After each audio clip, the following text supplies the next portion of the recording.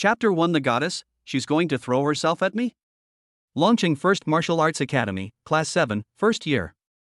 In the open course Monster Ecology, the old professor was so sleepy that the students below were also bored. Chen Fan sat in the last row by the window, resting his chin on his hand, lost in thought. For him, sitting with a group of novices who couldn't even figure out how many toes a velociraptor had was a complete waste of his life listening to such kindergarten-level common sense lessons. Just then, the front door of the classroom was gently pushed open. Counselor Li poked her head in, her face filled with barely suppressed excitement. Professor Wang, students, excuse me for interrupting. Today, our class welcomes a new student. A new student? One sentence instantly snapped the entire drowsy class out of their daze. Amidst everyone's curious gazes, a tall, aloof figure walked in. The moment they saw who it was, the whole class fell into a deathly silence. Xin Shiyu. That girl, who, as a sophomore, had already made it into the top 10 of the college's list of notable figures and was privately known by countless people as the Ice Queen, a true prodigy. A level 30 Frost Mage. A rare A-level professional. What is she doing here? Is this a mistake? Did Senior Qin go to the wrong classroom? Shouldn't she be in the elite class in her second year? Why is she in our regular first-year class? Amidst the whispers of the crowd, a voice filled with boastfulness and smugness suddenly rang out. Ahem, everyone be quiet. Wang Tong, who was sitting in the front row of the classroom, slowly stood up. He straightened his expensive collar, a confident smile on his face, and stared intently at Qin Shiyu. Shiyu, you've arrived.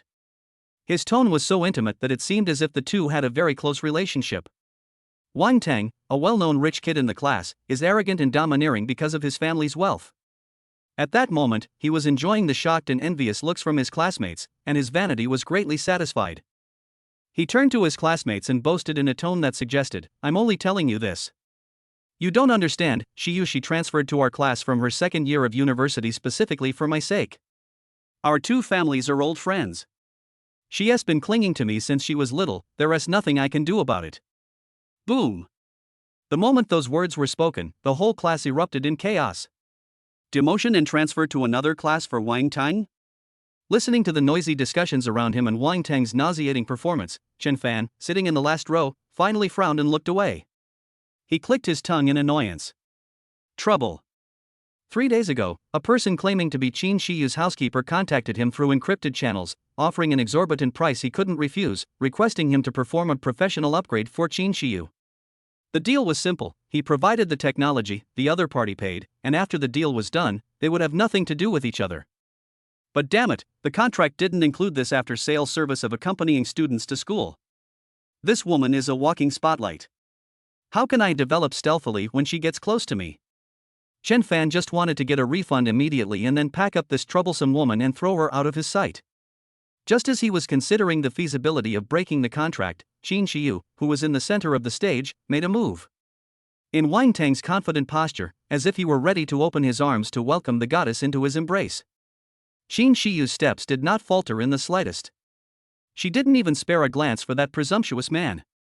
She walked right past him as if he were just a stumbling block. Under the frozen, dumbfounded gazes of the entire class, Wang Tang's smile froze on his face, his comical expression turning from red to green. She walked through rows of desks, her goal clear, step by step, until she reached the last row of the classroom. He walked up to Chen Fan, who looked displeased. Time seemed to have been paused at that moment. The entire class's brains went blank.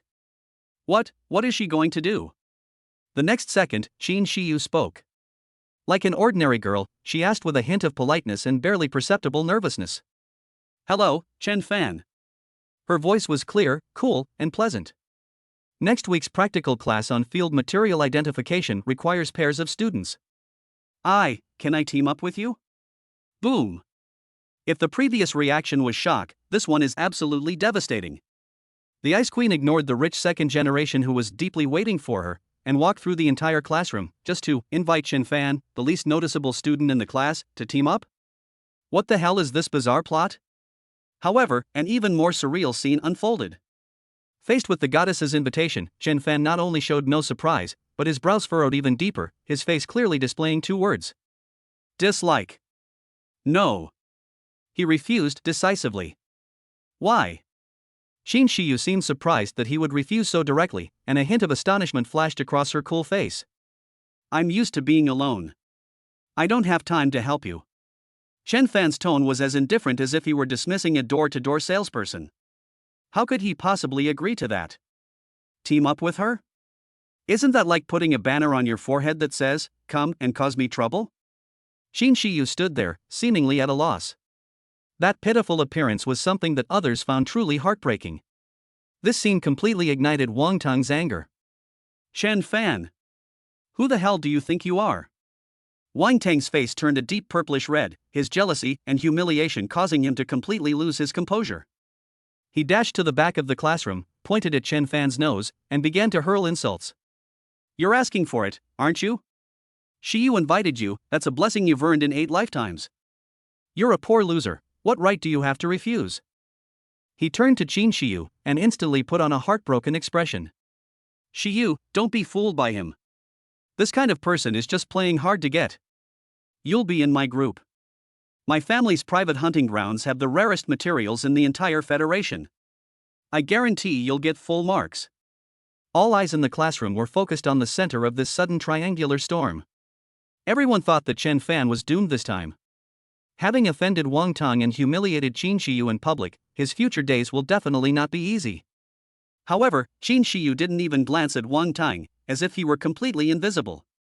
She just stared stubbornly at Chen Fan, her cold eyes carrying a hint of pleading. Chen Fan, my foundation is very weak. After my level is reset to 0, I will have to learn many things from scratch. The counselor said that this practical course accounts for 30% of the total credits. If I fail, I may not be able to graduate smoothly. You wouldn't want to see me fail, would you? Please, just this once, help me. Chapter 2 No, what gives you the right? The air in the classroom had completely frozen. All eyes were fixed on Chen Fan and Qin Shiyu like searchlights. The brain went blank due to information overload. A privileged young woman, in an almost pleading tone, asked an ordinary-looking boy to team up with her. And that boy even looked disgusted? What's wrong with this world? At this moment, Chen Fan felt only one word: irritable. He just wanted to quietly develop his strength and wait until he was strong enough to crush everything before making his move. This Qin Shiyu is practically a moving sun, bringing light wherever she goes, completely disrupting all his plans. He was about to speak again, using a more forceful tone to refuse the trouble. Just then, Qin Shiyu seemed to see through his thoughts and took another half-step forward. Their faces were almost touching, and the atmosphere instantly became ambiguous.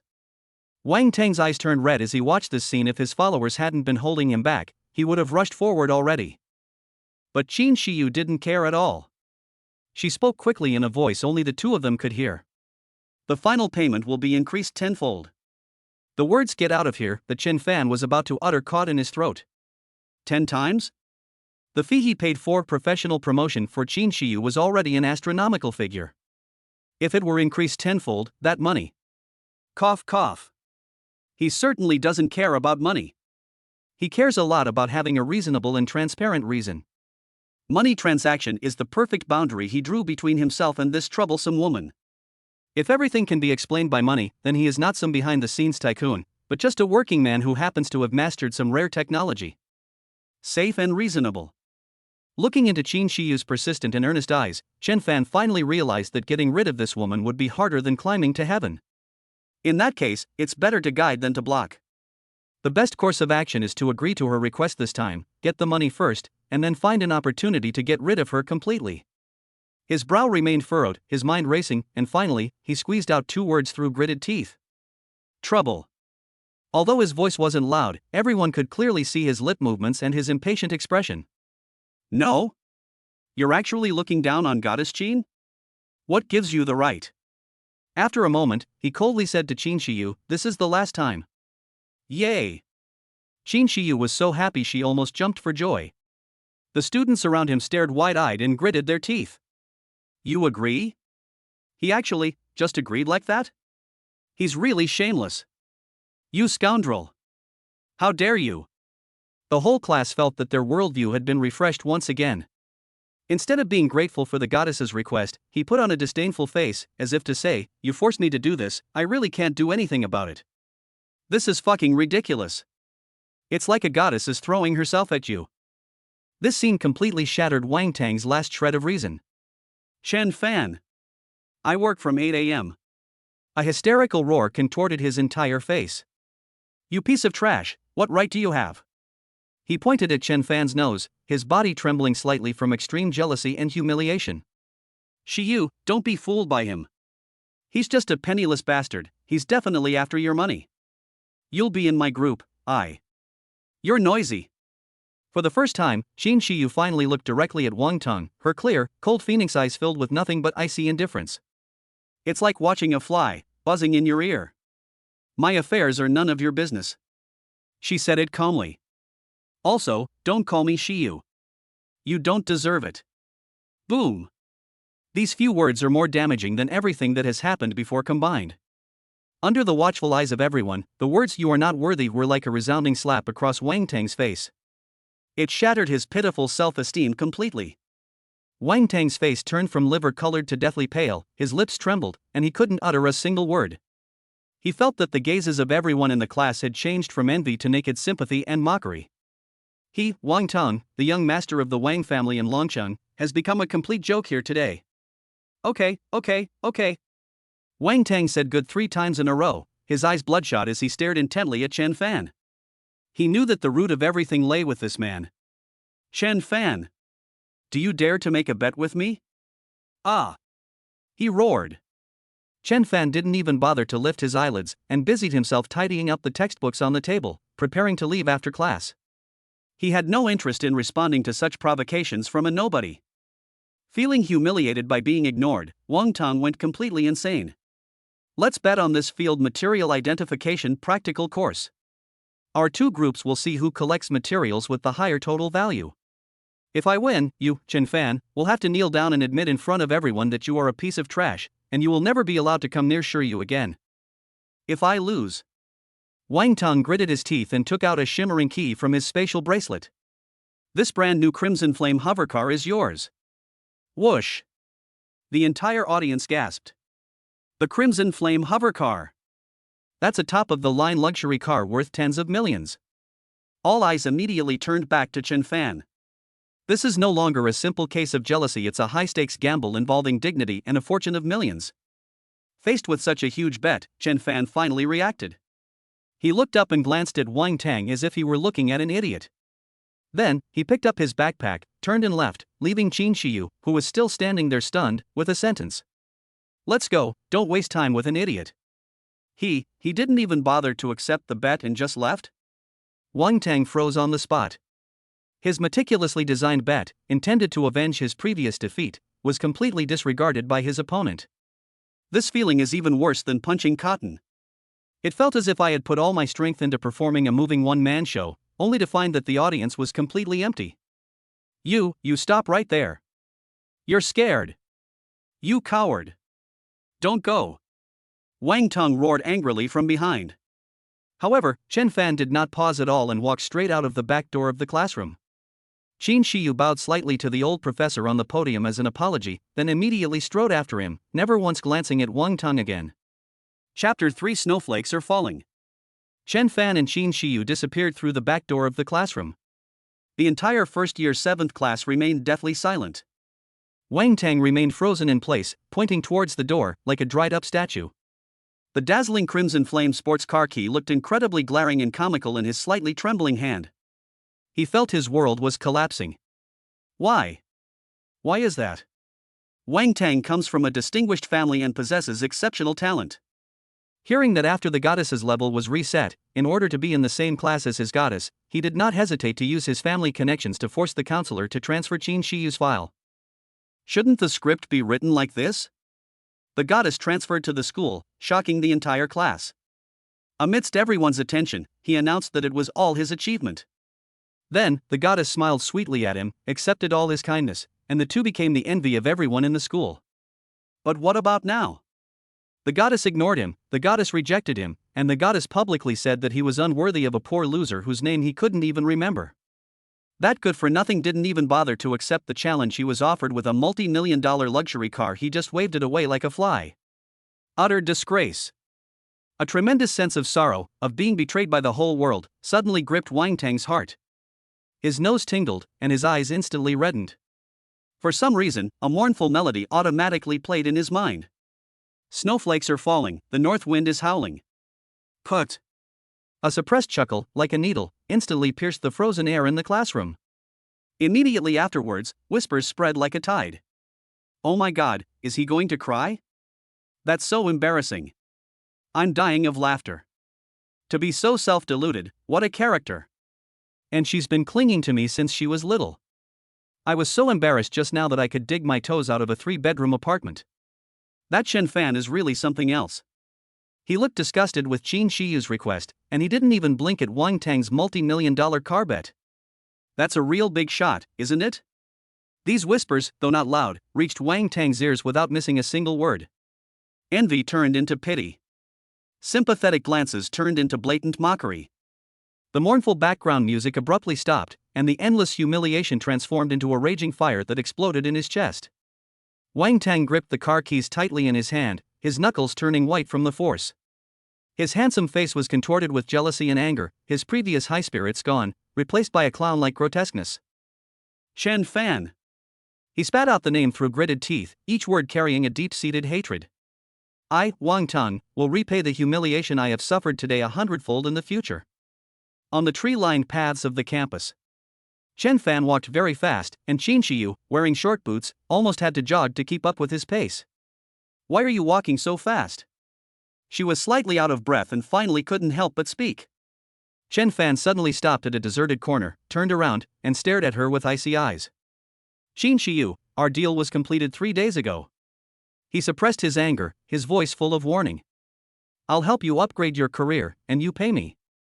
It's clearly stated in the contract that after-sales service does not include accompanying you to school or dealing with your suitors. This woman is a walking embodiment of trouble. Today is only the first day, and we've already provoked a mad dog like Wang Tang. If she continues to follow him around like this, his plan to develop stealthily will be completely ruined. Despite Chen Fan's anger, Qin Shiyu did not back down at all. She met his gaze, a hint of stubbornness on her beautiful face. I paid for a mythical profession. But now my level is 0, I'm practically useless, and I might even fail the most basic wilderness training course. You sold me a peerless divine weapon, but didn't provide an instruction manual, or even teach me how to sharpen it. Is that reasonable? Chen Fan was speechless at her twisted logic. I am only responsible for the technology, not the teaching. He replied coldly. Then let's include teaching in the services. Qin Shiyu immediately responded, her mind perfectly clear. Name your price. Money is no object as long as you are willing to guide me until I can independently wield the power of the Lord of Frost. She paused, then added, her tone carrying an undeniable certainty. Besides, you need me too. Do I need you? Chen Fan felt as if he had heard the biggest joke in the world. Right. Qin Shiyu took a step forward, her gaze intense. You need a perfect shield. Someone who can draw all the fire for you, allowing you to stay safely behind the scenes. Someone a spokesperson who can use her identity, resources, and power to clear all obstacles for you. And I, Qin Shiyu, am the best choice. Chen Fan fell silent. He had to admit that the woman was right. What he fears most is trouble. Qin Shiyu is both a troublemaker and a trouble resolver. If handled properly, she is indeed her best protector. Seeing that Chen Fan's tightly furrowed brows finally relaxed slightly, Qin Shiyu knew that her words had worked. Just then, the communicator on Chen Fan's wrist beeped twice. He glanced at his phone and saw it was a message from his chubby roommate. Old Chen. Check the college forum. You're trending. Chen Fan frowned and clicked on the link. A post title in bold red immediately caught his eye. Breaking news. A seemingly aloof goddess has fallen for a useless gigolo.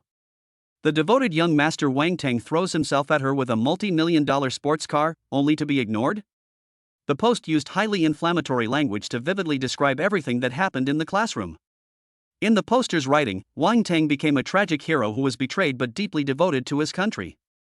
Chen Fan, on the other hand, is a coward who lives off a gigolo and only knows how to run away from challenges. Within just a few minutes, the post had already garnered over 100 replies. 2L, first. Young Master Wang is awesome. This kind of gigolo deserves to be thoroughly humiliated. 3L, who is Chen Fan? Never heard of him. For Goddess Qin to be so devoted to him, he must have some special bedroom skills, right? Doge. 10L, the comment above is disgusting. But what exactly does Goddess Qin see in him? I can't figure it out. 25L, lol, he can't even accept a bet, this guy is such a coward.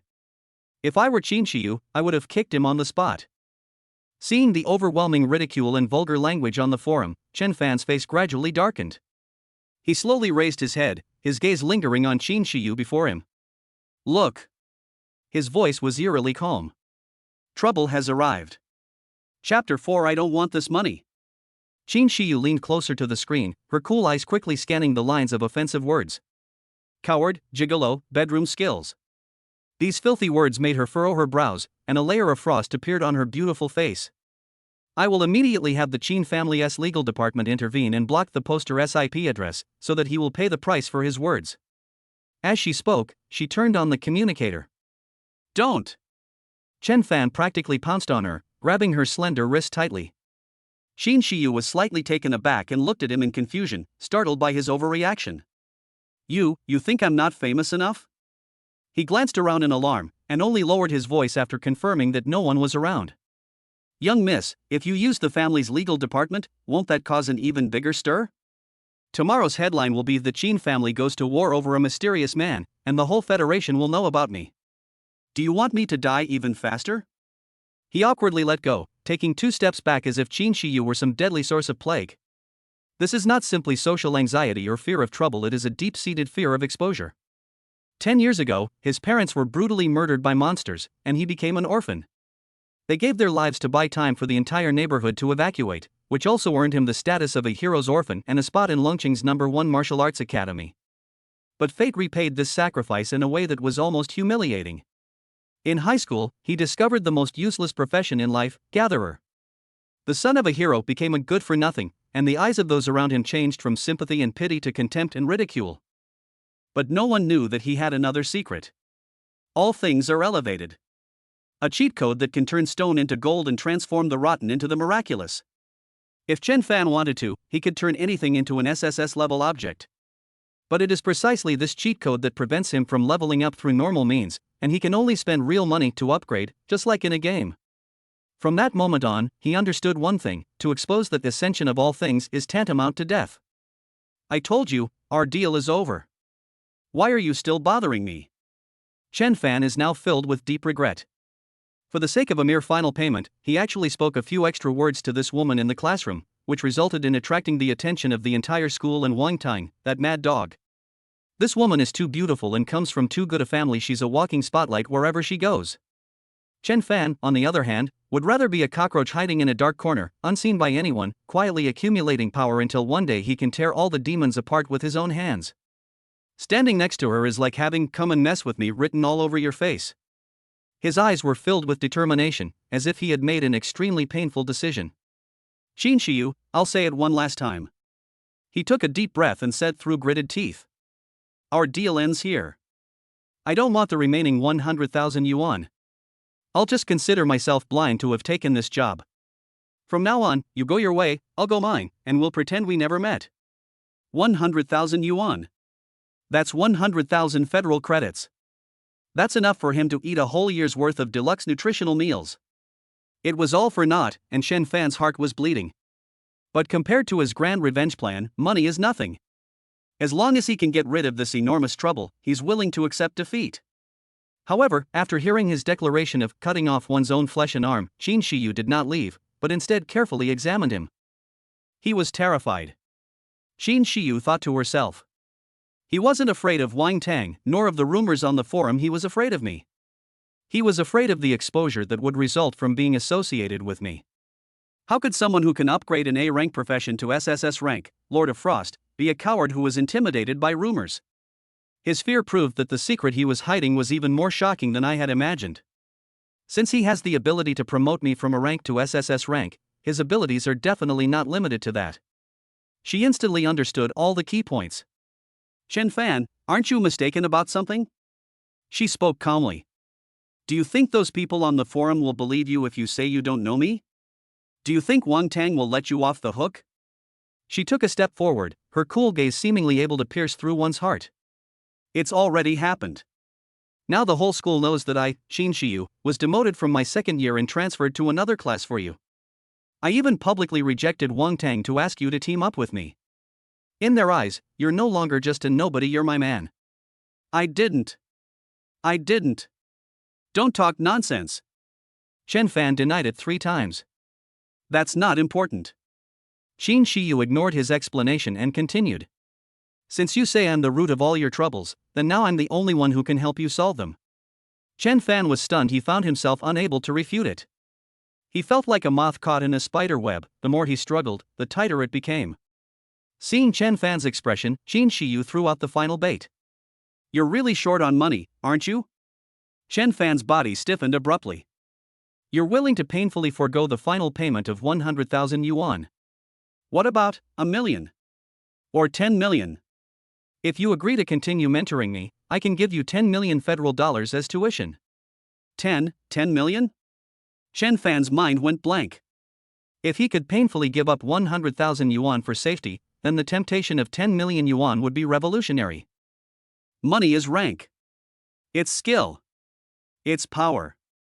It's his only capital for taking revenge on the demons. But his thirst for power held him firmly in place. After a long silence, he finally managed to squeeze out a sentence through gritted teeth. What do you want to do? Chen Fan compromised. A smile appeared on Qin Shiyu's lips as she held up one finger. First, I'll pay. You can't keep hiding from me. Chen Fan nodded painfully. For 10 million, he would endure it. Second. She continued. I'll handle all the trouble caused by me. I'll deal with Wang Tang, and I'll suppress the forum posts. You don't need to worry about anything else. Chen Fan's eyes lit up. Wait a minute, this condition seems pretty good? Isn't this exactly the paid, sneaky development he's been dreaming of? Although being called a gold digger sounds bad, what does reputation matter compared to the power to slay demons? Can you eat it? Okay, but I have conditions. Chen Fan immediately said that he wanted to secure the best possible protection for himself. For safety's sake, our official relationship is as described on the forum. I'm just a gigolo who lives off you. You're just a rich heiress who's keeping me as her sugar daddy. Chapter 5. Young Master Wang, your background music is playing again. The levitating school bus flew smoothly on its designated track, but undercurrents were brewing inside the carriage. Almost everyone's gaze was drawn, intentionally or unintentionally, to the corner of the last row. There, the much-anticipated Ice Queen Qin Shiyu quietly leaned against a man who had closed his eyes and was pretending to be asleep.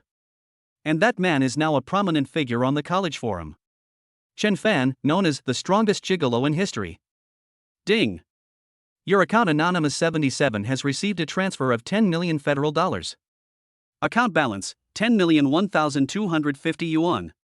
Chen Fan closed his eyes, but his mind was completely absorbed in the system panel in his mind. Just before getting on the bus, he received a transfer notification from the Qin family. 10 million. This huge sum of money made his blood boil. The path to revenge has finally found solid fuel. As for the sour whispers around him, he didn't even bother to pay attention to a single punctuation mark. How shameless. The goddess is sitting right next to him, and he can still sleep? I heard that Miss Qin spent 10 million to keep him. TSK, that's enough for me to work hard for a lifetime. Just wait and see. Once we get to the Emerald Cavern, a gathering expert with only life skills will be nothing but a useless burden. Let's see how he embarrasses himself in front of the goddess. The sounds weren't loud, but they were clear enough. Chen Fan kept his eyes closed, not even raising an eyebrow. What a joke, what a disgrace. Once I've recharged all 10 million, you'll understand what true shame is. Qin Shiyu, standing beside him, frowned slightly, a hint of displeasure flashing in her cool eyes. According to the agreement, she was supposed to resolve these problems. She glanced at Chen Fan's nonchalant expression, seemingly unaffected by this level of mockery, and swallowed her words for the time being. Just then, a deliberately arrogant voice broke the whispers in the carriage. Ahem, everyone, please be quiet. Wang Tang stood up from his seat in the front row. Today, he specially changed into a brand new set of designer combat uniforms, and wore the latest multifunctional tactical terminal on his wrist, making him look radiant. He surveyed the room from his elevated position, adopting the air of a class monitor, and said earnestly, "I know everyone is looking forward to this practical lesson. But as the class monitor, I must remind everyone that teamwork is crucial. Our grade this time is based on the total value of the group, and any mistake by any one person could cause the entire group to fail." His words were pointed, and many people immediately glanced at Chen Fan, the most useless professional, in the corner. Wang Tang was very satisfied with the result, and he continued, "Therefore, I hope everyone will carefully consider forming teams. In order to ensure our class's pass rate, I have decided to form an elite team, which I will personally lead. Students who have not found a suitable team can consider joining me." His words were spoken in a grand and dignified manner, as if he were an outstanding class leader who cared about the whole class. Having laid the groundwork, he finally revealed his true intentions, turning his gaze to Qin Shiyu, his tone instantly becoming gentle and full of concern, especially. "Shiyu, you." His eyes held a hint of heartache and indignation, as if he were looking at a naive little sister. "I know your situation is special. Your level has just been reset, and you need a strong team more than anyone else to ensure your performance and catch up with the progress as soon as possible. You can't risk your future." These words directly labeled Qin Shiyu and Chen Fan's teaming up as immature. Seeing that Qin Shiyu remained expressionless, Wang Tang assumed she was still hesitating, so he glanced at Chen Fan with feigned magnanimity. "Of course, I'm not an unreasonable person. Shiyu, you'll join my elite team. As for your friend," he deliberately emphasized the word friend. "If he really has nowhere to go, I won't object to him following us around and picking up scraps. After all, my team is strong enough, so bringing one more burden won't hurt." These words are absolutely devastating. He wanted to define Chen Fan as a burden who needed his charity and only managed to get into the team through his connections with women. However, Qin Shiyu's face remained completely expressionless. Wang Tang's patience finally ran out. He decided to stop stalling and lay his cards on the table, crushing Chen Fan with absolute strength. "Shiyu, you probably don't understand what a truly top-tier support character is like. Do you think a gathering master just digs the ground with their hands?" He sneered and, as if showing off, took out a palm-sized, technologically advanced silver device from his spatial bracelet. The Eagle Eye 7 high-precision materials analyzer is worth 3 million federal credits. He raised the instrument high and said proudly, "No grade E or grade D material within a kilometer can escape its scan. With it, the total value of the materials we find will be at least 10 times that of other groups. That's what professionalism is. That's the guarantee I can give you." Wow! It's Hawkeye 7. I've only ever seen this in textbooks. I've heard that even the military doesn't have many of these. A chorus of exclamations and envious sounds immediately filled the carriage, greatly satisfying Wang Tang's vanity. He took in all the envious glances from everyone, and finally, in the air of a victor, issued an ultimatum to Qin Shiyu. "Now, do you understand, Shiyu? Abandon that good-for-nothing and come to my side. That's the wisest choice you can make." However, Qin Shiyu didn't even lift her eyelids. She simply spoke, fulfilling her promise to solve the problem, her cool voice echoing throughout the carriage. "No need, Wang. We've already formed a team." Having said that, she seemed to feel that the announcement wasn't weighty enough, and amidst the shocked gazes of everyone in the car, she moved closer to Chen Fan and added in an unquestionable tone, "Chen Fan is my man, so I'll definitely protect him." Boom! The words "my people" were like 3 resounding slaps to Wang Tang's face. This is no longer a refusal, it is a declaration of sovereignty that leaves no room for leniency. All the expressions on Wang Tang's face froze instantly, all the color drained from his face, turning him deathly pale. What makes him so special? No! A silent roar erupted within him, as he felt his world crumbling. Just as Wang Tang felt dizzy and the world turned gray, a piece of music, both mournful and somewhat comical, suddenly rang out in the carriage without warning. Snowflakes are falling, the north wind is howling, and the world is a vast expanse of white. It was a classmate's phone ringing in the middle of the carriage. The classmate hurriedly hung up the phone, but the catchy melody precisely penetrated everyone's ears, becoming a perfect reflection of Wang Tang's inner state at that moment. Put! Someone couldn't hold back and let out a soft laugh, breaking the awkward atmosphere.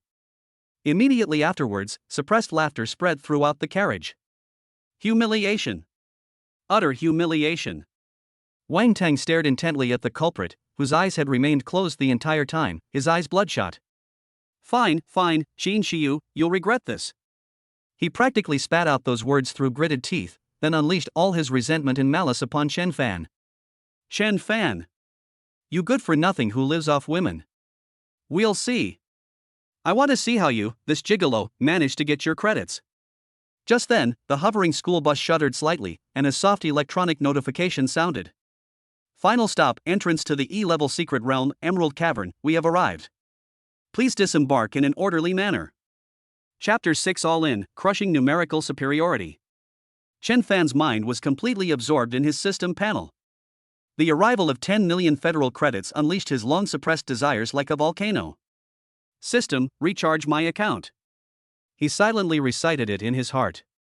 Ding! Account balance detected, 10,001,250 federal credits. Confirm account balance as experience points recharge? Confirm. Recharge begins. The next second, the experience bar in Chen Fan's mind began to surge wildly. Ding! Consumed 50,000 federal credits, level upgraded to LV2. Ding! Consumed 100,000 federal credits, level upgraded to LV3. Ding! Consumed 200,000 federal credits, level upgraded to LV4. A warm and powerful torrent of energy surged through his limbs and bones, each leap and level feeling like a transformative baptism. The body, which was originally somewhat frail due to long-term malnutrition, is now being rapidly strengthened and transformed by an overwhelming force. Ding! Consumed 800,000 federal credits, level upgraded to LV6. Ding! 1.5 million federal credits consumed, level upgraded to LV7. Ding! Consumed 3 million federal credits, level upgraded to LV8. When the last surge of energy flowed into his body, Chen Fan's level finally settled at LV8. The total cost was 6.05 million federal dollars. Chen Fan forced himself to open his eyes and examine the urge to undergo a complete transformation, then brought up his attribute panel.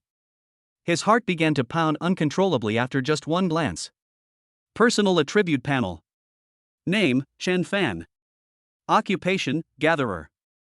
Level, 8 experience points, 0.6 million. Property. Strength, 50. Agility, 50. Physical condition, 50. Spirit, 50. Perception, 80. Talent, Ascension of all things, SSS rank, unique. Professional skills, basic gathering, LV1, basic appraisal, LV1. Feedback skill, absolute 0, ultimate skill of the SSS rank class, Lord of Frost, its power is linked to mental attributes. Your hunter is more than just a hunter. Crush them. This is an absolute crushing defeat. A normal level 8 gatherer would be considered exceptionally talented if they had 10 points in strength and constitution, but his 4 basic attributes all reached a terrifying 50 points. These stats are at least as good as, if not better than, those of other combat classes of the same level, such as the Berserker and Paladin, which are known for their physical prowess. Not to mention, he also received an SSS level ultimate divine skill from Qin Shiyu, absolute 0. With these attributes, he dared to venture into not only the E-rank secret realm, Emerald Cavern, but even a D-rank secret realm. Chen Fan slowly opened his eyes, a barely perceptible glint of light flashing in them. He felt that the whole world had changed. The chatter of the surrounding classmates, the breathing of the guards in the distance, and even the rustling of the leaves in the wind were clearer than ever before. This is what power feels like. The entrance to the Emerald Cave is a natural fissure located in a massive mountain. A pale blue energy curtain shimmers along the edge of the fissure, rippling gently like water. Teacher Lu Wei, who was leading the group, was using a megaphone to loudly emphasize the precautions. Any form of private fighting is strictly prohibited within the secret realm. Violators will be expelled immediately. Do you all understand? Understood. The students responded sparsely. Lu Wei frowned, his gaze swept across the crowd, and finally lingered on Wang Tang for 2 more seconds before he nodded in satisfaction. Then, he saw Chen Fan and Qin Shiyu in the corner, who seemed like outsiders, and a hint of incomprehension and disdain flashed in his eyes. That's ridiculous. Just then, Wang Tang made a move. He strode up to Qin Shiyu, his face bearing what he thought was a deeply affectionate expression. Shiyu, stop being temperamental. Practical lessons are not child's play. You have to listen to me. He glanced at Chen Fan beside Qin Shiyu, his eyes fixed on him as if he were looking at an eyesore of a fly. I'm really worried about you being paired with him. What can a garbage collector do to protect you? After saying that, he took out an exquisite badge engraved with intricate magic patterns from his pocket and forcefully shoved it into Qin Shiyu's hand, raising his voice to make sure everyone around could hear him. Take this D-grade Guardian badge. It can automatically block one fatal attack, and it's priceless. With it, even if there's an emergency, I can get to your side immediately. The students around who witnessed this scene all gasped in shock. Holy crap! A D-rank Guardian badge. It must be worth at least 500,000 on the market. So devoted. He's willing to give away something as vital as this for his goddess. Hearing the exclamations around him, Wang Tang's vanity surged once again. However, Qin Shiyu merely glanced coldly at the priceless badge.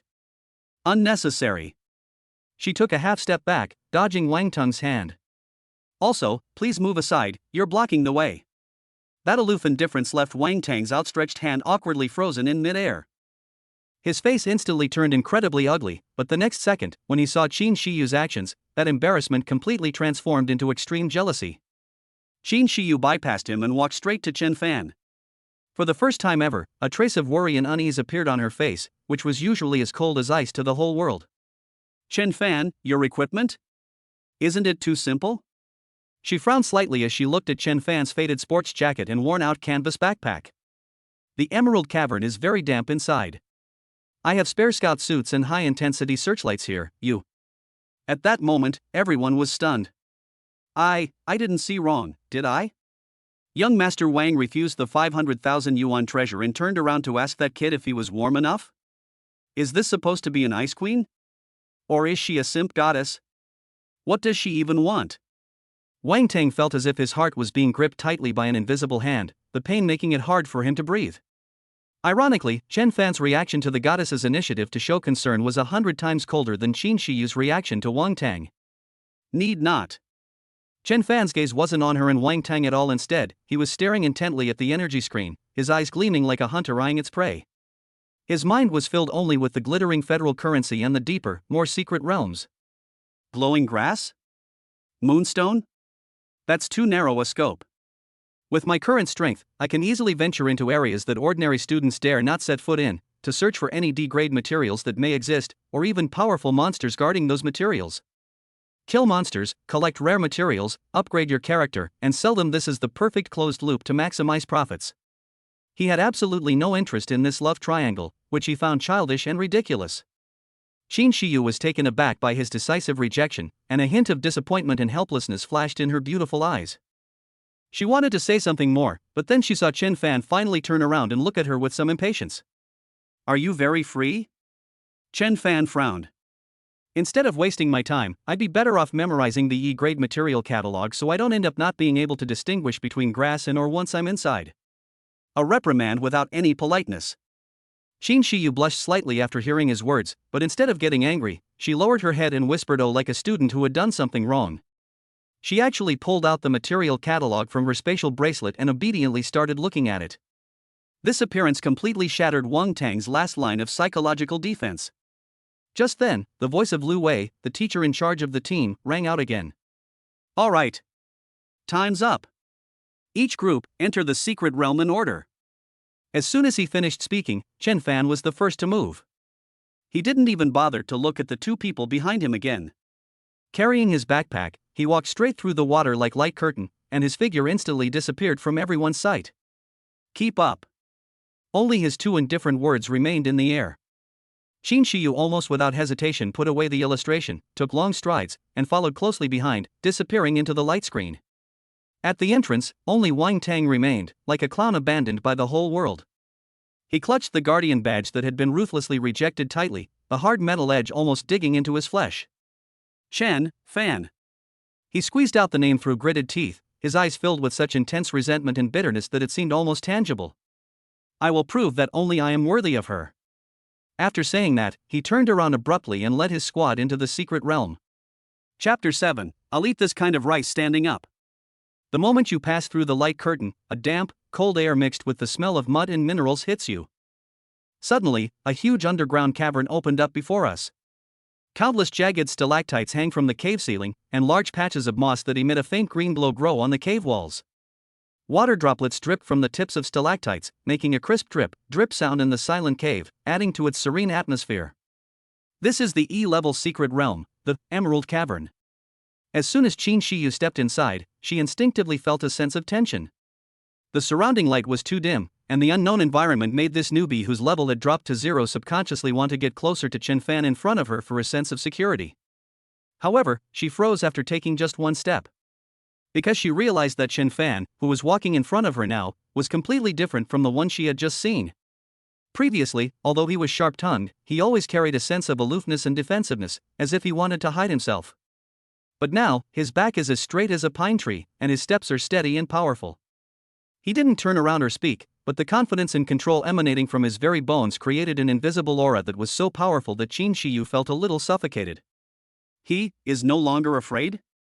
Just as Qin Shiyu was in a daze, several pairs of scarlet lights lit up in the dim corner ahead. Shoo! With a teeth-grinding scraping sound, 3 cave lizards, each half a meter long and covered in hard shells, crawled out of the crack in the rock. They flicked their forked tongues, their scarlet eyes fixed on the 2 uninvited guests, and let out low growls. E-rank monster. Qin Shiyu felt a chill run down her spine, her body tensed instantly, and the frosty heaven power within her began to operate instinctively. However, Chen Fan simply turned his head and said, "Stand still, don't move, don't block the way." After saying that, he walked unhurriedly to the rock wall next to Qin Shiyu, who was looking at him with disbelief. With a casual snap, he broke off a sharp stalactite more than half a meter long and weighted in his hand like a baseball bat. What is this to do? Qin Shiyu's mind went blank. A hunter, armed with a broken stone, is about to engage in melee combat with 3 monsters known for their high defense. Has he gone mad? Aren't we freshmen? The 3 earth dragon lizards were clearly enraged by the humans' contemptuous behavior. With a roar, they transformed into 3 black shadows and pounced on Chen Fan from 3 directions. Qin Shiyu was so frightened that her heart almost jumped out of her throat, and she instinctively wanted to take action. But the next second, she witnessed a scene she would never forget. Faced with the attack of the 3 demons, Chen Fan didn't even change his posture. Just as the leftmost earth dragon lizard was about to pounce on him, he moved. There were no flashy combat techniques, no dazzling magical light, and his movements were not even visible. All the onlookers saw was a fleeting afterimage. Bang! A dull thud, like a watermelon being smashed. Chen Fan's figure appeared like a ghost beside the earth dragon lizard, and with a pure and extreme violence, he precisely struck its head with the simple stalactite club in his hand. The shell, as hard as steel, shattered instantly like paper under this blow. Fresh blood spurted out.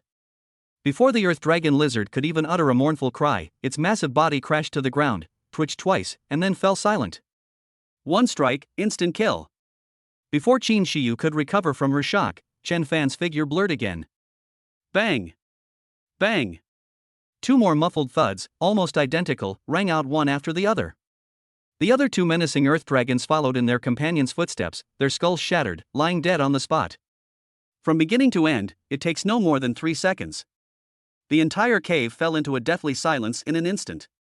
Qin Shiyu stared blankly at the man holding his stone staff, standing calmly in the middle of the 3 monster corpses, feeling her worldview being ruthlessly overturned. Just then, a warm energy flow suddenly surged into her body. Ding! Your teammate has killed 3 E-rank monsters, Cave Dragon Lizard. According to the team agreement, you have gained 150 experience points. Ding! Level upgraded to LV1. Qin Shiyu? Dude! Aren't you a support class? You killed a ground dragon lizard with your bare hands? She looked at Chen Fan in astonishment, her eyes filled with absurdity and confusion. Chen Fan casually tossed away the stalactite, which was already somewhat cracked, and even frowned as he commented. Tisk, so crispy. After saying that, he turned to look at the dumbfounded Qin Shiyu, his tone flat. Keep up, don't fall behind. Our goal is the boss, we don't have time to waste on this trash. Qin Shiyu was completely dumbfounded. She suddenly realized that Chen Fan had never intended for her to do anything from the beginning.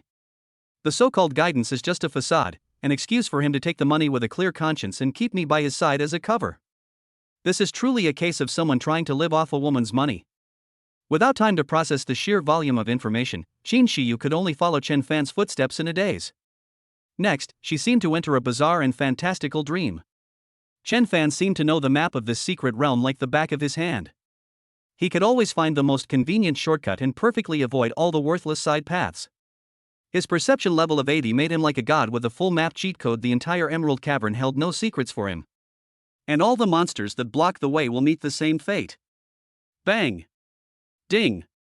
Your teammate has killed a fanged bat, and you have gained 20 experience points. Bang! Bang! Bang!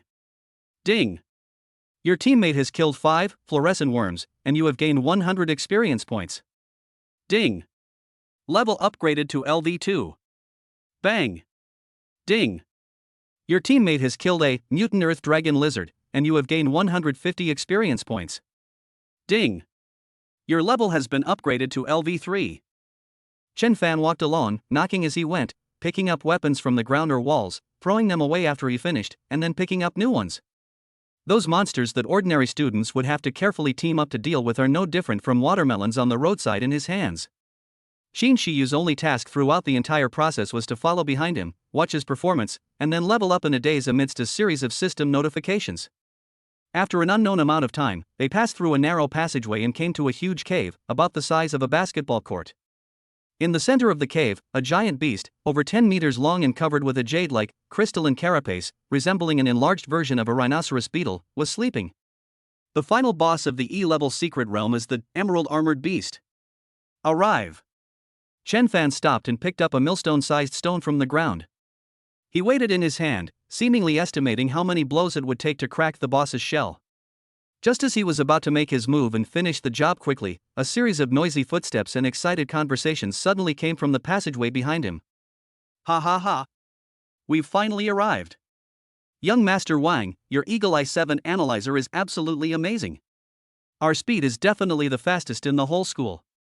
Of course. With me, Wang Tong, passing the level is a piece of cake. Accompanied by Wang Tang's signature smug voice, a group of 7 or 8 people walked out of the passageway. They were all covered in blood and panting heavily, clearly having fought their way here, but their faces were filled with the joy of victory in sight. However, when they saw the scene inside the cave, all the sounds and smiles froze in an instant. They saw the sleeping boss. They also saw Chen Fan standing in front of the boss, carrying a millstone, and Qin Shiyu standing behind Chen Fan. The two of them were so clean they didn't even have much dust on them, as if they were on a picnic. The smug expression on Wang Tang's face froze instantly, then turned into utter astonishment and absurdity. You, how did you get here?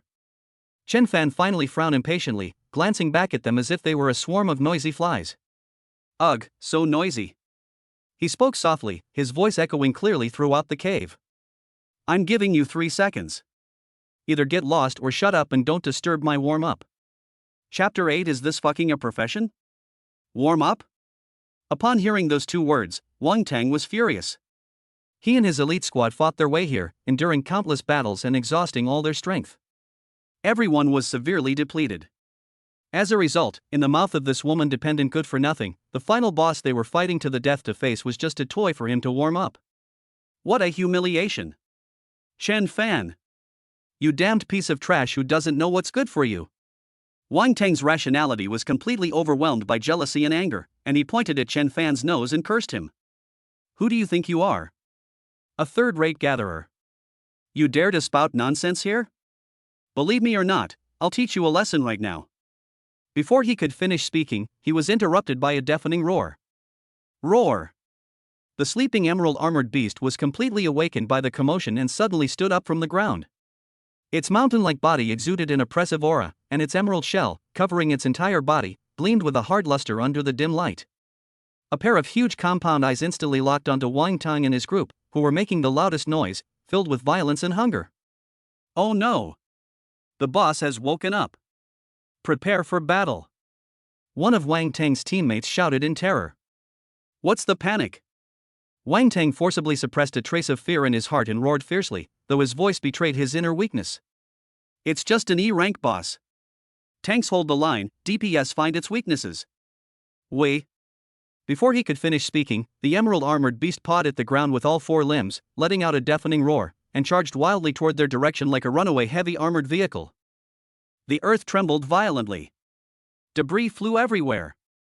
That terrifying, unstoppable momentum turned everyone in Wang Tang's team pale. They had just gone through a series of battles and were not in peak condition to begin with. Now, facing the enraged boss, they had no time to organize an effective defense. Young Master Wang. Get out of the way. It's over, I'm going to die. As the enormous, gleaming horn was about to knock the two team members in front away, Wang Tang's mind went blank, and his legs felt like they were made of lead, unable to move. At this critical moment, a figure appeared, even faster than the enraged boss. Before everyone's eyes, Chen Fan, whom they had always regarded as a waste, suddenly appeared ahead of them, carrying the millstone-sized boulder, and took a step forward, directly blocking the path of the jade-armored beast's charge. He's gone mad? A gatherer trying to take on the boss head-on? He's going to get crushed into mincemeat. A glint of malicious pleasure flashed in Wang Tang's eyes. Die. You piece of trash. I'll let you use your lowly life to buy us a second. However, the expected scene of carnage did not occur. Instead, a deafening, terrifying roar shook the entire cave. Boom! Amidst everyone's horrified gazes, Chen Fan single-handedly held up the massive rock, defying the laws of physics, and forcefully withstood the full-force impact of the emerald-armored beast. Time seemed to stand still at this moment. The berserk boss was forcibly brought to a stop in place by this unreasonable force. The millstone-sized rock was covered with spiderweb-like cracks from the violent impact. However, the jade-armored beast's prized and indestructible jade head armor is now riddled with even more and deeper cracks. Roar! For the first time, a look of bewilderment appeared in the compound eyes of the jade-armored beast. It couldn't understand why this seemingly weak creature could unleash such terrifying power. But Chen Fan clearly didn't give it time to think. Is that all the strength you have? He frowned, seemingly very dissatisfied with the intensity of this warm-up. The next second, he moved. Under the horrified gazes of Wang Tang and the others, Chen Fan, carrying the shattering boulder, stepped forward instead of retreating, then gathered all his strength into his arm and slammed it down. Bang! The boulder collided with the carapace once again. The emerald-armored beast let out a painful cry, and its hard head armor exploded, creating a huge gash that gushed out green liquid. Bang! Another one! Bang! One more time. Chen Fan was like a tireless blacksmith, treating that arrogant boss as a red-hot iron blank, and hammering it repeatedly with the most brutal method. The enormous body of the emerald-armored beast was forced to retreat step by step under the unreasonable and continuous heavy blows, and it was powerless to fight back. Finally, with a crisp crack, the boulder in Chen Fan's hand shattered completely. The emerald-armored beast was also knocked back by this final blow, its massive body crashing to the ground, its four legs in the air, revealing its relatively soft belly. Ding! Your teammate has defeated the E-rank boss, Emerald Armored Beast, and you have gained 1000 experience points. Ding! Your level has been upgraded to LV4. Ding! Level upgraded to LV5. A series of system notifications rang in Qin Shiyu's mind, waking her from her petrified state. She looked at the boss who was on the verge of death not far away, and then at the man who was dusting off his hands. Her delicate body couldn't help but tremble slightly. Meanwhile, Wang Tang and his team members were completely dumbfounded. Their mouths were agape, their eyes were wide open like saucers, and their expressions were a mixture of fear, absurdity, and terror. A gatherer. With a stone I picked up casually. The final boss of an E-rank secret realm, renowned for its defensive capabilities. He was smashed to death? Wang Tang felt his throat was so dry it was practically on fire. He looked at Chen Fan, who stood calmly beside the boss's corpse. Is this even a legitimate profession? Just as his worldview was collapsing, Chen Fan did something that made everyone's eyes nearly pop out. He walked to the boss's corpse and pulled out a standard-issue harvesting knife issued by the Academy for cutting plant roots and stems, from who knows where. Then, he crouched down and began to precisely cut into the mountain-sized beast with practiced skill. TSK, finally some decent materials. It wasn't a wasted trip. As he cut the most valuable jade core, he muttered to himself, his tone like that of an old farmer examining the best-growing cabbage in his field. Thump! Behind Wang Tang, a team member with poor mental fortitude collapsed to the ground, his legs giving way. Watch as that gatherer easily dismembers the boss's corpse with a small, broken knife. Looking at the high-tech alloy battle blade worth hundreds of thousands in his hand, he began to have profound doubts about life for the first time. Chapter 9. Thank you, you sucker. After the initial shock and absurdity, Wang Tang himself was overwhelmed with humiliation and anger, which erupted like a volcano. We lost. His elite squad that he was so proud of, his $3 million Hawkeye 7, and everything he had meticulously planned. In the face of this unbelievable violence, it became a complete joke. The boast I made before class has now come back to haunt me. What he found even more unbearable was Qin Shiyu, the goddess he cherished so dearly. She stood quietly behind Chen Fan from beginning to end, her gaze focused. Wang Tang had never seen such a look in his eyes before. Chen Fan. Wang Tang's eyes were bloodshot, his reason had been completely consumed by jealousy. He stomped his foot hard, the rocks beneath his feet cracked, and he shot out like a cannonball. A fist, enveloped in scorching battle aura, slammed straight into the back of Chen Fan's head. I'm going to kill you. He attacked in a fit of rage, his actions terrifying. As a genius nurtured by the Wang family, his furious strike with the level 3A rank class, Berserker, is enough to instantly kill any opponent of the same level. However, just as his fist, burning with fighting spirit, was about to hit its target, Chen Fan, who had been squatting down dealing with the boss's corpse, moved. He didn't even turn around. With a leisurely stroll, using the toes of his right foot as a pivot, his body, like a weightless leaf, lightly turned 90 degrees to the left. Boom! Wang Tang's powerful punch grazed Chen Fan's nose and slammed into the boss's mountain-like corpse, producing a dull thud. Only a white mark remained on the hard carapace. Wang Tang's punch missed its mark, and his body was left with a huge opening due to the excessive force he used. Chen Fan casually picked up a piece of carapace the size of a wash basin that he had just peeled off with his right hand, and swung it backhand. Smack! A crisp, loud slap echoed throughout the cave. That hard shell landed squarely on Wang Tang's face. The immense force left him completely stunned. He spun around like a top 2.5 times before collapsing to the ground with a thud. His teammates behind him were all terrified and dared not move. The whole world fell silent instantly. Wang Tang covered his rapidly swollen cheek, fighting back tears. He stared incredulously at the figure who had crouched down again and continued to concentrate on cutting the material. He was slapped in the face by a collector using a piece of a boss's carapace. You dared to hit me? My parents have never hit me. Why did you hit me? Wang Tang's voice was trembling. Chen Fan finally stopped what he was doing out of impatience. He stood up, turned around, his face showing no anger, but full of irritation. This guy is so annoying. To shut him up completely, Chen Fan started counting on his fingers. Your punch just now loosened the energy core inside the boss's body, reducing its quality by at least 5%.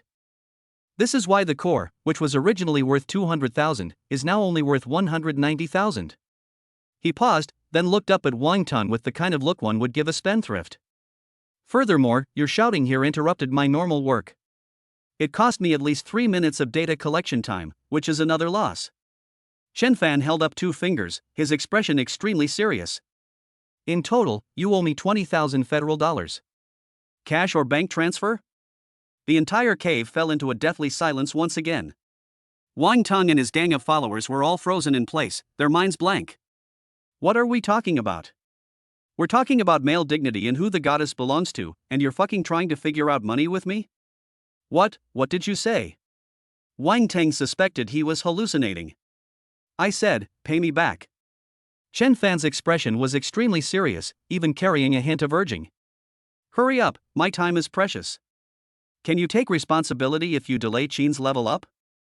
You fucking dare to talk to me about money? Wang Tang's face instantly turned a deep purplish red, and he felt as if his dignity was being repeatedly rubbed into the ground. He was so angry that he laughed instead. Ha ha ha. Did I hear that right? A good-for-nothing who lives off women dares to talk to me about money? Even though he witnessed Chen Fan kill a boss that they couldn't defeat, Wang Tang was still furious and didn't react at all. He suddenly pulled a glittering gold card from his bracelet and slammed it to the ground. There's $1 million in here. If you've got the guts, take it. I'd like to see whether Shiyu chooses you, this piece of trash who only cares about money, or me. Since Chen Fan wants money, then he will use money, in the most blatant way, to tear off Chen Fan's hypocritical mask. This will allow Qin Shiyu to see through this man's ugly face. However, what happened the next second left everyone wide-eyed. To the astonishment of Wang Tang and everyone else, Chen Fan actually bent down, casually picked up the gold card from the ground, and even weighed it in his hand. Hiss. 1 million is indeed much more sincere than 20,000. Chen Fan raised his head, his face showing no embarrassment or shame, but rather a pleased smile that said, "You're a promising young man." He turned to Qin Shiyu, who was staring blankly, and waved the gold card in his hand. Qin, look, Wang is such a kind person. Wang Tang? What the heck? What kind of helpful person is this? Chen Fan gave Wang Tang no chance to react, his smile growing even brighter. Therefore, in order not to let down Wang's generosity, I hereby unilaterally declare that the verbal agreement between me and Qin Shiyu is null and void. Wang Tang was stunned for a moment upon hearing this, then overjoyed. Is it invalid? Is this piece of trash finally going to get out of here after taking the money? You're smart to know what's good for you. Wang Tang laughed smugly. But Chen Fan's next words froze his smile on his face. The terms we discussed before were too cheap, they were an insult to my abilities. Shut up, Chen Fan. I'll give you whatever money you want. But you're not allowed to insult Shiyu. Upon hearing the words cheap and capable, Wang Tang seemed to have thought of something, and his face immediately flushed. Chen Fan held up a finger and waved it at Qin Shiyu, his eyes brighter than ever before. From now on, we are upgraded to strategic partners. I will provide a complete upgrade plan, equipment enhancement, and skill guidance to ensure you return to your peak in the shortest possible time. And all you need to do is one thing: pay. He looked at Qin Shiyu's stunningly beautiful face and slowly announced the new price. Entry-level package, 50,000 federal credits for level 1. Given that Wang has already paid a 1 million yuan advance for you, I guarantee you'll reach level 20 within a week. Chapter 10. This is professionalism. Chen Fan's words, I guarantee you'll reach level 20, exploded like a bombshell in the deathly silent cave. Wang Tang's smug smile froze completely, and his teammates behind him were all dumbfounded, as if they were listening to gibberish. What? Weren't you guys talking about sugar daddies? Why are we talking about upgrades again? 1 million, to level up to level 20 in a week? What the hell does that mean? It's important to know that for an average student, even a genius, it would take at least 2 to 3 months to go from level 5 to level 20, even with ample resources. A week? Who does he think he is? God?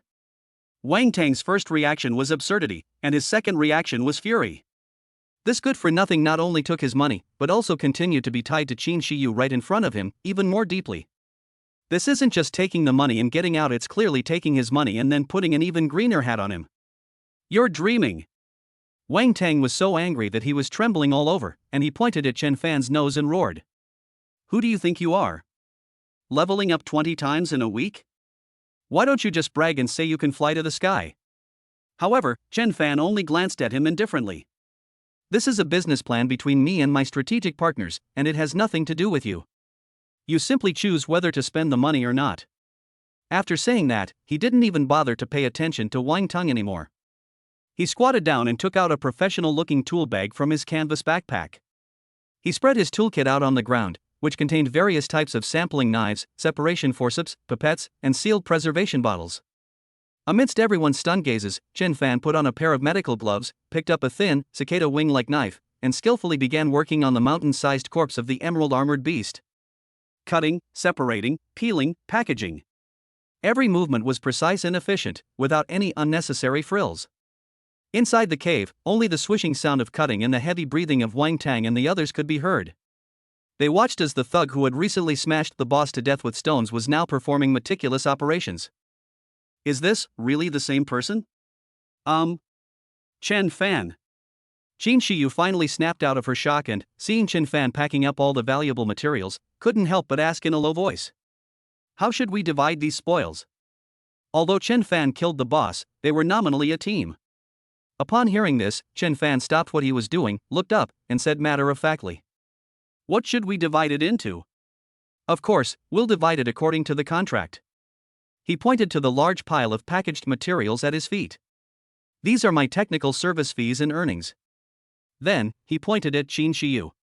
The experience points and any equipment dropped by the boss are all yours. You're the boss, and I'm the employee. Sounds reasonable, right? Qin Shiyu opened her mouth, but couldn't utter a single word. That makes sense, it makes perfect sense. It felt so reasonable that she felt like she was the one who had gotten a huge advantage. As Wang Tang watched Chen Fan pack all the materials into his worn-out canvas backpack, his heart bled. That's the most valuable thing on the boss. This piece of trash just took it all. But he didn't dare to make another move, since he couldn't win a fight anyway. We could only watch helplessly. But just when he was feeling extremely humiliated, his brain began to work at breakneck speed, trying to find a reasonable explanation for his current predicament. Yes, that's right.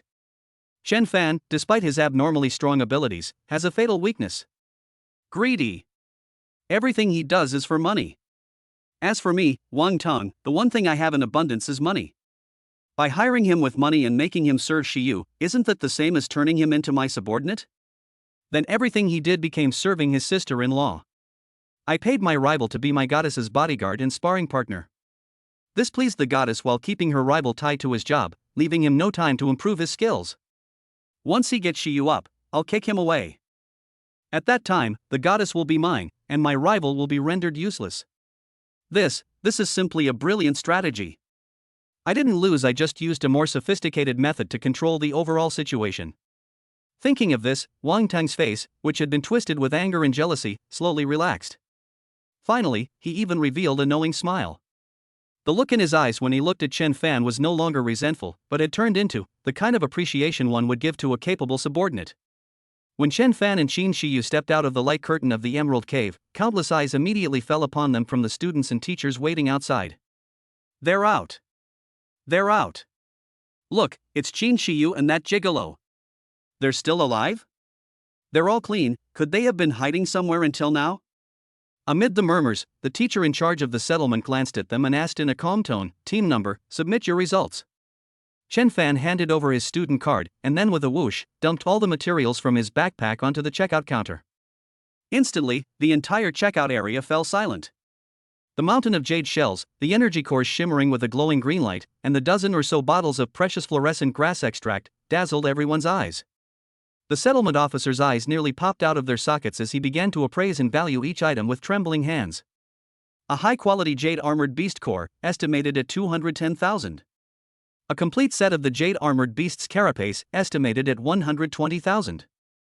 15 bottles of high-purity fluorescent grass extract, estimated value 30,000. As a series of bids were announced, the surrounding students were all dumbfounded. As the teacher finally pressed the settlement button and looked at the final number on the screen, he gasped and announced through the megaphone. Chen Fan and Qin Shiyu's team has collected materials worth a total of 376,000 federal credits during this secret realm exploration. This breaks the record for the highest value of E-level secret realm exploration for this year's freshmen. Boom! The crowd completely erupted. Two people, in less than 3 hours, spent 370,000 yuan? Did they rob a bank? Just then, Wang Tang's team also came out looking disheveled.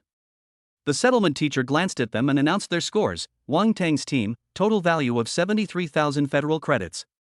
This result is actually quite good, but compared to that terrifying number before, it's simply a joke. Wang Tang's face turned pale and then red, but he quickly regained his composure. Looking at Chen Fan, who was the center of attention but only frowned and complained, his judgment became even more firm. See? He's just a vulgar person who only cares about money and enjoyment. They have no idea what honor is. He strode up to Chen Fan and, to everyone's astonishment, made a move that left the entire audience bewildered. He didn't make any threats, nor did he take any action. Instead, he cleared his throat, reached out, and patted Chen Fan's shoulder heavily, like a leader. Well done. Wang Tong wore a perfectly timed smile. He said in a voice only the two of them could hear, "This million was well spent. Remember your place, serve Shiyu well, and you'll reap the rewards in the future." After saying that, he glanced at Qin Shiyu, who looked completely bewildered, and gave what he thought was a gentle smile. Then, with his head held high and chest puffed out, he led his squad away like a triumphant general, amidst the puzzled gazes of the crowd. Chen Fan stood still, feeling the force on his shoulder, and then looked at the 1 million yuan balance that had just been deposited into his bracelet.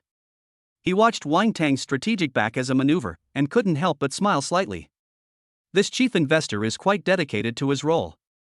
A sustainable withdrawal model has been officially established. Chapter 11 Monster Practice Lesson. The practical course at the Emerald Cave concluded in a way that overturned everyone's expectations. Chen Fan and Qin Shiyu's team broke the freshman record with a terrifying score of 376,000 federal credits. This news swept through the entire freshman class like a hurricane. But what spread more widely was another version of the truth. In order to help the soft rice man Chen Fan, the Ice Queen Qin Shiyu did not hesitate to use the power of her family to lock in the boss's location in advance, which barely allowed her to pass the materials course. As for Chen Fan, that good for nothing, all he did was follow the goddess around picking up trash the whole time he was utterly useless. As for Wang Tong, he has successfully positioned himself as a master strategist operating behind the scenes. He firmly believes that everything Chen Fan did was motivated by his 1 million angel investment. I am the one who uses money to influence the whole situation and win. In this eerie atmosphere, time quickly moved on to the next main course. Monster Combat. The classroom is located in the virtual battle center that the Academy built at great expense. Here, hundreds of silver-white virtual connection pods are neatly arranged, with a huge light screen floating in the center, displaying real-time leaderboards showing the completion records of various dungeons. A burly, stern-faced middle-aged teacher stepped onto the podium. His sharp gaze swept across the entire room as he spoke in a deep voice. My name is Zhao Shan, and I'm your Monster Combat class teacher. This class has only one standard: combat. You will enter the Academy's virtual magical realm system. The system will replicate your current physical attributes and skills 1:1. What you need to do is kill monsters and clear the dungeons. Zhao Shan's tone suddenly became more serious, carrying a hint of warning. I must remind some students that this is not the Emerald Cave, and there are no materials available for collection within the system. This course consistently has the highest failure rate. My advice to you is this: if you lack fighting spirit, be sure to find a strong teammate. Otherwise, all that awaits you is a 0 and a retake. As soon as he finished speaking, almost everyone in Class 7 of the first year turned their gazes toward Chen Fan in the corner. Ha, did you hear that? There's no trash for you to pick up here. This is terrible. A gathering master fighting monsters in real combat? Won't they get slapped to death by a monster? I bet he'll cling to Qin Shiyu this time, begging the goddess to take him on. Chen Fan seemed oblivious to these discussions. He even found them somewhat boring and yawned. Now, everyone, go to your control panel and select the difficulty level of the dungeon you want to challenge. Teacher Zhao Shan gave the instructions. The students immediately sprang into action. The user interface clearly lists several options. Normal level, Goblin Camp, recommended for LV5 LV8.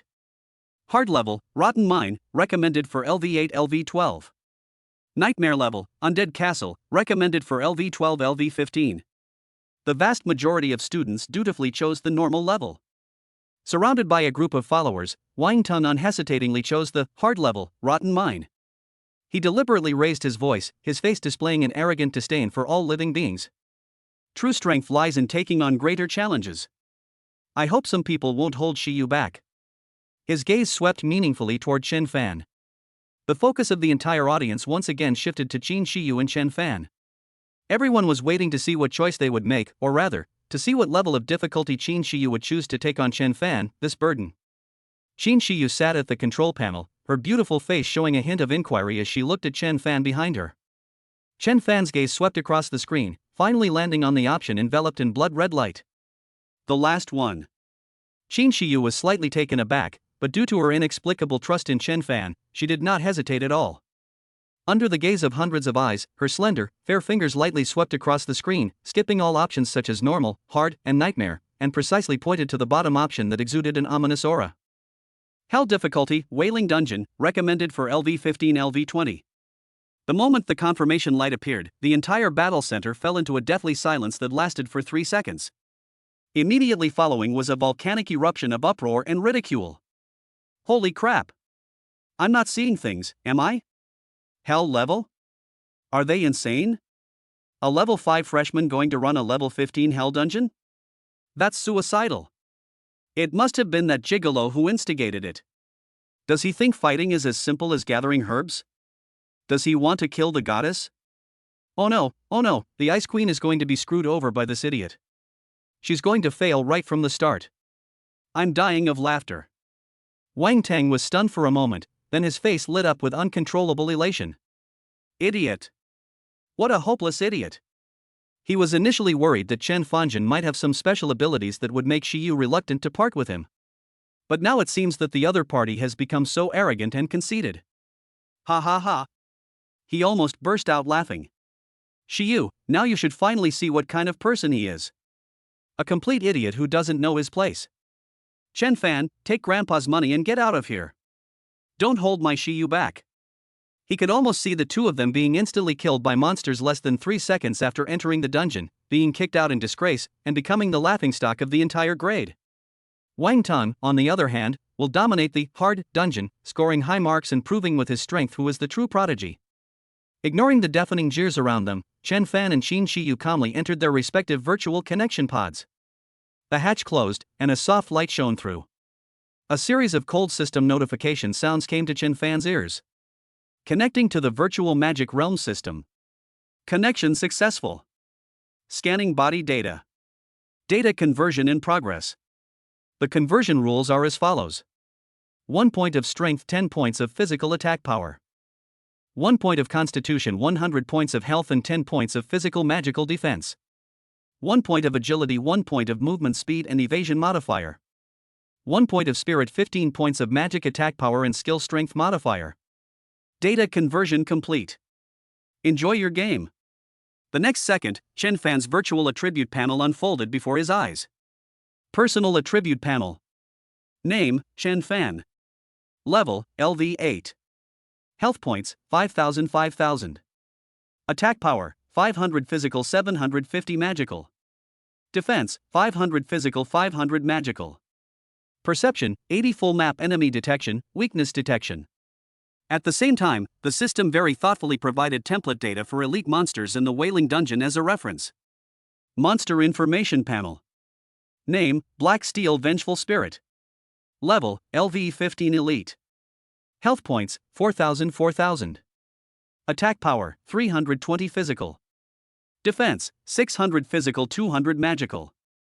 Characteristics, extremely high physical defense, but weak magic resistance, with the back of the neck being the core weakness. Looking at this comparison, Chen Fan curled his lip in boredom. This monster's physical defense is indeed very high. My 500 points of physical attack power couldn't even break through its defense. Unfortunately, its 200 points of magic defense is as fragile as paper compared to its own 750 points of magic attack. Not to mention, his perception attribute of 80 points makes the so-called weakness as dazzling as a 10,000-watt searchlight in the dark. This is no longer a battle. This is a math problem that already tells you all the solution steps and the final answer. Scene loading complete, entering Wailing Dungeon. With a flash of light, Chen Fan and Qin Shiyu appeared at the entrance of a gloomy, damp underground prison. The air was thick with the smell of decay and faint wailing, sending chills down one's spine. Even with Qin Shiyu's cool and aloof nature, she couldn't help but feel a little nervous at this moment. Looking at the bottomless dark tunnel, she asked softly, "Are we really going to fight this?" Chen Fan didn't even turn his head. "Don't be afraid, just follow behind me." Chapter 12, the first lesson from the mentor. Qin Shiyu's heart skipped a beat. Before she could think it through, a heavy scraping sound came from the darkness ahead. 5 tall figures slowly emerged from the shadows of the wall. They were covered in thick black armor, the surface of which was covered with rust marks, and they gripped battle axes made of some kind of animal bone. 2 eerie blue flames burned within the empty eye sockets. Black Steel Wraith, level 15. They are the elite guards of this dungeon, renowned for their terrifying physical defense. Roar! The 5 vengeful spirits roared simultaneously, took heavy steps, and charged towards the 2. The ground trembled slightly with their footsteps. Qin Shiyu's fighting instincts were instantly triggered. She immediately raised the staff in her hand, and the star crystal core at the tip of the staff lit up. Prepare to unleash the frost spell you just learned. However, a hand reached out and gently pressed down on her staff. It's Chen Fan. Watch closely. He only said 2 words, then let go of their hands, and instead of retreating, he advanced to meet the 5 charging steel monsters. Under Qin Shiyu's tense gaze, Chen Fan's figure, the moment he came into contact with the first, Black Steel Wraith, merely took a small step to the left, deftly avoiding the powerful bone axe strike. The axe blade whistled through the air as it slammed heavily onto the spot where Chen Fan had just stood, causing the ground to crack open like a spiderweb. At that very moment, Chen Fan's voice clearly reached Qin Shiyu's ears. High physical defense, low magic resistance, core located at the junction of the 3rd vertebra at the back of the neck. Is this a teaching session? The thought had barely crossed Qin Shiyu's mind when she witnessed a scene she would never forget. Chen Fan pointed his fingers like knives, and a barely perceptible grayish-white light shone from his fingertips. The light was not dazzling, but it exuded a deathly stillness that seemed to freeze the soul. Absolute zero. Puff. A soft sound, like a sharp blade piercing rotting flesh, rang out. The Black Steel Wraith's charging motion was momentarily frozen.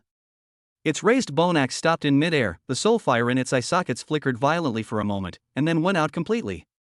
The next second, the massive steel body crashed to its knees and, upon contact with the ground, transformed into a stream of white data and vanished completely.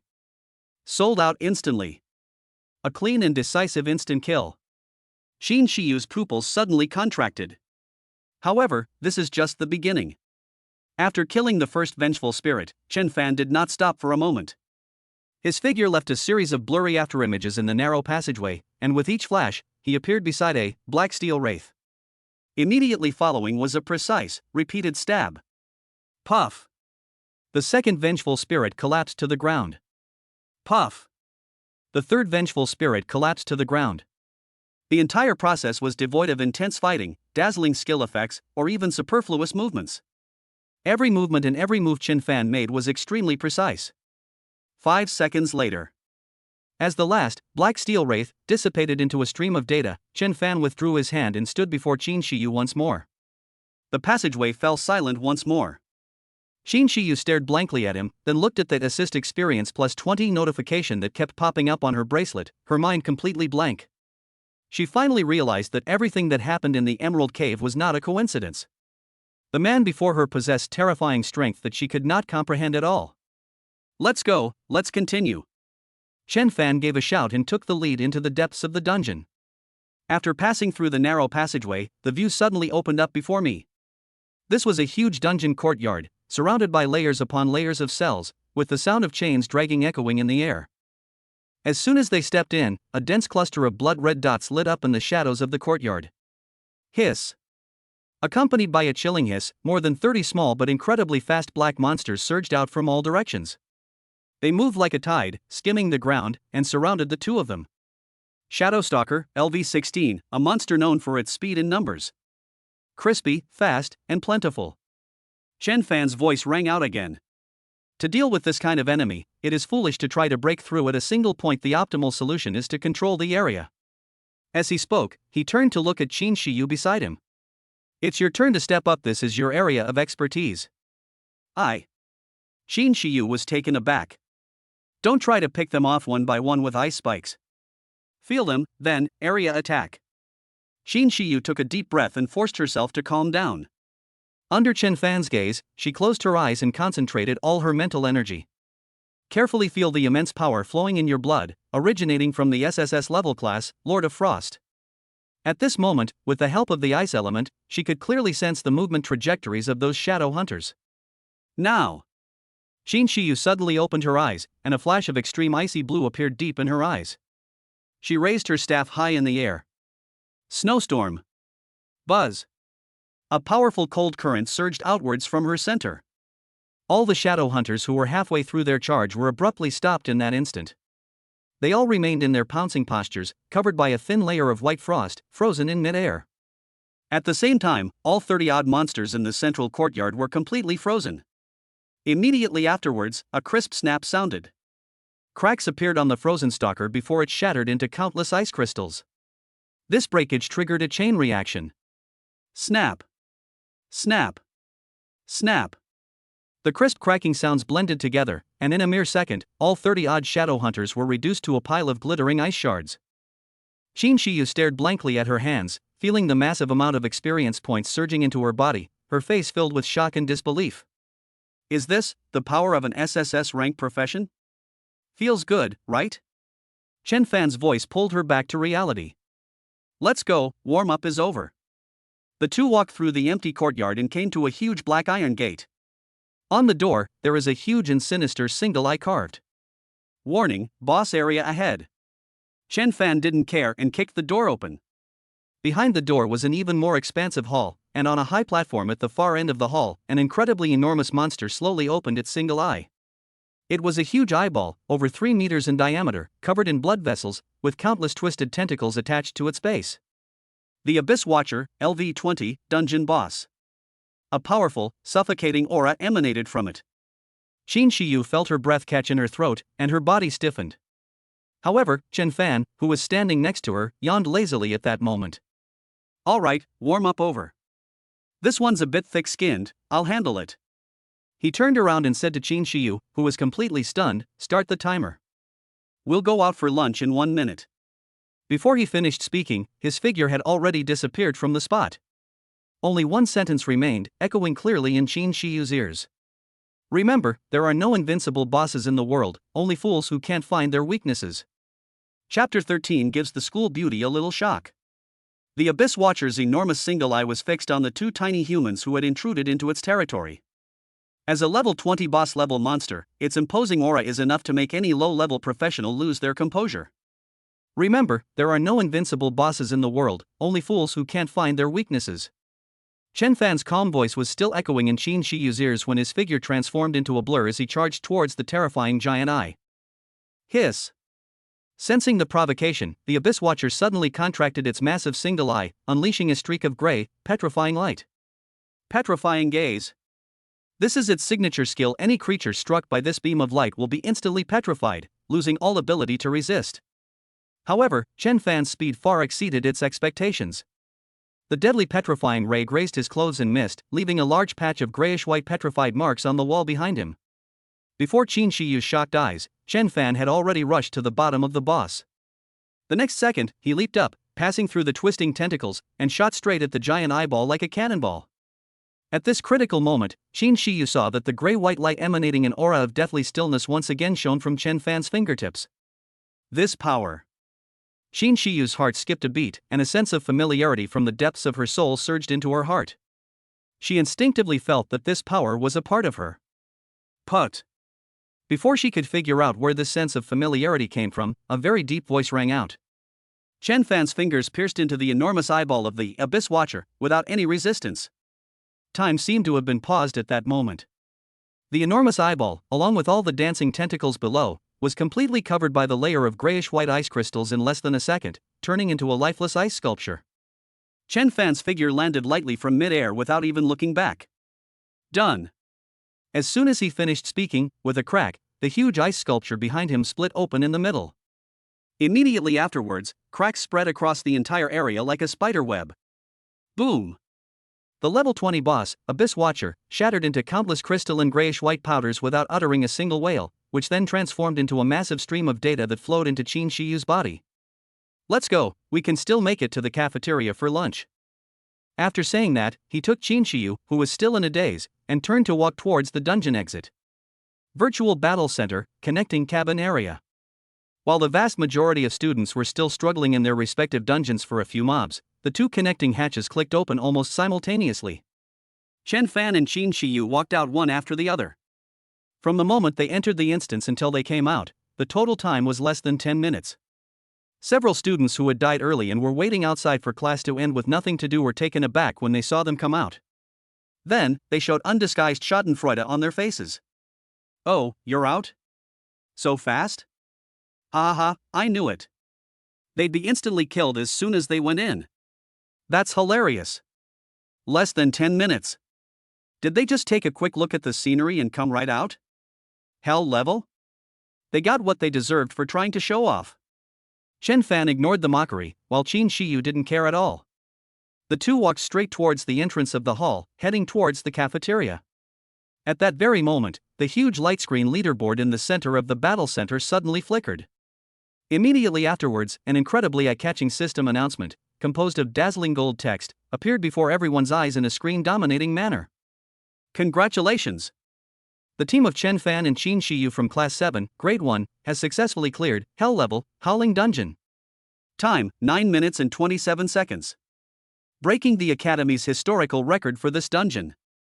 This announcement was like a bolt of lightning from the heavens, striking the top of everyone's head in the hall. The entire hall fell into a deathly silence in an instant. The smiles on the faces of those students who had just been loudly mocking them froze completely. Their mouths were agape, wide enough to fit an egg, and their eyes were bulging as if they were about to pop out of their sockets. Meanwhile, in the college's central monitoring room. Clatter. The coffee cup in the teacher Zhao Shan's hand slipped and fell to the ground, spilling scalding hot coffee all over the floor.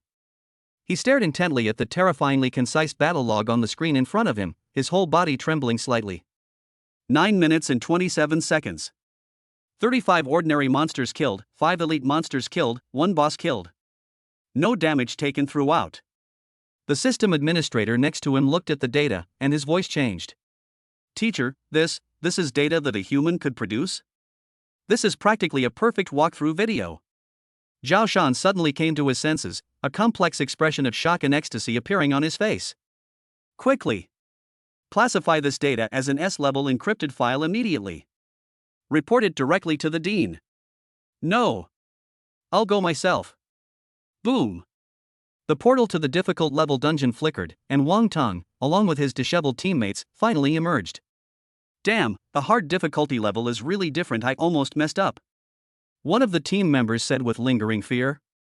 Wang Tong wiped the sweat from his forehead, but a hint of arrogance remained on his face. He straightened his collar and said smugly, "Let's go see that idiot make a fool of himself. I want to see what kind of expression he'll have after being instantly defeated." However, as soon as he looked up, he saw the glittering, blindingly bright announcement hanging on the leaderboard. Wang Tang's steps froze on the spot. His brain briefly went blank at that moment. Instant kill? What a joke. No. That's not right. Hell level. 9 minutes and 27 seconds. Breaking the record? How is this possible? After a 10-second period of disbelief, Wang Tang's brain began a new round of frantic, high-speed logical self-consistency. That's it. Yes. It must be me. I forced him to do it. If I hadn't chosen the hard difficulty level beforehand, putting so much pressure on him. If it weren't for my investment of 1 million, which made him realize the power of capital. How could he possibly unleash such astonishing potential? He wasn't working for himself, he was proving his worth to me. He's afraid of losing me, his sugar daddy. So he gave it his all. He's going all out.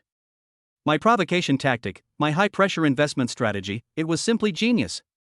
Thinking of this, Wang Tang felt no jealousy whatsoever. Instead, he was so excited that his face turned bright red. He clenched his fist tightly and loudly announced to his teammates, who were completely stunned. See this?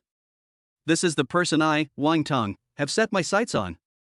As long as you're willing to invest money, even a piece of trash can become a Superman. Chapter 14 Mythical Equipment. The more Wang Tang looked at that announcement, the more pleasing it became to him. It was as if the name written next to Qin Shiyu on that page wasn't Chen Fan, but Wang Tang. While he was immersed in his fantasy world, he suddenly caught a glimpse of Chen Fan and Qin Shiyu, who were about to leave, out of the corner of his eye. Stop! Wang Tang shouted and once again strode forward to block the two of them. Chen Fan stopped and looked at the chief investor in front of him, whose face was flushed and whose expression was excited. A hint of amusement flashed in his eyes. Bite! A crisp notification sound rang out on Chen Fan's bracelet. Your account has received a transfer of 5 million federal dollars. Wang Tang cleared his throat, put his hands behind his back, and began to lecture Chen Fan in a more experienced client's tone. This time I did all right, barely making up for my first investment. But it's far from enough. He pointed at Chen Fan and said in an unquestionable tone, this is a reward of 5 million, but for the next team practice lesson, I want you to lead Shiryu to break through the city-level league qualifier record. Don't let me down, do you hear me? Oh. Chen Fan responded with a faint yes. This lukewarm response greatly displeased Wang Tang. Oh shit. Is this how you treat your sugar daddy? But he quickly found a way to save face. A true master is always so nonchalant. If you're not aloof, can you still be a master? He nodded in satisfaction, then turned to Qin Shiyu with a smile that said, I deserve the most credit, before leaving with his entourage, completely satisfied. Looking at Wang Tang's strategic back, Chen Fan shook his head. Instead, he turned to look at Qin Shiyu, his brows furrowing slightly. Under his scrutinizing gaze, a barely perceptible blush appeared on Qin Shiyu's usually cool and aloof face. She thought Chen Fan was concerned about where the money came from, so she quickly explained in a low voice. I had the housekeeper transfer all the money he spent last time back to the Wang family account. This time, the 5 million I'll transfer it to you directly in a bit. Stop. Chen Fan immediately raised his hand to stop her, as if he had heard something unbelievable. Why turn back? No need. He looked at Qin Shiyu, who seemed puzzled, and patiently explained. Haven't you noticed that ever since this young master Wang started willingly handing over his money, he's become much quieter? Except for occasionally making some tough remarks. Chen Fan shrugged and gave a matter-of-fact smile. He's happy now, I'm at ease, and you have peace of mind. It's a win-win-win situation, so why ruin it? Qin Shiyu opened her mouth, only to find herself speechless.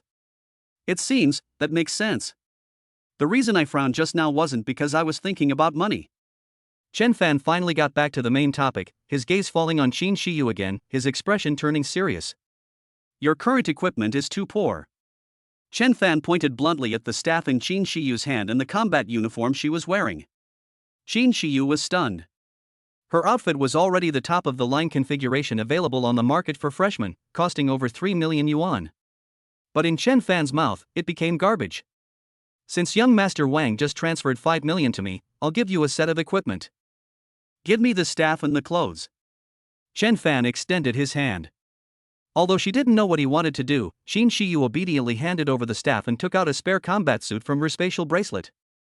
Chen Fan, holding a staff in one hand and clothes in the other, said to Qin Shiyu, "Keep this to me, don't make a sound." In the corner, Chen Fan squatted on the ground, with Qin Shiyu pressed tightly against her. From the student's perspective, Chen Fan's entire head was almost buried between the goddess's legs, making the posture extremely ambiguous. My God! Look over there! Ah! We need to go out and get it done. Isn't that Chen Fan and Qin Shiyu? This position, my goddess, how could she allow a man to do this to her? You guys don't understand. The volcano is beneath the iceberg. Look at the goddess's body, isn't it trembling slightly? Maybe, hee. TSK, but I think, a boy said seriously, stroking his chin. This woman on top position is novel, but it doesn't feel quite right. If they could switch positions, that would be a real deep exchange. It was Qin Shiyu's job to deal with these gossips. Now, ambiguity is his best camouflage. He silently recited it in his heart. System, upgrade. Ding. Target items detected, Breath of Winter, Rank A, Scout Combat Suit, Rank B initiating SSS rank upgrade. Upgrade successful. A barely perceptible glint of light flashed and disappeared in Chen Fan's hand. He handed the items back to Qin Shiyu. Okay, try it on. Qin Shiyu took it with a puzzled look, and after just one glance, her eternally frozen, stunningly beautiful face revealed an expression of horrified for the first time. The staff in her hand became even more crystal clear, and the star core at the top of the staff transformed into a slowly rotating ice blue snowflake mark. Its properties have undergone earth-shattering changes. Item, mythical, the Sigh of the Frost Lord. Quality, SSS level. Requirement, class, Lord of Frost. Attribute 1, Spirit plus 200. Attribute 2, Magic Attack Power plus 3000. Special effect 1 Heart of Frost, increases the power of all ice-type skills by 100% and reduces their cost by 50%. Special effect 2 Absolute Zero Passive, all your attacks will be imbued with the power of the Absolute Zero rule, slowing and freezing enemies. Active skill Frostfall, consumes a large amount of mental energy to create a frost domain in a designated area. All enemies within the domain will continuously suffer high frost damage and have a very high chance of being frozen. This is a staff? This is a magical artifact. Qin Shiyu felt her breath catch in her throat. Her hands trembled as she looked at the combat uniform. Item, mythical, Eternal Ice Crystal Embrace. Quality, SSS level. Requirement, class, Lord of Frost. Attribute 1, Constitution plus 150. Attribute 2, Physical Defense plus 2000, Magic Defense plus 3000. Special effect 1 Ice Crystal Body, immune to all control effects below S rank. Special effect 2 Eternal Protection Passive, automatically generates an ice crystal shield that can absorb Spirit X20 damage. After the shield is broken, it will automatically regenerate after 10 seconds. Qin Shiyu was completely dumbfounded. She looked at the two mythical level equipment pieces in front of her, whose attributes were so overpowered they were practically bug-like, and then at Chen Fan's calm expression, and her brain completely went blank. Who exactly is he? Alright, stop standing there. Chen Fan was delighted as he looked at the rapidly increasing balance in his account. With this set of equipment, you can solo the dungeons from now on. If there are still dungeons you can't beat, I'll upgrade your equipment a bit more. By the way, don't turn on the equipment effects. To outsiders, it will still look the same as before. Otherwise, we'll both die. Qin Shiyu shivered involuntarily upon hearing this. Only now did she understand why Chen Fan was so cautious. If any piece of equipment she possesses were to fall into the wrong hands, it would cause turmoil within the Federation. The Federation will absolutely not allow someone who can disrupt the balance at will to exist. Chen Fan glanced at Qin Shiyu, who was lost in thought, and patted her on the shoulder. Don't just stand there, come on, treat me to dinner, I'm hungry. I want to eat braised pork today. Chen Fan smiled and silently said, System, recharge. Chapter 15 New Leaks. I want to eat braised pork today. Chen Fan's words instantly brought Qin Shiyu back to her senses. Looking at the person in front of her with such a greedy expression, she felt incredibly conflicted. Finally, she nodded and softly replied, okay. The two arrived at the most upscale restaurant in the college. Star and Moon Pavilion. This place operates on a membership system and is extremely expensive. Ordinary students simply wouldn't dare set foot here. But for Miss Qin and Chen Fan, who had tens of millions in assets, it was nothing. The waiter respectfully handed over the menu, but Chen Fan didn't even glance at it. He simply told Qin Shiyu, you can choose whatever you like, pick the most expensive items. After saying that, he added, remember to order the top-grade braised pork. Qin Shiyu was slightly taken aback, but still ordered a table full of expensive dishes as he requested. Soon, one after another, dishes as exquisite as works of art were served. Chen Fan's eyes immediately locked onto the plate of braised pork, which was bright red and smelled delicious. He picked up a piece, put it in his mouth, and the meat was tender and juicy, not greasy at all, with a rich soy sauce flavor that exploded on his taste buds. Yes, this is the taste. Chen Fan squinted his eyes happily. Seeing Chen Fan's unseemly eating habits, Qin Shiyu's usually cool lips couldn't help but curl into a faint smile that she herself didn't even realize. She silently poured tea for Chen Fan and watched him eat quietly. The meal cost a whopping 300,000 federal dollars. After the meal, Chen Fan found a quiet corner and said to Qin Shiyu, wait here for me, I need to digest a bit. After saying that, he closed his eyes and focused his mind on the system. Looking at the more than 9 million federal dollars remaining in his account, Chen Fan did not hesitate at all. System, recharge and upgrade. Host account balance detected. Would you like to spend 6 million federal credits to upgrade to LV9? Yes. Buzz. A surge of heat, more powerful than ever before, instantly coursed through Chen Fan's body.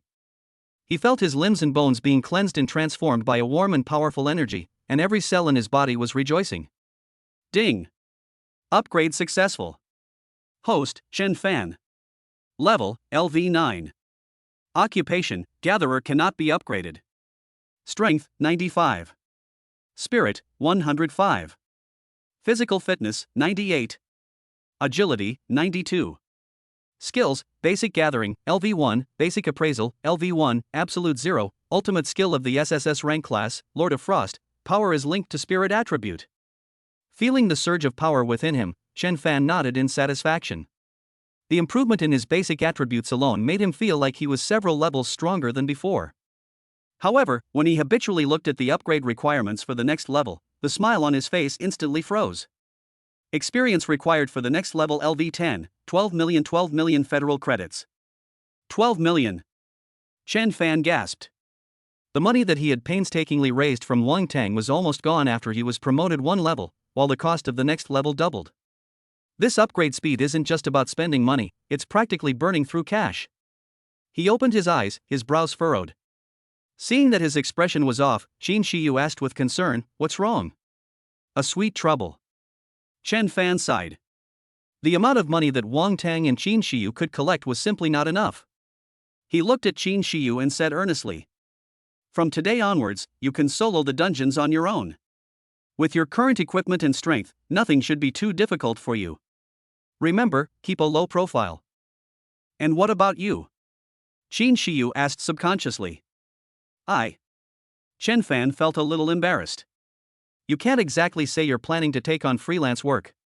I have some personal matters to attend to. Do you need my help? Oh, no need, let's go level up. After parting ways with Qin Shiyu, Chen Fan returned to his simple single dormitory room. He turned on his bracelet and began quickly filtering through the forum and student archives. His goal was very clear. First, the family must be rich, and extremely rich. That way we can afford the cost of his upgrade. Secondly, the person must be a gifted genius, but due to certain professional defects or special reasons, their strength has stagnated, and they have an extreme desire to become stronger. Only people like this are willing to risk everything. Third, the profession should ideally be completely different from Qin Shiyu's ice-type profession. In this way, he can acquire more diverse skills from new clients and enrich his skill set. One name after another flashed before Chen Fan's eyes. Zhang, a thunder mage, has an A-level talent, but his family is only middle class and can't afford the money. Pass.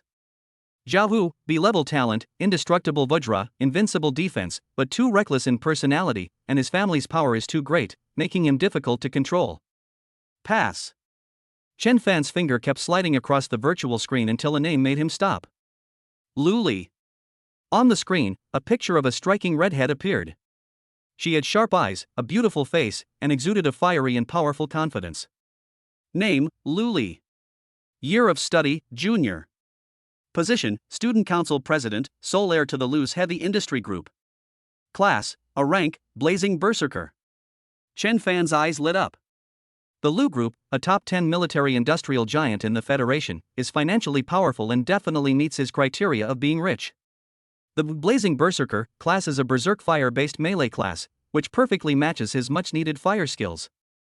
Most importantly, when Chen Fan opened the campus forum and typed in the name Lu Li, the posts that popped up made his smile grow wider and wider.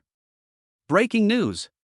Student Council President Lu Li failed to break the record in the Lava Cavern dungeon, and it said she even coughed up blood inside. Insider information, Senior Lu's career path has hit a plateau. She hasn't leveled up in 6 months. I heard that the Lu family has been buying up all kinds of extremely cold attribute spiritual herbs at exorbitant prices in an attempt to suppress the fire poison in her body, but the effect has been minimal. Is an exorbitant price being paid for the extremely cold resistant herb? Upon seeing this message, Chen Fan instantly formed a complete plan in his mind. The situation described on the forum is clearly a drawback of her profession. Simply changing her profession will solve the problem. Perfect. More money is coming in. He turned off the screen, leaned back in his chair, and his eyes gleamed with the excitement of a hunter spotting his prey. A perfect client, from a distinguished family and with exceptional talent, was placed before him. If you go directly to their door and say, "I can cure you," you'll definitely be treated like a madman and beaten up. But what if a destitute gatherer, by chance, finds a ice heartgrass of exceptional quality? Then it coincidentally appeared in front of Lu Li, who desperately needed this item. That makes the story much easier to discuss. Chen Fan stood up, stretched his limbs, and wore a knowing smile. Time to head to the advanced materials section and try my luck. He muttered to himself and walked straight out of the dormitory. A new leak, no, a new customer, is already waiting for him on the other end of the hook. Chapter 16. Beautiful lady, may I ask you out alone? Chen Fan arrived at the college's advanced materials area. Unlike public areas that ordinary students can freely enter, this area requires paying a certain amount of credits or federal currency as an entrance fee. His destination was a 2-star secret realm called the Extreme Cold Ice Cave. At the entrance to the secret realm, a cold wind howled, and the walls were covered with frost. Just standing outside, one could feel a bone-chilling cold. This is the only place near Dragon City where ice heartgrass is produced, and it is also the best place in his plan to accidentally meet Lu Li. After paying the admission fee, Chen Fan went inside. Unlike the other teams, he didn't rush deeper into the area, but instead stopped in a relatively safe area near the entrance. As a gatherer, finding herbs is his instinct. He soon discovered a small, pale bluegrass swaying in the wind on the leeward side of an ice rock. This is just an ordinary ice heartgrass, not old enough, and contains very little cold energy. Chen Fan carefully picked it and held it in his palm. Upgraded. He silently recited it in his heart. Ding. Target item, Ice Heartgrass, rank C detected. Initiating SSS rank upgrade. Upgrade successful. A faint, almost imperceptible glimmer of light flashed between Chen Fan's fingers. When he opened his palm again, the little grass in his palm had undergone a complete transformation. The originally dull blue leaves have now become like the purest sapphire, crystal clear.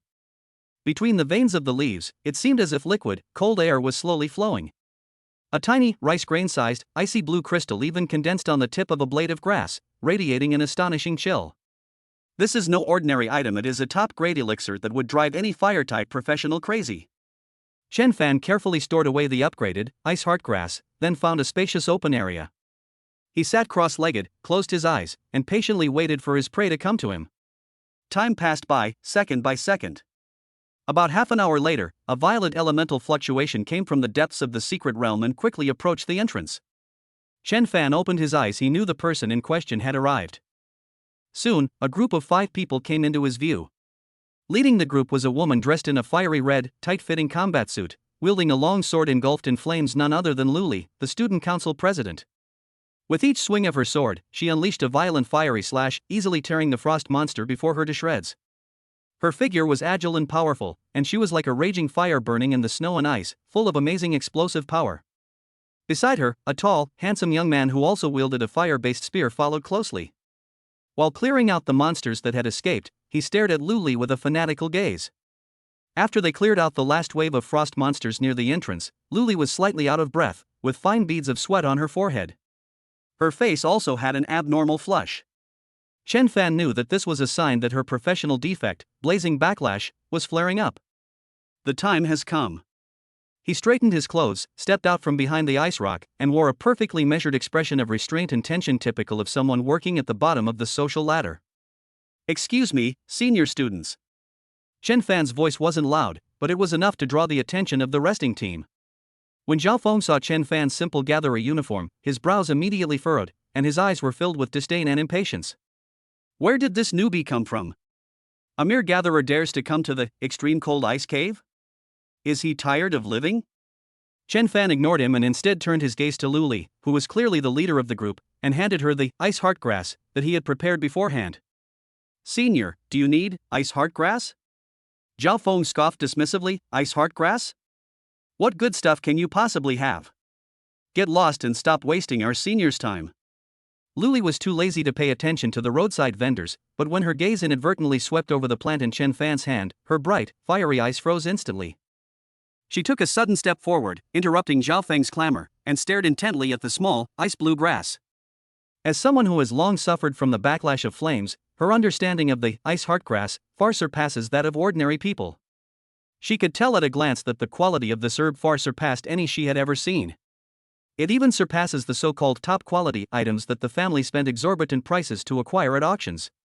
The extremely cold essence flowing from the grass blades almost solidified into a tangible substance. This thing is of immeasurable value to her. How much does this herb cost? Luli's voice carried a hint of urgency and trembling that she herself was unaware of. Seeing her reaction, Chen Fan felt much more at ease. The fish has taken the bait. Instead of giving a direct offer, he smiled slightly. He casually put the ice heart grass back. "Don't worry, senior. This plant is just a sample." Sample? Luli and her teammates behind her were stunned. Chen Fan continued speaking slowly and deliberately.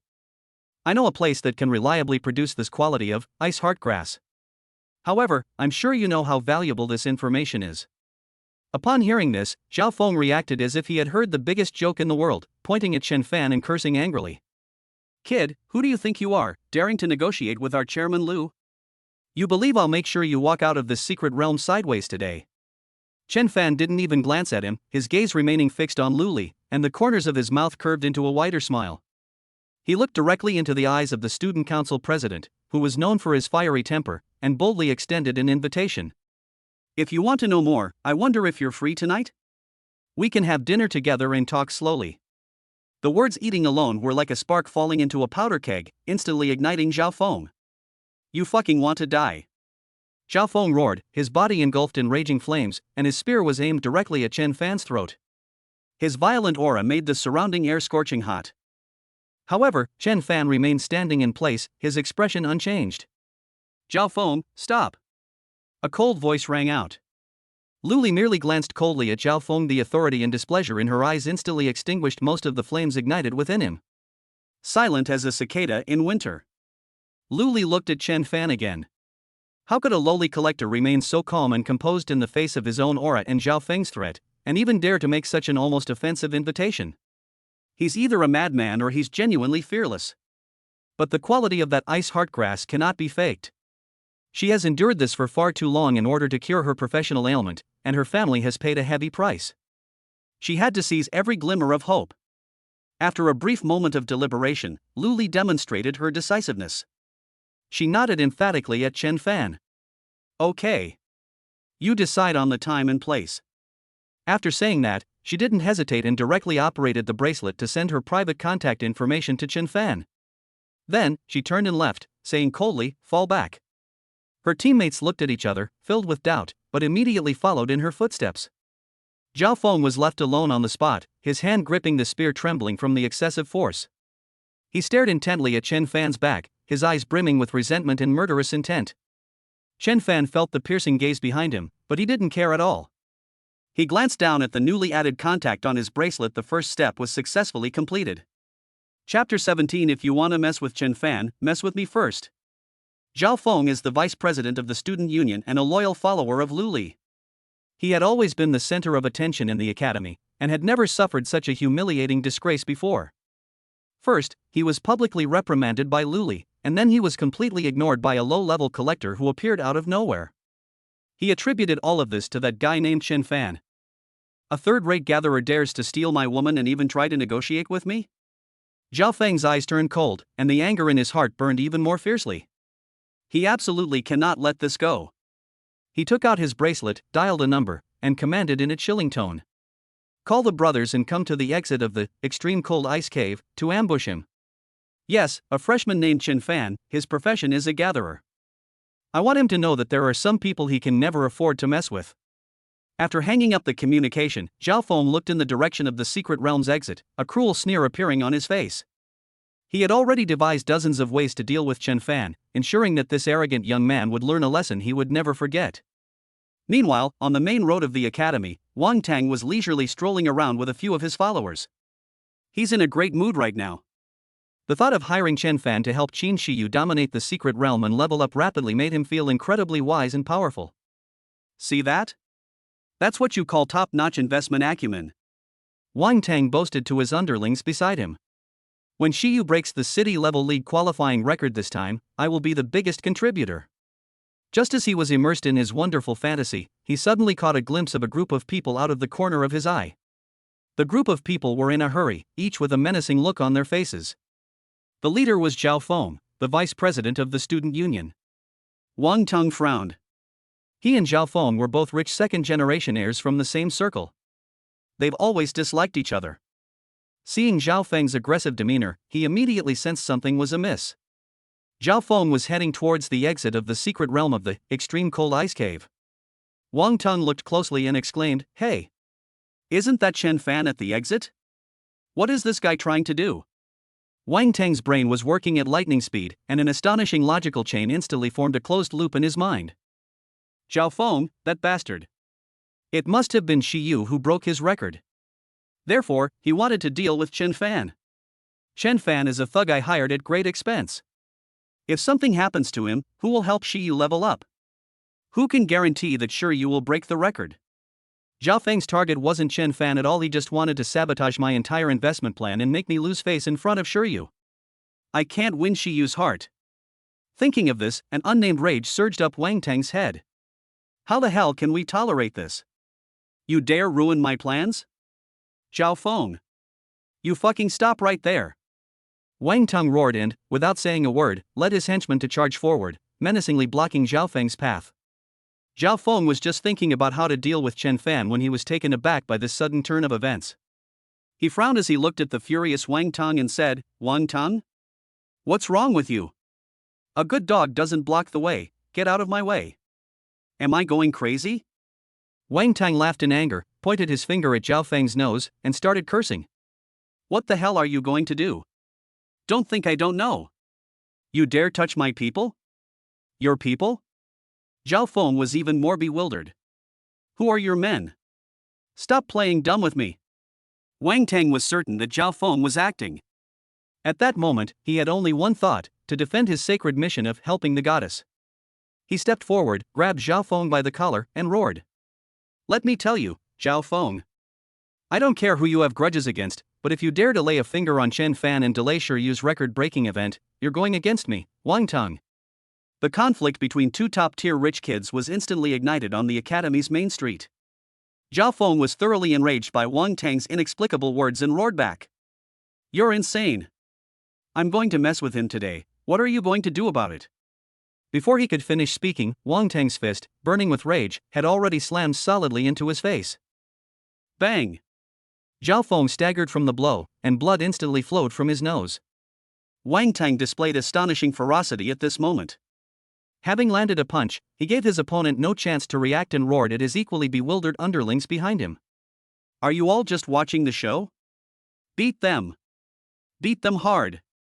Anyone who dares to delay Shiryu's wife, no, anyone who dares to delay Shiryu's record breaking is my mortal enemy. At a single command, a chaotic and inexplicable melee erupted instantly. Although Wang Tang's underlings didn't know what had happened, their boss had given the order, so they just did it. Zhao Feng's men were no pushovers either, and they immediately retaliated. Although Zhao Feng's side was of a higher rank, Wang Tang had far more underlings. In an instant, fists and kicks lashed out on the main road of the academy, creating chaos. Chen Fan immediately spotted Wang Tang in the center of the battle, who had kicked Zhao Feng to the ground. Wang Tang stood with one foot on Zhao Feng's chest, looking down at him like a triumphant general. He spat at Zhao Feng, who was groaning on the ground, and declared righteously, "Pa! You piece of trash! I'm warning you, don't let me see you around here again. Otherwise, I'll beat you up every time I see you." Chen Fan stood in the shadows not far away, watching his dutiful chief investor tirelessly clearing away all potential obstacles for him, and a genuine smile appeared on his face. Relying on their superior numbers, level 3 is beating level 38. Wang Tang is truly unique in the academy. He glanced down at the time on his wristband. It was almost time for his dinner appointment with Lu Li. He didn't step forward or make a sound, he simply turned around silently and walked towards the college cafeteria. He kept his achievements and fame hidden. The chaotic brawl gradually subsided as Zhao Feng and his men were defeated. Wang Tang straightened his slightly disheveled collar, watched Zhao Feng and the others flee in a panic, and snorted with satisfaction. I feel like I've once again cleared obstacles for my beloved goddess and made an indelible contribution to the smooth progress of this great project. Meanwhile, Chen Fan had already entered the most upscale restaurant in the academy, Xingyue Pavilion. 2 meals a day from Xingyue Pavilion, that speaks volumes about their strength, right? The waiter respectfully led him to his reserved seat, where he immediately spotted the figure sitting by the window. With her dazzling long red hair and a smart black casual outfit, even when she was just sitting there quietly, she was like a flame that could not be ignored. It was Lu Li. The real negotiations are about to begin. Chapter 18. I believe you won't refuse. Guided by the waiter, Chen Fan sat down opposite Lu Li.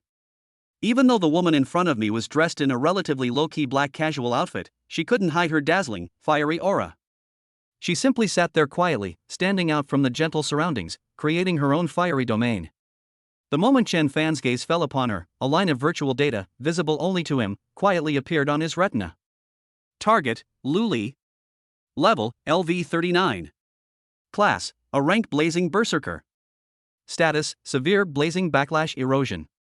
Due to the inherent flaws of this profession, every use of firepower causes irreversible burning damage to the user's meridians and internal organs. The stronger the power, the more severe the backlash. Currently at a bottleneck, forcibly breaking through would be life-threatening.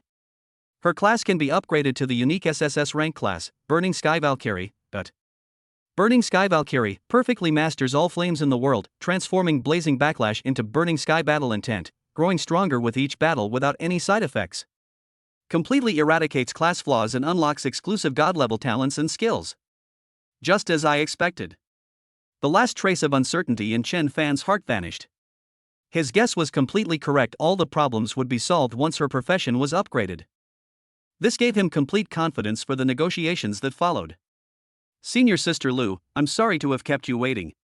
Chen Fan calmly sat down opposite her, looking completely at ease. Lu Li's sharp gaze swept over him, scrutinizing and probing.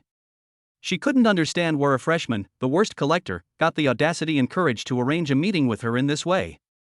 Just as she was about to get straight to the point, a commotion and a cacophony of shouts and curses suddenly erupted outside the restaurant. The two of them looked out the window at the same time. Several boys dressed in matching outfits were seen dragging a guy with a bruised and swollen face who was almost unrecognizable as a human as he hurriedly left. The style of the man's clothes looked familiar to Lu Li. It seemed to be Zhao Feng. Behind them, an arrogant figure stood with his hands on his hips, laughing loudly. That person was Wang Tang. Lu Li's brows furrowed instantly, a hint of confusion and disgust flashing in her eyes. She didn't understand why Wang Tang and Zhao Feng were fighting, but she had no interest in such a low-level street brawl. Chen Fan, who was standing next to her, picked up the lemonade on the table, took a sip, and forcibly suppressed the corners of his mouth from turning up. Lu Li withdrew her gaze, too lazy to pay attention to the farce outside. She refocused her gaze on Chen Fan's face, her tone direct and without any hesitation. Tell me, what's your price for the information on the origin of that ice heart grass? However, Chen Fan did not answer. He smiled, met Lu Li's scrutinizing gaze, and slowly reached into his most ordinary storage bag. Under Lu Li's questioning gaze, he slowly took out another ice heart grass. It was exactly the same as the previous one, crystal clear, exuding a chilling aura, and of the highest quality.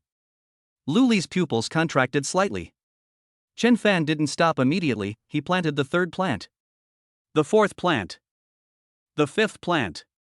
These top-grade spiritual herbs, which are priceless on the black market and would drive countless high-level fire-type professionals to fight tooth and nail, were casually taken out of Chen Fan's tattered storage bag and placed on the expensive dining table as if they were free cabbages. Soon, a thin layer of it covered the tabletop, each plant emitting a chilling aura that caused the surrounding air temperature to drop several degrees. Lu Li's breathing became rapid without her realizing it. For the first time, her fiery eyes were filled with an emotion called disbelief. These things? Where did he get it from? How can one place produce so many top-quality spiritual herbs of exactly the same quality at the same time? This is completely contrary to the growth patterns of any plant. She stared intently at Chen Fan's calm face, and finally couldn't help but speak, her voice trembling with extreme shock. How many do you have? Upon hearing this question, Chen Fan knew that the time was right. He stopped his magic trick and gently pushed the priceless pile of ice heart grass on the table toward Lu Li, his smile carrying a profound meaning. Senior Lu, look, even with so much grass, it will eventually run out. His voice was soft, but every word struck Lu Li's heart clearly. These herbs only treat the symptoms, not the root cause. Chen Fan's gaze deepened, as if he could see through all of Lu Li's pretenses and reach the deepest secrets in her heart. I think you don't need these medicinal herbs. He paused, then said, word by word. But it's a way to cure your professional flaws, right? Eradicating occupational defects. These 6 words, like a thunderclap from the heavens, exploded in Lu Li's mind. Her eyes widened suddenly, and she instinctively leaned back. The queen-like aura that she exuded was shattered at that moment, replaced by an undisguised horror and vigilance. This is her biggest secret. This is the most critical problem facing the entire Lu family. To solve the problem that the stronger the blazing berserker becomes, the more severe the backlash becomes, the family has spent countless resources and consulted the Federation's top healers and scholars, but all to no avail. Apart from a few core members of the family, outsiders only know that she has encountered a bottleneck, and it is impossible for them to know such details. But this new student in front of me. He not only knew, but he also said it so casually. Looking at Chen Fan's excessively young yet incredibly calm face, Lu Li felt for the first time that she couldn't see through a person at all. Who exactly is he? How dare he say such a thing? Where does his confidence come from? Countless questions and turbulent emotions surged within Lu Li's heart.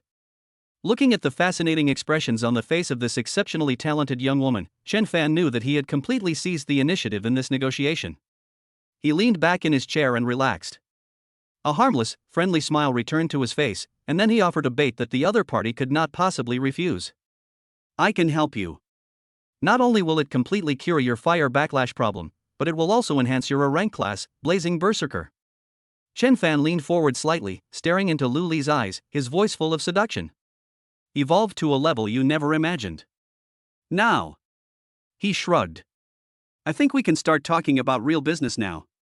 A business deal you won't refuse. Chapter 19: Securing New Clients. Chen Fan's words, evolve to a level you never imagined, were like a boulder thrown into a calm lake, stirring up a tidal wave in Lu Li's heart. But after the initial shock, she forced herself to calm down quickly.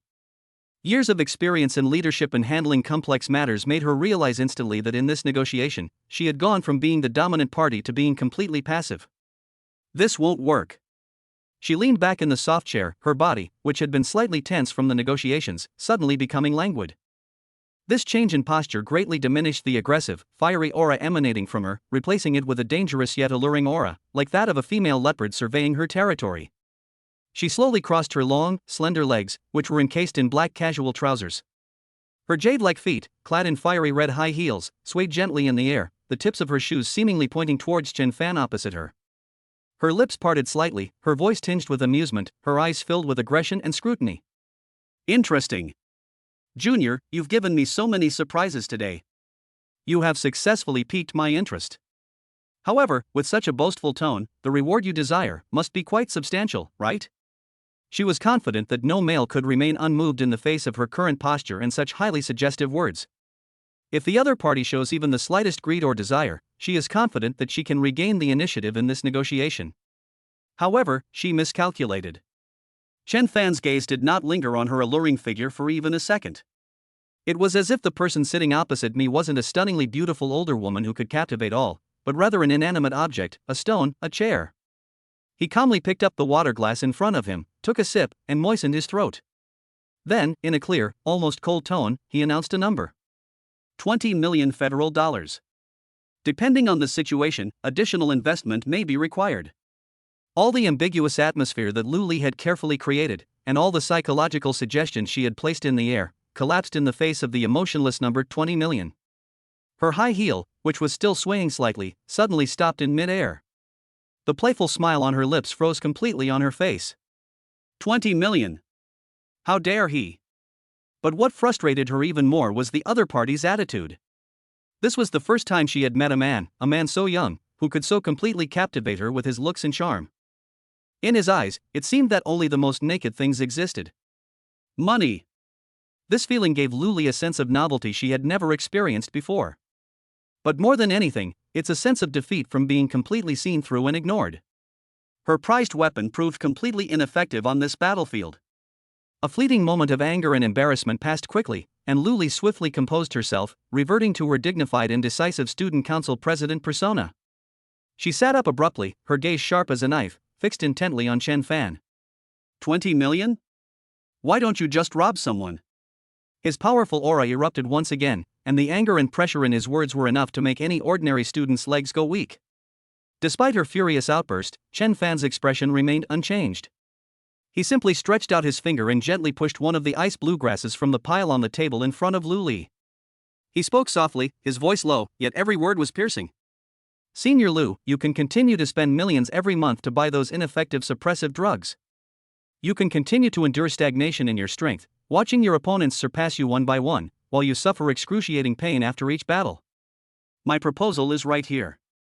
Chen Fan's gaze swept over the perfect, ice heart grass, finally settling on Lu Li's face, which was flushed red with anger. 20 million for a one-of-a-kind opportunity that will give you a new lease on life and limitless possibilities for your future. He paused, leaned forward slightly, and gave the other person a final push. Do you think it's expensive? Furthermore, I support payment after delivery. I'm confident in my abilities. My time is precious, I'll only give you 5 minutes to consider. After 5 minutes, if you don't accept it, I will recommend this plan to other fire-type professionals in the Federation who have the same problem. I think they will be happy to pay this price. You. Lu Li was completely speechless after hearing Chen Fan's words. She felt a lump in her throat, unable to swallow.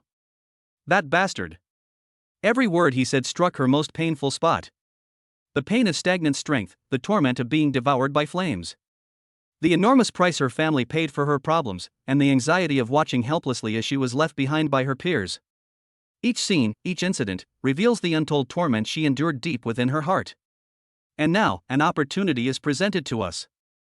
An opportunity that sounded unbelievable, yet one she couldn't refuse no matter what. 20 million is an astronomical figure for ordinary people, but it is not something that the Lu Group's daughter cannot afford. In fact, the resources her family spends on her each year are far more than that. She looked at the ice heart grass on the table, which exuded an extreme chill, and then at the calm, unsettling young face opposite her. She knew she had no choice. Gambling offers a glimmer of hope.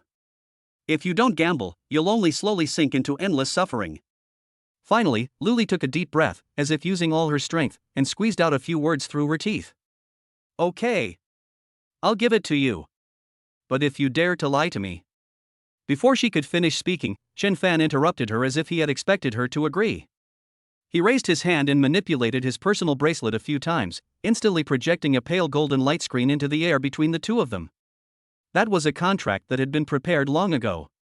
The terms are clear, the logic is rigorous, and the responsibilities are well defined. It's clearly the work of a professional. Its core terms consist of only two. Part.A Lu Li shall pay part.B Chen Fan a total of 20 million federal coins as preliminary research and development expenses for the career optimization plan. 2. During the cooperation period, both parties must maintain absolute confidentiality regarding all aspects of this cooperation, including but not limited to plan details and the identity of party B. Any disclosure by either party will result in a spiritual backlash from the power of the contract. This impeccable professionalism and extraordinary caution made Luli look at Chen Fan with even greater respect. Just who was this guy? Without further hesitation, she gritted her teeth, extended her finger, and signed her name in the position of party A on the contract.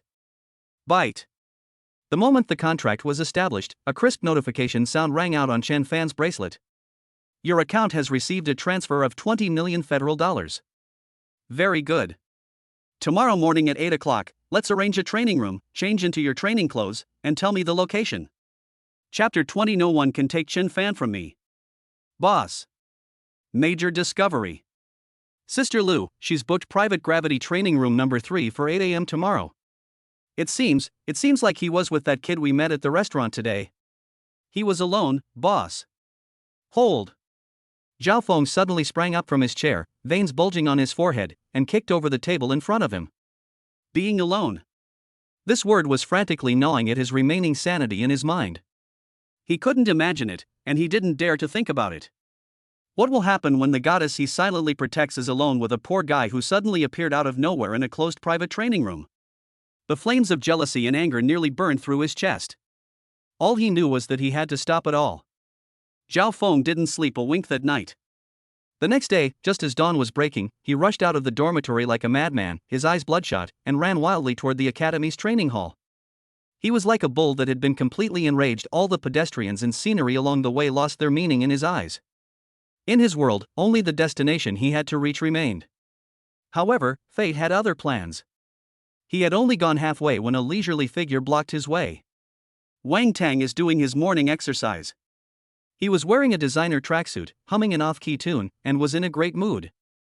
He could almost see Qin Shiyu, with the help of his brilliant and powerful financial resources, overcoming all obstacles, breaking all records, and finally reaching the pinnacle to become the empress admired by all.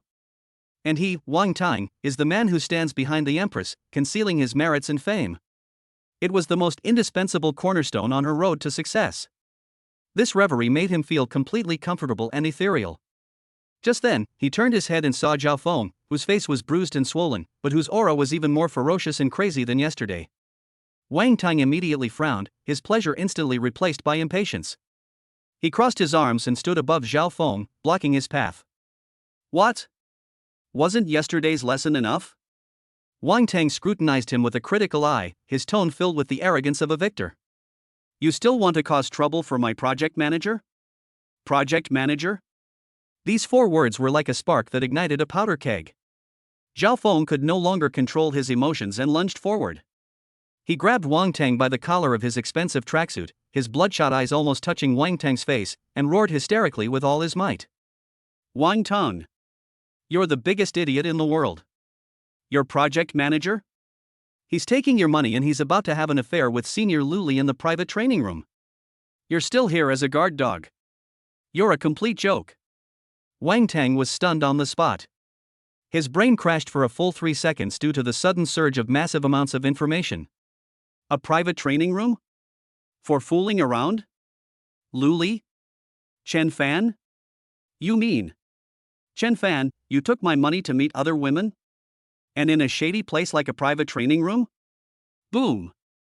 A surge of anger, 10 times stronger than Zhao Feng's earlier, erupted like a volcano, heading straight for Wang Tang's crown chakra. He felt as if his head was about to be burned through by this anger. You're telling the truth? Wang Tang's voice became hoarse with extreme anger. He gripped Zhao Feng's wrist tightly, with so much force that he almost crushed it. Why would I lie to you? Zhao Feng roared frantically. Go check the reservation records yourself. Private gravity training room number 3 at the academy. 8 o'clock in the morning. Almost instinctively, he reached for Chen Fan's number, ready to use his position as an investor to launch a severe interrogation and condemnation against him. But just as his finger was about to press down, a flash of inspiration struck him, and he abruptly stopped. On second thought. Wrong. What is Chen Fan doing? Two-timing? Cheating? No. Our Shiyu is pure and innocent, but she's not with him yet. At this moment, Wang Tang's thinking underwent a dramatic shift. His anger quickly turned into ecstatic joy at discovering dirt on his love rival. This is a golden opportunity. Chen Fan, that bastard, is such a womanizer. I was worried about how to make Shiyu see his true colors, but now he has handed me his weakness. As long as I tell Shiyu this news, she will definitely see through Chen Fan's true nature as a scumbag and realize who was the good man who was devoted to her and loyal to her. Who else could that person be but me, Wang Tang? Well done, Chen Fan. You've really chosen the path to hell when there's one way to heaven. Now, let's see if Shiyu will still choose you. Wang Tang could no longer care about anything else, and didn't even bother to look at Zhao Feng next to him. He excitedly and quickly dialed Qin Shiyu's number. He couldn't wait to present his major intelligence achievement to the goddess. At the same time, deep within the secret realm of frosty ice plains, Qin Shiyu was suspended in mid-air, her long, ice-blue hair moving without any wind. Surrounded by visible ice crystals and chilling aura, she resembled an ice goddess descended to earth. Below her, the frost troll legion that had once troubled her now remained in various ferocious postures, their life force long since extinguished. With Qin Shiyu's fair fingers gently clenched in the air. Crack! Bang! All the frost trolls, along with the frozen ground beneath their feet, shattered into countless glittering ice shards. After reaching level 15, the SSS rank class, Lord of Frost, bloodline within her was further activated. Each swing of the staff was accompanied by the arrival of a vast, frosty sky domain, instantly freezing and pulverizing hordes of monsters. She was immersed in the exhilarating feeling of leveling up in a slaughter-like manner, where she was in control of everything and life and death. Wang Tang's urgent communication request abruptly interrupted her rhythm. Qin Shiyu frowned slightly and answered the call with some displeasure. She was about to scold Wang Tang for disturbing her while she was leveling up when she heard his incoherent roar coming through the receiver. Shiyu! Something terrible has happened. That bastard Chen Fan betrayed us. He's about to be alone with that phoenix from the student council in the private training room. He took our money and went to find other women. Boom! The temperature in the secret realm suddenly dropped by tens of degrees, and the water vapor in the air condensed directly into icy fog. Qin Shiyu's delicate body trembled violently. For the first time, a flame called jealousy ignited in her cold eyes. Without a sound, all the remaining demonic creatures within 100 meters in front of her were reduced to dust. Chen Fan! It's hers! She would never allow any other woman to share her with her. Not to mention, taking her away from her. This crossed her bottom line and posed a direct threat to her future. Qin Shiyu hung up the call immediately. Then, from his storage space, he crushed a top-tier return scroll worth 1,000,000 federal credits. A dazzling light flashed, and the killing queen on the icy plains vanished. She has only one goal. Dragon City Academy, Private Gravity Training Room Number 3. Chapter 21: The First Clash Between Two SSS-Rank Professionals. Dragon City Academy, Private Gravity Training Room Number 3. The cold alloy walls completely isolated this place from the outside world. You could hear a pin drop inside the training room, and the atmosphere was ambiguous. Luli stood in the center of the training room, wearing a bright red, tight-fitting training suit. Having never been alone in a room with a man before, she was so nervous that her dazzling red hair was already slightly damp with sweat. Let's begin. As Chen Fan finished speaking, he extended his finger and touched Luli's brow. In an instant, a vast stream of information surged into the depths of her soul. Luli's body trembled slightly. The blazing backlash that had tormented her for over a decade was instantly purified without her even having a chance to struggle. Immediately afterwards, a brand new, domineering, and sacred power was awakened from the deepest part of her soul. It took no more than 3 seconds. Bite. Target Luli has successfully received a professional promotion. Rank a blazing berserker, rank SSS unique class Sky Burning Valkyrie. Congratulations, host. We have received customer feedback, God level passive skill, Burning Heaven battle intent. Chen Fan withdrew his hand without changing his expression, and a system notification sound flashed through his mind. Luli, who was opposite him, had undergone a complete transformation. She slowly opened her eyes, and her originally crimson pupils had now transformed into pure golden holy eyes. Majestic and sacred, it seemed to pierce through all the illusions of the world. The tremendous transformation caused her body to break out in a fine layer of fragrant sweat. The tight-fitting training clothes were soaked with sweat, clinging tightly to her mature and voluptuous curves, adding a touch of breathtaking allure. She looked at the man who had created a miracle, and her heart was filled with shock. She had barely uttered a single word, and hadn't even had a chance to express a fraction of her gratitude. Boom! With a deafening explosion, the door, which was strong enough to withstand the bombardment of high-level combat techniques, was blasted into pieces from the outside by an extremely savage force of ice. Countless metal fragments mixed with ice crystals shot into the room. At the same time, a terrifying cold current, like a glacier bursting its banks, surged in wildly. The air inside, which had become scorching hot due to Lu Li's promotion, condensed instantly into thick fog upon encountering this cold front, turning the entire space into a white expanse. In the center of the blasted open gate ruins, a tall and stunningly beautiful figure slowly emerged. Qin Shiyu was surrounded by visible icy blue snow, and her stunningly beautiful face was now filled with a bone-chilling coldness. Her SSS rank class, Lord of Frost, allows her to create a frost domain around her simply by standing there, filled with violent ice elements. Her gaze pierced through the pervasive mist and immediately locked onto Chen Fan. Then, her gaze fell on Chen Fan. At this moment, Lu Li's face still had an abnormal flush. His clothes were soaked with sweat and clung to his body. He was still panting. A lone man and woman in an enclosed space, their clothes disheveled, the atmosphere ambiguous. This scene pierced Qin Shiyu's heart. Buzz. Overwhelming anger and jealousy transformed into uncontrollable ice and snow. Without a word, an extreme chill spread wildly from Qin Shiyu, enveloping the ground, walls, and ceiling. Everything in sight is being frozen at an alarming rate. Faced with this aggressive and extremely cold divine power, Lu Li, who had just been promoted to Burning Heaven Valkyrie, instinctively took a step forward and stood in front of Chen Fan. She wouldn't allow anyone to hurt Chen Fan. Buzz. A cluster of dazzling golden holy flames, with an air of supreme dominance, suddenly rose from her body, forming a thin shield of flames in front of her. This is the exclusive fire element of the Burning Sky Valkyrie, the Burning Sky Holy Flame. All the fire elements in the air will automatically transform into the heavenly sacred flame, which will never cease to exist. Those ice spikes, representing end and death, produced a clanging sound like metal colliding the moment they touched the golden flame shield. Holy flames are purifying, and ice is freezing. Two top-tier forces, both at the SSS level, clashed at the level of laws on the front lines. However, Lu Li was powerless in the face of the enormous gap in their social ranks. The next second, supported by Qin Shiyu's vast and boundless magic power, the golden flame shield let out a mournful cry and shattered into pieces like a mirror struck by a heavy hammer. The ice spike tore through the flames and continued its trajectory toward Lu Li. For the first time, Lu Li's golden eyes revealed a look of horror. She had never imagined that the gap between herself and Qin Shiyu was so vast. Just at this critical moment, a loud shout came from outside the door. Stop! Boom! A raging wall of crimson flames, filled with the smell of sulfur, instantly appeared in front of Lu Li. If Lu Li's golden holy flame is the divine light that judges all things, then this flame is the fire of destruction that burns everything. It is filled with primal, violent power. It was Zhao Feng's power as an A-rank class, Lava Knight. The flames collided violently with the ice crystals, bursting forth with large amounts of scalding steam, making the already pervasive mist even more chaotic. As soon as Zhao Feng entered the room, he saw Qin Shiyu attacking the goddess in his heart. Qin Shiyu! How dare you hurt Lu Li? Zhao Feng's eyes turned bloodshot, and his LV-39 level power erupted without reservation. Your opponent is me. The raging crimson flames clashed with the conceptually more advanced frost and cold air.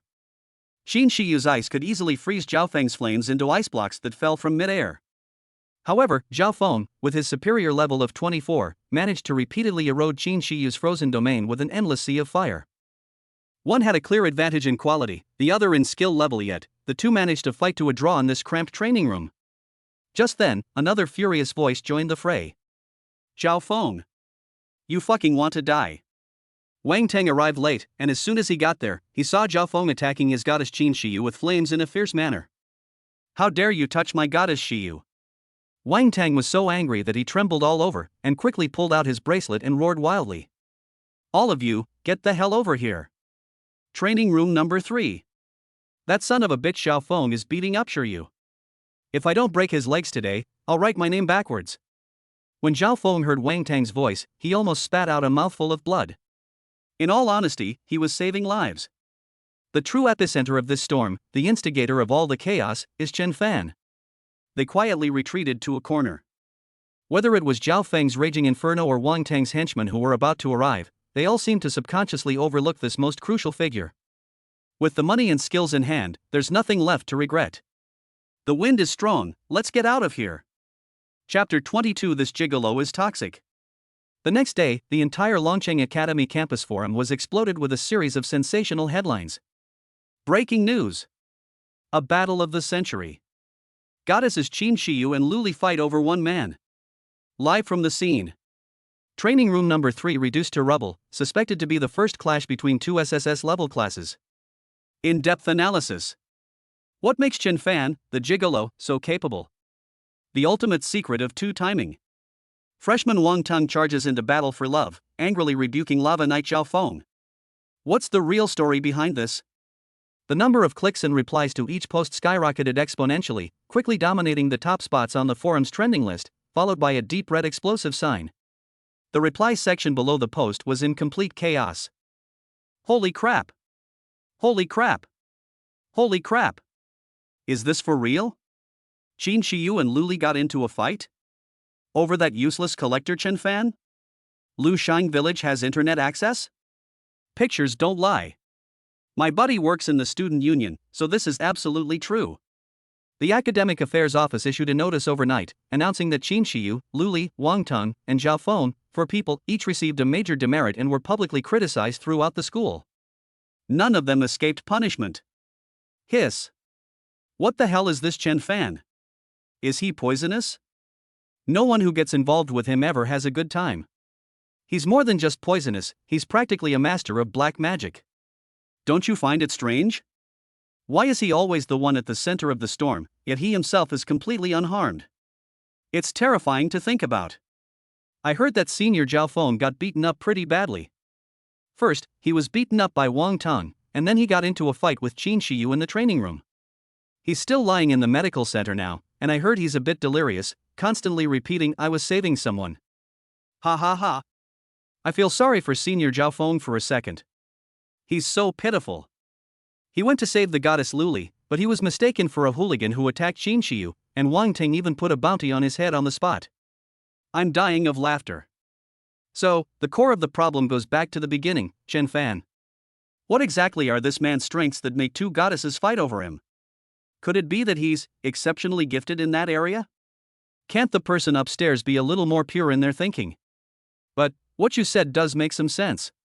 Just as onlookers were celebrating and pushing the drama of the incident to its peak, these widely discussed posts, along with the punishment notice, were also delivered to the desk in the principal's office at Longcheng College.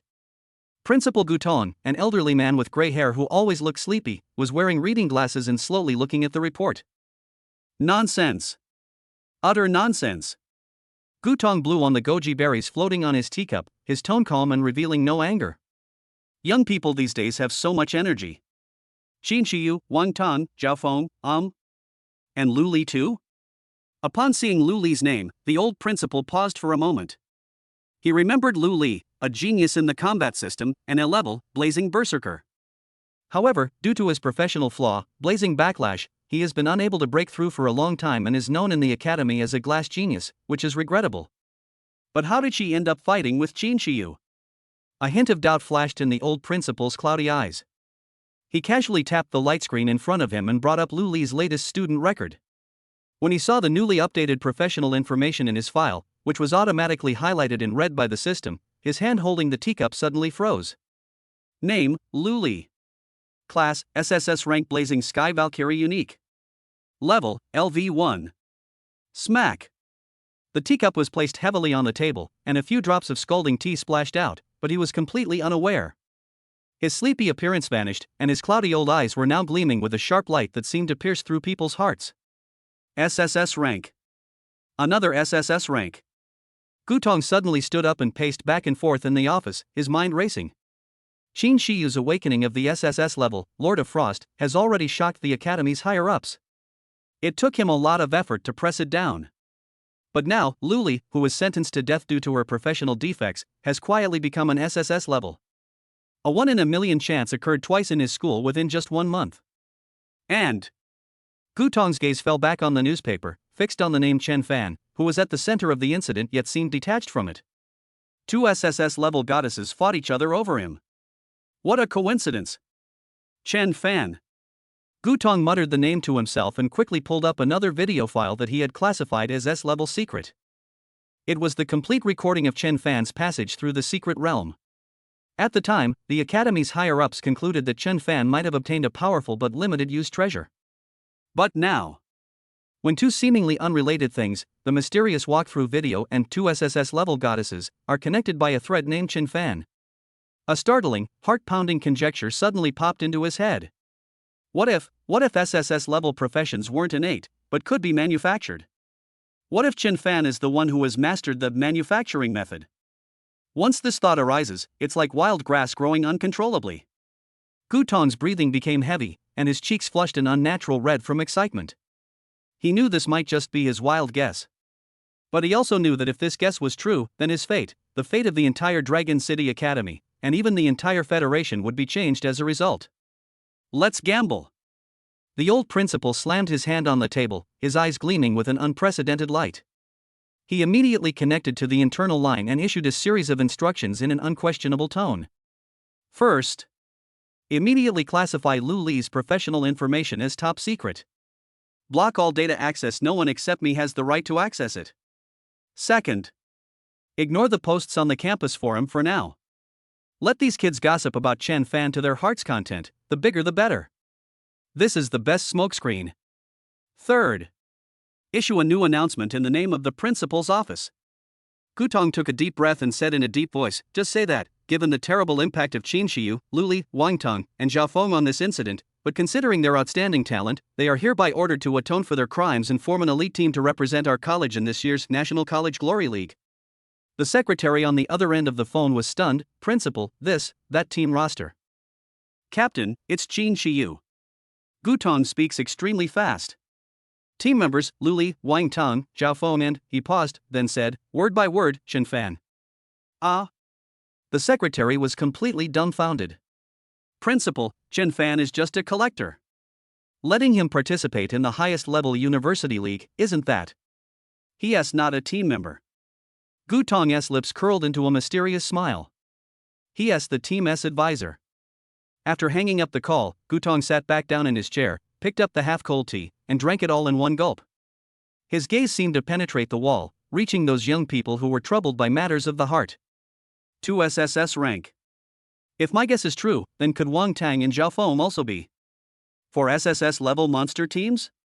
Gu Tong shuddered, feeling a surge of hot blood rush from the soles of his feet to the top of his head. Could this old man, who has been in charge of Dragon City Academy for 20 years, create an unprecedented legend for the Federation before retiring? Take a gamble, and scrap metal can be transformed into a divine weapon. He took the gamble. Chapter 23: The Old Principal's Overt Scheme. The new announcement from the principal's office was like a depth charge, creating an even more terrifying vortex in the already boiling campus forum. This is insane. The principal has gone mad. Making data collectors participate in the National College League? In-depth analysis. What exactly is a technical advisor? Have the top management of Longcheng Academy collectively lost their minds? Wang Tang might be the biggest loser. His rival becomes his teammate, and he even has to accept guidance from his rival? The onlookers, who had been enjoying watching the two goddesses fight over Chen Fan, were now completely dumbfounded. Even the most outrageous gossip and rumors are still within the students' comprehension. Is it possible to allow a collector to participate in the National College Glory League, the highest level league in the Federation, whose intensity is comparable to a local war? This isn't just outrageous, it's fantasy. I don't understand it, but I'm deeply moved. A technical advisor? What can a gatherer advise on? Can he advise on how to gather herbs faster? Don't be so harsh on him. Upstairs. Maybe he's a logistics consultant, responsible for serving tea and water to the big shots and cleaning up the mess. After all, he's a professional at that. This is hilarious. I bet a bag of spicy strips that this team won't even make it past the first round of the qualifiers. Chen Fan will be killed by the aftershocks of their battle. Am I the only one who thinks there's a huge scandal behind this? The principal personally gave the order, specifically mentioning Chen Fan. This is definitely not a simple matter. The public outcry nearly etched the name Chen Fan into the historical shame of Longcheng College. Meanwhile, at the center of the storm, Chen Fan was leisurely sitting in the college's coffee shop. The bracelets suddenly vibrated. A short message popped up. From Principal's office. Message, Chen Fan, please come to the principal's office immediately. Chen Fan raised his eyebrows slightly. The old fox finally couldn't sit still any longer. He was not surprised. Qin Shiyu and Lu Li, both SSS-level professionals, had close interactions with him. If this doesn't even attract the principal's attention, then the principal of Longcheng Academy must be incredibly incompetent. However, he didn't expect it to happen so quickly. Alright, let's see what tricks you want to play. Chen Fan turned off the light screen, slowly finished the last sip of coffee in his cup, and got up to walk towards the administration building. Inside the principal's office. The furnishings are simple and antique, and a faint aroma of tea and old books wafts in the air. Principal Gutong was sitting behind his large mahogany desk when he saw Chen Fan enter. A glint of light flashed in his cloudy eyes. He didn't get up, but simply smiled and pointed to the chair opposite him. Sit down, Chen Fan. The old principal's voice was gentle and calm, making people unconsciously lower their guard. Chen Fan sat down as instructed, behaving like an uneasy ordinary student. Hello, principal. May I ask what brings you here? Gutong did not answer directly, but instead picked up the teapot himself and poured Chen Fan a steaming cup of goji berry tea. Try it first. My tea is quite good, it's calming. Chen Fan accepted it with both hands, bowed his head and said, Thank you, principal. Gutong looked at him, his cloudy eyes seemingly able to see through people's hearts. Chen Fan, you should have seen the latest announcement from the college, right? I saw it. Chen Fan nodded, his face showing just the right amount of confusion and fear. Principal, I don't understand. I'm just an ordinary data collector, how can I be a technical consultant? This is just too. He. Gutong smiled and interrupted him. Are you really ordinary? The old headmaster leaned forward slightly and said, word by word, Qin Shiyu, the student beside you, has awakened the SSS level class, Lord of Frost, a rare feat achieved only once in a million times. Now, even Lu Li, who had been stagnant due to her professional shortcomings, has become an SSS level, Burning Sky Valkyrie, after meeting you. With each word he spoke, Chen Fan's pupils contracted imperceptibly. Gutong took in Chen Fan's subtle expressions, but he didn't press him further. Instead, he changed the subject, leaned back in his chair, and his tone became relaxed again. Chen Fan, don't be nervous. Everyone has their own secrets. I'm an old man who's lived to such an old age. I'm not curious, nor do I want to pry. He picked up the teacup and gently blew on it. I've called you here not to interrogate you, but to discuss a business deal. Business? Chen Fan was stunned, as if he hadn't understood. Yes, business. A meaningful smile appeared on Gutong's lips. I don't care what methods you used, whether you found an ancient artifact, received divine inheritance, or are just a hidden monster yourself. I don't care about any of that. He put down his teacup and stared intently at Chen Fan. I only care about results. I want you to get me a place in the upcoming National College Glory League. This title of technical advisor is not just for show. I'm giving you absolute power. During the preparation period, the training plans, tactical arrangements, and resource allocation for this 5-person team, including Qin Shiyu and Wang Tang, will all be decided by you. I will suppress all external interference for you, including pressure from the Wang family, the Qin family, and even the military. Gutong stood up, walked to the window, his back to Chen Fan, his voice filled with barely suppressed excitement. I'm neither a qualified politician nor an outstanding soldier. My only pride in this life is Dragon City Academy. But it has been dormant for too long. Out of 300 universities in the Federation, we can't even get into the top 30. Now, I see an opportunity, a once-in-a-lifetime opportunity. He turned around abruptly, his eyes flashing with an astonishing light. So, let's make a deal, a simple and straightforward deal. You, help me bring this team to success, help them achieve results. I'll give you money. I'll give you everything you want. Gutong projected a newly drafted reward plan directly onto the light screen. Representing the academy in the competition, the basic salary is $10 million federal dollars per month. During the league, if you reach the top 64 nationwide, you will receive a one-time reward of 500 million federal credits. Make it into the top 32, and the reward is 1 billion. Top 16, 2 billion. Plus, 3 A-grade materials to choose from the Academy's treasure trove. Top 8, 5 billion. Choose any S-grade material from the treasure vault. Top 4, 10 billion. Plus a piece of exclusive land in the central area of Longcheng. As for the champion, Gutong took a deep breath and extended one finger. In the name of the principal of Dragon City Academy, I assure you that I will provide you with a sum of money that you can never spend in your lifetime, plus a personal favor that I owe you. As long as it does not violate federal law or human morality, I can do anything for you. The office was deathly silent. Chen Fan stared at the dazzling array of numbers on the screen, his heart pounding uncontrollably.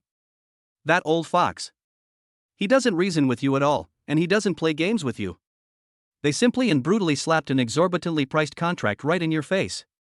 A calculated scheme. This is a blatant conspiracy.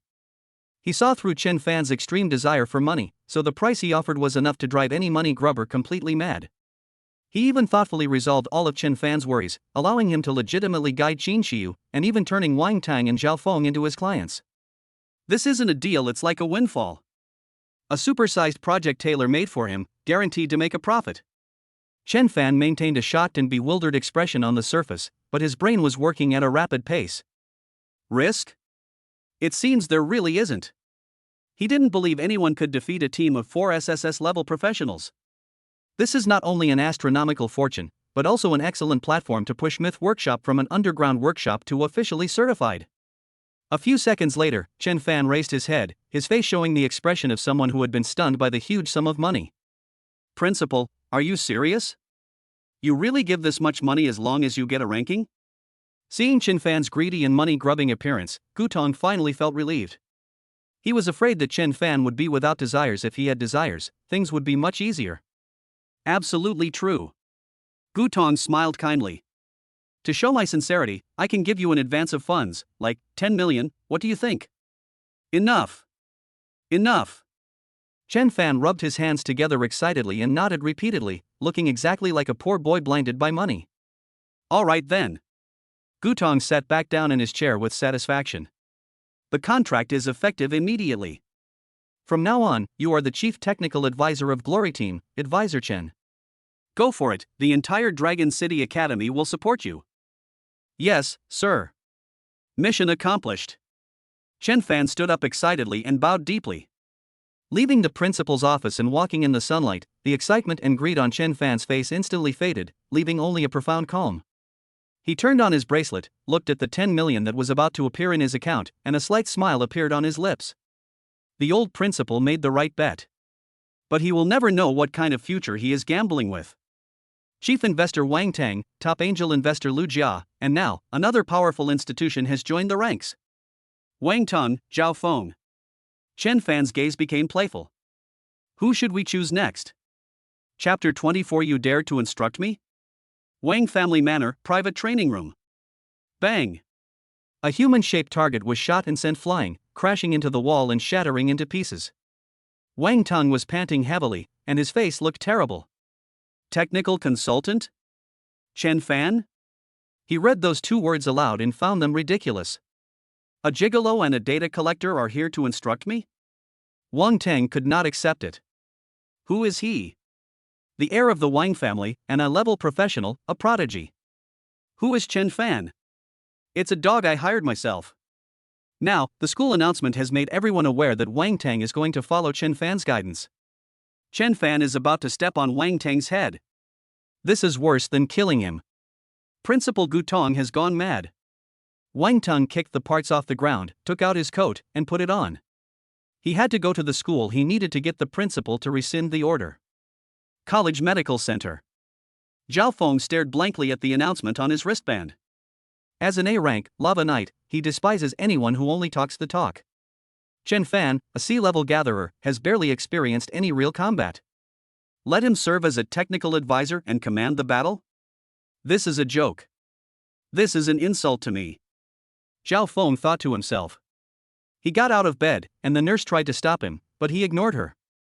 He walked straight out of the ward. He was going to find the principal. In front of the administration building. As soon as Wang Tang got out of the car, he saw Zhao Feng walking towards him from another direction. Zhao Feng also saw him. Both of them could see the anger on each other's faces. You came here for that matter too? Zhao Feng asked. Yes. Wang Tang nodded.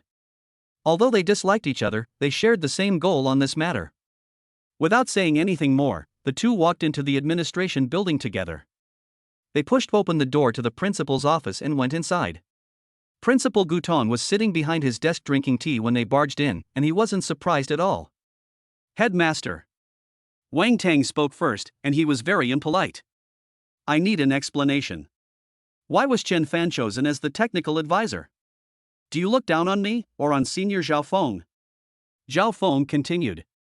Principal, I can compete for the academy, but the command authority cannot be given to a mere collector. I disagree. Gutong put down his teacup and looked at the two of them. You're not convinced? He smiled. So what do you want? Revoke the appointment. Wang Tang said. Otherwise, I'll quit the team. My Wang family can't afford to lose face like this. This is a threat. Gutong looked at Zhao Feng. What about you? Are you quitting too? Zhao Feng shook his head. I'm not quitting. He looked at the principal and spoke very seriously. But I'm going to challenge him. If he can't prove himself, I won't listen to a word he says. Good. Gutong nodded, seemingly satisfied with the answer. He stood up and walked over to the two of them. You're right. Gutong's tone was very calm. Why should a mere gatherer be in charge of two A-level geniuses like you? This is truly illogical. Wang Tang and Zhao Feng were both stunned, not expecting the principal to say that. So, Gutong continued. I won't force you to listen to him. I'll give you a chance, and I'll give him a chance too. What opportunity? Wang Tang asked. It's very simple, just a test. Gutong said, next week, I will arrange a virtual dungeon simulation battle of the highest difficulty. Chen Fan will formulate the tactics, and the four of you will execute them. If you cannot pass the level by following his tactics, or if you think his command is wrong, then the appointment of the technical advisor will be void on the spot. What if you win? Gutong looked at them and asked, word by word. Wang Tang and Zhao Feng exchanged a glance. This proposal is extremely advantageous to them. They simply didn't believe Chen Fan could understand any tactics. How can a gathering expert give orders if they don't even know all the skills of the various professions? When the time comes, we can just find any reason to say that his command was problematic, and we can get rid of him. Okay. We agree. Wang Tang agreed without even thinking about it. This was practically a free opportunity for the principal to humiliate Chen Fan. Zhao Feng nodded, okay. But if his command would put us in danger, I have the right to refuse to carry it out. Certainly. Gutong said with a smile. Let the facts speak for themselves. Then it's settled. Wang Tang felt his anger subside considerably. He could almost picture Chen Fan making a fool of himself in public. The two turned and left the principal's office. Only Gutong remained in the office. The smile on his face slowly turned meaningful. Young man. He picked up the bracelet and sent a message to Chen Fan. Advisor Chen, your two team members are very dissatisfied with you. Prove them wrong. Chen Fan received a message from Principal Gutong. Prove? It doesn't need to be that complicated. He sent a message directly in the team channel. Chen Fan, everyone, the first tactical meeting will be held at 2 p.m. in the Academy's private training hall number 3. Once the message was sent, the other 4 members of the team saw it. Wang Tang sneered and replied, fine, I'd like to see what tactics a gathering master like you can come up with. Zhao Feng didn't reply, but he would go. He wanted to see for himself what qualifications this Chen Fan really had. Qin Shiyu and Lu Li immediately replied, received. They had an almost blind trust in Chen Fan. 2 p.m., private training hall number 3. This is the Academy's highest standard training hall, fully equipped and absolutely soundproof, ensuring the privacy of conversations. Chen Fan was the first to arrive. Soon, Qin Shiyu and Lu Li also arrived. Finally, Wang Tang and Zhao Feng arrived right on time, looking quite annoyed. As soon as Wang Tang entered, he found a sofa, leaned a giant axe heavily against the sofa, crossed his legs, and looked at Chen Fan with a defiant gaze. Zhao Feng stood near the door like a javelin, arms crossed, radiating an aura of I'm very unhappy. Chen Fan ignored their attitude. He looked around and, once everyone was present, began to speak. I called you here to prepare for next week's test. Wang Tang scoffed, prepare? It's just a virtual dungeon, right? Senior Zhao Feng and I, with 2 support characters, can clear it even with our eyes closed. What do you, a gathering expert, need to prepare? Chen Fan shifted his gaze from Wang Tang to Zhao Feng. Zhao Feng, an A-rank class, Lava Knight. His strengths are decent defense and some area of effect damage. His weaknesses are that he is too clumsy, lacks burst damage, and has poor sustain. Once kite, he becomes an easy target. Zhao Feng's pupils suddenly contracted. What Chen Fan said were all the core pain points of his profession. Then, Chen Fan's gaze returned to Wang Teng. Wang Teng, a rank class, berserker. His advantage is that he looks very fierce. His disadvantage is that he can only swing an axe, relying on burning his life to gain a pitiful amount of attack power. He has no brains, does not know how to control distance, and if the enemy moves, you will not be able to touch them. You're talking nonsense. Wang Teng stood up immediately, like a cat whose tail had been stepped on. My whirlwind slash is the strongest melee skill among the first-year students. The strongest? Chen Fan's tone was completely calm. Do you mean the kind of skill that makes you dizzy after spinning around, and you can't even hit anyone, and Qin Shiyu can just block it with an ice wall? Wang Teng's face instantly turned red. Chen Fan was right. Last time he fought Qin Shiyu, his attack was indeed easily neutralized. Chen Fan looked at the two of them and stated his conclusion. Your profession is too weak.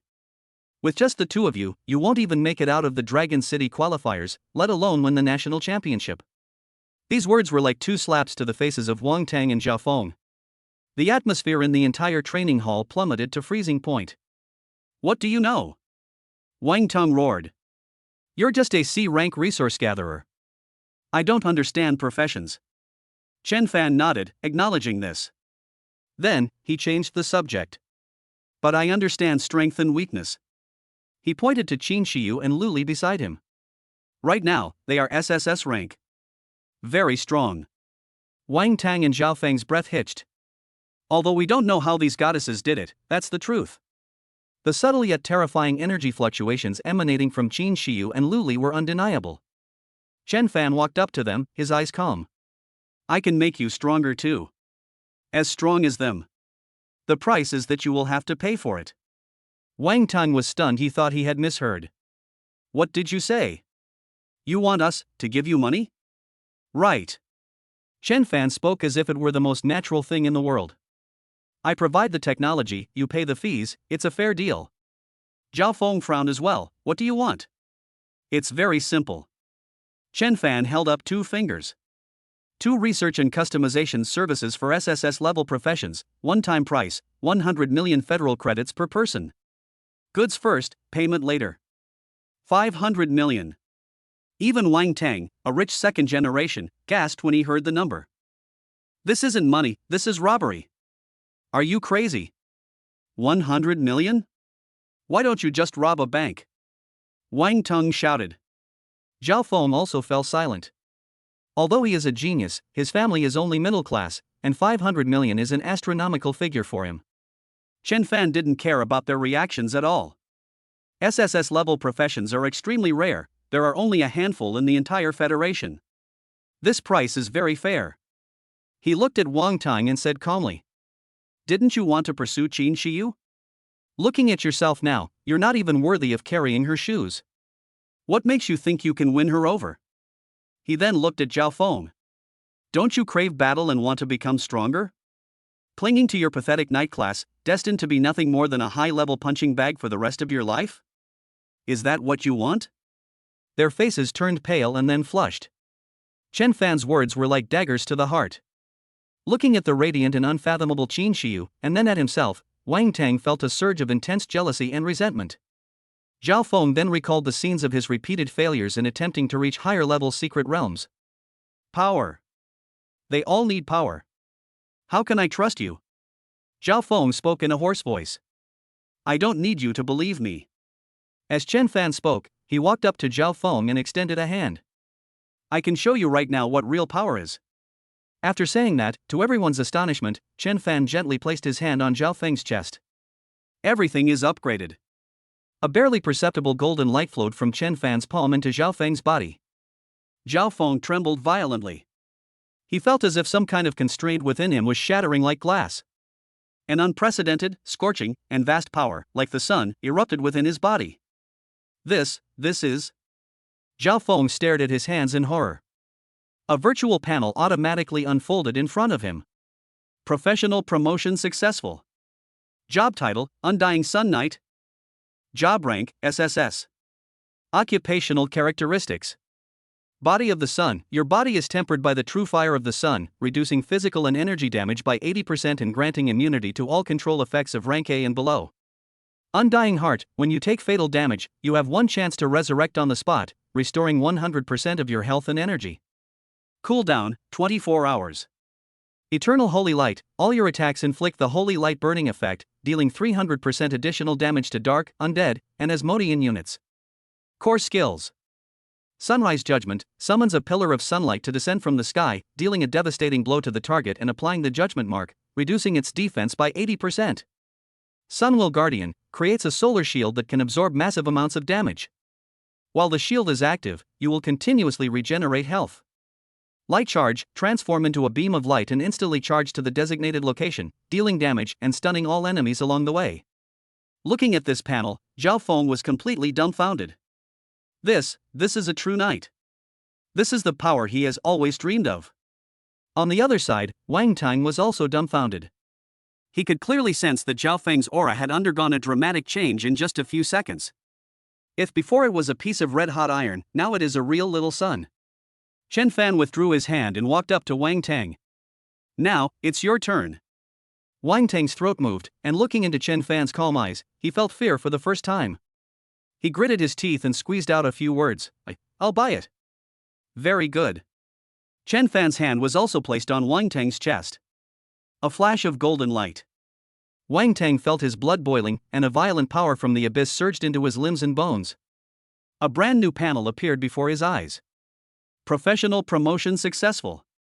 Job title, Abyss Tyrant. Job rank, SSS. Occupational characteristics.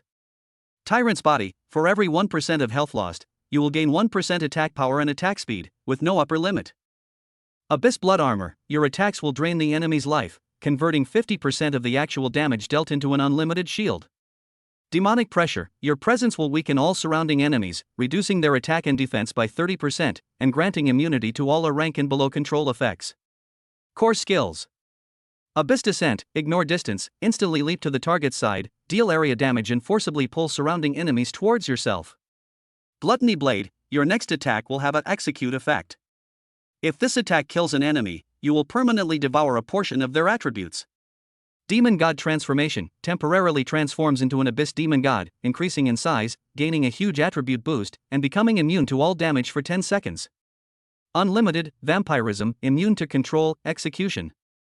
Wang Tang muttered to himself, feeling the primal urge to destroy everything within him, and the ability to jump onto any enemy's face at any moment. He was filled with ecstasy and shock. Now, do you think there are still any problems with my tactical arrangements? Wang Tang and Zhao Feng suddenly came to their senses, and the way they looked at Chen Fan had completely changed. It was no longer contempt and defiance, but awe, fervor, and the gaze one would give a god. No problem. Wang Tang stammered. All he wanted to do now was kneel down before Chen Fan. Advisor Chen. No, Master Chen. You tell us how to fight, and we'll fight exactly as you say. Zhao Feng went even further, bowing deeply to Chen Fan. I will raise the money for you as soon as possible. From now on, my life belongs to you. Chen Fan nodded in satisfaction. Very good. Now, let's begin the meeting. I only have one requirement for next week's test. He looked around and said calmly. Break the dungeon record and let me give the principal an explanation. Chapter 25 Mythical Legion, First Appearance. Wang Tang and Zhao Feng stood frozen in place, still immersed in the earth-shattering sense of power, unable to extricate themselves. The way they looked at Chen Fan was filled with awe and fervor. No problem. Wang Tang jolted awake and shook his head vigorously, like a rattledrum. He sheathed his giant axe, his arrogant and domineering demeanor vanishing without a trace, replaced by an almost obsequious respect. Master Chen, you're right. Our previous profession was rubbish. Don't worry, I'll take care of the money issue right away. He immediately dialed his father's number, his tone leaving no room for argument. Dad. Transfer 1 billion federal credits to me right now. Yes, 1 billion. Don't ask why. If you hesitate for even a second, I'll disown you as my father. Zhao Feng silently walked up to Chen Fan and bowed deeply. Master Chen, Zhao Feng is blind to your greatness. I need some time to raise the 500 million, but I swear on my knightly honor that not a single penny will be short. Very good. Chen Fan was very satisfied with their attitude. With another billion yuan in startup capital, I'm one step closer to my simple, unpretentious life. The following week, the most bizarre scene in the history of Dragon City Academy unfolded. The newly formed Dragon City Glory team spends almost 24 hours a day in the training ground in virtual dungeons. Thanks to Chen Fan's money power, the group's equipment was completely transformed. Lu Li, Wang Tong, and Zhao Feng each received a complete set of mythical grade equipment that perfectly matched their SSS level professions. Faced with these 4 sets of divine equipment, enough to drive the entire Federation mad, Chen Fan issued only one direct order. Turn off all equipment effects and set it to the simplest initial appearance. Remember, the tallest tree in the forest is the first to be felled by the wind. Before we can crush all our enemies, we are just an insignificant makeshift team.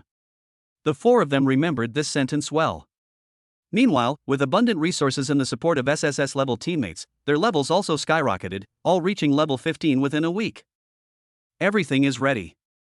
A week later, the National College Glory League, Longcheng Division preliminary round, officially kicked off. The huge domed arena was bustling with noise. As a long-established academy, Longcheng Academy naturally has its own fans, but at this moment, these fans all have a hint of embarrassment and helplessness on their faces. Because Longcheng College's performance in the College League in recent years has been abysmal, it has been a favorite to be eliminated in the first round every year, and has long been a laughingstock among fans of other colleges. As expected, a burst of laughter and whistles erupted from the audience when the match list scrolled across the big screen. Dragon City Glory Team vs Fierce Tiger Academy Team 1. In the commentary booth, veteran commentator Lao Wang adjusted his glasses, his tone calm. Alright, the first match is about to begin, with the home team Dragon City Glory facing off against last year's top 8 team, Tiger Academy Team 1. His partner, Xiaoli, chuckled and chimed in, "Brother Wang, you're being a bit conservative. I can only describe Longcheng Academy's lineup this year as interesting. 2 first-year students, 2 upperclassmen, and a C-level collector sitting on the bench as a technical advisor. It's practically written all over their faces that they're tanking." Old Wang sighed, "There's nothing we can do. After all, Dragon City hasn't produced an S-level genius in several years. It's already good enough that we can even assemble a team. Let's hope they can last a few more minutes." In the stands, supporters of the Tiger Academy had already begun celebrating in advance. "Ha, what a great start. We ran into an easy opponent in the very first game. Dragon City? I thought they forfeited this year. They actually dared to come? Look at that technical advisor, isn't he named Chen Fan? A C-level data collector? Is this some kind of new tactic? Is he responsible for serving tea and water to the enemy during battle?" Amidst a chorus of jeers, the players from both teams emerged from the tunnel. The Tiger Academy team, all level 30, dressed in matching grade fine suits, exuded a menacing aura, their eyes filled with contempt for their prey. When the Dragon City Glory team took the stage, the laughter from the audience grew even louder. The equipment worn by Qin Shiyu and her 3 companions was understated and unremarkable, appearing to be the most common, standard issue gear. Coupled with Longcheng Academy's past achievements, the first impression it gives is that it is poor and weak. On the field, the captain of the Fierce Tiger Academy looked at the 4 opponents with ordinary equipment and a cruel smile appeared on his lips. In his view, this was just a warm-up exercise. The referee's voice rang out across the field, carrying a hint of businesslike indifference. "Both players are ready. Countdown to the match." The 4 members of the Dragon City Glory team all turned their gazes toward Chen Fan, who was sitting on the sidelines with his legs crossed, seemingly unconcerned. Chen Fan didn't even lift his eyelids, simply uttering 2 words. "Sold out in seconds." The 4 instantly understood, and their previously calm eyes suddenly flashed with astonishing killing intent. 3, 2, 1. The match has begun. Just as the referee's voice fell. Roar! Wang Tang's figure vanished from the spot in an instant. The abyss descends. No distance, no process. As if teleporting, he appeared directly in front of the 2 support characters at the very back of the Tiger Academy. The seemingly ordinary giant axe, carrying an endless aura of violence, slammed down. The captain of the Fierce Tiger Academy's pupils shrank sharply. He hadn't even had time to react. "Protect the back row," he roared instinctively. However, it was too late. At the same moment Wang Tang lashed out, an almost imperceptible layer of frost silently spread across the entire half of the field, centered on Shinshiyu. Frosty Realm. The frontline warriors and knights of the Tiger Academy were about to turn around to help when their bodies suddenly froze, instantly turning them into two ice sculptures. Their faces still held the astonished expression of having rushed forward. The next second, a spear shadow burning with dark golden flames, like a rainbow piercing the sun, instantly pierced through the two ice sculptures. Burning Skythorn. Bang! Bang! With two crisp sounds, the two frontline soldiers that Tiger Academy was most proud of turned into countless points of light without even releasing their skills. They didn't know what had happened until they regained consciousness. The whole process happened in the blink of an eye. In the commentary booth, Lao Wang and Xiao Li's mouths were agape and in O shape. What happened? Wang Teng's displacement. Xin Shiyu's area of effect freeze. Lu Li's burst damage. What kind of damage is this? The audience was stunned. 1 second they were loudly mocking each other, and the next they were all speechless. On the field, only the captain of the fierce Tiger Academy remained, staring blankly as the two support characters, who had been cleaved in two by Wang Teng's axe, turned into specks of light. My mind went completely blank. Zhao Feng didn't even move from beginning to end. He just stood there quietly like a door god. The numbers on the game clock finally stopped at a number that took everyone's breath away. 3.7 seconds. The referee, holding his flag, stood there stunned for a long time before announcing in a sleepwalking tone. The match is over. Dragon City Glory Team wins. Chapter 26: The Legend of 3.7 Seconds. The entire room fell silent. Time seemed to freeze at that 3.7 second mark. Tens of thousands of spectators, hundreds of media seats, and all the contestants from the participating teams stared blankly at the glaring number on the big screen and the red announcement of victory, as if they had been frozen in place. Am I seeing things? What happened? The match is over just like that?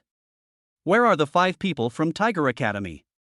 How did 4 of them disappear in an instant? After a brief silence came a commotion like a volcanic eruption. The entire dome-shaped arena erupted in a frenzy, as if a depth charge had been dropped on it. 3.7 seconds. My God! This must be the fastest record in the history of the College League. Is this some kind of competition or a mind-blowing spectacle?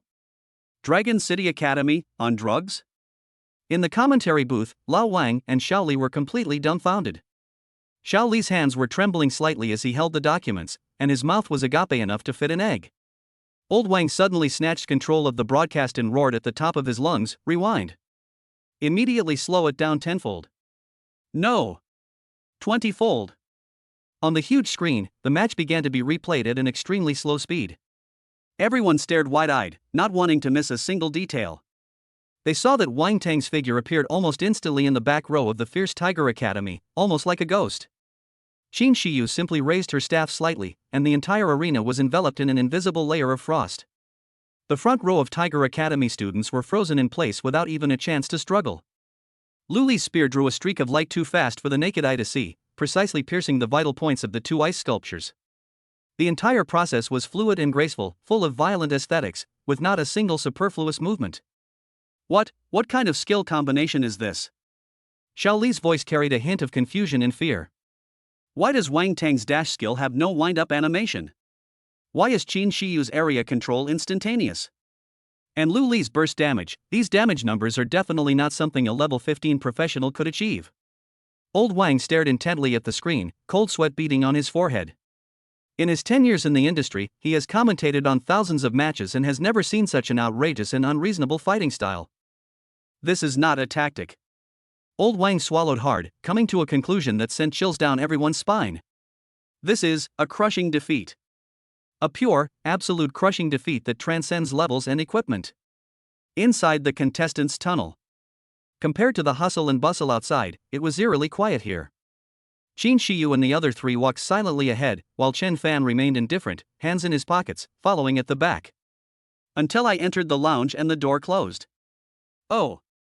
Wang Teng could no longer contain his joy and excitement. He grabbed Zhao Feng beside him and roared with excitement. 3.7 seconds. Master! Did you hear that? It's 3.7 seconds. I've never fought such a satisfying battle in my entire life. Did you see the expression on Captain Fierce Tiger's face just now? Like he'd seen a ghost. Ha ha ha ha. Zhao Feng's perpetually poker face couldn't help but twitch at this moment, and his eyes gleamed with excitement. Lu Li's face flushed with excitement, and her eyes were filled with admiration and trust as she looked at Chen Fan. Only Qin Shiyu watched Chen Fan quietly, her cool eyes filled not only with shock but also with an unfathomable curiosity. Just how many secrets is this man hiding? It's so attractive. It's so noisy. Chen Fan picked at his ear, breaking the frenzied atmosphere in the lounge. He glanced at the four of them indifferently and said calmly, 3.7 seconds, too slow. Ha! Wang Tang's laughter stopped abruptly, and he froze on the spot. Chen Fan's gaze fell on Wang Tang. Your abyss slash has too much range of motion. When the X falls, you can use the power of your waist and abdomen to generate a second burst of force, making it faster. He then looked at Lu Li, burning Skythorn, aims for instantaneous penetration. Your spear tip paused almost imperceptibly before hitting the target. This is a bad habit of preparing to exert force, wasting time. Finally, he looked at Qin Shiyu. The release of Frosty Sky Domain was perfect, but you can move your position half a meter forward. This will make Wang Tang's dash landing point more comfortable. He concluded, if you had made fewer mistakes, this game should have ended in 3 seconds. Chen Fan thought to himself, hee, I just made it all up to fool you guys so you wouldn't get too proud. The entire lounge fell silent instantly. Wang Tang, Lu Li, and Zhao Feng were struck dumb. Their gazes toward Chen Fan changed from awed reverence for a god. 3 seconds. They were just basking in their 3.7-second performance, but in the master's eyes, it was a slow and error-ridden result. This person. What kind of monster is it? At the same time, the heads of the top families in Dragon City also saw the recording of the match through internal channels. The Wang family. Wang Tang's father, the business tycoon who heads a multi-billion-dollar conglomerate, was solemnly replaying the 3.7-second video over and over again. Dad, I told you Xiao Tang was messing around this time. 10 billion yuan. Just like that, he threw it all down the drain. And he even hired some C-level data collector as a technical consultant. A young man next to me was complaining incessantly. The head of the Wang family slammed his hand on the table, interrupting him. Shut up. He suddenly stood up, his eyes gleaming with an unprecedented sharpness. Nonsense? Skipping stones? He pointed at Chen Fan on the screen, who was sitting with his legs crossed, his voice trembling slightly with excitement. What do you know? This is no nonsense. This is our Wang family's once-in-a-century prodigy. A heaven-shaking opportunity. He immediately picked up the encrypted communicator, dialed his chief secretary's number, and issued a series of instructions. Immediately. Transfer another 2 billion to Xiao Tang's account. No. 3 billion. Tell him to say if he doesn't have enough money. Also, investigate. At all costs, find out everything about that young man named Chen Fan. Remember, this is a high-level, well-intentioned investigation. Anyone who dares to disrespect him is an enemy of the Wang family. I have a premonition. The head of the Wang family hung up the phone, looked out the window, and muttered to himself. The sky over Dragon City is about to change. Chapter 27 Behind-the-Scenes Storm. Whoa! The deafening roar instantly engulfed the entire dome-shaped arena. Countless audience members jumped to their feet, their faces filled with disbelief. They pointed to the center of the field, to the frozen number on the big screen, and excitedly argued and shouted with the people around them. He tried to confirm that what he had just seen was not a hallucination. 3.7 seconds. It really is 3.7 seconds. I recorded it. Tiger Academy, last year's top 8, was swept away in one fell swoop. What kind of tactic is that? No. That's not a tactic at all. That's slaughter. Pure dimensional reduction attack. What kind of monsters has Dragon City Academy been hiding this year? That Berserker's charge, that Mage's control, and that female gunner's burst damage, each one is so outrageous that they don't seem like freshmen. Where's that C-level data collector? That technical consultant? He only said one sentence the whole time, dead in a second. My god, is this the real mastermind behind it all? Online, the storm intensified. The match ended less than a minute ago. Hashtag Dragon City Glory Team 3.7 seconds hashtag. Hashtag fastest race record in history hashtag. Hashtag technical consultant Chen Fan hashtag. These terms quickly rose to the top of the trending topics lists on major federal social media platforms. The 3.7-second clip of the fight was extracted, given various exaggerated titles, and spread wildly online. Shocking. The weakest team in history, Dragon City, achieved an astonishing 3.7-second victory. Tigers weep. 8 teams suffer a crushing first-round exit, utterly powerless to fight back. In-depth analysis: just how terrifying are those 4 ordinary skills that can change the course of battle? A brand new, legendary term was born in the mouths and on the screens of countless people, the 3.7-second legend. In the commentary booth, both Lao Wang and Xiao Li were lost in thought. They only snapped out of their daze when the director frantically urged them through the headset.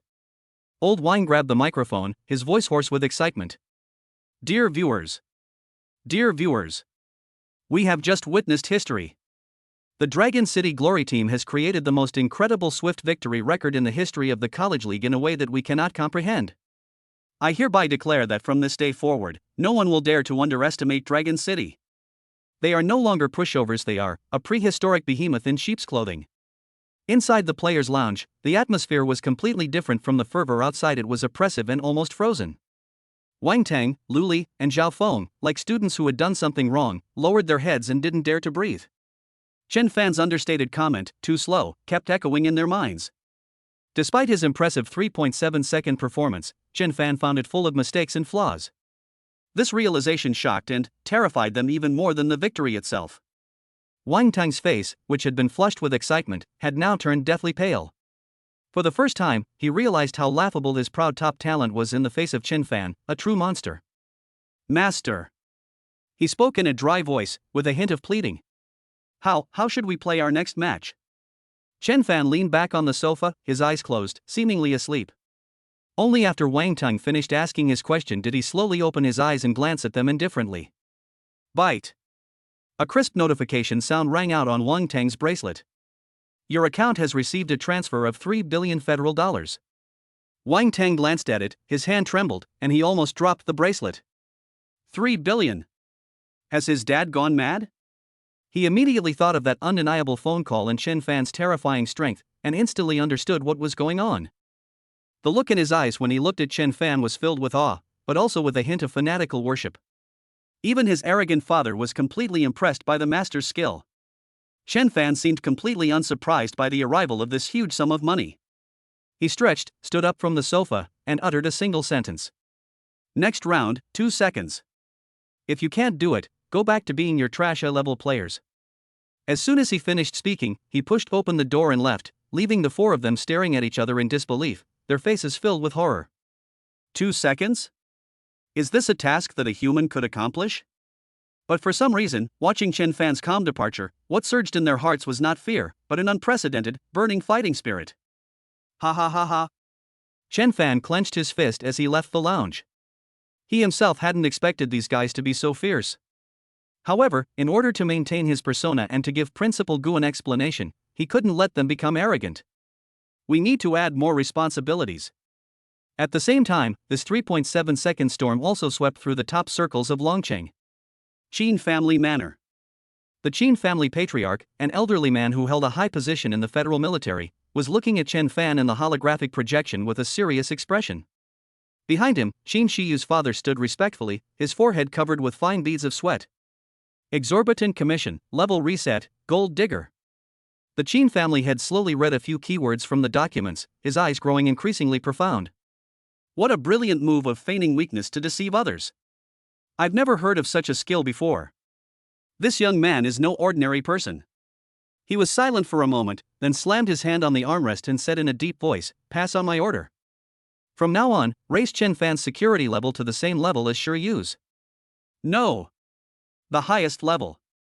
Also, tell Shi Yu that at all costs, we must maintain a good relationship with this kid. If he wants money, we'll give him money. If he wants resources, we'll give him resources. My Qin family will be his strongest backing." At the same time, in the principal's office at Longcheng Academy, Principal Gutong watched the 3.7-second video and couldn't stop smiling, the wrinkles on his face smoothed out. Ha ha ha. Good. Excellent. My Dragon City Academy is finally about to produce a true dragon capable of stirring up the winds and clouds of the world. He picked up the phone, his tone becoming incredibly authoritative. Hello? Is this Director Zhang from the Education Department? I don't care what methods you use, for the next round of the competition, I want the best resource slots and the widest broadcast channels. Yes. I want the entire Federation to see that the era of Dragon City Academy has returned. At the eye of the storm, Chen Fan was walking back to his dormitory. The gazes cast by the surrounding students had changed from disdain and contempt to awe and curiosity. But he didn't care at all. He walked along, glancing at the balance on his wristband. Account balance, $4,587,320,000 federal dollars. A genuine, satisfied smile finally appeared on his face. Back in his empty dorm room, Chen Fan locked the door and drew the curtains. He sat cross-legged and opened his system panel. Looking at the gleaming balance, he didn't hesitate at all. System, top up my account. 40 billion. Ding. 4 billion federal coins successfully recharged. Chapter 28. This is true security. Boom. If the previous upgrades were just a warm stream, then this time, it was a golden ocean made of pure energy that exploded within his body. That was no longer a simple enhancement, but a complete reconstruction from the cells to the soul. Chen Fan's body trembled slightly under this violent force, and fine beads of blood even seeped from the surface of his skin. But as soon as these blood droplets appeared, they were repaired by an even more powerful life energy. Destruction precedes construction. Each cycle brings about a qualitative leap in his life. At the same time, a series of dense, almost continuous system notification sounds flooded his mind. Ding. Consumed 6 million federal credits, level upgraded to LV9. Ding. Consumed 12 million federal credits, level upgraded to LV10. Ding. Consumed 24 million federal credits, level upgraded to LV11. Ding. Consumed 768 million federal credits, level upgraded to LV16. Ding. Consumed 1.536 billion federal credits, level upgraded to LV17. When the last surge of energy, as vast as a galaxy, merged into his body, the wildly fluctuating numbers finally came to a slow stop. The total cost was 3.366 billion federal dollars. Chen Fan slowly opened his eyes, and the dim light in the dormitory was as bright as day in his eyes. The entire campus was crystal clear to him. The unprecedented power brought an unprecedented sense of security. With a thought, the attribute panel representing his top secret slowly unfolded before his eyes. When Chen Fan saw the numbers, even his usually calm demeanor quickened his breathing slightly. Personal attribute panel. Name, Chen Fan. Occupation, gatherer. Level, 17 experience points, 934,003,072,000,000. Strength, 500. Agility, 500. Physical fitness, 500. Spirit, 500. Perception, 800. Talent, ascension of all things. Professional skills, basic gathering, LV1, basic appraisal, LV1. Feedback skills. Absolute 0 from the SSS rank class Lord of Frost, freeze everything. Your Frost is the rule. Burning Sky Battle Intent from SSS level class Burning Sky Valkyrie, passive skill. In combat, attack speed and fire damage continuously increase without limit. Sunwell Guardian from SSS rank class Undying Sun Knight, active skill, creates a sun shield that absorbs massive damage and continuously restores health while the shield is active. Abyssal Fury from the SSS rank class Abyssal Tyrant, passive skill. The lower your health, the higher all your attributes will be. Until you are on the verge of death, you will transform into the abyss. Your bank balance determines your level of power. Crush them. This is true, unreasonable crushing. A level 17 Gathering Master has reached a terrifying 500 points in all 4 attributes, and his perception has even broken through to 800 points. What does this mean? This means that even without using any skills, he can dismantle a mech with his bare hands and withstand the bombardment of high-level magic with just his physical body. On his panel, there are 4 of the ultimate skills that ordinary professionals are proud of. Moreover, they are all god-tier skills from SSS-level professions, practically bug-like. Control, passive growth, defensive recovery, turning the tide in desperate situations. He alone is a perfect army. Call. Chen Fan let out a long sigh of relief and slowly clenched his fist. What he felt was not the explosive power that needed to be released, but an absolute confidence that he had everything firmly in his grasp. The fear and unease that had always stemmed from his extraordinary abilities were completely washed away at this moment by his terrifying power. He glanced at the balance on his bracelet. Account balance, $1,521,320,000 federal dollars. Not bad, I still have over $1 billion in pocket money left after the upgrade. Just then, the bracelet vibrated slightly, and Wang Tang's message popped up. The message was simple, a screenshot of the match schedule and a sentence. Wang Tang, Master. The next opponent is out. Skyfire Academy Team 1.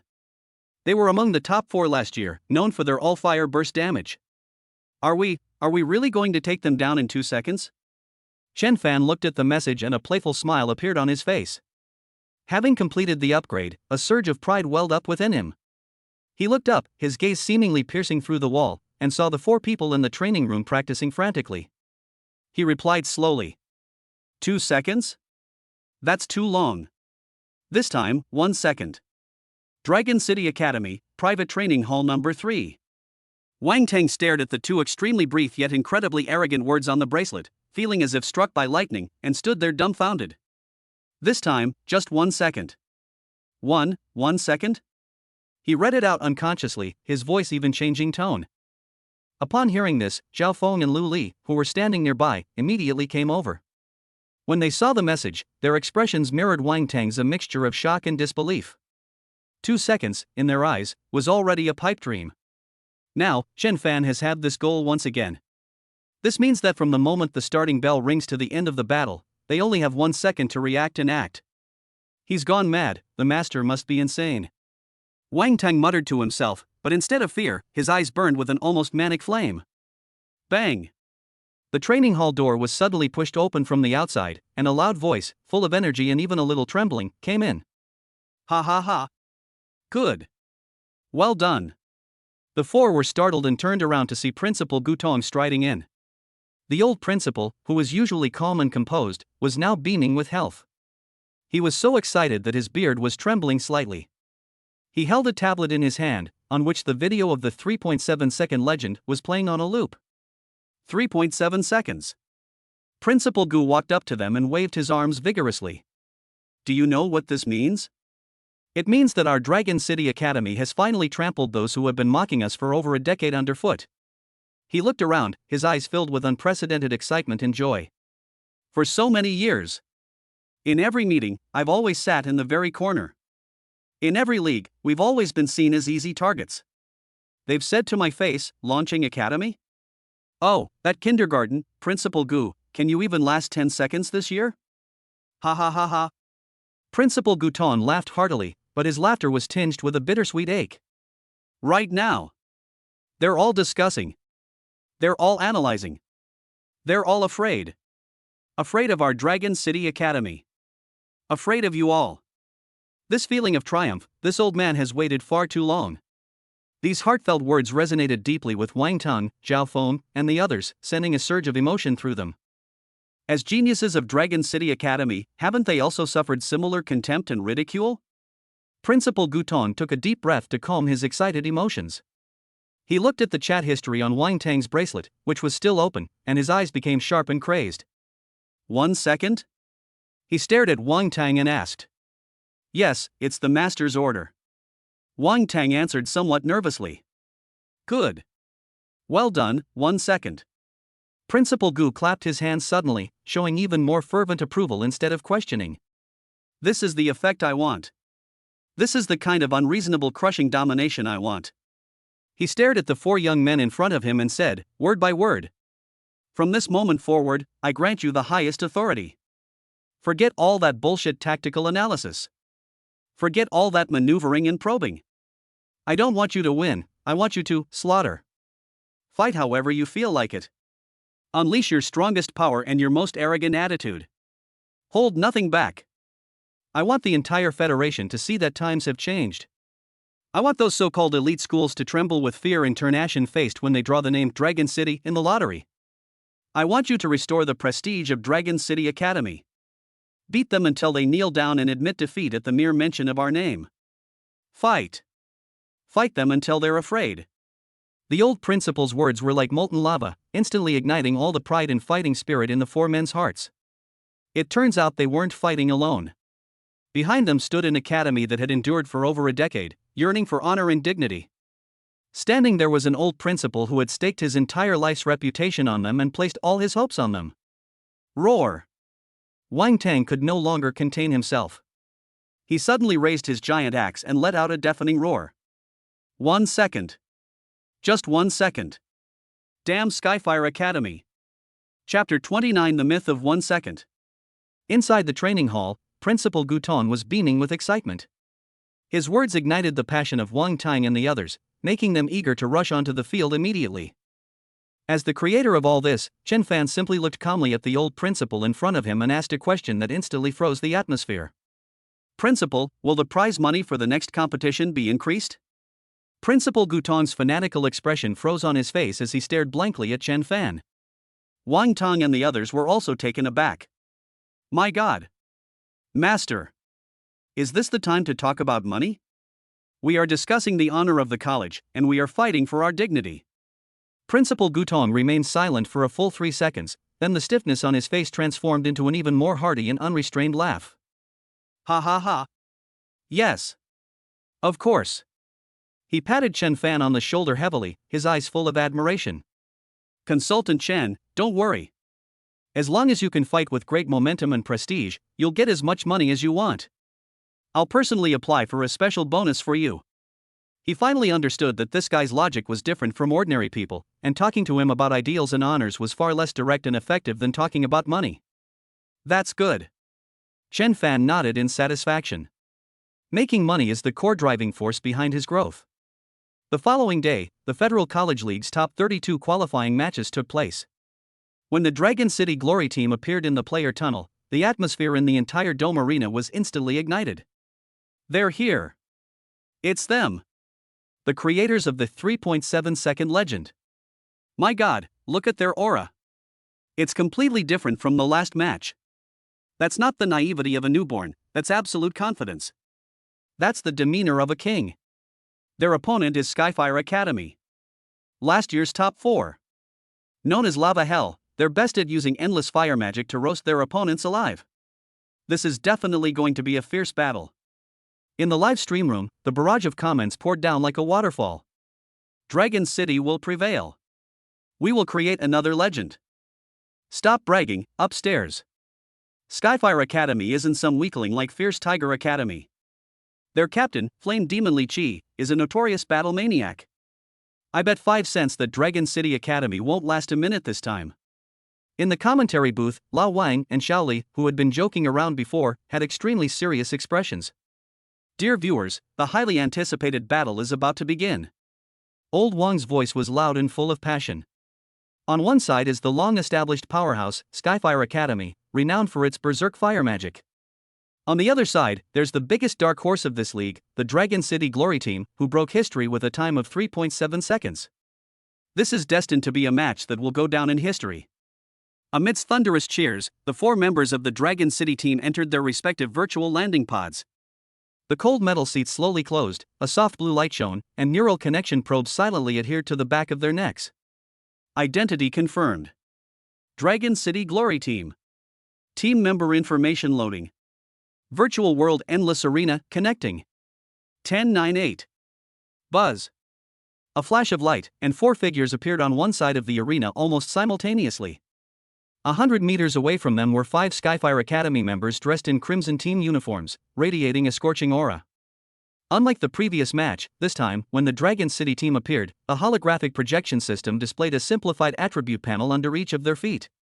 This is a privilege reserved for the top 32, designed to showcase the player's strength to the audience more directly. Of course, to protect the player's privacy, the panel only displays the most basic 4-dimensional attributes and level. The detailed panel showing the transformation of the 4-dimensional attributes was not displayed in the arena. Beneath Wang Tang's feet, light swirled, forming his data. Name, Wang Tang. Class, Abyss Tyrant SSS. Level, LV15. Strength, 240. Agility, 150. Constitution, 200. Spirit, 70. Zhao Feng's panel followed closely behind. Name, Zhao Feng. Class, Undying Sun Knight SSS. Level, LV15. Strength, 190. Agility, 110. Constitution, 260. Spirit, 100. Luli's stats, on the other hand, displayed a balanced strength. Name, Luli. Class, Blazing Sky Valkyrie SSS. Level, LV-15. Strength, 210. Agility, 160. Physical fitness, 150. Spirit, 210. Finally, there's Qin Shiyu.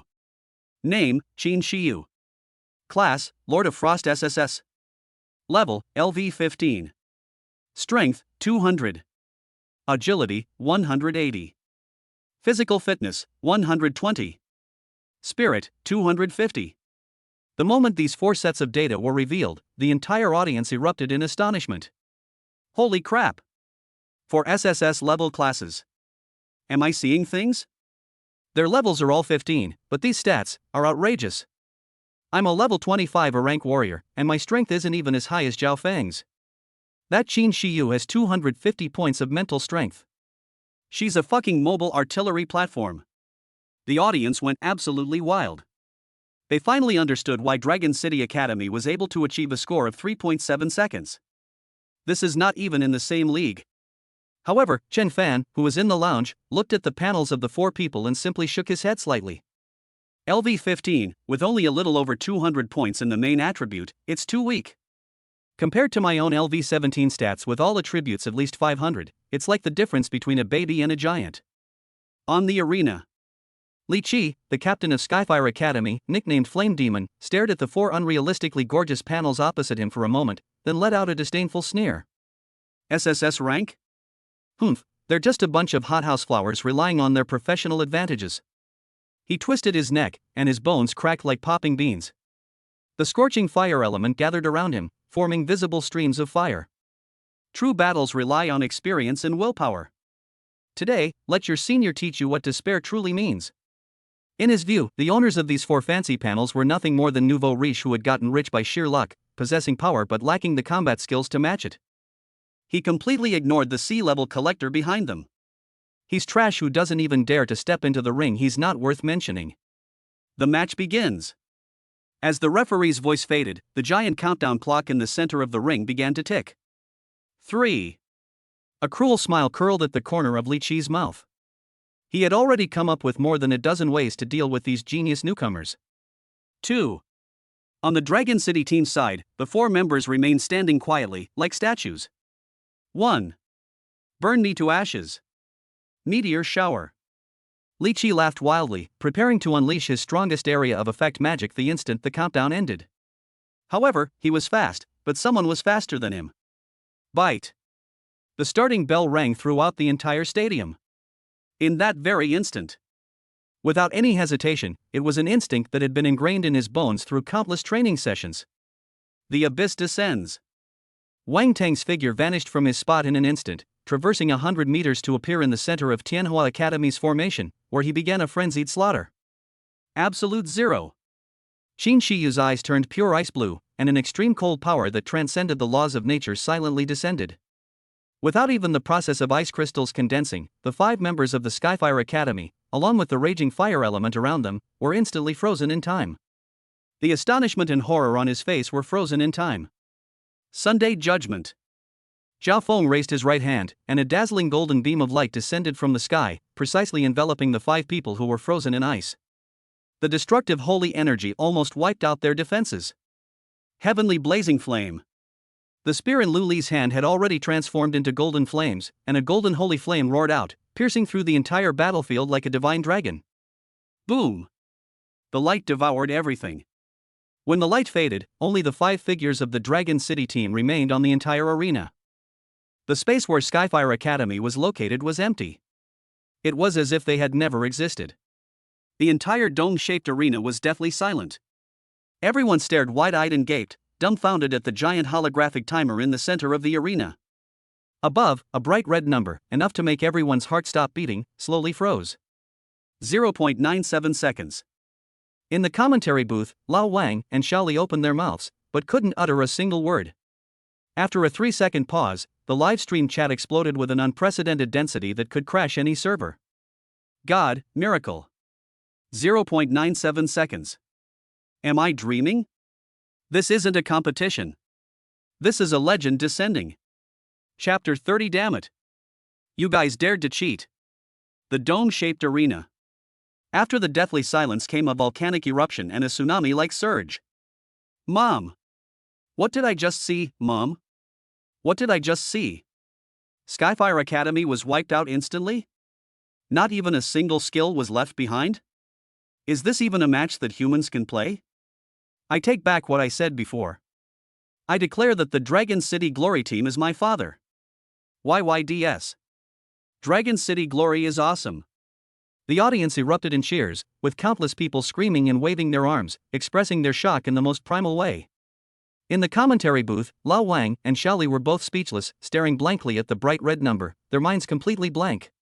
All the tactical analysis and situation predictions prepared in advance became a pale and powerless joke in the face of this game. Cough cough. Old Wang coughed twice, trying to find his voice. He found his throat extremely dry, so he picked up his water glass and took a big gulp before speaking in a trembling voice. Dear viewers, I think we may no longer need any commentary. We just need to quietly appreciate, or rather, look up at. Xiaoli snatched the microphone and shouted in a voice that was almost cracking. Look up to them? No. This is a pilgrimage. From this day forward, the Dragon City Glory team will set the new standard. 0.97 seconds will become a nightmare that all college esports teams will never be able to escape for the rest of their lives. Glory to Dragon City. They did it. After a 3-second pause, the barrage of comments in the live stream room erupted with an unprecedented density, enough to crash any server. 0.97 seconds. Am I dreaming? This isn't a competition. This is a legend descending. Dragon City team, invincible. Where's that guy upstairs who gambled at Dragon City in 8 after just 1 minute? What a glutton. On the virtual arena, Wang Tong and his 3 companions were also bewildered. They simply executed Chen Fan's pre-match tactics meticulously, perfectly replicating the results of countless tedious training sessions at this moment. But when they saw the numbers on the timer, their hearts still started pounding uncontrollably. We did it? Luli's hand, holding the burning heaven sacred flame spear, trembled slightly. Zhao Feng looked at his fist, which was radiating a holy light, and muttered to himself. Wang Tang was so excited that he trembled all over. Dad! Did you see that?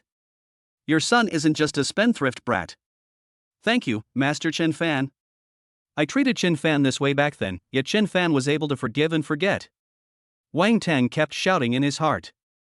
However, amidst this overwhelming shock and revelry, a highly discordant undercurrent was surging wildly in the lounges of various prestigious academies.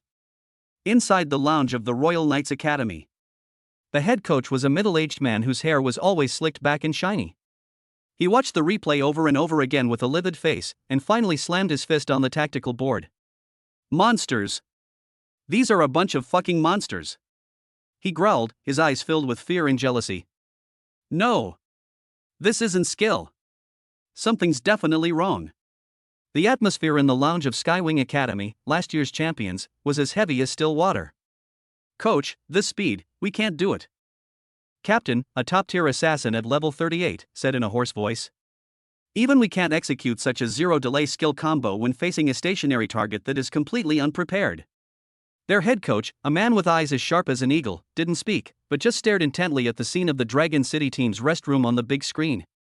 In the scene, Chen Fan is leisurely drinking water, as if the noise outside has nothing to do with him. This sea-level collector is too conspicuous. Meanwhile, in a VIP box on the top floor of the stadium, a man wearing a black trench coat, with a cold and aloof demeanor and a faint scar on his face, put down his binoculars. On his chest was a badge with a ferocious wolf head. Wolf King, how are you? His assistant asked in a low voice. Are these SSS-level kids even worth an S-level contract from our Black Wolf hunting group? The man known as the Wolf King shook his head, a playful smile playing on his lips. An S-level contract? You underestimate them. He paused, his gaze piercing through the glass, as if landing on the lounge of Dragon City Academy. These 4 people are top-tier rough gems. But what is truly valuable is the craftsman who polishes the rough jade. Go investigate, find out everything about that sea-level collector named Chen Fan, including his ancestors for 18 generations. A collector who can train 4 SSS-level geniuses with very different personalities into a killing machine. Interesting, very interesting. He's either a fraud, or a monster even more terrifying than those 4 combined. Emergency meeting room of the competition committee. The atmosphere was so oppressive it felt like you could wring water out of it. A dozen head coaches from the top federal academies sat on either side of the long table, each with an unfriendly expression. The chairman of the competition committee, an elderly man with white hair, was rubbing his temples with a headache. I object. I strongly protest. The head coach of the Royal Knights Academy was the first to make a move. He slammed his hand heavily on the conference table, making a loud bang. This isn't a competition. This is blatant cheating. 0.97 seconds? Tell me, is that even scientifically possible? I demand that all members of the Dragon City Academy undergo the most thorough hardware and mental domain testing. That's right. The coach of another prestigious academy, Thunder Fortress, also stood up, filled with righteous indignation. Their attack patterns are completely fixed, from the start, the sequence, to the finish. It's like a pre-written program. This doesn't look like a team fighting at all, it's more like 4 puppets putting on a show. This seriously violates the spirit of teamwork and on-the-spot adaptability that our college league advocates. Their remarks were immediately echoed by almost all the other team coaches present. This must be thoroughly investigated. This is a complete farce. Fear stems from the unknown. What the launching team demonstrated was precisely this incomprehensible, unreasonable crushing dominance. They would rather believe it was cheating than admit that someone's talent and ability had reached a mythical realm beyond their reach. Everyone, please calm down, please calm down. The chairman of the competition committee, the highly respected Mr. Zhou, raised his hand and pressed it down, trying to stabilize the situation. Regarding the allegations of cheating, the tournament committee's technical department investigated immediately. The virtual login pod hardware, network lines, and mental domain fluctuations of all members of the launching team were all normal, with no trace of any external access. This result brought a brief silence to the conference room, but it was quickly drowned out by an even louder commotion. No traces don't mean there are no problems. Just then, a sinister voice rang out. Chairman, gentlemen, I don't think the problem lies with the team members. Chapter 31 We're quitting. The speaker was Lin Xiao, the head coach of last year's champion team, Wings of the Sky. A hooked nose and gloomy eyes. He pointed to the holographic screen in the center of the conference room, which was displaying a frozen image of the Dragon City team's lounge. In the video, Chen Fan is looking down at his personal terminal, appearing completely calm. The problem lies with him. All eyes instantly focused on that ordinary-looking figure. Lin Xiao stood up, walked to the screen, and spoke in a low voice, but clearly into everyone's ears. Chen Fan, a C-level professional, gatherer, has joined the Dragon City team as a technical advisor. He sat in the locker room the entire time during both games and didn't even go into the virtual landing pod. And his 4 teammates, like 4 puppets executing precise commands, achieved 2 unbelievable victories. Don't you find that strange? He pointed out the blind spot that everyone subconsciously ignored. I have a bold guess. A glint of light flashed in Lin Xiao's eyes. Perhaps there exists a way of transmitting mental commands that our current technology cannot detect. He's the one who pressed the attack button behind the scenes. He's the mastermind behind the cheating. This suggestion was like a bomb, instantly detonating the entire conference room. Yes. That makes sense. That must be it. Otherwise, there's no other explanation. I demand that he play. Let him fight a match himself. One of the coaches stood up excitedly. If he truly has the ability to mentor SSS-level geniuses, then prove it to us. Otherwise, he's a fraud. This proposal immediately received overwhelming support. Yes. Let him play. He's just a gatherer. Let's see how he handles this. If he doesn't dare, it means he's guilty. Dragon City Academy must be banned from the competition, and all their results must be cancelled. Inside the meeting room, the only one who remained silent was the principal of Launching College. Ancient Tong. He kept his head down, his face revealing neither joy nor anger. When he heard the suggestion to let Chen Fan play, a sly smile flashed beneath his lowered eyelids. Meanwhile, the contents of this meeting were leaked to the outside world through various channels. The Qin family. The head of the Qin family, a middle-aged man who exudes authority even without anger, was looking at the intelligence transmitted through the encrypted line with a furrowed brow. Father, Shiyu, she. Beside him, Qin Shiyu's father, Qin Lai, looked worried. What's the panic? Qin Xinyue, the head of the Qin family, snorted coldly. Shiyu's strength has improved by leaps and bounds, which is a great thing. But this young man named Chen Fan's methods are too shocking, and now he has been pushed to the forefront of public opinion. This is both an opportunity and a crisis. Let's wait and see. The Qin family patriarch said in a deep voice. If he can resolve this trouble, it will prove that he not only has the skills but also the confidence. Then our Qin family will bet big on it. If he is just a flash in the pan, then we should consider keeping Shiyu at a distance. The Wang family.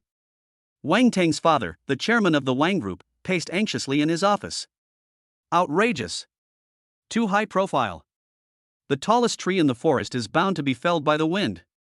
Don't you understand this principle? He dialed Wang Tang's number. Son, just who is this Chen Fan? All the academies are pressuring him to participate. If he messes up, what will become of the Wang family's reputation? All your previous investments will be wasted. The Zhao and Lu families, being military families, reacted more directly. Interesting. A sea-level gatherer can mold 4 SSS-level gatherers into one fist. This kid has the potential to be a special operations specialist. Zhao Feng's grandfather, a retired general, smiled as he looked at the intelligence report. Notify Zhao Feng that if necessary, he should support this kid. I want to see who dares to touch the grandson of the Zhao family. Inside the lounge of Longcheng Academy. The atmosphere was somewhat heavy. What? You want me to play? Chen Fan raised an eyebrow as he read the message sent by Principal Gu Tong.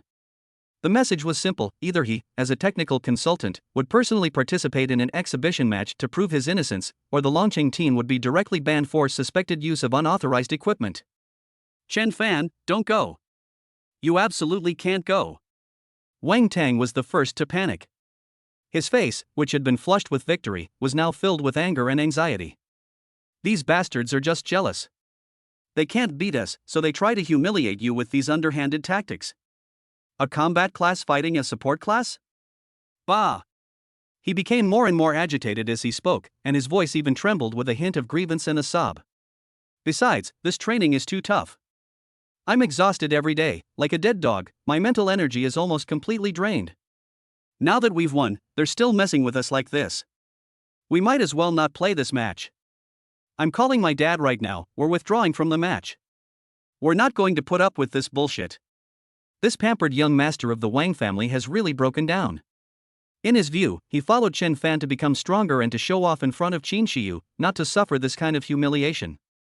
Wang Tong, shut up. Zhao Feng said in a deep voice, turning to Chen Fan with an extremely firm tone. Chen Fan, we'll listen to you. If you say fight, we'll keep fighting until we break through their defenses. If you say retreat, we'll withdraw from the virtual arena right now. We will never let you be humiliated. Lu Li clenched her fists, feeling indignant. They're just a bunch of sore losers. Chen Fan, we support you. At worst, we'll take on all their academy's top players and beat them until they submit. Qin Shiyu didn't speak, she just looked at Chen Fan quietly, her icy blue eyes filled with worry. She knew Chen Fan's pride better than anyone else. Chen Fan may pretend to be a gigolo for money, and he may hide himself behind the scenes for a sense of security, but he will never tolerate his professional abilities being so blatantly questioned and provoked. To make a master strategist personally engage in hand-to-hand combat with chess pieces is an insult in itself. Looking at the team members' expressions, some excited, some determined, some worried, Chen Fan smiled, his smile as calm as ever. He slowly stood up, stretched his stiff wrists and neck, making soft crackling sounds. It doesn't matter. He said it casually. It's just a little stretching. His gaze swept over Wang Tong, and he said indifferently, do you think the training is tough? Do you feel wronged now? Wang Tang felt a little guilty under his gaze, but still nodded stiffly, that's true. Chen Fan did not refute, but walked to the window of the lounge and looked at the huge crowd outside and the military patrol boats that occasionally flashed over the city in the distance. His voice suddenly became somewhat distant. What do you think we're participating in this competition for? For that laughable prize money? Or for the honor of the academy? All four of them were taken aback. Chen Fan turned around and scanned them one by one. Wang Tang, you're trying to prove yourself in front of Qin Shiyu. Zhao Feng, you did it for the honor of your family. Luli, Xin Shiyu. In pursuit of the ultimate martial arts. Your goals are all too small. I'm not taking this money for food, drink, and entertainment. I'm making you stronger, and that is not just about helping you achieve your personal goals. His gaze fell on the personal terminal. A small-scale monster conflict occurred on the western border of the Federation, resulting in the deaths of 3 C-rank professionals. 10 years ago, a level 2 monster invasion occurred in my city. My parents were both D-rank combat professionals. They didn't even have a chance to escape because they were protecting others. Chapter 32. The head coach is warming up. Chen Fan's voice remained calm, yet it seemed to lower the temperature in the lounge. The expressions on Wang Tang and the others' faces froze instantly. They only knew that Chen Fan loved money and was mysterious, but they never imagined that he had such a past. This world is far more dangerous than what you see on the field. The demons are the enemy of all of us. Chen Fan's gaze sharpened, like a drawn sword. He paused, then said, word by word. All of this I've done is to upgrade my character, join the military's upcoming Abyss project, and then wipe out all the demons. Boom! These words struck Wang Tang and his companions like a thunderclap. They understood instantly. Why is Chen Fan so obsessed with money? Why is he so indifferent to both external praise and criticism? Because his battlefield has never been on this small virtual arena. Everything he did was to build up his strength and prepare for a real war. Compared to this grand and tragic goal, their previous ideas seemed so insignificant and laughable. Wang Tang's face turned deathly pale in an instant, then flushed bright red. He felt utterly ashamed of his earlier remarks about feeling bitter and wanting to withdraw from the competition. Master, I was wrong. As Qin Shiyu watched Chen Fan's retreating figure, a tender spot in her heart was deeply touched. She finally understood what a heavy past and what determination this man carried beneath his seemingly cynical exterior. So, Chen Fan turned his head and revealed that lazy smile again. Playing an exhibition match is fine, winning the championship is our goal. At that opportune moment, the referee's cold voice rang out over the loudspeaker in the center of the field. At the joint request of the competition committee and participating academies, a special exhibition match will be held to verify the guidance capabilities of the technical advisor of the Dragon City Glory Team. The two teams facing off: Chen Fan, technical advisor of the Dragon City Glory Team. Challenger, Sun Yu, alternate member of Team Wings of the Sky. The moment this news broke, the entire stadium erupted in chaos. Oh my god! Is that mysterious consultant really going to make an appearance in person? Isn't he a C-level data collector? What's he doing up there? Is he just feeding the enemy? Or is he going up there to collect data from the opponent? Sun Yu of the Wings of the Sky. He's a level 35 A rank, holy light swordsman.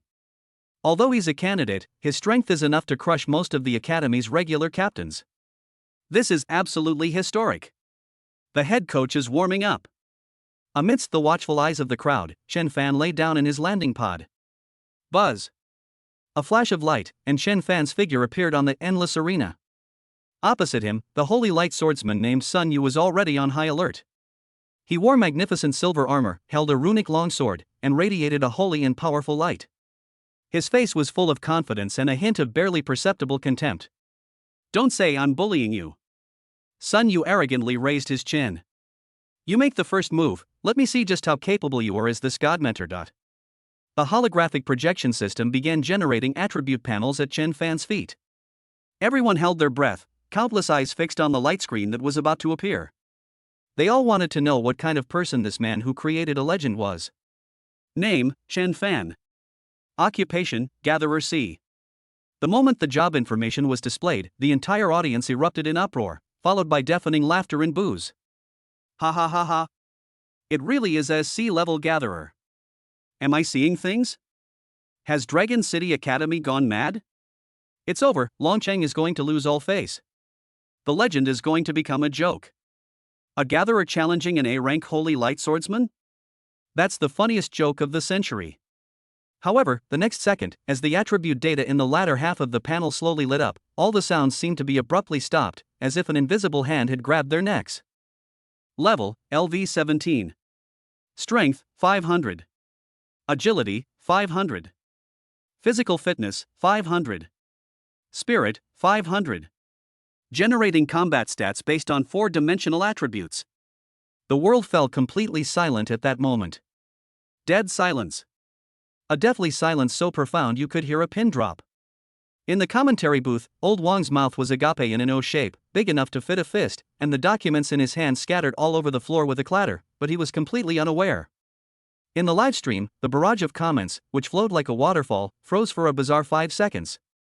On the arena, the confidence and contempt on the face of Sun Yu, the A-level, holy light swordsman, froze instantly, and were then replaced by endless horror and overwhelming fear. 4 500s? Is this the kind of attribute a level 17C rank gathering master should have? Damn it, even the Federation's top-tier defensive war behemoths didn't have such outrageous stats at level 17. This is a young Dragon King in human skin. You call this a gatherer?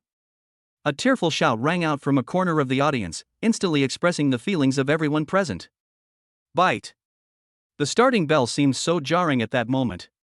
The moment Sun Yu, the holy light swordsman, saw those 4 rows of 500, he completely lost the courage to even raise his longsword.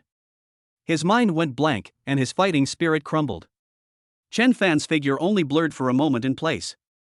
Extremely fast, yet seemingly leisurely strolling. In the next instant, he had already covered a distance of 100 meters. Simply extend an index finger and gently tap it on the other person's smooth forehead. Bang! A soft sound. That LV-35 A-level genius, along with his magnificent holy light armor, was like a soap bubble that had been gently popped, instantly bursting into countless data points that vanished without a trace. Chen Fan withdrew his finger, his expression remaining completely unchanged throughout. Without even glancing at the result, he turned around, put his hands in his pockets, and leisurely walked to the exit point at the edge of the ring. It was as if he had simply crushed an ant that was blocking his way. In the center of the stadium, the giant timer slowly came to a stop. 0.12 seconds. Half an hour later, the organizing committee released its final announcement. Given the performance of the Dragon City Glory team and its technical advisor in the competition, which has severely disrupted the competitive balance of this year's league, and to ensure fairness and impartiality in future competitions, the committee has unanimously decided, effective immediately, to disqualify the Dragon City Glory team from all competitions this year. The news caused an uproar across the internet. In the principal's office of Longcheng Academy, Principal Gu Tong slammed his fist on the table and roared at the liaison officer of the competition committee. Unfair. This is blatant discrimination. Ban just because someone is too strong? What kind of logic is that? He glared and bristled, spitting as he spoke, looking ready to fight the other party to the death. However, when he hung up the call and was left alone in the office, the old principal could no longer contain himself. He leaned back in his large executive chair and burst into a hearty, resounding laugh, with tears of excitement welling up in his eyes. So many years. Today, Longcheng Academy has finally stood up straight. Just then, there was a knock on the office door. The door was pushed open, and a group of soldiers in black uniforms, carrying silver swords and shield badges, strode in. The leading officer had a stern face and sharp eyes. He walked to the desk and gave Gu Tong a standard military salute. Principal Gu, this is an order from the Sword of the Abyss headquarters of the 1st Legion of the Federation. The officer's voice was steady and powerful as he handed over a gold-embossed draft order. We are hereby recruiting all members of your esteemed school's Dragon City Glory team as special members to assist the military in the first phase of testing for the Abyss project. Meanwhile, online discussions about this matter have completely exploded. Hilarious. The most powerful account booster in history beat the account owner so badly that the account was banned by the official game. The head coach personally stepped into the game, wiped out the opposing team with a single finger, and then the entire team was kicked out of the game. I've only ever seen this kind of scenario in my dreams. I declare that from today onwards, Chen Fan is my only idol. That guy who said you call this a collector is practically my mouth double. Longcheng Academy's school motto has been seemingly revealed: if you can't beat them, call your parents; if you can, call a professional player. Final inscription: the coach is invincible. Chapter 33: Eye of the Storm. The tournament committee's announcement of a ban for being too strong did not spark outrage on the federal network, but rather an unprecedented frenzy. This announcement seemed to have become Longcheng Academy's most hardcore admission brochure and Chen Fan's most outrageous personal resume. The most powerful account boosting service in history beat the account owner so badly that the account was banned by the official game. The head coach finished warming up, smashed the server with a single finger, and has now returned home in glory. Breaking news. Longcheng Academy's motto updated overnight: if you can't beat them, call your parents; if you can, become their coach. Final inscription: the coach is invincible. On the internet, Chen fans, you call this a data collector meme has gone viral, with netizens photoshopping all sorts of outrageous lines onto it, such as "I'm just a passing data collector, give me some face and 500 on the panel is just my basic operation," etc. Meanwhile, in the eye of the storm, in the principal's office of Longqing Academy, the atmosphere was strangely serious. Principal Gutong sat upright, and in front of him stood a group of soldiers in black combat uniforms, standing like javelins. The leader, Major Lejean, had a stern face and eagle-like eyes. "Principal Gu, this is an order from the headquarters of the Federation's 1st Legion, Sword of the Abyss." Lejean handed over a gold-embossed recruitment notice. "We are hereby recruiting your esteemed school's Chen Fan and his team to assist the military in the Abyss project." Principal Gutong felt a pang of anxiety. He knew better than anyone the weight of the words "Project Abyss." Just as he was about to say something, the office door was pushed open, and Chen Fan led 4 problem children in. At that very moment, Principal Gutong's personal terminal seemed to go mad, emitting a sharp, threatening beeping sound. Buzzing. The old principal drew back the light screen, and a huge virtual projection instantly unfolded. Countless colorful invitations and video call requests flooded in like a tide, almost drowning out the military's solemn conscription order. An image of a middle-aged man with slicked back hair, wearing a flashy pink suit, popped up, waving his arms excitedly. "Master Chen. God of War. I am the marketing director of God of War Potion. We are willing to offer 9 figures to sign Wang Tang as our exclusive global spokesperson. We've even come up with the advertising copy." As he spoke, a meticulously crafted demo video immediately appeared behind him. In the scene, before a dark abyss rift, Wang Tang, clad in the dark gold armor of that abyss tyrant, his muscles bulging, his eyes haughty, fought his way through countless demons. Finally, standing proudly atop a mountain of corpses and a sea of blood, he slowly raised a glittering golden potion. The camera zoomed in on his perfect profile, and a deep, magnetic voice rang out. "I replenish my energy before every battle. War God Potion, did I use it?" The final image freezes on the imposing words, "War God Potion, the choice of the strongest professionals." Puff. Wang Tang almost drooled, his eyes gleaming with a light called dream. 9 figures. Global endorsement. Big star. Isn't this the life I, Wang Tang, am meant to have? He could almost see himself holding an Oscar in his left hand and endorsement fees in his right, embarking on a glorious future at the pinnacle of his life. Immediately afterwards, other companies rushed in with their bids. "Goddess Qin Shiyu. Look at our ice and snow goddess jewelry. We don't want an endorsement fee, we'll give you a set of S-grade ice magic amplification jewelry. We just ask that you wear it out once. Zhao Feng. Luli. We, Iron-Blooded Security, cordially invite you both to serve as honorary instructors. Annual salary starts at 8 figures. For a moment, the office was filled with the smell of mutual flattery and money, which formed an extremely absurd contrast with Major Lejean's iron-blooded and murderous aura across the room. Lejean's lips twitched slightly. "Who I am? Where am I? I'm here to recruit the Federation's future elite warriors, not to attend some idol group signing ceremony. What kind of nonsense is this?" Just as Wang Tang was starting to think about which limited edition sports car he would buy after becoming a star, a cold voice, like a bucket of ice water, woke him from his daydream. Qin Shiyu took a step forward, not even glancing at the exorbitant contracts, but looking firmly at Chen Fan. "Wherever Chen Fan goes, I will go." These 6 simple words revealed her sole stance. Wang Tang's smile froze instantly. He stared blankly at Qin Shiyu's resolute back, then glanced at the God of War Potion advertisement on the screen that had captivated him, his heart undergoing an epic storm. On one side is the dazzling avenue of stars, where fame and fortune are within easy reach. On one hand, he continues to be Chen Fan's little brother, a humble a protector of the goddess. His features were contorted in pain, as if he were undergoing a soul-searching ordeal. A few seconds later, Wang Tang gritted his teeth, stomped his foot, and let out a heart-wrenching, tragic roar at the light screen.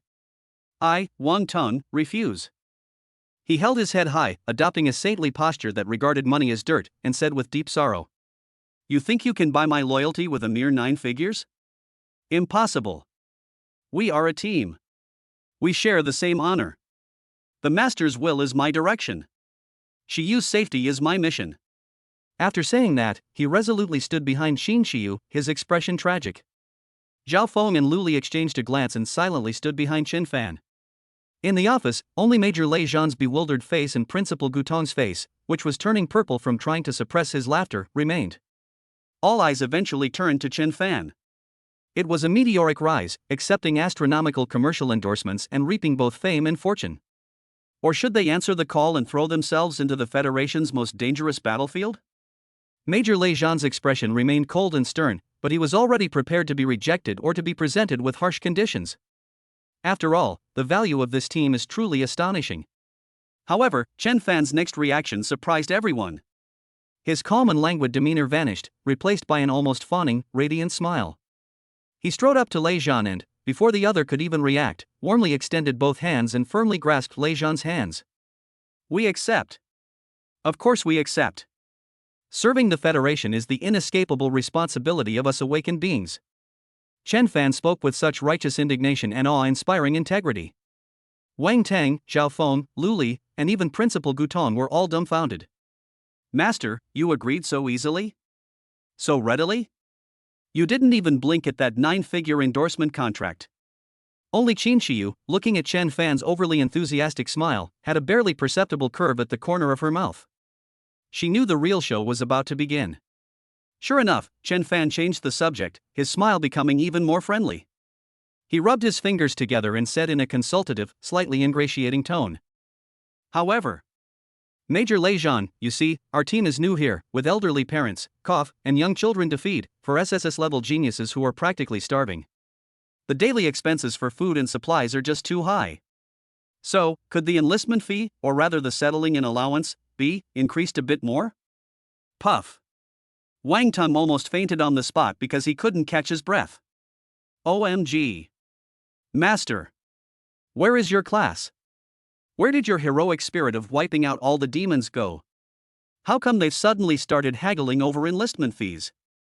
Major Lei Zhan looked at the young man in front of him, whose attitude had completely changed, and instead of being surprised, he smiled knowingly. Before they arrived, the Military Intelligence Department had thoroughly investigated Chen Fan's information. They have an extreme desire for money and their actions are all based on profit. For people with clear goals, talking about ideals and honors is far less effective than talking about money directly. "Consultant Chen Fan, we have certainly taken your concerns into account." Lei Zhan calmly took out another document from his briefcase.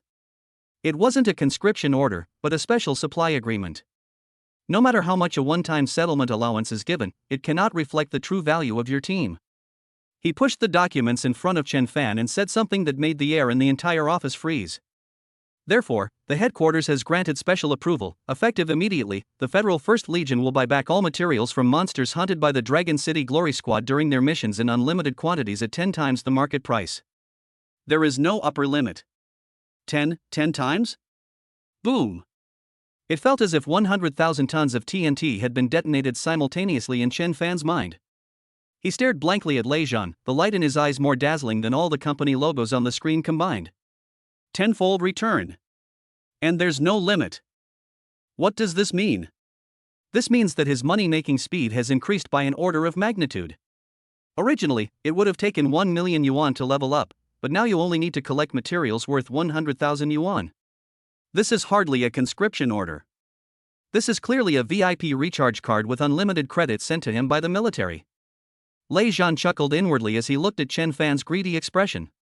Before they arrived, the General Staff conducted a simulated combat capability assessment on Chen Fan's 500 in all attributes panel. The conclusion was that Chen Fan's sustained combat capability was at least equivalent to a full-strength A-level elite squad of 20 people of the same level. The Federation made a killing by acquiring the value created by a super soldier king at 10 times the price. Cough. Chen Fan forcibly suppressed his heart, which was pounding in his throat with excitement, and slammed his hand on the table. His expression was more serious and solemn than ever before. He snatched the agreement, clutching it tightly to his chest as if protecting a priceless treasure, and gave Lei Zhan a crooked but sincere military salute. "Make a deal. Major Lei Zhan, no, brother Lei Zhan. You are my second parents. When shall we depart?" "Now. My greatsword is itching for battle. For the Federation, for humanity, I, Chen Fan, am willing to offer everything." Chapter 34 Beyond the High Walls. 3 days later, at the Dragon City Federal Military Airport. This is the most heavily guarded area in Dragon City, devoid of any commercial vibrancy, only the cold ground and the deafening roar of engines. Giant transport ships painted in military green or space gray lay silently like steel behemoths. Chen Fan and his group of 5 had changed into specially made black combat suits. The material was unknown, but they could sense the energy patterns contained within them. They were to board a Kunlun-class medium assault ship codenamed Mountain Axe and head to the forward headquarters of Project Abyss, Great Wall Base No. 1. Before boarding the ship, it was time for a final farewell. Several expensive luxury cars stopped outside the police line, and members of several prominent families came to see them off. The most outrageous family was Wang Tang's. Wang Tang's father was a wealthy businessman with a beer belly and 10 energy rings. He practically rushed over crying, followed by 7 or 8 assistants carrying large and small bags. "My son! My precious son!" Wang's father grabbed Wang Tang, tears streaming down his face. "Why can't you understand this? Why not inherit the perfectly good company instead of risking your life? Dad has prepared some things for you, so be sure to keep them safe." As he spoke, he gave a wink, and an assistant immediately dragged over a huge alloy box. "This is the Dragon Blood Life Potion. A single drop can regenerate severed limbs. This is a grade A defensive amulet, capable of withstanding a full-force attack from a Lord-level monster. It's far superior to the thing your dad gave you in your practical class. And this, my son. You must not rush forward. Your life is the most important thing." As he spoke, Wang's father secretly tried to slip Major Lei Zhan an anonymous black crystal card to him, smiling obsequiously. "Major Lei Zhan, this is just a small token of my appreciation. I'd really appreciate it if you could take good care of my rascal. It would be best if you could put him in the logistics department." Lei Zhan looked at him expressionlessly, but his eyes were colder than the Siberian wind. Seeing that Lei Zhan didn't say a word, Wang's father's hand froze in mid-air, and he could only awkwardly withdraw it. Wang Tang's face turned a deep purplish red. He wished he could disappear into a crack in the ground and roar at his father. "Dad! What are you doing? I'm going to defend our country, not go on a picnic." Although he said that, his eyes couldn't help but glance at the box full of life-saving artifacts. On the other hand, the situation was completely different for Zhao Feng and Lu Li's families. Their parents were both soldiers, and they stood ramrod straight. Zhao Feng's father simply patted his son's shoulder heavily, his eyes filled with menacing power. "Once you go to the front lines, you will no longer be my son, but a federal soldier. Remember, you have hundreds of millions of compatriots behind you. Don't embarrass me." Lu Li's mother was much gentler. She straightened her daughter's collar, her eyes reddening, but she held back her tears. "Take care of yourself, and take care of your teammates too. Come back alive." There were no extra words, only the most sincere wishes and expectations of a military family. The presence of Qin Shiyu's farewell party made the atmosphere in the entire airport a bit more somber. An elderly man with white hair and a general's star on his shoulder walked in, surrounded by a group of high-ranking military officers. He was Qin Shiyu's grandfather, General Qin Zhenyue, the commander of the 3rd Army Corps of the Federation. He didn't look at his granddaughter, but instead turned his gaze to Lei Zhan, saying in a deep voice, "Lei Zhan, I've watched you grow up. These children are in your hands." "Mission accomplished, General." Lei Zhan stood at attention and saluted. Qin Zhenyue then turned his gaze to Qin Shiyu, his eyes stern as knives. "The power of the Lord of Frost is not for you to flaunt your power. Once you're on the front lines, put away your spoiled princess attitude and forget about your family background. Your rank and merits will be earned with the heads of demons. Don't bring shame to the Qin family." "Yes, Grandpa." Qin Shiyu answered calmly, her icy blue eyes showing no ripples. In this farewell area filled with family affection and anticipation, only one corner seemed out of place. Chen Fan stood alone by the gangway at the boarding gate, quietly watching everything. No family members came to see him off. His family members had long since turned into cold tombstones in the mad tide that swept through his hometown more than a decade ago. Those noisy exhortations, reluctant embraces, and proud expectations were forever separated from him by an invisible pane of glass. He was just an observer. This extreme loneliness caused his money-grubbing and lazy traits to quietly fade away, replaced by a coldness and desolation that blended seamlessly with the ironclad airport. Qin Shiyu seemed to sense something. She ended her conversation with her grandfather and silently walked to Chen Fan's side. She didn't speak, she just stood there quietly. Wang Tang and the others noticed the silence and ended their farewells to gather around. "Board the ship." Lei Zhan's command broke the complicated atmosphere. The group filed in, and the heavy alloy hatch slowly closed, isolating them from the outside world. The assault ship's engines roared as it began to ascend vertically. Through the porthole, the bustling city of Longcheng quickly shrank in the field of vision. Wang Teng wanted to say a few more words, but he found that the spaceship did not jump directly as he had imagined. Instead, after climbing to an altitude of 10,000 meters, it flew at high speed along a fixed route. Soon, the edge of the city came into view. That wasn't a gentle suburb, but a colossal, pitch-black wall that pierced the clouds. What is that? Wang Tang was dumbfounded. The colossal wall, reaching a height of 1,000 meters, was cast from an unknown black metal, and its surface was covered with countless, honeycomb-like giant energy cannons and defensive matrices. Every few kilometers, a fortress as tall as a mountain stands, with countless soldiers and mechs patrolling the walls like ants. This wall, like a giant black dragon, embraces the entire Dragon Kingdom, guarding this last pure land of mankind. Welcome to the real world, newbies. Lei Zhan's voice rang out over the loudspeaker, tinged with mockery. The wall beneath your feet is called the Dragon's Spine Defense Line. Beyond the wall lies the true face of this world. The assault ship sailed over the high wall. In an instant, everyone held their breath. Outside the wall, there are no blue skies and white clouds, no shady trees. As far as the eye could see, there was an endless wasteland stained with dark red and charred black. The earth was covered with huge claw marks and horrific craters. The dried-up riverbed is like a scar on the earth. The ruins of a dilapidated old city stand like ghosts on the wasteland. In the sky, thick leaden clouds never disperse, and from time to time, deformed monsters as large as buildings flap their decaying wings, appearing and disappearing in the clouds. Have we always lived in a world like this? Lu Li's voice trembled slightly. That's right. Lei Zhan's voice was cold and ruthless. The peace and prosperity you enjoy in the city, and even the so-called college league you participate in, are nothing but a fragile dream built on this wall and the sacrifice of countless people. Now, ahead of the assault ship, appeared a war fortress built on a mountain, even more magnificent and formidable than the Dragon's Spine Defense Line. The dream is over. Welcome to the war, everyone. Chapter 35: The Truth. The rear cargo door of the transport plane slowly opened. An indescribable, pungent odor, like an invisible hand, gripped everyone's throats. This is a taste that no system in the virtual world can simulate. It was filled with the metallic smell of blood and the pungent odor of disinfectant. The smell assaulted the olfactory nerves, directly triggering the most primal physiological nausea. Vomit.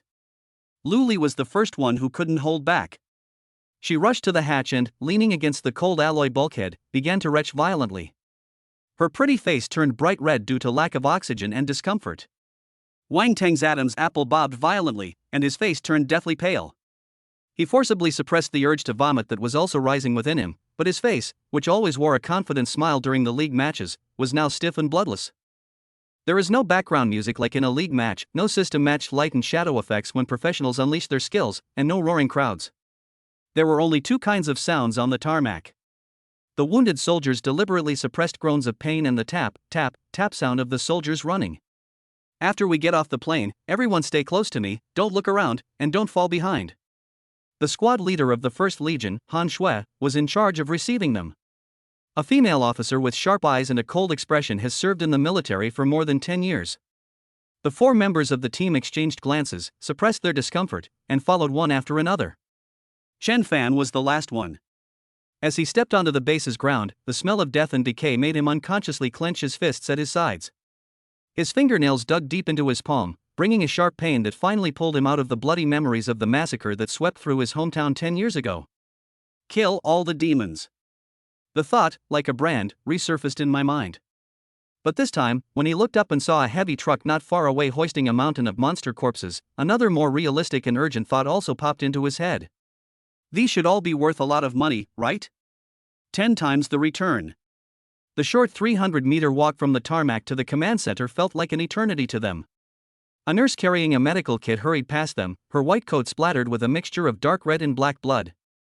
3 soldiers were supporting their wounded comrade, whose face was half blown apart and was covered in blood and gore. He could only make a hoarse, gurgling sound from his throat. A stretcher was quickly carried by 2 medics. A young man lay on the stretcher. He looked even younger than Qin Shiyu. His combat uniform was torn open, and his right arm was severed cleanly from the shoulder. The cut was haphazardly wrapped in bandages, but blood had already soaked through the thick gauze, dripping onto the cold ground.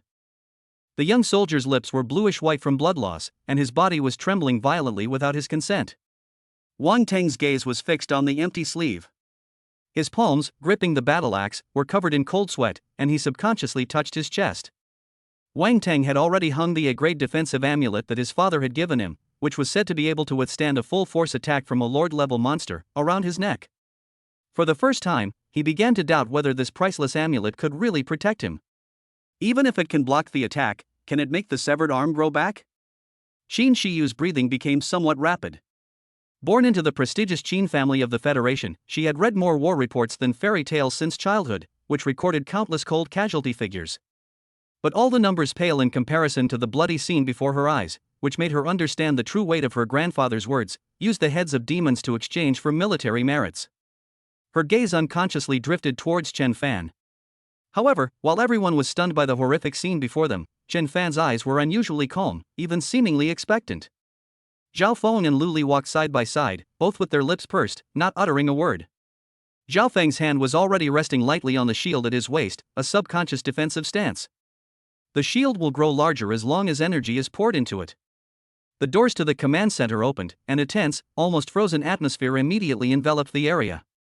A huge three-dimensional sand table occupied the center of the room, with flashing red dots marking the locations of the monsters. Dozens of staff officers were rapidly operating their respective screens, loudly reporting various data. Report. The reconnaissance line in Sector F-13 was completely destroyed 3 minutes ago. The number of corrupted Rippers has been corrected to a total of 312, and they are moving at high speed toward the second line of defense. Order the 3rd and 5th combat squads at the front to retreat immediately. Repeat, retreat. Abandon C4 Hill and preserve manpower. A man with only one eye and a hideous scar on his face stood in front of the sand table. He turned around only after giving the order. He was the highest-ranking commander of this frontline base, Colonel Shirlong. His remaining single eye swept over Chen Fan and his group of 5 like an eagle's, his voice hoarse and cold. "I've watched your leak videos, and you played very well." He offered no further praise, and his tone immediately turned harsh. "But before you go into battle, I must tell you a few things about reality. This concerns your lives, so listen carefully." Shirlong's gaze first fell on Wang Tang. "You, the one with the axe. I know you're rich and well-equipped. But in reality, if your muscles stiffen from fear, you won't even be able to lift an axe. The talisman your father gave you won't save your life, it will only turn you into a more complete corpse." His gaze shifted to Qin Shiyu, you, of the ice element. "Your grandfather was General Qin Jinyue, but here, this surname doesn't bring any privileges. An SSS rank monster that cannot precisely control its power on a chaotic battlefield poses a greater threat to us than the monsters on the other side." Next up were Zhao Feng and Lu Li. "Your shields and flames aren't game effects every time you unleash them, they truly drain your stamina and spirit. Once exhausted, you'll be nothing more than lambs to the slaughter." Finally, his single eye fell on Chen Fan, his gaze filled with scrutiny and incomprehension. "And you, sea-level gatherer. I don't know what methods you used, but since your 4-dimensional attributes are high enough, then make good use of them. But be very careful." He extended a thick finger and pointed to his empty eye socket. "I lost this eye 20 years ago when it was gouged out by a low-level D-rank monster called Swift Shadowclaw, but in the assessment of virtual warehouses, that's only a 5% minor injury. But in reality, it shattered my eyes. And that effect is permanent. Here, combat is not a game, everything is different from the virtual pod. I don't care what SSS level profession you are. Before you learn how to fight, you are no different from raw recruits." The expressions on Wang Tang and Zhao Feng's faces were extremely grim. They are the pride of heaven, champions admired by all, and have never suffered such direct humiliation. However, Shirlong did not give them a chance to refute. He turned to Han Shui and gave an order that caught everyone off guard. "Han Shui. Arrive. Take them to the logistics department and have them report to Lao Zheng. Their first task, process all the monster materials collected today, for a period of 12 hours. I need them to touch them with their hands and smell them with their noses to figure out the structure of the enemy they will be facing in the future." "What?" Wang Tang was the first to call out. "You want us to do chores?" Shirlong glanced at him coldly with his one eye. "You can choose to go back to your father's comfortable nest right now." Wang Tang fell silent instantly. Qin Shiyu, Zhao Feng, and Lu Li's faces were also filled with astonishment and resentment. Only Chen Fan's eyes lit up when he heard the words processing monster materials. What others see as humiliation and punishment, he sees as a windfall. Isn't this just a newbie gift pack? Chapter 36 Quenching. Logistics Department, Materials Processing Center. A huge iron shed. The stench of blood and decay in the air was extremely strong here. The huge pool was filled with the remains of various monsters. The black blood and yellowish-green bodily fluids mixed together, emitting nauseating bubbles. A one-armed veteran, with a cheap cigarette dangling from his lips, was directing several soldiers to operate a robotic arm for rough sorting. That's Lao Zhang. The new guy? An SSS rank profession. Has the one-eyed man lost his mind? Or did you guys offend him? Let me tell you, he's a petty person. Alright, enough talk, let's get to work. Old Zhang exhaled a smoke ring and pointed with his only remaining finger to a row of high-pressure water guns and cutting tools next to him. The rules are simple: take those C and D rank monster corpses and, according to the manual, completely extract all the valuable materials such as claws, teeth, and carapaces. Throw the remaining waste into the decomposition furnace over there. He pointed to a screen on the wall, which played a loop of instructional videos on dissecting various low-level monsters. The images were incredibly gory. If you don't know how, just learn it by following instructions. Hurry up! I want this pool emptied within 12 hours. Wang Tang's face turned green instantly. Why would someone as dignified as the eldest son of the Wang family, an SSS-level professional, be doing this kind of dirty work as a butcher? Lu Li's stomach churned again. She looked at the unknown maggots wriggling in the pool and almost vomited again. Zhao Feng and Qin Shiyu also had grim expressions, clearly feeling extremely humiliated and uncomfortable with this mission. However, when Chen Fan saw the mountain of materials, his eyes instantly lit up with golden light. As a hunter, this disgusting pile of monster corpses in front of him was, in his eyes, an uncut goldmine. What are you standing there for? Are you waiting for the monster to spit out the materials itself? Old Zhang roared impatiently. Seeing that there was no way to avoid it, everyone had no choice but to bite the bullet, put on heavy protective suits, pick up tools, and start working. Damn it, what is this rubbish? It stinks even worse than a sewer. Damn! This thing is still moving. Chen Fan worked silently. They're planning to make a fortune quietly. He selected a medium-sized D-rank monster, that corrupted hound, and skillfully ripped open its chest cavity. As he reached in and touched the dim, lifeless energy core, he silently recited something in his mind. Everything is upgraded. Name: Corrupted Hound Energy Crystal Core Grade D upgraded to Starlight Core Grade SSS. Effect: contains pure stellar power, a core material for crafting legendary equipment, and can also be directly absorbed to permanently increase the maximum spiritual power. It's done. Chen Fan suppressed his inner elation and threw the SSS grade crystal core into the metal basket marked qualified. Next, he did the same thing. To avoid drawing attention, he didn't upgrade everything to the top level. 12 hours later, when everyone was exhausted and collapsed on the ground, Chen Fan was full of energy. Old Zhang woke up, a cigarette dangling from his lips, and walked over, ready to inspect the property. He picked up the scanner and casually scanned the seemingly ordinary pile of materials in the basket. Beep beep beep. The scanner suddenly issued a rapid red alert. Old Zhang frowned and took a deep drag on his cigarette. He thought the machine was broken, so he impatiently patted it and rescanned. On the screen, a series of diagnostic results that nearly made his eyes pop out appeared frantically. Dragonscale lizard leather, rating, guess, completeness, 99%, value, 35,000 contribution points. Poison tarantula silk sack, rating, A, completeness, 100%, value, 12,000 contribution points. When the scanner's beam finally landed on the crystal core in the corner, the entire instrument's screen instantly turned into gold, representing the highest value. Star core, rating, SSS, completeness, 100%, value? Exceeds the local database's assessment limit. It is recommended to report to the Federal Central Research Institute. I'm fucking mad. The cigarette in old Zhang's mouth fell directly to the ground. His one eye was filled with horror and disbelief.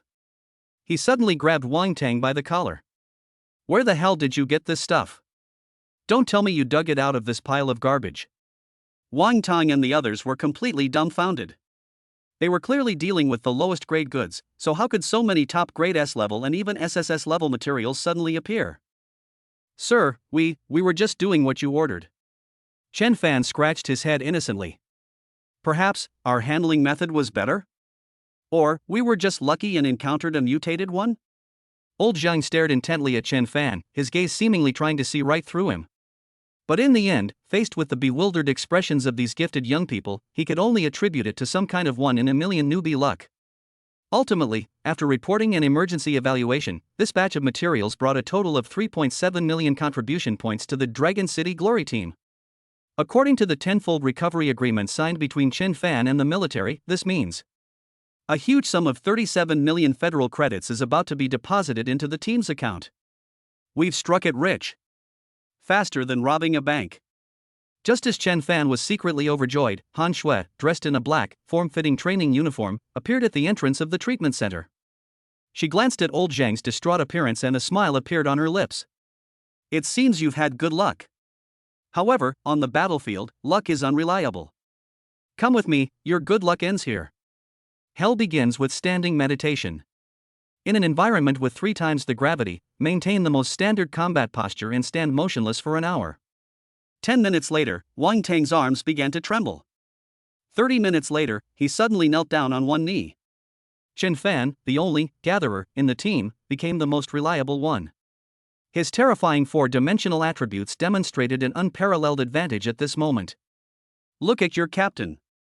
Han Shui's cold voice echoed. Even a hunter can stand more steadily than you. Where is your pride? Looking at Chen Fan, who remained motionless, Wang Tang felt more humiliated than physically exhausted. He couldn't understand why this guy could do 12 hours of dirty work and still act like nothing had happened. The training that followed was downright inhuman. Finally, one day in the 3rd week, Wang Tang completely broke down after Han Shui struck his wrist with the hilt of a dagger once again. I quit. He roared at Han Shui with red eyes. This is fucking torture. I'm an SSS level professional. Not your sparring partner. I went there to kill monsters, not to suffer here. However, before he could take 2 steps, a calm voice rang out. Stop. It was Chen Fan. You want to go back? Chen Fan slowly walked up to him. Okay. Then I will take back your equipment and your class. Boom. Wang Tang was struck dumb, standing there frozen in place. Without a profession and equipment, what's left of me? Waste. Chen Fan uttered 2 words softly. The instructors are teaching us how to survive, but you only care about your status as a young master.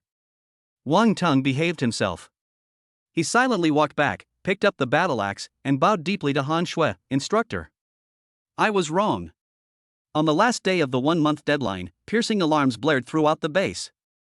Shilong picked up the walkie-talkie, his voice steady and powerful. New recruit, your rookie training is over. Captain Chen Fan, lead your squad to report to the command center. This is your first mission. Infiltrate Sector A13 and find the missing reconnaissance team. Find them alive or dead. This proves that your hard work this past month has not been in vain. Chapter 37, First Mission, The Rotten Forest. Sector A13 is also known as the Forest of Rot.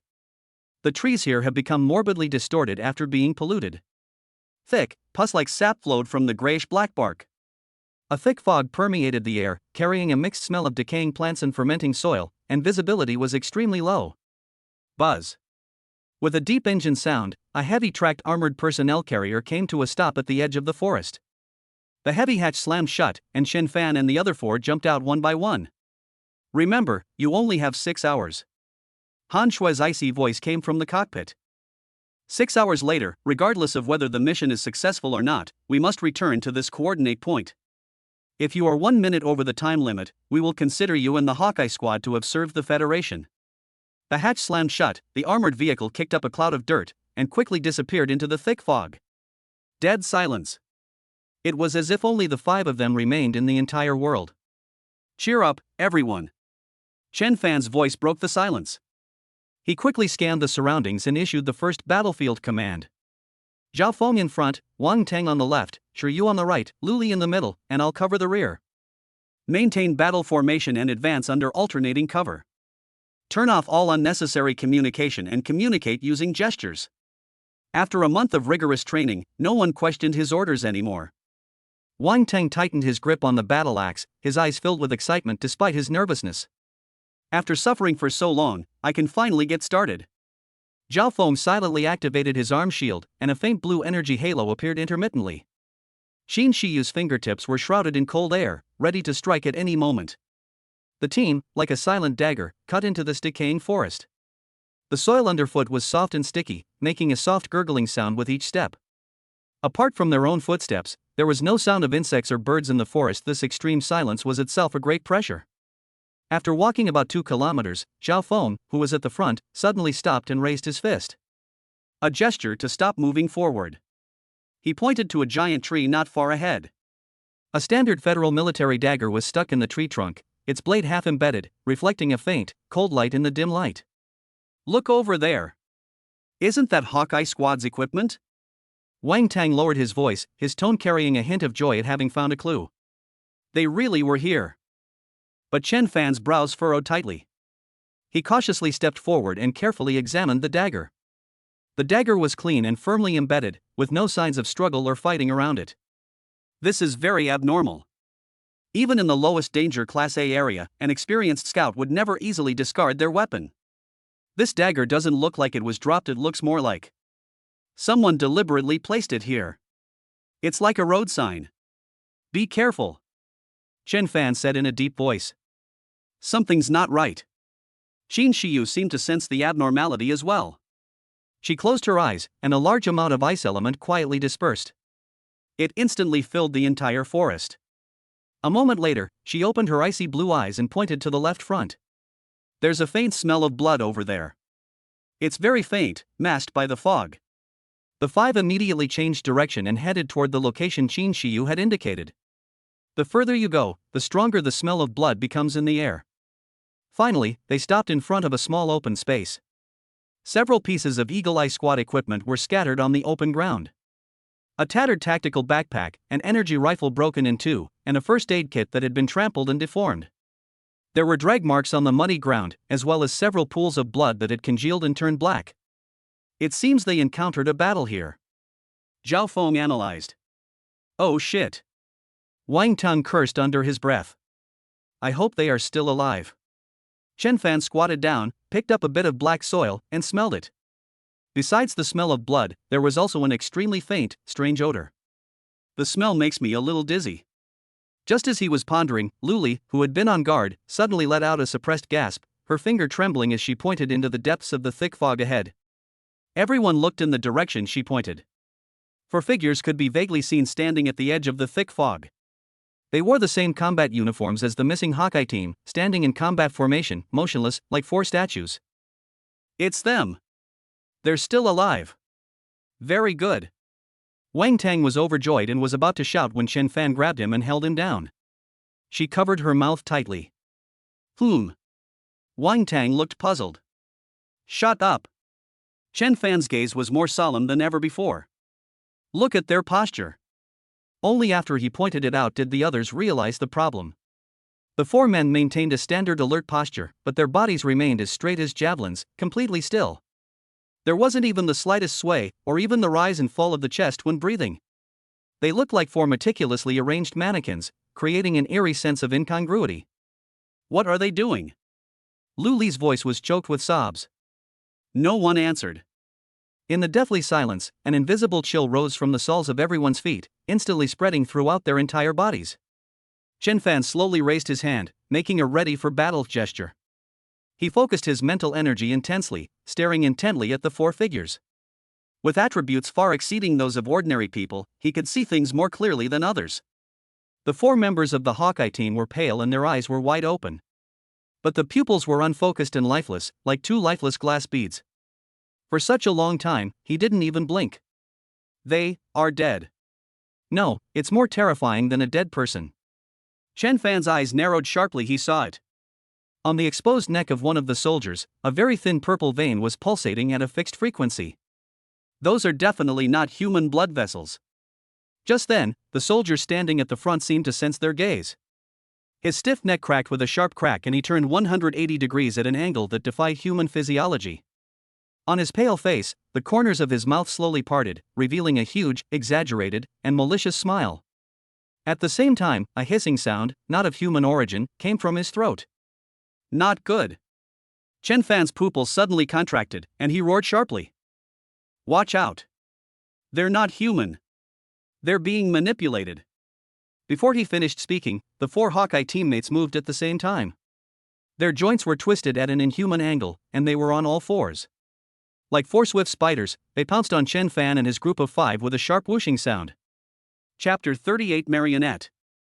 The instant the 4 soldiers lunged at him in human fashion, Chen Fan's clear command rang out in the squad channel. Zhao Feng, directly ahead, Sun Will Guardian. Wang Tun, left flank, use Abyss Descent to cut in and strike his lower body. Be very careful not to pull on it, you're the one I worry about the most. Lu Li, right wing, Fireball. Shiryu, full area coverage, Frost Domain. The instinct honed by hellish training overwhelmed the initial fear of the eerie sight. Yes, sir. Zhao Feng's eyes widened in fury as he slammed his massive shield heavily into the ground. A dazzling golden light curtain suddenly unfolded around him. The surface of the light curtain shimmered with a sun-like glow, both sacred and intense. This is precisely the core defensive skill of the SSS rank class, Undying Sun Knight. Sun Wheel Guardian. Bang! Bang! The 2 corpse puppets slammed violently against the golden light screen, producing a dull thud. The light curtain merely rippled outwards before remaining as stable as Mount Tai. When the corpse puppet touched the body parts of the light screen, it emitted a sizzling burning sound and billowed black smoke. At the same time, Wang Tang made his move. His figure blurred instantly, as if merging into the shadows and disappearing from the spot. The next second, he appeared behind the corpse puppet on the left, his battle axe shrouded in dark demonic energy. The core dash skill of the SSS rank class, Abyss Tyrant, is Abyss Descent. Smash it for me. The battle axe drew a tricky arc. Instead of chopping down the hard torso, Wang Tang precisely swept his sword across the puppet's knees. With a crack, the puppet instantly lost its balance and fell to the ground. On the right, a blazing fireball instantly took shape in Lu Li's hand. Boom! The fireball exploded in the path of the corpse puppet on the right, and the violent shockwave and flames scorched the ground, successfully blocking its charge. All of this took place within Qin Shiyu's frosty domain. Centered on her, the chilling white air spread like a tide, causing thin ice to freeze on the ground and water vapor in the air to turn into ice crystals. The movement speed of all the corpse puppets was forcibly reduced by at least 30% the moment they stepped into the area. 1 defends, 1 kills, 1 controls, and 1 restricts. Under Chen Fan's command, the 4 SSS-level professionals demonstrated textbook perfect teamwork for the first time. However, these manipulated corpse puppets are far more troublesome than imagined. They feel no pain and never tire. Despite having its legs severed, it still crawled frantically on its hands. When blocked by the flames, it burst out of the sea of fire and rushed towards Lu Li with its charred body. Damn it, this is never going to end. Wang Tang chopped the crawling corpse puppet's head off with an axe, only to find its body still twitching.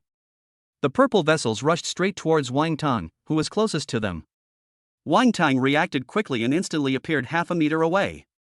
Little brat, you still want to ambush me? Careful! Chen Fan's voice rang out again, this time with an unprecedented solemnity. The purple vein on the back of the doll's neck is the monster that controls them. A single word awakened me from my dream.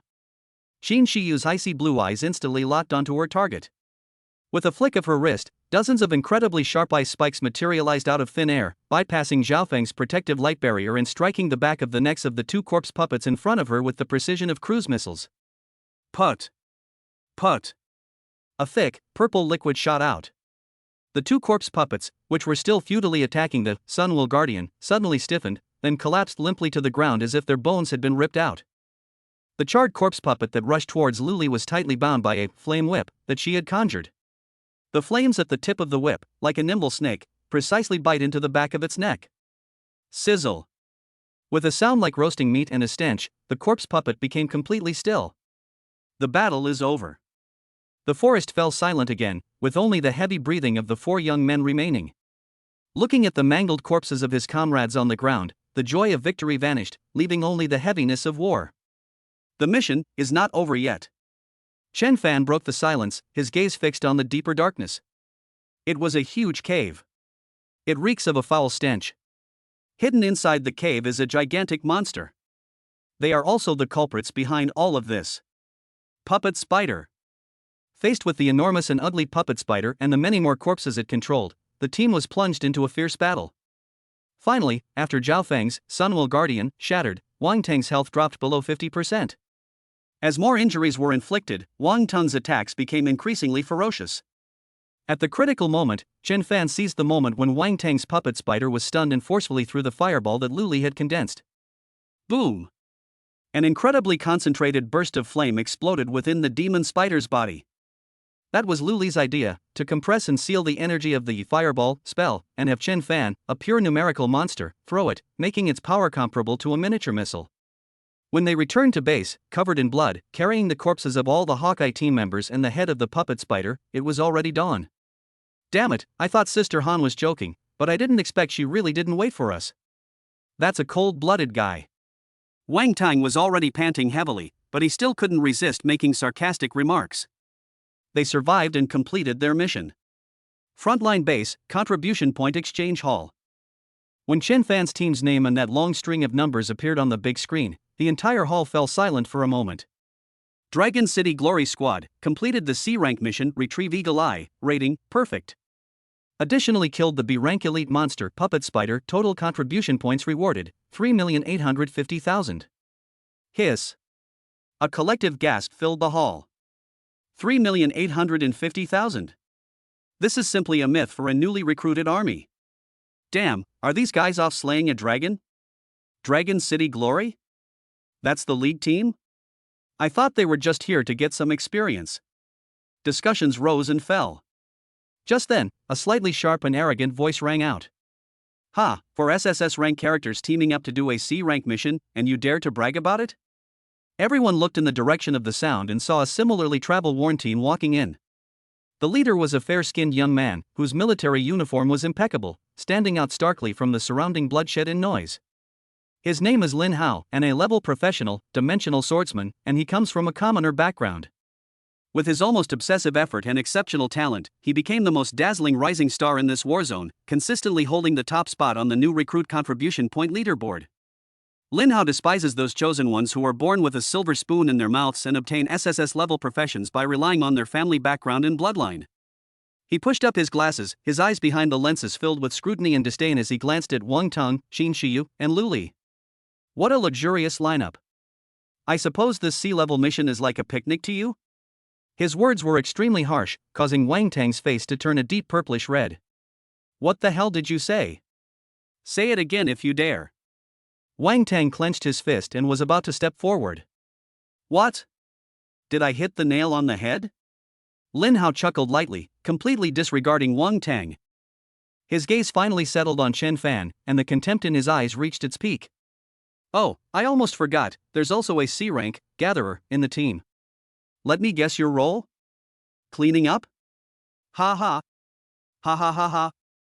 Chapter 39, here's a toy for you to play with.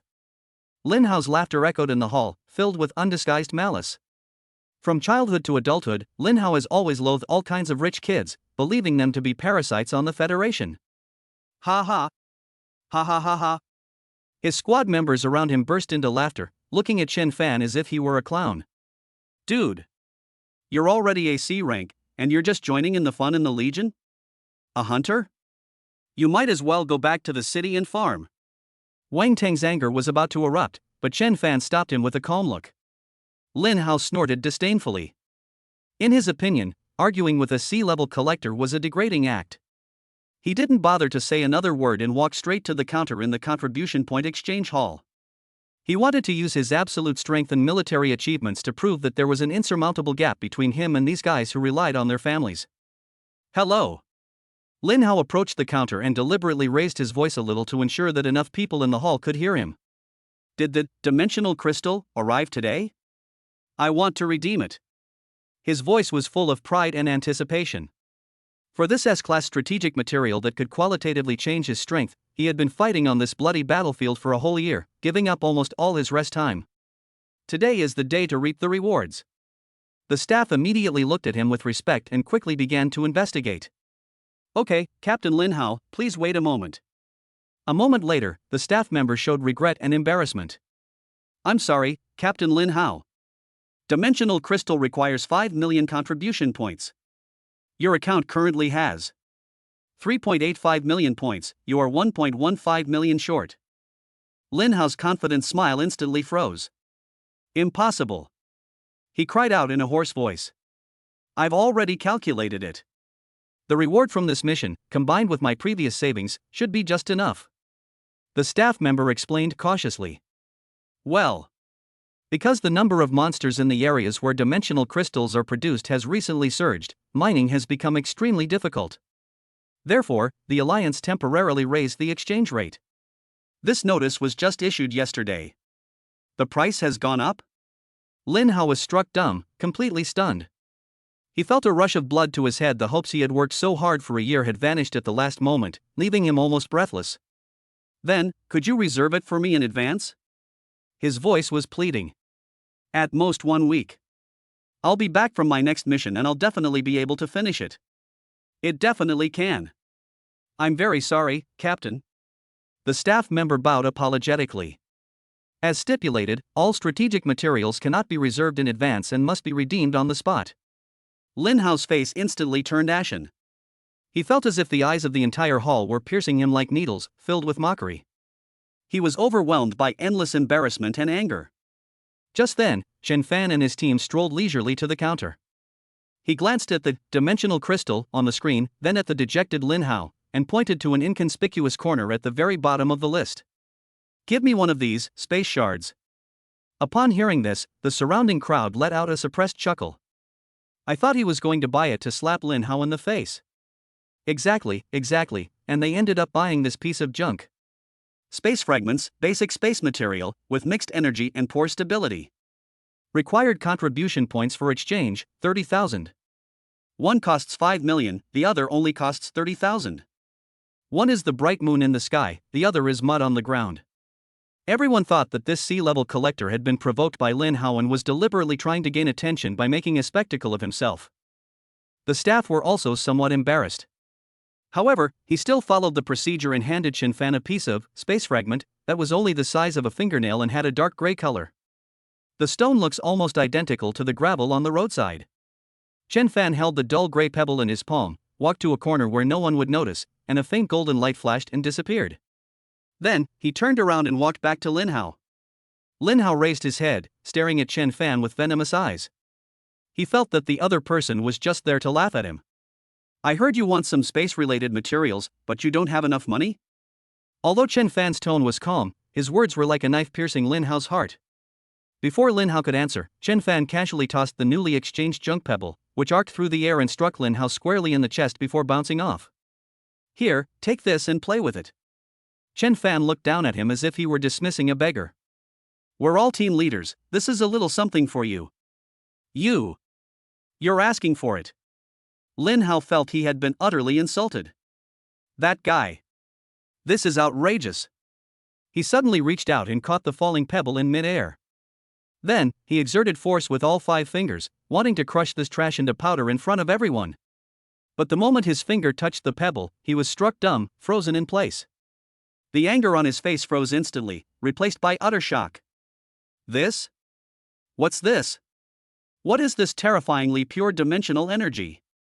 This is not space fragments at all. The energy laws contained within this thing are 100 times, 1,000 times, higher than the dimensional crystal he so desperately desired. Hey, you show off, why are you all quiet now? Are you dumbfounded? Ha ha ha ha. Wang Tang jumped out at the opportune moment, put his hands on his hips, and laughed loudly in an extremely arrogant tone. Ha ha ha. Lin Hao, look at you, so naive and unsophisticated. My older brother took pity on you and casually made you a toy as a reward, and you were actually stunned? A toy that you can rub? You consider this level of material a toy? Lin Hao's voice trembled as he stared intently at the stone in his hand, his mind blank. Otherwise what? Wang Tang looked at him like he was an idiot. That's right, you poor wretch, you've probably never seen anything truly good in your life, have you? Hurry up and kneel down to thank my elder brother for his reward. Every word is piercing to the heart. The goal that Lin Hao pursued with all his might was not even as valuable as a small trinket that the other party casually tossed out. At that moment, all the talent, effort, and dignity he was so proud of were utterly shattered and rendered worthless. Chen Fan was too lazy to even glance at Lin Hao again. He turned around and waved to Qin Shiyu and the others. I'm leaving. There's no point in talking to someone like that. Chapter 40, Lin Hao's It's So Good. Inside the training field, Lin Hao sat alone in the center. In front of him, the pebble that Chen Fan had casually tossed to him floated silently. At this moment, the pebble is radiating a dreamlike starlight.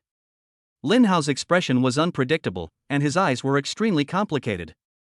Shame, anger, resentment. All sorts of emotions intertwined, but in the end they all turned into an undisguised longing. Those damn rich kids. Because they are rich, they can easily surpass the efforts of others. Lin Hao still couldn't accept the fact that his team's highest contribution points for a single mission had been taken by Chen Fan's team.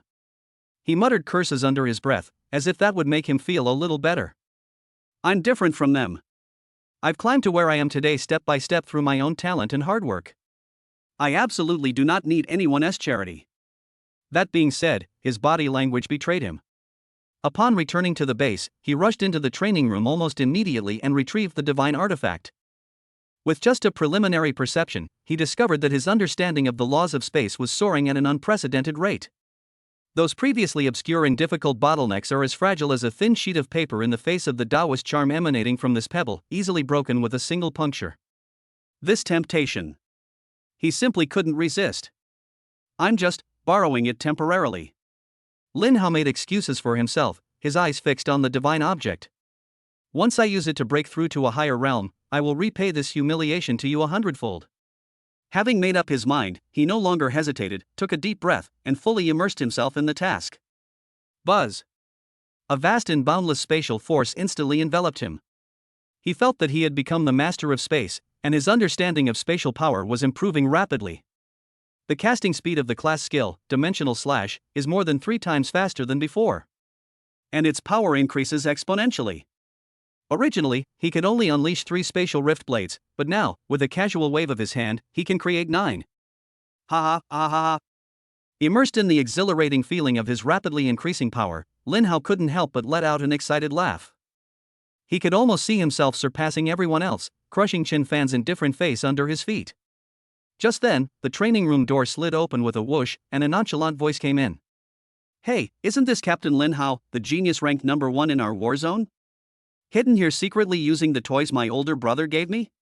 Is it fun? Wang Tong crossed his arms and leaned against the doorframe, a mocking smile on his face. He was followed by several newly recruited henchmen, all with expressions of anticipation for a good show. Lin Hao's laughter stopped abruptly, and the ecstasy on his face froze instantly, turning into a deep liver color. It was both urgent and red. He abruptly withdrew his spiritual power, and the divine object instantly dimmed its light, transforming back into its ordinary pebble form, which he then clenched in his palm. Wang Tong! What are you doing here? Lin Hao's voice was a mixture of shame and anger, like a cat whose tail had been stepped on. I came to see you. Wang Tang strolled in slowly, circled around Lin Hao, and clicked his tongue in disapproval. Wow, you're really working hard. Unlike us, when we're tired we go to top-tier clubs to relax with succubi, and when we're hungry we eat a great monster cuisine. Unlike you, who still has to sweat and toil here, it's heartbreaking to hear and tearful to see. Since discovering that humiliating Lin Hao brings a unique kind of pleasure, Wang Tong has found new enjoyment in this monotonous legion. His father gave him a treasure chest bracelet with a huge internal space when he was a child. It was filled with all sorts of strange and wonderful treasures, all for him to take and make friends. He used to try to please Qin Shiyu, but he was always met with indifference. Now, he plans to use it on Lin Hao to see how effective it is. You fatso! What exactly are you trying to say? Lin Hao gritted his teeth, veins bulging on his forehead. It's nothing, I just saw that you were working too hard during your cultivation. Wang Tang chuckled and pulled a small white jade bottle from his treasure chest, casually tossing it to Lin Hao's feet. Here, this is called the exquisite pill, which is made by a pharmacist using a spiritual magical beast. Grade C is not very useful. It can only help you concentrate better when you cultivate, so as to avoid going into qi deviation. Wang Tang spoke casually, but the word C-grade pill made Lin Hao's pupils shrink sharply. Elixir. This is something far rarer than equipment and materials. Even the lowest grade F rank pill can fetch an astronomical price on the black market. A single C-grade auxiliary cultivation pill is worth at least 3 million federal credits, and it's extremely rare and expensive. He had only ever seen this kind of thing in textbooks. Wang Tang actually described it as a C-grade item that was not very useful. Take it, consider it a reward from my older brother. Wang Tang waved his hand, looking completely matter-of-fact. After all, you're now considered a talent my older brother is raising, investing in, right? Roll. Lin Hao finally snapped. He grabbed the jade bottle from the ground and smashed it hard at Wang Tang. I don't need your charity. Take your filthy money and get out. Wang Tang easily dodged to the side, the jade bottle arcing through the air before he caught it steadily. She has quite a temper. Wang Tang wasn't angry at all. Instead, he laughed even more heartily. Alright, but once I, young Master Wang, have given something away, there's no reason to take it back. Since you don't want it, I'll just leave it here. Take it when you've figured it out. Don't push yourself too hard. What if you accidentally get a stroke while practicing and become paralyzed? I'll have to find a new toy, which is such a hassle. After saying that, he gently placed the small white jade bottle in the corner of the training room, then led his gang of followers away, laughing loudly. The training room fell silent once more. Lin Hao's chest heaved violently, his eyes bloodshot as he stared intently at the jade bottle in the corner. Reason told him that he should destroy that thing immediately to defend his last shred of dignity. But the body's instincts were screaming another voice. Eat it. With this, your cultivation speed can be doubled. Can dignity put food on the table? Strength is the only true measure of existence. This is what those parasites owe me. I'm just taking back the resources that belong to geniuses. Finally, the anger and struggle on Lin Hao's face slowly subsided, and greed reappeared in his eyes. He walked step by step to the corner, bent down, and picked up the small white jade bottle. Wang Tang. Chen Fan. He poured the pill into his mouth, feeling the cool medicinal power instantly sweep over his entire body. His face, flushed red with humiliation, revealed a sinister smile. You just wait. The humiliation I swallow today, I will make you taste 100-fold in the future. Chapter 41, I don't need it, but my teammates do. Part 1. Over the next few days, Lin Hao became a regular at the training room. In just 3 days, the power of his professional skill, dimensional slash, has become incomparable to what it was before. The rapid expansion of his power gradually transformed the memory of being publicly humiliated into a deeper motivation and resentment. He firmly believed that this was what he deserved. Without the obstruction of these rich kids, he should have had the best resources and climbed to the highest peak. All he has to do now is find an opportunity that will leave everyone, especially Chen Fan and Wang Tang, speechless, to prove that he is the true protagonist of this era. Soon, the opportunity came. That day, a blood red S-level emergency mission suddenly appeared on the main screen in the center of the base's mission hall. Mission name, Abyssal Rift Outpost Clearance Operation. Task level, S. Mission description, a high concentration of abyssal energy has appeared at the edge of Zone 3, forming an unstable rift that has been infiltrated by numerous abyssal monsters. An elite squad is required to penetrate deep into the rift, destroy the outpost's energy core, and prevent the rift from expanding further. Mission warning, the rift is filled with mental pollution called abyssal whispers. Anyone below Class B who enters has a 50% chance of permanently losing their mind. Mission rewards, 10 million contribution points, 1 S-grade material, Heart of the Abyss, and a Federation Level 1 hero medal. The moment the mission was announced, the entire hall erupted in excitement, but then fell into a deathly silence. S-rank mission. Tens of millions of contribution points. There are also legendary S-grade materials and the Federation's highest honor. Any one of these would be enough to drive the professionals present crazy. But that blood-red warning was like a bucket of ice water, extinguishing everyone's greed. Whispers from the Abyss. This is a terrifying contamination emanating from the Abyss, specifically targeting the mind and will. Once corrupted, one may at best become a madman, or at worst be transformed into a mindless abyssal puppet, a fate more terrifying than death. This mission is impossible to complete, unless there is an A-level expert leading the team, and that expert must have exceptionally strong mental power. In our entire camp, there are only a handful of A-level experts. Who would take such a risk for a mere outpost mission? What a pity, this is the Heart of the Abyss. I heard it's a divine item that can imbue weapons with dark attribute damage. While everyone was discussing and hesitating, Lin Hao's eyes were fixed on the screen, his breathing becoming extremely hot. His heart was pounding, and he was in a state of extreme excitement. Isn't this the stage tailor-made for him? Because of his years of rigorous training, his willpower far surpasses that of his peers. In addition, his understanding of space has now reached a completely new level. He was confident that he could use his speed advantage to complete the mission before being completely corrupted by the abyssal whispers. If he succeeds, he will become a legend in one battle. He will use his undeniable achievements to completely crush the ridiculous record created by Chen Fan's team.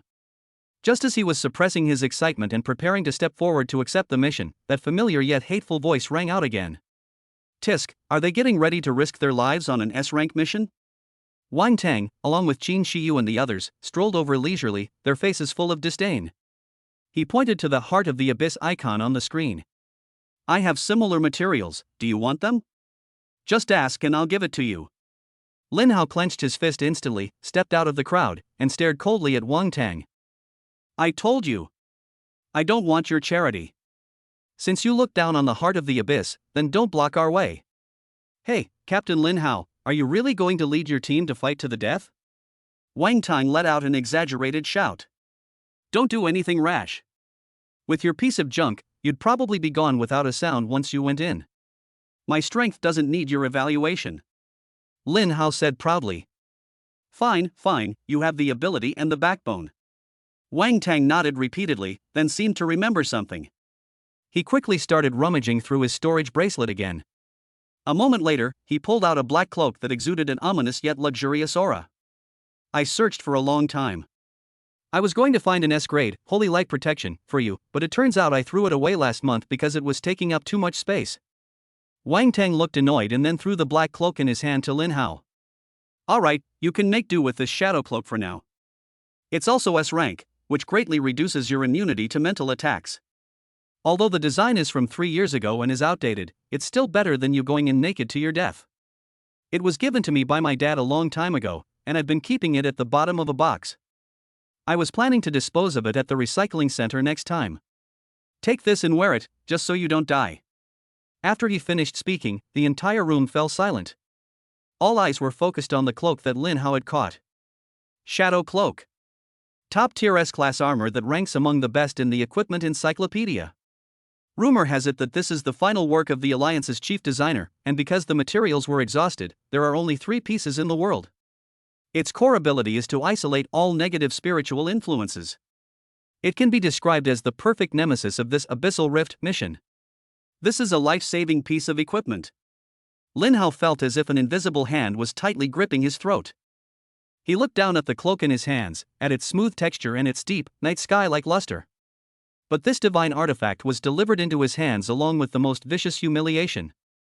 Yes. Or no. Lin Hao's hands were trembling. What? You don't want it? Wang Tang impatiently picked at his ear. If you don't want it, give it back to me. I can use it to pad the table legs, it's the perfect length. I want. Lin Hao practically spat out those 2 words through gritted teeth. Not for myself, but for the other team members. He abruptly draped the cloak over himself, the icy touch sending a shiver through him, followed by an unprecedented sense of security. He raised his head, his eyes bloodshot as he stared at Wang Tang and the calm-faced Chen Fan, and said, word by word, I'll take this mission. You two keep an eye on things. After saying that, he resolutely turned around and pressed his handprint on the mission terminal. Looking at Lin Hao's tragic yet resolute back, Wang Tang finally couldn't help but burst out laughing. He leaned closer to Chen Fan, winked, and whispered.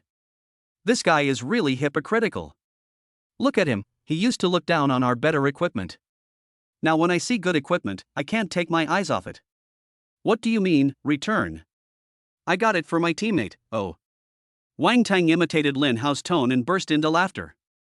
This is so much fun. Ha ha ha ha. Chen Fan didn't even turn his head, he just waved his hand lightly. Let's go eat.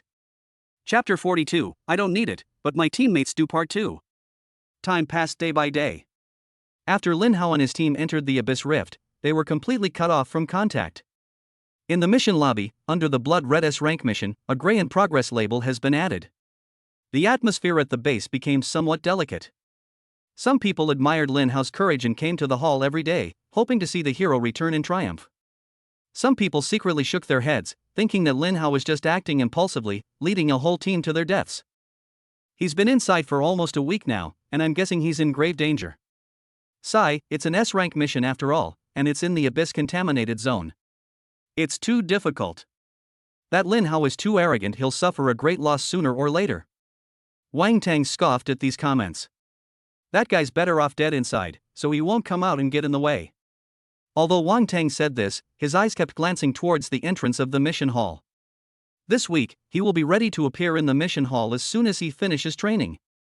Chen Fan, on the other hand, acted as if nothing had happened, hunting monsters near the base with his teammates every day. In his spare time, he would also check Lin Hao's messages. In Chen Fan's opinion, this kid wasn't a bad person at heart, otherwise he wouldn't have chosen to join the Legion. It would be a shame if he died. Until dusk on the 7th day. The alarm at the outermost edge of the base suddenly emitted a short and shrill whistle. High-intensity energy reaction detected. It's the direction of the abyssal rift. Only one person came back alive. No abnormalities detected, proceed with clearance. Boom. The heavy doors of the mission hall slowly rose. All eyes instantly focused on the dim, yellowish twilight. A staggering figure emerged from the smoke and dust, each step seemingly requiring all its strength. It's Lin Hao. He's back. But he was all alone. His once magnificent shadow cloak was now tattered and covered in claw marks and charred soot. His face was ashen, his eyes vacant, as if his soul had been ripped out. He ignored the gazes of everyone in the hall and walked straight through the crowd. He has only one goal. Chen Fan had just returned to the rest area. When Wang Tang saw that Lin Hao was still alive, he was about to say something sarcastic, but when he saw Lin Hao's lifeless eyes, he swallowed all his words. Wang Tang even shuddered. That kid's eyes are terrifying. Under the incredulous gaze of everyone, Lin Hao walked up to Chen Fan. Then, this genius, who was once proud to the core and valued dignity more than life itself, suddenly collapsed to his knees with a thud.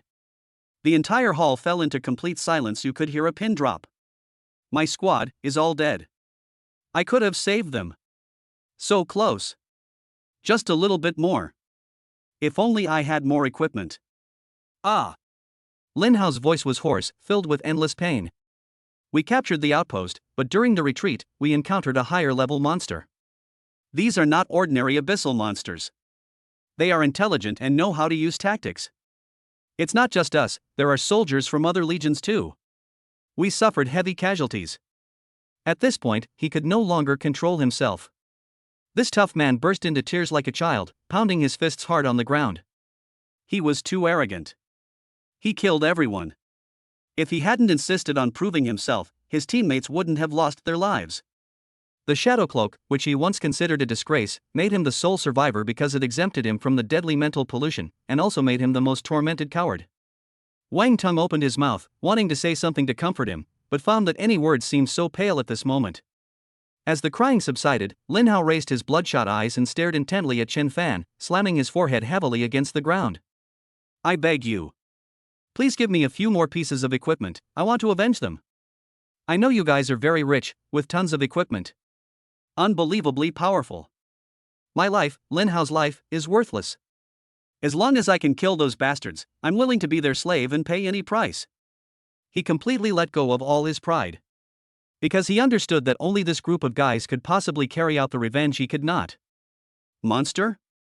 Chen Fan, who had been silent all along, finally spoke. What kind of monster? I have no idea. I've never encountered this before in previous missions. The leader can easily tear through space. They suddenly appeared behind us. Lin Hao said, his voice trembling. Demons. Stand up. Chen Fan stood up and looked down at Lin Hao, who was kneeling on the ground. Past grievances are wiped clean. Because I also really want to kill them. Lin Hao suddenly raised his head, his eyes flashing with disbelief. He didn't expect that these arrogant and domineering rich kids would agree so easily. He had expected to have to waste time and effort, or to endure the fat man's humiliation. The next second, Chen Fan made a move that Lin Hao would never forget. He extended a finger and gently touched Lin Hao's brow. A barely perceptible wisp of golden light flashed past Chen Fan's fingertip and instantly surged into Lin Hao's body. Lin Hao was completely stunned, as if struck by lightning. He felt an indescribable force washing over his entire body and reshaping the core of his profession with an irresistible force. His rank profession, dimensional swordsman, instantly crumbled in the face of this power, and was then reassembled into a form he had never imagined. Bite. Congratulations! Your class has evolved from a rank, dimensional swordsman, to SSS rank, dimensional arbiter. All skills have been reset. A unique divine skill is being generated based on your soul traits.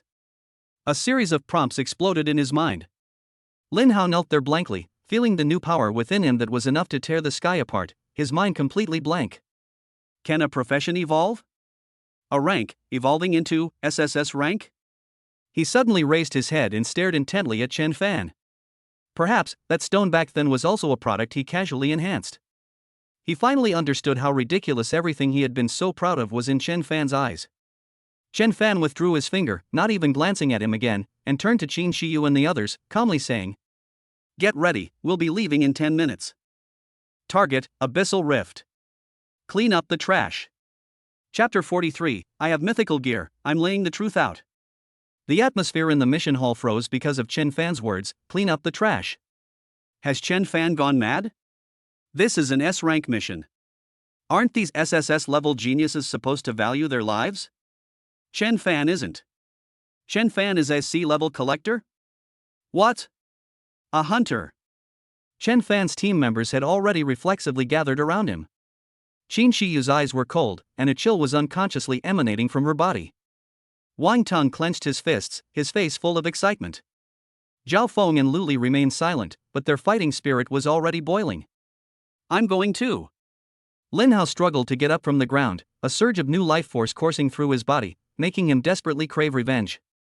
My new skill. I can help. You can't do it. Chen Fan refused without turning his head. Why? Lin Hao panicked. I'm not the same person I used to be. You're level 1 now, Chen Fan said calmly. Any monster in the Abyss Rift could kill you on the spot. Going there would be a burden, not a fighting force. One sentence, like a bucket of ice water, extinguished all of Lin Hao's enthusiasm. He stood there, stunned. Yes. He currently possesses an SSS level class template, but he's just a level 1 newbie whose basic attributes haven't even developed yet. Forget about revenge, they probably can't even protect themselves. Seeing Lin Hao's face flush red and then turn deathly pale, Chen Fan finally turned to look at him and said calmly, just focus on leveling up here. When we come back, not a single monster in the Abyss Rift will be left. Everyone, keep up, it's time for battle preparations. Brother, what else do we need to prepare? With our gear, let's just go for it.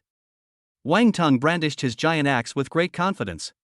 The equipment they were wearing was upgraded by Chen Fan for the College League, and every piece was of SSS-level mythical quality, enough to ignite the entire Federation. Chen Fan did not answer him, but instead brought up his personal panel. Name, Chen Fan. Occupation, Gatherer. Level, 17 experience points, 934,003,072,000,000.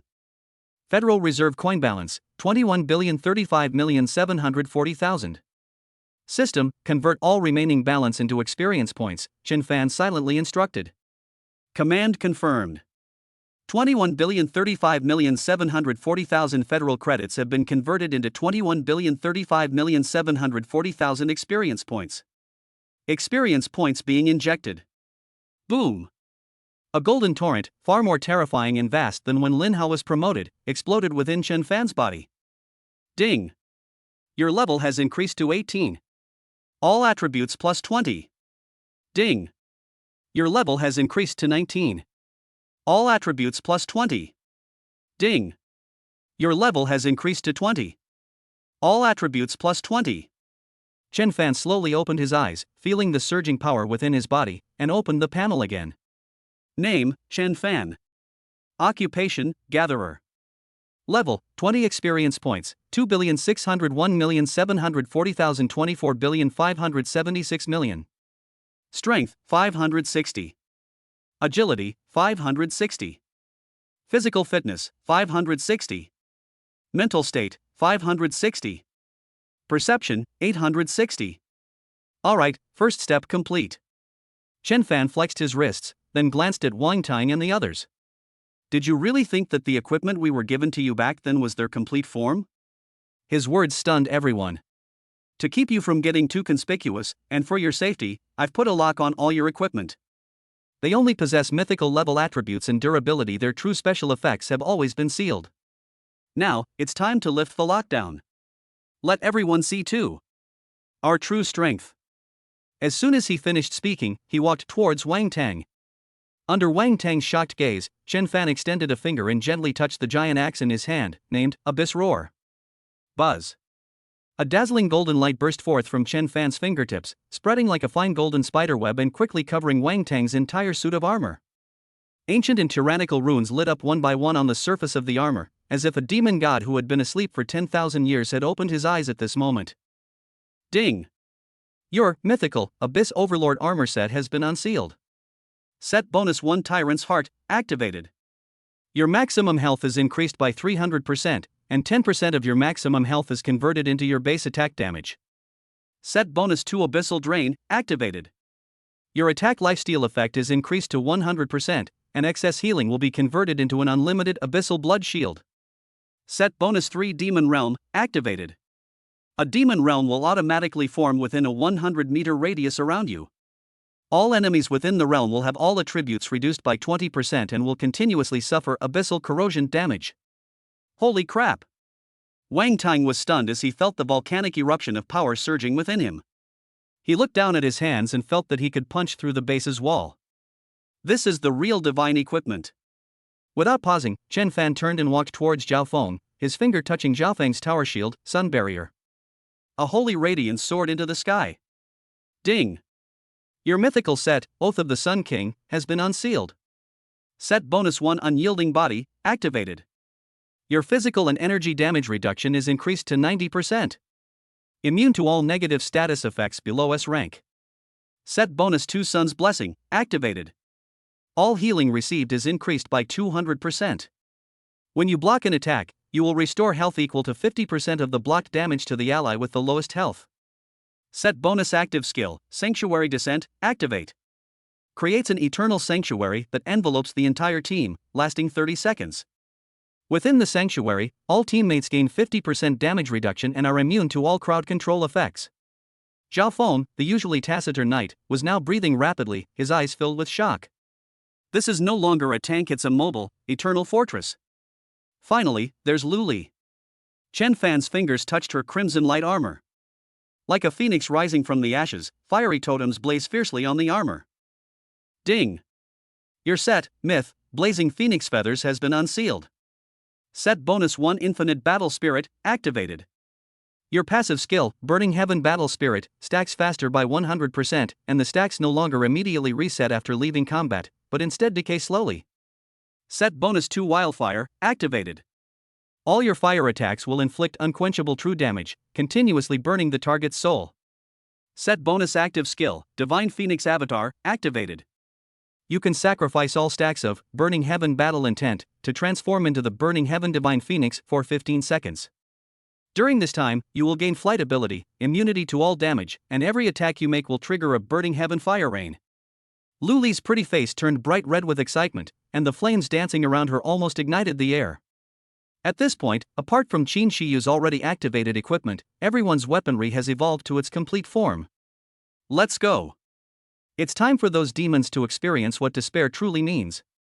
Chapter 44, Cleaning. Inside the mission hall, a thunderous roar of amazement erupted. All the previous doubts and ridicule have now turned into fervent worship.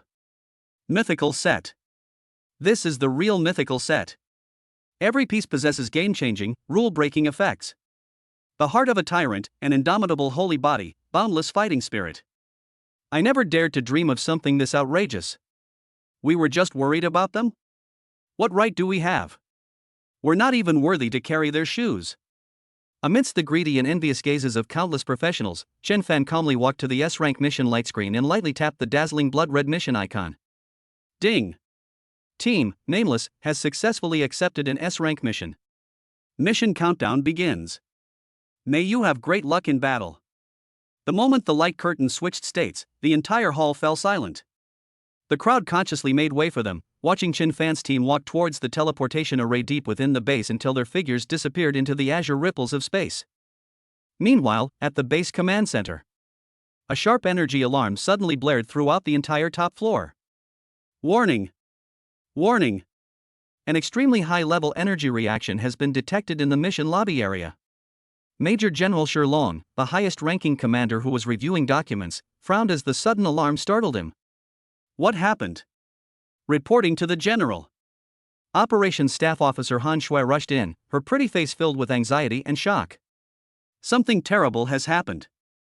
What's the panic? Shilong put down the documents and rubbed his temples. Is the sky falling down? It's almost like the sky is falling down. Han Shui handed over a data board, her voice trembling slightly with excitement. See for yourself. Chen Fan's team just unlocked the hidden effects of their entire set of mythical equipment in the mission lobby. After that, they took over the S-rank Abyss Rift mission that Lin Hao failed at, and they've already set off. What? Shilong suddenly stood up and snatched the data panel. When he saw the words in progress clearly displayed above, his resolute face instantly turned ashen. Nonsense! A thunderous roar shook the office, making it buzz. This is utter nonsense! What do they think an S-rank mission is? A game of make-believe? Lin Hao's elite squad, which they had been working with for 3 years, was just wiped out inside. These few green recruits dare to charge in just because they have some good equipment? Are you trying to die even faster than you already are? Enraged, Shilong slammed his fist on the table and directly connected to the internal communication system of the person in charge of the mission hall. Zhang Wang. What kind of person are you, the person in charge of this hall? What about the approval process for accepting S-level missions? Why send a group of new recruits on such a deadly mission? Let me tell you, if anything happens to these kids, I'll be the first to shoot you. The person in charge on the other end of the communication line was trembling with fear after being scolded, and stammered an explanation. General, they forcibly took over. Chen Fan's authority level was too high. I couldn't stop him. I don't care what reason you give. Immediately organize the highest level rescue team, right now. Before Shilong could finish speaking, his gaze inadvertently swept across the main screen of the command center, and his voice abruptly stopped. On the screen, the monitoring data representing the abyssal rift is being refreshed rapidly. 19 hours 2 minutes and 14 seconds, the squad enters the fissure region. The light from the teleportation dissipated, and a cold, viscous aura of the abyss swept over us. Countless frenzied murmurs filled the air, piercing the depths of the soul. This is precisely the terrifying mental pollution that caused Lin Hao's team to be wiped out instantly. Whispers from the abyss. This is it. Qin Shiyu, standing behind Chen Fan, turned cold in her phoenix eyes. She didn't even need to chant, she simply gave a cold glance around. Buzz. A chilling, bone-piercing aura suddenly spread out from her center. The mad babbling in the air was instantly frozen, shattered, and turned into nothingness. In the command center, the data on the main screen jumped up. 19 hours 3 minutes and 27 seconds, large-scale energy reaction detected. The mental pollution level of abyssal whispers is instantly reduced to 0. Cleared to 0? A technician rubbed his eyes, unable to believe his screen. The A-level mental purification device carried by Lin Hao's team couldn't even last 3 minutes there. Shilong's pupils contracted slightly, but his expression remained solemn. Eliminating mental pollution is only the first step. Deep within the rift, as if sensing the intruder's provocation, countless twisted demonic shadows surged out from the shadows, converging into a black tide that roared and charged forward. It's finally here. Watch me. Wang Tang let out an extremely excited roar, and instead of retreating, he advanced like a heavy tank, crashing into the monster horde. Demon God Realm, activated. A purplish-black aura exploded outwards from him, causing all the monsters within the domain to freeze abruptly, their bodies emitting corroded black smoke, and all their attributes to instantly decrease by 20%. His giant axe, Abyssal Roar, drew a brutal arc, instantly cleaving 7 or 8 monsters in half at the waist. The monsters' claws and teeth fell on him, but couldn't leave even a white mark. Instead, they sparked golden flames. Abyssal Absorption, triggered. A massive amount of health points were instantly replenished, and the overflowing healing power transformed into a thick, blood-red shield, making him even more formidable in battle. He was like a perpetual motion machine, stirring up the sea of monsters wildly, leaving limbs and broken bodies flying everywhere he went. At the same time, a blazing streak of light swept past his head. Lu Li's figure traced a graceful trajectory in the air, her twin blades unleashing a rain of fire. Wildfire spreads. Those flames seemed to possess a life of their own. Once they came into contact with the demon, they could never be extinguished. Pretty. Chen Fan stood at the very back. Zhao Feng, 30 meters to your left front, prepare to activate your shield. No sooner had the words left his mouth than a lurking elite monster suddenly pounced out from the shadows of that area, opening its blood-red maw and spewing out a devastating shadow ray. The timing was perfect. Zhao Feng had already moved to the side, and the massive tower shield, sun barrier, steadily blocked the path of the ray. The sanctuary descends. A golden light screen instantly enveloped the entire team, and the destructive ray struck the tower shield, only causing Zhao Feng to retreat half a step before being completely absorbed. The 90% damage reduction makes this attack, which is enough to instantly kill an ordinary level 40 tank, feel like a tickle. Everyone in the command center was stunned. 19 hours 5 minutes and 1 second 37% of monster reactions in the target area have disappeared. 19 hours 7 minutes and 22 seconds 62% of monster reactions in the target area have disappeared.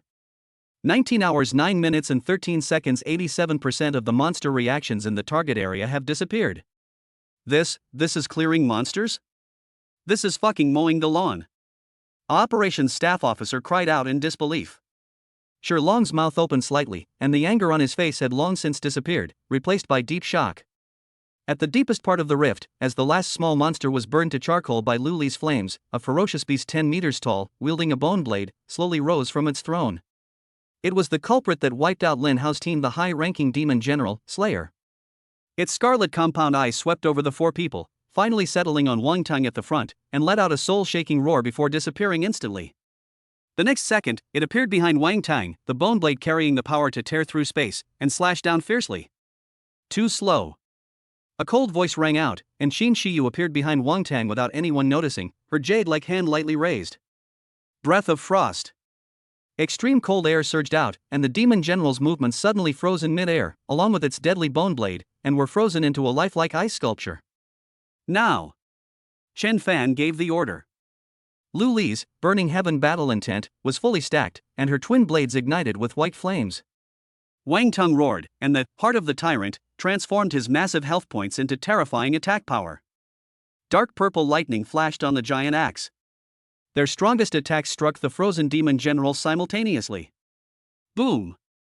Ice and fire, darkness and holiness. The intertwining of these four forces caused the arrogant high-ranking demon general to explode in the extreme contradiction before he could even scream, turning into ice shards and dust everywhere. 19 hours 11 minutes and 45 seconds, the energy reaction of the high-level demon general has disappeared.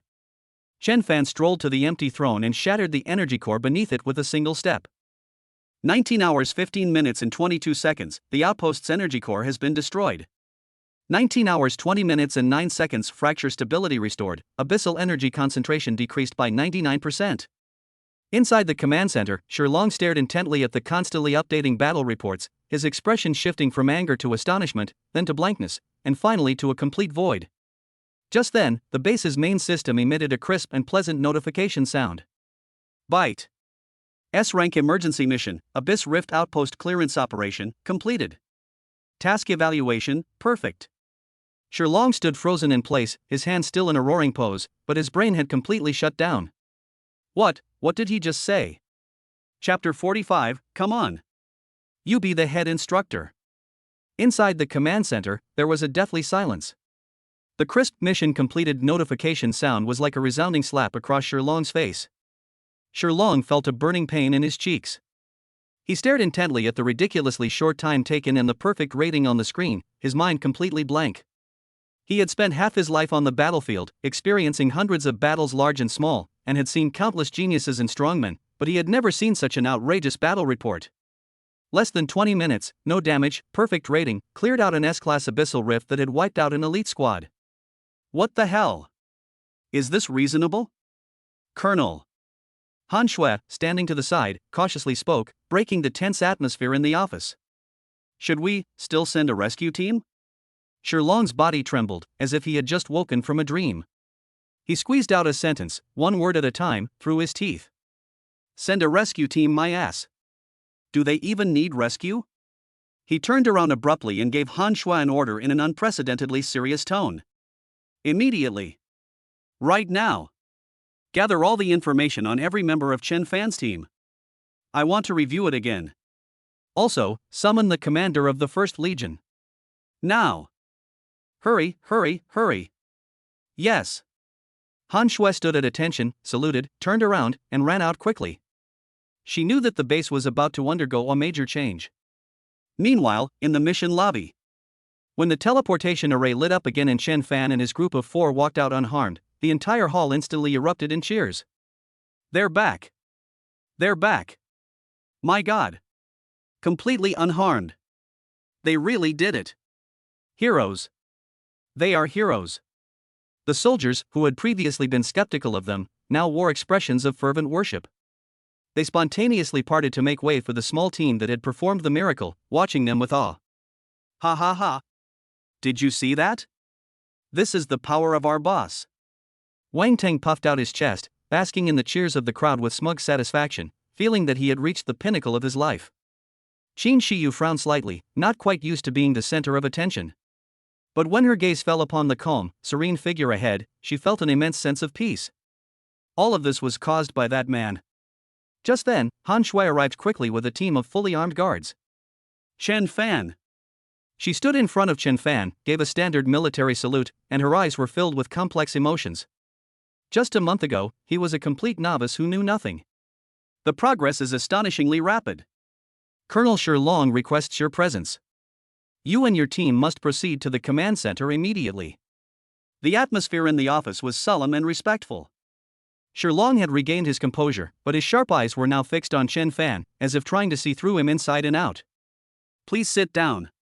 He pointed to the sofa opposite him, his tone surprisingly calm. Chen Fan sat down without any hesitation, while Qin Shiyu and the others stood behind him. Colonel.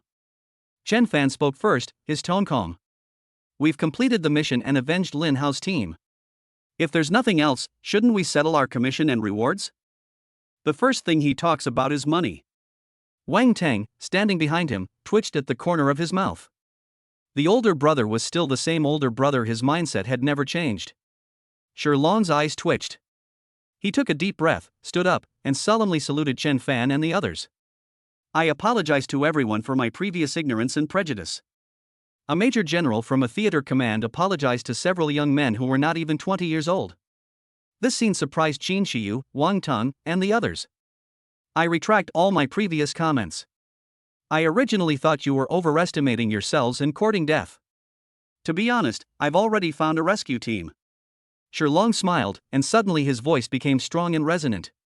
But now it's clear that you're not fooling around. You are the hope of the Federation. He stared intently at Chen Fan and finally asked the biggest question that had been lingering in his mind. I have only one question: how did you manage to do that? Chen Fan leaned back on the sofa, picked up the hot tea on the table, blew on it gently, and gave an irrelevant answer. General, is the method important? What matters is the result, isn't it? For example, that S-class Fisher. Arrogant. Extreme arrogance.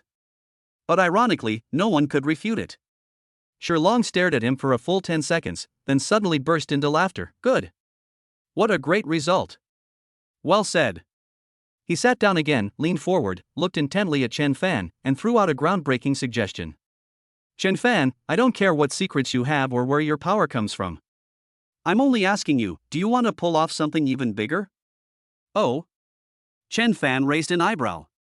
Our base is called the First Legion, and we are stationed in Area A. We have the best standard equipment and the bravest soldiers. Even so, we can only defend passively against the abyssal demon tide, and suffer heavy casualties. Shi Long's tone became heavy. Now, I'm giving you a chance, and also giving myself a chance. In my capacity as the Supreme Commander of the First Legion base, I formally appoint you as the Chief Instructor of the First Legion. All personnel and logistical resources of the First Legion are at your disposal. I only want one result. Win. Slay those beasts outside and send them back to the abyss. I want you to take them and take back every single one of the places we've lost. As soon as he finished speaking, the entire office fell silent. Wang Teng and the others were so shocked that they couldn't speak. How could a new recruit be made the chief instructor of an elite legion? This is simply unheard of. Chen Fan did not answer immediately. He put down his teacup and tapped his fingers lightly on the table, making a tap, tap sound, as if he were calculating something. A moment later, he looked up and smiled. Can. However, I have one condition. You say. Shirlong was greatly encouraged. First, I need absolute command. No one is allowed to interfere when I'm executing tactics, including you, Colonel. Can. Shirlong did not hesitate. Secondly, I can serve as the head instructor, but our previous agreement must be maintained. Continue recycling my materials, tenfold. Chen Fan rubbed his hands together excitedly. Imagine having a whole legion of people help you farm materials. That sounds amazing. To be honest, at this level, relying solely on wealthy families like Qin Shiyu is no longer enough to support themselves. If we really want to make progress, we still have to rely on the state apparatus. Han Shue's breath caught in her throat. However, Shirlong burst into laughter again, his eyes flashing with the glint of a crazed gambler. Ha ha ha. No problem. As long as you can lead the First Legion to victory, I'll give you not only the recovery, but also the entire base's funding. For him, money and resources can be earned back, and positions can be retaken, but once a soldier's life is gone, it's truly gone. If Chen Fan can truly win an unprecedented victory using his methods, then any price he pays will be worth it. Very good. Chen Fan stood up and extended his hand. It's a pleasure working with you, Colonel. Shirlong gripped his hand firmly and said in a deep voice, It's a pleasure to cooperate with you, Chief Instructor. With their hands clasped together, a crazy gamble that would determine the fate of the entire war zone was decided. Shirlong turned around and pressed the red button on the command console. His voice was broadcast throughout every corner of the base. First Legion, assemble. In 10 minutes, meet your new chief instructor at the Central Plaza. Attention, everyone. Ready. Marching into battle. Chapter 46, The Chief Instructor's First Lesson, Wholesale Divine Gear. General Shirlong's order, like a thunderclap from a clear sky, was broadcast to every corner of the base. First Legion, assemble. In 10 minutes, meet your new chief instructor at the Central Plaza. The entire base was in an uproar. The First Legion is the war zone closest to the abyss. The Ace of Ace. Every member is a battle-hardened veteran who has fought his way through mountains of corpses and seas of blood. They are proud and arrogant, and believe only in strength. Now, an unknown new head instructor is about to be parachuted into their laps. Are you kidding me? 10 minutes later, at the central square. 3,000 soldiers of the First Legion had formed a silent and solemn square formation. They were dressed in standard black heavy armor and carried heavily worn energy rifles and alloy swords. His figure was as straight as a pine tree, and a fierce and ruthless aura emanated from him, causing the surrounding air to freeze. At the very front of the formation stood a man with a towering, iron tower-like physique. He was Huakai, the squad leader of the First Legion. He had also heard the battle report of that S-class mission. Although he was surprised and suspicious, he felt more like a soldier's caution and dissatisfaction. He wanted to see who this guy was, daring to become the chief instructor of their First Legion. Under the watchful eyes of the crowd, Chen Fan and his group of 4, led by Han Shui, slowly walked up to the reviewing stand in front of the square. When the soldiers of the First Legion saw Chen Fan's excessively young face, a barely audible commotion and suppressed snickers arose in the already tense ranks. A mere kid? Has he been weaned? Is he going to be our head instructor? Could he be some young master from a powerful family who's here to gain experience and prestige? Huakai's brows furrowed instantly. He stepped forward and spoke in a booming voice. Reporting, Colonel. The 1st Army Corps is assembled. May I ask who our new chief instructor is? His gaze deliberately bypassed Chen Fan and went straight to Shirlong. Shirlong remained expressionless, turned sideways, and pointed at Chen Fan. He, Chen Fan, is your chief instructor from today onwards, and holds the highest command authority over the First Legion. Huakai's gaze finally fell on Chen Fan, carrying a provocative tone. Chief instructor, if I may be so blunt, the brothers of the First Legion are all men who have risked their lives on the edge. We don't care about rank or background, we only care about ability. If you want us to be convinced, you'll have to show us some real skills, won't you? Real skill? Chen Fan smiled, glanced around at the 3,000 pairs of eyes below filled with doubt and disdain, and spoke calmly.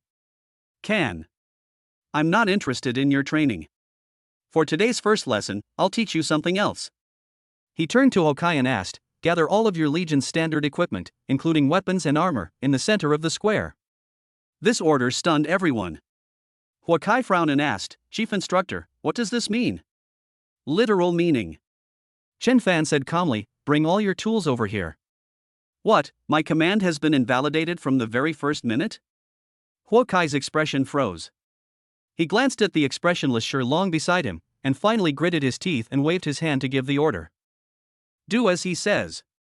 Everyone, unload your equipment and gather in the center of the square." Although he was filled with confusion and frustration, military orders were absolute. Soon, a small mountain made up of 3,000 sets of armor and weapons, gleaming with a cold metallic light, was piled up in the center of the square. Although these equipment are well maintained, they are covered with scratches and damage left by battles, exuding a weathered and bloody aura. "Very good." Chen Fan nodded in satisfaction. He walked to the small hill of equipment and, to everyone's puzzled looks, slowly extended a hand. "Watch closely. This lesson is called equipment crushing." The moment the words fell, the ascension of all things suddenly unfolded in Chen Fan's mind. A large number of similar targets were detected: standard Storm Type 1 armor, standard Slayer blade. Should we perform a batch upgrade? Estimated federal credits consumption, 10 million. 10 million. It turns out we have to spend money? Chen Fan's eye twitched. Did you think everything was free? Broken. Fortunately, he is not short of money now and has enough to support this enhancement. Confirm. Buzz.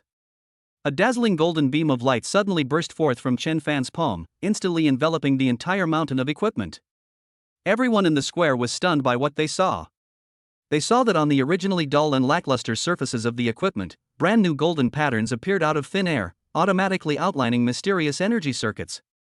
The entire process lasted less than a minute. When the golden light faded, the dilapidated equipment mountain had completely disappeared. Instead, there was a dazzling array of divine weapons. Conventional standard equipment has been transformed into a set of gear that would make any elite unit envious. What? What? What is this? Huakai's voice trembled as he stared intently at the equipment. Oh my god. Han Shui covered her mouth, her beautiful eyes filled with disbelief. General Shi Long was breathing heavily, his fists clenched tightly. He knew Chen Fan had a trump card, but he didn't expect that Chen Fan's trump card would be enhancement. Isn't he a collector? What are you still standing there for? Chen Fan withdrew his hand and clapped his hands. Put on your new gear. First Legion, heed my command. His voice, amplified, was clearly transmitted to the ears of every soldier. Our first objective, Blackrock Fortress. 3 days ago, we retreated from there in disgrace, losing 300 brothers in battle. Now, I'll give you 1 hour. I want you to wear this new gear and wipe that damn stronghold off the map. Dead silence. After the deathly silence came a roar like a landslide and a tsunami. Roar. 3,000 soldiers of the 1st Legion, their eyes bloodshot, rushed toward the pile of brand new equipment at top speed.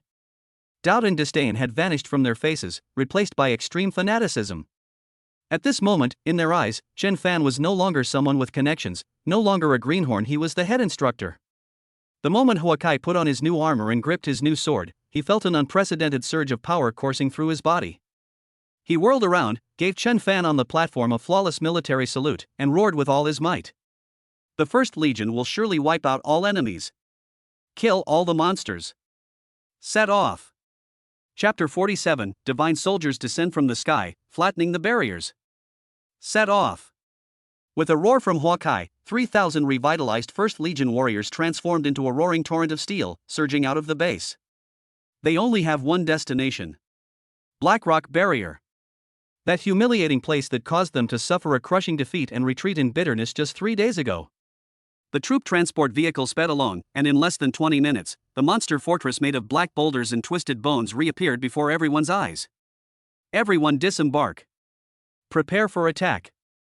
Huakai was the first to jump off the chariot, his brand new combat boots making a dull thud as they stepped onto the scorched earth.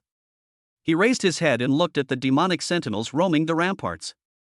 His eyes were no longer filled with the solemnity they had been before, but only with a cold killing intent. Last time, they bled their blood here. This time, they're going to make the monsters bleed like rivers. For our fallen brothers.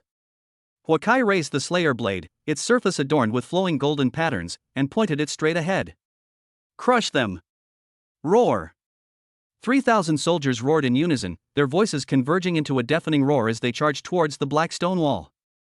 The monsters on the ramparts clearly hadn't expected that these humans, who had been fleeing in disarray just 2 days ago, would dare to come to their doorstep today. Amidst the piercing shrieks, a dense barrage of corrosive acid and poisoned bone spears rained down from the sky like dark clouds, crashing down on the soldiers charging at the forefront. This was the very first volley that inflicted heavy losses on the 1st Legion just 3 days ago. However, this time, the expected scene of flying flesh and screaming did not occur. Buzz! Buzz! Buzz! In the charging ranks, pale golden hexagonal energy shields unfolded out of thin air in front of each soldier's chest. The acid, powerful enough to melt alloy armor instantly, only caused a tiny ripple on the shield before being completely evaporated. Those bone spears that could pierce through flesh and blood shattered into pieces like fragile tree branches when they hit the shield. 3,000 soldiers, unharmed. This is the power bestowed upon us by the head instructor. A soldier looked at his unharmed shield, his voice trembling with ecstasy. Ha ha ha ha. Come on. You bunch of bastards. Give me another gua sha treatment. Another soldier, carrying a shield, let out a hearty laugh. The soldier's morale reached its peak at this moment. Hua Kai also felt that unparalleled sense of security. He remembered clearly that one of his close comrades had his helmet melted by acid during this first salvo and died tragically in front of him. And now. Advance! Advance! Hua Kai suppressed the turmoil in his heart and roared. Don't let the head instructor down. 1 hour. The army, like a red-hot blade, slashed fiercely into the butter of Blackrock Fortress. The battle instantly devolved into a one-sided massacre. In the past, when facing the rock-armored demon lizard, which was known for its strong defense, only high-explosive bombs could blast through its scales. But now, all you have to do is raise the energy rifle in your hand and pull the trigger. Call out. A golden beam of energy, several times brighter than before, shot out and struck the demon lizard's head precisely. Without the slightest pause, the beam of light pierced through the lizard's hard skull as easily as piercing paper, leaving a hole that was completely transparent from front to back. The enormous monster collapsed to the ground with a thud before it could even let out a mournful cry. On the other side, Hokkai had already charged up the ramparts. 3-headed, clawed demon bats swooped down on him from different angles, their sharp claws drawing deadly trails in the air. Hokkai neither dodged nor evaded, gripping his battle sword tightly with both hands, and using his body as an axis, he suddenly spun around and slashed. A crescent-shaped golden blade of light, visible to the naked eye, swept out fiercely with his movement. Put! The 3-headed bat was cleanly cut in half at the waist in mid-air, its foul-smelling blood and entrails flying everywhere. So smooth. Hokkai looked at the battle sword in his hand, his eyes filled with shock. The knife seemed to have become an extension of his arm, and the transmission of power was no longer hindered. Each swing was accompanied by a sharp, armor-piercing effect, making the once tough monster's body more fragile than tofu. This is no longer a battle. This was a resounding and exhilarating harvest dominated by powerful weapons. Just as the 1st Legion was advancing with unstoppable momentum and was about to completely wipe out the entire fortress, a sudden change occurred. As the last monster teleportation node was destroyed, the core area of Blackrock Depths trembled violently. A deep, abyss-like fissure suddenly tore open in the ground, and a thick stench of sulfur and a nauseating, malevolent energy surged out. Roar! A roar, unlike any other demon before it, filled with the oppressive aura of a superior, exploded from the rift. A colossal monster covered in bone armor and wielding a giant battle axe slowly crawled out of the crevice. It stands 5 meters tall, its blood-red eyes burning with savage flames. Abyss Demon General Lord level. A terrifying aura, far surpassing that of elite-level monsters, swept across the entire area, causing all the soldiers to freeze in their tracks. It's a Lord-level monster. Huokai's expression instantly turned extremely serious. This is beyond the scope of what a regular legion can handle. The Abyss Demon General locked onto Huokai, who was at the peak of his momentum, and suddenly launched a charge. His giant axe dragged on the ground, leaving a long trail of dazzling sparks. Everyone back! Focus fire! Huokai roared and, instead of retreating, advanced to meet him. However, at that moment, a figure appeared between him and the Abyss Demon General without warning. The space seemed to ripple gently as Chen Fan appeared, hands in his pockets, as if he were simply taking a stroll in his own backyard. Spatial leap. He muttered to himself. This skill is indeed convenient for traveling. The chief instructor? Huokai's eyes almost popped out of their sockets. What are you doing here? You're a hunter. It's dangerous here. Chen Fan didn't even glance at Huakai, his gaze falling on the Abyss Demon General charging towards him, and he curled his lip in slight disdain. It seems that having equipment alone is not enough. Your reaction speed still has a lot of room for improvement. No sooner had he finished speaking than the Abyss Demon General charged forward with immense force, his giant axe, burning with hellfire, cleaving down. Careful! Huakai was horrified and speechless. Chen Fan didn't even lift his eyelids, but simply raised his right hand slightly. Buzz! A golden shield, resembling a miniature sun will protection, instantly unfolded in his palm. Boom! The giant axe slammed down on the shield, unleashing a deafening roar. The violent shockwave sent all the surrounding debris flying. However, the seemingly flimsy solar shield remained completely still. On the contrary, the Abyss Demon General was so badly shaken by the immense recoil that his tiger's mouth split open, and he was forced to retreat repeatedly. Gatherers, aren't they supposed to have no combat skills? A soldier muttered to himself, completely overturning his understanding. Is that all the strength you have? Chen Fan finally raised his eyes and looked at the Abyss Demon General, who was looking astonished. Too weak. He stretched out his other hand and made a grasping motion towards the Abyss Demon General from afar. Absolute zero. An invisible chill instantly enveloped the Lord-level Abyss Demon General. Time seemed to slow down countless times at this moment. Under the utterly shocked gazes of the 3,000 warriors of the First Legion, the Abyss Demon General, who had just been so ferocious, froze in shock and rage. The abyss fire burning on its body was instantly extinguished upon contact with that chilling aura. Click, click. A thin layer of pure white ice crystals spread from its feet to its entire body at a speed visible to the naked eye. A Lord-level monster, capable of wreaking havoc on an elite legion, was transformed into a lifelike ice sculpture. Chen Fan withdrew his hand and flicked his finger lightly at the ice sculpture. Smack! Countless fine cracks suddenly appeared on the ice sculpture, and then, it shattered with a bang. It turned into countless crystalline ice shards, which dissipated with the wind, leaving not a trace of flesh or blood behind. The entire battlefield fell into a deathly silence. Then, Chen Fan's figure flickered slightly again, disappearing from the spot as if he had never been there at all. After a long while, Huakai finally came to his senses. He raised his hand, pressed the communicator on his helmet, and with all his might, roared a victory cry towards the distant base. Reporting to the chief instructor. Reporting to the colonel. The First Legion has lived up to expectations. Blackrock Fortress has been completely cleared within 58 minutes. Our unit has not suffered a single casualty. His voice paused, then took on an unprecedented, devout quality, like that of a believer. From this day forward, the First Legion will follow the chief instructor to the death. Chapter 48, The Federation Shakes Up. Base Command Center. Upon receiving the news, Colonel Shilong trembled all over. This time, he personally drafted a battle report, because the result was truly astonishing. After reviewing the entire document, Colonel Shilong hesitated for a long time on the send button before finally pressing it heavily. His breathing was slightly rapid due to extreme excitement. Instantly, a battle report and a combat video taken by a frontline drone were sent directly to the Federal Military Supreme Command. The title of the battle report was very simple. Summary of the battle to reclaim Blackrock Fortress. But the content is like a nuclear bomb that has been detonated. Combat strength, First Legion, 3,000 men. Operation duration, 58 minutes. Results, more than 13,000 monsters guarding Blackrock Fortress were annihilated, 3 monster teleportation nodes were destroyed, and strategic location A3 was recaptured.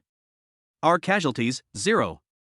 In the video, the last 0 was accompanied by Huakai's hoarse and frenzied roar. We won! We won! We won! My God! 0 casualties! How is this possible? It's all thanks to the head instructor. It's all thanks to head instructor Chen Fan. Everyone's gone mad. Those technicians and staff officers who were originally full of doubts about Chen Fan are now staring intently at the video on the big screen. His eyes were filled with envy. When the First Army returned to base in troop transports, they were greeted by an unprecedented spectacle. From the base gate to the central square, the road was lined with soldiers from other legions.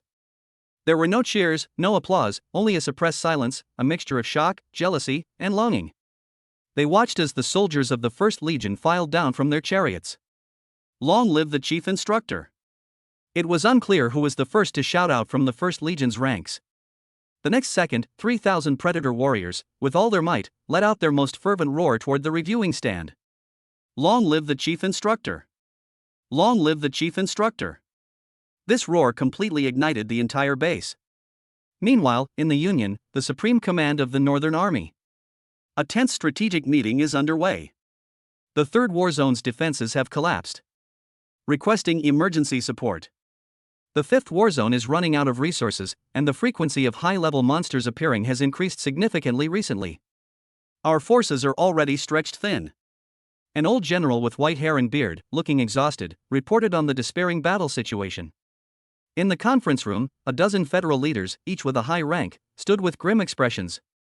Just then, an adjutant walked in hurriedly. He handed a newly declassified battle report to Zhao Lingyun, the commander of the Northern Military Region who was presiding over the meeting. Urgent battle report from Colonel Shilong of the 1st Army Corps. Zhao Lingyun frowned slightly. The 1st Legion? What urgent battle reports could an army composed entirely of elite troops possibly have? Could it be that the abyss has erupted? Thinking of this, he quickly opened the battle report, his eyes scanning the title and then the content, finally settling on the line casualties, 0. His pupils suddenly contracted. Nonsense! Zhao Lingyun slammed his hand on the table, his voice sharp and stern. Is Shilong so desperate for credit that he's gone mad? Forging battle reports, that's a crime punishable by a military court. Everyone in the conference room turned their attention to it. Old Zhao, what's going on? A general surnamed Li sitting next to me asked.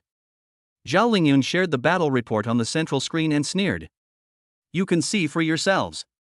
Shilong said he took down the Black Stone Barrier in 1 hour with 0 casualties. If I remember correctly, the military conducted 3 assessments and concluded that at least 2 fully strength elite corps, coupled with heavy firepower coverage, would be needed, even at the cost of more than 30% casualties, to have any chance of taking down that tough nut. After reading the battle report, everyone reacted differently, but the vast majority looked incredulous. The battle video was attached, perhaps we can take a look at it first. General Li suggested.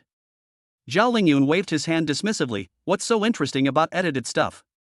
Before he could finish speaking, the video recording had already started playing on the screen. From the 1st Legion's godlike resistance against the first wave of saturation attacks to their swift and devastating penetration of the monster formation. The energy beams fired with precision and efficiency, while the enchanted battle blades sliced through the enemy with fluid grace. The entire conference room gradually fell silent, with only the dying cries of the monster in the video and the whooshing of weapons firing. When the scene finally settled on the 1st Legion saluting the distance amidst mountains of corpses and seas of blood, General Zhao Lingyun opened his mouth but couldn't utter a single word. What kind of equipment is this? When did our standard equipment become this powerful? General Qin asked in a trembling voice. The report mentioned that a chief instructor named Chen Fan enhanced the equipment. General Li's voice trembled slightly. Gentlemen, if this is true, do you know what it means? This means that the rules of war will be rewritten. I object. Zhao Lingyun suddenly stood up and said sternly. An unverified and unsourced enhancement technology, and an unidentified civilian, this hides a huge security threat. I suggest that a special investigation team be dispatched to the 1st Legion immediately to take control of all enhanced equipment and to isolate and investigate the relevant personnel. His words instantly created a tense atmosphere in the meeting room. General Li also stood up and stared at him defiantly. I object to your objection. General Zhao, this is wartime. What we are witnessing is an unprecedented victory. What we should do is commend, learn from, and promote, not use bureaucratic suspicion to discourage the soldiers on the front lines. A storm that could determine the future of the Federation was quietly brewing in this small conference room.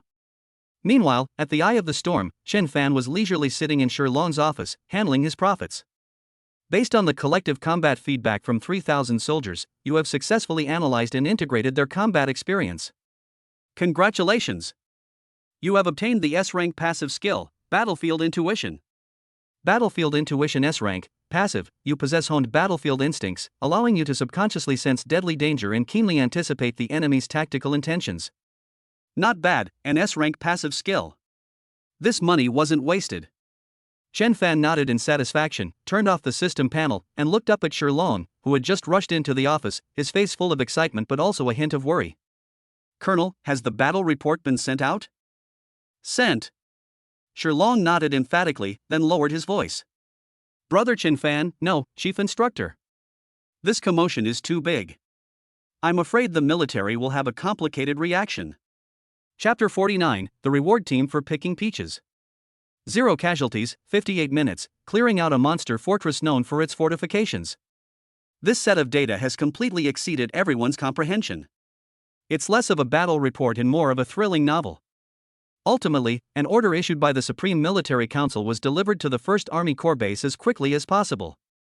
Contrary to Sherlong's expectations of skepticism, the wording of the instruction was surprisingly enthusiastic. To commend the outstanding achievements of the 7th Front Base and the 1st Army Corps, and to assess the combat effectiveness and promotional value of the enhanced equipment, the military has dispatched the Central Commendation and Evaluation Team to provide guidance. Guidance work? Sherlong looked at the order and sneered. Having spent half his life in the military, he was all too familiar with the subtext behind these bureaucratic pronouncements. This isn't a commendation, it's clearly a scramble for the fruits of others' labor. In the office, Chen Fan sat leisurely on the sofa, as if the people approaching were not powerful imperial envoys, but a group of insignificant tourists. It seems that your trump card has caught the eye of a big shot. Sherlong rubbed his temples, his tone grave. As expected. Chen Fan responded calmly. After all, such an easy victory is too tempting for them. Chen Fan is ready to have a serious talk with the Federation about the price. Rubbing his hands together excitedly. As soon as he finished speaking, a muffled engine roar came from above the base. A jet-black airship bearing the emblem of the Central Supervisory Department tore through the clouds and slowly landed on the helipad in the center of the base. The hatch opened, and a group of people filed out. Leading the group was a major general who was nearly 50 years old and had a tall and straight figure. The stars on his epaulets gleamed in the sunlight. He wore a crisp, dark green general's uniform, perfectly pressed without a single wrinkle. He was Wei Yan, the highest-ranking official of the evaluation team and the vice minister of the Central Commission for Discipline Inspection. Wei Yan's gaze, sharp as a hawk's, carried a scrutinizing arrogance born of long-standing superiority, as he slowly swept over Sherlong and the others who had come to greet him. Following behind him was a young major adjutant. This man was named Li Rui. He had a handsome face, but deep in his eyes was an undisguised shrewdness and cunning. When his gaze swept across the crowd and lingered on Qin Shiyu, a clear flash of amazement and fervor appeared in his eyes. Colonel Sherlong. Wei Yan walked up to Sherlong, his voice loud but devoid of any emotion. I've long admired your reputation. Your 1st Legion fought a very impressive battle. General Wei, you flatter me. It is all thanks to the soldiers' bravery. Sherlong replied neither humbly nor arrogantly. Wei Yan nodded non-committally, his gaze passing over the stone dragon and landing directly on Chen Fan behind him.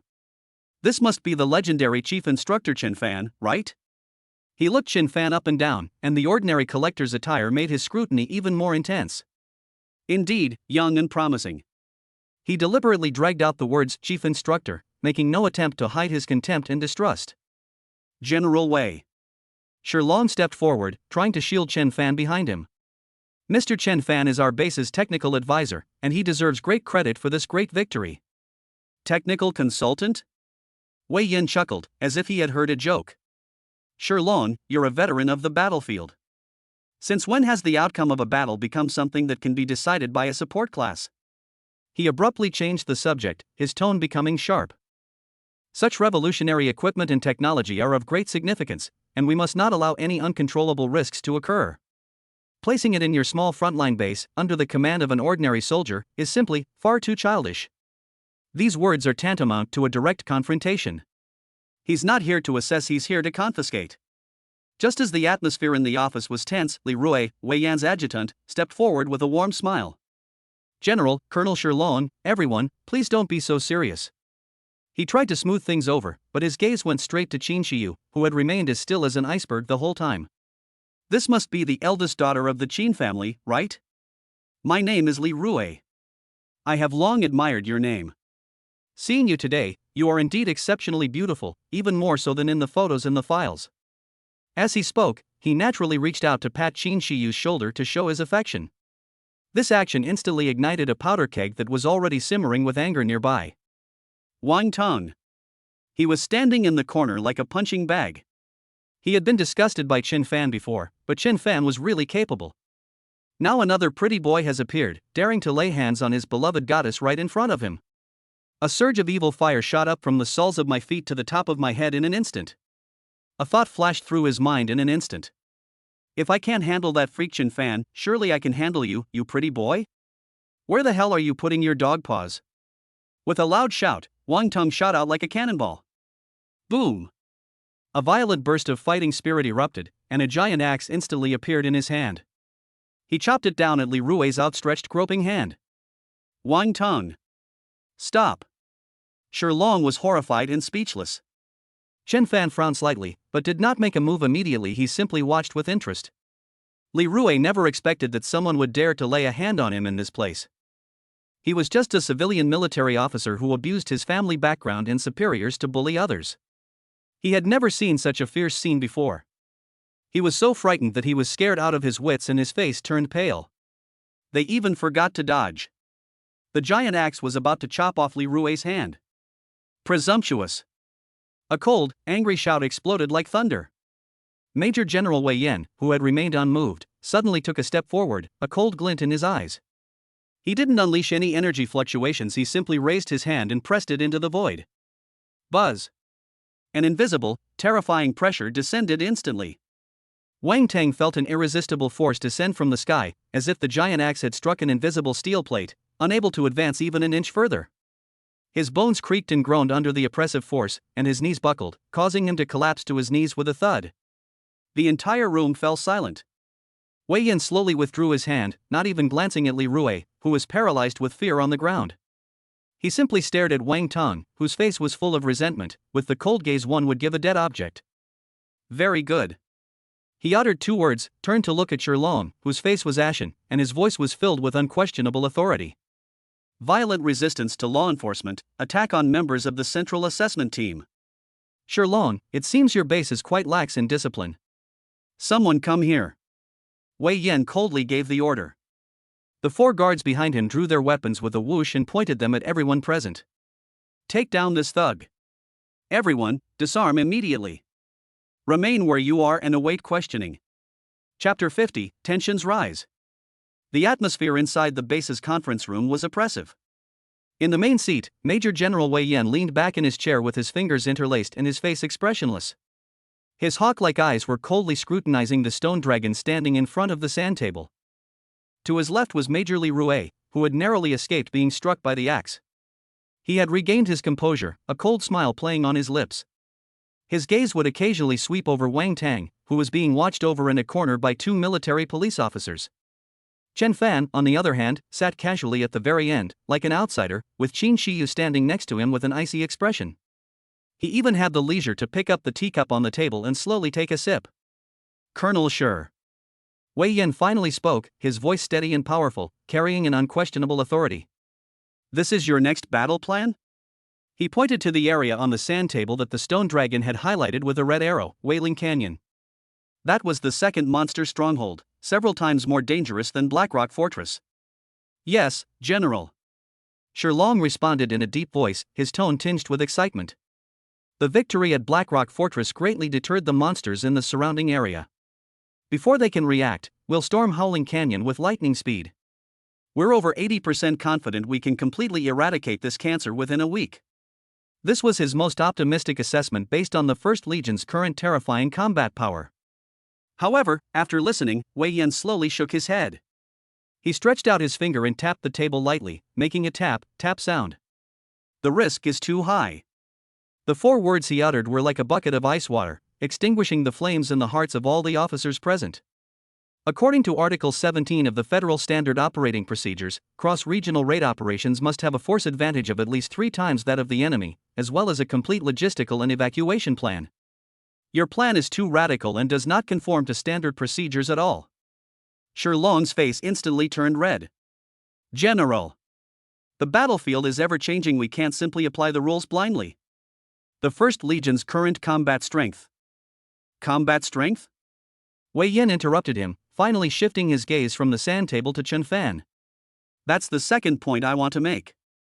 All eyes in the conference room instantly focused on Chen Fan.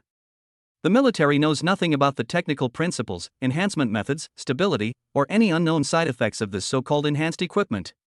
Wei Yan's tone became increasingly serious. For the highest interests of the Federation, and for the safety of all soldiers. I order you, Chin Fan, to immediately compile a detailed report on all the principles of equipment enhancement and submit it to the evaluation team for review by the military. The true intentions are revealed when the truth is finally revealed. That was the real purpose of his trip. Shirlong's heart sank. This is robbery. Shirlong felt somewhat guilty.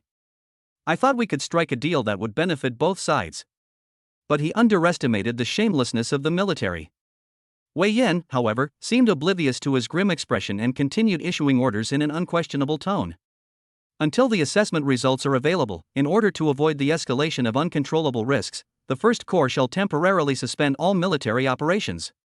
All equipment is sealed on site and awaits comprehensive inspection by technical personnel. These words struck everyone's hearts like a heavy hammer. Confiscate the technology and disarm them. General. Shirlong finally couldn't hold back any longer. He slammed his hand on the table and stood up abruptly, his eyes bloodshot. You're cutting off your own arm. You're playing with the blood of soldiers on the front lines. Wei. Our morale has only just begun to rise. Colonel Shirlong. Wei Yan's voice suddenly rose, and a terrifying pressure belonging to a major general burst forth, pressing down firmly on Shirlong. Watch your voice and your words. Are you questioning the decision of the Supreme Military Council? Shirlong was so overwhelmed by this imposing aura that his breath caught in his throat, but he still straightened his back and gritted his teeth, refusing to take a single step back. The entire conference room was tense and ready to fight. Just then, a calm voice broke the suffocating deadlock. General Wei. Chen Fan put down his teacup, the bottom of which made a soft sound as it hit the table. He raised his eyelids to meet Wei Yan's scrutinizing gaze, his face showing no sign of nervousness. I'm afraid I can't fulfill your request. These words shocked everyone present. Everyone stared at Chen Fan as if he were a madman. That's a federal major general. Vice Minister of the Central Commission for Discipline Inspection. How dare an ordinary person refuse his orders to his face? Wei Yan's eyes narrowed slightly, a dangerous glint flashing in them. He hadn't expected that before Shirlong could even suppress him, this brat whom he had completely disregarded would dare to be the first to challenge his authority. Give me a reason. He spoke slowly, his voice turning cold. The reason is simple. Chen Fan shrugged, a helpless smile even on his face. It's not an industrial product produced on an assembly line, it's more like a craft, or rather, a talent. It's deeply intertwined with my personal life. In other words, no one else could do it except me. These words, spoken casually, were filled with extreme arrogance. The core technology is in my mind and in my hands, no one can take it away or learn it. Presumptuous. Major Li Rui suddenly stood up, pointed at Chen Fan, and shouted sternly. Chen Fan. You are showing contempt for the Federation. You are openly defying orders. Chen Fan didn't even bother to glance at him, his gaze remaining calmly fixed on Wei Yan.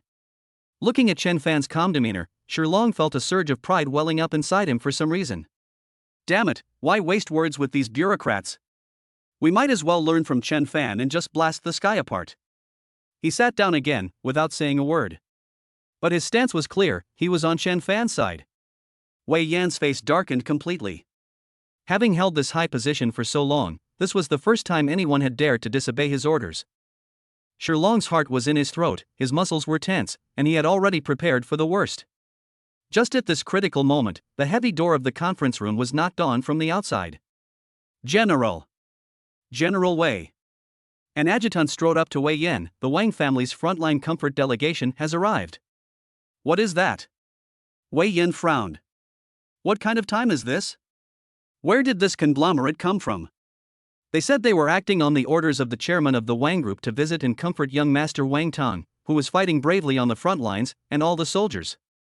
Wei Yan's gaze instantly shifted to the young man in the corner, whose face was contorted with rage. It turned out that his family had come. Get them out. Wei Yan retorted without any politeness, as he had no time to deal with these money-grubbing merchants. Chapter 51, Undercurrents. General, I'm afraid that won't work. The adjutant looked troubled. They drove over a dozen heavy-duty hover trucks and blocked the base gate. The trucks were full of gifts. The soldiers were completely mesmerized. If we don't let them in, I'm afraid. The adjutant didn't finish his sentence, but the meaning was already clear. Before the words were finished, a loud and greasy voice came from outside the door. Young man. I am an acquaintance of your Colonel Sure. Let me in right now. Oh dear. Which general is throwing a tantrum inside? Calm down. Our Wang group is here with sincere intentions to support the work on the front lines. With the sound, a round figure squeezed into the conference room. The newcomer was a middle-aged, overweight man around 50 years old, wearing a pink suit that seemed completely out of place on the battlefield. Her 10 fingers were adorned with sparkling gemstone rings, and the gold chain around her neck was as thick as her thumb. As soon as he entered, he greeted everyone with a broad smile, looking just like a walking Maitreya Buddha. He is Wang Fu, one of the CEOs of the Wang Group and a distant uncle of Wang Tang.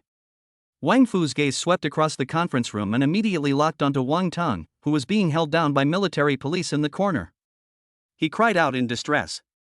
Oh dear. My little darling. What's wrong? Who dares to treat you like this? Then, he saw Wei Yan, who sat in the main seat with a menacing aura, and his expression changed instantly, his smile becoming even more obsequious and humble. He rushed over in 2 strides, ignoring all military rank and etiquette, and enthusiastically extended his chubby hand. You must be General Wei Yan from the capital, right? I've heard so much about you. I am Wang Fu, chairman of the Wang Group. I have always held you, a pillar of the Federation, in the highest esteem. Wei Yan kept a cold face and made no attempt to shake hands with him. Wang Fu wasn't embarrassed. He naturally withdrew his hand, rubbed it together, and then magically pulled out a shimmering black crystal card from his pocket, shoving it onto the table in front of Wei Yan without a word. General Wei, as you can see, we've come here today to express our appreciation to the soldiers who are defending our country. Secondly, and most importantly, they're here to invest. Invest? Wei Yan's eye twitched slightly. Yes. Invest. Wang Fu nodded vigorously, pointed in Chen Fan's direction, lowered his voice, and said in a tone that he thought was very clever. We've all heard that a genius has emerged in the First Legion. His equipment enhancement project is incredible. It's a blessing for my son Tang to be able to follow Chief Instructor Chen. Our Wang family will absolutely give our full support. Wang Fu pushed the crystal card forward again, almost shoving it into Wei Yan's hand. General Wei, this is just a small token of my appreciation. It's an anonymous federal crystal card with only 200 million federal credits on it. Consider it a donation from our Wang Group to sponsor you and the military, to support Chief Instructor Chen Fan's research work. Young people have ideas and skills, so we, as elders, should encourage them and invest in them more. You agree, don't you? Ha. The entire conference room was deathly silent. Everyone was speechless at Wang Fu's smooth and skillful business maneuvering. Shi Long and the other officers were dumbfounded. They stared at the glittering crystal card on the table, feeling as if their worldview had been shaken like never before. He openly offered bribes in front of a major general from the Central Commission for Discipline Inspection, and did so with such self-righteousness. Wang Tong, sitting in the corner, had turned from a flushed red to a deep purple. He wished there was a crack in the ground he could crawl into. Uncle Fu! Shut the hell up! He roared in utter shame and indignation.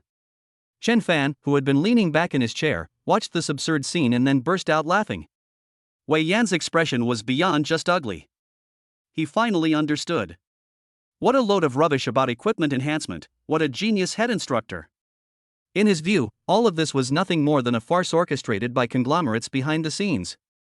This Chen Fan is not a technical genius at all, but a frontman pushed to the forefront by a power like the Wang Group. Shi Long was an accomplice whose mind was corrupted by money. No wonder they dared to defy military orders so brazenly. Because behind them stand these lawless tycoons who believe money can buy everything. Very good. Wei Yan slowly stood up. It seems that the waters of the First Legion are deeper and more murky than I imagined. His voice was icy cold, filled with undisguised disgust and murderous intent. Someone come here. Take down this businessman who attempted to bribe a federal general. Seal off the entire conference room. No one is allowed to leave until the matter is fully investigated. Wei Yan suppressed his murderous intent. He is not an impulsive brute. Arresting a representative of a conglomerate and placing a frontline colonel and a group of high-ranking officers under house arrest was already the limit of his authority. If another death occurs, especially when the truth is unclear, even if he is a major general in the Central Supervisory Department, he will not be able to bear the enormous consequences. After a standoff that lasted for several hours, the meeting room doors finally reopened. Wei Yan, under the pretext of pending investigation, lifted the house arrest on Shilong and others, but confiscated everyone's communication equipment and sent military police to protect Chen Fan and Wang Tong, which was actually a disguised form of house arrest. He announced that during the investigation, the entire 1st Army Corps would be under the highest level of martial law, and no personnel would be allowed to leave their posts without authorization. A storm that was in the public eye seems to have subsided for the time being. But a more insidious and vicious undercurrent was quietly brewing under Wei Yan's personal control. Wei Yan did not rest that night. He summoned the top commanders of several legions separately under the guise of routine inquiries. Colonel Zhang, you are a veteran of the army. Do you have no doubts about the 1st Army Corps' great victory this time? In the dimly lit cabin, Wei Yan personally poured a glass of wine for Colonel Zhang Cheng of the 3rd Army Corps, his tone earnest and sincere. Zhang Cheng and Shilong were officers of the same era, but Zhang Cheng was conservative and cautious. He had always been critical of Shilong's almost gambling-like radical style, and was jealous of the 1st Army Corps' overnight transformation that stole all the limelight. What does the general mean? Zhang Cheng held up his wine glass and cautiously probed. Wei Yan sighed, a look of sorrow and worry on his face. What I'm telling you today is top military secret, so you should be prepared. The 1st Army Corps' great victory has drained the soldiers' life force. What? Chapter 52, Public Demo. Wei Yan's next interviewee was Lei Zhan, a colonel in the 2nd Army Corps. Unlike Zhang Chang, who was deep in thought and more knowledgeable about the rules of officialdom, Lei Zhan was a pure soldier. He had a fiery temper, was strict in disciplining his troops, and could not tolerate any wrongdoing. Unlike his approach with Zhang Chang, Wei Yan didn't use ambiguous language to guide Lei Zhan. Instead, he went straight to the point, presenting Lei Zhan with the anonymous crystal card and Wang Fu's self-destructive remarks. Lei Zhan, you and Shilong are old acquaintances. Do you think he's the kind of person who would gamble the safety of the entire defense line for personal gain? Wei Yan's voice revealed no emotion. Lei Zhan frowned deeply, staring at the crystal card on the table, and fell into a long silence. His heart was in far more pain than Zhang Chang's. He personally brought these children back from Longqing Academy. Although Chen Fan seems mercenary and greedy, Lei Zhan always felt that beneath his calm eyes lay a clearer understanding than anyone else. Let him collude with the tycoons, corrupt the military, and plot a conspiracy that could shake the foundations of the nation? Lei Zhan was the first to disbelieve it. General, I believe in Shilong's loyalty. He spoke in a deep voice, not avoiding Wei Yan's gaze. As for that child, I don't think they have the guts or the ability to plot such a big conspiracy. This isn't a matter of whether or not we have the guts. Wei Yan's tone became stern. The fact is, the Wang Group has openly slapped 200 million yuan of dirty money on my table. Shilong openly defied military orders in order to protect them. There must be a bigger conspiracy behind this. Lei Zhan was speechless. He couldn't refute the facts before him, but his intuition told him that things were not as simple as Wei Yan had described. Seeing Lei Zhan's pained and conflicted expression, Wei Yan knew that he had achieved half of his goal. Divide and disintegrate, isolate the stone dragon. As long as the other legion commanders have doubts and dare not support Shilong anymore, then the 1st Legion will become an isolated island that no one dares to approach. Meanwhile, on the other side of the base, Major Li Rui's mood, after a struggle with his conscience, became more intense than ever before. He still feels lingering fear when he thinks about the giant axe that almost cleaved his wrist. But after the fear subsided, an even stronger greed and ambition surged into their hearts. Wang Tang is a fool, he's all brute force and nothing to fear. Chen Fan, that pretty boy, is just lucky. He somehow managed to get close to Qin Shiyu temporarily. Once I get my hands on the technology, he'll be nothing but a fart. The real opportunity lies with Qin Shiyu. Li Rui's mind kept replaying Qin Shiyu's aloof and ethereal face and graceful figure, his eyes flashing with undisguised desire. She is the celestial maiden of the Qin family. As long as I can win her favor, even just a little bit of affection, and with the help of the Qin family's influence in the Federation's upper echelons, my future path will be smooth sailing and I'll be like a fish in water. In his view, this conflict was actually a golden opportunity. I am a member of the evaluation team, General Wei's adjutant, a person of high status. Li Rui licked his dry lips, and a vicious plan took shape in his mind. Under the pretense of gathering information, I summoned her to my room. A lone man and woman, late at night, and then, using some special methods. He believed that as long as he won over Qin Shiyu, he would have the ultimate ticket to high society. At that time, Chen Fan and Wang Tang will just be insignificant stepping stones on his road to success.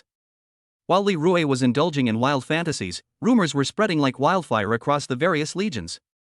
Have you heard? The first legion's enhanced equipment came at the cost of sacrificing the soldier's life force. Really? That's so vicious. Otherwise, how do you think they could have taken Blackrock Fortress with 0 casualties? There's no such thing as a free lunch.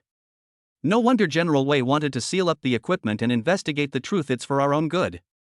This truth, fabricated by Wei Yan and spread through the mouths of interested individuals like Zhang Chang, precisely struck at the soldier's greatest fear. The initial envious and jealous gazes toward the First Legion quickly turned into suspicion and pity. Morale began to waver. Bang!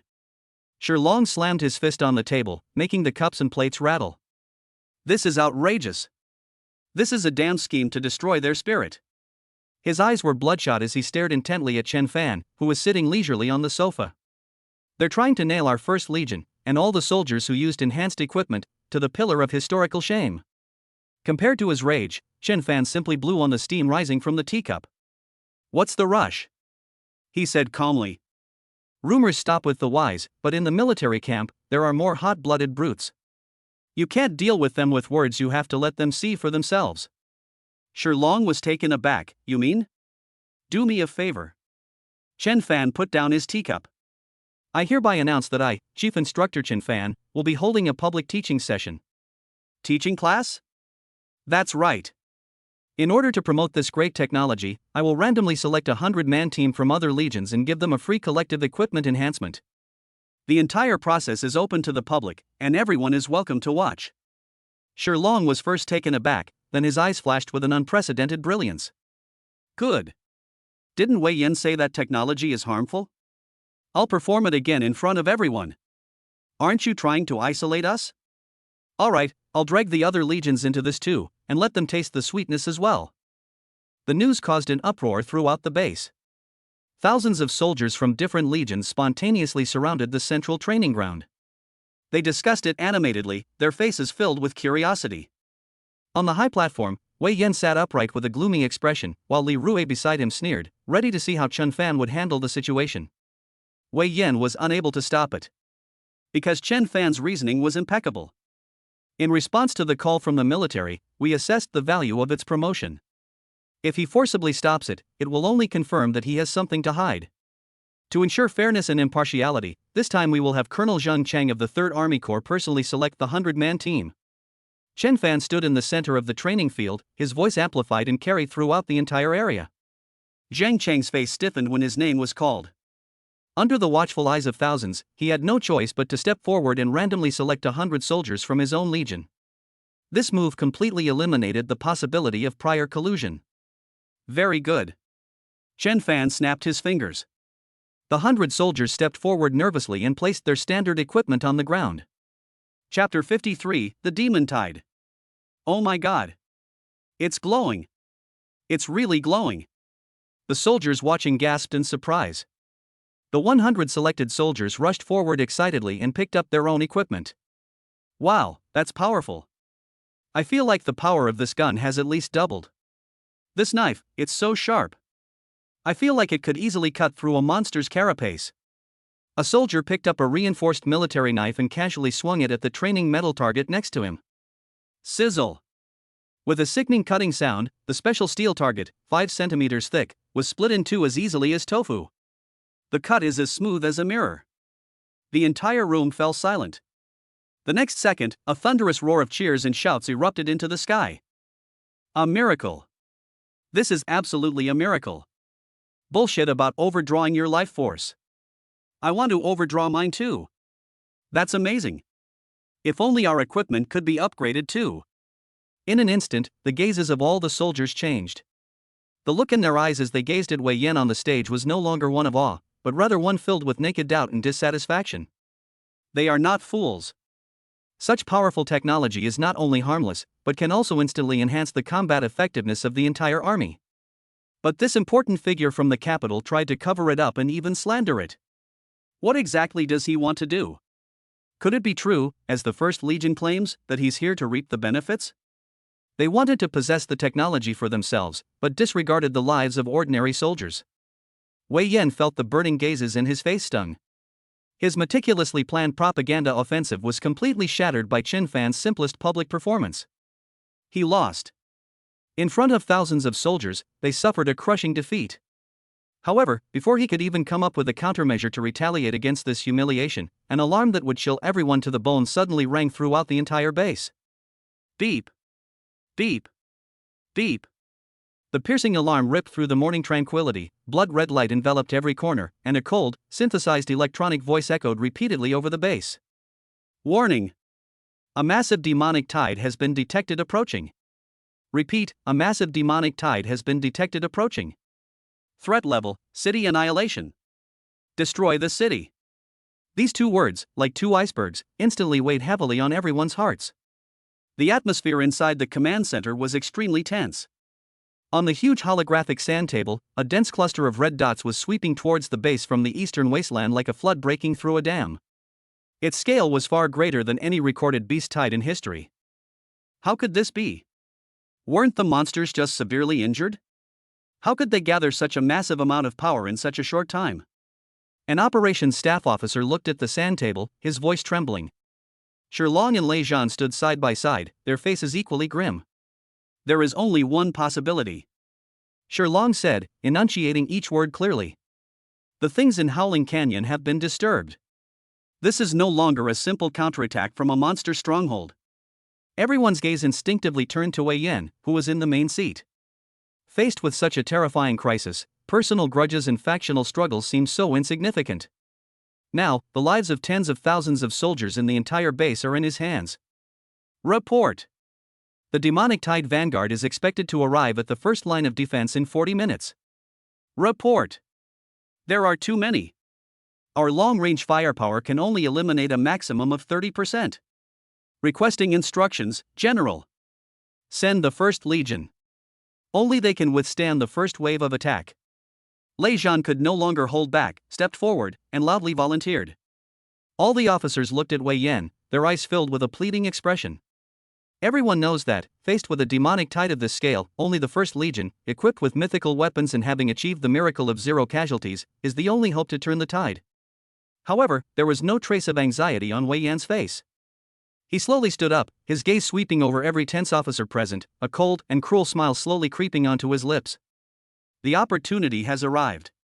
He wanted to use a bloody reality to tell everyone who really called the shots at this base. What's the panic?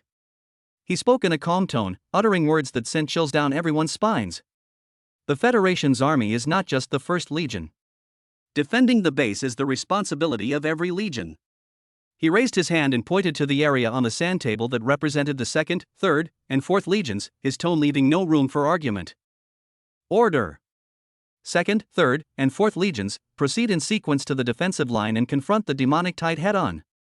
1st Legion, stand by.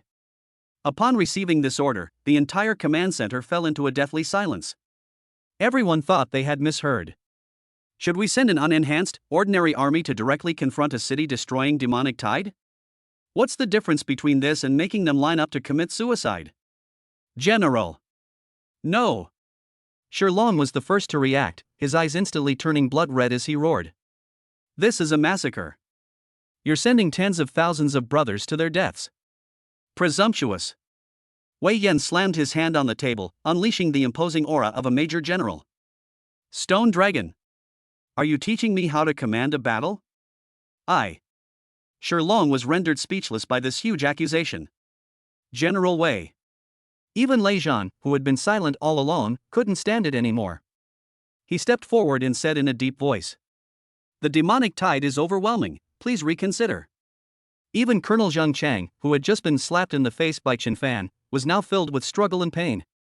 Although he was jealous of the 1st Army Corps, he never thought of using the lives of his soldiers as cannon fodder for his superiors' political struggles. Wei Yan watched them coldly, his heart filled with pleasure. He wanted to use this crushing defeat to shatter the myth that Qin Fan had created. Once the defenses are breached and the base is in imminent danger, how many people can the 1st Legion save, no matter how strong it is? By then, everyone will understand how ridiculous and naive such opportunism is in the face of absolute power. He wanted Chen Fan to see with his own eyes that his so-called miracle was utterly vulnerable in the face of a real natural disaster. Just when tensions were running high and the order seemed about to be irreversible, the door to the command center was slowly pushed open. Qin Shiyu walked in accompanied by Li Rui. Chen Fan followed behind the two. After glancing at the despairing red expanse on the sand table, he fixed his gaze on Wei Yan's smug face. General Wei's courage is truly admirable. They risked the lives of tens of thousands of soldiers just to prove a point. Chen Fan could never learn that sense of the bigger picture. Wei Yan's face instantly turned extremely ugly. What nonsense are you talking about? Who allowed you in? Lei Zhan. Zhang Cheng. Wang Chuan. Why aren't you letting your soldiers move? Chapter 54, The First Legion, set off. Hey. Uncle. General Wei. I brought Shiyu in. She said she wanted to come and see. Li Rui hurriedly winked at Wei Yan. Wei Yan naturally knew what the boy was thinking, and waved his hand without saying another word. As for Chen Fan, if he wants to watch, let him watch here. The battlefield has been turned into a blood and flesh grinder. The base's defenses are already in grave danger under the onslaught of the city-destroying demonic tide. Ordinary energy rifle beams, when hitting those thick-skinned vanguard monsters, only leave a few charred marks and cannot cause any effective damage. The soldiers could only watch helplessly as those hideous monsters, stepping over the corpses of their comrades and amidst the flames of explosions, advanced step by step toward the position. We can't hold on any longer. The third line of defense has been breached. 4th Army Corps requests reinforcements. Our heavy firepower positions have fallen silent. Inside the command center, bloody battle reports came in one after another. Every jump in the casualty figures was like a heavy hammer blow to the hearts of Shilong, Lei Zhan, and the others. General. Lei Zhan's eyes were bloodshot. He could no longer restrain himself and suddenly turned to Wei Yan, roaring in a hoarse voice. Enough. This is no longer a battle, it's a bloodbath. Please give the order immediately for the First Legion to attack. General Wei. We can't wait any longer. The officers from the other legions also spoke up, their faces filled with pain and anxiety. They no longer cared about factional stances. Those who died tragically on the front line were their comrades in arms who had been with them day and night. Looking at the generals who were filled with righteous indignation, Wei Yan knew that he could no longer suppress them with the word responsibility. If they continue to act willfully, a mutiny could occur. A cold smile flickered across his lips. This is the moment he's been waiting for. He wanted everyone to see that the First Legion had launched an attack, but had still failed. All right. Wei Yan slowly rose and gave the order in a sorrowful and helpless tone. Order. First Legion, launch a full-scale attack. We must push back the demonic tide. Yes. Shilong almost roared in response, and immediately turned around to relay the order. A moment later, a torrent of steel composed of thousands of dazzling points of light suddenly burst out from the flank of the base. The First Legion has finally moved. Boom!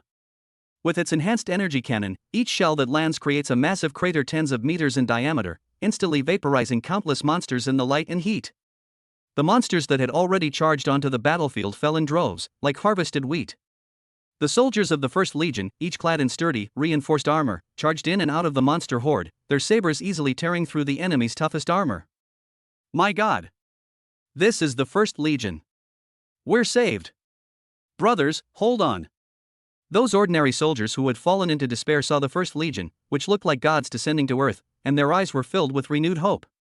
Under the leadership of the First Legion, the crumbling defensive line was miraculously stabilized and even began to slowly push outwards. However, just when everyone breathed a sigh of relief, thinking that victory was in sight, an urgent communication from the frontline commander of the 1st Army Corps caused the atmosphere in the command center to freeze again. Report to the chief instructor. Our unit's energy reserves have dropped to 30%. High-energy munitions have been used up to 70%. Requesting immediate in-battle resupply. Shilong's heart tightened, and he immediately looked at the officer in charge of logistics. But before the officer could speak, Wei Yan's calm voice rang out. Turn down. Shilong turned around abruptly, looking at Wei Yan in disbelief. What did you say? Wei Yan didn't even bother to look at him, but stared at the sand table and gave orders to the logistics officer in an unquestionable tone. The logistics system needs to be coordinated. The 4th Army Corps' flank defenses are under the most pressure right now, so prioritize sending all spare high-energy munitions and energy blocks there. As for the First Legion, tell them to conserve their ammunition and retreat for a temporary rest. Cut off the fuel supply at the route. These 4 words instantly exploded in everyone's minds. At the height of the battle, cut off the main force's ammunition and energy? How is this any different from stabbing someone in the back? Wei Yan! Are you fucking insane? Shilong completely erupted. He rushed forward, grabbed Wei Yan by the collar, and his eyes were bloodshot. Do you know what you're doing? Once the First Legion withdraws, the entire defensive line will collapse instantly. You're going to kill everyone. Let go. A cold glint flashed in Wei Yan's eyes, and an invisible force shook off Shilong's hand. I'm considering the bigger picture. Are you suggesting that for the sake of your First Legion, we should sacrifice the lives of tens of thousands of other soldiers? Colonel Shilong, watch your words. This set of high-sounding official rhetoric sounds so ironic now. The cold, hard order eventually reached the front lines. The soldiers of the First Legion, who were fighting a bloody battle, received a message that plunged them into an icy abyss. The supplies were withheld. The light on their weapons began to visibly dim. The energy cannon's firing frequency is getting slower and slower, and its power is not as great as before. The monsters seemed to sense this change as well, and their attacks became even more frenzied. The lines that had just been pushed back were once again submerged by the crimson waves. Hope, the moment it is born, is ruthlessly extinguished. Inside the command center, there was a deathly silence. Shilong, Lei Zhan, and the others looked ashen-faced, their eyes filled with endless despair and sorrow. They lost, not to the monsters, but to the scheming of their own people. However, in this suffocating atmosphere, an untimely chuckle suddenly rang out. Chen Fan slowly stood up from the chair in the corner, stretched, as if he had just finished watching a boring play. He ignored Wei Yan's cold gaze, walked to Shilong's side where his face was ashen, and patted him on the shoulder. Colonel Shilong, don't be so desperate. A mysterious smile played on Chen Fan's face.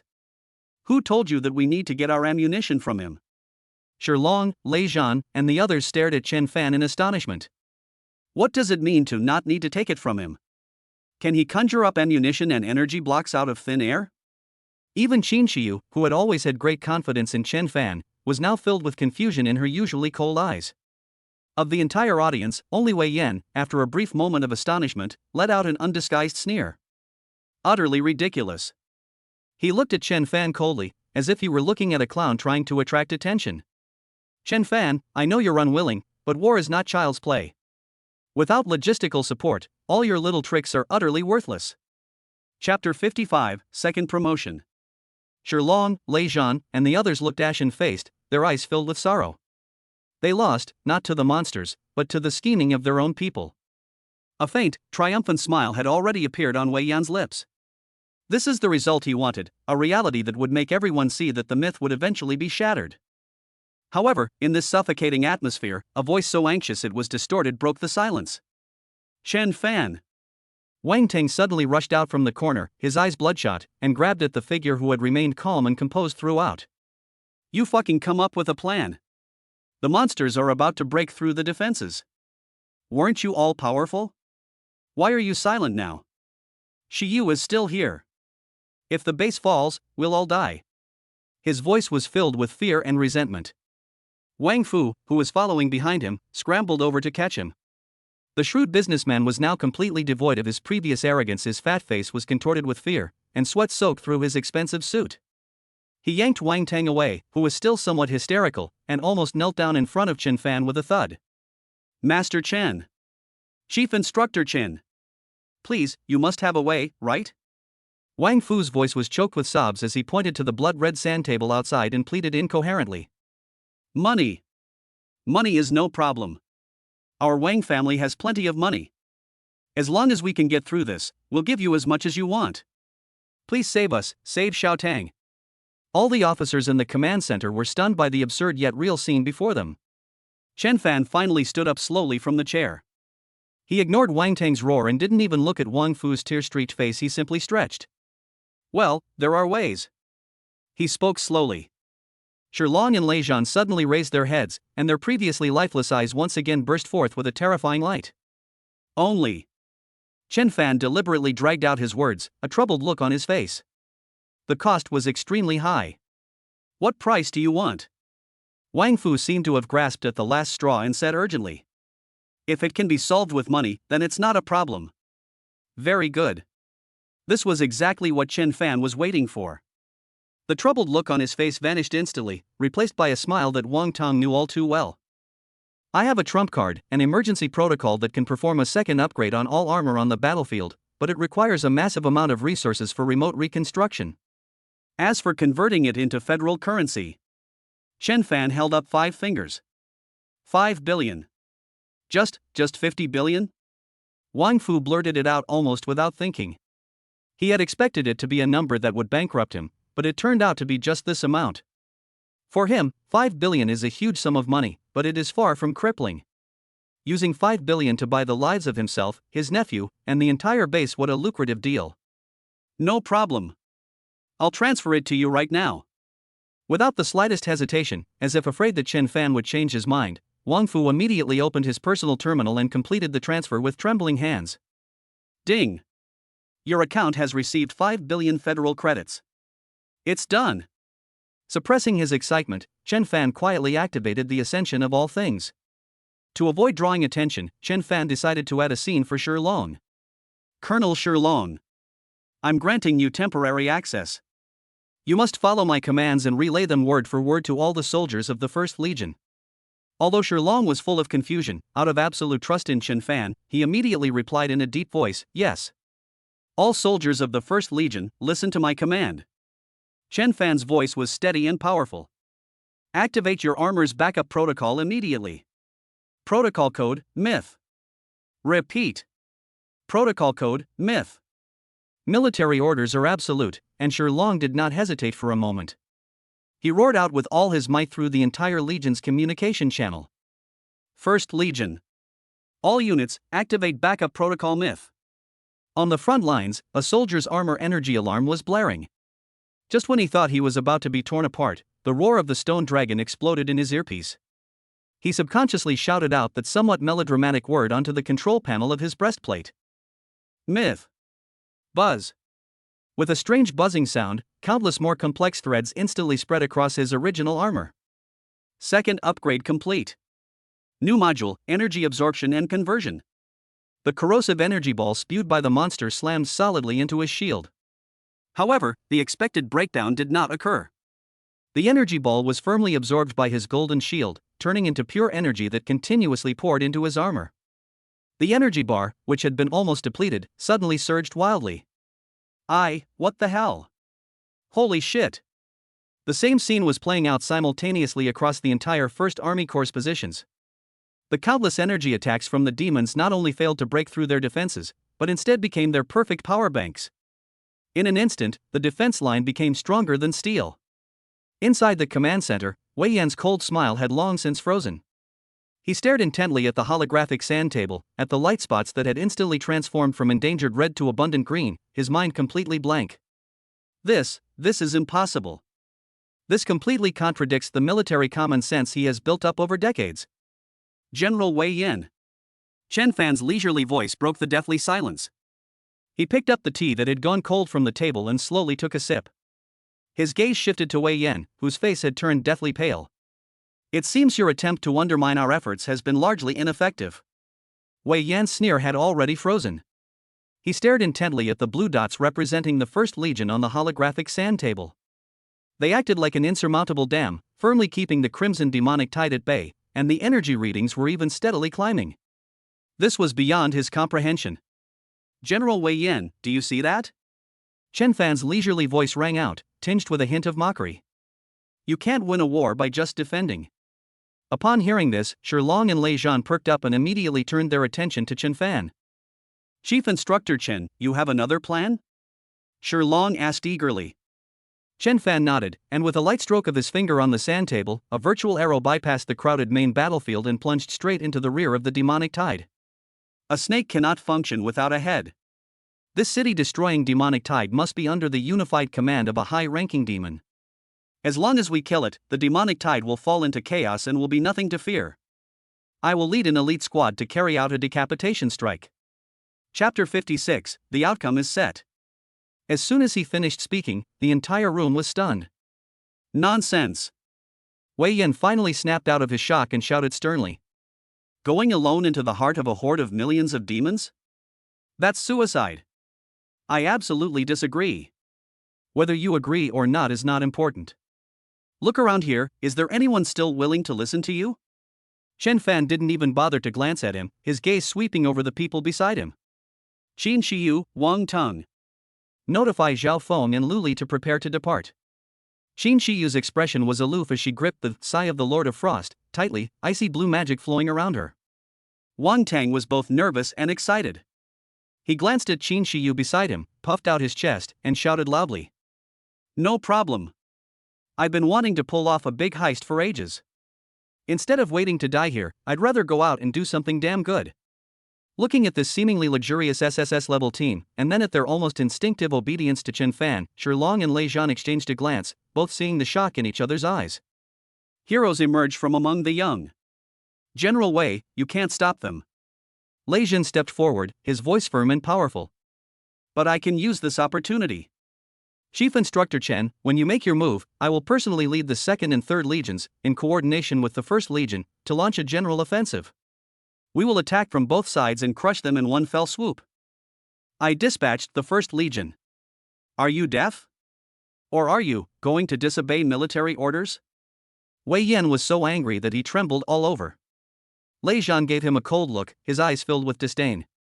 Compared to your ridiculous stubbornness in waiting for reinforcements, I have more faith in my comrades and in Chief Instructor Chen, who can create miracles. You. Wei Yan was speechless. He realized that, without realizing it, he had become completely isolated. Chen Fan ignored the farce and calmly told his team, stay close. Before he finished speaking, a barely perceptible glint of silver flashed in his eyes. Spatial leap. An invisible wave rippled outwards from him, and Qin Shiyu and the others felt the scene before them distort for a moment. The next second, the noise in the command center disappeared. The 5 figures appeared like ghosts several kilometers away behind the demonic Tide army. The moment they landed, the pungent smell of sulfur and blood hit them, and they were surrounded by countless low-level monsters with distorted shapes. Ugh! Wang Tang was the first to lose control and almost vomited. Found it. Chen Fan completely ignored the surrounding soldiers. His perception, which was as high as 800 points, instantly locked onto the most powerful aura in the distance. Southeast, 3 kilometers. Prepare for a breakout. Leave it to me. Zhao Feng, who had been silent all along, was the first to step forward.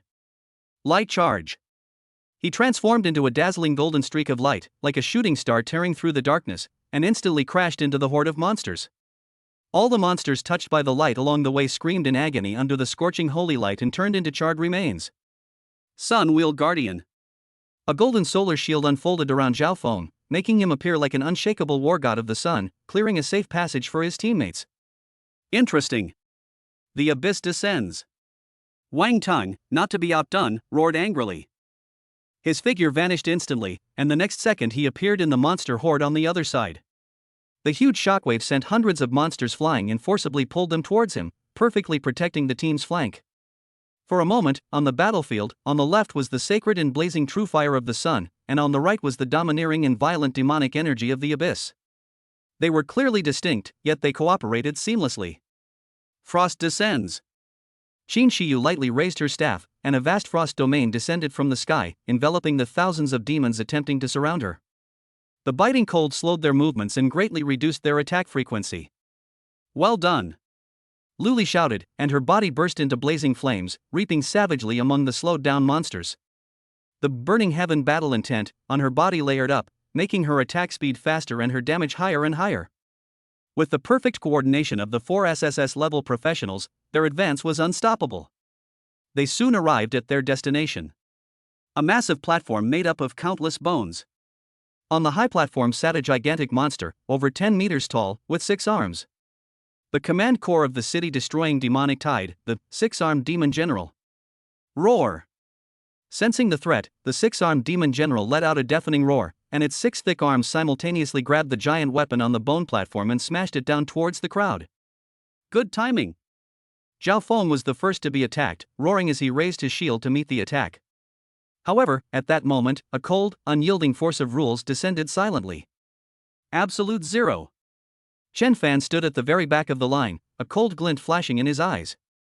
One of the six-armed demon general's arms, which was about to fall, was suddenly frozen by a layer of deep blue ice without warning, causing his movement to come to a fatal halt. Now. Sunday Judgment. Zhao Feng seized this opening, and a devastating pillar of sunlight descended from the sky, striking the six-armed demon general precisely on the head. The terrifying power of holy light instantly burned through the demonic energy protecting his body. Demon God Transformation. Taking advantage of the opportunity, Wang Teng unleashed his ultimate move, transforming into a giant abyss demon god and withstanding the attacks from the other arms. Qin Shiyu and Luli unleashed their frost and flames relentlessly upon the demon general, whose defenses had been greatly reduced due to the judgment mark. On the other side of the battlefield, in the command center, just as the six-armed demon was struck by Sun Judgment, Lei Zhan caught a fleeting glimpse of chaos within the demonic tide's command system. Now! He roared, his eyes bloodshot, all troops, attack! For the Federation! For the families behind us! Kill! Kill! The deafening battle cries echoed through the sky. With the First Legion at its forefront, the Federation's army transformed into an unstoppable torrent of steel, launching a desperate counterattack against the demonic tide that had begun to descend into chaos. Two battlefronts, both blooming simultaneously. The decapitation squad in the main force resonated perfectly at this moment. The six-armed demon general howled in agony under the siege of the SSS team. Finally, the moment it was completely frozen, Luli pierced its head with a flaming spear that gathered all its fighting spirit. Boom! The demon's enormous body collapsed with a crash. Almost simultaneously, the endless tide of demons on the main battlefield came to an abrupt halt. They lost unified command and became like headless flies, suffering a crushing defeat under the counterattack of the Federal Army. The overall situation is settled. Chapter 57, Wei Yan pursues accountability. The joy of victory had not yet completely dissipated in the fortress square. The surviving soldiers were helping each other up, their faces showing tired smiles. However, this moment of peace was soon shattered by a series of orderly and chilling footsteps. Everyone, lay down your weapons. A cold, angry shout rang out. Wei Yan's face was ashen, and his eyes flashed with madness and resentment. Behind him were hundreds of well-equipped, indifferent guards who had been temporarily assigned to the position. Their gun barrels were pointed menacingly at the 1st Army Corps soldiers who had just withdrawn from the battlefield. Stone Dragon! Thunder Warrior! Wei Yan's voice was sharp and distorted. You two have disregarded military orders and acted without authorization, which constitutes the crime of disobeying orders on the battlefield. I now suspect that the equipment of unknown origin used by your legion poses a huge security risk and seriously threatens national defense security. I order the 1st Legion to immediately disarm and store all equipment on the spot. Both of you will be immediately taken into custody by my guards to await trial by a military court. These words caused an uproar in the audience. The smiles on the faces of the 1st Legion soldiers, who had just been basking in the joy of victory, instantly froze, replaced by unbelievable rage. Why should I? A young soldier with a missing arm roared. We just won. This gear saved our lives. Bullshit. Another veteran, his face covered in blood, spat out a mouthful of bloody saliva. We're fighting those devils on the front lines, and you're stabbing your own people in the back? Shirlong and Lei Zhan stepped forward, shielding their soldiers behind them, their eyes sharp as blades. Wei Yan! Lei Zhan's voice was deep and dangerous. I advise you to think this through. Taking away our brother's second life and then sending us to a military court? Do you think they'll agree to that? The words had barely left his mouth. Splash! Almost instinctively, thousands of soldiers from the 1st Legion on the square raised their weapons in unison and released the safety. The fierce, bloodthirsty aura honed from countless corpses and seas of blood surged into the sky, causing Wei Yan's guards to turn pale. Although these guards were well equipped, they had never seen such a terrifying formation before. They were facing a group of madmen who had just fought their way out of a horde of millions of demons. Rebellion! Rebellion! Are you trying to start a rebellion? Wei Yan screamed in exasperation, shouting with a fierce but weak voice. Charge! Anyone who resists will be killed without mercy. The atmosphere in the square was extremely tense, so tense that it felt like an explosion was about to occur at any moment. Just then, a calm voice rang out. General Wei, what an imposing official air you have. Chen Fan led Qin Shiyu and the others, slowly making his way through the opposing crowd to the center of the arena. He didn't even look at the armed guards. His gaze fell directly on Wei Yan's face, and a playful smile appeared on his lips. Is there a hidden danger in the equipment? Chen Fan repeated it, then chuckled as if he had heard the biggest joke in the world.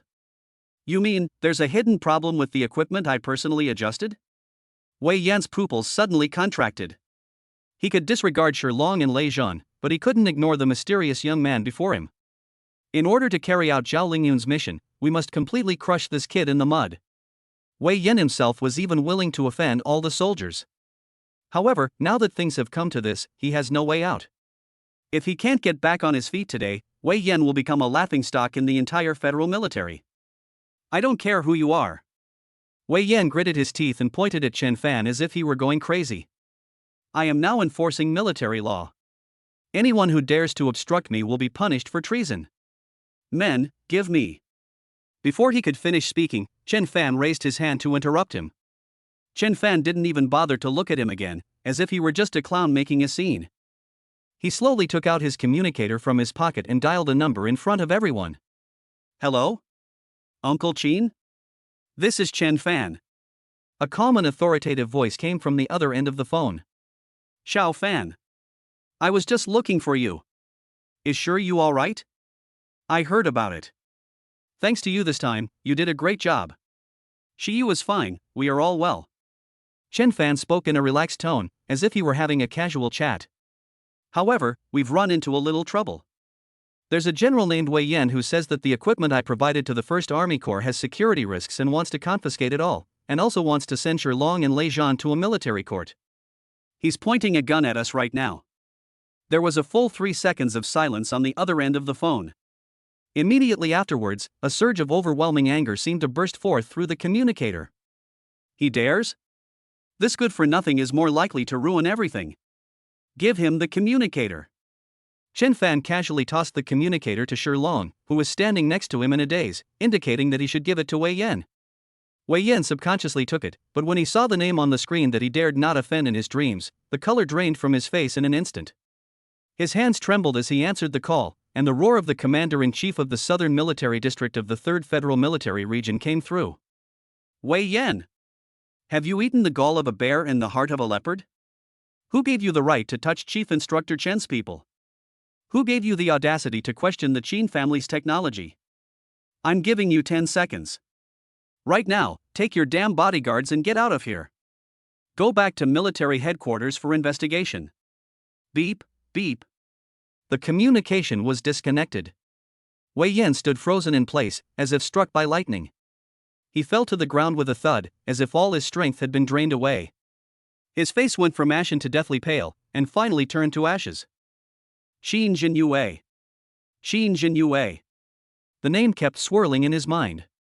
To his surprise, the renowned Xin Jin Yue would personally endorse a mere young upstart.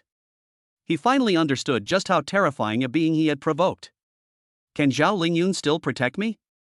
Wei Yan was filled with unease. The square was deathly silent. All the soldiers stared in awe at the young man who remained calm and composed throughout. A single phone call caused a general who held military power to fall from grace in an instant. This power is more awe-inspiring than guns and cannons.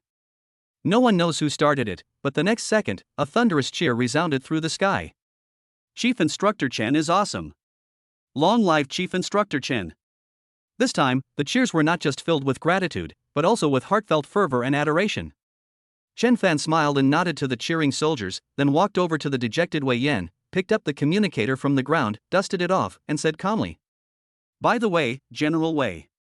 Chapter 58, The Bet, the former Eagle of the Sky. General Wei, you keep saying that my equipment is a hidden danger, a piece of junk that threatens national defense security, is that right? Isn't that so? Wei Yan instinctively retorted. Very good.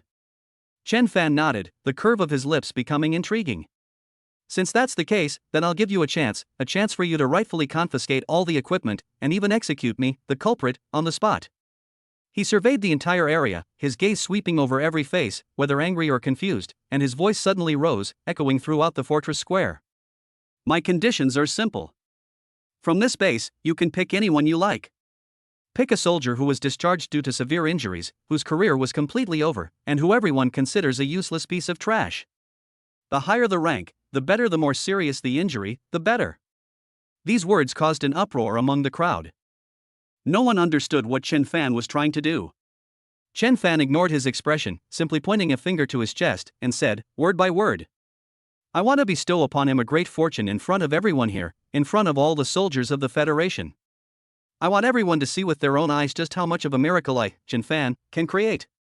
In the square, you could hear a pin drop. Everyone was stunned by Chen Fan's earth-shattering words. Then, he fixed his gaze on Wei Yan's face, which was contorted with astonishment, and spoke in a cold and resolute tone.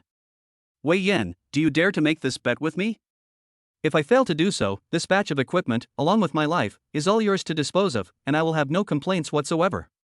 But I did it. A cold smile curled at the corner of Chen Fan's mouth.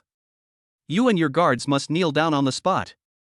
Kneel and beg forgiveness from every brother of the First Legion who fought and bled. Do you dare? The last three words, like a thunderclap, exploded in Wei Yan's ears. He stared intently at Chen Fan, his facial muscles twitching violently. This is an open conspiracy. A calculated scheme he simply couldn't refuse. Reject? That would be tantamount to admitting that he had no confidence in his accusations of having hidden dangers in his equipment, and it would be tantamount to admitting in front of the entire army that he was being unreasonable in settling personal scores. He will become a complete laughingstock and have nowhere to stand. Except? Has the other party gone mad?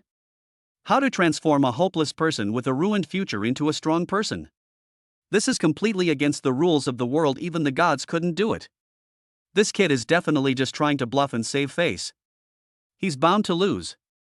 This is the perfect opportunity for him to redeem himself and completely crush Chen Fan. Thinking of this, Wei Yan's greed and resentment overwhelmed everything.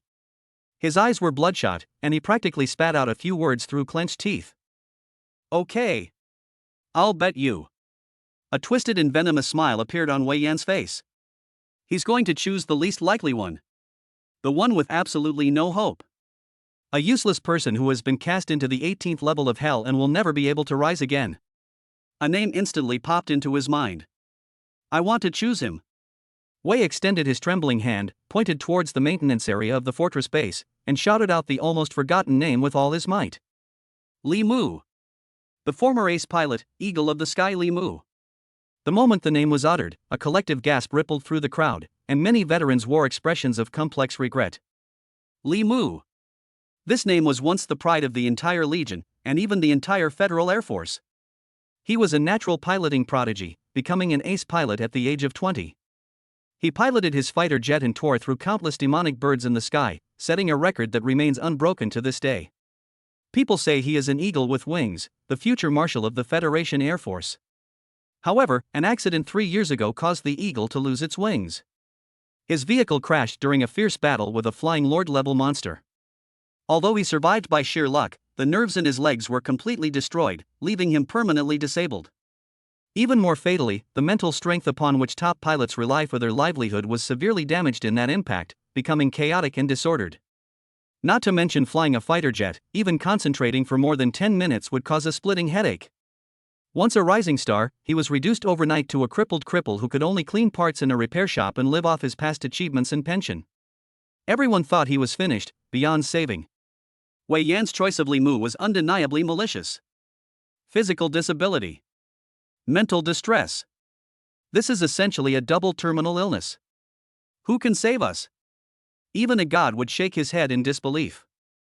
How was it, Chen Fan?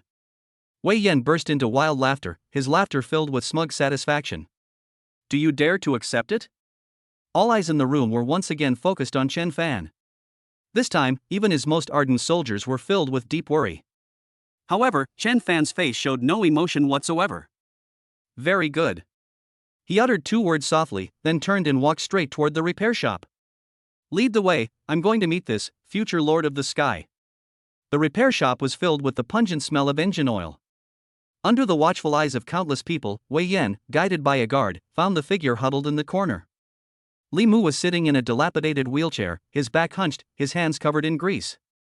He was mechanically wiping a part of a fighter jet engine with a rag. His movements were slow and labored, his eyes were cloudy and numb, like a soulless walking corpse. The eagle that once soared through the heavens is now broken here, its wings clipped, its companions the cold steel. the loud noise made him look up. When he saw the thousands of soldiers in the square, and Wei Yan and Chen Fan at the head, a hint of doubt and self-mockery flashed in his numb eyes. "General Wei, what brings you to this cripple like me?" His voice was hoarse and weak, filled with the awkwardness of not having communicated with others for a long time. A cruel glint of pleasure flashed in Wei Yan's eyes. He pointed at Li Mu and grinned maliciously at Chen Fan. "He's the one I've chosen. Chen Fan, your bet begins now." Chen Fan ignored Wei Yan's shouts. He walked through the crowd, went straight to Li Mu, squatted down, and looked directly into Li Mu's eyes as he sat in his wheelchair. "Li Mu." Chen Fan's voice was very calm. "Do you want to fly again?" These few simple words struck Li Mu's long dormant heart like a bolt of lightning. He shuddered, abruptly raised his head, and stared intently at Chen Fan. An incredulous light flashed in his cloudy eyes, which then dimmed, turning into a deep bitterness and self-mockery. Stop making jokes like that." He lowered his head, his voice trembling. "My legs, my mental strength, they're beyond saving. I'm destined to be a scrap metal worker for the rest of my life." That was before she met me. Chen Fan spoke calmly, and under the watchful eyes of everyone, he slowly reached out and placed his hand on Li Mu's head. "Today, I'll give you a myth." Chapter 59, Ace Pilot, Requesting Combat Readiness.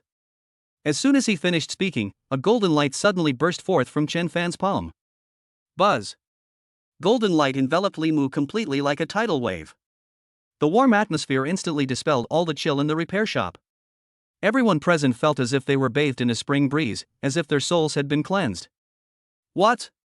What kind of power is this? Ah, that feels so good!" someone exclaimed in horror. Li Mu, enveloped in golden light, stared wide-eyed. He felt an indescribable, boundless life force surging wildly into his body through his head. Within those legs that had long been necrotic, it seemed as if countless tiny golden warm currents were rapidly repairing the severed nerves and nourishing the atrophied muscles.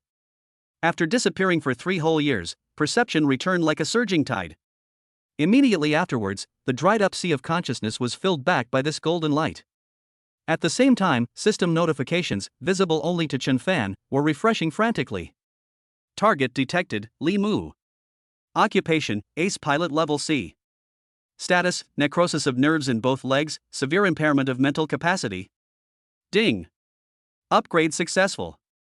The target profession has been upgraded from Ace Pilot, C rank to King of the Skies, SSS rank. The golden light slowly dissipated. The square was deathly silent. Everyone held their breath, staring intently at the man in the wheelchair. Amidst countless shocked gazes, Li Mu slowly stood up. He looked down at his legs, and 2 streams of hot tears finally burst forth. "I've stood up. I stood up." He choked up, his gaze unconsciously drifting to a damaged fighter jet being towed into a repair shop not far away. The next second, something unbelievable happened. The cockpit instrument panel of the fighter jet, which had already lost power, suddenly lit up one after another. The engine emitted a deep roar, and the wings trembled slightly. This is the core ability of the SSS rank class, King of the Sky, Soul Link. Without any operation, any aircraft can become an extension of his body simply by thinking about it. Oh my god. Holy shit. Li Mu's leg is healed? What's wrong with that lousy plane? How did it start up by itself? The surrounding soldiers who were just watching the show were completely in an uproar. On the other side, Wei Yan's sinister smile had already frozen. He stared blankly at Li Mu, who had stood up again, his face draining of color at a visible speed. No. Impossible. That's absolutely impossible. He muttered to himself, the light in his eyes quickly fading, his reason completely overwhelmed by the world-shaking scene before him. It's fake. It's all fake. It's all an illusion. Wei Yan seemed to have gone completely mad, laughing and crying at the same time, before finally collapsing to the ground with a thud. He couldn't accept having to apologize to these worthless people. It was an immense insult. Woo! Woo! Woo! Suddenly, a loud alarm blared out of nowhere, piercing the sky. The main screen of the Fortress Command Center was instantly covered by a blood-red light. Warning! High-intensity spatial fluctuations detected. The energy is breaking through the critical value. Database match confirmed as Mother Nest. When the words Mother Nest appeared on the screen, the entire command center fell silent. 1 second their faces were beaming with ecstasy, the next they were filled with despair. The nest is a terrifying spatial phenomenon. Once fully formed, it will open a permanent, giant wormhole, connecting to the abyss plane. The hundreds of millions of monsters released were enough to completely wipe an entire war zone off the map. It's over.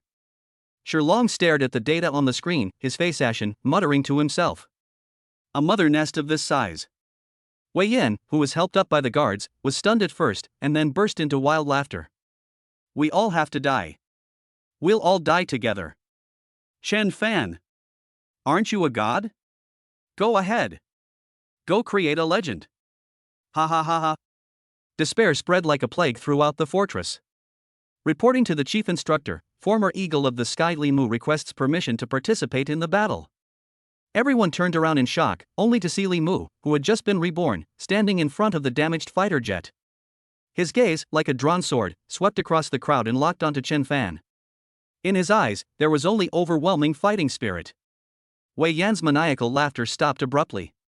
He looked at Li Mu as if he were a fool, then glared at Chen Fan with resentment. Ha ha! Let him go! Is he going to drive that piece of junk that was just towed from the battlefield to his death? Wei Yan's words also served as a reminder to everyone. Yes, even if Li Mu recovers, what will he use to fight? His job level has been reset, and he is now only at level 1. That fighter jet was also severely damaged in the previous battle and was unable to take off again. However, Chen Fan's expression remained completely unchanged throughout. He ignored Wei Yan's shouts and the desperate looks around him, and simply murmured a sentence in his heart. Open your personal panel. A virtual light screen, visible only to him, unfolded before his eyes. Name, Chen Fan. Occupation, Gatherer. Level, 17 experience points, 934,003,072,000,000. Bank balance, 478.5 billion Federal Reserve dollars. This huge sum of money was the result of his efforts over this period of time, while he was secretly developing his wealth and frantically accumulating riches. He originally intended to save the money as a guarantee of his absolute safety. But now, all in. Chen Fan made a decision calmly. System, convert all bank balances into experience points. Instruction confirmed. 478.5 billion federal credits are being exchanged. The next second, Chen Fan heard the text message notification that his bank account had been emptied. The astronomical number disappeared instantly, replaced by an unprecedented and insane surge in the experience points column. Boom! An indescribable surge of immense energy exploded within his body. His level began to skyrocket at a speed visible to the naked eye. Ding! You have reached level 18. Ding! You have reached level 19. Ding! You have reached level 20. Ding! You have reached level 29. Ding! You have reached level 30. The surge of experience points finally subsided, and his level remained steadily at 30.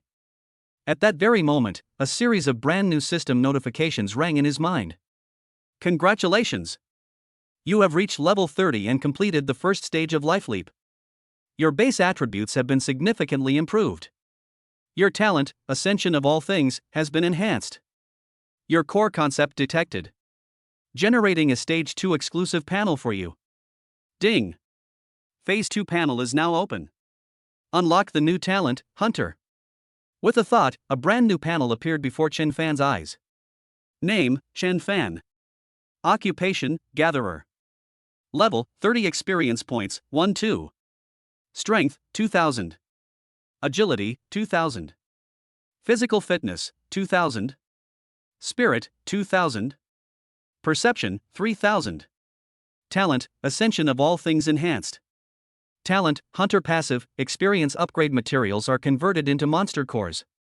For each core absorbed, damage increases by 1%. Feedback skills, omitted, no more filler content. Chen Fan met Li Mu's gaze and then nodded emphatically. I approve your request. If needed, I'll go with you.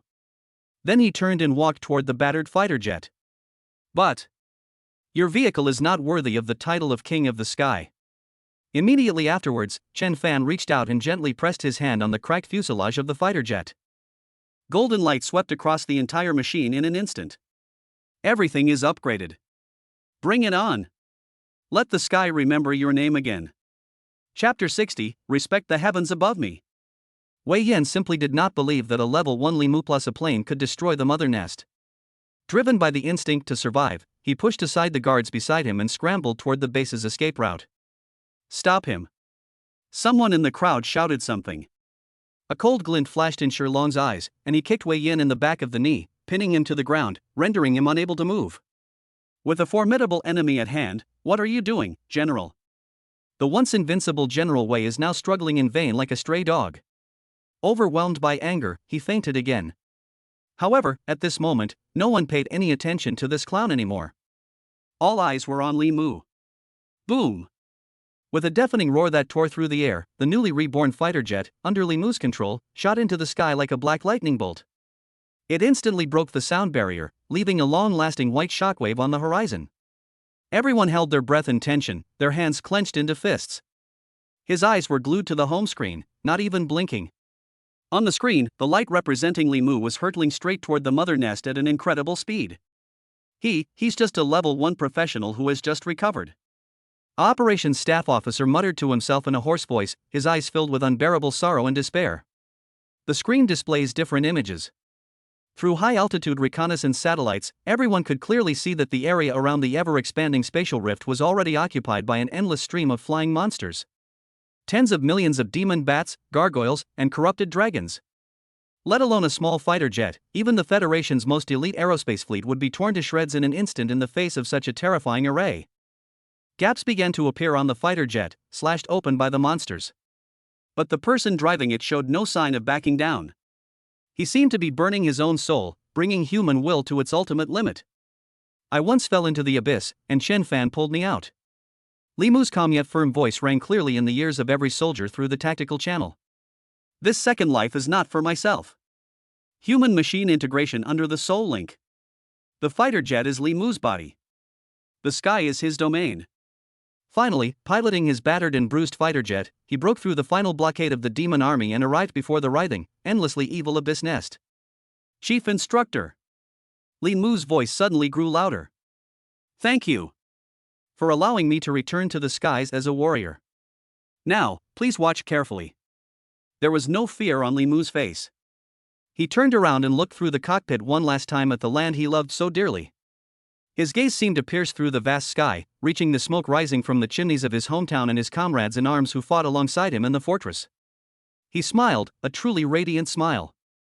Just like 3 years ago, he was still that proud young man hailed as the eagle of the sky. If only this world didn't have monsters. Li Mu sat up straight again and gripped the control lever tightly. For this sky, for the lights of the Federation behind me. Ah! The moment the words fell, the fighter jet on the screen suddenly burst forth with unparalleled light and heat. The next second, the main screen of the entire command center was completely engulfed by a pure white light. Respect the earth beneath my feet, respect the sky above my head. This is the last sentence Li Mu left for this world. When the white light slowly dissipated and the image on the screen returned to clarity, everyone was stunned. The monster army has disappeared. The ever-twisting and expanding abyssal mother nest has vanished. The sky returned to its original azure blue. You won?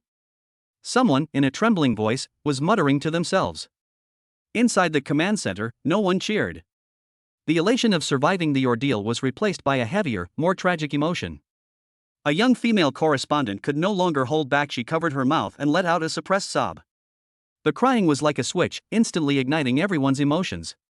Countless battle-hardened soldiers had tears welling up in their eyes at this moment, silently shedding their eyes. Commander Shilong slowly, very slowly, straightened his body. He didn't cry instead, he mustered all his strength and gave a solemn military salute to the empty screen. Everyone has won. He roared in an extremely hoarse voice. Salute to the heroes. Whoosh! Inside the command center, all officers, regardless of rank, simultaneously turned to the screen and paid their highest respects to the hero who sacrificed his life for peace. Chen Fan stood quietly. He stared at the empty sky on the screen, but something in his heart seemed to have been stabbed hard. The next moment, a supreme order jointly signed by the Federal Speaker's Office and the Military Marshal's Office was directly issued to the base's command center. Shilong looked at the document that popped up on the terminal, bearing the seal of the highest federal authority, took a deep breath, and straightened up.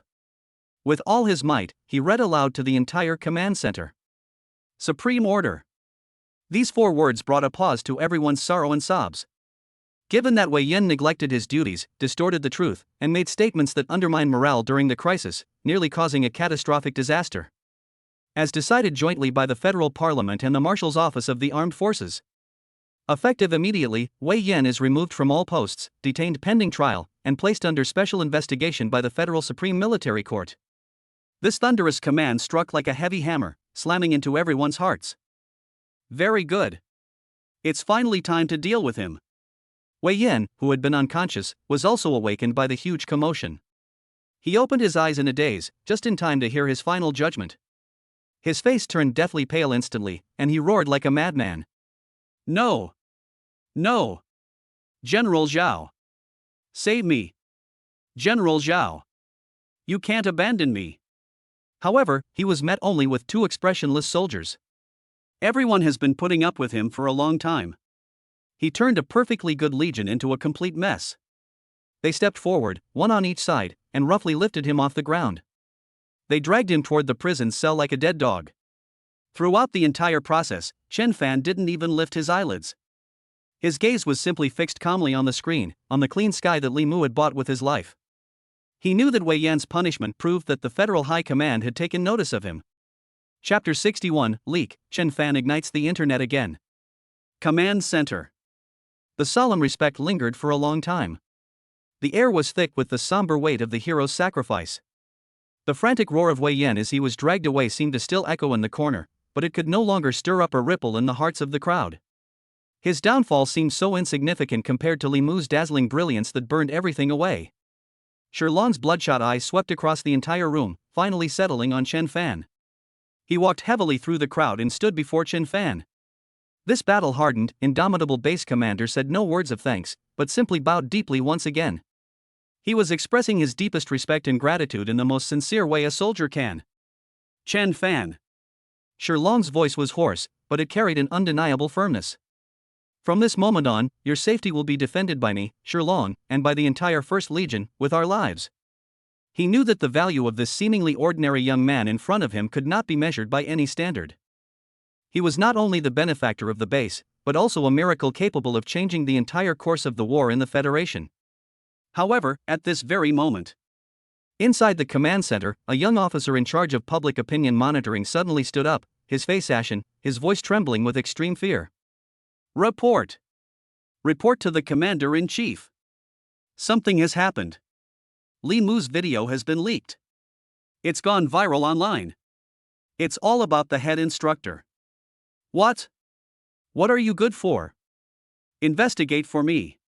Sherlong's eyes widened upon hearing this. She had just promised Chen Fan that she would protect him. The leak has just occurred. Sherlong's face flushed red as he glared angrily at the officer in charge of public opinion.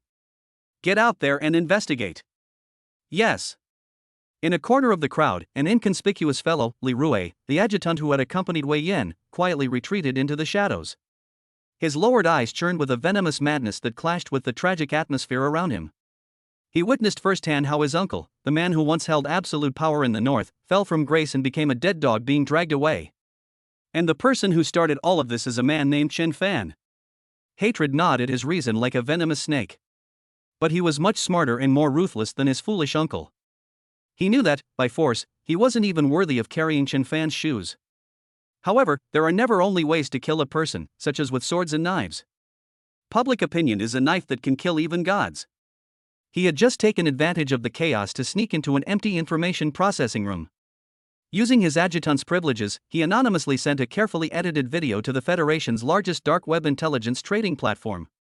This video erases all of Li Mu's patriotism and tragic monologues, leaving only the most shocking images. Enveloped in golden light, the crippled person was instantly healed. In the end, it transformed into a shooting star and wiped out the Abyss Mother Nest in one blow. He also added a highly inflammatory message. Shocking! A God Maker has appeared in the First Legion. Chen Fan, an ordinary man, possesses the Midas touch, granting others SSS-level god-like professions. Is he humanity's savior, or a demon toying with life? This nuclear bomb, dropped by Li Rui himself, detonated the entire federal network in just a few minutes. If the legendary 3.7-second timeout in the league was just a pebble thrown into a calm lake, then this time it's a super tsunami sweeping the globe.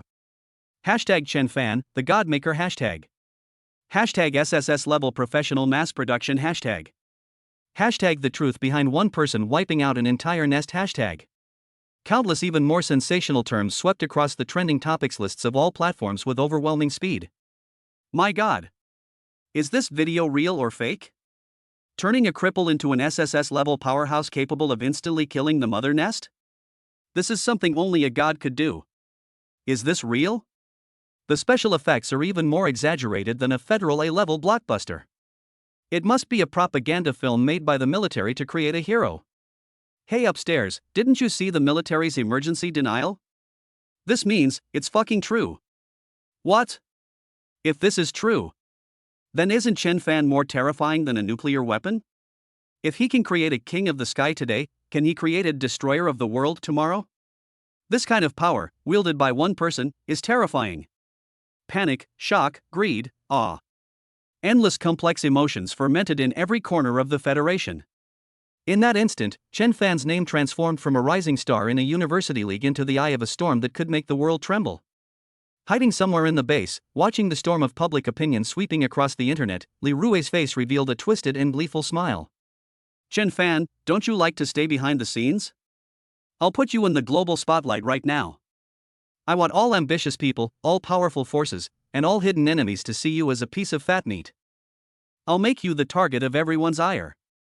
His gaze inadvertently swept over another intelligence report, showing Qin Shiyu's aloof and stunningly beautiful photo.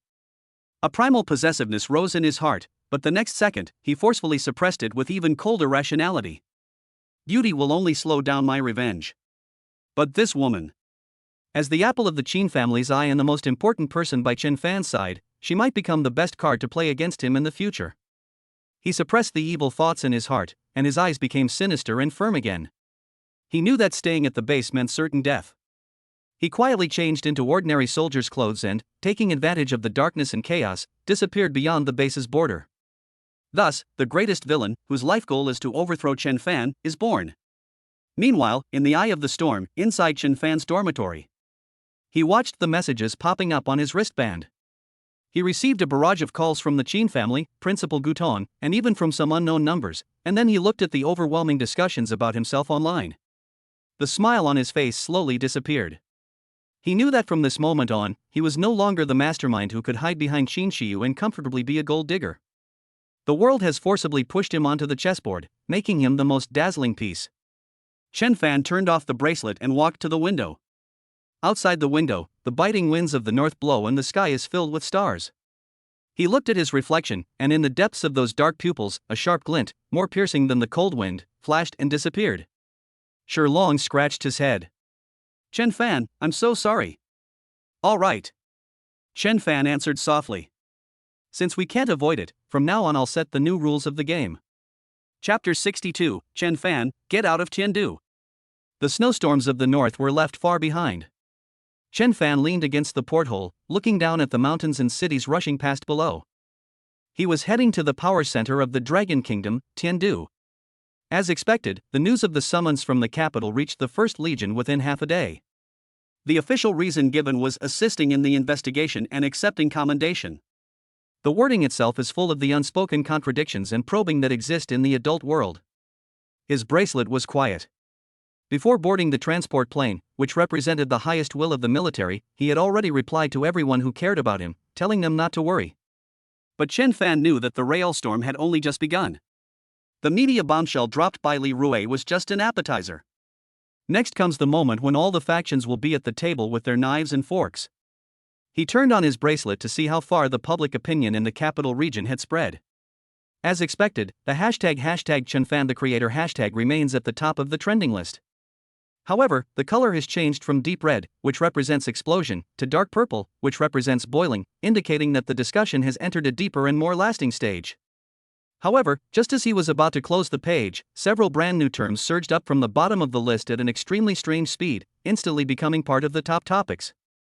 Hashtag exposing Chen Fan's dark history hashtag. Hashtag a collector's monumental lie hashtag. Hashtag Chen Fan get out of Tiandu hashtag. Chen Fan raised an eyebrow slightly. They've arrived.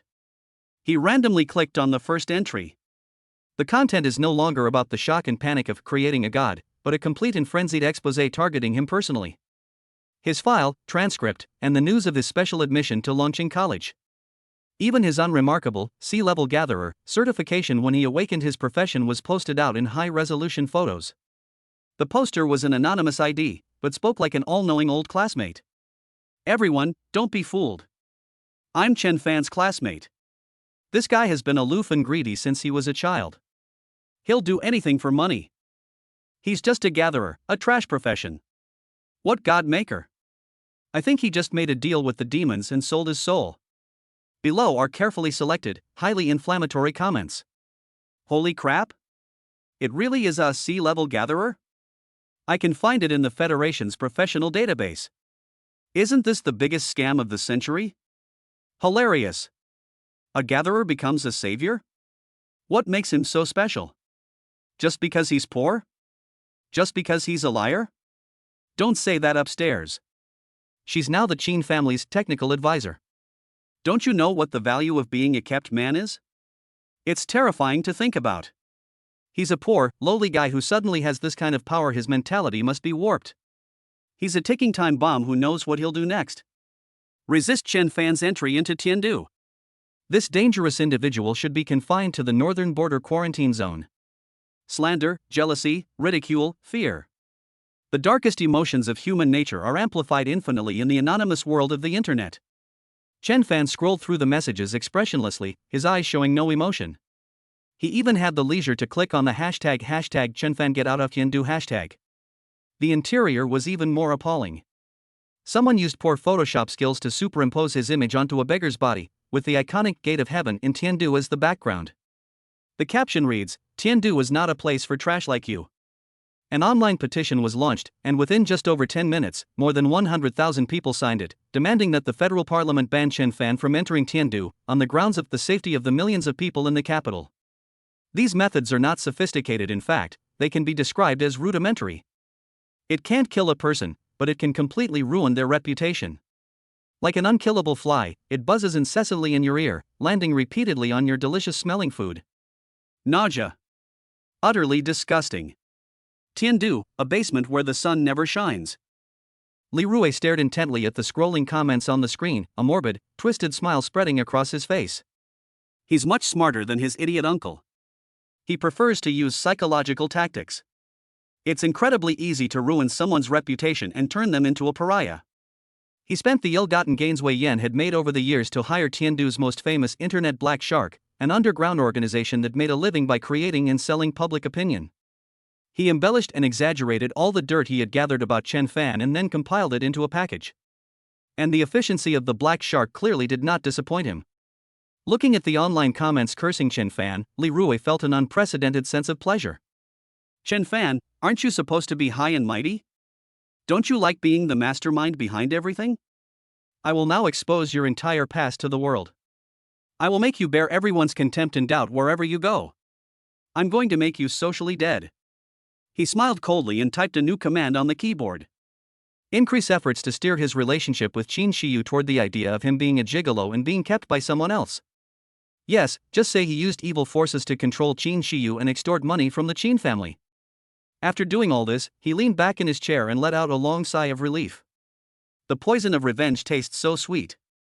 The plane began its slow descent. Outside the porthole, towering buildings pierced through the clouds. On the suspended track, dazzling flying cars flow endlessly. The sky has risen. Chen Fan turned off the bracelet, stood up, and straightened his collar. His face remained as calm as ever. It was as if the foul language he had just heard wasn't directed at him.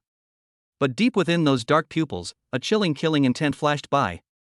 He doesn't care about the criticisms of ants. But if a fly buzzes too loudly, he doesn't mind swatting it dead. The hatch opened. The blinding sunlight and the cacophony of voices rushed in together. He was greeted not by heavily armed soldiers, nor by officials in suits. Instead, it was a group of media reporters carrying long lenses and microphones. Like sharks smelling blood, they surged forward and bombarded the group with dozens of questions in rapid succession. Mr. Chen Fan, what is your response to the exposure of your dark past online? Are you really a C-rank gatherer? What was the price you paid for gaining power? Was it, as rumored, selling your soul?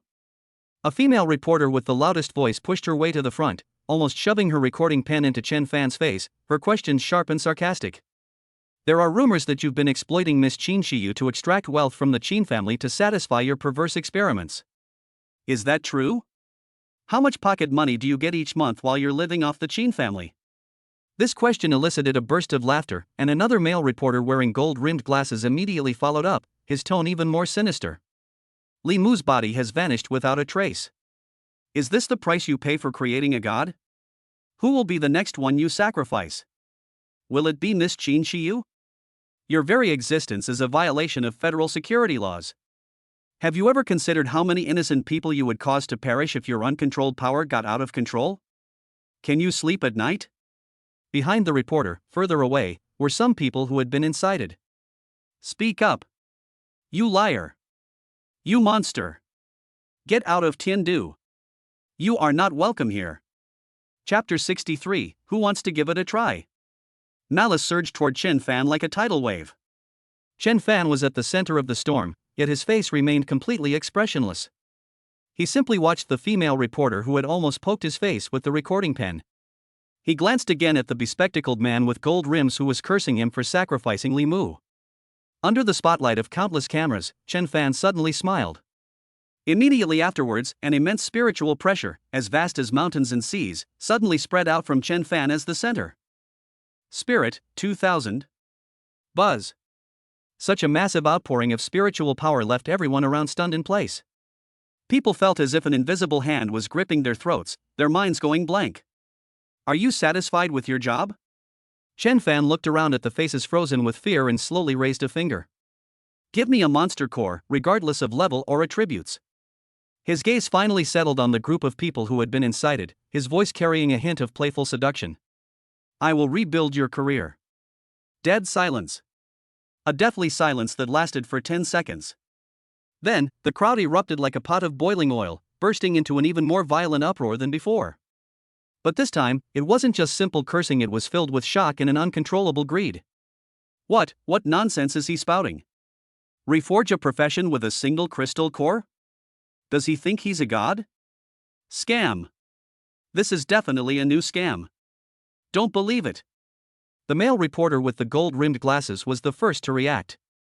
He adjusted his glasses, suppressed the pounding in his heart, and shouted sternly. Chen Fan.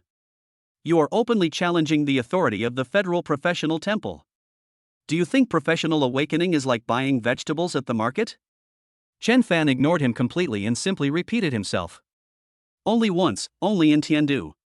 Anyone want to give it a try? The crowd stirred. While people cursed him as a fraud and a monster, they couldn't help but crane their necks, their eyes gleaming, their hearts pounding. Just in case. What if it's true? For people in this era, their career is their destiny. A powerful career means wealth, status, power, and a longer life. Now, a chance to change one's destiny is available, at the cost of a single, cheapest monster core. The odds of this high-stakes gamble are so high they're almost suffocating. Finally, amidst whispers and hesitation, a middle-aged man in an old city guard uniform, panting heavily, pushed his way out of the crowd. He looked to be nearly 50, his face weathered, his eyes cloudy, carrying a hint of world weariness and resentment. I'll do it. A man's hoarse voice rang out. All eyes immediately focused on him. It's old Zhang. That perennial B-rank stonewall from the West City garrison. Is he crazy? He's about to retire. What's he doing getting involved in this mess? He's been stuck at level 39 his whole life, unable to level up. His rock barrier class has exhausted its potential. Maybe he's trying to take a gamble? The man named Lao Zhang ignored the surrounding chatter and walked up to Chen Fan, his body trembling slightly with nervousness and excitement. He rummaged in his pocket for a while and pulled out a dusty crystal core, only slightly larger than a fingernail. That was a lowest grade, first-tier Earth-type magic wolf crystal core, worth no more than 1,000 federal coins. I only have this one. Old Zhang's voice carried a hint of shame. Chen Fan smiled indifferently and reached out to take the crystal core. It feels cold to the touch. Without even glancing at it, he casually stuffed the crystal core into his pocket right in front of everyone. Then, he extended his right hand and gently touched old Zhang's forehead with his index finger. Relax your mind and do not resist. Okay. Old Zhang closed his eyes, adopting a resigned attitude. All the reporters present went crazy, focusing their cameras intently on the two of them, afraid of missing a single detail. The next second, under the gaze of countless eyes, a tiny white light appeared on Chen Fan's fingertip. The moment the light entered old Zhang's brow, a strange change occurred. Boom! A visible, earthy yellow halo suddenly exploded from old Zhang's body. Ah! Old Zhang let out a painful groan. The weakness from having his level reduced to 0 almost made him kneel down. Liar! He ruined old Zhang's career. I knew it. Grab him! Terrified screams erupted from the crowd. However, before they could make any move, an even more shocking scene unfolded. Old Zhang's face, which had been contorted with pain from the loss of his profession, was gradually replaced by an unprecedented sense of comfort and ecstasy. He could clearly feel what a great power was being born within him. His back, which had been slightly hunched from years of perseverance, slowly straightened out under everyone's gaze. His gray hair was turning black from the roots at a speed visible to the naked eye. A dazzling, dark golden beam of light shot into the sky. A job title that had never appeared in the federal database before suddenly appeared on everyone's retina. SSS rank class, Immortal Shield. The entire venue was deathly silent. Everyone seemed to be petrified, staring blankly at the transformed man, their minds completely blank. The male reporter with gold-rimmed glasses had his glasses fall to the ground with a thud. The previously sarcastic female reporter gaped, completely unaware that the recording pen in her hand had rolled to the ground. At this moment, feeling the new power surging and roaring within him, old Zhang was so excited that tears welled up in his eyes. He suddenly knelt down before Chen Fan, his voice trembling uncontrollably. Thank you, sir, for saving my life. The noisy crowd instantly transformed into fervent believers. Those who were cursing him to get out of Tiandu now only had primal greed and desire in their eyes. My God! It's real! From grade B to grade SSS. 1 crystal core. Give me a chance. I have a 4th tier crystal core here. I'll go for level 5. Sir! Look at me. The crowd went crazy. They surged forward frantically, waving the monster cores in their hands with abandon. So-called dark history and monumental lies seem so pale and powerless in the face of temptations that can change one's destiny. Looking at the frenzied scene before him, Chen Fan's lips curled into a faint smile. He turned to look at the equally stunned reporters. Now, can I enter Tiandu? Having said that, he ignored the raging tide behind him and turned to walk towards the hovercar sent by the military to pick him up. The crowd spontaneously parted to make way for them. Behind him, countless people held aloft their life's worth of monster cores, their eyes filled with fervor. At this moment, the public opinion storm in Tiandu was completely reversed by him in the most direct and effective way. Black? When you can define light, who cares about darkness? Chapter 64, Hey kid! Join us! The car door closed, completely shutting out the frenzied shouts and cheers of the crowd behind them. Chen Fan sat in the car, looking completely at ease. The car was unusually quiet, even somewhat oppressive. Opposite him sat a figure. The man was dressed in a crisp general's uniform, and the star on his shoulder still shone brightly in the dim light. He exuded an aura of quiet authority, as if he had been through countless battles. His face was as if carved by a knife and axe, and his eyes were as sharp as an eagle's. It was Qin Jinyue, the supreme commander of the Southern Theater Command of the Federation and Qin Shiyu's grandfather. A fantastic show. Qin Jinyue spoke first, his voice deep and powerful, making it impossible to discern whether it was praise or criticism. He watched Chen Fan's entire solo performance from a short distance away from beginning to end. Chen Fan twitched the corners of his mouth, revealing a slightly mercenary smile. There's no other way. If you want to make a living in Tiandu, you have to show off your skills. Qin Jinyue gave him a deep look, ignoring his banter, and instead posed a seemingly unrelated question. Do you know who is stirring up public opinion online, trying to ruin your reputation and forever condemn you to shame? Chen Fan raised an eyebrow, waiting for what would happen next. He knew, of course, that there was someone pulling the strings behind the scenes, but he wasn't particularly concerned about who it was. Because he believed in a very simple principle: as long as he became strong enough to set the rules, all conspiracies and tricks would become a joke. It is Zhao Lingyun, the commander-in-chief of the northern war zone of our Dragon Kingdom. Qin Jinyue uttered the name slowly and deliberately. Our own people from China? Chen Fan was genuinely surprised this time. That's right. Qin Jinyue's eyes became exceptionally deep. In the eyes of most ordinary people, the Federation is a united front against the demon race, and our Dragon Kingdom is a staunch member of it. But what they don't know is that within our Dragon Kingdom's upper echelons, the existence of the Federation has already split into two completely different voices. He paused, then used the simplest and most straightforward language to reveal the true situation within the Dragon Kingdom to Chen Fan. The first voice is the conservative faction led by Zhao Lingyun, the commander of the northern border. They believe that the Dragon Kingdom should be content with the status quo and honestly serve as a model member state of the Federation. To put it bluntly, Qin Jinyue's lips curled into an undisguised sneer. It means we have to hand over our richest mineral resources and cheapest labor in exchange for the so-called protection of those old established powers in the Federation. Even when necessary, we can use our defenses as a strategic buffer for the entire Federation. Let's use the blood and flesh of our Dragon Kingdom's sons and daughters to wear down the first wave of fierce attacks from the Demon Clan, and buy precious preparation time for our so-called friendly nations in the rear. Qin Jinyue spoke in a very calm tone, but every word he uttered carried a chilling undertone. They don't want to change because any change would affect them, as well as the interests of their federal masters behind them. Your presence, and your ability to overturn the existing professional system, is the biggest destabilizing factor for them. Therefore, they must completely destroy you before you have a firm foothold.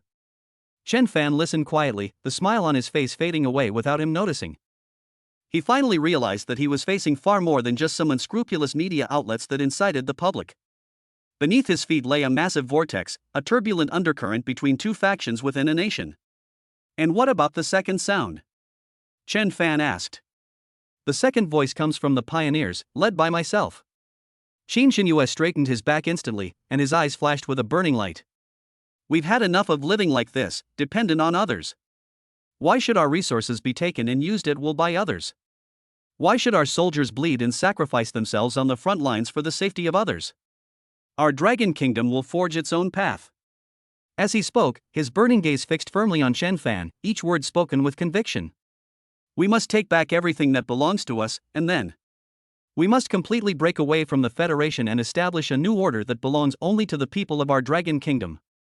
Leave the Federation? These 4 words struck Chen Fan like a thunderbolt, making him tremble. This is no longer a simple internal power struggle, but a rebellious declaration aimed at overturning the existing world order. We have been searching for a sword that can cut through these shackles, a sword that is sharp enough and powerful enough. Qin Jinyue leaned forward slightly, his tone extremely solemn. Chen Fan, your appearance has given us hope. I am here today not as Qin Shiyu's grandfather, but on behalf of the pioneers of the Dragon Kingdom, to formally extend an invitation to you. Join us. Become the sharpest sword in our hands. Silence fell over the carriage once again. Outside the window, the bustling scene of Tendu flashed by, neon lights flickering. Chen Fan leaned back in the soft seat, his fingers unconsciously tapping lightly on the armrest. He remembered his family who had died at the hands of monsters, and the embarrassment he had endured while struggling to level up by spending money on in-game purchases. He thought his goal was simple. Make money, upgrade your character, then wipe out all the demons and live a simple, unpretentious life. But now, a grander and more dangerous challenge lies before him. To become a sword? Chen Fan disliked this analogy. A sword is ultimately a tool, a consumable. He wants to be a chess player. But he also understands that before he truly becomes a chess player, collaborating with a strong player is the best option at present. It can be used as a sword. Chen Fan finally spoke, calmly stating his conditions as he met Qin Jinyue's expectant eyes. But this sword of mine is very expensive. First, I need absolute security. If Zhao Lingyun can mess with me once, he can mess with me a second time. I don't want to be distracted every day by dealing with these flies from within. Secondly, I need resources.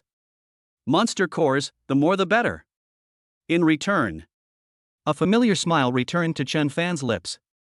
I can provide your pioneering faction with a continuous stream of SSS-level powerhouses. Warriors, mages, assassins, healers. Whatever you want, I'll build it for you. This is not surrender, but an equal exchange. Qin Jinyue stared at the young man in front of him, who was only 20 years old but as calm as an old monster who had lived for hundreds of years. He was stunned for a moment, and then burst into a hearty and extremely happy laugh. Ha ha ha. Good. What a very expensive sword. He suddenly stretched out his hand and said solemnly, I agree to all your conditions. From today onwards, all your needs will be the highest priority for the pioneers. I, Xin Jinyue, vouch for you with the entire faction behind me. Chen Fan reached out and clasped his hand with the large, calloused hand that contained terrifying power. It's a pleasure to cooperate with you, Commander Qin. It's a pleasure doing business with you, Chen Fan. The hovercar slowly came to a stop inside a heavily fortified military base. Chen Fan got out of the car, looked at the gray sky, and took a deep breath. He knew that from this moment on, the game of chess had truly begun. Chapter 65, A Battle of Words, Xin Jinyue takes Chen Fan away. Heart of the capital. The circular building, suspended in the highest part of the city, symbolizes the highest power of human civilization. Inside the council chamber, a simulated galaxy hangs above the dome, while below lies a vast meeting room large enough to accommodate 300 members of parliament. At this moment, there were only a handful of people in the center of the venue, yet the atmosphere here was even more somber than on a battlefield where thousands of troops clashed. Chen Fan stood in the center of the cold floor, awaiting the verdict. Directly in front of him, behind a huge curved council table, sat the core of the federal government's power. Several of them were blonde-haired, blue-eyed Western parliamentarians with arrogant expressions. But the real protagonists are the three military giants of the Dragon Kingdom located in the center. Seated in the center was an elderly man dressed in a marshal's uniform. His hair and beard were all white, his face was thin and frail, and his eyes were slightly closed. He is none other than Lin Jinan, the supreme commander of the Dragon Kingdom and the Pillar of Strength. To his left was Zhao Lingyun, the commander of the northern frontier. At this moment, his face was ashen and his eyes were sinister. From the moment Chen Fan entered the room, the palpable hostility never dissipated. To his right was Xin Jinyue, the southern commander who had just brought Chen Fan there. He stood ramrod straight, his face as still as water, unmoving as a mountain. Let's begin discussing the plan to deal with Chen Fan. A cold, synthesized electronic voice announced the start of the meeting. No sooner had he finished speaking than Zhao Lingyun launched his attack. I propose that Chen Fan be detained immediately and placed under the supervision of the Federal Supreme Security Bureau. His voice was resolute and full of unquestionable authority. Reason. Lin Shui didn't even lift his eyelids, simply uttering two words. Reason? Zhao Lingyun sneered, her gaze sharp as a knife as she looked at Chen Fan. His abilities have completely surpassed our understanding. From B rank to SSS rank, all it takes is a single, lowest tier magical beast core. This power is inexplicable, impossible to replicate, and even more impossible to control. He stood up, his body leaning slightly forward with excitement, spitting as he spoke. This is an extremely unstable factor. Who can guarantee that he won't create powerful individuals at will for his own selfish desires, disrupting the balance within the Federation? Who can guarantee that he won't be bewitched and manipulated by the demons, becoming a major threat to human civilization? For the overall security of the Federation and the stability of the Dragon Kingdom, we must lock this Pandora's box securely. His words were delivered in a passionate and dignified manner. Several Western parliamentarians nodded in agreement upon hearing this. The unknown is dangerous. This is the consensus of all those in power. I object. Xin Jinyue's calm voice rang out, instantly shattering the tense atmosphere that Zhao Lingyun had created. Commander Zhao, you keep talking about risks, but what I see is hope. Xin Jinyue also stood up. He was taller and more imposing than Zhao Lingyun. The demons have been invading for a century. How many sacrifices have we made just to barely maintain our defenses? How many of our exceptionally talented warriors are stuck in their current state because they have exhausted their professional potential? Chen Fan's abilities are a gift from heaven. He can give our B-level veterans a new lease on life and allow our A-level geniuses to touch the realm of gods. He is not a destabilizing factor, he is the best weapon for our Dragon Kingdom, and even all of humanity, to counterattack the demon race.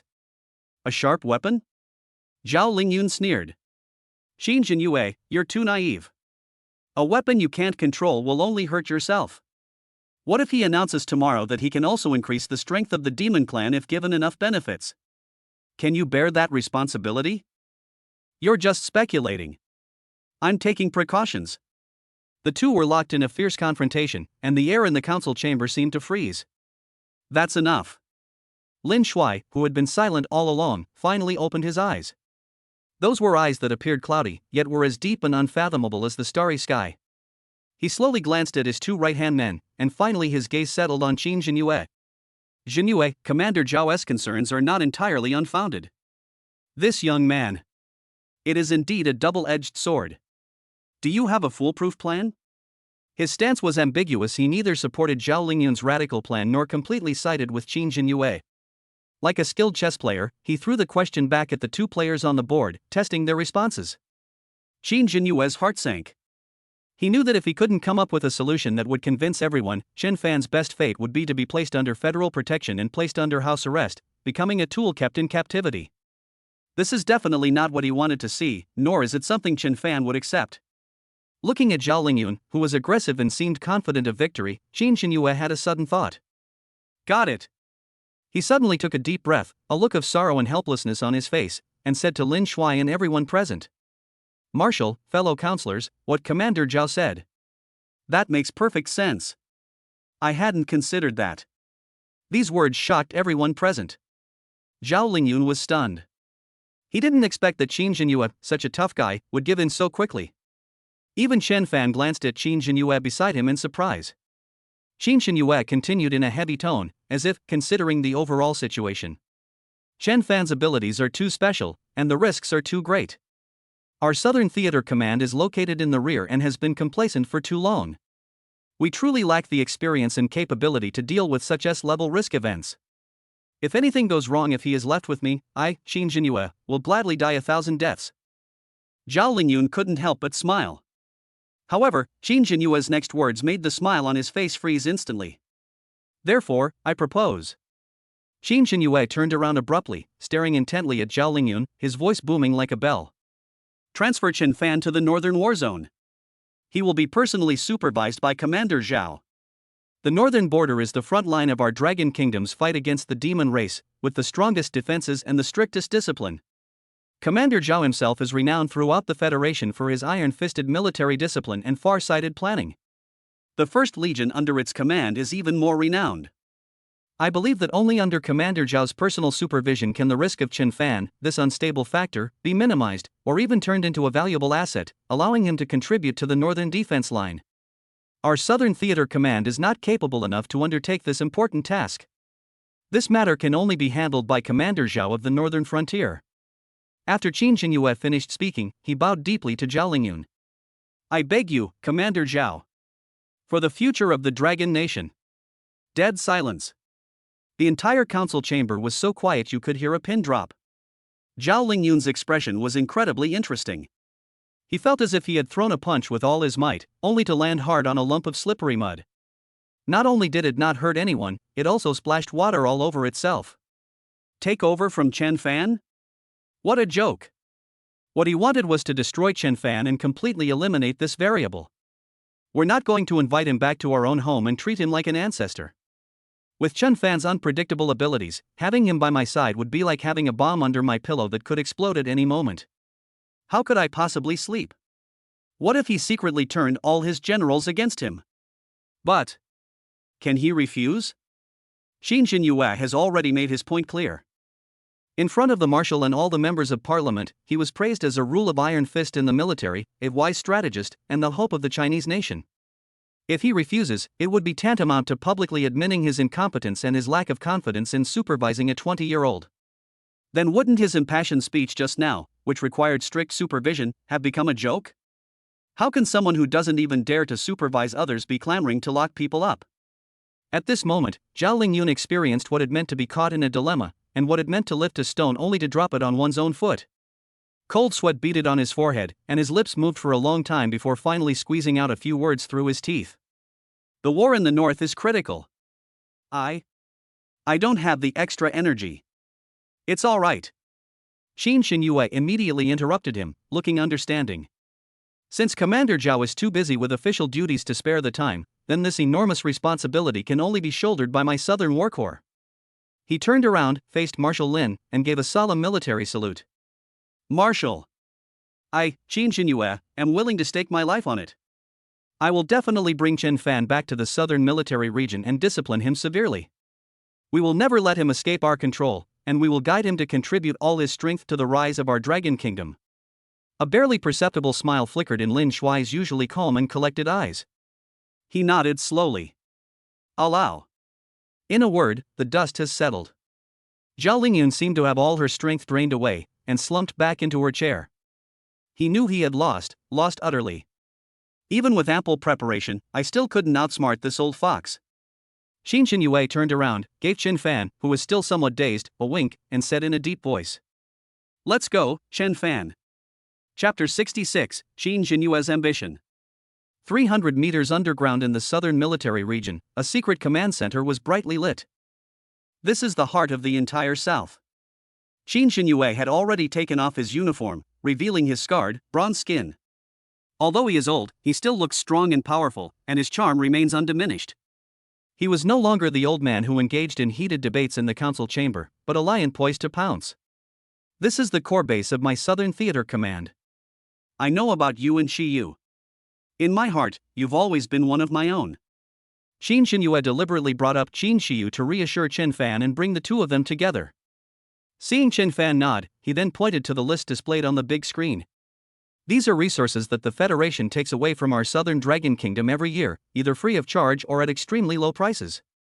There are countless kinds of energy minerals and high-level magical beast materials.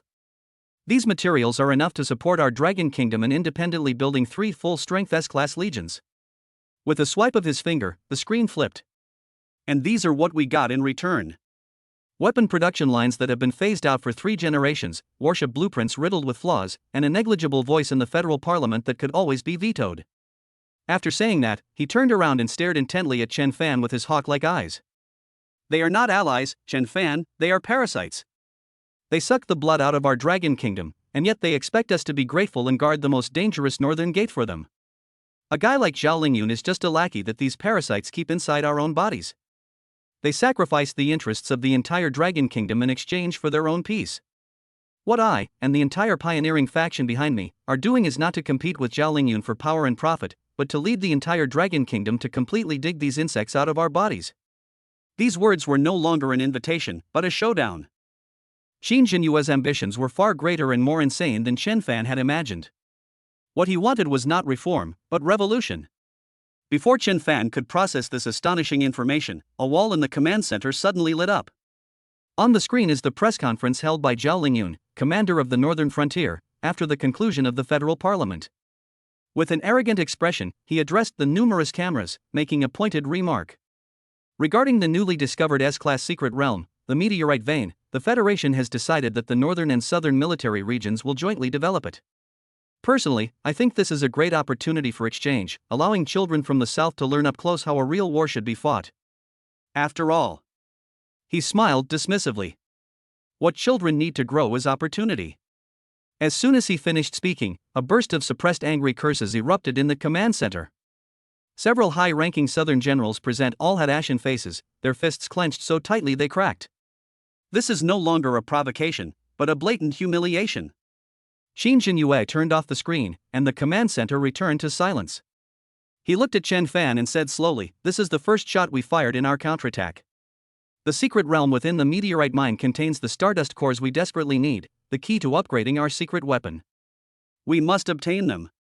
Therefore, I need you to build an invincible team for us. Lead them and conquer the secret realm." His tone left no room for refusal, as if he were issuing a military order. This is both an invitation and a test. All eyes were on Chen Fan, and the air seemed to freeze. They wanted to see Chen Fan's anger, his fighting spirit, and the lofty ambitions he was inspired by this grand plan and immense pressure. However, Chen Fan simply yawned. Under the astonished gazes of the crowd, he leisurely found a chair, sat down, and crossed his legs. "You can participate." He held up one finger and said earnestly, "However, Commander Qin knows my rules. Let's talk about the expenses first. First of all, the appearance fee. An S-rank dungeon is extremely dangerous. I'm just a C-rank gatherer, and I'm risking my life going in. The price can't be low. Secondly, security fees. That old bastard Zhao Lingyun clearly wants to kill me, he must have an ambush. I need both mental and physical protection, so I need to pay more. Secondly, technical guidance fees. Helping your people upgrade their careers and guiding them in using new skills is core technology, and it should be calculated per person." Chen Fan rubbed his hands together, his eyes gleaming. "By the way, I only accept crystal cores." The entire command center was deathly silent. A group of battle-hardened, menacing high-ranking generals stared blankly at the young man who was counting money on his fingers, as if they had seen a ghost. They even began to wonder if Commander Qin had contacted the wrong person. This guy doesn't seem like a mastermind behind the scenes who can create myths at all. He's clearly just a scoundrel who takes advantage of people's misfortunes. Oh. Qin Xinyue was the first to react. He was so angry that the veins on his forehead bulged, but when he saw Chen Fan's self-righteous and greedy look, he couldn't help but laugh in anger. He increasingly felt that he couldn't see through the young man in front of him at all. He seemed like an anomaly, existing outside all the rules. You cannot truly bind him by using righteousness, coercion, or bribery. He has his own set of rules, which are incredibly simple yet incredibly solid. Money. Good. Very good. Qin Xinyue waved his hand, both amused and exasperated. You need as many crystal cores as you want, I've approved it. The Southern Military Region's inventory is at your disposal. He took a deep breath, and his eyes sharpened again. However, I also have one condition. He transmitted a list to Chen Fan's personal terminal. You must lead the team yourself. Moreover, there must be my people in this team. They will assist you in completing this mission. These words sound grand and dignified, but everyone can tell that this is surveillance. Although his granddaughter's example was right in front of him, Qin Xinyue still wanted to see with his own eyes how Chen Fan turned lead into gold and created a legend. No problem. Chen Fan agreed without even glancing at the list, seemingly unconcerned about whether he would attract a few more spies. He stood up and stretched. Then it's settled. If there's nothing else, I'll go rest now and be well rested so I can do the accounting. Oh no, I mean, get back to work. After saying that, he swaggered out of the command center amidst the complicated gazes of the crowd. After returning to the private dormitory arranged for him by the military, Chen Fan slowly edited a message and then clicked send. Message recipient, Wang Tang.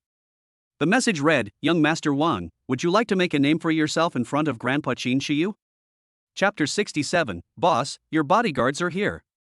Inside the 1st Legion's barracks, Wang Tang was idly bouncing a crystal core around on the table like a glass bead. Since Chen Fan, that troublemaker, left, his life has returned to its usual dullness, and he's practically moldy with boredom. I really want to see what Shiyu is doing. Wang Tang pictured Qin Shiyu's face in his mind and prepared to take off. Buzz. The vibration from his personal terminal interrupted his next action. Wang Tang glanced at it irritably, but when he saw the sender's name, he sat up abruptly. Chen Fan? This guy contacting me first, it can't be anything good. He opened the message with suspicion, and when the sentence Young Master Wang, do you want to show off in front of Grandpa Qin Shiyu, appeared on his screen, Wang Tang's eyes lit up instantly. To appear in front of Qin Shiyu's grandfather? These words were like a thunderbolt, shattering his chaotic mind. Qin Xinyue. That iron-blooded lion who rules the South. If I can leave a good impression on him, then my relationship with Shiyu. He. Ha ha ha. An opportunity. A tremendous opportunity. Wang Tang shook off his dejection and jumped up excitedly from his chair. But he wasn't immediately overwhelmed. Instead, he quickly opened a group chat channel. After all, one person's strength is not enough. Mythical Reserve. The members in the group were created by Chen Fan himself. As the chief investor who was most closely connected with the mentor in his own opinion and had the most abundant financial resources among the group, Wang Tang naturally became the temporary liaison officer for this team. Wang Tang, at all members, assemble immediately. Our mentor has a new mission. S-level secret realm, Southern Military Region. My best chance to meet his parents. Zhao Feng, fight? Count me in. Luli, am I going to see my mentor again? Qin Shiyu, at Wang Tang, you're going to die fist. Lin Hao, what do you need me to do? Seeing the group chat instantly become lively, Wang Tang's vanity was greatly satisfied. It feels great to have a large following when you call upon someone. He cleared his throat and sent a voice message, his tone calm and composed, as if he had everything under control. Everyone, this mission is of utmost importance. It was personally entrusted to our mentor by Commander Qin Xinyue. As the core team of the mentors, we must be present. This is not only a support mentor event, but also the first collective appearance of our mythical squad. This is also the perfect opportunity for me to demonstrate my value to Commander Qin. I have arranged the fastest private jet. We will assemble at the Military Region's airport in 1 hour. Our destination, the Southern Military Region Headquarters. Southern Military Region Command. When Wang Tang led a group of powerful young geniuses to appear before Qin Jinyue, the iron-blooded commander's face was filled with astonishment. The Wang family's brat? And all of you. The Zhao family, the Lu family? What are you doing here? Qin Jinyue frowned slightly. Wang Tang stepped forward, straightened his chest, and his face showed just the right amount of respect and enthusiasm. Commander Qin. This junior, Wang Tang, heard that the two military regions are jointly carrying out the mission of developing the meteorite mine, so I specially led all the core members of the mythical squad to come and provide support. He turned to the side and proudly introduced his teammates behind him. Our team works well with Mr. Chen Fan and can maximize his tactical guidance value. For Shiyu's safety, and to ensure the success of this S-class mission, we humbly request that you allow us to replace the originally designated assistants and become Mr. Chen Fan's direct action team. His words were sincere and heartfelt, especially the phrase "for Shiyu's safety," which came from the bottom of his heart and moved listeners to tears. He thought that his actions not only demonstrated his deep affection for Qin Shiyu and the responsibility of the Wang family, but also allowed him to keep Chen Fan's actions firmly under his control. A perfect plan. Qin Jinyue looked at the group of young people in front of him, and then at Wang Tang's praise-me expression, and was speechless for a moment. His original plan to place his people in the army was ruined by this kid in a way that was so blatant and impossible for him to refuse. Reject? What reason could he give for refusing? Refusing the Wang family, Zhao family, Lu family? The sincere dedication of several heirs of prominent families to serve the country? Qin Jinyue's gaze swept over Zhao Feng, Lu Li, and the others. He keenly noticed that the way these people looked at Wang Tang was more like they were looking at a wallet. When they mention Chen Fan or mentor, the genuine fervor and trust in their eyes cannot be faked. A startling thought surfaced in Qin Jinyue's mind once again. He understood. Chen Fan simply sent a message, and effortlessly thwarted his attempt to plant spies. He then turned the tables and gathered the entire myth squad under his command, forming a private armed force that obeyed only his orders. This is no longer just scheming. This is an open conspiracy. It's momentum. He exploited Wang Tang's sycophantic nature, the blind worship of these geniuses, and the subtle relationships between the various powerful families, achieving a perfect integration of resources effortlessly. Qin Jinyue took a deep breath, and his evaluation of Chen Fan had quietly changed from strategic genius to 4 words. Terrifying. He waved his hand, his voice weary. Okay, very good. I approve. You will serve as the special task force for this operation, under the full command of Chen Fan. Overjoyed at receiving confirmation, Wang Tang immediately called Chen Fan, his tone filled with smug satisfaction. Chen Fan, did you hear that? Commander Qin has approved it. I've brought the entire mythical squad for you. Now, we're all your bodyguards. Remember, you have only one mission, to make Shiyu the brightest star in this operation. Wang Tang's voice was filled with an undeniable air of dominance, and then he paused for a moment. He whispered in Chen Fan's ear. Money is never a problem. Please. I want the crystal core. Make a deal. Chapter 68, Enter. Meteorite Vein. Several days later, on a desolate Gobi desert on the northwestern border of the Dragon Kingdom. Space here exhibits an unstable distortion, with an enormous portal, resembling a rift, stretching across the heavens and earth. It emanates a heart-pounding energy fluctuation. This is the entrance to the newly discovered S-class secret realm, the Meteorite Vein. When Chen Fan and his group arrived in the southern military region airship, the place was already shrouded in a somber atmosphere. Dozens of heavy airships painted with the insignia of the northern military region hovered in mid-air, like steel behemoths, their dark cannon muzzles displaying an undeniable deterrent force. On the ground, squads of northern soldiers clad in exoskeleton armor patrolled back and forth, heavily guarded and imposing. Compared to them, the southern military region's few airships and personnel seemed rather meager. The airship door opened, and Chen Fan led the entire myth squad down, accompanied by several southern generals. Almost the instant they appeared, all eyes in the north focused on them, filled with scrutiny and disdain. A tall, arrogant young man strode out from the ranks of the northern army. He wore a custom-made dark gold combat uniform, and his features bore a resemblance to Zhao Lingyun, the commander of the northern border. He exuded the arrogance of someone who had long held a high position. This man was Zhao Lingyun's nephew, Zhao Tai, who was also the leader of this northern military region operation. Zhao Tai's gaze swept contemptuously across the southern team. When he passed over Qin Shiyu and Lu Li, a hint of amazement flashed in his eyes, but more than that, it was disdain. Ultimately, his gaze was fixed on Chen Fan at the very front of the group. A C-level collector? His breath was as weak as that of an ordinary person. Oh. Zhao Tai chuckled softly, but his voice carried clearly to the ears of everyone present. Is this the South's trump card? A C-level collector leading a bunch of pretty but useless vases? He crossed his arms, raised his chin slightly, and looked at Chen Fan with the kind of look one would give a country bumpkin. Has that old man Qin Jinyue lost his mind during the war? Or is it that you in the South really have no one left to rely on?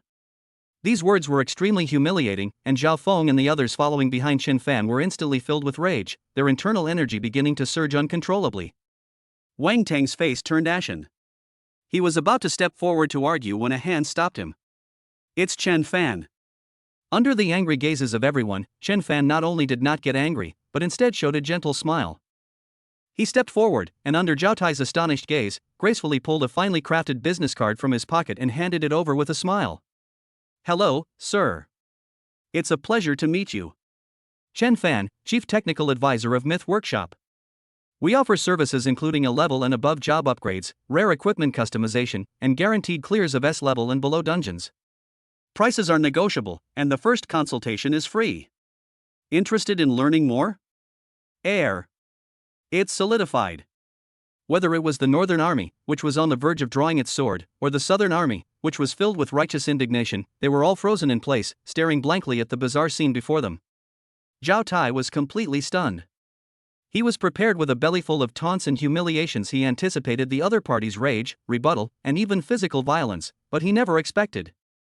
In the midst of this tense battlefield, the other party actually handed him their business card and started soliciting business.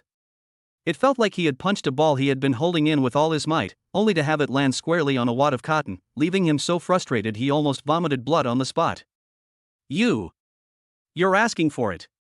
Enraged, Zhao Tai unleashed his full power, ready to tear this fool in front of him to shreds.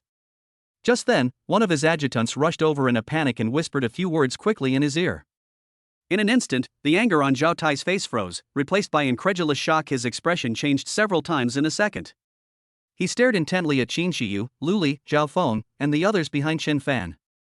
His gaze was no longer one of disdain, but rather one filled with naked greed and horror. SSS rank, Lord of Frost. SSS rank, Abyss Tyrant. SSS rank, Undying Sun Knight. The Intelligence Department has just obtained some of the registration information of these southern figureheads through emergency channels. Although the information was vague, those few glaring SSS prefixes were like heavy hammers, slamming into his heart. How could that be? SSS-class warriors are extremely rare throughout the entire Federation, so how come they're appearing here like cabbages? Zhao Tai's breathing became rapid. He finally understood what the collector who handed him the business card, and what the word professional promotion on the business card really meant. The way he looked at Chen Fan had completely changed. The next second, Zhao Tai forced a fake, enthusiastic smile onto his face, took a step forward, and said warmly, "Oh dear. So you're a talented young man from the South. My apologies. It was all a misunderstanding, just a joke to lighten the mood." His attitude did a complete 180-degree turn, as if the arrogant and domineering person from just moments ago wasn't him at all. Since we both serve the Federation and share the same goal, I think it would be better if our two organizations cooperated? As Zhao Tai spoke, he suddenly made a gesture to his trusted followers behind him. There are still quite a few insignificant forces in this secret realm that have come here because they've caught a whiff of our presence. How about we join forces to clear them out first, drive these flies away, and then calmly discuss the issue of resource allocation? Zhao Tai's feigned enthusiasm gave Wang Tang and the others goosebumps, but his proposal to join forces to clear the area was an offer they couldn't refuse. After reaching a friendly verbal agreement, the two teams, one after the other, officially stepped into the twisted gate to the secret realm. Upon entering, a wave of sweltering heat hits you. This is a huge underground mine tunnel, with countless shimmering crystals embedded in the walls, making the entire space appear to be constantly changing between light and shadow. The mine tunnels are interconnected and have many branches, and in every dark corner lurks a monster created by energy mutation. Consultant Chen, Miss Qin. With a broad smile, Zhao Tai pointed to a fork in the road on his left that was clearly wider and had more intense energy fluctuations. This road appears to be the main mining route, and presumably the richest in resources. How about you proceed with the initial exploration, while our Northern Army provides rear support? Wang Tang was about to lash out. Hey Zhao, what do you mean? The monster aura on this road is at least several times stronger than the ones on the other side. You want us to be cannon fodder? Zhao Tai spread his hands with an innocent expression. Young Master Wang, what are you saying? The capable should do more. Your side has a whole SSS level elite squad with outstanding combat power. This kind of cushy job of clearing the way should naturally be given to your talented southerners to show off. Our northern army is too weak, so we can only follow behind, picking up scraps and doing odd jobs. These sarcastic remarks infuriated Wang Tang, Zhao Feng, and the others, who were about to step forward to argue when Chen Fan stopped them again. Can. Chen Fan nodded, with an I understand expression, and patted Zhao Tai on the shoulder. Captain Zhao's consideration is very thoughtful. We'll have to trouble you to provide support from behind. After saying that, he led the group into the most dangerous mine tunnel without looking back. As Zhao Tai watched their retreating figures, the smile on his lips instantly turned sinister and vicious. A bunch of idiots, daring to come in. I'll see how long your energy lasts. He gave the order to his subordinates. Follow them, keep your distance, and make your move when they're exhausted. Chapter 69, Cannon Fodder? Stock up. Inside the dimly lit and sweltering mine tunnel, the anger on the faces of the Myth Squad members had not yet subsided. That bastard. He used us as cannon fodder. Wang Tang gritted his teeth, his hand already gripping the giant axe behind his back. Chen Fan, why should we listen to him? Exactly, mentor.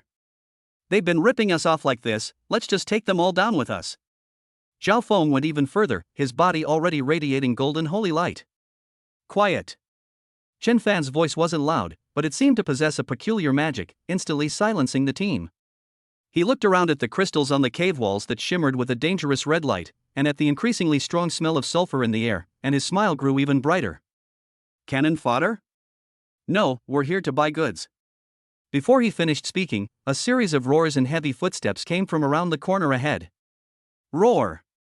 Dozens of enormous lava beasts, made of lava and obsidian, burst forth from the darkness. Their scarlet eyes were fixed on Chen Fan and his group, and scalding lava dripped continuously from the cracks in their bodies, scorching the ground into charred pits. The lead one was more than twice the size of the other giant beasts, clearly a leader-level monster. This immense pressure is enough to make any A-level elite squad feel desperate. However, Chen Fan simply raised his hand calmly. Wang Tang. Exist. Wang Tang responded instinctively. Abyss descend, jump behind the leader and pull all the monsters together. A hint of excitement flashed in Wang Tang's eyes. He had been cooped up in the camp for so long, and he was itching to get started. All right. Watch me manipulate them like puppets. Before he finished speaking, his figure vanished from the spot in an instant, and the next second, he appeared behind the horde of beasts with a shockwave of dark purple. A terrifying demonic pressure erupted instantly, forcibly drawing the hatred of all the lava behemoths towards it. The massive horde of monsters, like iron filings attracted by a magnet, rumbled and gathered toward Wang Tang's location. Zhao Feng. Clear. Without Chen Fan needing to say anything more, Zhao Feng roared and activated Sunwell Guardian instantly. A massive golden shield of light rose from the ground, firmly protecting the entire team behind them and perfectly blocking the aftershocks of the beast horde's charge.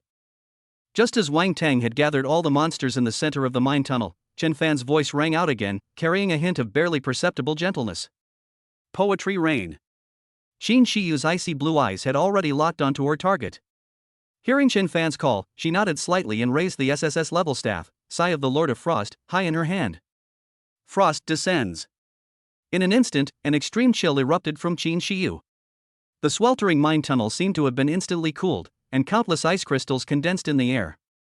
A massive blue magic circle covering the entire beast horde appeared on the ground. Immediately afterwards, the sky seemed to be torn apart, and endless frost storms descended from the heavens. Crack crack. That's absolute zero at the level of rules. The lava behemoth, which had been roaring, instantly solidified the magma on its body. Their movements slowed, then stiffened, and finally, with unwilling roars, they were completely frozen into lifelike ice sculptures, along with the leader-level monster. The sweltering mine tunnels have been transformed into a crystal-clear ice palace. Lu Li and Lin Hao, who were following behind, didn't even have time to make a move before the battle was over. Wang Tang walked out from behind the ice sculptures, looked at the magnificent sight, and couldn't help but whistle. Tisk, Shiyu's scene is definitely bigger. Xin Shiyu put away her staff, her cheeks slightly pale from the enormous mental energy drain, but the special effect of Heart of Frost made her consume far less energy than expected. She looked at Chen Fan with a questioning look in her eyes, as if to say, "Mentor, did I do a good job?" Chen Fan smiled and nodded at her, then turned to Wang Tang and Zhao Feng, who were dumbfounded. "Don't just stand there." He calmly took out a finely crafted pickaxe from his backpack and pointed it at the lava behemoths frozen into ice sculptures. "Let's get started." The molten core inside these big guys is a high-level enchanting material, very valuable. Also, Wang Tang, your landing point was a bit off, which caused two monsters not to be fully pulled into the core area. Be careful next time. Zhao Feng, you activated your shield too early, wasting energy. Everyone.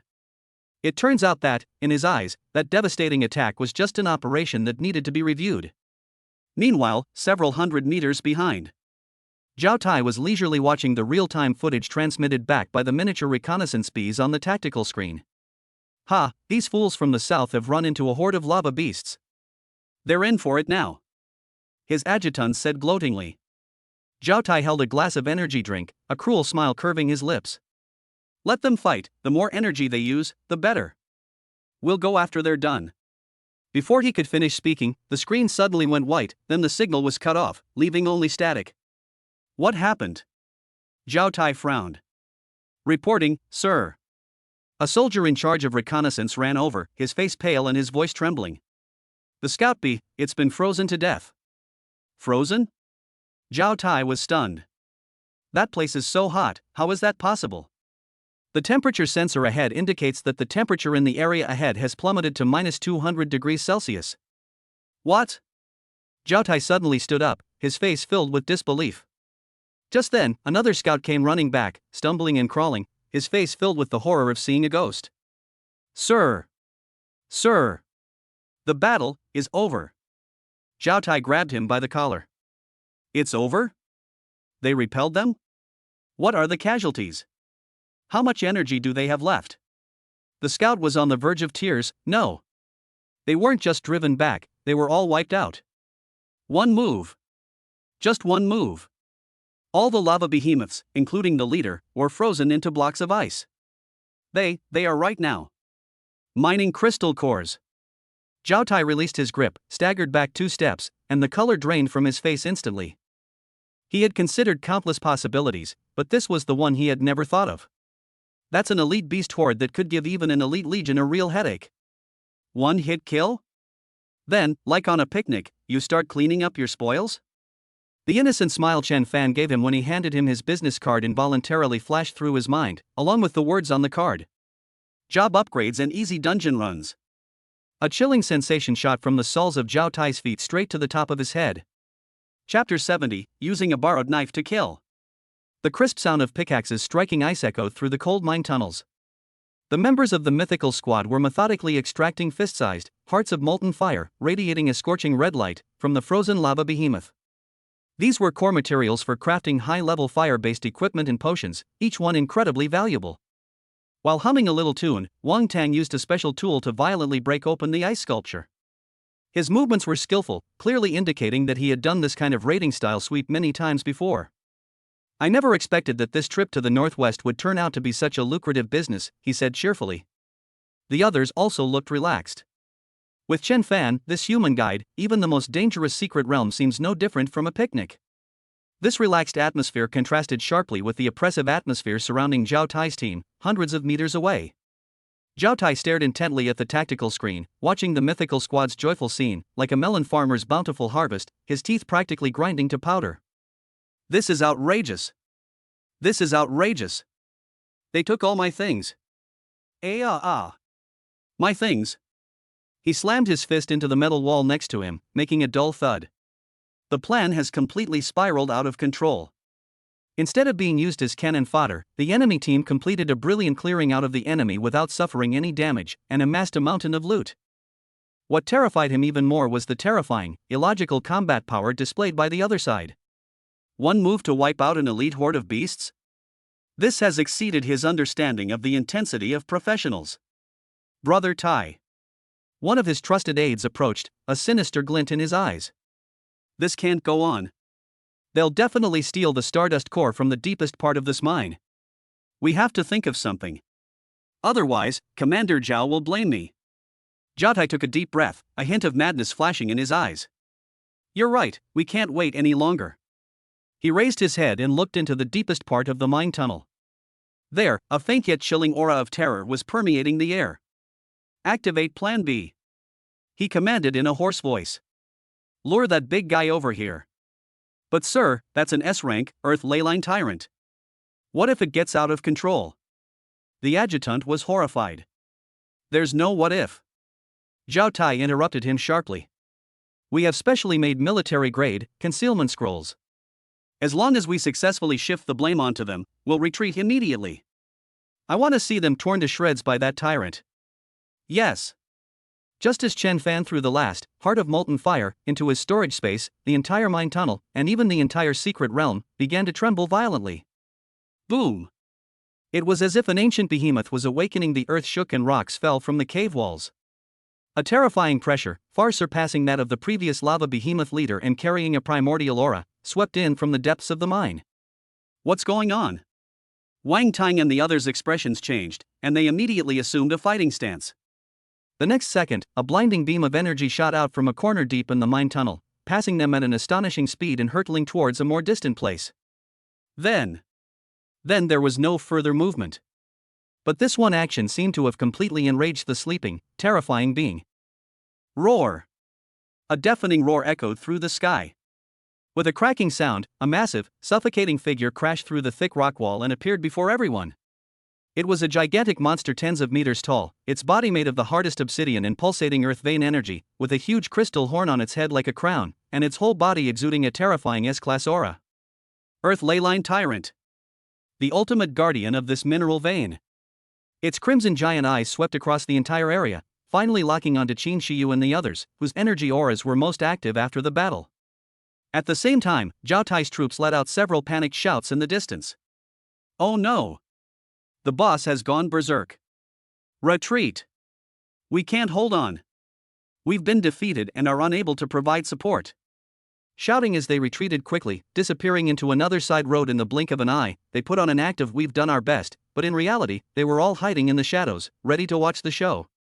The southern soldiers who had come together instantly appeared around the group, their expressions extremely tense, all ready to take action.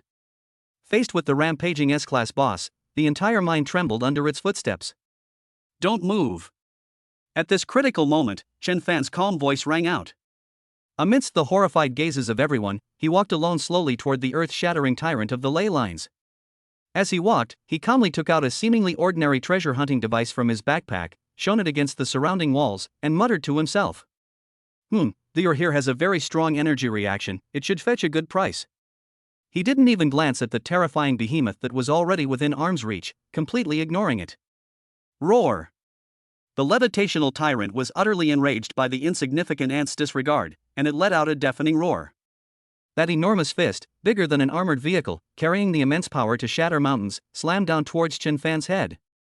Seeing this from a distance, Zhao Tai revealed an extremely cruel smile. Die! Arrogant fool! However, just as the fist was about to land, and the terrifying force of the punch had already pressed the ground into spiderweb like cracks, Chen Fan's figure suddenly blurred, like a phantom that had never existed. Spatial leap. Boom! The giant fist missed its target and slammed heavily into the ground, causing the entire mine tunnel to tremble violently and creating a terrifying crater several meters deep. Amidst the billowing smoke and dust, Qin Shiyu and the others anxiously searched for Chen Fan's figure. The next second, everyone froze. Chen Fan had silently appeared atop the earth vein tyrant's head, standing steadily beside the tip of the enormous crystal crown. He didn't even glance back at the missed attack. He reached out, took out a small geological hammer he always carried, and gently tapped the hardest, crown-like keratin layer on the boss's head, producing a crisp ding sound. The material is good, and it's hard enough. Chen Fan nodded in satisfaction, and then, to everyone's stunned and petrified gaze, he put away the small hammer and raised the simple and unadorned weapon. Harvesting Pickaxe. Chapter 71, Chen Fan's Auction. Whether it was Zhao Tai and his group, who were waiting in the shadows to watch the show. Even though they were still so close, Qin Shiyu and the others, who were prepared to fight to the death, had nothing but a blank mind. Chen Fan. Standing atop the head of an S-class boss. With a harvesting pickaxe? Go dig it up? The absurdity of this scene exceeded the limits of everyone's imagination. Does this guy still treat the boss like a boss? Roar! The leyline tyrant finally snapped out of its shock at being approached by spatial leap, replaced by an unprecedented rage. It felt deeply insulted. An ant dared to stand on its head, holding a ridiculous tool, and make such a blasphemous gesture towards it. Unforgivable. The levitational tyrant's massive body began to thrash wildly, trying to shake off the damned flea on its head and crush it into mincemeat. Each time it struck the rock wall, it caused a deafening roar like an avalanche, with countless boulders crashing down from the cave ceiling. The entire mine tunnel seemed to be wailing violently, as if it were about to collapse at any moment. However, no matter how frantically it struggled, Chen Fan's feet remained firmly planted on its head, as if rooted to the ground, as stable as a mountain. He didn't even change his expression. He remained focused, as if the object beneath his feet was not a world-destroying S-class ferocious beast, but merely a stubborn piece of ore with unstable texture that required careful handling. Finally, he found the right angle.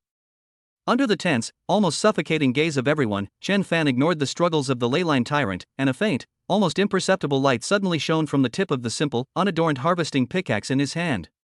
With the enhancement of Ascension of All Things, the gathering pickaxe can smash any item in the world.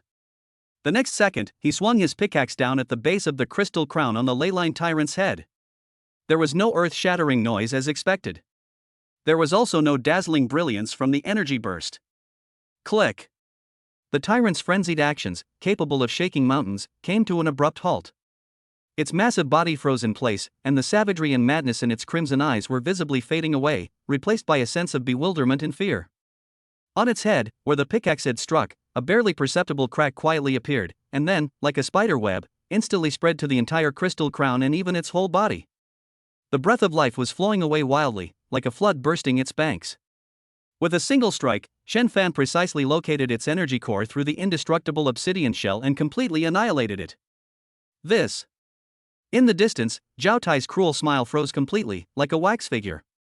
He rubbed his eyes hard, almost unable to believe what he was seeing. Meanwhile, the members of the Myth Squad were also petrified. What the hell? Wang Tang's hand holding the giant axe trembled slightly, and a curse slipped out unconsciously. He even forgot that he was on a battlefield. For the first time, an emotion called shock appeared in Qin Shiyu's beautiful ice-blue eyes. She opened her mouth, but couldn't utter a single word. What kind of person is her mentor? At the same time, outside the secret region, in the temporary command post of the Southern Military District, Wang Tang's bodyguard captain was watching this scene in real time through a tactical video synchronized with Wang Tang's armor. The expensive cigar in his hand fell to the ground with a thud, sending sparks flying.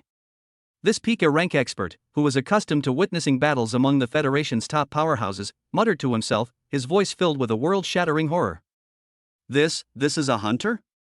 He treated an S-class boss like a mine and exploited it? Boom!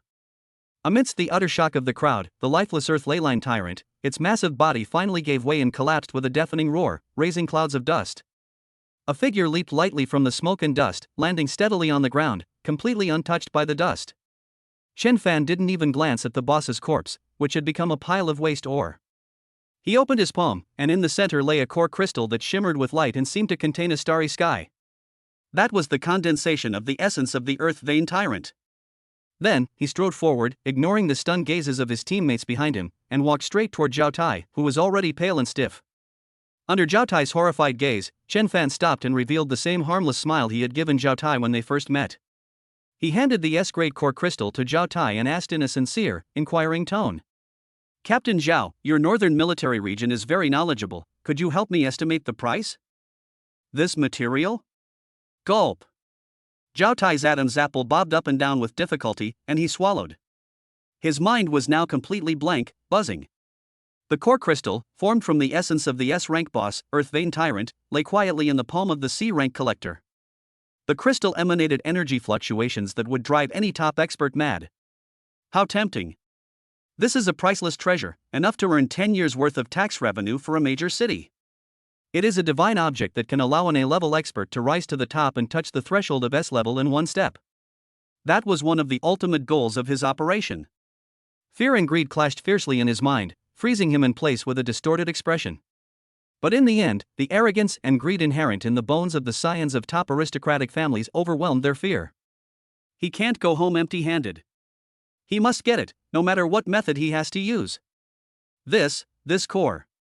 Zhao Tai's voice became hoarse and dry from excitement. He stared intently at the crystal in Chen Fan's hand, his eyes gleaming with greed. I'll buy it. Name your price. Our northern military region will take it. He forced himself to calm down and adopted an air of wealth and power. 100 million federal credits. No, 1 billion. As long as you sell me this core, our northern military district can pretend nothing happened. Upon hearing the offer, Wang Tang, Zhao Feng, and the others all showed expressions of disdain. $1 billion to buy an S-class core? That's utterly delusional. However, Chen Fan seemed to be seriously considering it. He weighed the crystal in his hand and said thoughtfully, "Oh? You want to buy it?" He didn't answer Zhao Tai immediately, but instead turned to Qin Shiyu and said in a perfectly timed guiding tone, "This thing is quite good. The primordial power inside is very pure, and it has a miraculous effect on the growth of spiritual power and the understanding of laws. Shiyu, if you absorb it, the power of the frosty sky domain should be able to reach another level." As soon as he finished speaking, Wang Tang, who had been silent all along, instantly turned red in the eyes. What? This thing can make Shiyu stronger? Who gave you, surnamed Zhao, the right to spout nonsense? Bullshit. Wang Tang suddenly took a step forward, slammed the giant axe in his hand onto the ground with a loud bang, and pointed at Zhao Tai's nose while cursing loudly. You, surnamed Zhao, dare to try and steal my things? Do you think you can even touch this? He turned his head, his face instantly plastered with a fawning smile, and shouted loudly at Chen Fan. Chen Fan! No! Brother Fan! Sure you wants this? Name your price, my Wang family will buy it. He offered 10 billion, right? I'll offer 20 billion. 2 billion? Zhao Tai's face instantly turned a deep purplish red. He hadn't expected Wang Tang to suddenly appear out of nowhere. Wang Tang! Don't go too far. Zhao Tai roared. This is a matter of military strategy. It's not something a spoiled brat like you can get your hands on. I'll offer 3 billion. 3 billion? Are you trying to fob me off like a beggar? Wang Tang chuckled and waved his hand with an air of extravagance. I'll offer 10 billion. Plus a building I own within the second ring road of Tiandu. As long as it makes Shiyu stronger, I'll pay any price. Chapter 72, Calling for Reinforcements. For a moment, the entire mine tunnel fell silent, save for the furious roars of the two top-tier second-generation bidders as they bid wildly. Zhao Tai's eyes were bloodshot, and he was almost grinding his teeth to powder. The price Wang Tang offered had exceeded the limit of his ability to use his personal assets. A hint of helplessness flashed across Qin Shiyu's cold, pretty face. She glanced at Chen Fan beside her, who was watching the two bidders with great interest, and sighed softly. But Chen Fan was not moved in the slightest by the exorbitant bid. Instead, he gently shook his head. He also sighed, interrupting Wang Tang, who was about to raise the price again. Stop. His voice wasn't loud, but it instantly cooled down the tense atmosphere. Chen Fan's gaze swept over Wang Tang, whose face was filled with fanaticism, and Zhao Tai, whose expression was ferocious.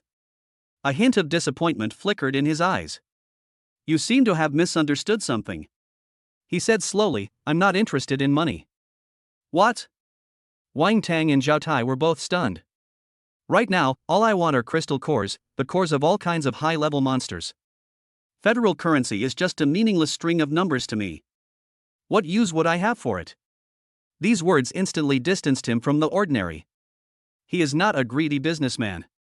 The fervor on Wang Tang's face vanished instantly, replaced by sudden realization and a hint of shame. He realized that judging Brother Fan's creation by money was itself an insult. Zhao Tai's face instantly turned even more ashen than that of a dead man.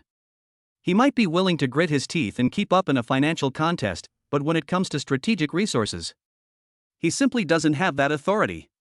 Chen Fan ignored Zhao Tai's despair, looked at Wang Tang, and held up 2 fingers. 20. I need 20 A-grade monster cores of different attributes, and they must be of top quality. His tone was as casual as if he were buying vegetables at a market. Trading 20 A-grade cores for 1 S-grade core? This deal, once it gets out, is enough to drive the top powers of the entire Federation crazy. It's like a windfall. No problem. Without the slightest hesitation, Wang Tang readily agreed, patting his chest as he assured him. Don't even mention 20, 50 is no problem. I'll contact the family right away, and they'll be airlifted to you by tomorrow at the latest, no, tonight. For him, any problem that can be solved with resources is not a problem. Very good. Chen Fan nodded in satisfaction. He casually tossed that priceless S-Class core to Qin Shiyu behind him. Take it, use it first. That incredibly casual movement completely shattered Zhao Tai's psychological defenses. The other party didn't care about this treasure at all, they even handed it over before receiving payment. Zhao Tai staggered back 2 steps, his face ashen. He knew he had lost utterly. However, Chen Fan's performance was not over yet. Oh, right. He seemed to suddenly remember something and reached into his backpack again. In Zhao Tai's suddenly contracting pupils, he took out another, larger crystal that emitted a dreamlike spatial fluctuation. This is the true core of the entire secret realm, the time-space source crystal. I picked it off the sly under that big guy earlier, I almost forgot. Chen Fan waved the time-space source crystal in his hand and gave Zhao Tai, who was already in a daze, a bright smile. It wasn't until he saw the source crystal that Zhao Tai realized what was happening, and his heart skipped a beat. Resentment turned into a chilling despair. He stared intently at the crystal in Chen Fan's hand. It was the target of his mission. The Northern Military District doesn't care about the so-called Stardust Core, and what difference would it make if the Southern Military District wanted to give it to them? But the space-time crystal in front of us was obtained under Zhao Lingyun's strict orders. The ultimate goal of the Northern Military Region in this S-level Secret Realm Conquest mission is to seize the core of the Secret Realm, thereby moving the entire Secret Realm back to the Military Region as an exclusive strategic resource point. Now, the boss has been killed. The time-space source crystal also fell into the hands of the other party. This means that his mission has completely failed. The thought of facing dual accountability from his family and the military region after the mission failed, as well as the merciless ridicule from his rivals, sent a chill down his spine. No! This cannot end like this. No matter what method we use or what cost we have to pay, we must get our hands on this core. This was his only hope. A strong will to survive overcame fear. Zhao Tai took a deep breath, his eyes instantly becoming bloodshot, and his voice becoming hoarse and dry due to extreme emotional fluctuations. This core. He stared intently at the crystal. It was his lifeline. Name your price. On behalf of the Northern Military Region, I'll buy it. He tried to calm himself down and adopt a negotiating stance. But his trembling voice betrayed his inner fear. How many crystal cores do you want? If you sell me this core, all our previous unpleasantness will be wiped clean. At the same time, Zhao Tai kept praying in his heart, Wang Tong, please stop causing trouble. This was fatal for him. As expected, Wang Tong cleared his throat. Cough cough. This source crystal, my Wang family wants it too. Wang Tong. Don't go too far. Zhao Tai roared, his voice already carrying a hint of pleading. This thing is related to the military region's major strategic deployment. It's not a toy for you to use to please women. Toy? Wang Tang felt as if he had heard the biggest joke in the world. He exaggeratedly picked at his ear, glanced sideways at Zhao Tai who was on the verge of collapse, and spoke with undisguised contempt. You surnamed Zhao, your vision is only as small as a needle tip. Wang Tang puffed out his chest, looking like he had a broad vision, and waved his hand, pointing to the entire mine tunnel. Putting women first? That's superficial. What do you call that? That's called investing in the future. My Wang family recently sponsored a new federal advanced academy with full funding, and we were worried about not having a decent combat training ground. He became more and more excited as he spoke, as if he could already see the blueprint for the future. Just imagine moving this entire S-Class secret realm there and placing it in the academy, specifically for the students to practice on. This is about cultivating the future pillars of the Federation. Your military district mindset, which only knows how to seize resources, is too outdated. Upon hearing this, the entire room fell silent. The rest of the myth team, including the usually calm Qin Shiyu, had slight twitches at the corners of their mouths. Using an entire S-Class secret realm as a training ground for a school? What an outrageous idea!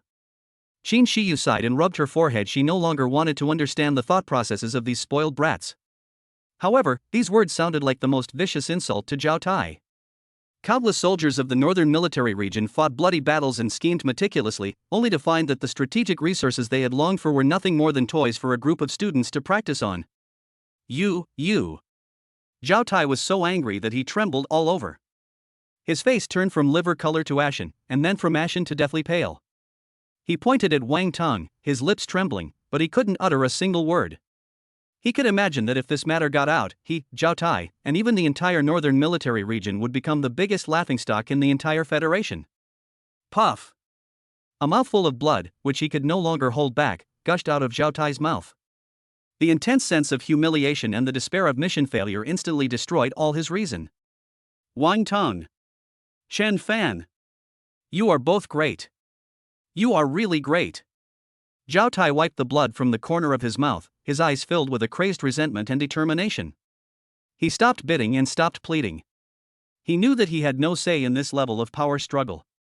But just because he didn't have it doesn't mean the people behind him didn't. Under the astonished gazes of the crowd, Zhao Tai pulled out a communication talisman from his pocket, which was the highest-level encrypted communication device in the military region. His eyes were bloodshot as he stared intently at Chen Fan and Wang Tang, speaking slowly and deliberately, his voice sounding like it was being squeezed out from between his teeth. Do you think this is the end? Do you think you can do whatever you want just because you have a few stinking coins from the Wang family? I'm telling you, you're playing with fire. He suddenly crushed the communication talisman in his hand. A dark beam of light shot into the sky, instantly piercing through the rock layers of the secret realm and connecting to the distant north. A sinister and sickly smile appeared on Zhao Tai's face. I have already contacted my uncle. He raised his head and, in an almost boastful, manic tone, uttered a name that would shake the entire Federation. Commander-in-Chief of the Northern Military Region Zhao Lingyun. Chapter 73, Leave it to me, I'll forgive and forget what happened before. As the communication talisman shattered, an invisible wave instantly tore through the spatial barrier of the secret realm.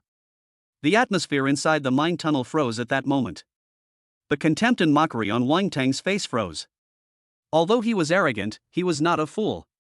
Commander-in-Chief of the Northern Military Region, Zhao Lingyun.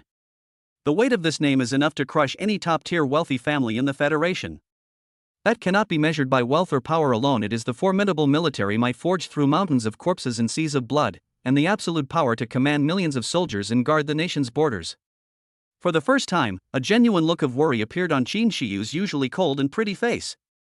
She subconsciously moved closer to Chen Fan and whispered. Things have gotten complicated. Although Zhao Lingyun is weak to outsiders, he is extremely protective of his own people. The implication is that the other party will absolutely not let this go. The moment the words were spoken, the mine shaft began to hum. Boom! Boom! Wang Tang groaned, feeling as if an invisible mountain had pressed down hard on his shoulders, causing his straight back to bend instantly and his legs to tremble uncontrollably. Even Qin Shiyu, who was at the highest level, had to activate all her icy power to barely resist the corrosive pressure, her face turning pale. There was only one exception in the entire venue. The oppressive aura deliberately avoided Zhao Tai, allowing him to stand tall and enjoy the disheveled state of Wang Tang and the others with a smug look in his eyes. Immediately afterwards, the shattered communication talisman shone brightly. They intertwined in mid-air to form a blurry human-shaped light and shadow. The figure in the light and shadow was dressed in military uniform, standing tall and straight like a spear. Just by standing there, he exuded a murderous aura of iron and blood, as if 1,000 troops were standing behind him. Commander-in-Chief of the Northern Military Region, Zhao Lingyun. His projection has descended. Zhao Lingyun's gaze did not linger on anyone, but immediately fell on his good-for-nothing nephew. When he saw Zhao Tai's twisted expression, which was both resentful and smug, his eyes instantly turned cold. Waste. The two cold words instantly froze the smile on Zhao Tai's face, replacing it with boundless fear. Zhao Lingyun stopped looking at him and turned her gaze to Wang Tang, who was gritting his teeth and struggling to hold on. Wang family brat? This is a strategic location for military operations, not a place for you businessmen to play house. Get out. The single word "get lost" is concise, powerful, and utterly domineering. Just as Wang Tang was about to explode with humiliation, a lazy voice broke the suffocating silence. Commander Zhao, it's been a long time. Chen Fan raised his head and glanced at the majestic figure of light with a bored expression. Upon hearing this, the entire room fell silent. The entire mine tunnel was so quiet you could hear a pin drop. The light and shadow formed by Zhao Lingyun's malevolent energy fluctuated violently. You came here for this stone, didn't you? Chen Fan weighed the source crystal in his hand. Its dreamlike spatial fluctuations instantly attracted Zhao Lingyun's full attention. Space-time origin crystal. For the first time, Zhao Lingyun's voice showed a slight fluctuation. State your terms. He tacitly acknowledged that Chen Fan had the right to speak with him. Because, in the entire Federation, there are no more than 10 people who can talk and laugh freely under his military soul aura. My conditions? Chen Fan smiled. My terms have already been stated, the highest bidder wins. Young people. Zhao Lingyun's voice became low and solemn. You are very courageous and capable. But this time Space Source Crystal is of paramount importance to the Northern Territory. It is related to the lives and deaths of countless soldiers and the security of the Federation's borders. It is not a commodity that can be traded. He paused, his tone carrying an unquestionable air of command. Hand it over. I will forgive and forget what happened in the past. The northern border will remember your great service. I, Zhao Lingyun, owe you a favor. This promise is more valuable than any money or crystal cores. Promises made in vain? And you draw it with such self-righteousness? Chen Fan sneered inwardly, but his expression suddenly turned serious. He stared intently at Zhao Lingyun's shadow and remained silent for several seconds. Then, amidst everyone's astonished gazes, he nodded solemnly. Commander Zhao, you're right. Upon hearing this, both Wang Tang and Qin Shiyu were stunned. Such a strategic treasure, which is related to the safety of the Federation, should not be measured in money. Chen Fan's tone carried a hint of self-reproach. It's because my perspective is too narrow. Zhao Lingyun's light and shadow seemed to nod in satisfaction, thinking that the young man had finally come to terms with reality. However, Chen Fan's next words left him speechless. So, I've made up my mind. A righteous and awe-inspiring light appeared on Chen Fan's face, and his voice became loud and clear as a bell. If it's for the Federation, then it can't be just for the North. Does Commander Qin of the southern border not need strategic resources? Aren't the soldiers of the East China Sea Fleet fighting bloody battles? And what about Marshal Lin, who sits in the center and oversees the overall situation? Doesn't he need to consider the defense balance of the entire Federation? A series of rhetorical questions struck Zhao Lingyun's heart like a heavy hammer. Therefore, Chen Fan held up the time-space source crystal and solemnly announced, I have decided to donate this time-space origin crystal to the Federation free of charge. It will be handed over directly to the Heart of Heaven, and its final use will be decided by Marshal Lin Jinan, the Supreme Commander of the Dragon Kingdom. Only in this way can we truly make the best use of resources and live up to the expectations of those heroes who sacrificed themselves for human civilization. This is truly for the Federation, not to satisfy the private interests of a particular military region. The light and shadow formed by Zhao Lingyun's malevolent energy seemed to fluctuate unstably. His expression was incredibly interesting. He felt as if he had thrown a punch with all his might, only to land hard on a slippery ball of cotton. Not only did he not hurt anyone, he almost strained his back. Should I respond? How should he answer? If he agrees to Chen Fan's proposal, it would be tantamount to watching a cooked duck fly away to the Supreme Commander. Everything he did today will become a joke. But if he objects, saying that this source crystal must be given to the Northern Territory, then wouldn't all his impassioned speech about the safety of the Federation and the life and death of the soldiers have become hypocritical nonsense? He will admit in front of everyone that he has placed the interests of the North above the overall interests of the Federation. This is a serious political mistake. At this moment, Zhao Lingyun experienced what it meant to be caught in a dilemma, and what it meant to lift a stone only to drop it on one's own foot. His blurred face showed shifting emotions in his eyes, and cold sweat seemed to be seeping from his forehead.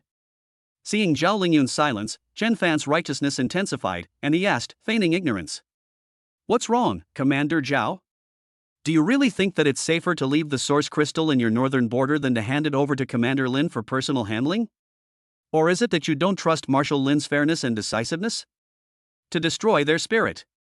This is absolutely a blatant attack on the heart. Wang Tang was dumbfounded, his mouth agape, almost dislocating his jaw. He discovered for the first time that language can truly kill without drawing blood. This isn't negotiation, it's clearly digging a huge pit for the Northern Commander that he'll never be able to climb out of. You. Zhao Lingyun's image flickered violently for a moment, and finally, he squeezed out a few words through gritted teeth. What a wise and righteous young man. As Zhao Lingyun looked at the playful young man in front of him, another face seemed to appear before his eyes in a daze. That old fox, Qin Jinyue, who cornered himself in the Tiandu Council Hall. Exactly the same. Both were under the banner of For the Federation, both elevated him to a moral high ground, and both were open schemes that he could neither refuse nor accept. Last time, he lost the right to deal with Chen Fan. This time, he's going to lose this time-space source crystal that's crucial to the strategic layout of the North. Young man, you have a lot of skills. Zhao Lingyun's voice turned low and dangerous, as if a venomous snake was hissing in your ear. He's just like that old fox surnamed Qin from the south. He stared intently at Chen Fan, his gaze seemingly piercing through space and freezing Chen Fan's soul. I'll remember you. Let me remind you, cleverness can sometimes save your life, but more often than not, it will get you killed faster. The rules of the Federation can protect you for a while, but not forever. There will always be dark corners where the rules don't reach. A blatant threat. This is no longer a warning from a military commander to civilians, but a death sentence issued by a giant at the top of power to an ant who has angered him. The temperature inside the mine tunnel seemed to drop below zero. Qin Shiyu's face turned deathly pale, and her heart sank to the bottom. She knew that from this moment on, Chen Fan had been completely targeted by one of the most cunning and calculating figures in the Federation. However, the righteous indignation on Chen Fan's face vanished instantly, replaced by his usual laziness and playfulness. He even picked at his ear, as if he found the other person's voice too noisy. Oh? Is that so? Chen Fan lazily raised his eyelids, met Zhao Lingyun's murderous gaze, and revealed a kind smile. Commander Zhao, you're overthinking it. I don't have any grand ambitions. I just like to stay where the rules apply and live a peaceful life. He paused, then his smile became even brighter. But you, as a high-ranking general of the Federation, must not act impulsively and step into any dark corner. Otherwise, if word gets out, it will have a terrible impact on your reputation and the military prestige of the Northern Territory. You're asking for it. Zhao Lingyun was completely enraged. The humanoid figure exploded, transforming into a shockwave composed purely of killing intent and spiritual power, which stabbed fiercely towards Chen Fan's brow. This was a mental shock he unleashed in a fit of rage, sparing no effort to expend his very essence. Enough to cause an A-level expert to suffer brain death on the spot. However, when the shockwave reached 3 inches in front of Chen Fan, it vanished instantly, like a mudox entering the sea, without even stirring a single hair on Chen Fan's head. With such a fiery temper, you're prone to high blood pressure, Commander Zhao. Chen Fan's voice echoed lightly in the air. The dissipating light seemed to pause slightly due to this final humiliation, and finally, carrying endless resentment and unwillingness, it vanished completely. They came with overwhelming arrogance, but left like stray dogs. Inside the mine tunnel, all was deathly silent. Until Wang Tang spoke in a trembling voice. Fan Ji, you really offended the Northern Commander to death? Chen Fan's expression vanished instantly, returning to his usual lazy demeanor. He casually tossed the time-space source crystal into his backpack, then patted Wang Tang on the shoulder and smiled. Why think so much? If the sky falls, there are tall people to hold it up. Anyway, we've already offended them to death long ago. He pointed to Qin Shiyu beside him and added a sentence. Besides, even if he wanted revenge, he'd have to get past Commander Qin first, wouldn't he? Alright, there are still some flies left, time to clean them up. Chapter 74, 2 Choices, to live or to die. Inside the mine tunnel, all was deathly silent. The elite warriors from the north were now like sheep surrounded by wolves, their faces filled with fear and despair. Around them, several figures stood silently, exuding a suffocating aura of terror. Don't come any closer. A woman shrouded in frost, simply standing there, caused the surrounding air to freeze into ice crystals. Her eyes were colder than a millennium-old glacier. An assassin blends into the shadows, his figure appearing and disappearing intermittently. There was also a burly, strong man who didn't even draw his weapon. With his arms crossed, those steel-like muscles gave off an insurmountable sense of despair. SSS rank. Each and every one of them is a legendary SSS-level powerhouse. Zhao Tai's body was trembling violently and uncontrollably. His proud, iron will was crushed in front of these monsters. He had no doubt that if the greedy gatherer in front of him gave the order, their so-called elite northern army would be torn to shreds in 3 seconds. This is a real secret realm, not the playhouse we played in school. Upon death, there is no loss of level or equipment. It was utter and complete death. He couldn't afford the consequences, and the entire northern military region couldn't afford to lose face like that. Seeing Zhao Tai trembling, Chen Fan finally made a move. He slowly walked up to Zhao Tai, patted his stiff cheek, and gave him a kind smile. Don't be so tense. Fighting and killing is so uncivilized. Upon hearing this, a glimmer of hope flashed in Zhao Tai's eyes. However, Chen Fan's next words made him feel even more humiliated than if he had been killed. I'm a businessman, and I believe in making money through harmony. Chen Fan held up 2 fingers and waved them in front of Zhao Tai. I'll give you 2 choices. First, you can be removed from the instance by us, and tomorrow's Federation headline will be "The Northern Elite Suffers a Massacre." Zhao Tai's face instantly turned a deep liver color. And the second one? Chen Fan's smile became increasingly sincere. Losing money is a way to avert disaster. Zhao Tai swallowed hard and asked in a dry voice. What do you want? It's very simple. Chen Fan took out a list from his backpack and slapped it directly onto Zhao Tai's chest. We'll have your Northern Military District pay a small sum of supplies as ransom for your safe departure. Zhao Tai picked up the list with trembling hands, and after just one glance, his pupils suddenly contracted to the size of pinpoints. The list contains dozens of rare strategic materials, ranging from high-level magical beast cores to rare ores and special alloys, each of which is priceless. That terrifying number was enough to equip an entire elite legion. This isn't extortion, this is outright robbery. You're insane. This is impossible. Zhao Tai cried out in disbelief. Oh? Is that so? Chen Fan shrugged, unconcerned. Then you can choose the first option, it won't cost me anything anyway. As he spoke, he gave a wink to the SSS level elite group behind him, and the aura of those figures instantly became dangerous. Wait a minute. Zhao Tai was so frightened that he almost jumped out of his skin and shouted immediately. Looking at the astronomical total amount of supplies on the list, he suddenly noticed a detail. This quantity? You noticed? Chen Fan said with a smile. No more, no less, exactly 10 times the mission quota for our southern military region to enter the S-level secret realm this time. Boom! Zhao Tai's mind went blank. This is a blatant insult. It's like rubbing his face in the face of his entire northern military district on the ground repeatedly. What Chen Fan wants is for the entire northern territory to pay a bloody price for their deep-seated arrogance and prejudice. Don't you look down on the southern military region? Then we'll offer 10 times the resources the southern military region needs. Meanwhile, outside the mine tunnel, Wang Tang's bodyguard captain was holding an encrypted communicator, reporting blankly to the head of the Wang family in Tiandu. Master! Zhao Tai from the northern military region was scared like a grandson by Chen Fan. Chen Fan, he kidnapped an entire squad from the northern military region. Meanwhile, in the Dragon Kingdom, in the northern border region, in stark contrast to the somber and cold atmosphere of the headquarters was the office of the Minister of Logistics. The room was covered with soft wool carpets, and expensive incense burned in the corner. A middle-aged man, so fat that his neck was almost invisible, was comfortably leaning back on a leather sofa, sipping a glass of expensive red wine. He is the younger brother of Zhao Lingyun, the commander of the Northern Territory, and the biological father of Zhao Tai. He is also the logistics minister who controls the entire Northern Territory's treasury and supplies. Zhao Lingfeng. He and his tough and unyielding brother Zhao Lingyun were worlds apart, both in physique and personality. Suddenly, the communicator on the table rang urgently. Zhao Lingfeng answered the call impatiently and asked lazily. Little Tai, mission accomplished? What good stuff do you want as a reward this time?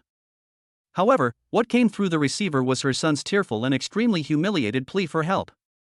Zhao Lingfeng's fat face instantly contorted into a grimace, his previous ease vanishing completely. Upon hearing the ransom list, her eyes, which had been wide with tension, slowly relaxed. TCH, I thought it would be much? But the play still has to be played out completely. Without saying a word, he hung up the communication and rushed out of his office, heading straight for the headquarters on the top floor. Brother! Something terrible has happened.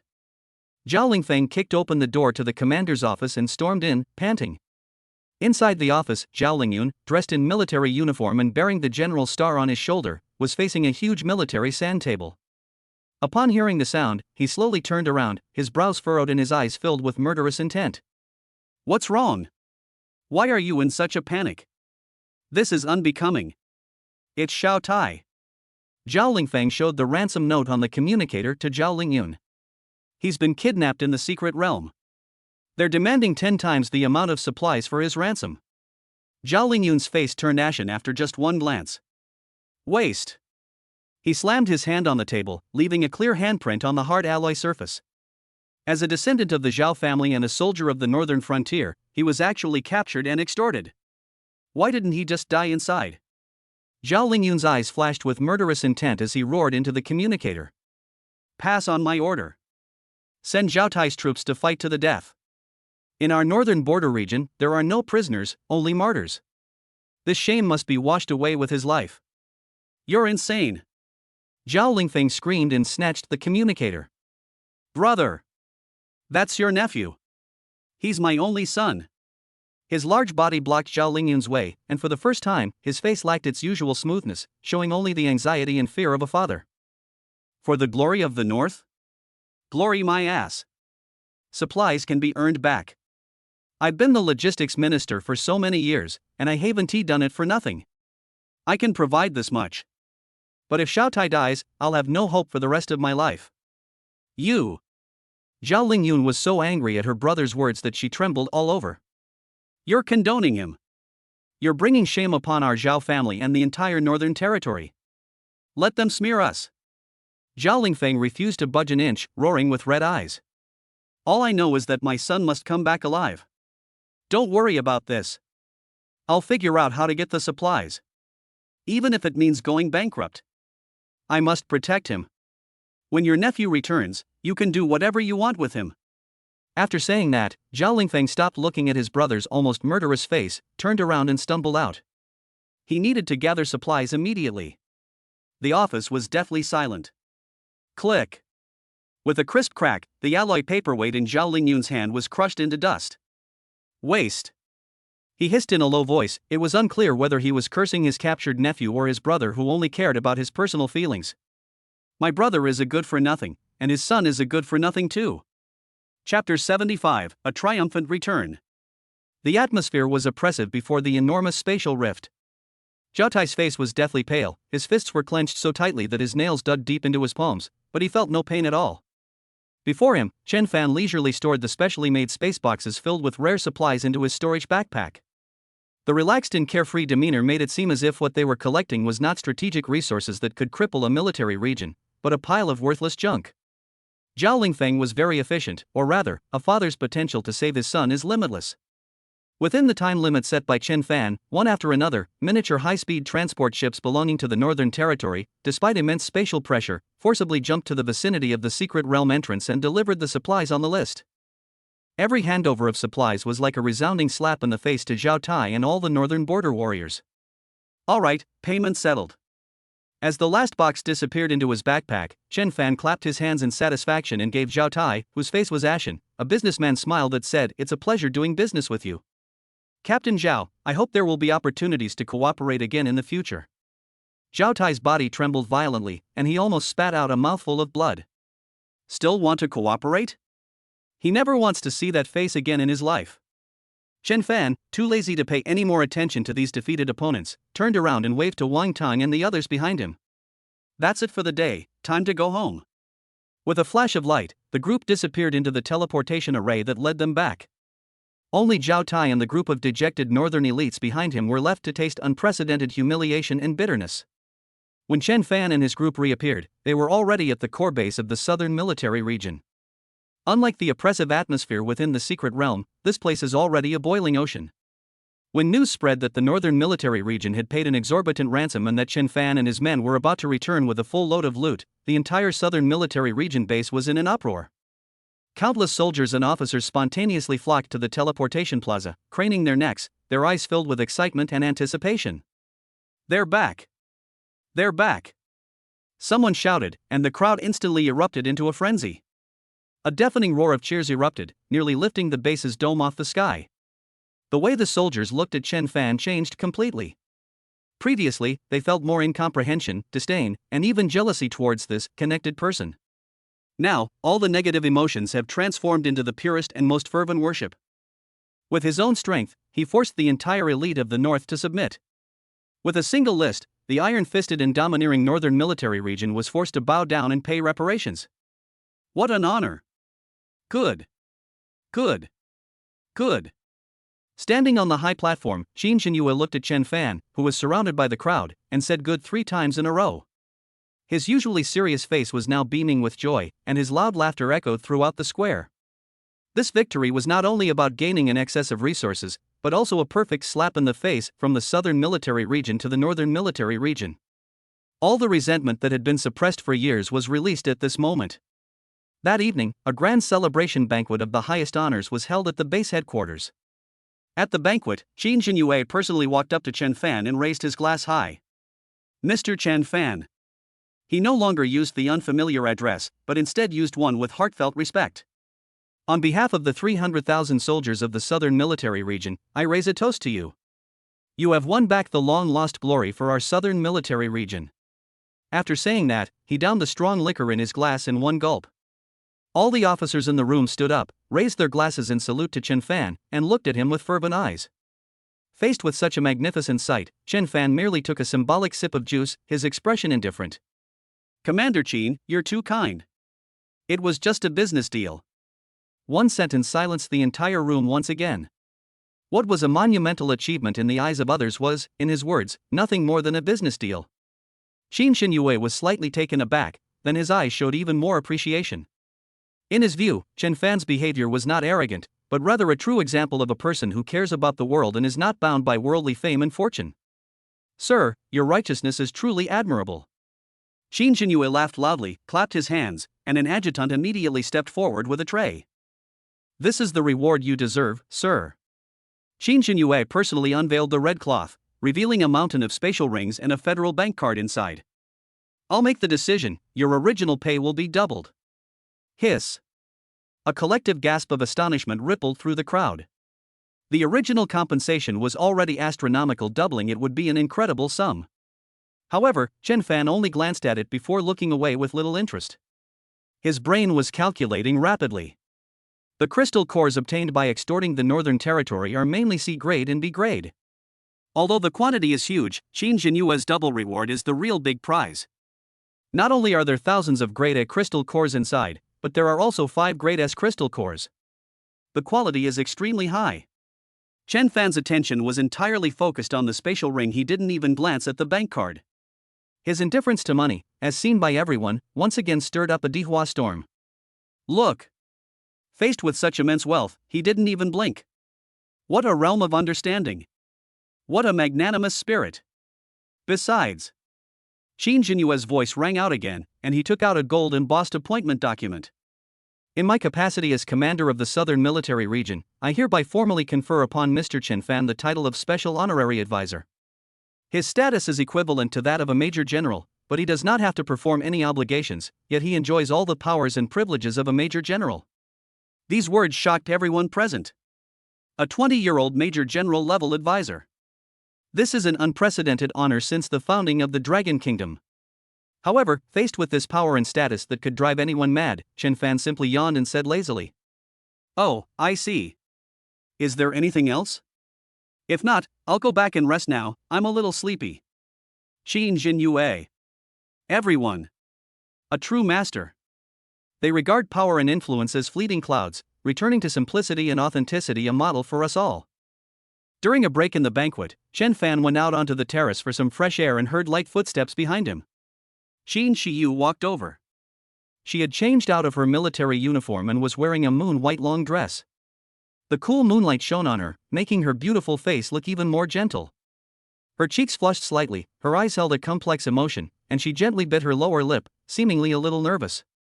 "Thank you." She finally mustered her courage and spoke softly. Her voice was soft, but very earnest. "I never imagined that one day I could stand at such a height and look down on those who I once had to look up to." "Oh." Chen Fan leaned against the railing, gave a casual reply, and then turned to look at her. "It's because you've worked hard enough and have good talent." He looked her up and down. "By the way, how's the absorption of that boss core we got from the secret realm going? Don't slack off, it's a kind gesture from young Master Wang. I'll check your progress later so I can arrange new courses for you." Qin Shiyu felt a lump in her throat, and the hint of ambiguity and gratitude that had just begun to build up vanished instantly. Does this guy have anything else on his mind besides attending classes? She glared at Chen Fan, snorted coldly, and turned to leave. However, her slightly reddened ears betrayed the turmoil in her heart.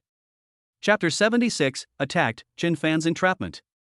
They watched Qin Shiyu's slightly angry figure as she quickly walked away. Chen Fan stretched lazily. He didn't take the little incident that had just happened to heart at all. For him, the ethereal romance between men and women was far less reliable than the constantly fluctuating balance in his account and the tangible numerical increases on the panel. He leaned against the cool railing, the evening breeze clearing his head, which had been feverish from the banquet. This is the terrace outside the banquet hall, far from the hustle and bustle of the crowd, where only the night and the breeze remain. Chen Fan felt that he was better suited to stay here. His mental energy sank into the storage backpack, and looking at the mountain of precious resources inside, he looked somewhat regretful. My strength is still not enough. Chen Fan silently calculated in his mind. Although he is able to handle most situations thanks to the various amazing skills he receives from his clients, and can even easily crush many established masters. But these are ultimately techniques, not the essence. His own level and basic attributes are the fundamental factors that determine everything. If one day you encounter an old monster that can block skills, or that specializes in countering fancy rules, things could get really interesting. He must quickly raise his rank to gain absolute self-defense capabilities before he can truly rest easy and realize his simple and unpretentious dream. Just as he was deep in thought, a barely perceptible energy fluctuation quietly rippled through the silent night. Chen Fan raised an eyebrow slightly. His mental strength, which far exceeded what ordinary people could imagine, instantly caught 3 probing gazes that were almost blending into the darkness. The owner of these shadowy figures possessed extremely sophisticated concealment skills. It seems to blend into the environment. However, under Chen Fan's mental scan, the figures of these 3 people were clearly revealed. Oh? Is Zhao Lingyun such a sore loser? Or, did that idiot Zhao Tai instigate his father to come for revenge? A cold, amused glint flashed in Chen Fan's eyes. He could even clearly sense that these 3 auras contained a trace of the same iron-blooded killing intent inherited from the northern military region. Trying to silence me? Or do you want to kidnap me back? That's a good idea. Unfortunately, you've come to the wrong person. Chen Fan remained calm and composed, as if he were completely unaware of everything. He turned and left the terrace, heading towards his lounge. Meanwhile, in the shadows, the man codenamed Crowhead coldly watched Chen Fan's figure disappear at the end of the corridor. He is the captain of Dark Raven, a top-tier assassin squad secretly trained by Zhao Lingfeng. With hands stained with the blood of the Federation's enemies, he is a death judge walking in the darkness. The target has entered the rest area and is ready to execute the second plan. He gave concise instructions to the other 2 team members via an encrypted channel. Clear. Receive. The same cold response came through the headset. In their eyes, Chen Fan was just a guy with a mysterious background but no real skills. The boss's order was to capture him alive and take him away as quietly as possible. If resistance is encountered or there is a risk of exposure, kill immediately without leaving any trace. They were already very skilled at this kind of task. As for who the target is and why they want to kill, that's not a question they need to consider. The lounge is fully equipped. Chen Fan seemed genuinely tired. He casually took off his coat and tossed it onto the sofa, then sank into the large, soft bed. He closed his eyes, and his breathing gradually became steady and long, as if he had already drifted off to sleep. The room was completely silent, save for the faint sound of breathing. After an unknown amount of time, 3 almost invisible dark shadows, like smoke, silently seeped in through the crack in the window. They wear specially designed stealth suits that can absorb light and energy for detection to the maximum extent. The dark blue dagger in his hand was forged from materials specially sourced from magical beasts and coated with a deadly poison that could instantly paralyze the nerves. Their movements were as light as falling leaves, without making a sound. The leader of the crows calmly made a tactical gesture. The 3 exchanged a glance, confirming that their target was fast asleep, and then formed a perfect triangular formation, slowly surrounding Chen Fan. 2 meters. 1 meter. Half a meter.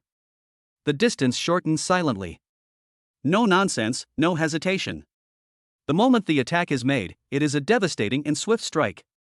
3 poisoned daggers traced 3 deadly paths in the air, simultaneously piercing Chen Fan's neck, heart, and temple.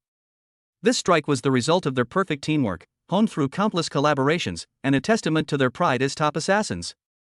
However, just a split second before the cold dagger touched Chen Fan's skin. Buzz! A golden shield, as thin as a cicada's wing yet exuding a sacred aura like the sun, appeared out of thin air and enveloped Chen Fan perfectly. Bite! A crisp, pleasant sound. The 3 poisoned daggers struck the seemingly fragile golden light shield, but could not advance even an inch further. The powerful recoil force came from the dagger, making their wrists go numb. Sun Wheel Guardian. This is the SSS level defensive divine skill that Chen Fan received from Zhao Feng. What? The crowhead's pupils suddenly shrank to the size of pinpoints, and a storm of emotions surged within him like a collapsing mountain and a tsunami. What kind of defensive skill is this? No casting animation, no energy fluctuations, instant cast. And its defensive capabilities are ridiculously strong. The intelligence was wrong. The target was a top-tier expert. Before they could react to their shock, an extreme chill instantly spread from the ground beneath their feet. Snap! Snap! A thin layer of crystal-clear ice climbed rapidly up their feet at an incredible speed. That was no ordinary ice, it contained a terrifying power that could freeze everything, even solidify energy. The biting cold invaded their bodies, greatly weakening their proud speed and strength, and making their blood feel as if it were about to freeze. Not good. It's the power of the rules. Retreat. Crowhead made a decisive decision, proving himself to be a battle-hardened elite. His first instinct was to use his retreat skill to save his life. But to their horror, they discovered that the surrounding space seemed to have become incredibly viscous. My body felt like it was stuck in solidified cement. Every simple movement became incredibly difficult and required tremendous effort. Throughout the entire ordeal, the man on the sofa never even opened his eyes. For the first time, unprecedented fear and despair were revealed in the eyes of Crowhead. They are knives, sharp knives, but what they face now is an unshakable mountain. He knew they had encountered a terrifying being that defied common sense. The mission was a complete failure. Only death can protect the boss's secret. A resolute glint flashed in his eyes as he prepared to crush the highly poisonous capsule hidden in his molars. This was their final destiny, planted on the very first day they became Dark Ravens. However, just as he was about to exert his power, a vast spiritual force suddenly rushed into his mind without warning. Boom! Chapter 77, Please accept my loyalty. Ravenhead felt as if his soul had been gripped by an invisible hand and then violently thrown into the raging ocean. His proud, iron will was as fragile as a sheet of paper in the face of this power, shattering instantly. My consciousness went blank, and my body froze completely. His two other teammates suffered the same fate, remaining motionless in a terrified state. At this moment, Chen Fan slowly stood up from the sofa. He stretched his neck, walked up to the crowhead who had completely lost the ability to resist, and smiled. Don't be in such a hurry to die, it would be such a waste if you did. Under the horrified gaze of Crowhead, Chen Fan extended a finger. A glimmer of light shone from her fingertips and gently touched his forehead. The upgrading of all things. Start up. In that instant, Crowhead felt his soul being dismantled and reassembled. A rank, shadow assassin? Chen Fan shook his head. The moment Chen Fan saw the assassin clearly, he knew that this time it wasn't Zhao Lingyun's doing. Zhao Lingfeng is so petty. These words, like a thunderclap, cleaved through the chaotic consciousness of Crowhead. In order to become the sharpest knife in his boss's hands, he underwent hellish training, abandoned his emotions, and forgot his name. He was once proud of it. But now, in this man's eyes, everything he is so proud of is just trash. An unprecedented sense of humiliation and confusion welled up in my heart. But then, he suddenly felt a powerful force, so strong it made him tremble, growing wildly from the depths of his soul. Countless pieces of knowledge and insights about stealth, assassination, space, and plunder were being frantically poured into his mind. Let me see, what upgrade should I give you? This one will do. It has good potential and fits your job description. Chen Fan's voice rang out again, with a hint of casualness. Welcome to my new customer. From today onwards, your profession is SSS rank, Void Raider. The moment the words were spoken, the modification inside Crowhead was completed with a bang. He suddenly opened his eyes, and the whole world had changed. His body was filled with power strong enough to tear apart the void. He stiffly lowered his head, looking at his hands. This is the feeling of SSS level? It turns out that everything he risked his life for was just a joke. Zhao Lingfeng treated them as tools that could be sacrificed at any time, using the resources meant for training A-level professionals to buy out their lives and loyalty. And the man before them was their enemy. With a casual gesture, he bestowed upon them what they had always dreamed of. This is a life-saving grace. What is God? Words that become law, words that turn stone into gold, that is divinity. The fear in Crow's head vanished completely at this moment. Without hesitation, he knelt heavily on both knees, his forehead pressed tightly against the cold floor, and said in an almost choked voice, Thank you for giving me a new life.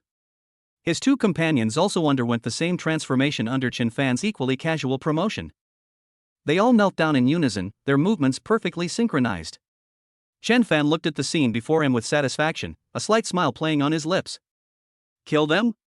That's too simplistic. The most powerful form of control in the world is never fear, but grace. Especially this blessing that leads from hell to heaven. The next morning, as the first rays of sunlight pierced through the clouds and shone on the training ground of the Southern Military Region base, Qin Xinyue received news that nearly made even this iron-willed commander lose his composure. Commander! Urgent intelligence. An intelligence officer rushed into the office with a strange expression and handed over a newly deciphered secret report. The Dark Raven Squad, which secretly infiltrated our unit last night, has had all 3 members surrender to us. What? Qin Xinyue suddenly stood up, his powerful aura causing the air in the office to freeze. He had heard of the Dark Raven Squad. They were elite assassins trained by the Northern Military Region, specializing in carrying out the dirtiest and deadliest assassination missions. Every member is a blood-stained assassin, and their loyalty is beyond question. Would this kind of person defect? Yes, Commander. The officer's expression was even more interesting. Moreover, they specifically requested to become Chen Fan's personal bodyguards, pledging lifelong loyalty. Qin Xinyue's brain went blank for a moment. What's this? The assassination attempt failed, and the assassin was instead subdued. Why would someone be so eager to be a bodyguard? He took a deep breath, forcibly suppressing the turmoil in his heart, and gave the order in a deep voice. Get the car ready. Let's go to Chen Fan's lounge. When Qin Xinyue arrived at Chen Fan's residence with a squad of personal guards at breakneck speed, he was completely stunned by what he saw. 3 men dressed in black, exuding a cold aura, stood straight outside Chen Fan's door like 3 most loyal statues. They were the 3 top-tier A-level assassins listed in the Northern Military Region's archives. However, at this moment, the chilling and deathly aura that belonged to assassins on them had completely vanished. Instead, there was an almost fanatical devotion. Just then, the door creaked open. Chen Fan came out yawning, looking like he hadn't slept well. He saw Qin Xinyue at the door and casually waved his hand. Commander Qin, good morning. What's the matter that requires such a large commotion? Qin Xinyue's gaze passed over Chen Fan and fixed on the 3 assassins behind him. His brain was already racing, and countless thoughts were swirling around like a storm. They must have come to assassinate us last night. But it failed. Chen Fan not only emerged unscathed, but also transformed them into this state in just one night. This is not a simple conquest by force, it is a complete surrender from spirit to soul. Looking at Chen Fan's ordinary, even sleepy face, Qin Xinyue felt an even greater shock than when facing the beast tide. What terrifying personal charisma and subversion ability! Without shedding a drop of blood, overnight, they turned the enemy's elite assassins into their loyal dogs. What incredible skill! Mr. Chen Fan. Qin Xinyue's voice was somewhat hoarse. They are. Chen Fan glanced back at the 3 people standing ramrod straight behind him and gave a reasonable explanation. Oh, them. He said lazily. They came to me last night, saying they were fed up with the Zhao family's dictatorial rule and longed for the free and democratic atmosphere of the South. They cried and begged to join us. I'm a kind-hearted person, and I felt sorry for them, so I took them in. This reason, which no one would believe, almost made all the guards present burst into internal injuries from holding it in.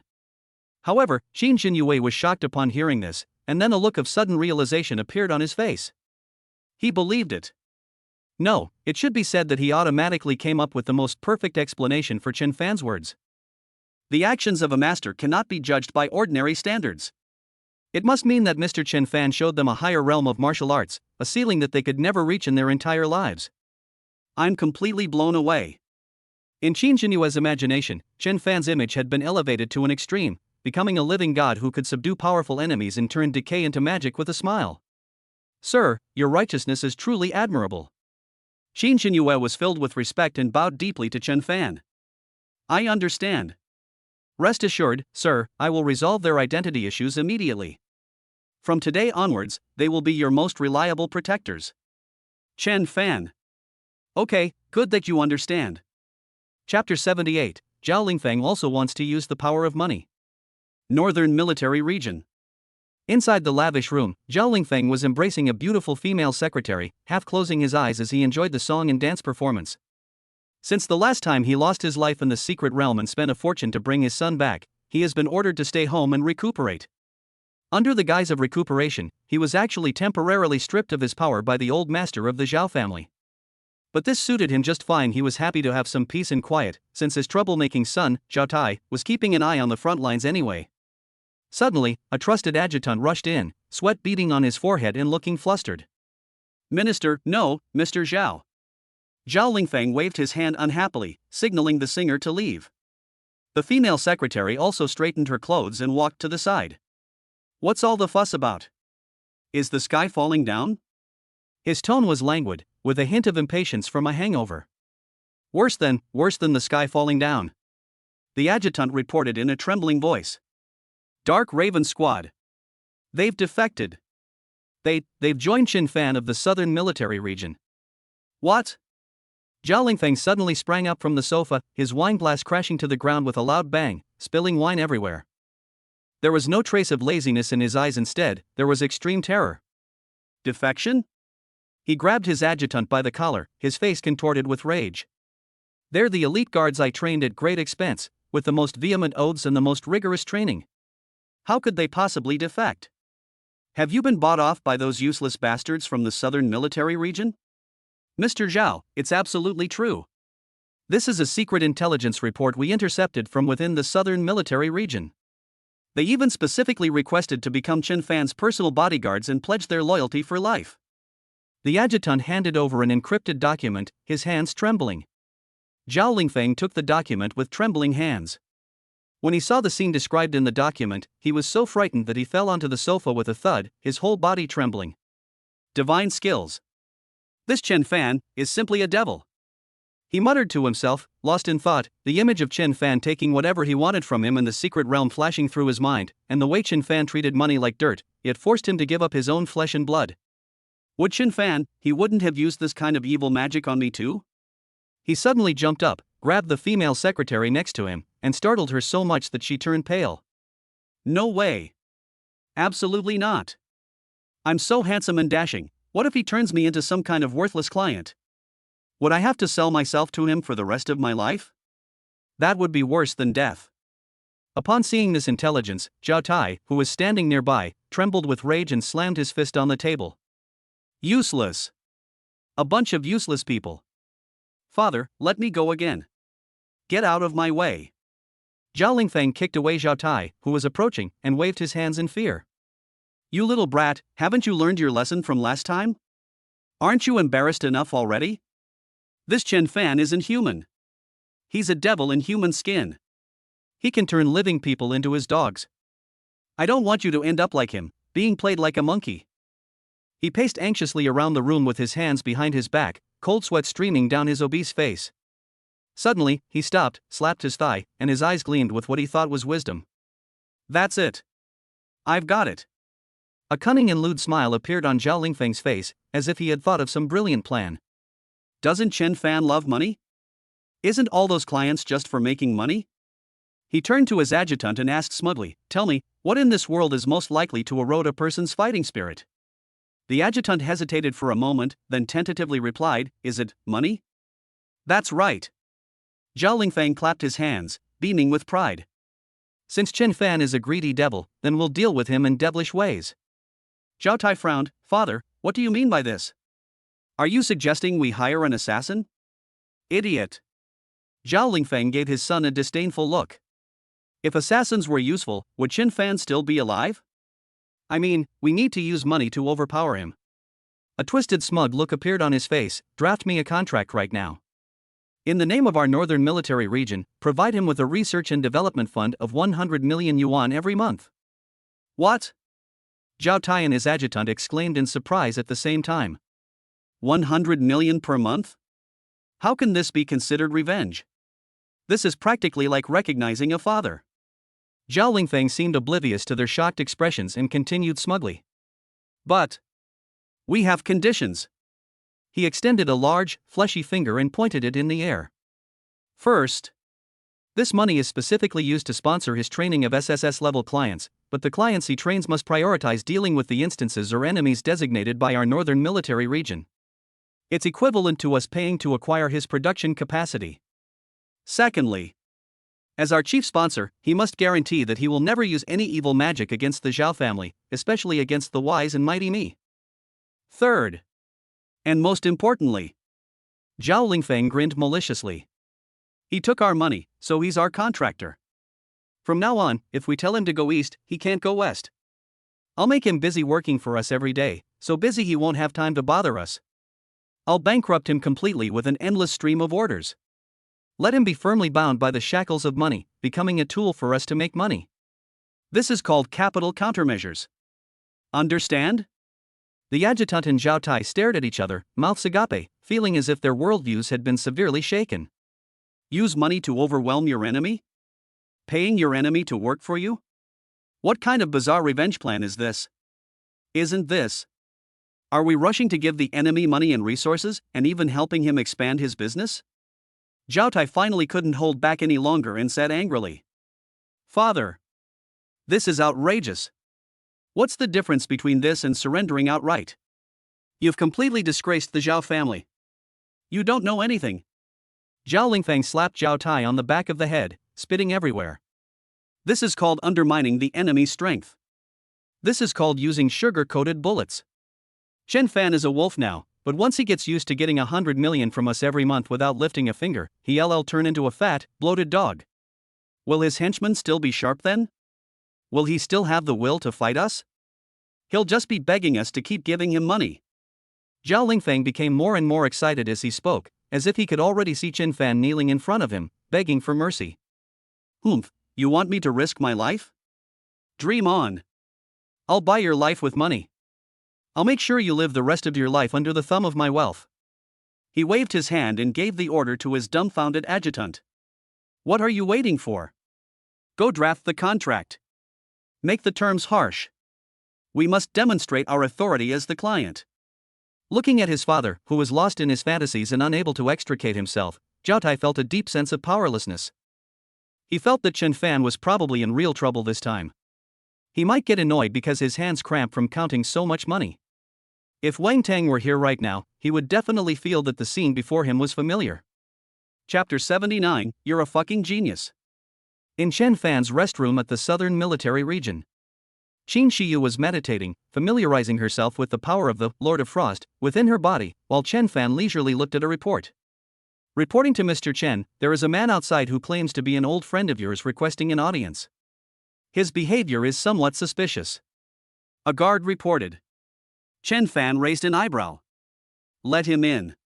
Soon, a man dressed in plain clothes, wearing a hat and sunglasses, covering himself up completely, was brought in. As soon as he entered, he removed his disguise and revealed himself to be Zhao Lingfeng's trusted adjutant. When the adjutant saw Chen Fan, his legs went weak, but he still forced himself to repeat Zhao Lingfeng's theory of you'll be stuffed with money. Therefore, Mr. Zhao has decided to provide you with a research and development fund of 100 million yuan every month in the name of our northern military region. The adjutant held his head high, trying to project an image of authority as the client. The condition is that the clients you cultivate must prioritize dealing with the copies or enemies designated by our northern military region. Moreover, you must guarantee that you will never use any evil magic against our Zhao family. After listening, Chen Fan smiled with great interest. He tapped the table and said calmly, "That's interesting. But go back and tell Zhao Lingfeng that I'm not interested in money." The adjutant was taken aback. "No, not interested? That's 100 million. Is 100 million a lot?" Chen Fan countered with a question. The adjutant was speechless. "To be honest, I'm not interested in money." Chen Fan leaned forward slightly, looking directly at him, a slight smile playing on his lips. "However, I am very interested in monster cores. Especially high-level, lord-level cores." He paused, then added. "The agreement can be signed. I don't want a single penny of money.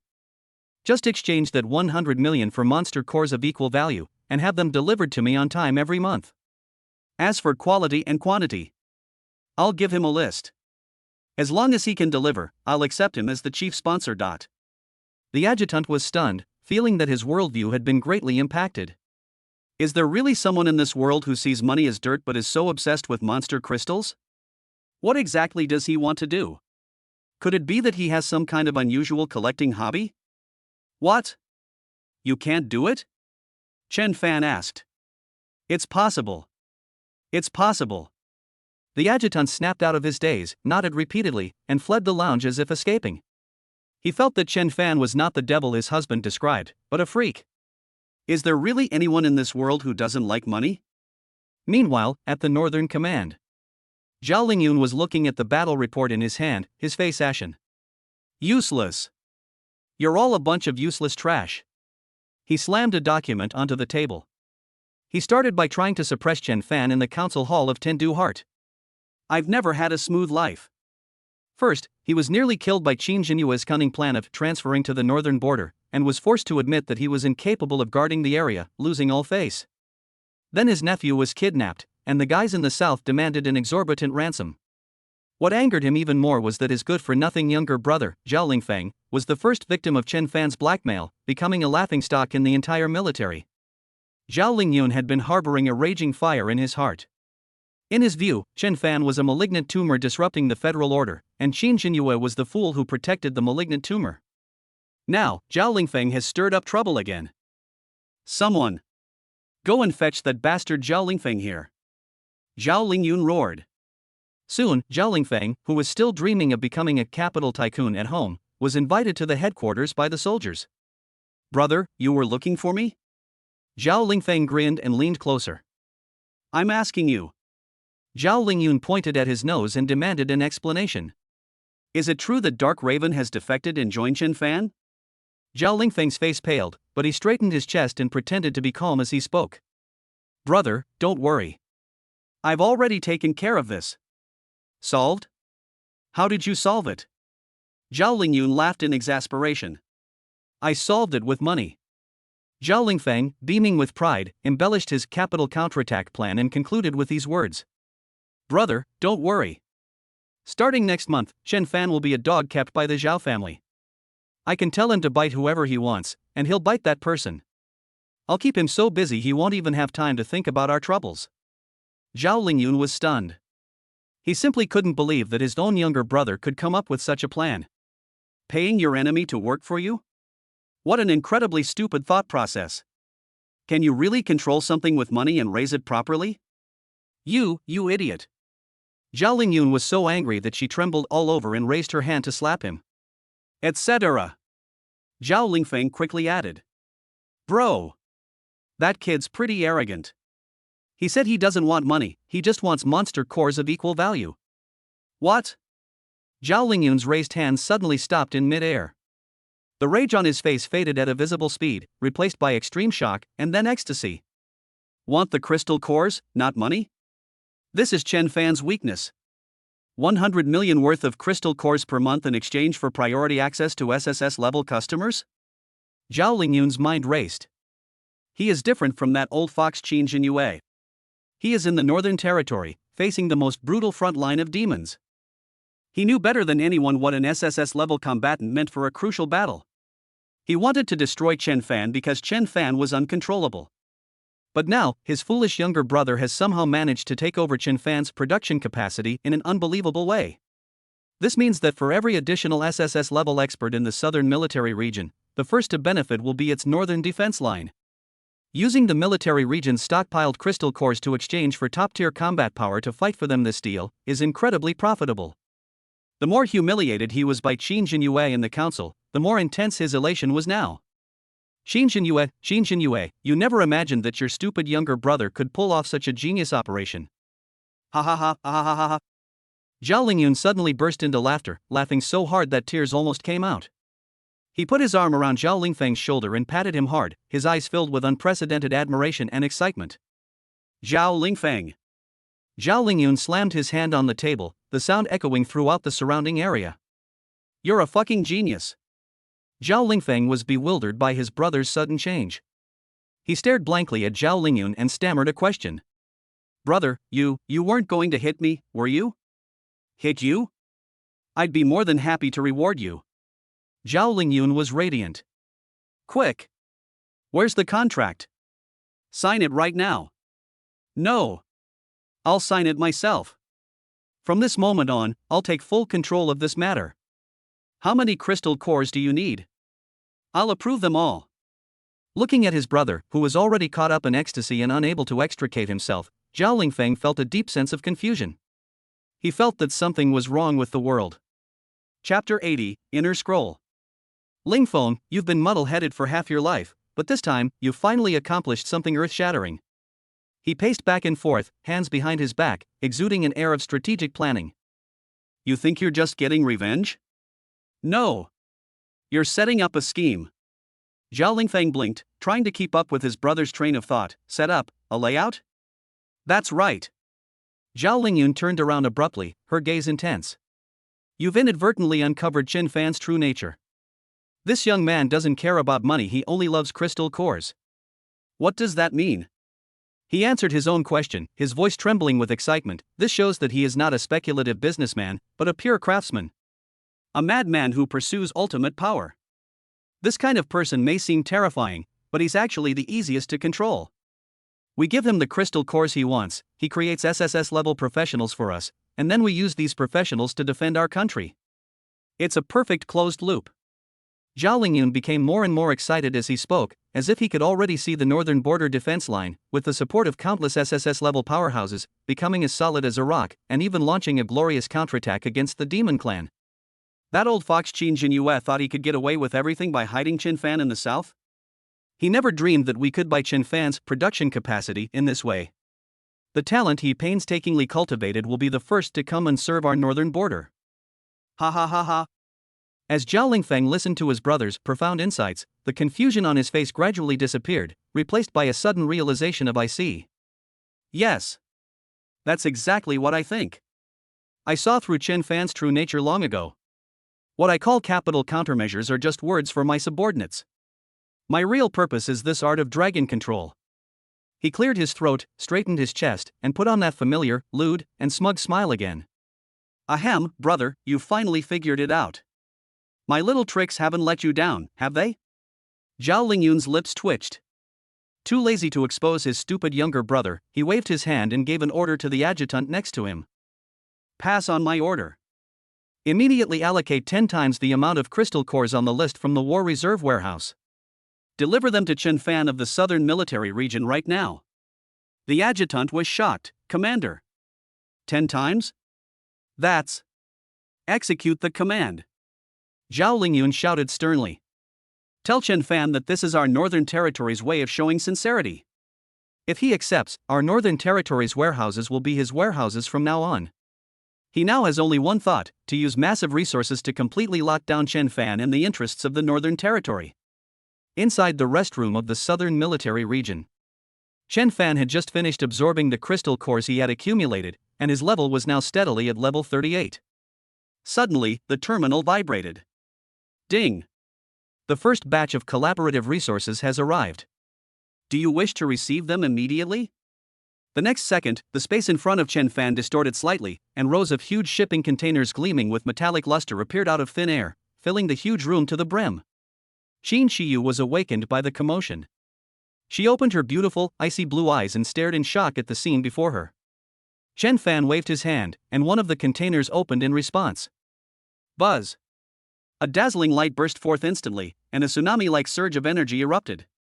Countless perfectly cut grade, S-grade, and even a few SS-grade monster cores radiating terrifying pressure were piled up like mountains, their intertwined light almost blinding people. This. Even though Qin Shiyu was used to seeing the treasures of large families, she couldn't help but gasp in surprise. This is an outrageous amount. Qin Fan's smile almost stretched to his ears. Zhao Lingfeng, no. Commander Zhao, you are all such kind people. Without any hesitation, he sat cross-legged and activated his hunter talent at full power. Countless crystal cores transformed into streams of light, forming a massive energy vortex that surged wildly into his body.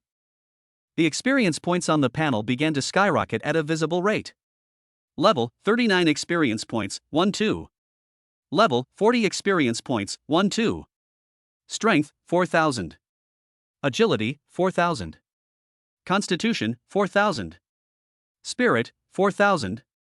Perception 5,000. The first batch of sincerity alone was enough to make him level up twice. All his attributes skyrocketed. Qin Fan felt the surging power within his body, so comfortable that he almost groaned out loud. The feeling of becoming stronger without moving is more intoxicating than anything else. Meanwhile, at the Southern Military Region Command, Qin Xinyue was leisurely listening to his subordinate's report while holding a cup of tea. Reporting to the commander, a large-scale spatial teleportation fluctuation has just occurred in the northern region, and the destination is Advisor Qin Fan's lounge.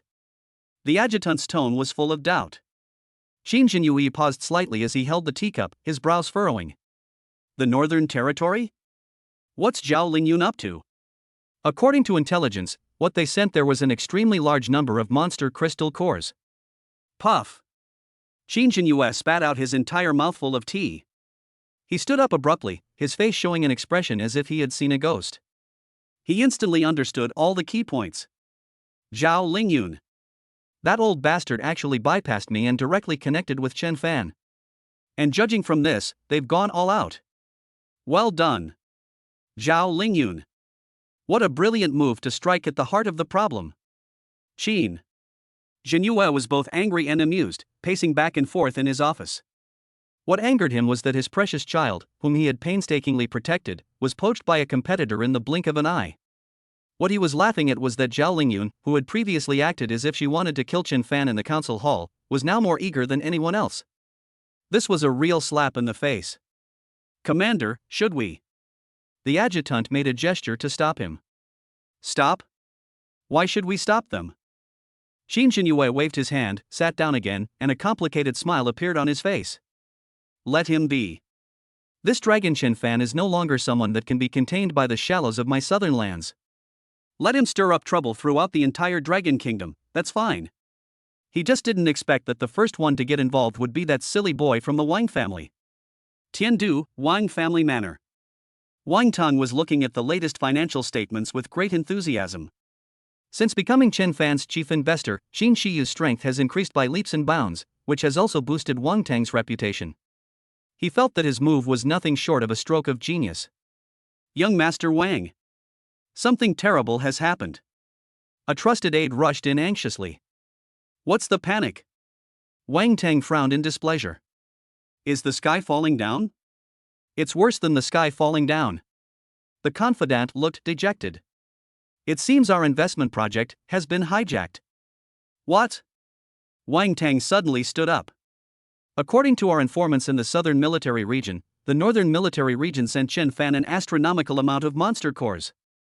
The scale is at least 10 times our monthly investment. Wang Tang's face turned green instantly. Northern Military Region? The Zhao family? An unprecedented sense of crisis and humiliation welled up in my heart. Wang Tang was the first mentor to discover Chen Fan's value. He is the only angel investor. Now, someone is actually trying to use even more substantial capital to seize his position as chief sponsor? How can we tolerate this? Outrageous. Absolutely outrageous. Wang Tang was so angry that he was trembling all over. Does the Zhao family think they're so great just because they have a little money and a military background? Get the car ready. No. Connect Chen Fan to the communication line directly. Wang Tang roared at the terminal. Tell him. Starting next month, my investment will triple. In addition, I'll add a loyalty bonus. As long as he guarantees that I, Wang Tang, will always be his number one investor, I'll give him whatever he wants. He's completely out of control. He would never allow anyone to spend more money than him. Chen Fan must help Qin Shiyu immediately. After hanging up the call, Wang Tang looked out the window with a smug, triumphant smile on his face. The Zhao family? You're still too green to play the money game with me. Chapter 81, Welcome to the Era of Pay to Win. In Chen Fan's restroom at the Southern Military Region. The air was also filled with the pure energy released from the massive amount of crystal nuclei. Chen Fan stretched comfortably, his bones cracking and popping. Level 40 is a completely new threshold. His four-dimensional attributes reached a terrifying balance, and his perception even broke through the 5,000 mark, so that every rustle of grass within a radius of 1,000 meters was clearly reflected in his mind. Just then, his personal terminal rang urgently. It was a communication request from Wang Tang. Chen Fan smiled slightly and pressed the call button. The light screen lit up, and Wang Tang's face, slightly distorted by anger and urgency, jumped out. Chen Fan! Before Chen Fan could even speak, he roared. I don't care what agreement you reached with the Northern Military Region. You must remember, I, Wang Tong, am your first investor. Your key client still has to be Shiyu. Please. Wow, he said the softest thing in a tough tone. Young Master Wang, it has to be you.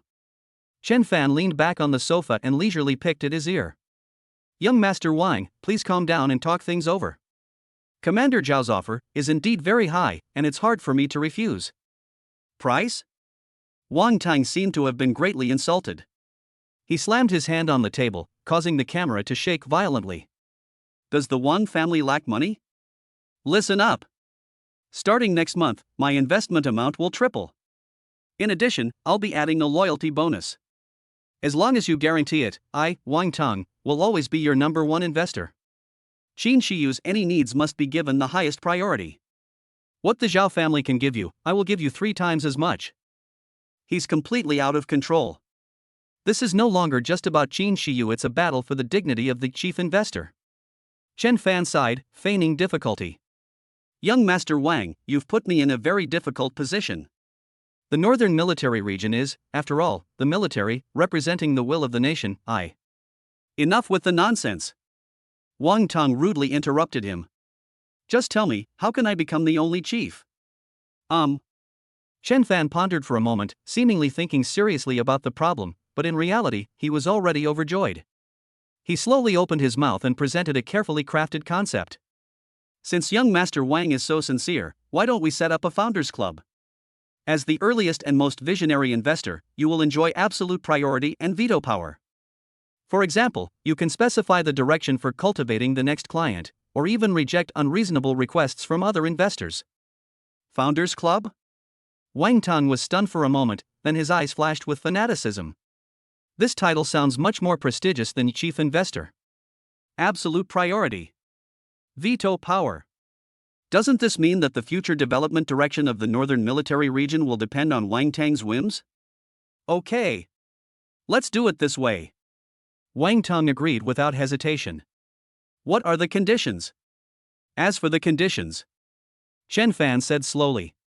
To reflect the founder's distinguished status, your monthly investment amount may need to be slightly higher than that of other ordinary investors. I'll bet 5 times. Wang Tang blurted it out, afraid that Chen Fan would change his mind. 5 times higher than the Zhao family. Every single month. Make a deal. Chen Fan abruptly ended the call. Qin Shiyu, who was standing to the side, witnessed the entire absurd conversation. Her cool and pretty face was filled with disbelief. Are they insane? She couldn't help but ask, feeling that her worldview had been greatly impacted. No. Chen Fan stood up, walked to the mountain of crystal core containers, and smiled brightly. They've simply entered a new era of pay to win. Northern Military Region, Headquarters. Zhao Lingyun was beaming as he planned out his strategic blueprint for the future. He had even begun to plan how to launch a brilliant local counterattack and thoroughly humiliate Qin Jinyue once Chen Fan had trained the first batch of SSS-level warriors to serve the Northern Territory. His beloved younger brother, Zhao Lingfeng, was sitting to the side, sipping top-grade black tea and enjoying the amazed and admiring gazes from his brother's colleagues, feeling even more that his dragon taming technique was truly superb. Just then, Zhao Lingyun received an email on his terminal. Sender, Chen Fan. Title, Monthly Progress and Risk Assessment Report on Strategic Cooperation. Oh. This kid's pretty professional. Zhao Lingyun nodded approvingly and opened the report. The report was written in a very professional manner. It first thanked the Northern Military Region for its generous support, then reported on the huge breakthrough in its cultivation, and promised that production capacity would be greatly improved. Zhao Lingyun nodded repeatedly, extremely satisfied. However, when he saw the risk assessment section, the smile on his face instantly froze. Risk warning: recently, the original investor, Wang's group, has added a substantial loyalty bonus and obtained a seat in the Founders Club, which grants veto power. This move may delay the processing of tasks assigned by you, posing a risk of default. Solution recommendation: upgrade the strategic partnership level to obtain equal or higher level decision-making weight. Snap. The teacup in Zhao Lingyun's hand was crushed to pieces, and scalding tea splashed all over his hand, but he was completely unaware. Wang Shiji conglomerate. He forced out those words through gritted teeth, a surge of rage rising to the top of his head. A middleman dares to compete with my northern defense line for priority? Every single piece of material they have was bought with the lives of my men. He slammed his fist on the table and roared at his adjutant beside him. How much did that Wang family brat wager? After cautiously reviewing the intelligence, the adjutant whispered, reporting to the commander. Wang Ting just promised that the investment amount is 5 times ours. 5 times? Zhao Lingyun was so angry that her hair almost stood on end. Where did he get the guts? Zhao Lingfeng, who was standing to the side, was also dumbfounded. He hurriedly stepped forward. Brother, what do we do? It seems like someone has learned our dragon taming technique. Shut up. Zhao Lingyun glared at him fiercely. He stared intently at the solution suggestions on the screen, his chest heaving violently. Can he withdraw? Cannot. He had just made a bold claim in front of the entire Northern leadership, defining this cooperation as a century-long plan that would determine the future of the North. If he were to turn around and be overwhelmed by a rich second generation with money, where would Zhao Lingyun put his face? Where will the entire Northern military region put its face? Good, very good. Zhao Lingyun was so angry that he laughed instead. You want to mess with me, huh? This kid Qin Fan really isn't afraid of stirring things up. He took a deep breath, a hint of mad determination flashing in his eyes. Pass on my orders. First, match the Wang family's investment amount. If they offer 5 times, we'll offer 6 times. No. 10 times. We'll fill it up with strategic reserve crystals. Second, reply to Qin Fan. My Northern military region demands a national strategic partner status. I don't care about his founders club when it comes to national interests, everything else must give way. Third, Zhao Lingyun's lips curled into a smile. Tell him that besides the crystal core, we can also provide him with something the royal family could never give an SSS-level restricted area pass. He can freely enter and exit all the highest-level unexplored secret realms in the Federation. The military only needs 30% of all the resources inside. Upon receiving this order, the entire headquarters fell silent. Everyone was stunned by their commander's devastating actions. That's an SSS-level restricted area. The Federation's most valuable strategic resource. Each one is related to the future direction of human technology and the upper limit of human power. Now, they're just throwing it away like a bargaining chip? Zhao Lingfeng's mouth dropped open, feeling like his brain couldn't process what he was seeing. He stared blankly at his brother, who was in a bloodthirsty rage, with only one thought in his mind. It's over.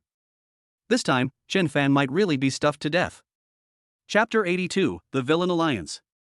Northern Military Region, Zhao Family Residence. Outrageous. Absolutely outrageous. There were more than a dozen empty wine bottles scattered on the carpet. Zhao Tai's handsome face was contorted with extreme anger, his eyes were bloodshot as he roared in a low voice. Is my dad crazy? Is my uncle crazy too? He had just received news that the peasant named Qin Fan had not only received the highest level of resource allocation from the Northern Military Region, but had even been granted a free pass to the SSS-level restricted area. Those resources. Those privileges. Those should have all been mine. They belong to me, Zhao Tai. I am the sole heir of the Zhao family of the Northern Territory. Exceptional talent, noble blood. Now look what's happened. I've become a laughingstock. The biggest laughingstock in the entire upper class of the North. He grew angrier and angrier as he spoke, his chest heaving violently. Suddenly, he grabbed a bottle of wine from the table, raised it high, and wanted to smash it on the ground to vent his pent-up anger. However, he froze halfway up his arm. His movements slowed, but he eventually carefully put the bottle back in its place. This is a rare, out-of-print item that I got through connections. Once it's smashed, it's gone forever. Just as he was about to explode with frustration, a faint voice rang out from the shadows of the private room. Young Master Zhao, please calm down. Breaking things will only cost you money, but it won't hurt Qin Fan in the slightest. Things that are truly precious should be cherished. The sudden sound made Zhao Tai tremble. He turned around abruptly, his sharp gaze sweeping across the corner like a blade. A plain-looking man with a gloomy demeanor was sitting on the sofa. Zhao Tai's 2 bodyguards immediately tensed up, their muscles taut, and they stood guard on either side of Zhao Tai, ready to pounce. Who are you? How did you get in? Zhao Tai's tone was chilling, but his heart was in turmoil.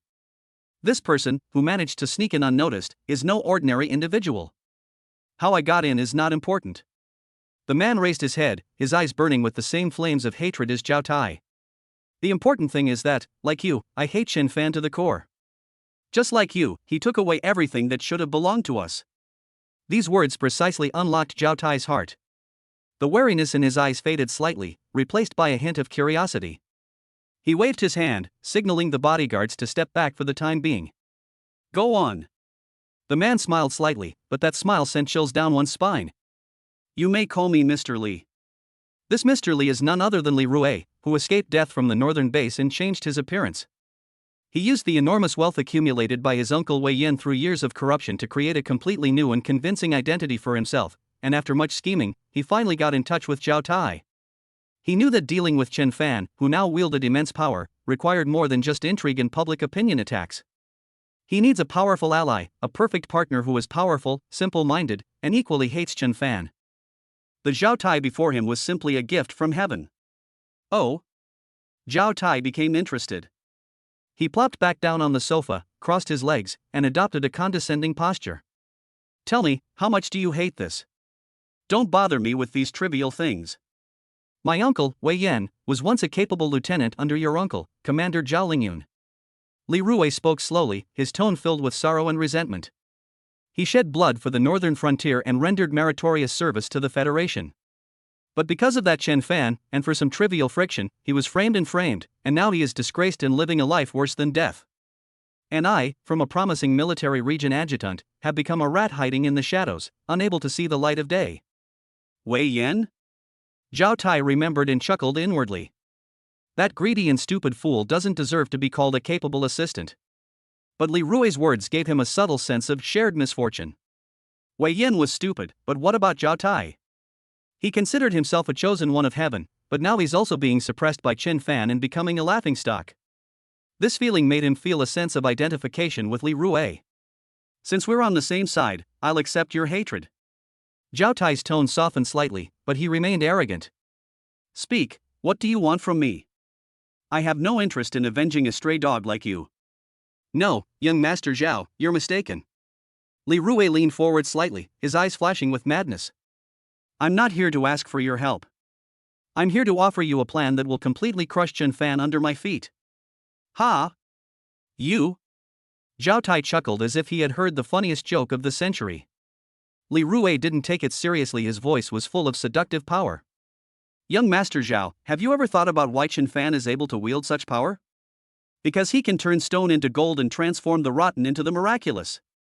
This kind of unreasonable power is something that everyone both desires and fears. To confront him directly is to confront everyone's desires. It's going against the tide, and utterly foolish. But, what if we could create another kind of miracle? Zhao Tai's brows furrowed, and he leaned forward unconsciously, his interest piqued. What's the meaning? We need to create a new hero. A true hero, completely opposite to Chen Fan. Li Rue's voice became passionate, as if he were describing a magnificent painting. Chen Fan's power originates from an unknown source, fraught with uncertainty and danger. To many, it is nothing short of heresy and an unrepeatable coincidence. And you, young Master Zhao. Born into a prestigious family, of noble blood, and exceptionally talented. Your strength is legitimate, righteous, and traceable. This is the kind of idol that young people in the Federation should follow. We will use all the funds at my disposal and the channels behind you to tailor a series of heroic deeds just for you. For example, you could venture deep into a Class B restricted area and claim that you single-handedly slew a terrifying boss that had defeated countless teams. For example, in a military region-wide simulated combat exercise, you defeated a senior officer 10 ranks above you with your amazing perseverance and unparalleled wisdom. Every word of these words struck Zhao Tai's heart precisely. But he wasn't a complete fool after all, he frowned. Isn't this blatant fraud? If this gets out. No, this isn't fabrication, this is the packaging of a hero. Li Rue immediately interrupted him, his tone resolute. Of course, we can weaken those bosses in the restricted areas to their limit in advance using special drugs. We can bribe those officers who are your opponents to make them narrowly lose to you. But the public won't know. And the media won't report these details. They will only see that, besides Chen Fan, that hastily made monster, the Federation also has a traditional hero like you, who has grown up through your own outstanding talent, noble bloodline, and hard work step by step. You represent order, inheritance, and the light of righteousness. And Chen Fan, the more miraculous he is, the more bizarre he seems. Your very existence is the greatest negation of him. Zhao Tai's eyes grew brighter and brighter, and his breathing became heavy. He could almost see himself clad in golden armor, bathed in holy light, receiving thunderous cheers from the entire Federation under the spotlight. He heard countless girls screaming and saw the approving looks from his father and uncle. This script was practically tailor-made for him. Excellent. What a brilliant hero-making plan. Zhao Tai stood up excitedly, grabbed Li Rui's shoulder, and looked at him with shining eyes, as if he were looking at a peerless sage. You are excellent. You are not a stray dog, you are my hidden dragon. From now on, you'll work for me. I want to see if I, a down-to-earth true hero, am more powerful, or if that dubious fake god is more awesome. Zhao Xiao is wise. Li Rui lowered his head to conceal the sneer of triumph that played on his lips. What flashed in his eyes was Qin Shiyu's aloof and exquisitely beautiful face, as if sculpted from ice and snow. Chapter 83, The North's Sincerity. The northern frontier, headquarters of the 1st Legion. The tranquility of the base was shattered by a deafening roar of engines as the morning sun began to shine on the frozen earth. A long line of hundreds of military heavy trucks slowly drove in from the horizon. The convoy stretched as far as the eye could see. However, the back compartments of these military trucks were piled high with boxes of high-level crystal cores that shimmered with various colors of light. At the head of the convoy, Commander-in-Chief Zhao Lingyun of the northern border personally drove a car, making a domineering drift and stopping abruptly downstairs in Chen Fan's lounge. After dealing with Zhao Lingyun that day, Chen Fan returned here and had a few drinks with Shirlong. The older brother who led him into the military helped him a lot. He also glanced at Lin Hao. That once arrogant commoner genius, after having his profession enhanced and level reset by him, managed to reach nearly level 40 again through hard work. The car door opened, and this iron-blooded commander, who was the undisputed leader in the north, instead wore an almost ingratiating smile and rushed to Chen Fan. Chen Fan, no. Master Chen. Zhao Lingyun's voice was incredibly loud, as if he was afraid that the people around him wouldn't be able to hear him. I, Zhao Lingyun, on behalf of the entire northern military region, extend my sincerest apologies to you for our previous mistakes. As he spoke, he snapped to attention and gave Chen Fan a perfect military salute, so perfect it could be included in textbooks, his back ramrod straight. Words are inadequate. Zhao Lingyun waved his hand, pointing to the magnificent line of cars behind him. This is our first act of sincerity from the north. 10 times the price. We'll match every offer that kid from the Wang family made, tenfold. In addition, your highest level access pass to the 3 SSS level restricted areas, Nest of 10,000 Dragons, Time Relics, and Abyss Library, has been entered into your personal terminal. You can enter and exit at any time without any need for reporting. Chen Fan walked out of the dormitory building, yawning. Looking at the exaggerated scene that had almost blocked the entire base's roads, and then at Zhao Lingyun's face that seemed to say praise me, with droopy eyelids and a sleepy look, I realized that the scene was quite dramatic. Commander Zhao, you're too kind. He waved his hand. Just put the things in the warehouse, don't block the road. Also, bring the people over here, and hurry up. Yes. Yes.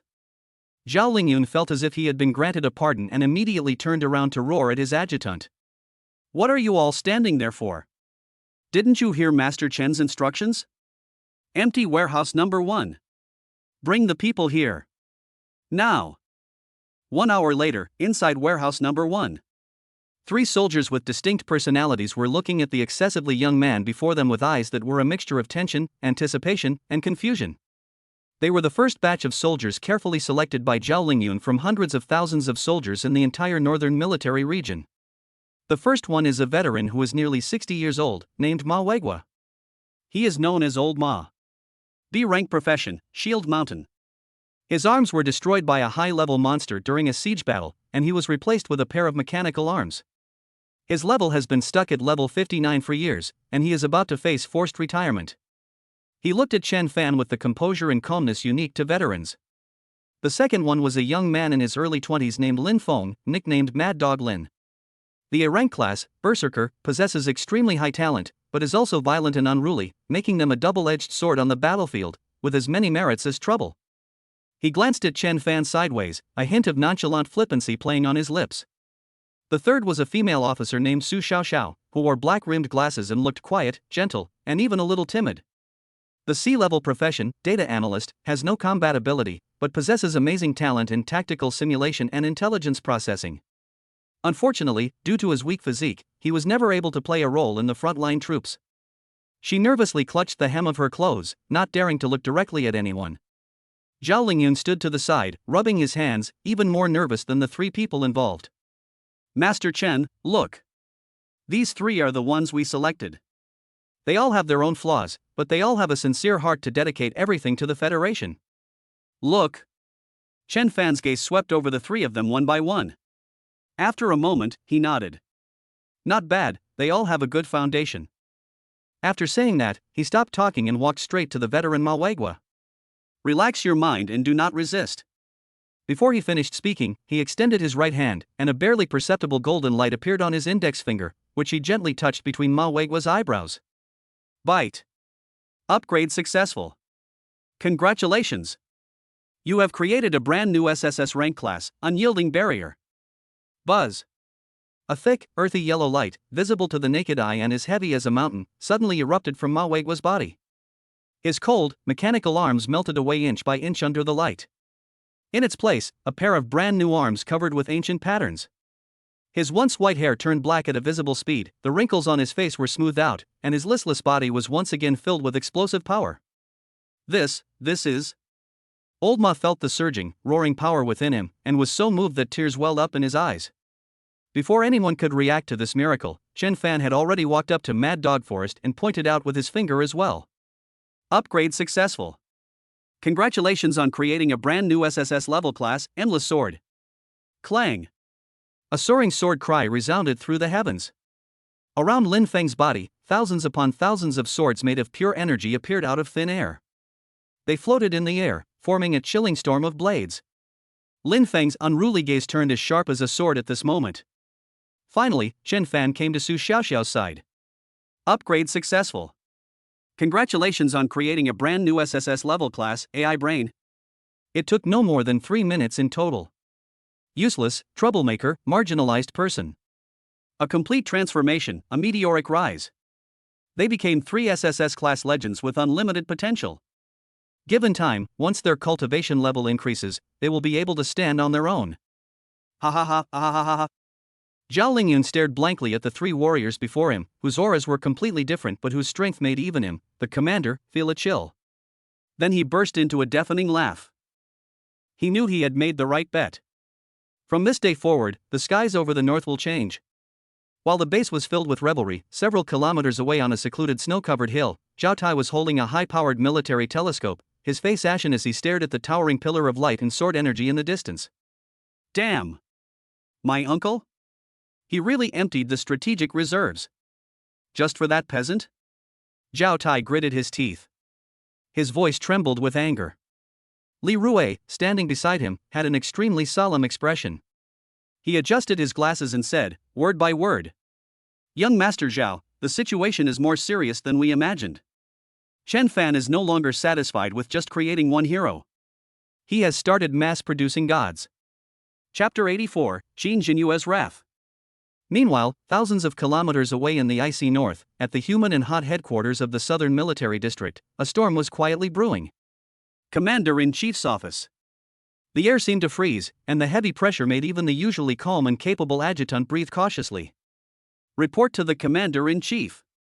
The 1st Legion's base in the Northern Territory detected 3 SSS-level energy sources whose intensity exceeded the critical value 1 hour ago. Qin Jinyue's temples were throbbing, and a surge of blood rushed to the top of his head. The North? 1st Army Corps base? Isn't that where that little bastard Chen Fan is right now? Didn't he say he was going to visit a friend?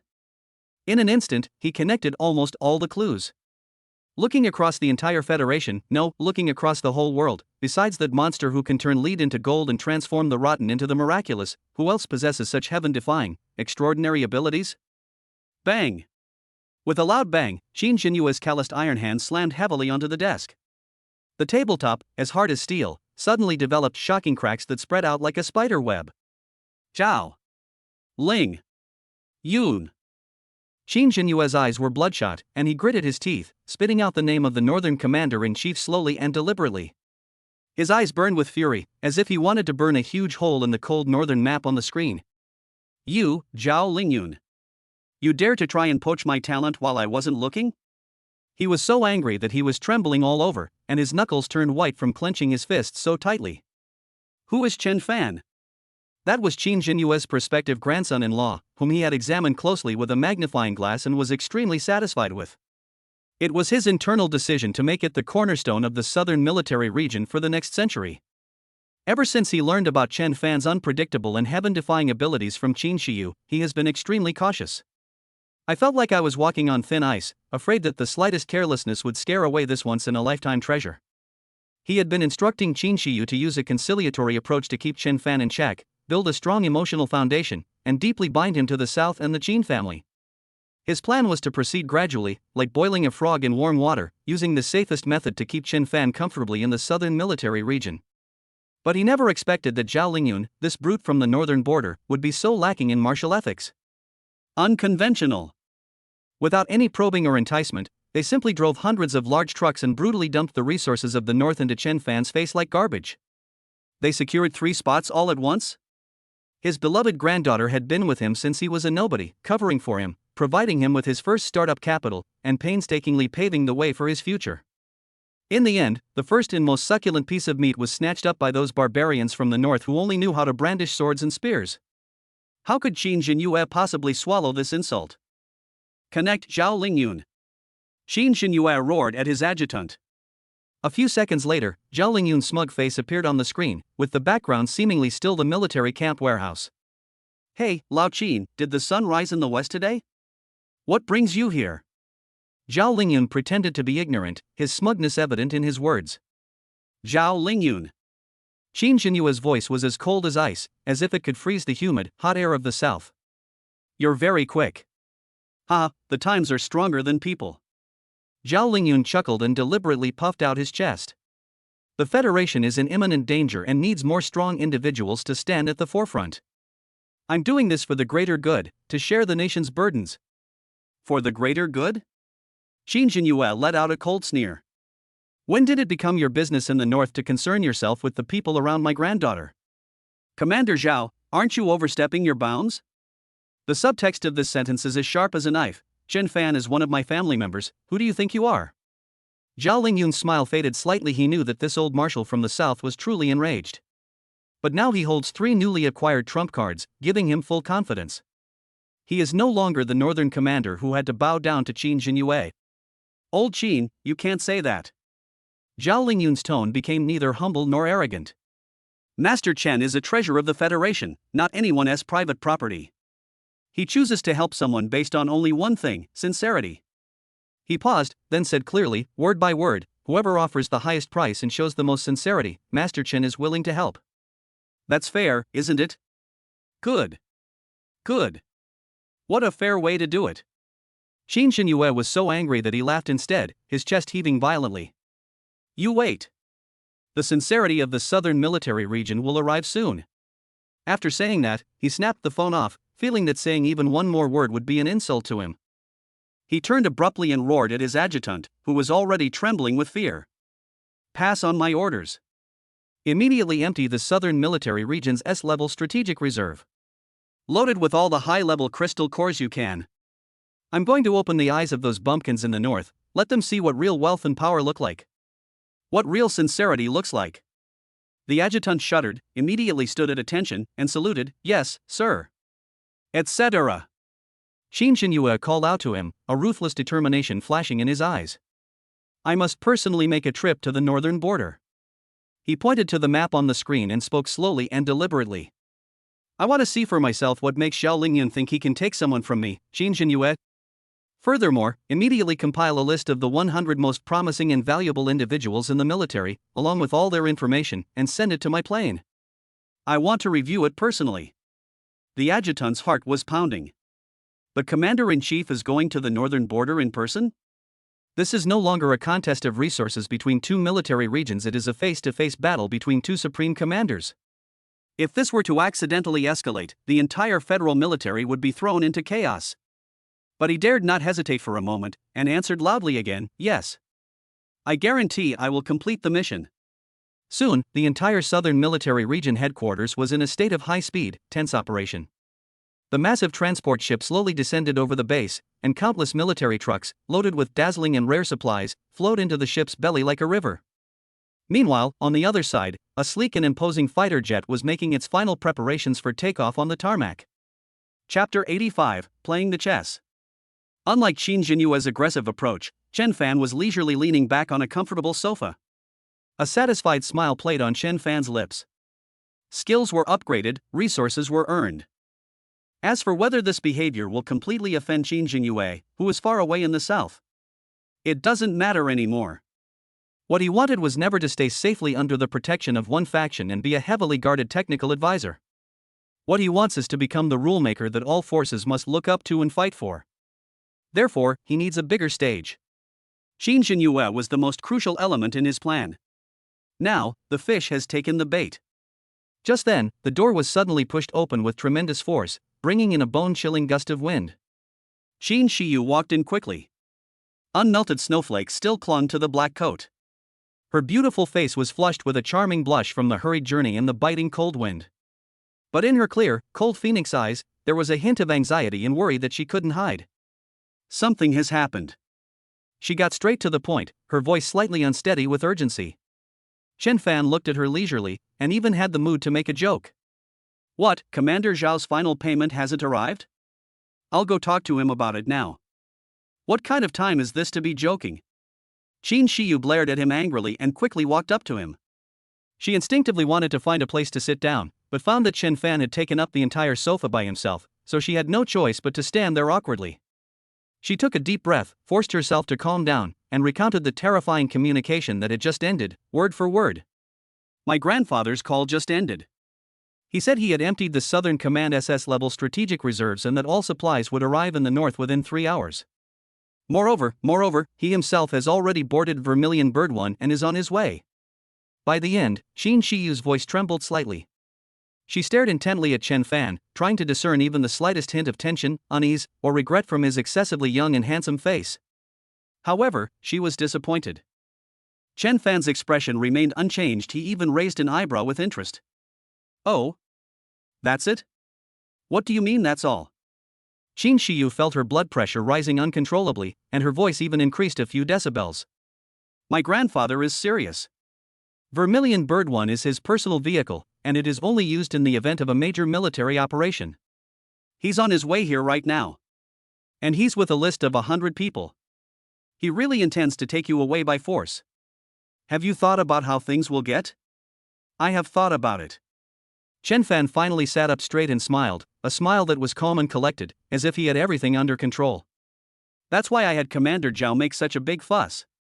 Otherwise, how could we lure your grandfather, this real big fish, from thousands of kilometers away in the south to this freezing cold? Qin Shiyu was completely stunned. Her beautiful eyes were filled with disbelief, and her brain seemed to freeze instantly. You did this on purpose? Otherwise what? Chen Fan shrugged and said in a matter-of-fact tone. You think I'm really concerned about the Federation and just came to the north to do technical poverty alleviation for no reason? He stood up and slowly walked to Qin Shiyu. The distance between them instantly closed. The faint, reassuring scent emanating from him was very pleasant. But the words he uttered were chilling.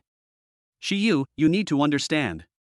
Commander Zhao wants to use me as a pawn to undermine his position in the military and put him in a better position than your grandfather. Your grandfather wanted to treat me as the private property of the Qin family, tie me to the war machine of the south, and build his invincible army. We're all adults, don't be so naive. They all want to take advantage of me, that is fine. A playful smile appeared on Chen Fan's lips. But if you want to use me, you have to offer the corresponding price. I was simply creating an opportunity for the two biggest buyers to sit down at the same negotiating table and openly bid against each other. The highest bidder wins, that's fair. Hearing these words, Qin Shiyu suddenly felt a deep sense of powerlessness. What she thought was a huge problem, and her grandfather's thunderous rage that could shake the entire Federation, was, in his eyes, merely the opening salvo of a commercial auction. This man, who was clearly younger than her, had a perspective on issues that was far beyond her comprehension. He doesn't seem like a pawn in the game, but rather like a player who sets up the world and observes the changing winds with a detached eye. Just as the two were talking, the base's highest alarm suddenly sounded briefly. Qin Jinyue has arrived. Almost simultaneously, the door was pushed open again. Zhao Lingyun's big face, beaming with a bright smile, appeared at the door. Advisor Chen. Ha, this is wonderful news. Before Lingyun even arrived, his hearty laughter rang out. He strode in and enthusiastically patted Chen Fan on the shoulder. Just received a message from the control tower that Commander Qin is coming to inspect our work in the north. Look at this, look at this. Even that eternal iceberg of his can't sit still anymore. He's come here in person to learn from our experience. He spoke happily, but his eyes subtly swept between Chen Fan and Qin Shiyu, whose expression was complicated. Clearly, he had also received Qin Jinyue's furious message. This northern commander was expressing his stance to Chen Fan in this way. Regardless of any past conflicts between us, we're on the same side now. Advisor Chen. Zhao Lingyun leaned closer, lowered his voice, and spoke in a volume that only he and Chen Fan could hear. That old ice block has a bad temper, but he's a sensible man. Don't worry, you're my precious darling in the north now, no one can touch a hair on your head. If he dares to slam his fist on the table or glare at you, I, Zhao Lingyun, will be the first to object. Although our northern border is poor, we have fought many years of war and have become tough as nails. We will never mistreat any meritorious official. His words combined soft and hard tactics, both to appease Chen Fan and to emphasize his current allegiance. After comforting Chen Fan, he turned to Qin Shiyu, immediately adopting a kind and amiable elder's expression, and said with a smile, "Granddaughter Shiyu, your grandfather has come from afar, he must be tired. I must treat him well. You chat with Consultant Chen for a while, I'll go to the airport to make preparations and give him a welcome dinner." After saying that, Zhao Lingyun left like a gust of wind, as if he were really going to prepare for a grand welcoming ceremony. Watching his departing figure, Chen Fan's smile grew increasingly playful. One has already set off, seething with anger, ready to demand an explanation and clean house. One side, sitting on its home turf, smiled while harboring a dagger, adopting a tough stance to defend its assets.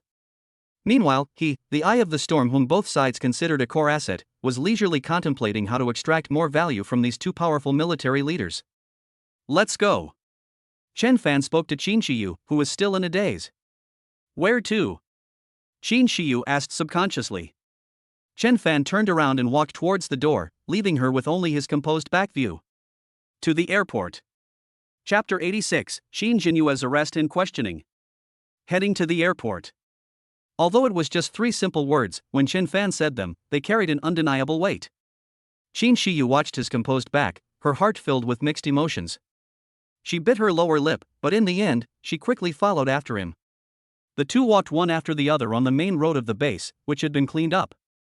On both sides of the road, the thick snow reflected a cold and pure white light.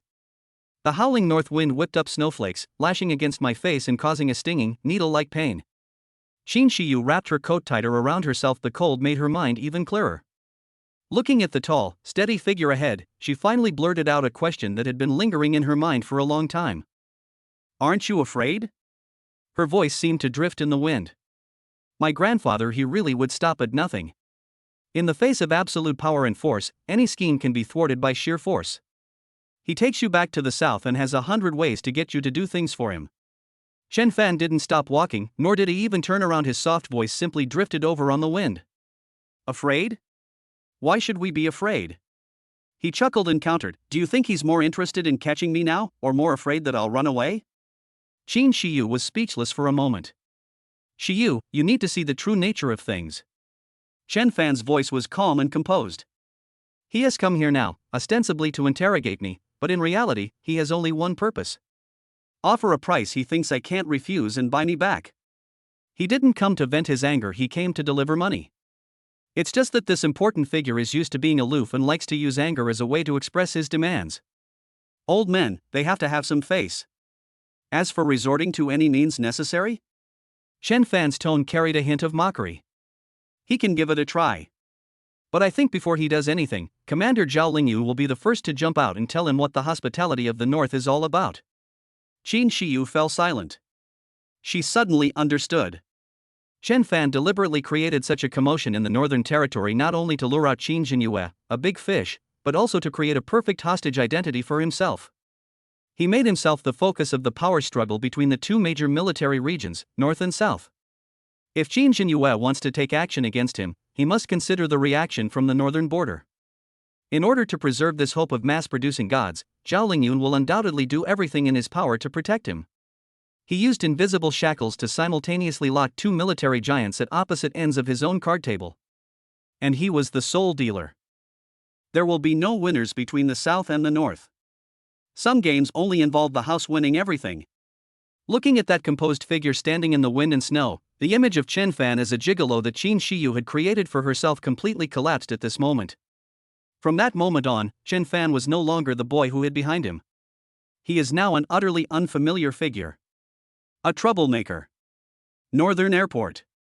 This place is already heavily guarded. Squads of elite soldiers in snow combat uniforms stood guard every 3 steps and every 5 steps, making the entire airport impenetrable. Their eyes were sharp as eagles, and they exuded the iron-blooded aura that only battle-hardened veterans possess. But when their gaze swept over Chen Fan as he walked slowly towards them, that sharpness instantly transformed into fervent admiration and fanaticism. She kept nodding and smiling at Chen Fan. Because they all knew that the 3 comrades in the base who rose to prominence overnight were the work of this young man in front of them. Zhao Lingyun was already waiting there. He changed into a brand new general's uniform, the stars on his shoulders shining brightly under the lights. Behind him stood a row of high-ranking generals from the north, each with a solemn expression, but deep in their eyes lay a barely suppressed excitement and anticipation. This display was less of a welcome and more of a silent demonstration. The South has always been defiant towards the North this time, let's see if they'll submit. Advisor Chen, you've arrived. Upon seeing Chen Fan, Zhao Lingyun immediately greeted him with a beaming smile, adopting an extremely humble posture, as if Chen Fan were the master of the place. Brother Qin has come from afar, we must not be impolite. He spoke politely, but his eyes were fixed on the sky, and he couldn't hide the smug smile on his lips. Just then, a deep and suppressed rumble came from above the thick clouds, growing louder as it approached. The next second, a spacefighter jet painted in a domineering vermilion color tore through the clouds and appeared above everyone's heads. Du K-1.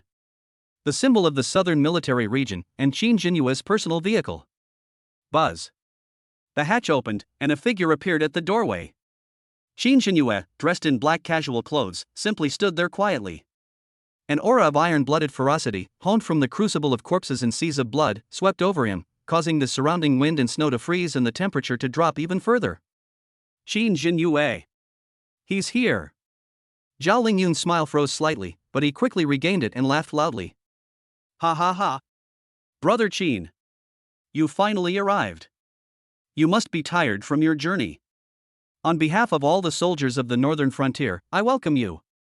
Qin Jinyue didn't even glance at him. His eyes were like knives. First, his gaze fell on his granddaughter, Qin Shiyu. His brows furrowed instantly, revealing disappointment and anger, which made Qin Shiyu subconsciously lower her head.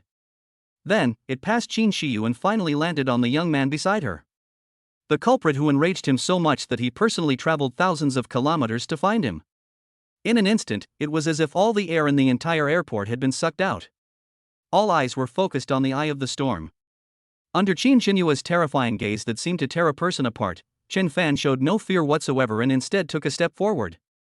Commander Qin, you must be tired from your journey. Welcome to the North. Chapter 87, The Crouching Dragon and the Young Phoenix. Welcome to the North. Chen Fan's calm yet slightly mocking words caused the sharp, hawk-like eyes of the Southern Military Region commander to suddenly narrow. His trip was fueled by thunderous rage, and he came with an overwhelming force of accusation. He had imagined countless possible reactions from Chen Fan. Fear and anxiety, humble pleas for mercy, bluster and cowardice, or even defiant defiance. But he never expected this kind of reaction. So composed? Doesn't he feel even a little guilty? Interesting. Qin Jinyue was furious but laughed inwardly. The overwhelming killing intent ceased to emanate outwards, instead completely receding and condensing into an invisible spiritual pressure, like an indestructible giant hammer, crushing fiercely towards Chen Fan. He would use his absolute strength to crush this young man's ridiculous arrogance. Buzz. The air seemed to let out a mournful cry. Qin Shiyu's face turned deathly pale instantly. She felt as if an invisible mountain was pressing down on her, and her breath caught in her throat, making her feel like she was suffocating. Even Zhao Lingyun beside her, and the group of northern border generals behind him, changed their expressions and began to use their energy to resist this domineering and unparalleled pressure. However, Chen Fan, the core target of the pressure, remained standing in place, the wind and snow blowing his clothes, and the smile on his face did not change in the slightest. Just as Qin Jinyue's mental pressure locked onto him, a series of golden data streams that only he could see flashed past his eyes. Ding! High energy life form detected, data analysis in progress. Name, Qin Jinyue. Level, 80. Class, SS rank Martial God of the Nation Breakthrough from S rank, Military Soul. Strength, 9,580. Agility, 8,150. Spirit, 10,240. Constitution, 9,260. Talents, Unyielding Military Spirit SS rank, Battlefield Command SS rank. Skills, Martial God Body Passive, Breaking Army Strike, Bloodbath in all directions. Looking at this luxurious control panel, Chen Fan remained completely unmoved. A top-tier player at level 80, one of the giants at the very top of the Federation military pyramid, has attribute panels that are only slightly higher than mine. Although his current level is not high, each level up results in a huge increase in all attributes. His foundation is so solid that it has already exceeded the imagination of everyone in this world. With Qin Jinyue's attributes, he would naturally crush any opponent of the same level. But do you think you can crush me with this little bit of pressure? That's an absolute joke. Chen Fan simply let the oppressive force wash over his body, like a gentle breeze. Seeing that Chen Fan was unharmed under his pressure, and that his expression had not even changed, a trace of horror flashed in Qin Jinyue's deep tiger eyes for the first time. He was well aware of the impact of his mental attack. Let alone a young man in his early 20s, even Zhao Lingyun, a longtime rival of the same level, would never be so calm and collected. This kid. He's a complete monster. What a treasure. In an instant, Qin Jinyue's desire to punish the enemy mysteriously dissipated by more than half. Instead, there is longing.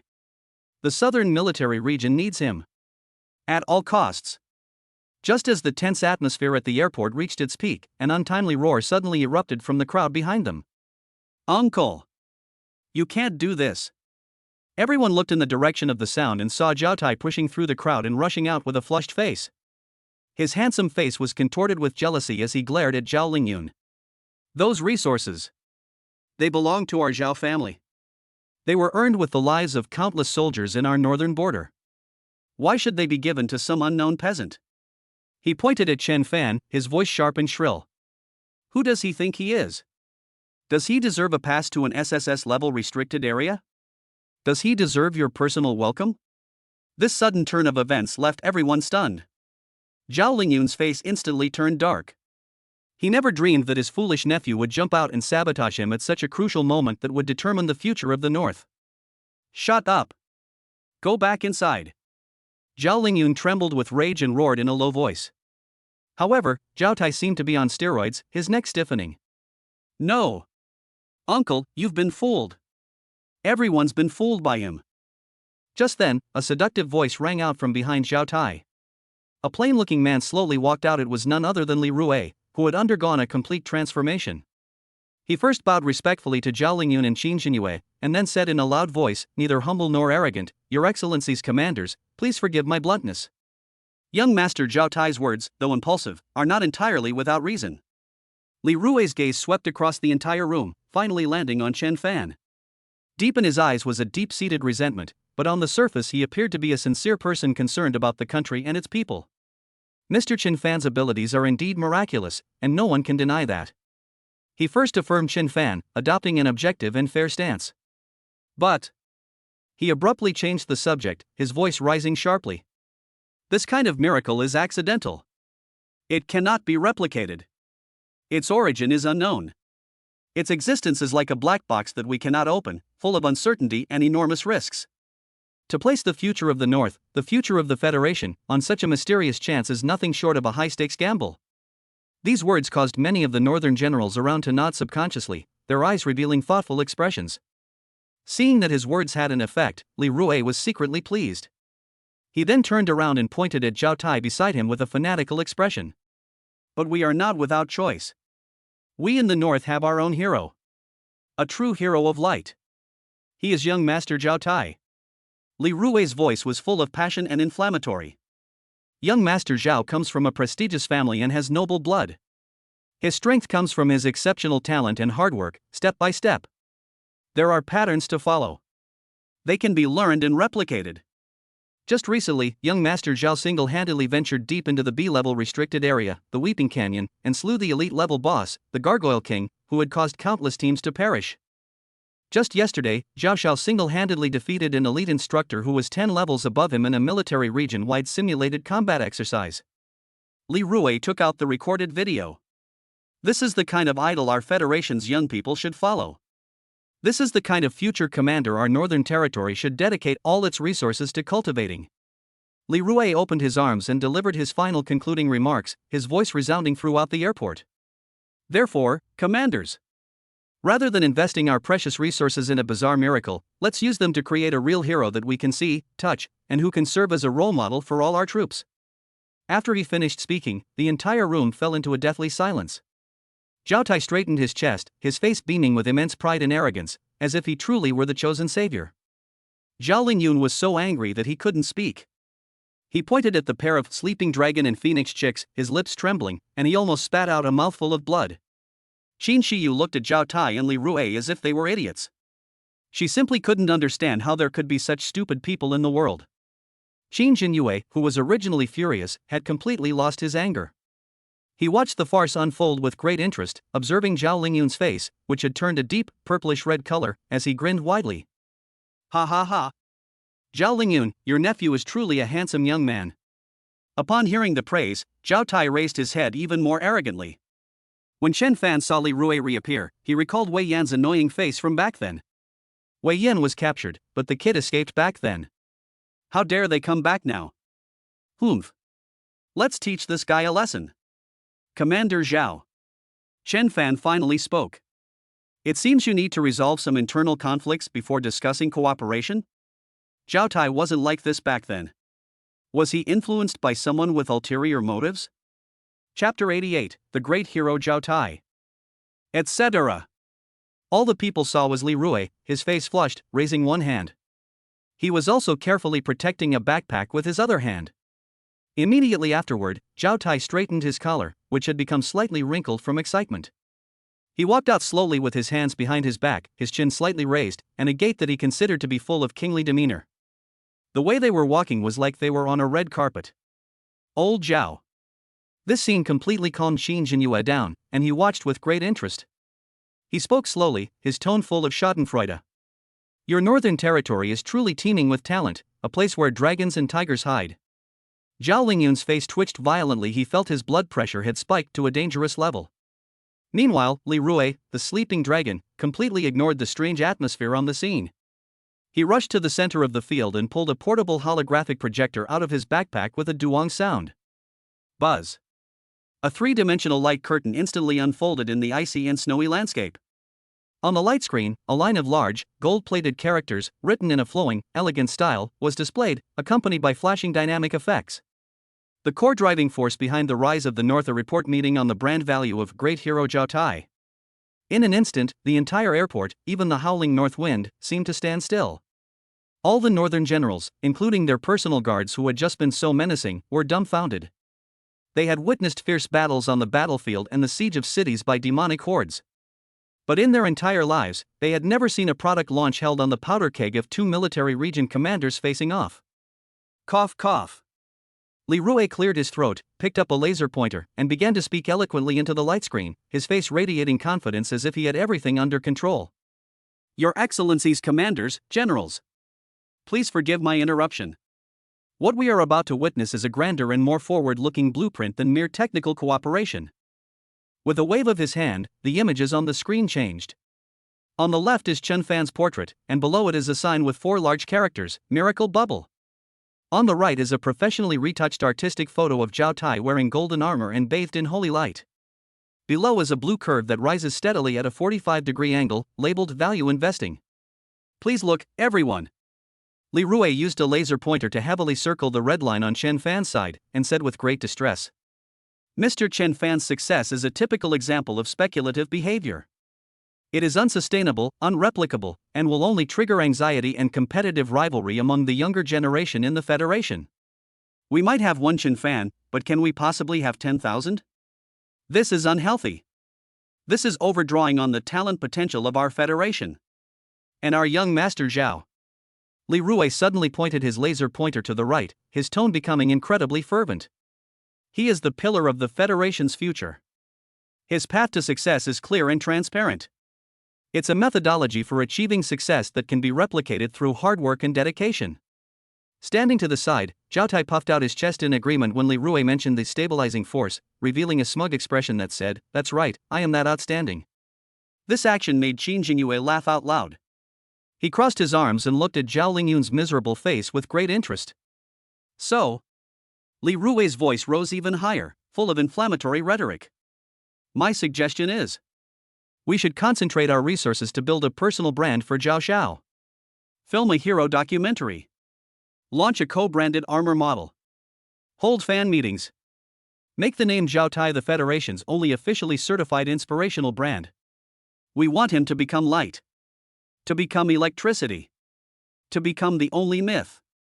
At the end, Li Rui excitedly opened his arms as if to embrace the whole world.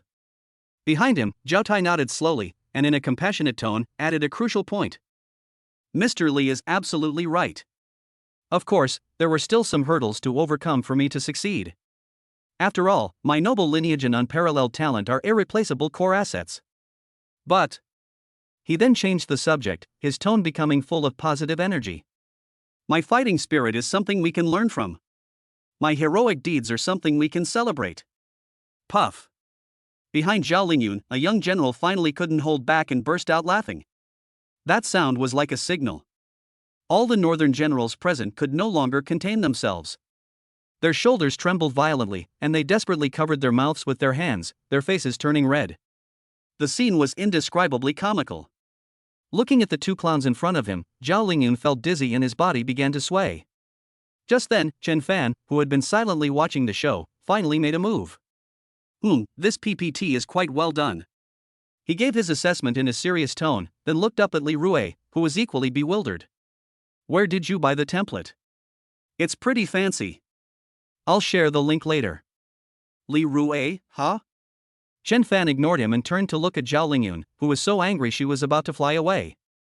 He had an extremely troubled expression on his face. Commander Zhao, look at the mess this has made. When it comes to business, I prefer a quiet and peaceful environment.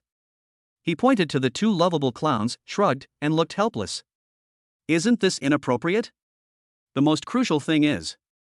Chen Fan's expression suddenly turned serious.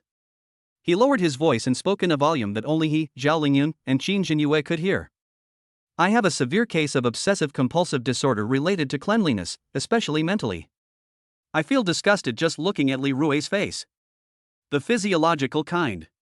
You understand, right? My stomach is churning. Look at how Zhao Tai has been affected by this. I don't want to be affected by him too. It'll delay my strengthening or something.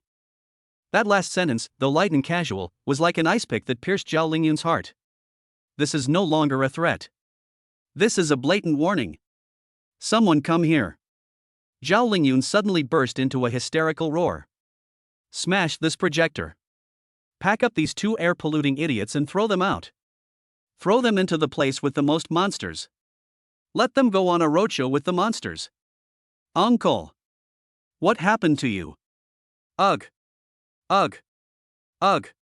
Before Zhao Tai could finish speaking, two guards who had been holding back their laughter so hard they were practically bleeding inside rushed up with lightning speed and stuffed the mouths of the two lovable characters with oilcloths used for wiping weapons. The two men, who were full of vigor just a moment ago, were dragged along by the soldiers like two bags of trash, all the way to the distant snowdrift. All right, Commander Qin. The appetizer is over. Now, no unauthorized personnel allowed. Our VIP seating area is now officially open.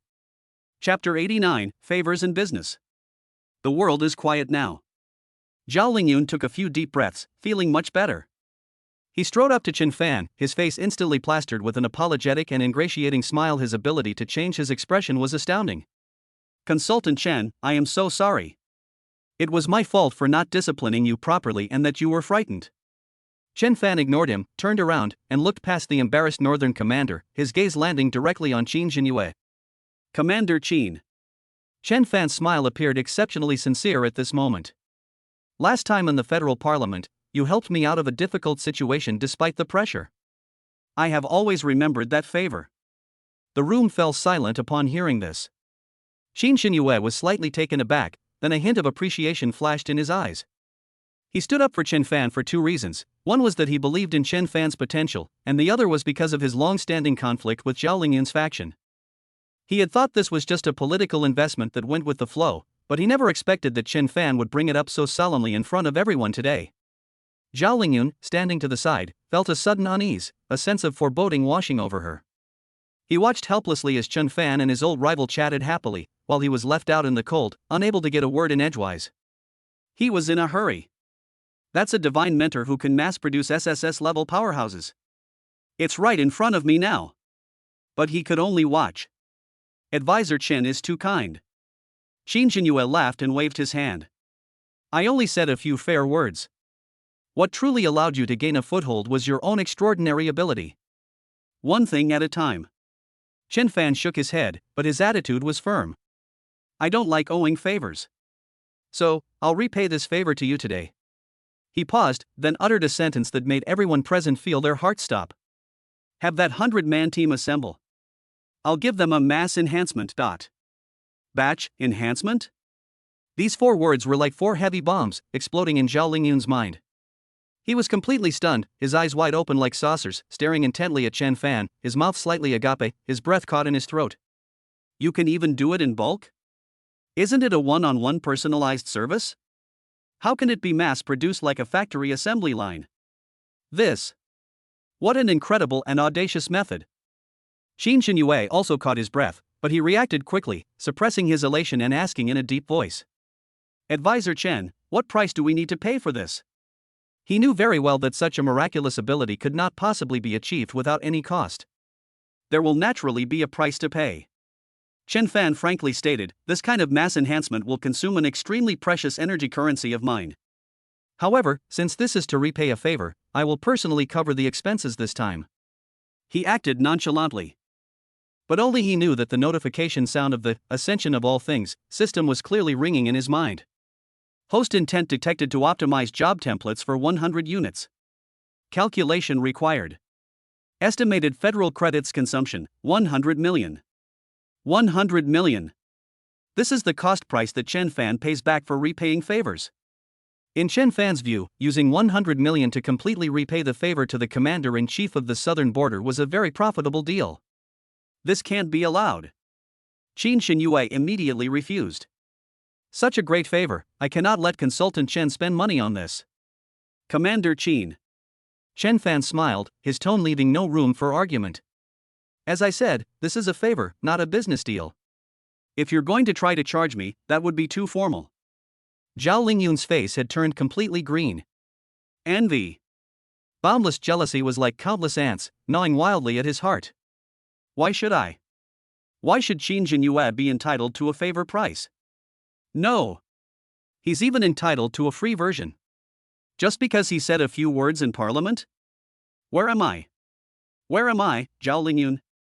Just because I targeted you in parliament? But I even threw my own nephew out to make you feel better. Isn't this an immense favor? The price I paid is far greater than what you, Qin Xinyue, could have paid with just a few words. Zhao Lingyun felt like he was going crazy. He stared at Chen Fan with longing in his eyes. It looked just like a little dog that had been forgotten in a corner by its owner, wagging its tail anxiously. However, Chen Fan and Qin Xinyue didn't even look at him again. Seeing Chen Fan's resolute attitude, Qin Xinyue stopped being coy, his eyes filled with tears, and patted Chen Fan's shoulder heavily. Good. I, Qin Xinyue, will remember this favor. From now on, if there is any need for my service, the southern military region will do our utmost, even at the cost of our lives. He immediately turned around and ordered his adjutant, pass on my order. Nando squad, assemble. Soon, 100 soldiers, dressed in the distinctive black combat uniforms of the Southern Territory and exuding a sharp aura, marched in perfect unison before Chen Fan. Each of them exudes a fierce and menacing aura. They are true veterans of countless battles. They looked at the excessively young man before them with a mixture of curiosity and awe. Chen Fan didn't waste any words. He simply raised his right hand casually. Buzz. A soft golden light curtain unfolded before him. This move once again stunned everyone. Zhao Lingyun's eyes almost popped out of their sockets. What kind of ability is this? I've never seen anything like it. Chen Fan simply stretched out his finger and lightly swiped it across the light screen. That's all? Zhao Lingyun muttered to herself unconsciously. Before he could finish speaking, something unexpected happened. 100 golden beams of light, visible to the naked eye, descended from the sky like divine punishment, precisely enveloping every member of the Southern Dipper team. Ah! My body! It's so hot! And there's such a powerful force. The soldiers gasped in surprise. They could clearly feel a warm and powerful force washing over their bodies and changing their profession. Even the hidden injuries they sustained from the long battle were rapidly healed under this power. In just over 10 seconds, the light faded. Roar! 100 soldiers raised their heads in unison and let out a powerful roar that shook the heavens. Each of them exuded a much stronger aura than before. Miracle! This is a fucking miracle! Zhao Lingyun was completely dumbfounded. He stood there with his mouth agape, drooling without him even noticing. He stared intently at the transformed southern border soldiers, then glanced at Chen Fan, who looked completely calm and collected. His heart felt as if it were being gripped tightly by an invisible hand, the pain making it hard for him to breathe. Those soldiers should have been his. This honor, this miracle, should have been bestowed upon his northern military district. Master Chen! Master Chen! Finally, Zhao Lingyun could no longer hold back. He practically scrambled to Chen Fan's side, his old face beaming with a smile, his tone extremely humble. Look at this. It's cold outside, and you've worked hard too. How about we go inside first, have a cup of hot tea, and then help out with that bulk stuff for our northern territory too. He rubbed his hands together, his eyes were bloodshot, and he looked so impatient that he had lost all semblance of the dignity of the northern commander. Chen Fan finally turned his gaze to him, a warm, spring-like smile on his face. Commander Zhao, don't be in such a hurry. He said slowly, Commander Qin's gesture is to repay a favor. Our cooperation in the north is a legitimate business project. Business must be conducted according to business rules. Chapter 90, Paying with Blood. Chen Fan's words, business must be conducted according to business rules, plunged Zhao Lingyun's heart into despair. He watched Qin Jinyue's transport ship disappear into the horizon, as if he could see the future glory of the northern military region also fading away. He knew that he was going to be ripped off today. But for the future of the north, and to avoid being completely left behind by the south, he had no other choice. Master Chen.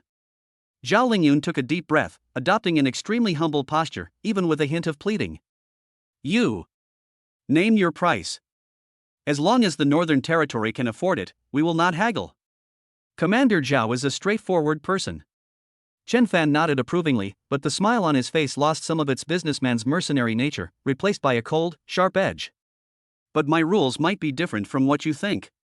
Unlike how he had dealt with Qin Jinyue, he did not immediately deploy the light screen to operate it. Instead, he slowly extended a finger. The first condition, and also the most important condition. Chen Fan's gaze passed over Zhao Lingyun and looked toward the magnificent defensive line stretching across the ice plains like a giant dragon in the distance, the Great Wall of the North. Commander Zhao, you've been guarding this northern wall like a gecko for far too long. Gecko? Zhao Lingyun was taken aback, not understanding the meaning of the word. Chen Fan gave a cold laugh and explained. They just lie on the wall, passively defending themselves. When the monsters come, you guard them. Once the monsters retreat, you can rest and regroup. You are content to keep threats outside the wall, but you never think of taking the initiative to go out and completely wipe them out of this world. These words, like sharp ice picks, pierced the hearts of all the northern generals present. What do you know? A hot-tempered general couldn't help but roar. Beyond the Great Wall lie endless layers of monsters. To launch a preemptive strike? That would be to pay with the lives of our warriors. That's right. Holding the line is the best strategy we've learned with countless lives. Young man, don't be so hot-blooded. War is not as simple as you imagine. Immediately, public sentiment was agitated. Zhao Lingyun did not reprimand them, because what they said was also the belief he had always adhered to. Every inch of the northern defenses was built with human life. Stability was the only way to survive. Optimal strategy? Chen Fan chuckled softly, his voice not loud, but it clearly drowned out all the noise. So, my family should die in the city, in the heartland protected by your optimal strategy, right? His voice suddenly turned cold, and a chilling killing intent instantly enveloped the entire scene. The general who had just been shouting was so frightened by this terrifying killing intent that he took 2 steps back, his face turning deathly pale. Zhao Lingyun's heart clenched. Only then did he remember that the young man before him carried a deep-seated blood feud. His goal was never to live in seclusion in a remote corner. My rules are very simple. Chen Fan suppressed his killing intent and spoke slowly and deliberately. From today onwards, the Northern Military District's monthly strategic focus must shift from holding the line to eliminating and suppressing. I want to see reports of your proactive attacks. I want to see your achievements in hunting down demon generals. Instead of hiding behind the wall like this, waiting for the monster to knock on the door again. If you want to strengthen your warriors, trade them for fresh crystal cores. Not those antiques in the warehouse. This. Zhao Lingyun's lips were trembling. This is impossible. They're sending us to our deaths. Your former soldiers are going there to their deaths. But those of me who have been strengthened, when they go, are there to reap the rewards. Chen Fan's tone was full of unquestionable confidence. That's my first condition. Agree, and we can continue talking. No, I'm leaving now. You can continue clinging to your Great Wall and watch Qin Jinyue's mythical legion dominate the Federation's merit list. Large beads of sweat appeared on Zhao Lingyun's forehead. This condition is even harder to obtain than 100 billion. This is overturning his decades-long ideas on military building. Okay, I promise you. Finally, as if all his strength had been drained, he nodded in a hoarse voice. Chen Fan smiled with satisfaction and raised his second finger. Secondly, I want your Northern Military District to immediately establish a hunting fund. Right now, immediately, transfer 50 billion federal credits into it as seed money. 500 billion. This fund.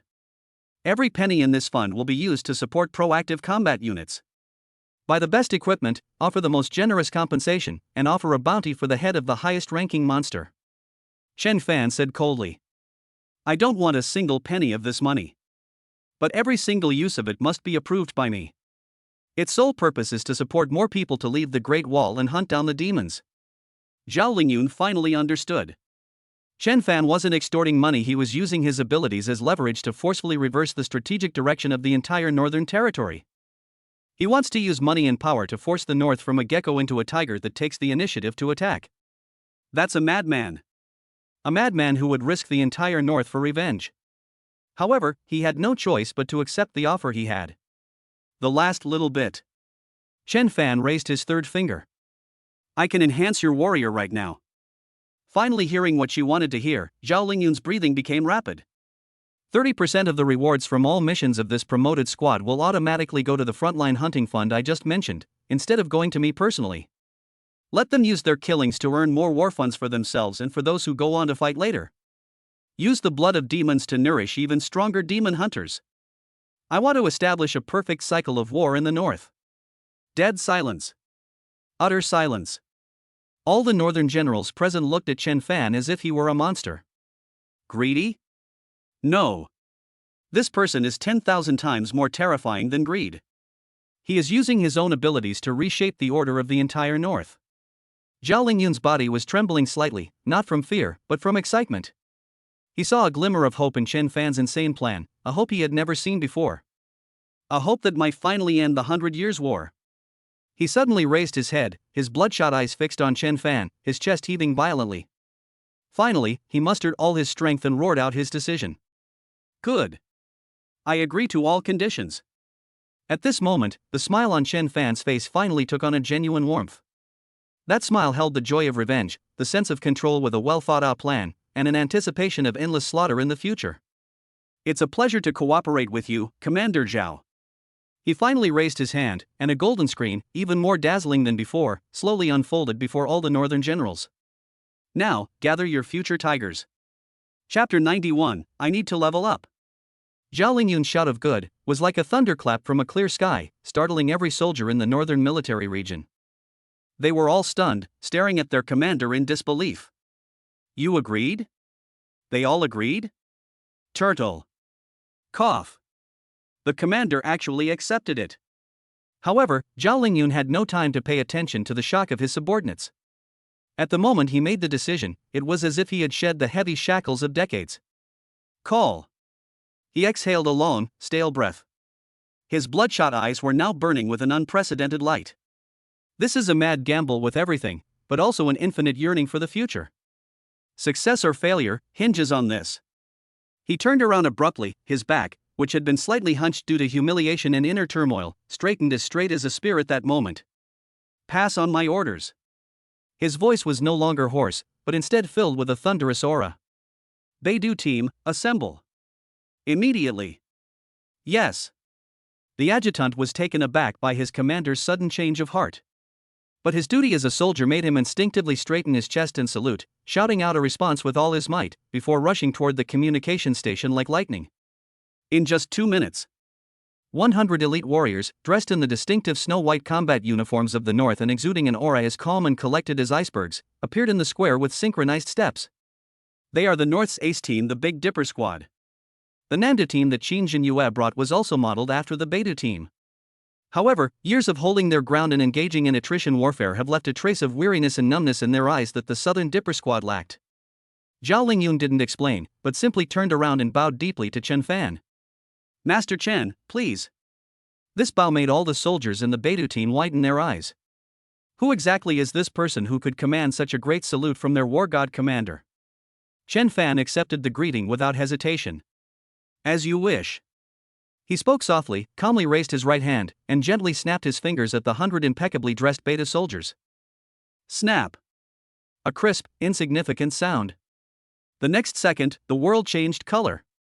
100 beams of light, even more majestic than before, tore through the sky without warning and poured down instantly, precisely enveloping every Beidou warrior. Within the pillar of light, there was only utter tranquility and peace. The grimness and numbness on the soldiers' faces slowly faded under the light.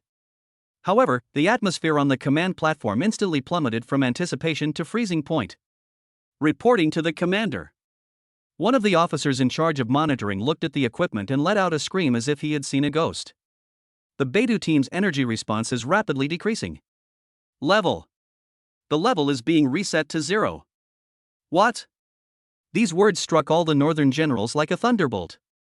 They watched in horror as the energy fluctuations of those 100 of the Northern's most elite warriors, their prized trump cards, were visibly fading, ultimately returning to nothingness. What did you do? The hot-tempered general's eyes were bloodshot, and his finger pointing at Chen Fan was trembling violently. You've crippled them. You've destroyed our northern ace. Commander.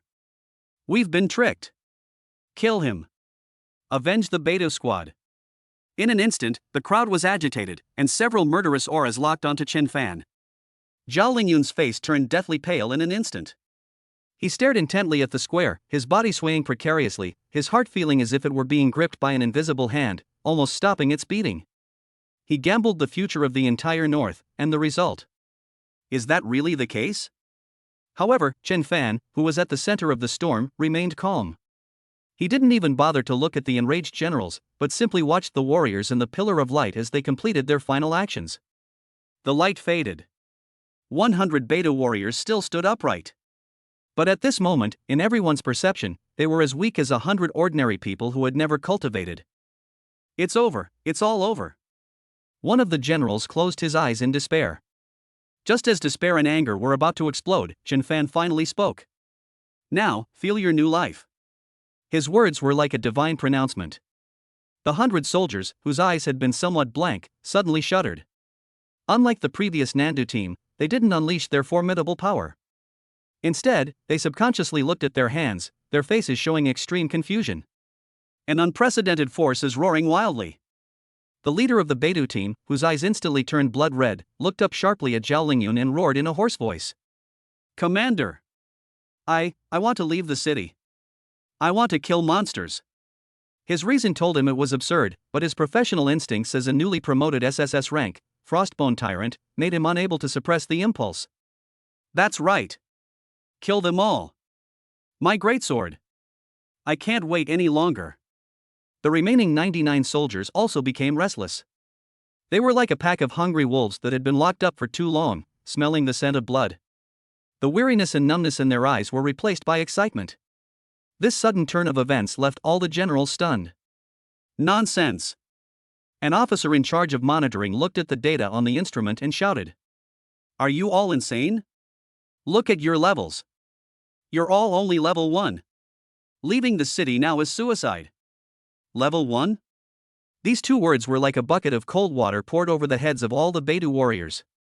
Their bloodlust was instantly suppressed by reason, and they were shocked to look inward and find that their level had indeed dropped to 0 and their bodies were completely empty.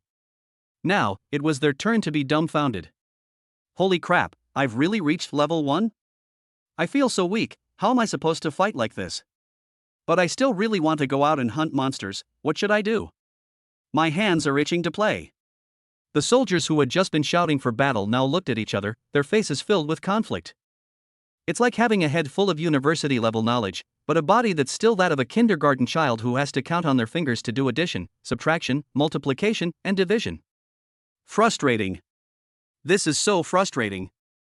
On the command platform, a hot-tempered general, who had almost drawn his sword just moments before, finally came to his senses. He glanced at the rows of bright red LV.1 on the instrument, then at the group of elite soldiers in the square who were scratching their heads and looking uncomfortable. His face flushed, and he awkwardly scratched his head. What a huge blunder! So that's what useless means. Destruction precedes construction. Zhao Lingyun had finally figured it out. Instead of feeling disappointed, he looked at the group of first-class war gods and burst into laughter. Ha ha ha! Good. Very good. His laughter was loud and clear, full of energy, showing no trace of his previous dejection. What are you all standing there for? Didn't you hear me? Zhao Lingyun laughed and scolded. Level 1. You're already level 1? Get the hell out there and level up. Do you think you can reach the top in one step? His outburst, ironically, woke everyone up. Captain Beidou's eyes lit up and he immediately roared. Did everyone hear that? Attention everyone! Target, the lowest level monster area. We're going to level up. Okay. Let's go. Hurry up, I feel like I can level up to level 2 right now. Damn it, I've dominated the northern frontier for over a decade, and today I'm actually stealing monsters from new recruits. How embarrassing. But I'm also so excited. The square, which had just been lifeless, was instantly ignited by a burst of fiery energy. Instead of being discouraged, these top-tier figures were all eager to get started, as excited as elementary school students going on a school field trip.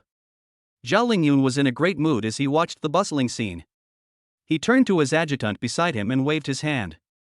Notify logistics to send all the junk that the new recruits are using to them in the warehouse. Also, fence off that lousy area of C9. From today onwards, that will be the exclusive newbie village for the beta squad. Yes. The adjutant saluted, suppressing a laugh, and quickly ran off to relay the order. Chen Fan stood aside, watching the group of people busily preparing for leveling up, a faint smile appearing on his lips. This is exactly the feeling he wants. They transformed a group of desperate gravediggers into a pack of howling wolf cubs eager to conquer new territories. The sense of accomplishment from personally building a force is far more exhilarating than having a few more zeros in your bank account. Chapter 92, Chen Fan's Poverty Alleviation Efforts. The order immediately caused an uproar throughout the Northern Logistics Department. What? You want me to bring out the best enchanted gear from my inventory? No problem. What? Not the best? The worst? The kind of black iron suit used in basic training? Wang, the chubby head of the logistics department, picked at his ear as he listened to the order over the communicator, thinking that his ears had been frostbitten from spending so much time in the freezing cold. Yes. We need the worst. The more basic the better. These are the commander's exact words. The adjutant roared from the other end. Hurry up. The beta team is waiting for their rice to cook. I'll go right away. Wang Ponzi hung up the call and looked at his subordinates with a bewildered expression. Did you all hear that? Dig out all our old recruit junk that's been gathering dust in a corner for decades. Clean it up and send it to the beta squad. Everyone in the logistics department was stunned. Give the ace of aces the stuff that even greenhorns wouldn't bother with? What's this new trend? Even if you don't understand it, an order is an order. In an instant, the entire logistics warehouse was filled with clanging and clattering as a group of people hurriedly dragged out piles of the most basic iron swords, leather armor, and wooden shields from the corner. On the square, the soldiers of the Beidou team fell silent as they looked at the new equipment that had been delivered to them. Damn, this broken iron sword is as light as a toothpick. A soldier weighed the sword in his hand, his face full of disdain. You're lucky. Look at my leather armor, it even has holes from worms. Ha ha ha ha. Captain Beidou picked up a wooden shield with peeling paint, and instead of being angry, he smiled. Damn it, I haven't used this thing in almost 20 years, I actually miss it a bit. I'll just make do with it. Anyway, it's enough to kill a level 1 demon hound. That's right. Something is better than nothing. Let's do it. Let's go. If we're late, all the monsters will be taken by the new recruits. Instead of complaining, the soldiers happily put on their antique gear, joking with each other, creating a lively atmosphere as if they were going on a group outing. Hey! You three come too. The captain of the Beidou team greeted the 3 people who had been used as test subjects by Zhao Lingyun. Old Ma, Mad Dog Lin, Su Xiaoxiao. In the corner, 3 furtive figures peeked out. Not long after being strengthened by Chen Fan, Qin Xinyue came to interrogate him. This led to the 3 of them being completely forgotten. Fortunately, the captain shouted it out. The 3 of them scrambled and stumbled as they hurriedly joined the leveling up group. On the command platform, Zhao Lingyun watched this scene with a smile that never stopped. Beside him, the hot-tempered general who had almost drawn his sword earlier approached, his old face flushed, and rubbed his hands awkwardly as he spoke to Chen Fan. Master Chen, I was blind to your greatness just now. Please forgive me, a rough man like you. Chen Fan didn't even look at him, only giving a faint hum. The fiery general didn't feel slighted at all, on the contrary, he felt as if he had been granted a pardon and kept chuckling foolishly. Just then, Zhao Lingyun walked up to Chen Fan, his expression becoming much more serious. Master Chen, about the money. He spoke somewhat shyly. The north is poor and has been on the defensive for years, with high expenses and little profit. But rest assured, even if I have to sell the entire northern military region, I will still show you my sincerity. Need not. Chen Fan finally spoke, interrupting him. This won't do. Zhao Lingyun became anxious. Chen Fan's tone left no room for argument. I already said, we'll exchange them for crystal cores later. I like rules. And I value something else more than money. Zhao Lingyun was taken aback. Please speak. Chen Fan's gaze fell upon the Beidou team, which was fully prepared and about to head to the beginner village, and a slight smile appeared on his lips. I value your growth rate more. As soon as he finished speaking, his personal terminal vibrated slightly. A transfer notification popped up. Your federal bank account has received a transfer of 15 billion federal dollars. 15 billion. Zhao Lingyun still transferred the money. Just as Zhao Lingyun was filled with emotion and rejoicing that he had finally latched onto this powerful patron, Chen Fan's voice rang out again. Take the money back. Ah? Zhao Lingyun was stunned, thinking she had misheard. Chen Fan pointed to his personal terminal, where the 15 billion yuan transfer record on the screen was particularly glaring. I don't lack money. He said casually, I have no interest in this kind of thing. After saying that, Chen Fan clicked the refund button. Zhao Lingyun. All the generals who heard this were speechless. Good heavens. 15 billion. You just say you're not interested? Isn't this Master Chen's level of pretentiousness a bit too high? Zhao Lingyun was completely dumbfounded. He asked cautiously, then. Master Chen, what do you mean? He didn't understand. If it's not for money, is this person really a living saint, here to do good deeds like Lei Feng? But there's no such thing as a free lunch in this world. Zhao Lingyun was completely stunned. His mind raced, and after a few seconds, he finally grasped the meaning behind it. It's not that he doesn't want money. According to his previous statement, he wants to exchange the money for crystal cores. Can. Why? To high-level experts, the energy inside low-level crystal cores is extremely mixed and indistinguishable from garbage. While high-level crystal cores are precious, the Northern Territory itself needs them, and their production is scarce. This Master Chen can turn stones into gold and create SSS-level mythical professions with a wave of his hand. What does he need so many low-level crystal cores for? Are you playing with marbles? Zhao Lingyun couldn't understand it, but he knew he didn't need to. He only needs to understand one thing. This is fantastic news for the North. He was originally worried that the subsequent strengthening costs would be astronomical, and would probably drain the entire Northern Territory's coffers. But what about now? Doesn't that mean his soldiers go to level up and fight monsters, and the crystal cores they get are given directly to Chen Fan, who can then help strengthen the next warrior? The actual cost that the North needs to pay for this inbound and outbound journey is so low as to be negligible. This is hardly a transaction. This is clearly poverty alleviation. I understand. Zhao Lingyun's voice trembled with excitement. He patted his chest and loudly promised. Master Chen, rest assured. From today onwards, you will own all magical beasts produced in the Northern Territory. We'll work for you. Take all the crystal cores that exploded. Chapter 93, Patriot Wang Teng. Master Chen's righteousness is truly admirable. Zhao Lingyun took a deep breath and gave Chen Fan a solemn military salute once again. This time, all the northern generals behind him spontaneously followed him, paying the highest tribute to this young man who looked to be no more than 20 years old. Not far away, two young men in brand new junior officer uniforms were completely dumbfounded. These two were Lu Li and Zhao Feng, who had come to the northern border to join the army with Chen Fan. One of them had some family connections in the northern military region, and the other was related to Zhao Lingyun by a distant degree. They were also promoted to become trainee staff officers by Zhao Lingyun's side because of their good performance in the previous Warcraft Siege War. At this moment, the two of them stood dumbfounded in the corner of the command platform, feeling their worldview being repeatedly crushed. I knew Chen Fan was awesome, but this is just too awesome. When Chen Fan was summoned to Tiandu by Zhao Lingyun, Zhao Feng and Lu Li were worried for a while. They only breathed a sigh of relief when Qin Shiyu sent them a message saying that Chen Fan was alright. But after such a long time, I hadn't seen Chen Fan. The next time we met, he was by the commander's side. Am I dreaming? Zhao Feng pinched his thigh hard, wincing in pain. Is that really Chen Fan? Nonsense. Lu Li's Adam's apple bobbed as she swallowed hard. But what exactly happened? How could the commander and the others? Why does it sound like worshipping a god? What baffled them even more was that, standing quietly beside Chen Fan, the godlike figure who was the center of attention, was a stunningly beautiful figure. Qin Shiyu. She stood there quietly, like Chen Fan's shadow, oblivious to everything around her. Zhao Lingyun and the other bigwigs, although they clearly saw her, all looked away as if they had agreed beforehand, without any intention of greeting her.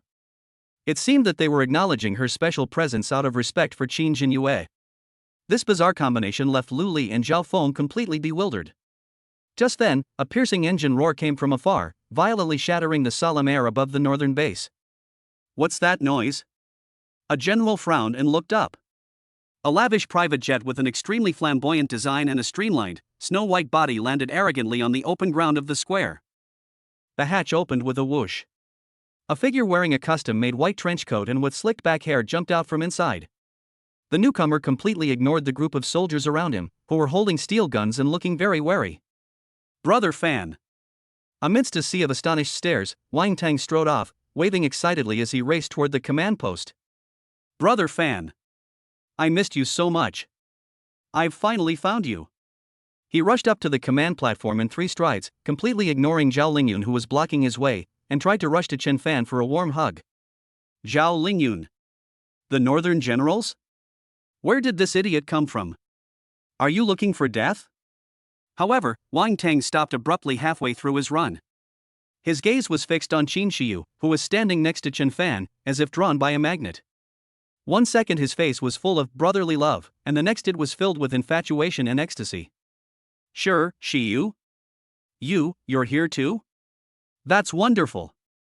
Sima Zhao's expression, revealing his true intentions to everyone present, instantly made the old foxes in the room realize what he was thinking. So it turns out this kid came for that guy from the Qin family. Zhao Lingyun frowned. He recognized this kid. He was the precious darling of the Tiandu Wang family.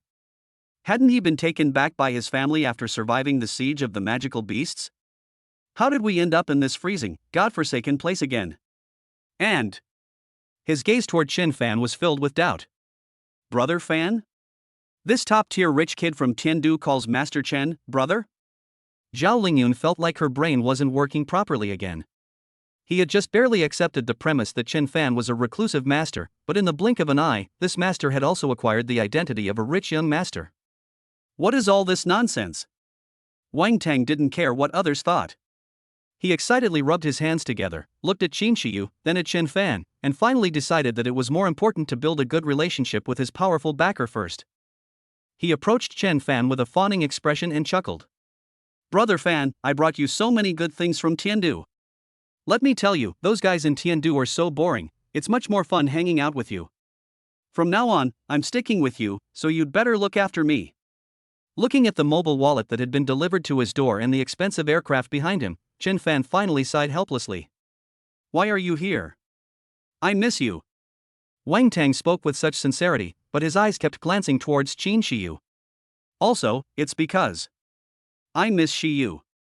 The undisguised statement, "I miss Shiyu," instantly made the atmosphere on the command platform incredibly strange.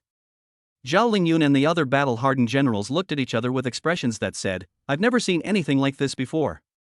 They had never seen such a stubborn and arrogant spoiled brat. This is the northern defense line. The front line of the Federation's defense against the monster invasion. This isn't Tiandu back garden for picking up girls. If it weren't for the fact that this kid kept calling him Brother Fan so affectionately, he probably would have been dragged away by the guards and put in solitary confinement long ago. Zhao Lingyun's lips twitched. He turned to the side, looked at Chen Fan with a questioning gaze, and lowered his voice. "Master Chen, who is this?" Before Chen Fan could speak, Wang Tang had already approached him familiarly, putting his arm around Chen Fan's shoulder although Chen Fan subtly dodged it, and grinning at Zhao Lingyun and the others, revealing a set of white teeth. "Hello everyone, I'm Wang Tang, Brother Fan's #1 underling." He patted his chest, looking proud, as if being Chen Fan's little brother was some kind of supreme honor. Zhao Lingyun. He felt his blood pressure soaring. This kid is not only a simpleton, but also completely clueless. Didn't you see who was standing next to Master Chen? That's the apple of the Qin family's eye. You think you can just spend time with someone like that? More importantly, didn't you see that Master Chen himself hasn't said anything? Just as Zhao Lingyun was pondering whether to use his authority as commander to get rid of this eyesore, Chen Fan finally spoke up.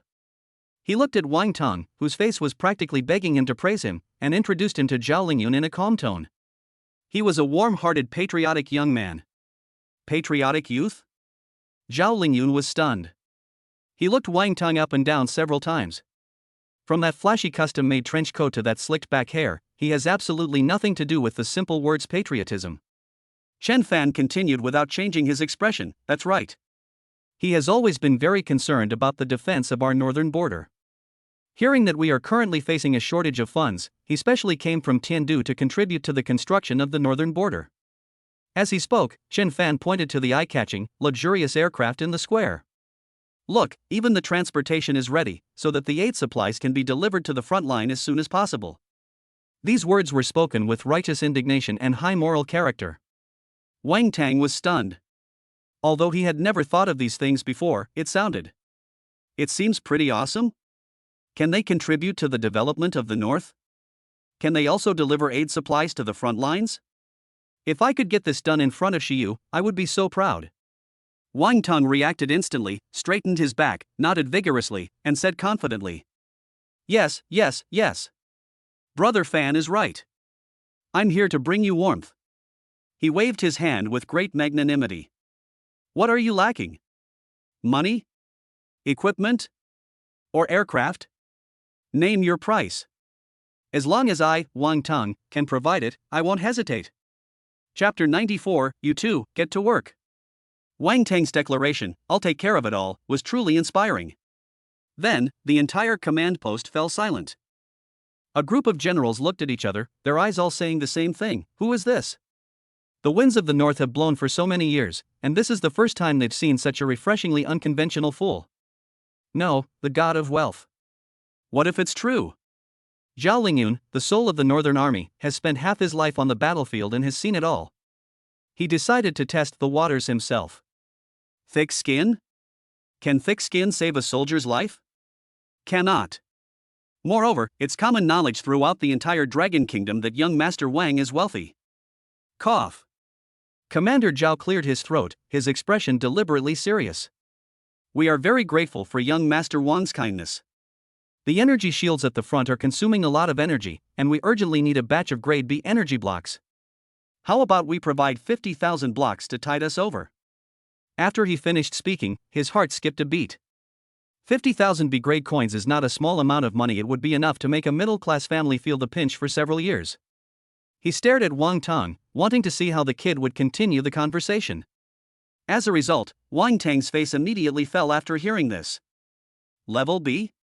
His voice suddenly rose, like a cat whose tail had been stepped on. Commander Zhao, who do you think you are? That B-grade thing doesn't even deserve to be called an energy block. It's full of impurities, and it doesn't keep you full for long. Even a dog wouldn't use it. If word gets out, people will think our northern defenses are starving. Zhao Lingyun was completely dumbfounded. Us. This is what we've always been using. Wang Tang didn't give Zhao Lingyun a chance to explain at all. He waved his hand dismissively. If we're going to use it, we need grade A. It has to be grade A. Here's 100,000 yuan to start.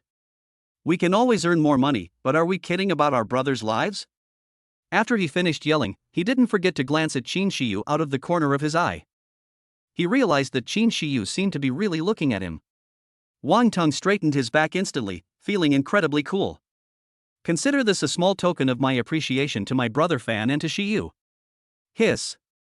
A collective gasp of astonishment rippled through the command post. The generals who had just thought this kid was bragging now looked at him in a completely different light. This is not a spoiled brat. This is a living god of wealth. Just as Wang Tang was enjoying the spotlight, a discordant voice rang out. Wang is a heroic student, but when it comes to protecting our country, our Zhao family can't just stand by and watch. Zhao Feng stepped out of the crowd and stood directly next to Wang Tang, clearly indicating that he wanted to challenge him to a duel. He first saluted Zhao Lingyun, then looked at Wang Tang and said with a forced smile. Our Zhao family also contributed 100,000 grade A energy blocks. Consider it my way of sending my father's greetings to the soldiers of the northern border. The smile on Wang Tang's face froze. He turned his head and stared intently at Zhao Feng, his eyes practically spitting fire. Damn it, where did this Cheng Yao Jin come from? Trying to steal my thunder? Why don't you just focus on pursuing your senior, Lu? Zhao Lingyun was almost laughing herself to death. What's going on? Did I step in dog poop today? It's like a pie falling from the sky, buy one get one free? He looked at Wang Tang, then at Zhao Feng, and was so happy he couldn't stop smiling. Good. Good. They are all fine sons of our federation. Not far away, Luli watched Zhao Feng, who dared to confront Wang Tang head-on, and her eyes gleamed with a different kind of light. Feeling the goddess's gaze, Zhao Feng puffed out his chest even more. Wang Tang's anger flared even more upon seeing this. Grass. Not only did he steal my thunder, but he also flirted with girls right in front of me? How can we tolerate this? Oh. Wang Tang sneered and took a step forward. What's the use of just having energy cubes? Aren't those wrecked mechs on the front lines going to be repaired?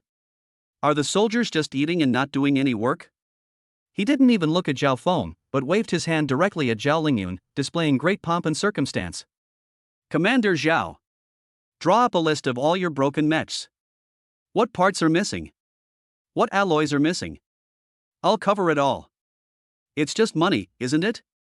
Blatant flaunting of wealth. However, Zhao Feng didn't take the bait at all. Instead, he laughed.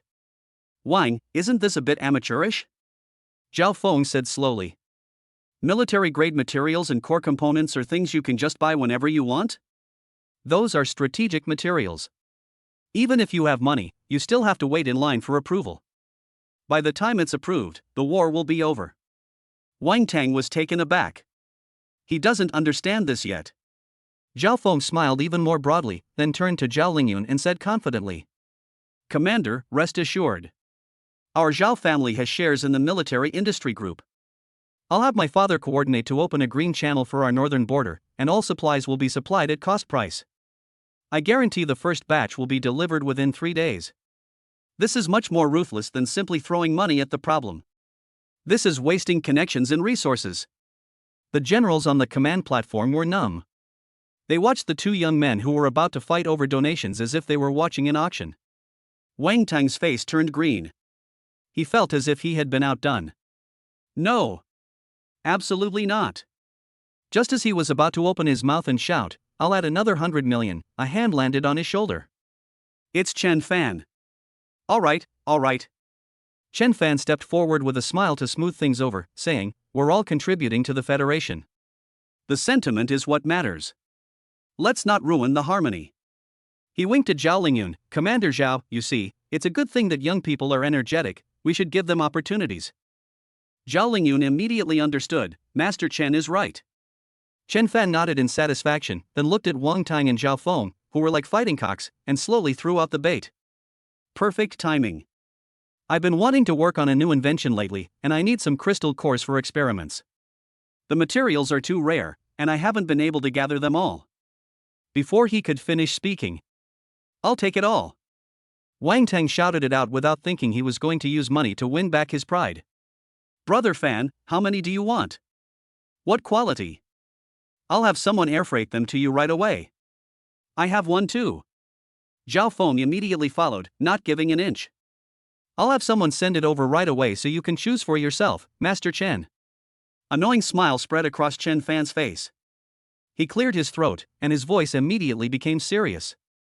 Very good. Since you two are both so enthusiastic, simply contributing money and effort isn't enough. Someone needs to supervise you to ensure these valuable resources are used effectively. He glanced around, his gaze finally settling on Wang Tang and Zhao Feng. I have decided to establish the Northern Frontier Compassionate Assistance Supervision Team. Wang Tang, you're in charge of the money. I'm appointing you as the team's chief financial officer. All the money will come from you. Zhao Feng, you're in charge of supplies. I'm appointing you as the team's chief logistics officer. You'll be fully responsible for all procurement and transportation of supplies. Chen Fan's voice was firm and resolute. The task of this team is to implement everything I just mentioned, as well as everything you promised, in the shortest possible time. Wang Tang and Zhao Feng exchanged a glance. Chief Financial Officer? The one who manages the money. Sounds more impressive than that errand-running logistics officer. Chief Logistics Officer? In charge of supplies. A powerful figure. Sounds better than that empty shell who just does the accounting. Both of them felt that their positions were one level higher than the others, and they instantly felt pleased. Yes, sir. Mission accomplished. The two shouted almost simultaneously, each trying to outdo the other, as if afraid of being drowned out. Seeing this harmonious scene, Zhao Lingyun and the group of generals were overjoyed. What kind of divine service is this? The god of wealth not only delivered money to their door, but also personally kept one person in charge of accounting and another in charge of goods. This service is so thoughtful. Only Chen Fan, looking at the two chief officers who were on steroids, had a slight smile on his face. Very good. A mobile wallet and a free supply chain manager, it's all there. Now you can focus on clearing the land. Chen Fan's revenge plan has officially begun. Slaughter all the demons. Chapter 95, let's get started. The Northern Frontier, the Supreme Command Center. The atmosphere was tense, almost like a brawl was about to break out. In fact, the fighting is indeed about to begin. A large conference table was surrounded by a group of high-ranking officials from the Northern Military Region. Everyone's eyes were fixed on the virtual sandbox in the center. Seemingly lost in thought, Zhao Lingyun, dressed in a crisp military uniform, stood on the head seat with a serious expression. His brows were furrowed tightly together. Everyone. His voice wasn't loud, but it was deep. For the past 10 years, we have been like turtles hiding in their shells, being blocked at the door and scolded every day, and we dare not talk back. But today, things are different. With a wave of his hand, the light and shadow on the sand table changed. Behind the Great Wall of Steel lies the green territory of the Federation, while outside the wall stretches a vast expanse of blood red that is irritating to behold. Everyone. Look at this red area, it's a den full of monsters. Zhao Lingyun's voice was icy cold. The biggest threat to us is these three companies blocking the entrance. He pointed to the three dark red areas closest to the defensive line. Those wolf cubs to the east are fast runners and carry deadly poison.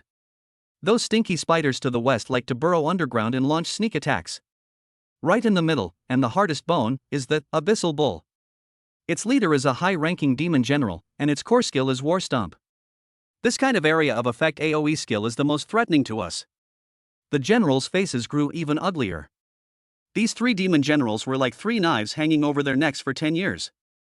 They are eyeing their northern military region with covetous intent. Zhao Lingyun's gaze fell on a narrow canyon in front of the group of bull demon kings. Here, Wailing Canyon.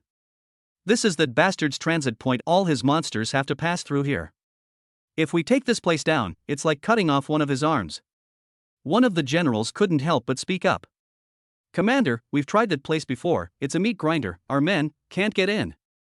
Zhao Lingyun nodded, then changed the subject, looking intently at Chen Fan, who had remained silent. The past is the past. Now, we have him. He recalled the intelligence he had received not long ago, and his voice became excited. Just before that traitor Wei Yan caused trouble, Master Chen led a small team, without reinforcements or supplies, and advanced 300 kilometers north, capturing our current outpost, Blackrock Fortress. If it weren't for that traitor stabbing us in the back, Master Chen's plan would have been interrupted back then, and maybe Wailing Canyon would already be ours by now. Brush. All the general's eyes immediately focused on Chen Fan. Holy crap? 300 kilometers? What kind of international joke is this? One person leading a small team? Is this something a human being could do? Are you kidding me? Amidst the stunned gazes of everyone, whose jaws nearly dropped to the floor, Chen Fan finally spoke. Commander Zhao, my men are ready. Zhao Lingyun had been waiting for these words. Good. He slammed his hand on the table and roared. I command, from this moment on, stop defending. Strike out. The core task of the counter-offensive will be entrusted to a new team. He looked intently at Chen Fan. I hereby announce the establishment of the Dragon Kingdom's first special vanguard team. Codename, Myth. Supreme Commander, Chen Fan. You are fully in charge of this counterattack. Anyone have any objections? The entire conference room was completely silent. The generals looked at the excessively young Supreme Commander and felt a mix of emotions.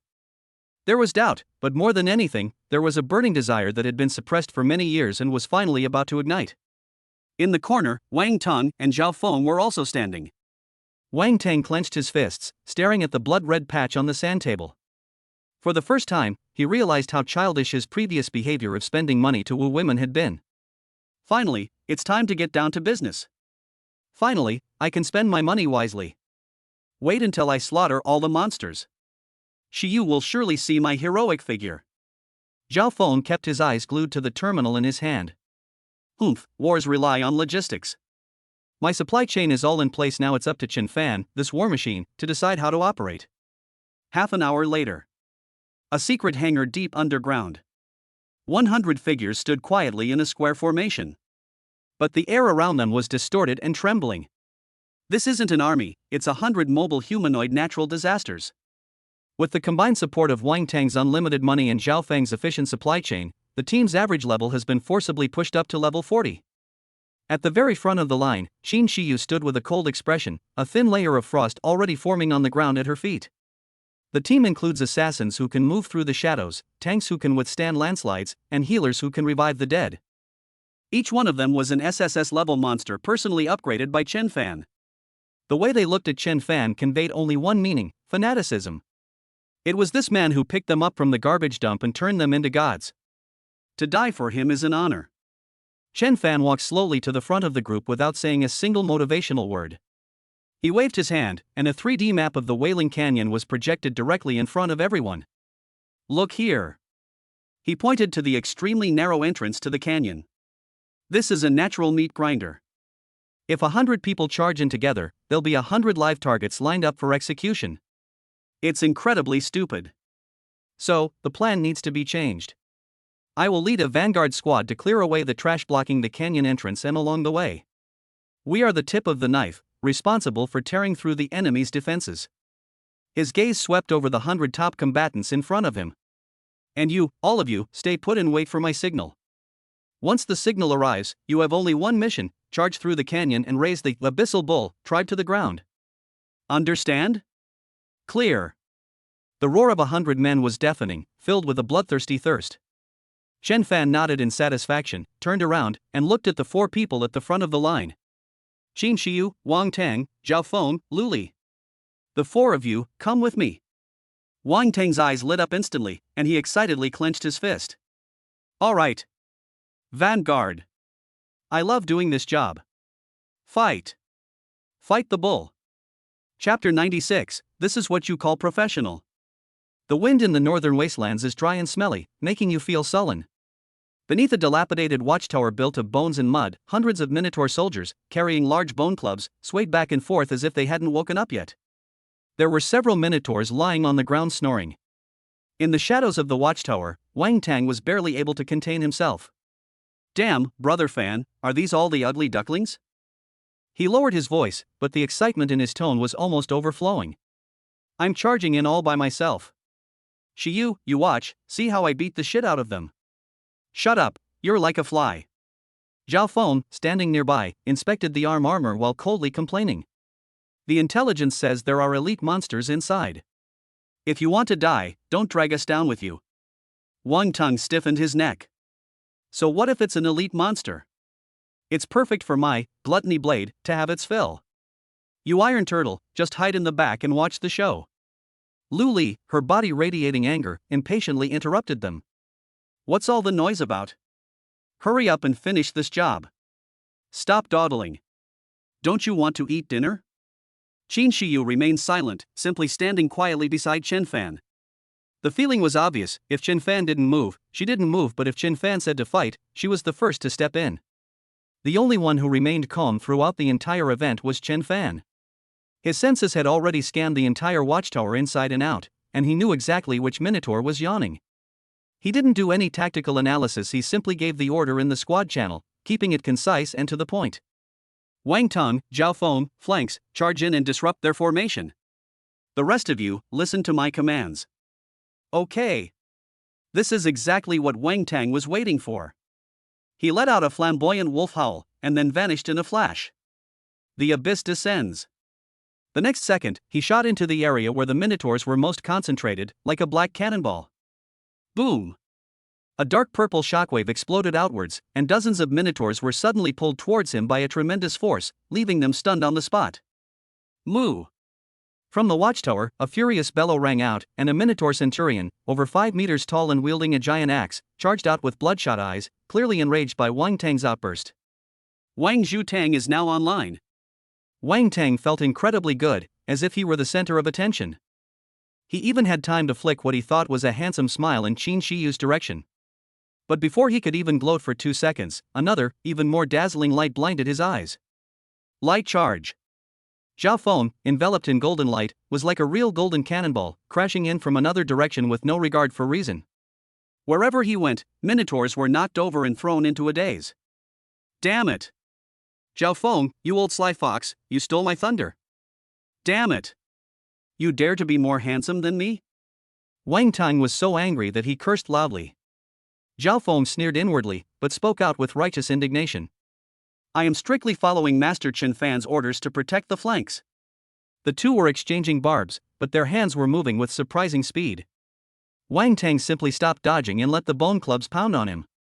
Harm? Whatever. Tyrant's body makes his attacks more ferocious as his health drops.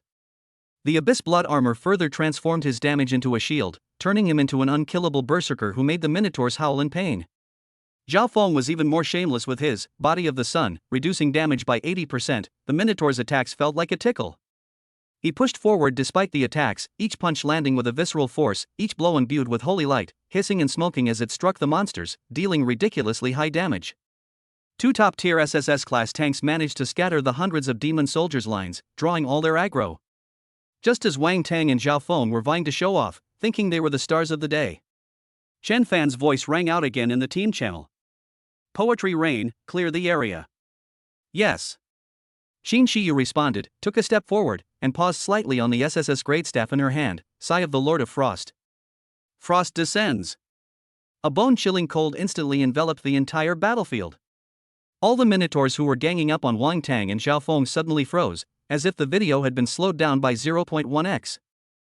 The imposing Minotaur centurion's angry expression was still frozen, half of his body was frozen into an ice block. The whole world fell silent. Wang Tang was engrossed in chopping when he suddenly felt the pressure around him vanish. He turned around and was dumbfounded. The Minotaurs that were just moments ago lively and energetic have now all been transformed into lifelike ice sculptures. This.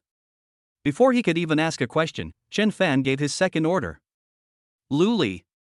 Clear. Lu Li's figure had already leaped into the air. She was like a small sun, her hands raised high. The Burning Heaven battle intent was already fully stacked, and endless fireballs condensed behind her, densely packed and blotting out the sky. Meteor shower. Boom, boom, boom, boom, boom. The next second, fire rained down on the ground. The Minotaurs, frozen solid at absolute zero, have extremely fragile bodies. The scorching fireball struck them, and they immediately began to shatter. Ice cubes and bits of meat flew together, and charcoal and blood were mixed together. The scene was like throwing a warehouse full of popsicles into a steel furnace. In just over 10 seconds. When the fiery rain from the sky stopped, apart from the small patch of ground where Wang Tang and Zhao Feng had stood, there was no longer a single intact Minotaur to be found on the ground. The scorched earth was covered with a mixture of ice crystals and debris. Wang Tang. Zhao Feng. The two looked at each other and saw the same word in each other's eyes: grass. So all that effort we just put in here, pulling monsters and taking damage, was just to become targets for them, making it easier for them to deal with area of effect attacks? Wang Tang opened his mouth, but after a long pause, he managed to stammer out, "That's all? Otherwise what?" Luli landed lightly and dusted off her hands. "All done, that's efficient." The four of them instinctively looked at Chen Fan. The hunter talent made him feel great, and his strength on the panel jumped up a little more. Looking at the Wailing Canyon in the distance, which resembled a gaping abyss, Chen Fan finally moved. He turned his head, looked at Wang Tang and Zhao Feng, who were still in a daze, and said calmly, "Don't just stand there. That's just an appetizer, the main course is about to begin." Chapter 97, With power, one can do whatever one wants. The expressions on Wang Tang and Zhao Feng's faces were as if they had swallowed a fly whole. It was as interesting as could be. An appetizer. Wang Tang was dumbfounded. He pointed at the pile of bull-headed scum on the ground, where not a single piece of meat could be found, and his voice changed.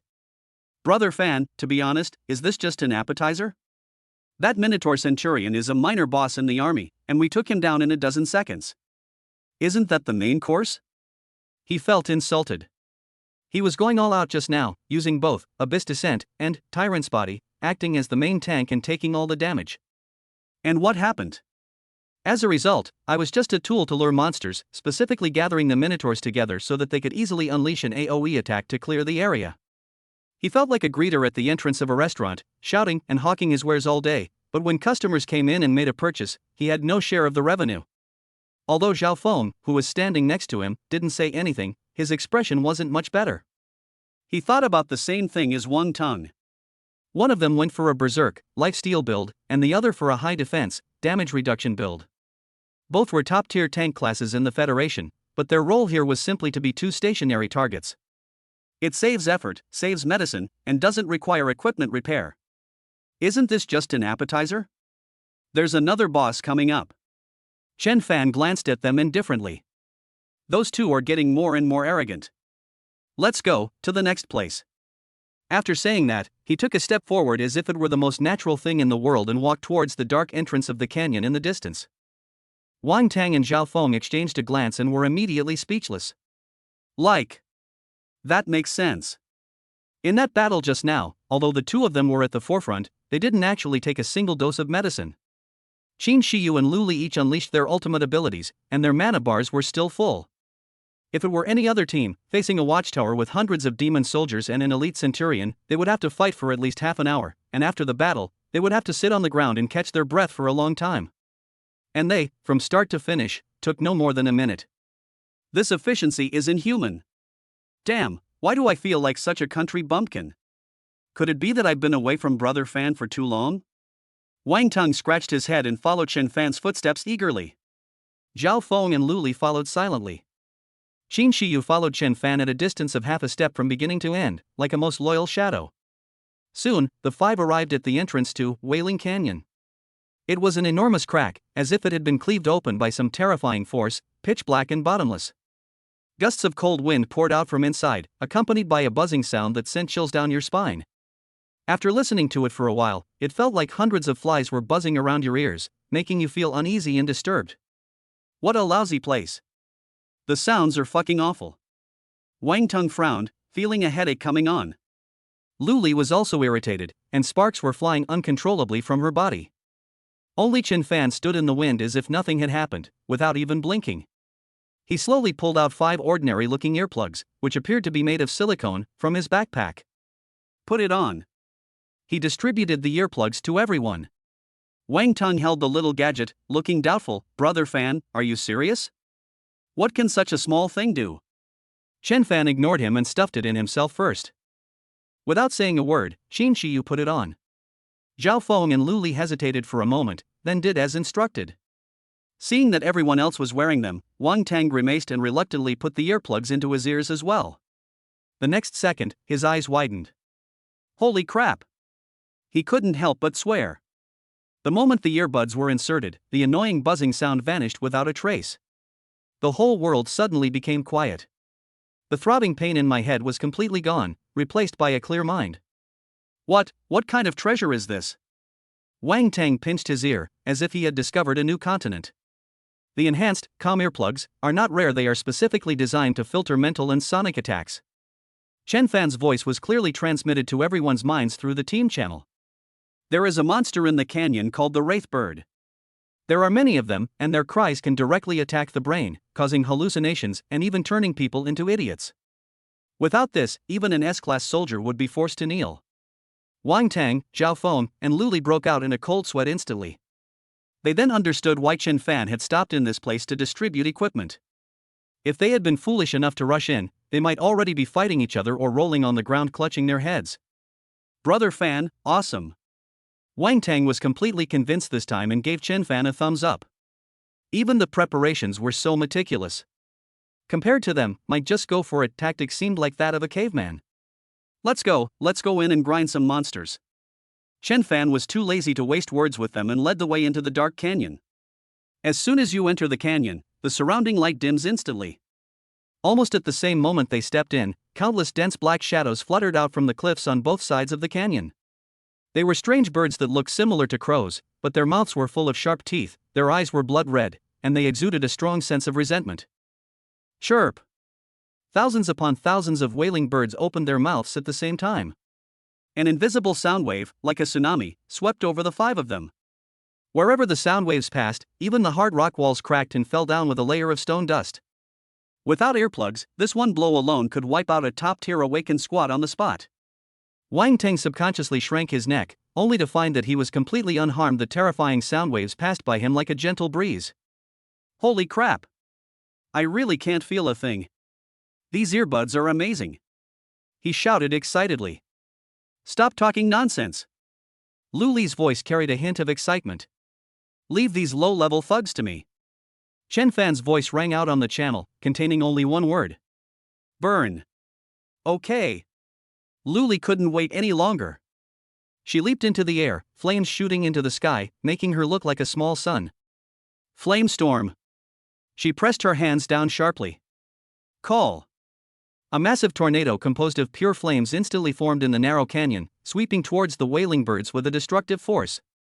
Those grumbling birds are a collection of resentment and negative energy, and what they fear most is this kind of extremely yang and strong flame. Like moths drawn to a flame, they were swept into the firestorm in droves before they could even utter a scream, and were instantly burned to ashes. In less than a minute, not a single living grieving bird could be seen in the entire canyon, and the air was filled with the stench of burnt feathers. Wang Tang and Zhao Feng watched in stunned silence. Their skills were completely useless in this environment. So this time, they've lost even the right to be targets and have been completely reduced to spectators? Done. We're done. Lu Li landed triumphantly and clapped her hands. That's it, gone again? Wang Tang felt that his worldview had been repeatedly refreshed today. In the past, when he was grinding monsters, it was always a spectacular and earth-shattering battle. Today, he was following Chen Fan to fight monsters, and he felt like he was just there for sightseeing. Before he could even understand what was happening here, the battle was already over there. Don't be too happy yet. Chen Fan walked up to a pile of charcoal and kicked it. As a gatherer, he could sense that the materials dropped by these monsters were of very poor quality. This is not a proper meal. He looked up into the depths of the canyon, where it was pitch black and deathly silent. The small ones are all cleared out, the big ones are about to come out. The words had barely left his mouth. Roar. A roar, completely different from that of the grieving bird, filled with violence and madness, suddenly came from the depths of the canyon. The power contained in that roar was terrifying to the extreme. Even from a great distance and after being filtered by the mindfulness earplugs, it still made the ground beneath everyone's feet vibrate. Wang Tang and Zhao Feng's expressions changed instantly. Just from that roar, they knew that the main character was finally about to take the stage. Chapter 98, We're professionals at fighting bosses. That roar was on a completely different level from the chirping of the little birds before. Just listening to it felt like my heart was being squeezed, making me feel both suffocated and panicked. The playful smiles on Wang Tang and Zhao Feng's faces vanished instantly, replaced by expressions that were a mixture of excitement and seriousness. That's right. That's what a real boss is like. What were those two matches just now? What's the point of bullying noobs? Only by defeating such a powerful and impressive opponent can the true value of their SSS level profession be demonstrated. I'll carry it. I'm the main tank. Wang Tang and Zhao Feng shouted in the team channel almost at the same time, afraid that the other would take their spot. Every tank doesn't want to take on the toughest monsters and endure the most brutal attacks. This is their glory. Chen Fan didn't even lift his eyelids, and his voice remained as steady as ever. Wang Tang is the main tank, Zhao Feng provides support from the flanks, and they should look for opportunities to deal damage. Okay. Wang Tang immediately beamed with joy, glancing smugly at Zhao Feng, as if to say, see? Brother Fan still trusts me more. Although Zhao Feng was a little annoyed, he didn't say anything. Chen Fan's order was like a royal decree, he just had to carry it out. Boom. Boom. Boom. Heavy footsteps echoed from the darkness deep within the canyon, growing ever closer, causing the ground to tremble rhythmically. Soon, an enormous black shadow emerged from the darkness. That thing can't even be called a living organism. It was about 10 meters tall, and looked like a huge lump of monster forcibly squeezed together from countless white bones, rotting flesh and blood in black resentment. Its body was covered with countless painful and distorted human faces, its mouths opening and closing but unable to make any sound, only a nauseating resentment emanating from it. Damn, he looks absolutely disgusting. Wang Tang cursed, but the gluttony blade in his hand had already begun to hum excitedly. Wailing aggregate, an S-rank boss monster. Chen Fan's senses had already revealed everything about this guy. This monster has no fixed form, physical attacks are ineffective against it, and as long as the resentment in the canyon doesn't dissipate, it can regenerate indefinitely, making it an extremely troublesome creature. Roar! The howling aggregator spotted the few tiny creatures, its enormous single eye instantly turning blood red, and it charged forward like a madman, its massive foot composed of countless bones. It looked exactly like an out-of-control dump truck. Good timing. Instead of retreating, Wang Tang advanced, roared, and charged forward like a cannonball. He was determined to regain all the face he had just lost. Bang! A loud bang. Wang Tang collided squarely with that lump of rotten flesh. An unimaginable force surged forth, instantly shattering the ground beneath Wang Tang's feet. He was forcefully pushed backward, sliding more than 10 meters, carving 2 deep furrows into the ground. But he persevered. Tyrant's body activated, and a layer of dark red blood energy appeared on his body, his power increasing instead of decreasing. Is that all the strength you have? Trying to tickle your dad? Wang Tang grinned maliciously, his hands firmly bracing against the monster, refusing to retreat an inch. Just then, a golden light flashed from the side. Zhao Feng seized the opportunity and slammed a holy light iron fist hard into the waist of the howling aggregate. Thump! A muffled thud. The howling aggregate swayed, and a large dent appeared where it had been hit, but the next second, countless black wisps surged, and the dent instantly returned to its original state. Damn it! It really is immune to physical damage. Zhao Feng cursed in the channel. His fists were imbued with holy light damage, which was effective against monsters, but when they hit this guy, they only managed to inflict a little damage and didn't break through his defenses at all. Wang Tang fared even worse. His knife struck the monster as if it were hitting a pile of mud. It was limp and powerless, and the wounds healed instantly. Brother Fan! This thing is impossible to break. Wang Tang kept fighting while shouting. He felt like he was carrying a bulldozer that never got tired, with all his output skills having nowhere to go. If this continues, he will eventually be worn down to death. What's the rush? Chen Fan's voice came calmly and slowly. He slowly pulled 2 fist-sized, crystal-clear bottles from his backpack, filled with a golden liquid that looked like molten gold. He casually tossed the 2 bottles to Wang Tang and Zhao Feng. Apply it to the weapon. It's that kind of mysterious and impressive prop again. Wang Tang and Zhao Feng's eyes lit up, and without saying a word, they took the bottle and unscrewed the cap. A warm and sacred aura wafted over me. Just smelling it makes me feel refreshed and relieves a lot of the pressure I'm under. Wang Tang smeared the golden liquid onto his broadsword. Sizzle! With a soft sound, the originally dark purple blade of the gluttony blade instantly lit up with a dazzling golden light, emanating a sharp aura that could shatter all evil. Zhao Feng also applied the liquid to his armor, and the golden holy light almost solidified. Holy crap! This stuff is amazing. Wang Tang felt that the knife in his hand was different. He roared and used all his strength to slash at the howling aggregate in front of him. Put! This time, it no longer feels like chopping through mud. It's the smoothness of a sharp blade cutting through butter. The blade, coated with golden liquid, easily pierced the monster's defenses and slashed deep inside. Roar! The wailing aggregate let out a scream of extreme pain. A large amount of black smoke was emanating from the wound, as if it had been doused with sulfuric acid, making it impossible to heal. It worked! Ha ha ha! Let's try again! Wang Tang was as energetic as if he had been injected with chicken blood, wielding the knife with ferocious skill. Each strike leaves a huge, smoking wound on the monster. Zhao Feng also rushed up, each punch shattering a large patch of black energy, while the golden holy light severely suppressed the monster's regenerative abilities. The once arrogant and domineering S-class lord was now being beaten back by two powerful men with cheat codes, howling in pain. Lu Li and Qin Shiyu were both shocked when they saw this from behind. What is that thing? It's so powerful.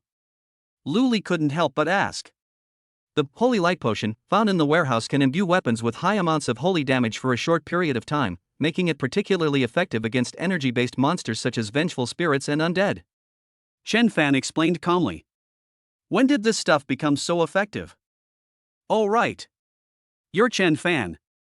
Lu Li muttered to herself, her gaze towards Chen Fan increasingly resembling that of someone looking at a monster.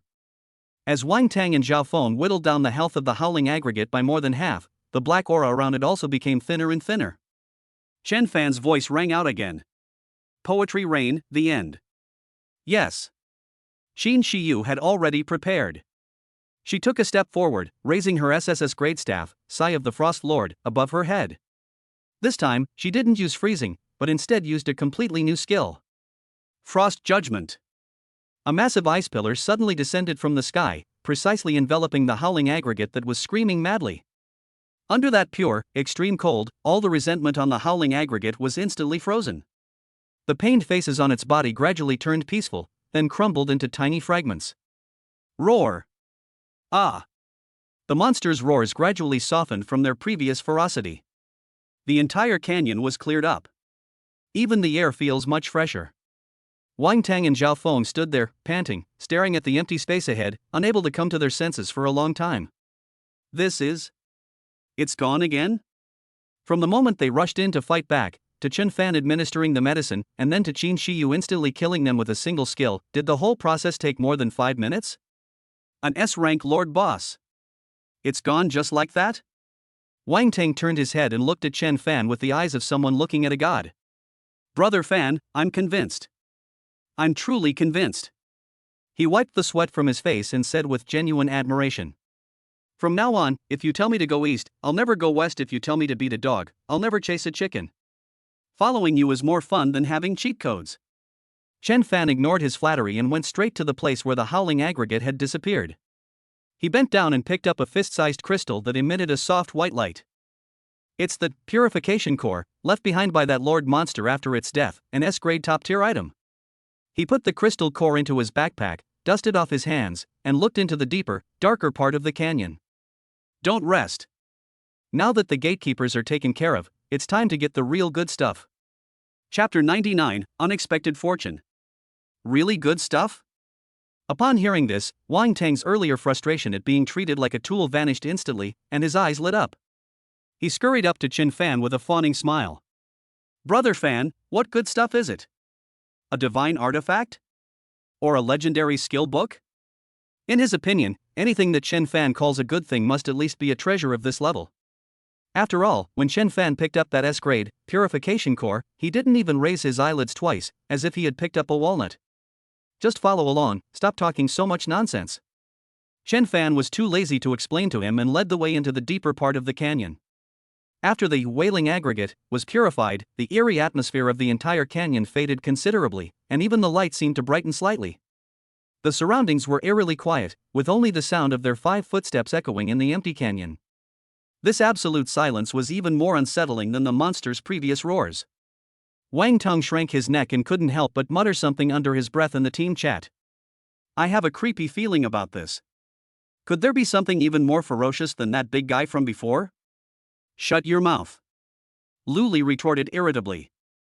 Although Zhao Feng didn't speak, he silently clenched his fists, his whole body gathering holy light power, and he warily scanned his surroundings.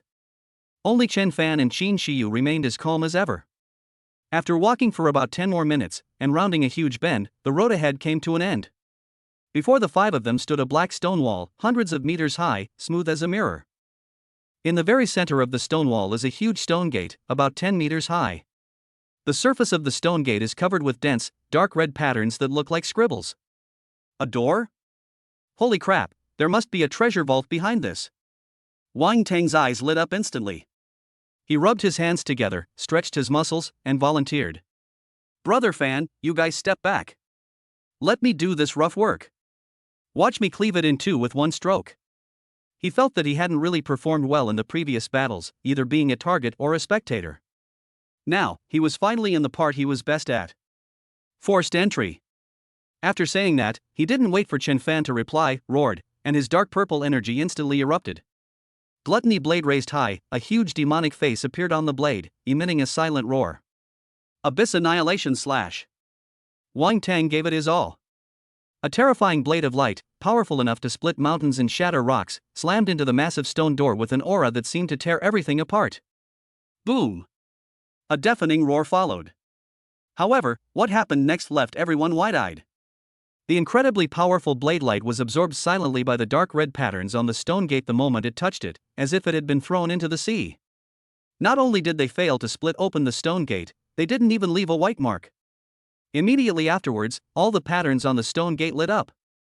Buzz! A dark purple energy, 3 times stronger than Wang Tang's previous attack, rebounded from the door and struck Wang Tang, who hadn't even reacted yet, at an even faster speed. Holy shit! Wang Tang only had time to let out a cry of surprise before he was sent flying backward like a baseball hit with a home run, crashing heavily into the canyon wall dozens of meters away, creating a large, human-shaped crater in which he didn't slide down for a long time. Zhao Feng. Lu Li.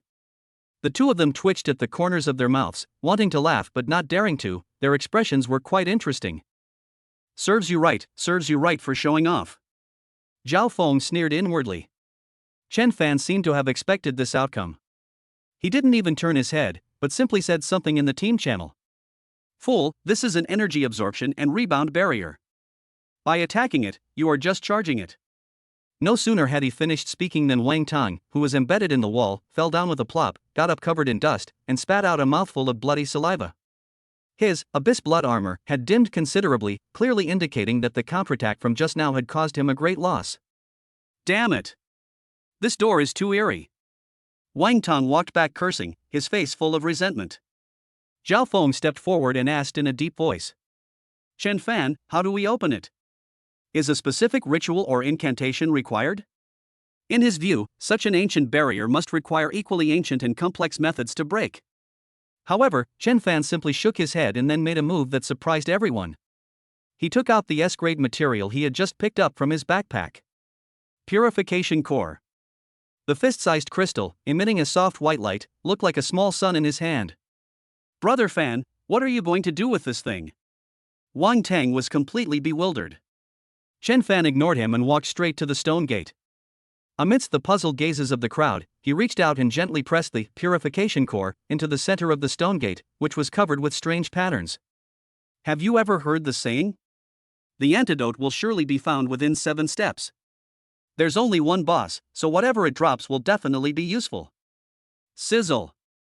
The moment that massive black stone door came into contact with the G-core of purification, it was as if it had met its nemesis. Those dark red patterns emitted a shrill scream, twisted wildly, and then, like a spider web being set ablaze, quickly turned into ashes.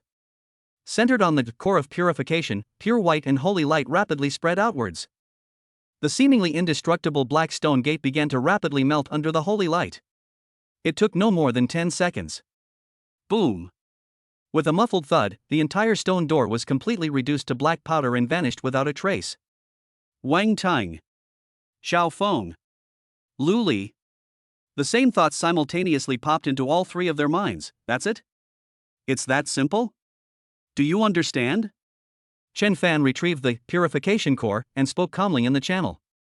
That boss we just saw was the doorman. This purification core is the only designated key.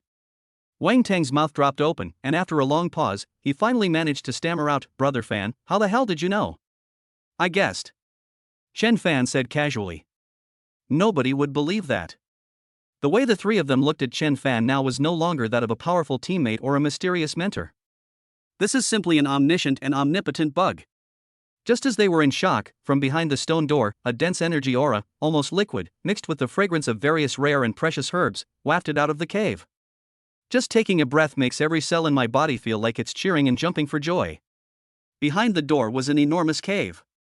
There were no gold or silver treasures in the cave, but what was before them was more intoxicating to the awakened than mountains of gold and silver combined. Rows of shelves made of unknown jade were neatly arranged with countless crystal bottles filled with colorful, sparkling potions. Beside it were several huge boxes, open and filled with all sorts of rare magical materials and ores. I'm fucking mad. Wang Tang was completely dumbfounded, his mouth was practically watering. We're rich. We're rich. Having been exposed to this kind of thing since childhood, he immediately recognized its value. Any one of these potions could fetch an astronomical price on the black market. And here, there are thousands or even tens of thousands of bottles. However, Chen Fan was faster than him. Chen Fan walked up to the shelves and waved his hand. Brush. The entire shelf of medicine vanished without a trace in an instant, all of which he stored in his storage space. Swish. Swish. Swish. Chen Fan waved his hands, and wherever he went, whether it was a medicine shelf or a material box, everything was emptied within seconds. Wang Tang and his two companions stood there dumbfounded at the door, watching Chen Fan go on a shopping spree that was almost like plundering. In less than 2 minutes, the once dazzling cave was completely emptied. Let's go, we'll divide it up when we get back. Boom. Chapter 100, Are there still experts? As soon as Chen Fan finished speaking, "Hurry up, we'll divide it up when we get back," before the group could even take a step, the entire cave suddenly shook violently without warning. Boom. A loud noise came from behind. Wang Tang turned around abruptly, his eyes almost popping out of their sockets. The massive stone gate that had been melted was now visibly reforming at a speed as countless black powder particles gathered together again. In just 3 seconds, a perfectly intact black stone door, exuding an ominous aura, sealed the entrance to the cave once again. Holy crap! The road's gone.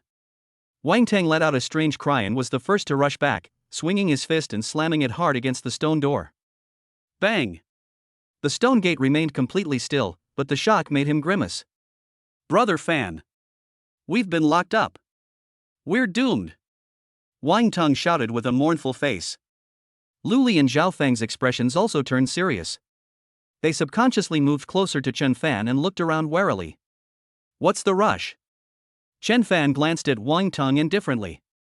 The sky hasn't fallen down. As he spoke, he tossed the S-grade purification core in his hand, seemingly weighing it in his hand. Brother Fan, can this door still be opened? Zhao Feng asked in a deep voice. Able. Chen Fan nodded. However, the energy in this crystal core is almost used up, and it will probably be ruined after one more use. Since we're already here, we might as well go in and take a look. Maybe there's another exit. His relaxed tone instantly calmed the somewhat anxious emotions of the crowd. Since Chen Fan said there's no problem, then there must be no problem. This has become a consensus among everyone in the team. Let's go. Chen Fan led the way deeper into the cave. Help! Help me, glug, let me go, glug glug. Not far into the passage, a muffled cry for help, like someone drowning, came intermittently from the depths of the passage. What was that sound? Wang Tang's hair stood on end instantly, and he gripped the gluttony blade tightly in tension. It looks like a person? Lu Li listened intently, and said with some uncertainty. It sounds like rinsing your mouth?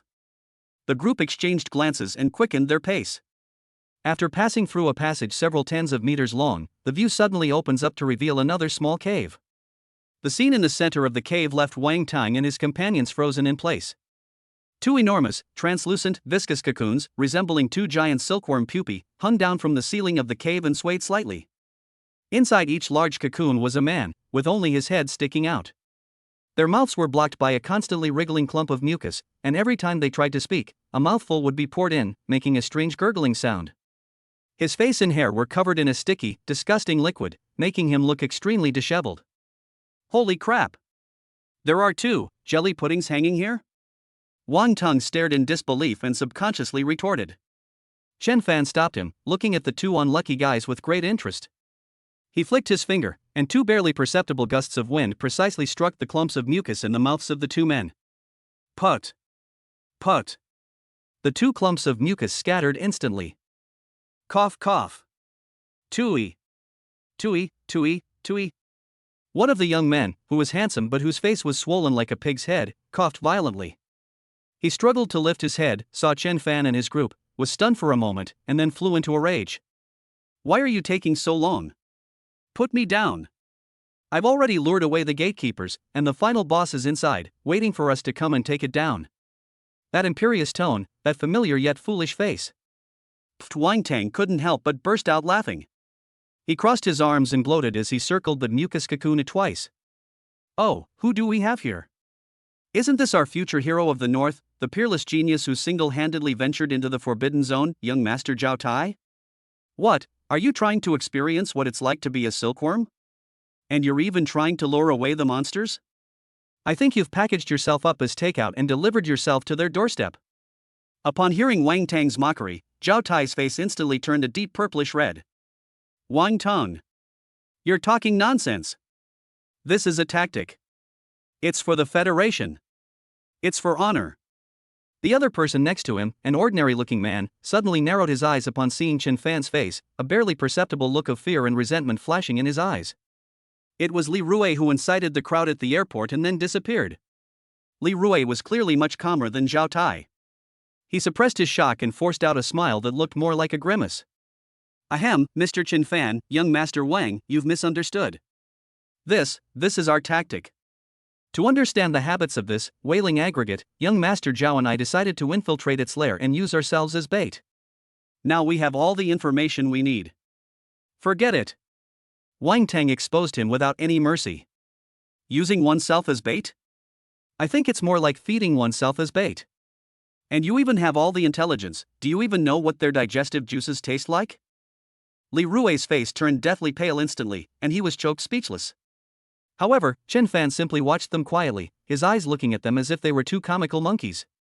I remember you. Chen Fan finally spoke. Back at the airport, one was passionate and the other was full of vigor. They were truly a perfect pair of brilliant minds. He walked up to the two men, looked up at their disheveled appearance covered in slime, and wore a mocking smile.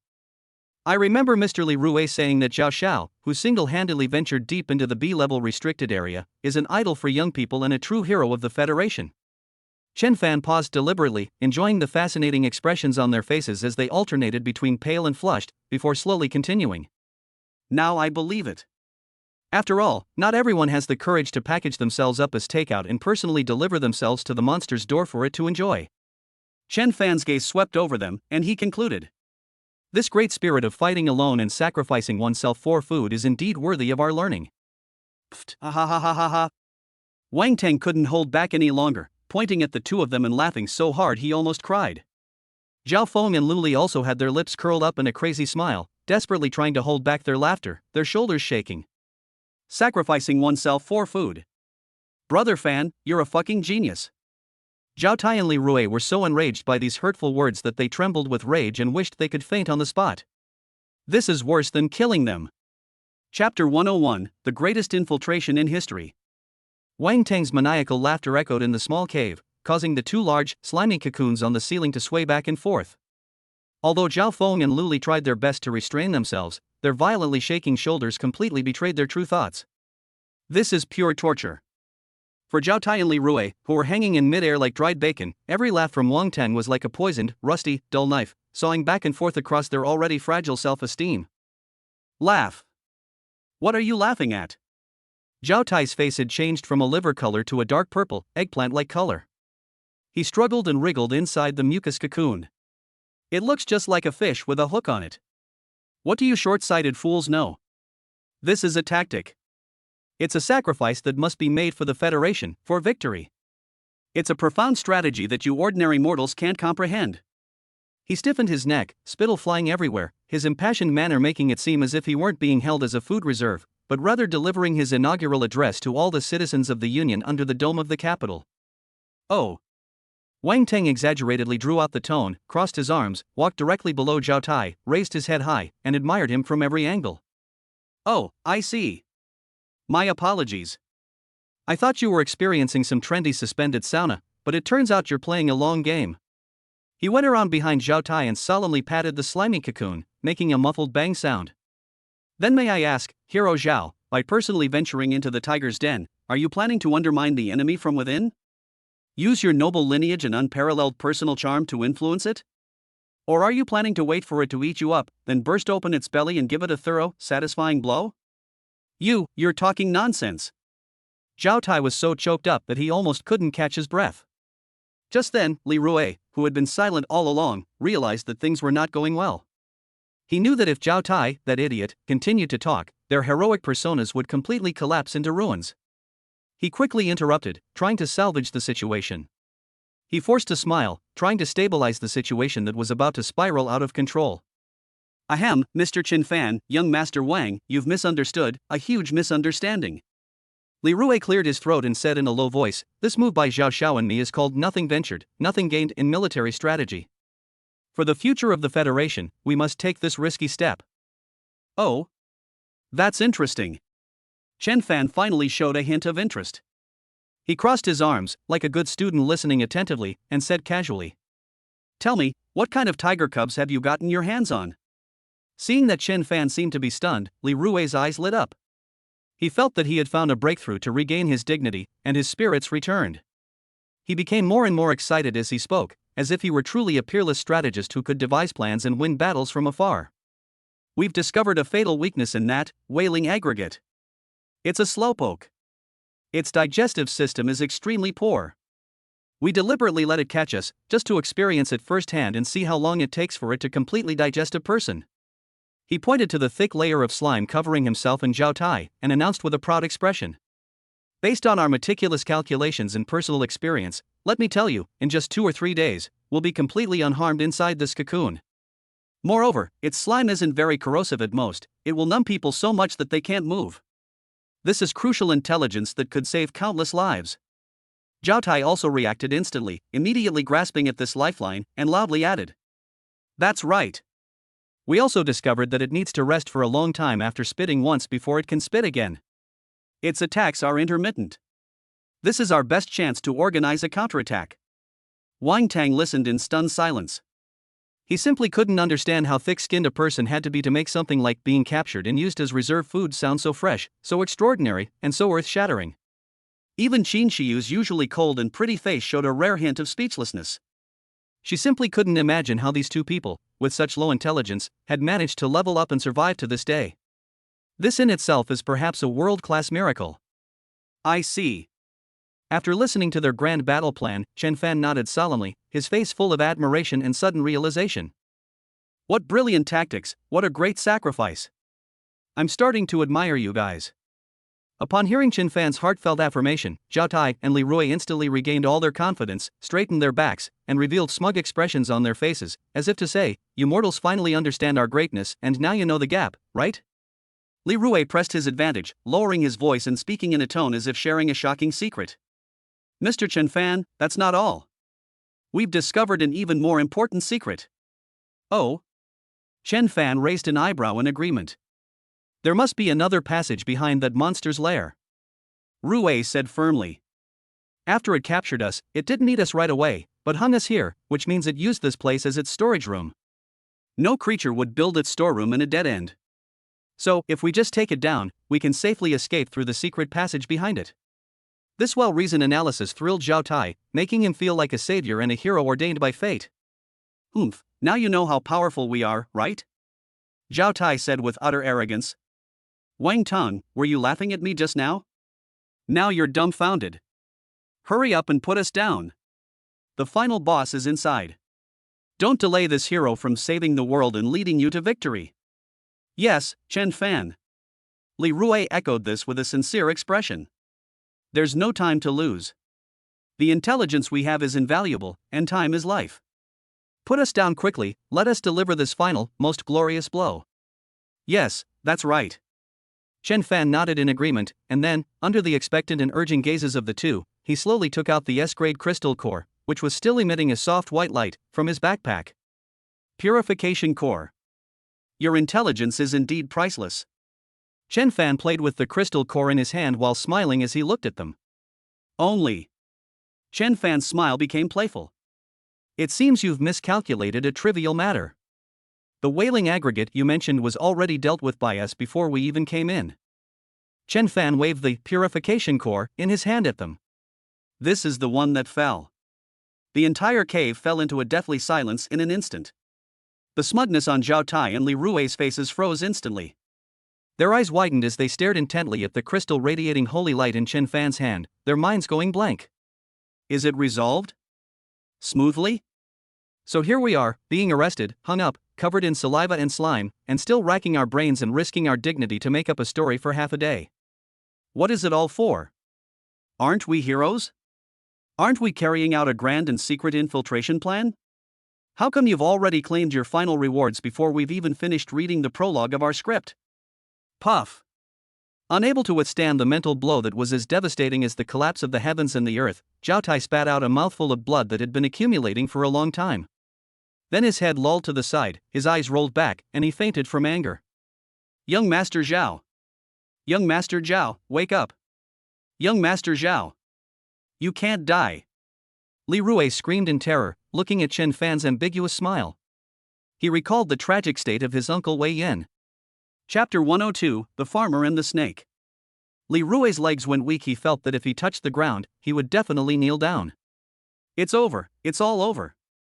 His face was ashen, his lips trembled, and he couldn't utter a single complete sentence. No! Young Master Zhao is a peerless hero, how can he just faint like this? Wang Tang was still fanning the flames. He walked over to the rickety, slimy cocoon, poked it with his finger, and said with a look of disgust. Hey, wake up! Your infiltration mission isn't over yet. Even though the final boss is gone, we still have a few mobs here, right? Aren't you going to get up and save the world?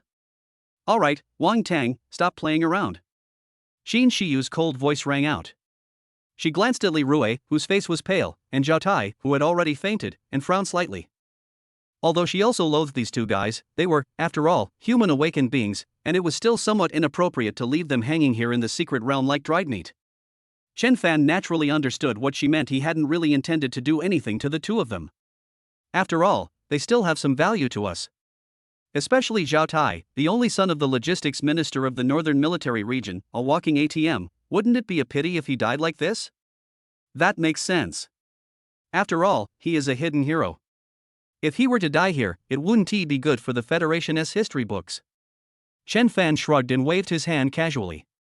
A sharp, almost invisible burst of energy flashed by. Put! The two large, sticky cocoons that held Zhao Tai and Li Rui seemed to have been neatly sliced in half by an invisible blade. The thick, viscous liquid lost its support, carrying the two people along with it, and with two thuds, it crashed heavily to the ground.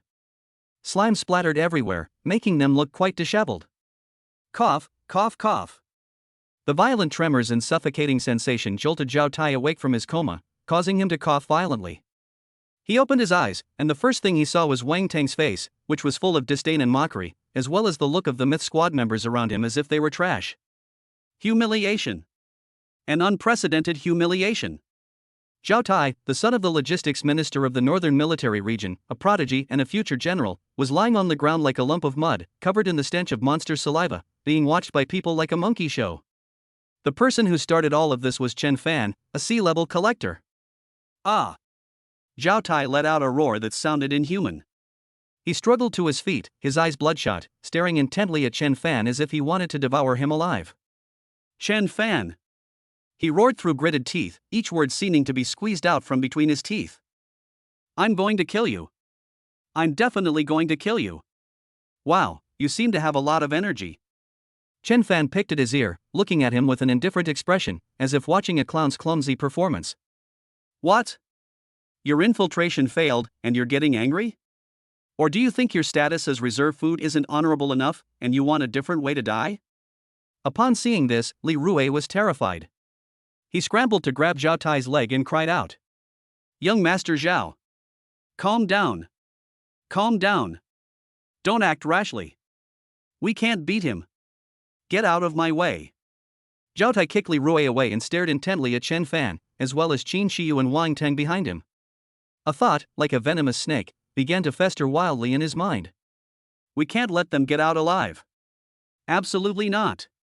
If word gets out about what happened here today, Zhao Tai will be completely finished. He was no longer the cunning and courageous lone hero who ventured deep into the enemy's lair, but a pitiful wretch who was captured by the enemy and made into food, and was eventually rescued. He will become the biggest laughingstock in the entire federal high society.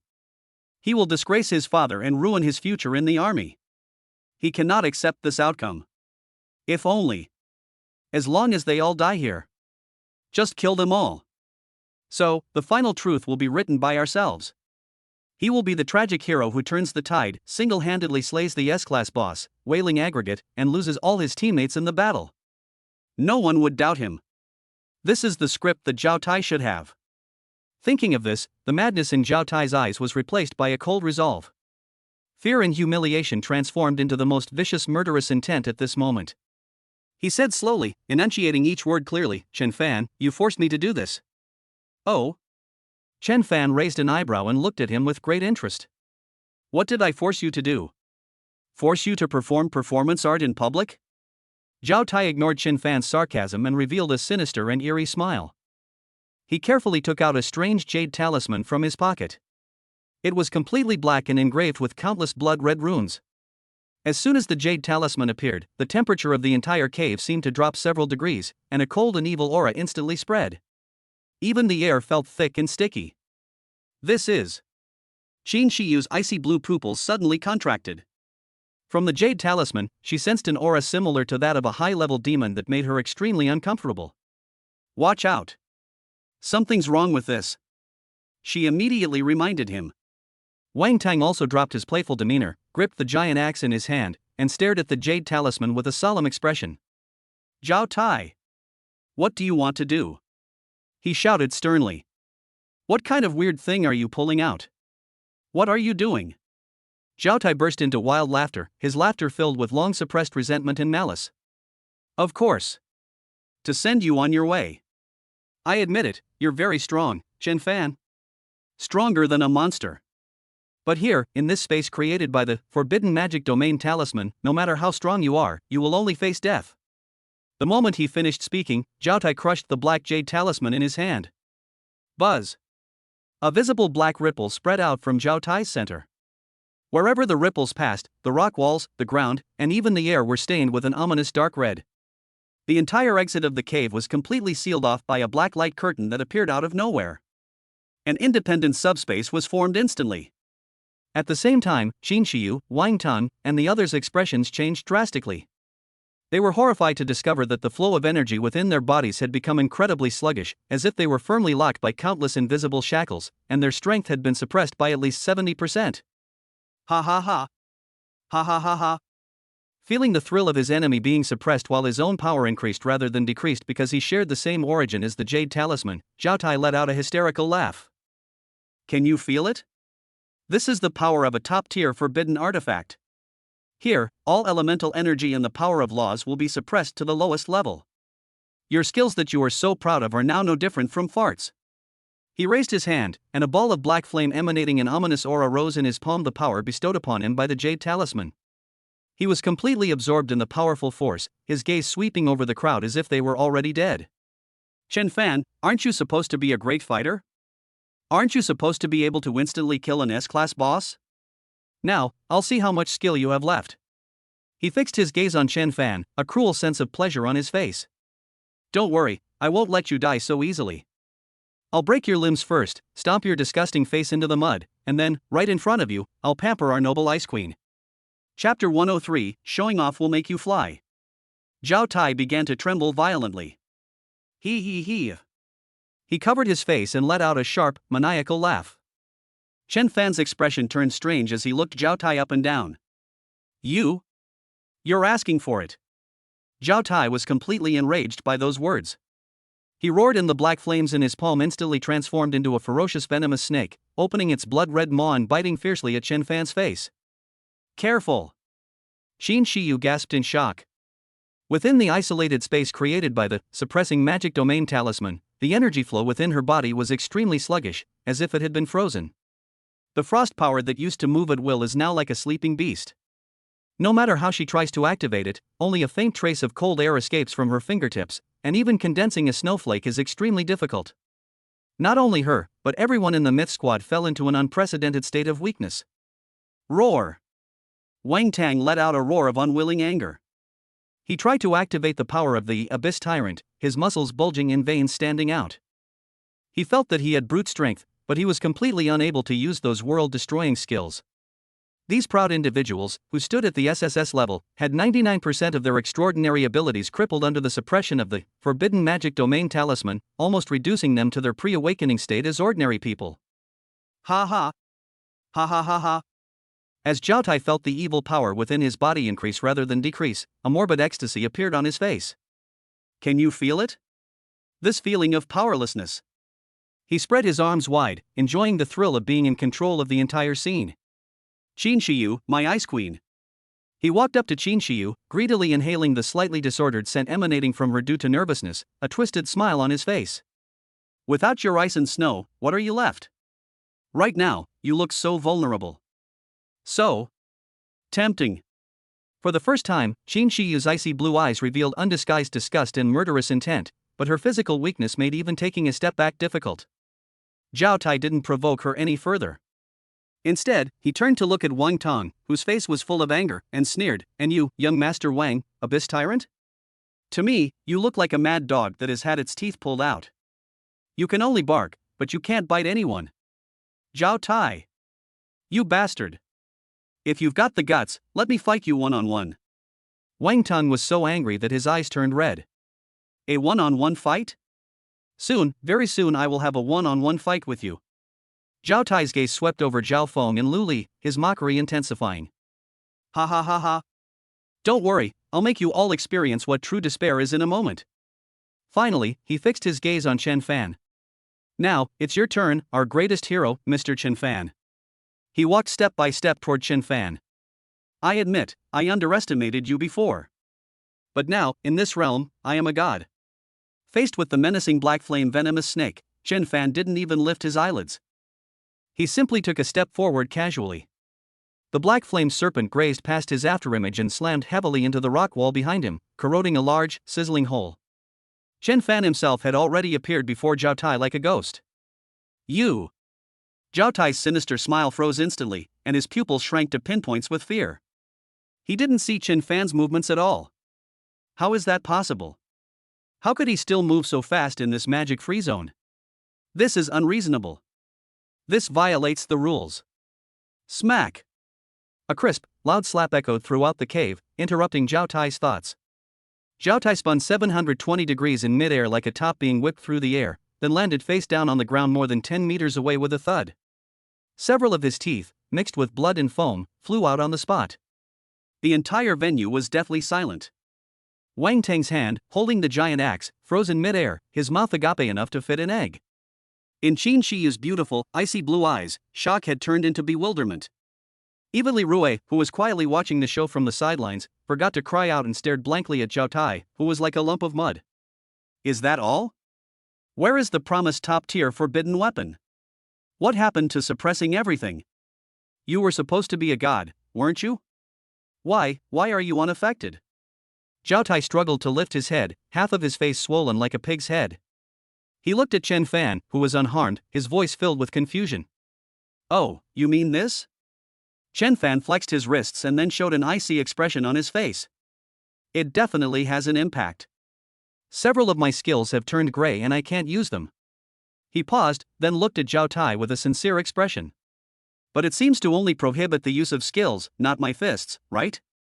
Zhao Tai, ? Wang Tang, ? Xian Shiyu. What kind of ridiculous reason is this? Physical attacks aren't considered attacks? What you're doing isn't speed, it's teleportation.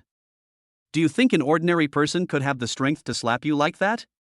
Zhao Tai almost spat out a mouthful of blood. He finally realized that his biggest trump card might really be a joke in front of his opponent. This rune suppresses the flow of energy, but the opponent's terrifying physical strength and speed are simply unreasonable. I don't believe it. I don't believe it. Zhao Tai scrambled to his feet as if possessed, his body surging with black energy, and lunged at Chen Fan like a madman. I want you dead. Sigh, they never learn their lesson. Chen Fan sighed, and his figure disappeared from the spot once again. The next second, a series of slap-slap sounds and Zhao Tai's screams began to play out in the cave. All the people saw was a blurry afterimage frantically flashing around Zhao Tai. Just as Zhao Tai was about to condense black flames, a slap landed on his face, and the black flames dissipated. Zhao Taigang tried to raise his leg to resist, but bang, a kick landed on his knee, and he fell to his knees. Just as Zhao Tai was about to curse, slap, another slap landed, and the other half of his face swelled up symmetrically. Throughout the entire process, Chen Fan didn't even use his fists, he just slapped her repeatedly with his forehand and backhand, occasionally interspersed with a few precise, devastating kicks. Brother Fan. Well done. Slap his left cheek. Yes. Slap his right cheek too. Make him symmetrical. Wang Tang was so excited watching that he immediately turned into a cheerleader, waving his giant axe to cheer on Chen Fan. Xian Shiyu silently turned her head away, but the corner of her mouth twitched slightly involuntarily. That's terrible. That's just too tragic. A few minutes later, the noise finally stopped. Chen Fan patted non-existent dust off his hands and returned to his original spot with a relaxed expression. Behind him, Zhao Tai was no longer recognizable as a human, lying limply on the ground, barely breathing. His eyes were unfocused, and he mumbled unconsciously, "Stop hitting me. I was wrong. Stop hitting me." His prized trump card, his meticulously planned comeback, ultimately only earned him a brutal physical beating that made him question the meaning of life. Chen Fan walked up to him, squatted down, and revealed his signature harmless smile. "Captain Zhao, look, isn't the atmosphere much more harmonious now?" He reached out and poked Zhao Tai's swollen cheek, asking in a consultative tone. "Now, can we calmly discuss the issue of compensation for the emotional distress caused by your attempt to kidnap my teammate and murder us?" Chapter 104, Atonement. Zhao Tai had been beaten to the point of being delirious, and he kept mumbling, "Stop hitting me, and I was wrong." Li Rui scrambled to his knees in front of Chen Fan, hugged his legs, and cried out with snot and tears streaming down his face. "Big brother. Grandpa. Master Fan. We were wrong. We really know we were wrong. Please, have mercy on us and just let us go." "Let you go?" Chen Fan raised an eyebrow, his smile slowly fading, replaced by a suffocating calm that made Li Rui feel suffocated. "I have a question for you." Chen Fan's voice was soft, yet it struck Li Rui's heart like a heavy hammer. "Wei Yan, the deputy director of the logistics department of the Northern Military Region, is he your uncle?" Li Rui's crying stopped abruptly. He was struck dumb, staring blankly at Chen Fan, all color draining from his face in an instant. "This. How could he have known? This is his biggest secret and his greatest asset. Did you reveal this back in the First Legion?" Ignoring his shock, Chen Fan stood up again, walked over to Zhao Tai, who was lying there like a lump of mud, and said calmly, "And you, Zhao Tai. Your father, Zhao Lingfeng, is the head of the logistics department of the Northern Military Region, in charge of the allocation of supplies for the entire Northern Theater Command. What an enviable and cushy job." These words stunned not only Li Rui and Zhao Tai, but also Wang Tang, Xian Shiyu, and others standing nearby. How did Chen Fan know so much, even about Li Rui's nepotism? But why bring this up all of a sudden? Do you know? Chen Fan's voice turned cold. "While you are enjoying the Federation's top-tier resources, and while we are spending lavishly on S-grade equipment, the soldiers on the Northern Front are using the most basic standard equipment, receiving meager and laughable compensation, and risking their lives to fill the abyss rifts."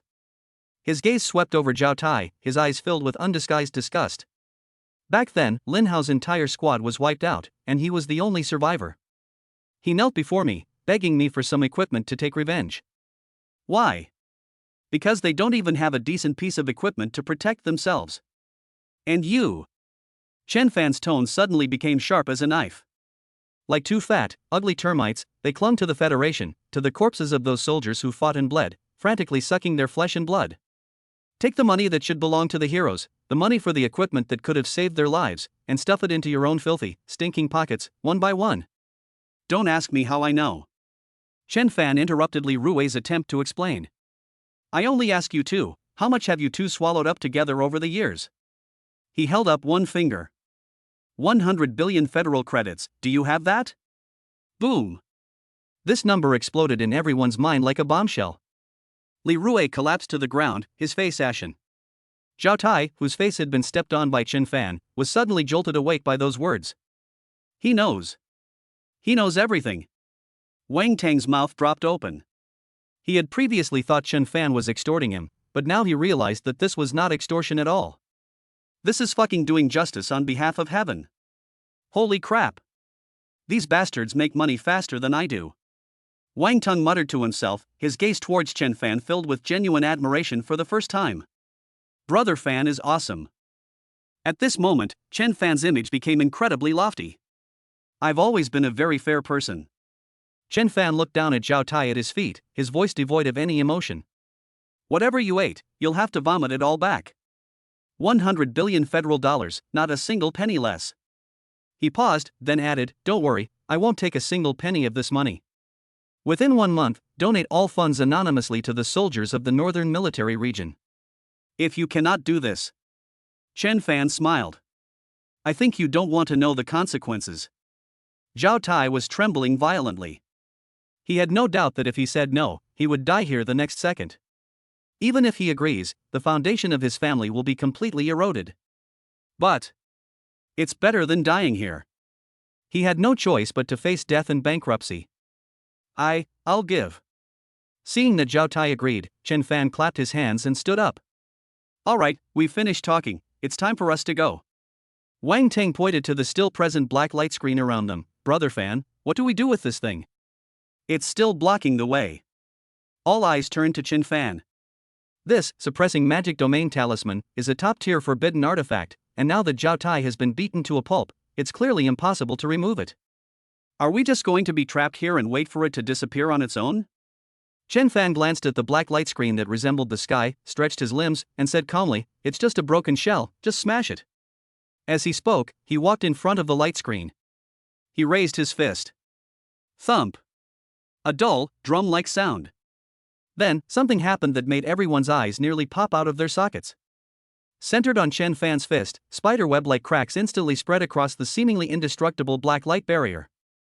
Click, click. The cracks are becoming more numerous and denser.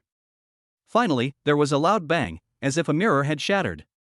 The demon-suppressing domain, space that enveloped the entire cavern, along with the black light curtain, was smashed into countless flying fragments by Chen Fan's purely physical punch. The oppressive feeling that had been weighing on everyone vanished instantly. The surging power within me has returned. The whole world suddenly became clear. Qin Shiyu, Wang Tang, Zhao Feng, and Lu Li were all frozen in place, their minds completely blank. He shattered the subspace created by a top-tier forbidden artifact with his fist? Is this something humans can do? Is this still a hunter? This is clearly a humanoid monstrous natural disaster. Chen Fan withdrew his fist and shook his hand. He glanced back at the completely dumbfounded crowd and the two men on the ground, their fates unknown, then turned and walked out of the cave. Let's go, don't just stand there. There's still a lot of trash outside, waiting for us to clean it up. His voice snapped the members of the mythical squad out of their shock. They watched Chen Fan's not-so-tall figure, yet it made them feel incredibly reliable, and silently followed him without asking why. Some things are beyond their comprehension. All they needed to know was that they should follow this man. And the trash he was referring to wasn't just the monsters in the secret realm. Chapter 105, For the Tomorrow of the North. Hello? My name is Li Rui. I want to turn myself in.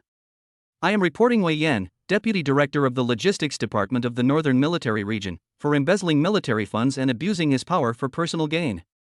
Evidence? I've already returned the money on his behalf. You can check the Northern Military Region's accounts to find out. Yes, all the money. After hanging up the phone, Li Rui closed his eyes, and 2 streams of turbid tears slid down his cheeks. His future is completely gone, but at least he's still alive. Almost at the same time that Li Rui surrendered, a well-equipped rapid response team had already accurately teleported outside the cave using a beacon. Leading the group was Zhao Tai's father, the obese logistics minister, Zhao Lingfeng. As soon as he rushed into the cave, he saw his beloved son, who had been beaten beyond recognition and was unconscious. "My son! My son!" Zhao Lingfeng rushed over, hugged Zhao Tai, and burst into tears, his fat face jiggling uncontrollably. "Who is it? Who beat you up like this? Father will make him tear him to pieces." The medical staff he brought quickly stepped forward, gave Zhao Tai emergency treatment, and then carefully lifted him onto a stretcher. "Minister, the young master is not in mortal danger, but he seems to have suffered a great shock, has multiple fractures throughout his body, and his professional foundation has also been damaged." Chen Fan, 100 billion. Even while unconscious, Zhao Tai was still mumbling those two words incoherently. Zhao Lingfeng's crying stopped abruptly. His face instantly turned incredibly ferocious. "Chen Fan. It's that name again. A brat from the south. How dare they be so arrogant? Not only did they kidnap and extort me, but now they even dare to beat my son. Twice now. Do you really think the Zhao family is made of clay in the northern border? Back to headquarters." Zhao Lingfeng roared, glaring fiercely at the stunned Li Rui beside him, a hint of disdain flashing in his eyes. "Leave him here and let him fend for himself. He's a piece of trash, utterly useless. He now has only one thought in his mind, to return to the north and find his elder brother." Commander-in-Chief Zhao Lingyun, who commands a large army and is a powerful figure in the region, ordered him to use swift and decisive measures to crush that arrogant southern boy and his backing forces into dust. The northern frontier, headquarters. Zhao Lingfeng once again burst through the door to the commander-in-chief's office. "Brother! Brother! You have to stand up for me. Stand up for Zhao Tai." Zhao Lingfeng scrambled to Zhao Lingyun's desk, tears streaming down his face. Dressed in military uniform, Zhao Lingyun, who was wiping his pistol, slowly raised his head, his gaze sharp as lightning. He had just finished a meeting with the frontline commanders to discuss the upcoming counter-offensive plan, which would be led by Chen Fan. After all, the Wailing Canyon has been cleared, and the Abyssal Bull tribe has been successfully exposed. Zhao Lingyun frowned as his thoughts were interrupted by Zhao Lingfeng. "What kind of behavior is this, all flustered and disrespectful?" His voice was icy. "What do you care about propriety?" Zhao Lingfeng pointed to his own nose and cried out in grief and indignation. "Brother! Our Zhao family's reputation is being trampled on. Zhao Tai. That southern kid named Chen Fan broke his leg and seriously injured him. He's still unconscious. The most hateful one is that beast. He slandered us. He falsely accused Wei Yan and me of embezzling 100 billion. He even forced Zhao Tai to admit it, using that as an excuse to blackmail us. Brother, this isn't about money anymore, this is blatant provocation. It's a provocation against our entire northern military region." Zhao Lingfeng embellished the story, portraying himself as an innocent victim bullied by a thug. He portrayed his good-for-nothing son as a tragic hero who fought for the family's honor but unfortunately lost. He expected his brother to, as always, fly into a rage over matters concerning the family and the honor of the North, then order a thorough investigation, dispatch the most elite troops, capture that guy named Chen Fan, and make him wish he were dead. However, Zhao Lingyun's reaction completely exceeded his expectations. Upon hearing the name Chen Fan, Zhao Lingyun paused abruptly while wiping his pistol, and slowly raised his head. There was no thunderous fury as expected, only a deathly silence. His sharp, hawk-like gaze was fixed intently on Zhao Lingfeng. There was not a trace of sympathy for his nephew being beaten in his eyes. Instead, there was a chilling aura that sent shivers down Zhao Lingfeng's spine. A chilling killing intent? You. Say that again? Who did your son offend? Zhao Lingfeng trembled at his brother's gaze and stifled his sobs. Brother, it's Chen Fan. The one you mentioned before. Idiot. Zhao Lingyun suddenly stood up and kicked Zhao Lingfeng in the fat belly, sending him flying like a ball, crashing into the wall and rolling to the ground. You good for nothing, all you do is ruin things. Zhao Lingfeng was completely stunned. He clutched his stomach and stared incredulously at his enraged brother. Brother! Why did you hit me? It's your nephew who got hit. It was Chen Fan who bullied us. Chen Fan? Zhao Lingyun laughed in anger. He walked step by step to his younger brother, who was lying on the ground, and looked down at him with disappointment in his eyes. You idiot! Do you even know who he is? He was the chief advisor I personally invited from the southern military region, who spared no effort to use the highest authority to guide our counterattack against the demons in the north. They are our only hope to defeat the demonic tide and preserve the north. Your good-for-nothing son dared to provoke him? And now you've come here to ask me to deal with our savior in the north? Boom! These words struck Zhao Lingfeng's mind like a series of thunderbolts, leaving him utterly stunned. Is this a distinguished guest invited by my brother? Is it the hope of the north? Did his son offend such a powerful figure? No. It's impossible. Zhao Lingfeng muttered to himself in a daze, suddenly remembering the 100 billion that Zhao Tai had muttered while he was unconscious. He's extorting money. He wants our family to come up with 100 billion. He shouted as if grasping at the last straw. 100 billion? Zhao Lingyun's gaze grew increasingly cold. When has he ever cared about money? So, Yuan Wei Yen colluded and embezzled even more than this amount. Before he could finish speaking, he received an urgent report on his communicator. Zhao Lingyun glanced at it only once before slamming the communication screen directly into Zhao Lingfeng's face. See for yourself. Just half an hour ago, Li Rui surrendered himself and voluntarily turned over 38.3 billion yuan of illegal gains. The Federal Inspectorate has interrogated Wei Yan. He readily admitted to it. Are you telling me now that Chen Fan is blackmailing you? As Zhao Lingfeng stared at the text on the screen, at the shocking numbers, the last trace of color drained from his face. It's over. Everything is over. He offended someone he shouldn't have. Brother! Brother, save me! Zhao Lingfeng completely broke down. He crawled over, clung tightly to Zhao Lingyun's leg, and cried his heart out. We're brothers. You can't just stand by and watch him die. Xiao Tai is your nephew. I don't want the money. I just want to live, brother. Zhao Lingyun kicked him away, her voice devoid of any emotion. What you're after is the money for the frontline soldiers' equipment. Their life-saving money. Their pensions. The glory that your nephews and nieces earned with their lives. You're not only greedy. You're also stupid. You almost ruined the future of our entire northern territory. A murderous glint flashed in Zhao Lingyun's eyes as he abruptly pressed the communication button on the table. Guard! Commander! 2 fully armed guards immediately rushed in.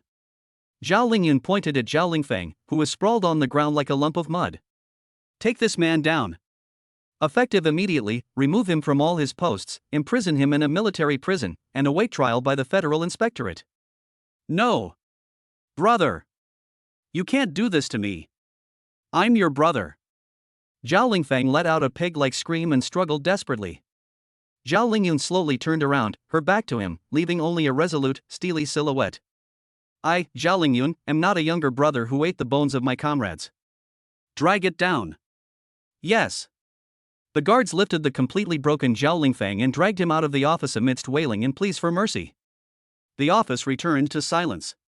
One younger brother, one apprentice. Zhao Lingyun walked to the window, looked at the snow-covered northern border outside, and remained silent for a long time. Chapter 106, With my broken body, I forge my northern wall. The wind and snow in the north were as cold as knives, scraping against the faces of every member of the Myth Vanguard. Commander Zhao issued a mobilization order the moment Chen Fan and his group cleared the Howling Canyon. The team of 100 people is ready. The exit of Wailing Canyon is deathly silent. They were about to face the terrifying demon tribe, the Abyss Bulls, who had been entrenched in the northern border for 10 years and whose average level exceeded 60. This is the first big gamble in the north. Winning the bet marks a brand new beginning. The atmosphere in the team was no longer as enthusiastic as before. Instead, it was more solemn and resolute. They were all SSS-level powerhouses created by Chen Fan himself, but they knew even better that SSS-level talent could not completely bridge the huge gap of 20 levels.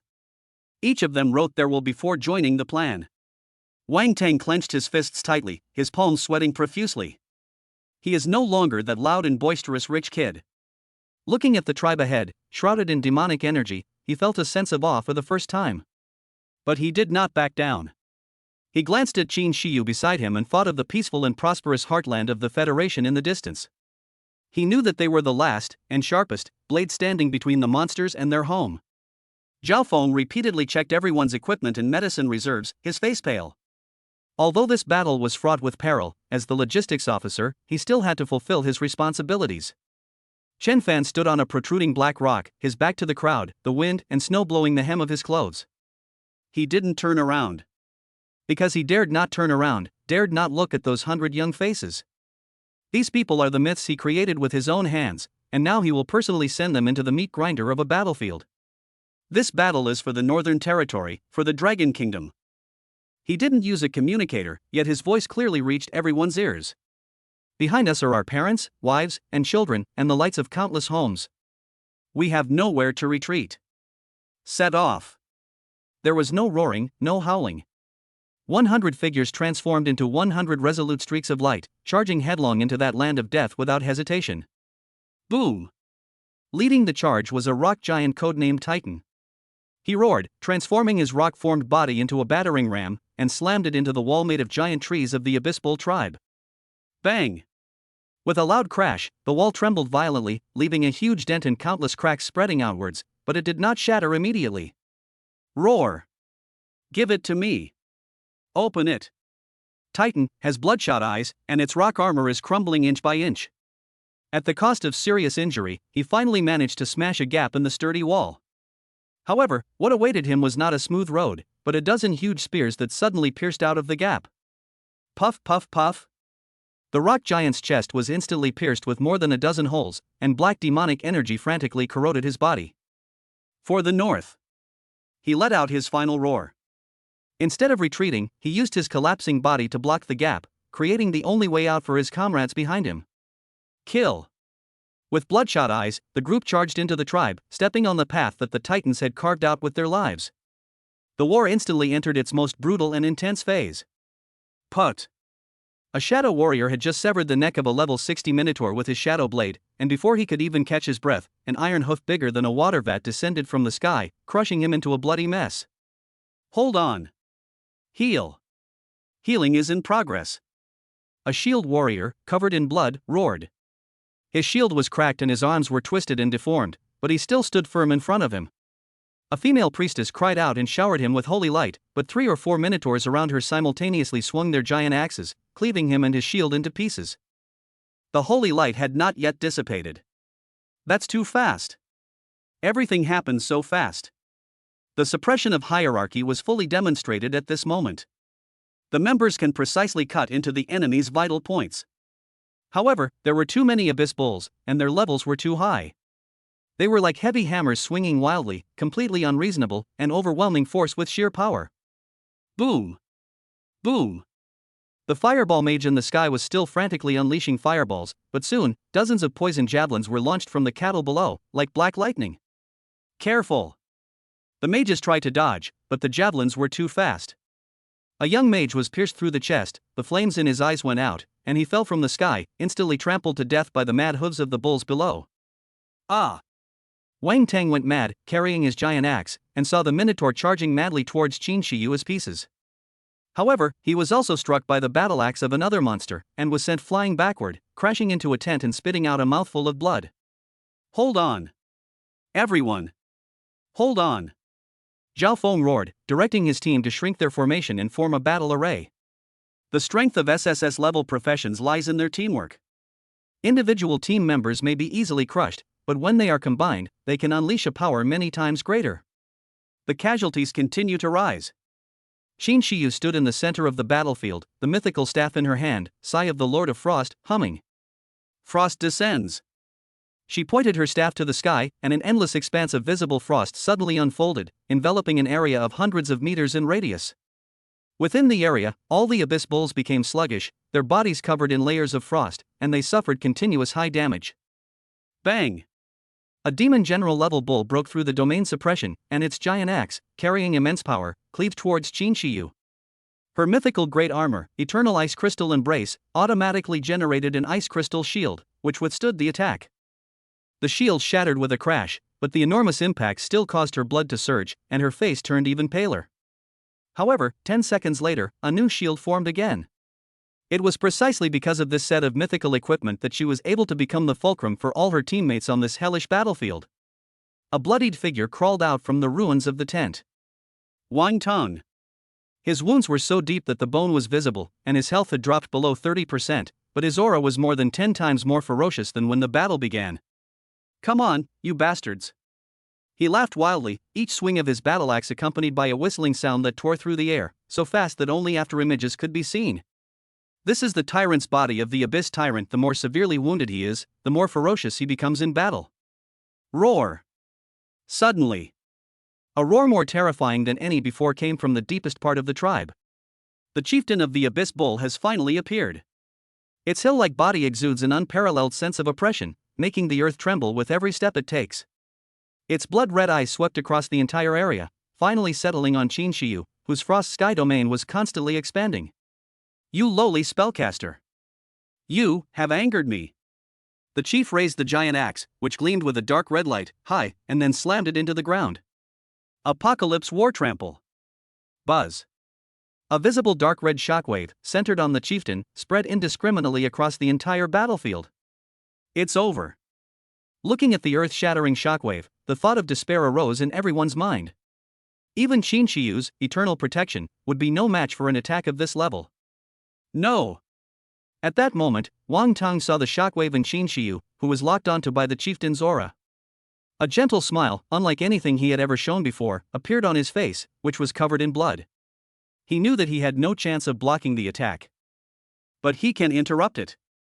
I've never done anything really awesome in my life. Today, I'll show you what a true tyrant is. Wang Tang laughed wildly, and instead of retreating, he launched a desperate charge towards the chieftain who was gathering his strength. The abyss descends. His figure vanished instantly, ignoring all distance and obstacles, and appeared directly in front of the bull chieftain's enormous head. Gluttony Blade. He poured all the power he had absorbed into this axe. This was his most powerful strike as his life hung in the balance. Puff! The blood-red giant axe cleaved deep into the chieftain's enormous eye socket. Awah! The chief let out a roar of extreme pain. The charge up for Apocalypse War Stomp was interrupted. However, the out-of-control power erupted from beneath its feet in an even more violent way. Rumble! The earth cracked open, and countless shockwaves mixed with dark red energy burst out in all directions without any pattern. More than 30 members of the Myth team who were fighting hard were instantly swallowed up by the chaotic energy and turned into nothingness before they even had time to scream. Wang Tang, who was at the center of the explosion, was hit head-on by the out-of-control force and was sent flying like a kite with a broken string. He eventually crashed heavily into the ruins in the distance, and his fate is unknown. With his desperate strike, he interrupted the inevitable instant kill that seemed destined to wipe out the entire enemy team. He secured a glimmer of hope for the remaining people. Wang Tang. Qin Shiyu let out a heart-wrenching scream, tears instantly blurring her vision. The chieftain suffered a backlash due to his failed ultimate attack, falling into a state of temporary weakness and blindness. Now, Qin Shiyu poured all her grief and anger, and all her strength, into the Sigh of the Lord of Frost in her hand. Ice Age Permafrost. Centered on her, all the cold air within the domain contracted wildly, transforming into an icy torrent that instantly froze the weakened chieftain and the ground beneath his feet into a massive iceberg. Now! Break it! Zhao Feng roared with all his might. All the surviving team members used their last bit of strength and all their skills to blast the iceberg. Boom! Boom! Boom! The iceberg trembled violently under countless attacks, and finally, it exploded with a deafening roar. The bull chieftain, frozen inside, along with its body, turned into a shower of ice shards. The battle is over. But the wind and snow continued. Less than 20 members of the Myth team survived, each wounded and leaning on their weapons, standing numbly amidst the mountains of corpses and seas of blood. There were no cheers of victory, only suppressed sobs and cries for comrades. Soon, the medics found Wang Tang in the ruins. His bones were all broken, and his breath was as weak as a candle in the wind, but he was still alive. On the high slope, Chen Fan slowly lowered his fist, his fingernails already piercing his palm, drawing blood. As he watched the soldiers he had personally trained fall one by one, his heart felt as if it were being gripped tightly by an invisible hand.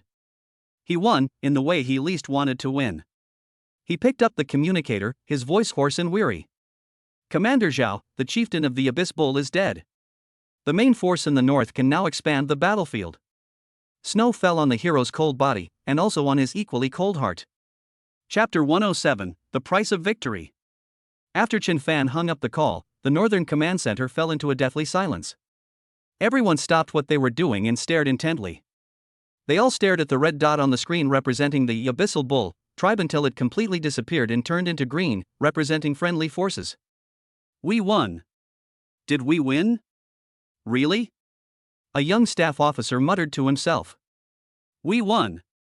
The next second, the entire command center erupted in cheers like a landslide and a tsunami. Commander Zhao Lingyun slammed his hand on the table. This iron-willed general, who had guarded the northern border for decades, had tears welling up in his eyes. Good. Order. The 1st, 3rd, and 5th armies of the northern frontier advance at full speed. Take over positions, clear the battlefield, and treat the wounded. Yes. The rumbling sound of armored vehicle tracks grew louder as it approached. Less than half an hour later, Zhao Lingyun's command vehicle stopped on this land that had just experienced a bloody battle. The car door opened, and he got out. Looking at the hellish scene before him, the joy on his face instantly froze. Limbs and torsos were everywhere, and the corpses of monsters and humans were mixed together, indistinguishable from one another. The air was thick with the pungent smell of blood and burning flesh, making one want to vomit. He saw the fewer than 20 surviving members of the myth team. Some of them leaned against the rocks, panting heavily. Some were silently collecting the bodies of their fallen comrades. Some knelt on the ground, letting out suppressed sobs. Zhao Lingyun remained silent. The generals following behind him also fell silent.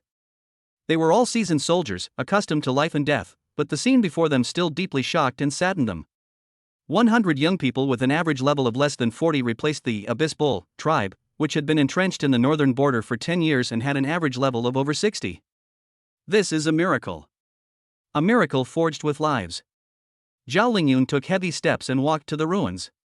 The medics were surrounding a stretcher on which lay a mangled, bloody body. It's Wang Teng. How is the situation? Zhao Lingyun asked in a deep voice. Reporting to the commander. 90% of the wounded man's bones have been comminuted fractured, and his internal organs have been ruptured in multiple places. His vital signs are extremely weak. We've done everything we can, the medic said, his voice trembling. Qin Shiyu knelt beside the stretcher, gripping Wang Teng's still relatively intact hand tightly. She didn't cry out loud, but tears streamed down her beautiful face like beads from a broken string. Wang Teng.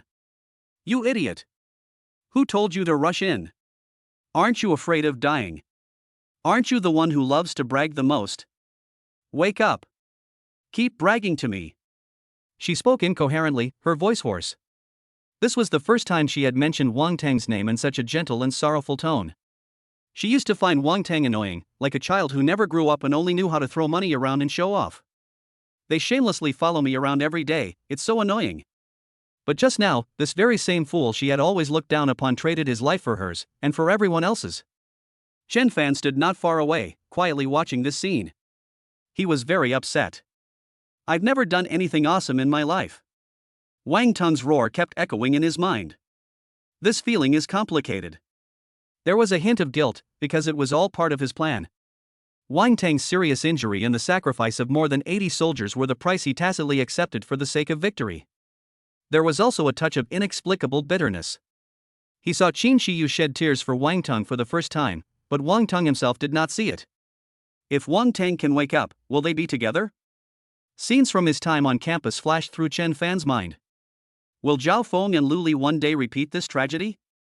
He originally thought that he treated these 4 guys like a product he had carefully crafted. They're just tools for getting players to spend money on in-game purchases. But now he realizes that it doesn't seem so. However, this feeling only lasted a short time before it was overwhelmed by a deeper coldness and resolve. No. It won't happen. He thought of his dead family members and those hideous monsters. Sacrifice is necessary. Pain is temporary. As long as we can wipe out all the demons, we will not pay any further price. A few hours later. The battlefield has been basically cleaned up. The bodies of the fallen heroes were neatly arranged and covered with the flag of the Dragon Kingdom. The camp of the Abyssal Bull tribe has been planted with the flag of the Northern Legion, and this will become the first forward base for humanity's counterattack against the North. Zhao Lingyun found Chen Fan in a relatively intact tent. Chen Fan. Zhao Lingyun called out. Chen Fan turned around, his face calm and expressionless. Commander Zhao. Looking at this young man, Zhao Lingyun was filled with mixed emotions. He waved his hand, and several soldiers carried in several huge boxes and placed them on the ground. Open. The box was opened, revealing it filled with monster crystals shimmering with various colors of light. The intense energy fluctuations made the air inside the tent feel thick and sticky. These are all the spoils from this battle. Zhao Lingyun pointed to one of the huge crystal cores that was placed alone on the table, emitting a dark red light. This is the crystal core of the chieftain of the Abyss Bull. It is priceless. As agreed, they are all yours now. Chen Fan's gaze swept over the crystal cores, his eyes showing no greed or joy, only a stagnant calm. These things were obtained at the cost of more than 80 lives. He found it very glaring. If possible, he would rather exchange these crystal cores for their lives. Zhao Lingyun noticed his mood inside. I know you're upset. But, Chen Fan, that's how war is. Their sacrifices are worthwhile. Because of them, our northern border has finally shifted from passive defense to active offense. This is a tremendous victory, the likes of which have not been seen in decades. The entire Dragon Kingdom will remember their names. Zhao Lingyun's tone became impassioned. But that's not enough. He walked to the map and pointed to the huge red areas on the east and west sides of the Wild Bull tribe. To the east lies the pack of the poisonous skeleton wolf king. To the west is the nest of the crypt spider queen. They are 2 more nails driven into the heart of the north.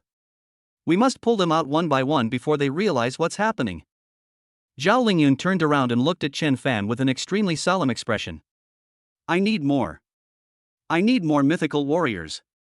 I know this request is unreasonable, but we have no other choice. Name your price. We will not haggle over anything the Northern Legion can offer. Chen Fan remained silent for a moment. He slowly walked to the boxes of crystal cores, reached out, and picked up the chieftain's crystal core. The cold touch reminded him of the young soldiers who had fallen in the snow. We agreed on this, didn't we? I only want these crystal cores, I won't take anything else. Chen Fan's voice was soft, but clear. But this time, I need 200 people. Everyone must be in place by tomorrow morning. Zhao Lingyun did not hesitate at all. Good. He said it with absolute certainty. I'll choose the most elite soldiers in the entire army for you. I'll personally bring them to you tomorrow morning. I have only one request. Zhao Lingyun said. Speaking. Next time, I hope you can keep the casualties below 50%. Chen Fan gripped the crystal core in his hand and nodded. I'll do my best. After saying that, he didn't look at Zhao Lingyun or the crystal cores again, and turned to walk out of the tent. The wind and snow outside were getting even heavier. Chen Fan saw that Qin Shiyu was still guarding the medical vehicle. Wang Tang has been moved to the highest level life support pod, temporarily saving his life. When Qin Shiyu saw Chen Fan, she stood up, her red and swollen eyes reflecting a complex mix of emotions. Chen Fan's plan succeeded. This place has been captured. But she also wanted to question him, why did so many people die? Why did Wang Tang become like this? But in the end, she said nothing. Chen Fan didn't say anything either. The two stared at each other for a moment in the wind and snow, then Chen Fan turned around and walked towards his temporary tent. He still has a lot to do. He wants to absorb these crystal cores to level up his own level. He needed to plan his next operation and study the information on the Frostbone Wolf King and the Cave Spider Mother. He also had to welcome the 200 soldiers who would be embarking on the same path as him the next day. This victory brought no joy whatsoever. It was like a cold stone, weighing heavily on the heart of every survivor. The road to your ultimate dream is destined to be lonely, and strewn with thorns and corpses. Chapter 108, I've heard there's a secret medicine. Temporary medical center in the north. This is the quietest, and most desperate, place on the entire battlefield. Drip drip drip. On the life support monitor next to the life support pod, the green curve representing Wang Tang's heartbeat was fluctuating weaker and weaker, approaching a straight line. It's no use. The patient's life force is collapsing. Quick! Increase the dosage of the life-saving medication. The chief physician roared, his brow beaded with sweat. A young nurse frantically tried to operate the device, but soon shook her head in despair. It's no use, sir. The medicine can't be absorbed at all, his body is like a leaky sieve. Qin Shiyu knelt on the cold floor, staring intently at the charred body inside the life support pod. The man who had been buzzing around her like a fly, utterly annoying her, was now lying here, his life slipping away in seconds. The reason he became like this was all to save her. Miss Qin, please be prepared. The doctor sighed. Mental preparation? What do I need to prepare mentally? Qin Shiyu suddenly stood up, grabbed his white coat, her beautiful face contorted with anger and tears, and roared hysterically. You are the best doctors in the Federation. Save him. Save him. Miss Qin. Please calm down. The doctor was startled by her appearance, but still managed to explain with difficulty. Mr. Wang Tang's injuries. His body has been eroded by the rules of the abyss, and almost all of his bones, meridians, and internal organs have collapsed. All we can do is forcibly maintain his vital signs, but it's just buying time. He took a deep breath and delivered the cruelest verdict. His life could be extinguished at any moment. Maybe in the next minute, maybe in the next second. Death sentence. Qin Shiyu's hand loosened weakly, her body swayed, and her vision went black for a moment. Her mind was buzzing, filled with the words Wang Tang had yelled at her before rushing forward. I've never done anything awesome in my life, but today I'll show you what awesomeness is. This fool, this idiot, this tagalong. He risked his life to truly prove himself in front of her. Regret and excruciating pain overwhelmed her instantly. Just then, the isolation door of the medical center was violently kicked open, and a series of hurried footsteps approached from afar. Where's my son? Where's Wang Tang? A middle-aged man, dressed in an expensive custom-made suit but with disheveled hair and a deranged expression, rushed in. He is the chairman of the Wang Group, a powerful figure who can wield considerable influence throughout the federal business community. Wang Jiangwo. At this moment, he had none of the airs of a business tycoon, he was simply a father filled with anxiety. When he saw the charred body in the life support pod and the lifeline that was about to flatten, this iron-fisted man's legs went weak and he almost knelt down. Save him. No matter the cost. 100 million, 1 billion, 100 billion. As long as my son can be saved, the entire wealth of the Wang family can be given. Wang Jiangwo, his eyes bloodshot, grabbed the chief doctor's shoulders and shook him violently. Chairman Wang, this is not a problem that money can solve. The doctor looked bitter. Wang Jiangwo was stunned. This was the first time in his life he had heard of a problem that money couldn't solve. Overwhelmed by despair, this business tycoon could no longer hold on, and he slumped against the cold wall, muttering to himself. Impossible. My Wang family is richer than a country, how could we not save my son? The entire medical center was shrouded in an overwhelming sense of despair. Perhaps there is another way.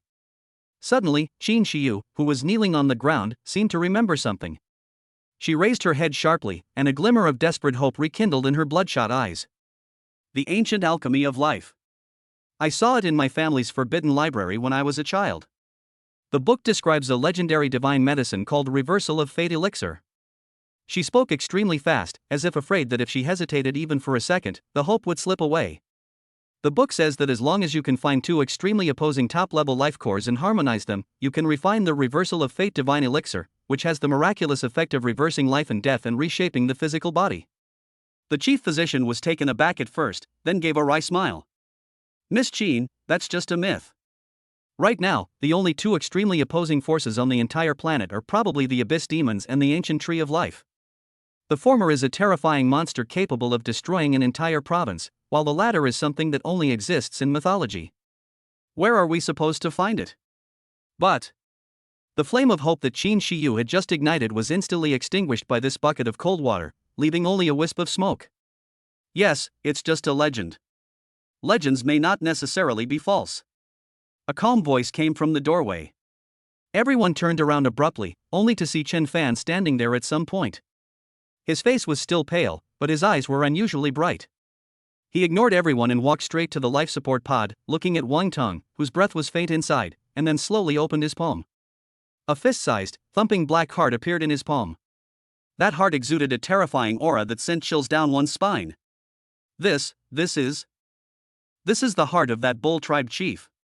Chen Fan's words were concise and to the point. We can get the first material. Boom.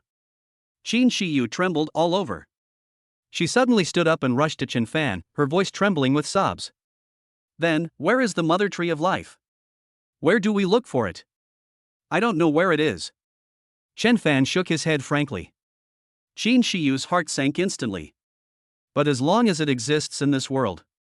Chen Fan's gaze became incredibly sharp. I'm sure I'll find it. But it's too late. The chief medical officer pointed anxiously at the life curve on the monitor, which had almost turned into a straight line. His life force can only last for 3 more minutes at most.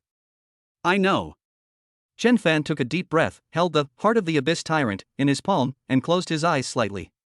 He cannot directly use Ascension of all things to strengthen this heart at this moment, as that would only make the abyssal rules within it even more terrifying. What he's going to do is reverse the situation. Ascension of all things, reverse the flow. He growled inwardly. The tyrant's heart trembled violently, and wisps of visible black mist were forcibly ripped from its core, hissing in the air before dissipating. The heart shrank dramatically at a visible rate, and fine beads of sweat appeared on Chen Fan's forehead, making his face even paler.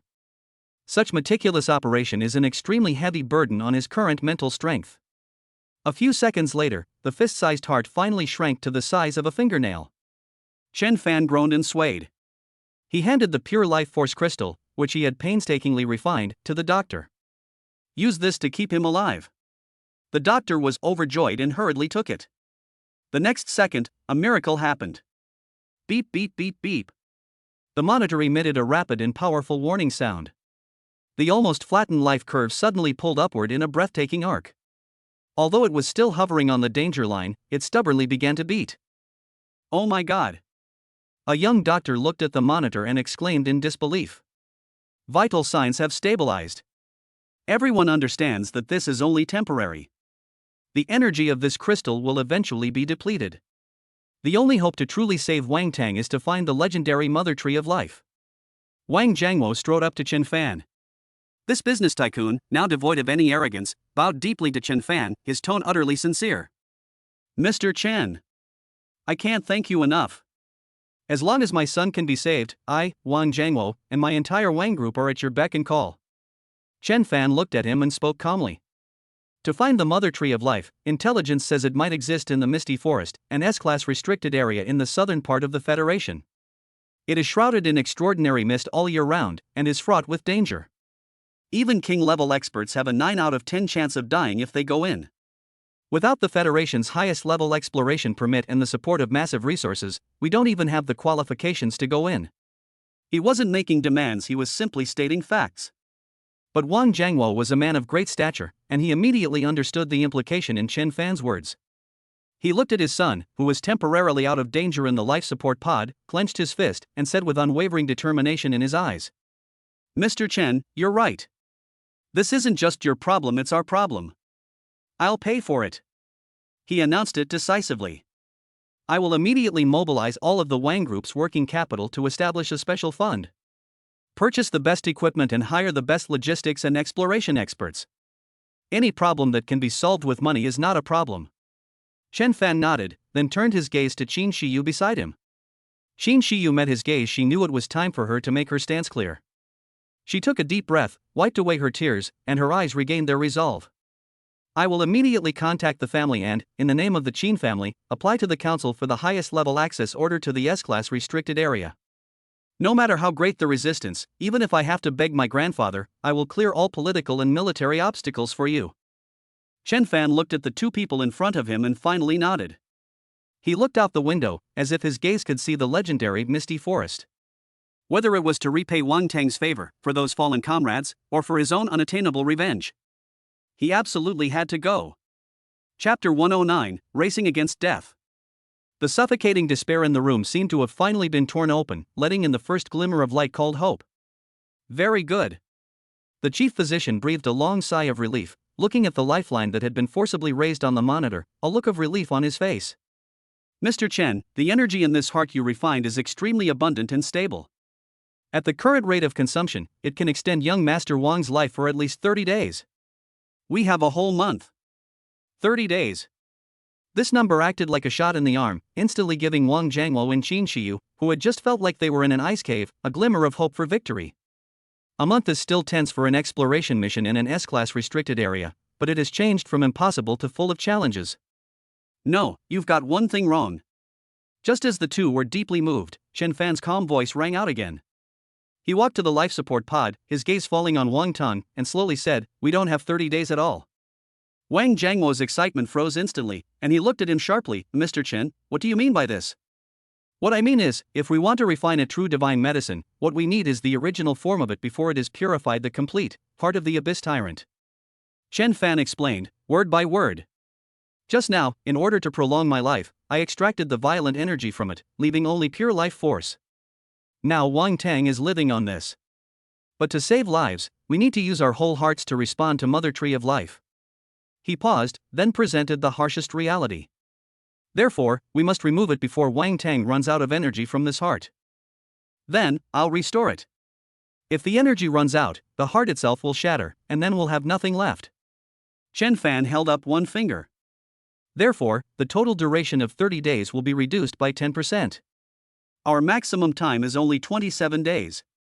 The nascent hope was instantly compressed, and a sense of urgency gripped everyone's throat once again. Then can't we get a new heart? A doctor nearby instinctively asked the question that was on everyone's mind. Since we were able to kill one Minotaur chieftain, why don't we organize our forces again and go after the second one? The second one? Chen Fan glanced at him, his eyes looking at him like he was an idiot. Where do you think I got this heart? His voice suddenly turned stern, filled with undisguised disappointment and coldness. More than 80 SSS level lives were exchanged for this one in my hand. Now, tell me, where do we find these top experts again within 27 days, and make them willingly sacrifice themselves to exchange for a second heart? Boom! The entire medical center was deathly silent, even breathing could be heard clearly. Everyone was utterly shocked by this cruel truth. Its weight is too great for anyone to bear.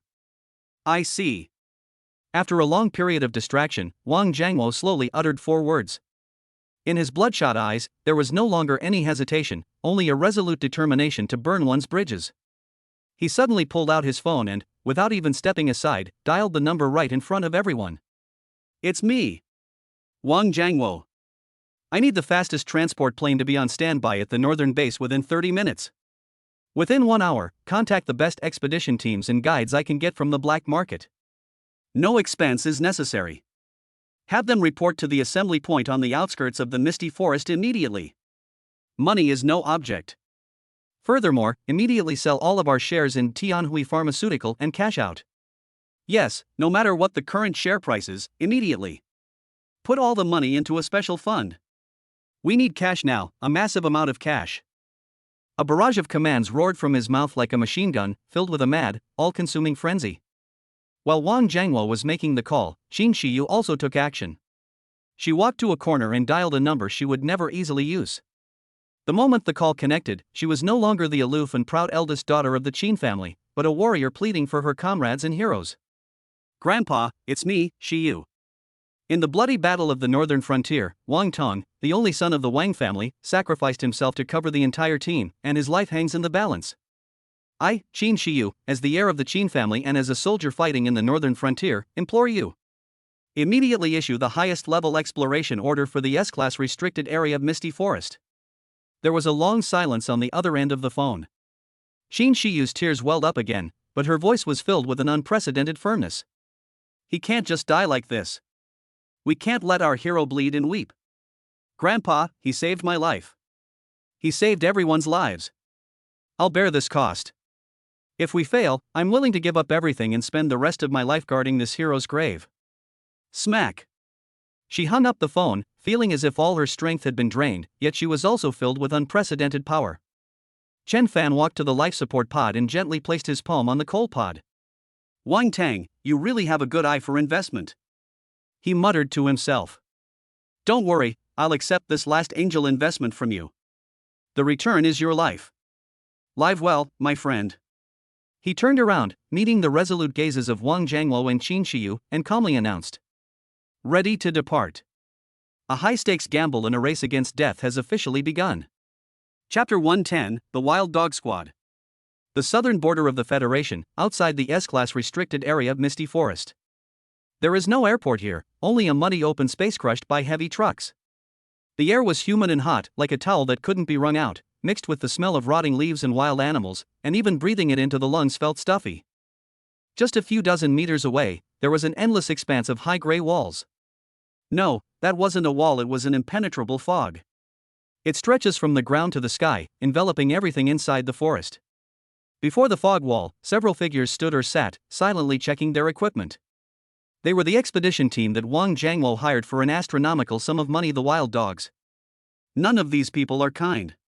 They wore combat uniforms of various colors and were covered with all kinds of weapons and survival tools. A middle-aged man with a hideous knife scar on his face was the leader of the group, known as Old Knife. He didn't look at the oppressive wall of fog, but walked up to Qin Shiyu, his voice rough. "Miss Qin, everyone is here, and the equipment is all top of the line. Boss Wang has really gone all out this time." He paused, then spat out the tobacco root he was chewing. "But let me make this clear from the start, we are wild dogs, not suicide squads. We take money to do things, but we also need to be alive to spend the money. The contract states that we will be responsible for bringing you to the core area and ensuring your safety. But if we encounter a hurdle that we cannot overcome in our assessment, we have the right to withdraw." Qin Shiyu's face was somewhat pale, whether from the oppressive environment or from the aftereffects of the bloody battle in the northern border. She nodded, her voice clear and firm. "I know the rules. You just need to lead the way and provide fire support. We'll find what we really need ourselves." "That's good." Old Dao nodded, his gaze sweeping over Qin Shiyu's back before landing on the young man who hadn't uttered a word from beginning to end. Chen Fan. He was wearing the most ordinary outdoor sportswear and carrying a backpack that was half full. Compared to the heavily armed thugs around him, he looked like a college student on a picnic. Old Dao frowned, a hint of undisguised contempt flashing in his eyes. "Miss Qin, if I may be so blunt, this operation is no small matter, and Mr. Wang's money didn't come from thin air. Why are you bringing along this pretty boy? What do you expect him to do? To hold us back?" His mercenaries also let out a low chuckle. They've seen all sorts of employers, but what annoys them most are rich kids who don't understand the situation and treat the S-Class restricted area like an amusement park. Qin Shiyu's face instantly turned cold. She was about to reprimand him when Chen Fan stopped her. Chen Fan calmly looked at Lao Dao and asked his first question, "How much do you know about the Misty Forest?" Old Dao was taken aback by his nonchalant demeanor, but still answered out of professional habit. "We don't know much about it, and no one dares to say they do. All we know is that this fog is poisonous, can block mental energy, and can cause all electronic devices to malfunction. A compass is useless inside, the needle will spin wildly like it's drunk. To survive inside, you can only rely on experience and intuition. So, you might also get lost?" Chen Fan pressed for an answer. "It's not just possible, it's certain." Old Dao readily admitted it. "On the outskirts, we can also determine the direction by the shadow of the sun and the orientation of some special plants. But once you get to the depths, where it's dark all year round, going in is like going blind. All we can do is make sure everyone dies a little slower than others. This may sound harsh, but it's the truth." The atmosphere in the team became somewhat heavy. "So, where's the farthest you've ever been?" Chen Fan continued to ask. Old Dao pointed to the depths of the distant fog wall and gestured. "About 50 kilometers inward, no one has ever been there. Legend has it that there are monsters in the core area, and even level 80 strong players would be severely injured if they went in." Chen Fan nodded and said nothing more. His nonchalant attitude made Lao Dao even more annoyed. He felt that the young man had no idea how serious the situation was. "Kid, I don't care who you are to Boss Wang." Old Dao took a step forward, staring intently at Chen Fan.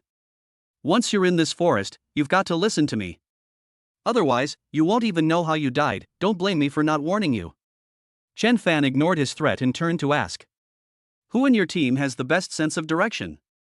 Not from tools, but from a natural talent. Everyone was stunned.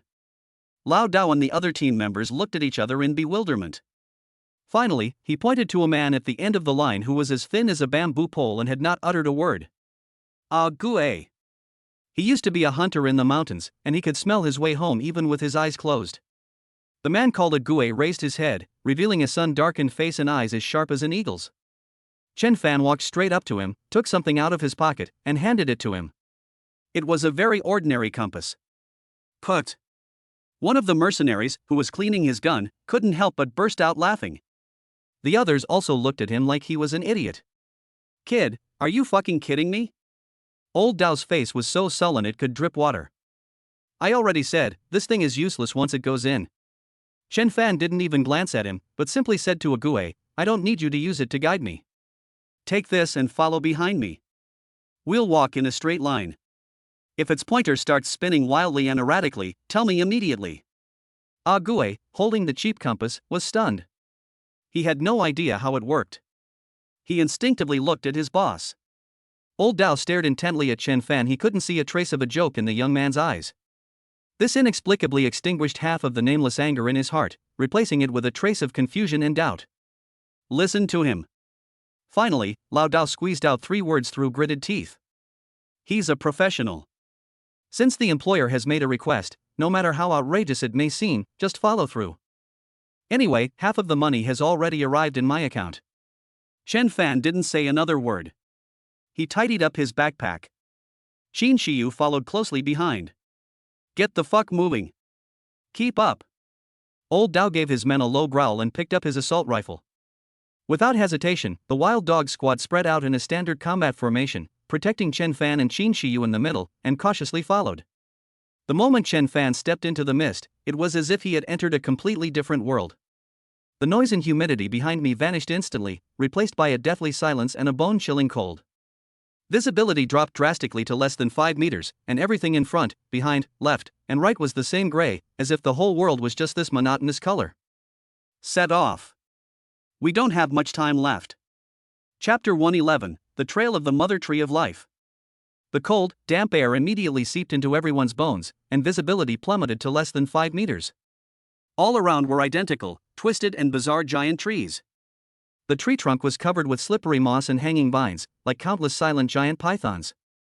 Underfoot was a thick layer of rotting leaves, soft and yielding, which could easily sink up to your ankles, and exuded a putrid smell that had been there for years.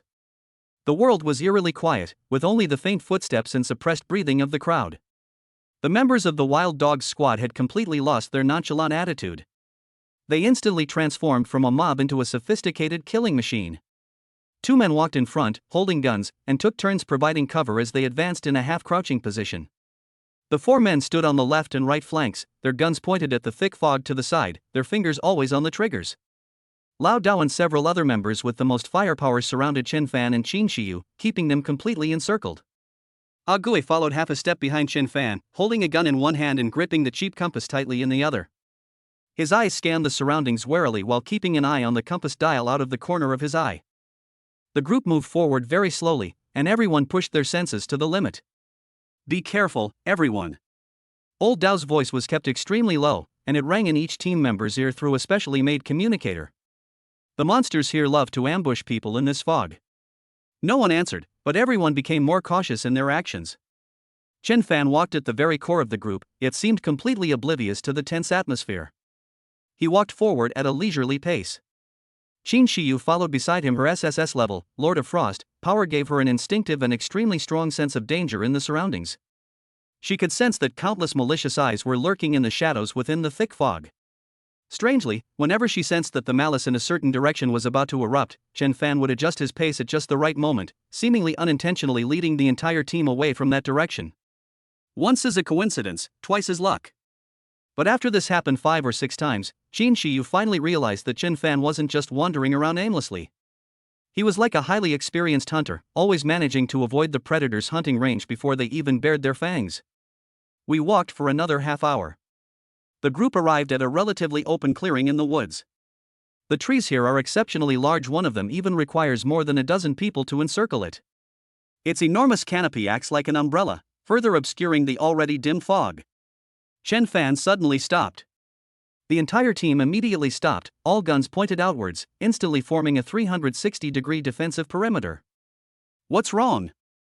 There was a hint of nervousness in Lao Dao's voice. 10-minute break. Chen Fan said calmly. Check the equipment and replenish water.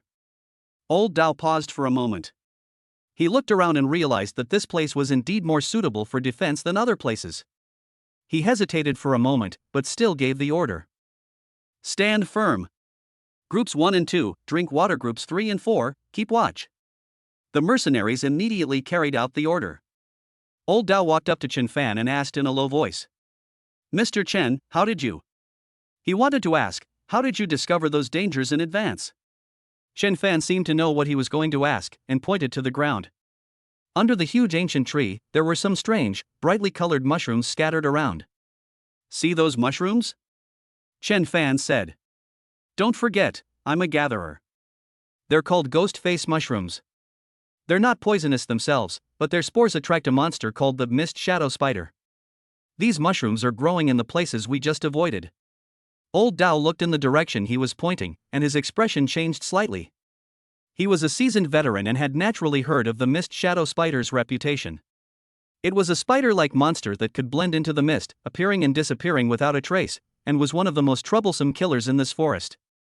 The mercenaries behind him looked at Chen Fan differently after hearing this. The contempt and disdain had completely vanished, replaced by scrutiny and astonishment. This kid. He's not a pretty boy. He knows his stuff. Just then, something unexpected happened. Hiss. A slight sound came from the thick fog on the right side of the group. Immediately afterwards, a dark figure moved with lightning speed, rushing straight at a mercenary who was drinking water. Enemy attack. The mercenary closest to the enemy roared, shoved his comrade aside, and opened fire with his gun. Day. Flames burst forth in the gloomy forest, instantly illuminating the true form of the dark figure. That was a giant vine as thick as a water bucket. Its tip splits open like a flower petal, revealing a dense array of sharp teeth inside, like those of a meat grinder. It's a man-eating vine. The mercenary who was pushed aside escaped unharmed, but the demonic vine wasn't actually targeting him. It twisted strangely in mid-air, bypassed the gunfire, and lashed out at Chen Fan in the center of the group like a long whip. It could sense that this seemingly weakest human was the greatest threat to it. Protect the employer. Old Dao's eyes widened in fury, and he raised his gun to fire. But it was too fast. The speed of the man-eating vines exceeded everyone's expectations. A cold glint flashed in Qin Shiyu's eyes. She was about to activate her ability when she discovered that Chen Fan was faster than her. Faced with this fatal blow, Chen Fan showed no panic whatsoever. He didn't even back down. Just as the demonic vine was about to reach his body shifted half a step to the left with an extremely slight movement. Just this half step. It brushed against the hem of his clothes, and the petal covered with sharp teeth bit into empty air, then slammed heavily onto the ground behind him. Boom! Soil and decaying leaves flew everywhere. Everyone was stunned. This is beyond what can be achieved with just a quick reaction. It's as if the demon vine had anticipated every single move it made. Before anyone could react, 3 more identical man-eating vines silently emerged from the shadows on the other side, their target still Chen Fan. Court death. Old Dao roared, and his heavy machine gunners finally found their chance. Thump! Thump! Thump! Thump! A dull yet terrifying gunshot rang out, and the large-caliber armor-piercing rounds, carrying destructive power, instantly tore the demonic vines to shreds. Green juice and bits of meat flew everywhere. The battle lasted only a dozen seconds from start to finish. One mercenary had a cut on his arm, bleeding profusely, while the others were unharmed. But everyone looked at Chen Fan as if he were a monster. If you relied on knowledge to avoid danger before, then what about this amazing dodge just now? Old Dao walked up to Chen Fan, staring intently at him, the scar on his face twitching. Who are you? Chen Fan did not answer him, but looked at a Gue at the end of the line. A Gue's face was deathly pale. He held up the compass in his hand, his voice trembling. Boss. It's spinning. Everyone looked over and saw that the cheap plastic compass was spinning wildly on the dial, making a soft buzzing sound. Finally, it steadily points forward. Chen Fan finally showed his first smile since entering the forest.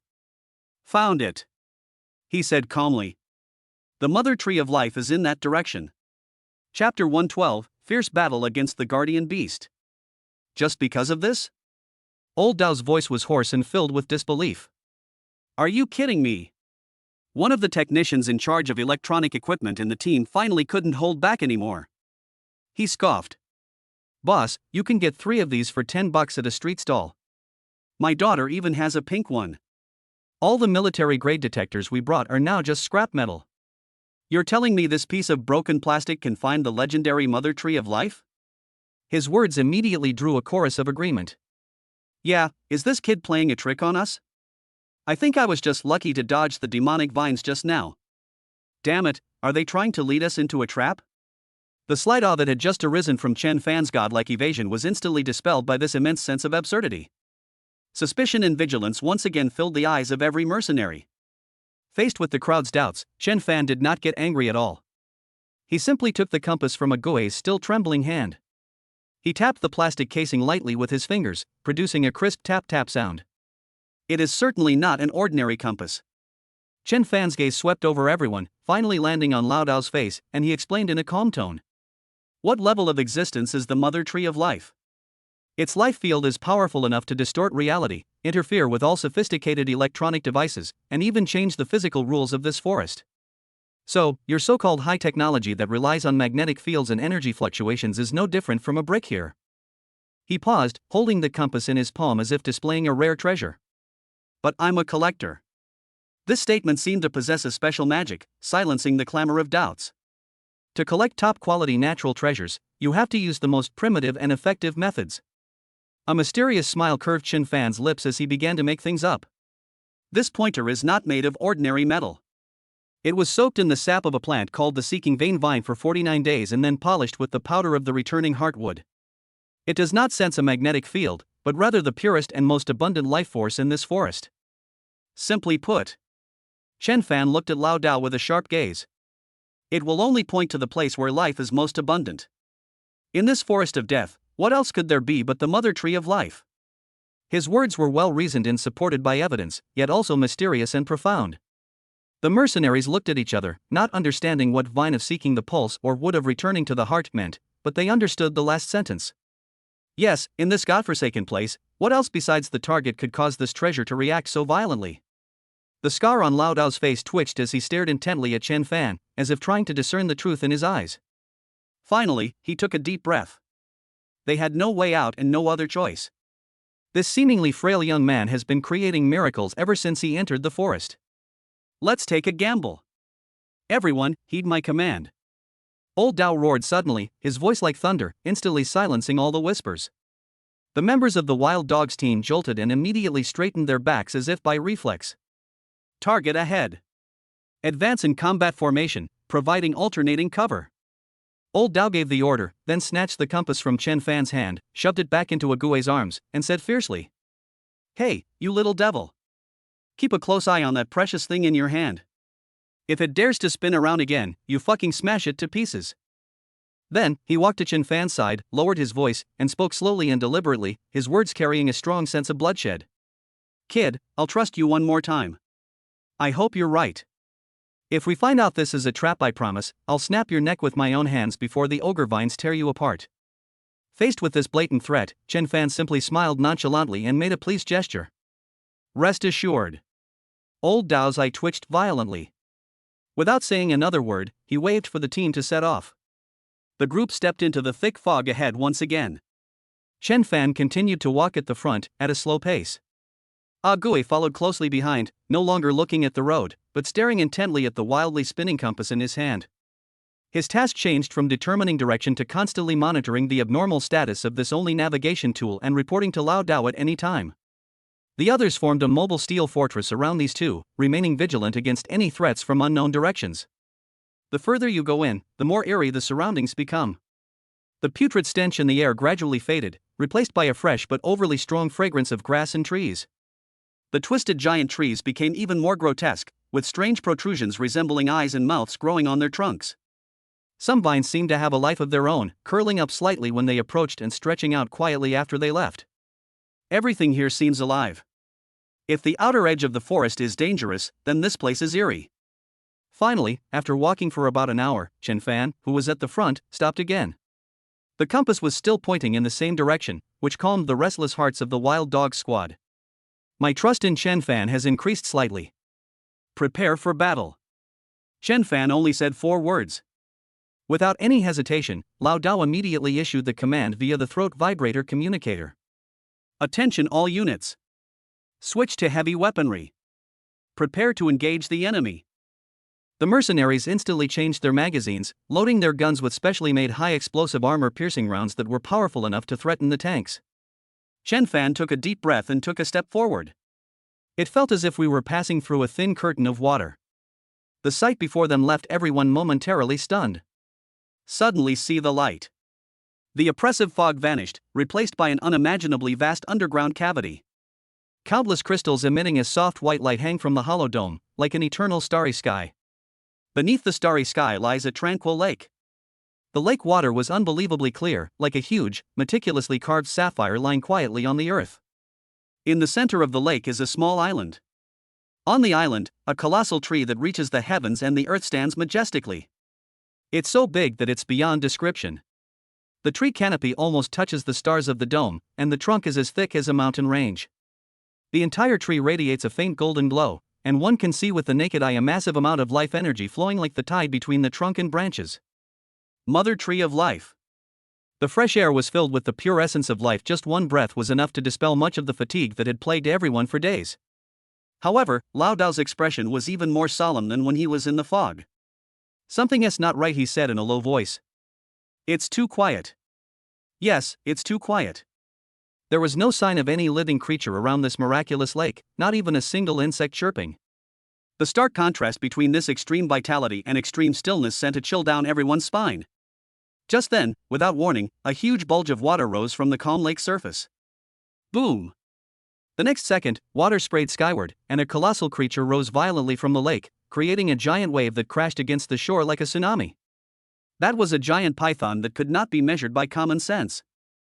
Its body is thicker than a heavy truck, and its dark green scales shimmer with a metallic luster under the starlight. The most terrifying thing is that it has more than one head.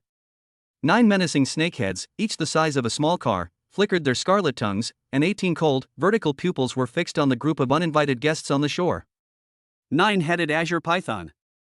A legendary king-level monster that guards the source of life. Fire! Old Dao's roar ripped through the deathly silence. There was no need for mobilization at all. Faced with an existence of this level, everyone's first reaction was to unleash their most powerful firepower. Thump! Thump! Thump! Thump! Da-day-day-day-day.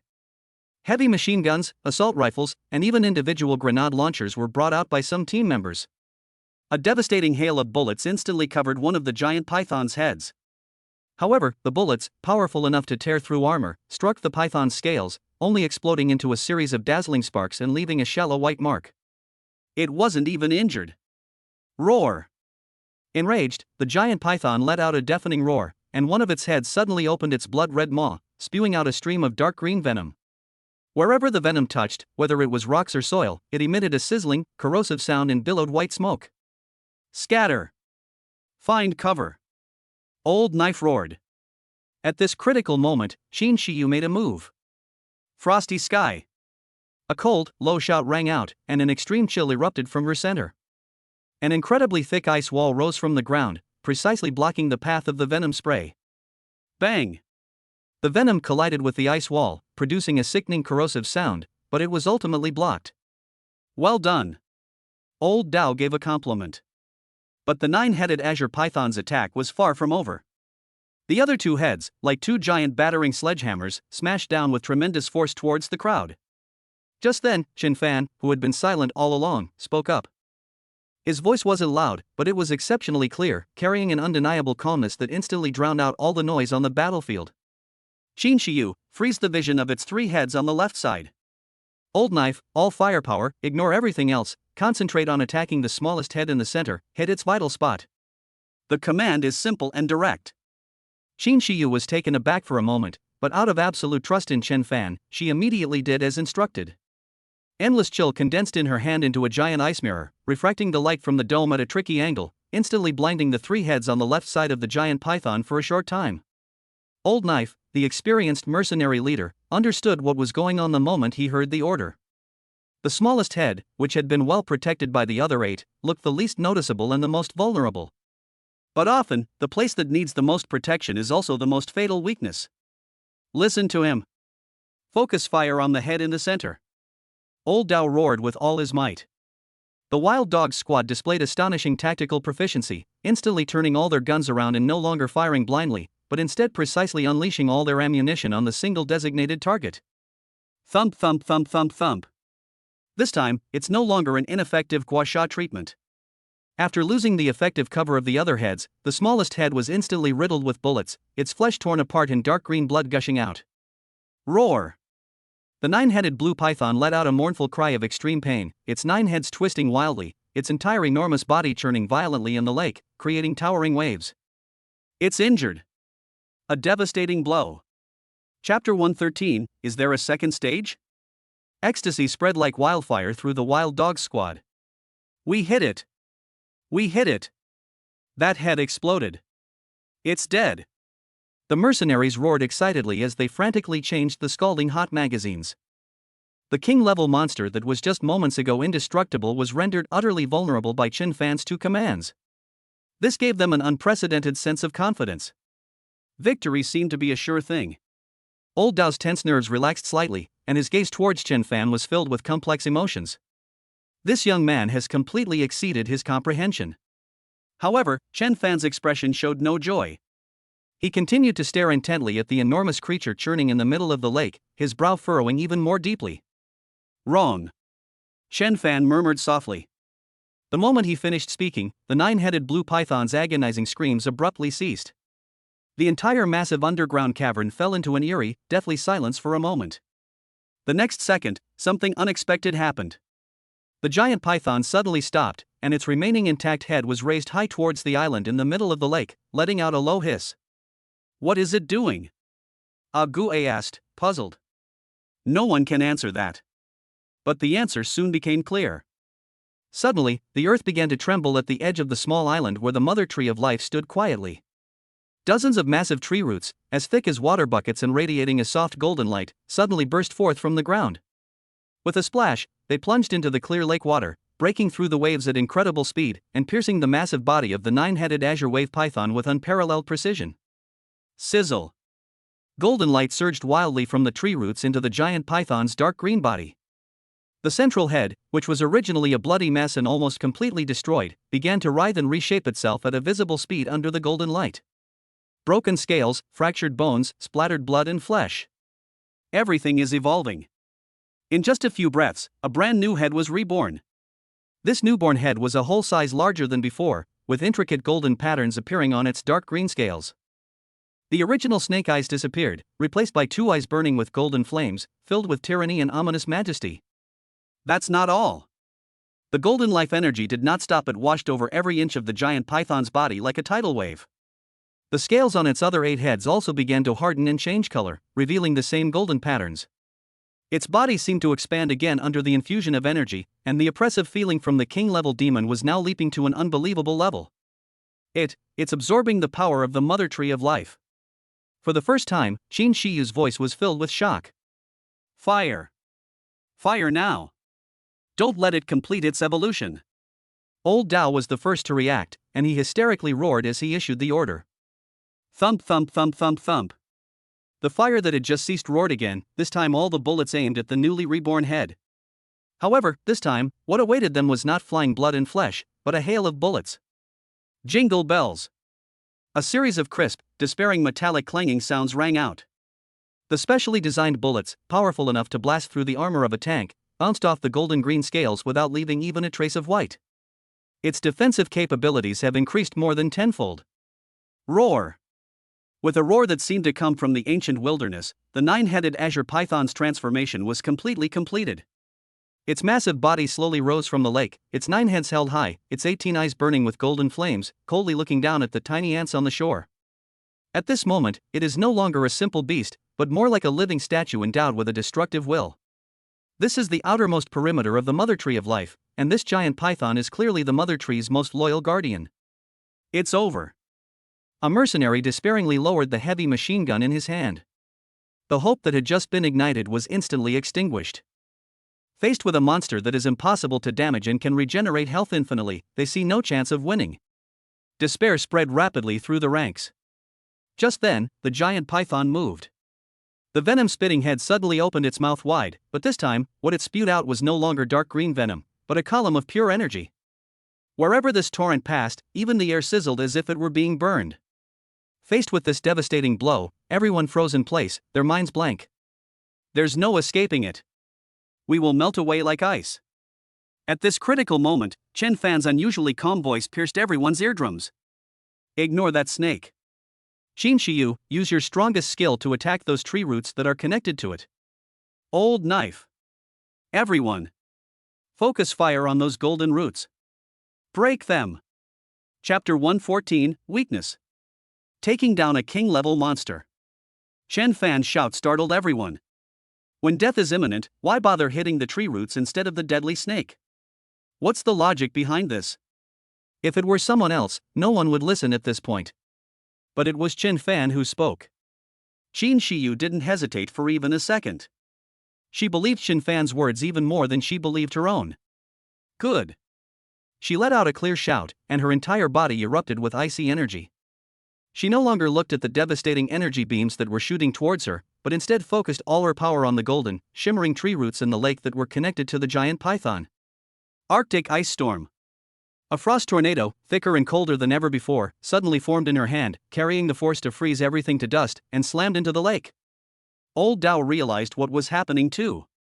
Although he didn't understand why, he knew that he had no choice but to take a gamble. Trust Chen Fan. What the hell are you all standing there for? Old Dao roared at the top of his lungs, the veins on his neck bulging. Listen to the boss. Change targets. Shoot those golden tree roots.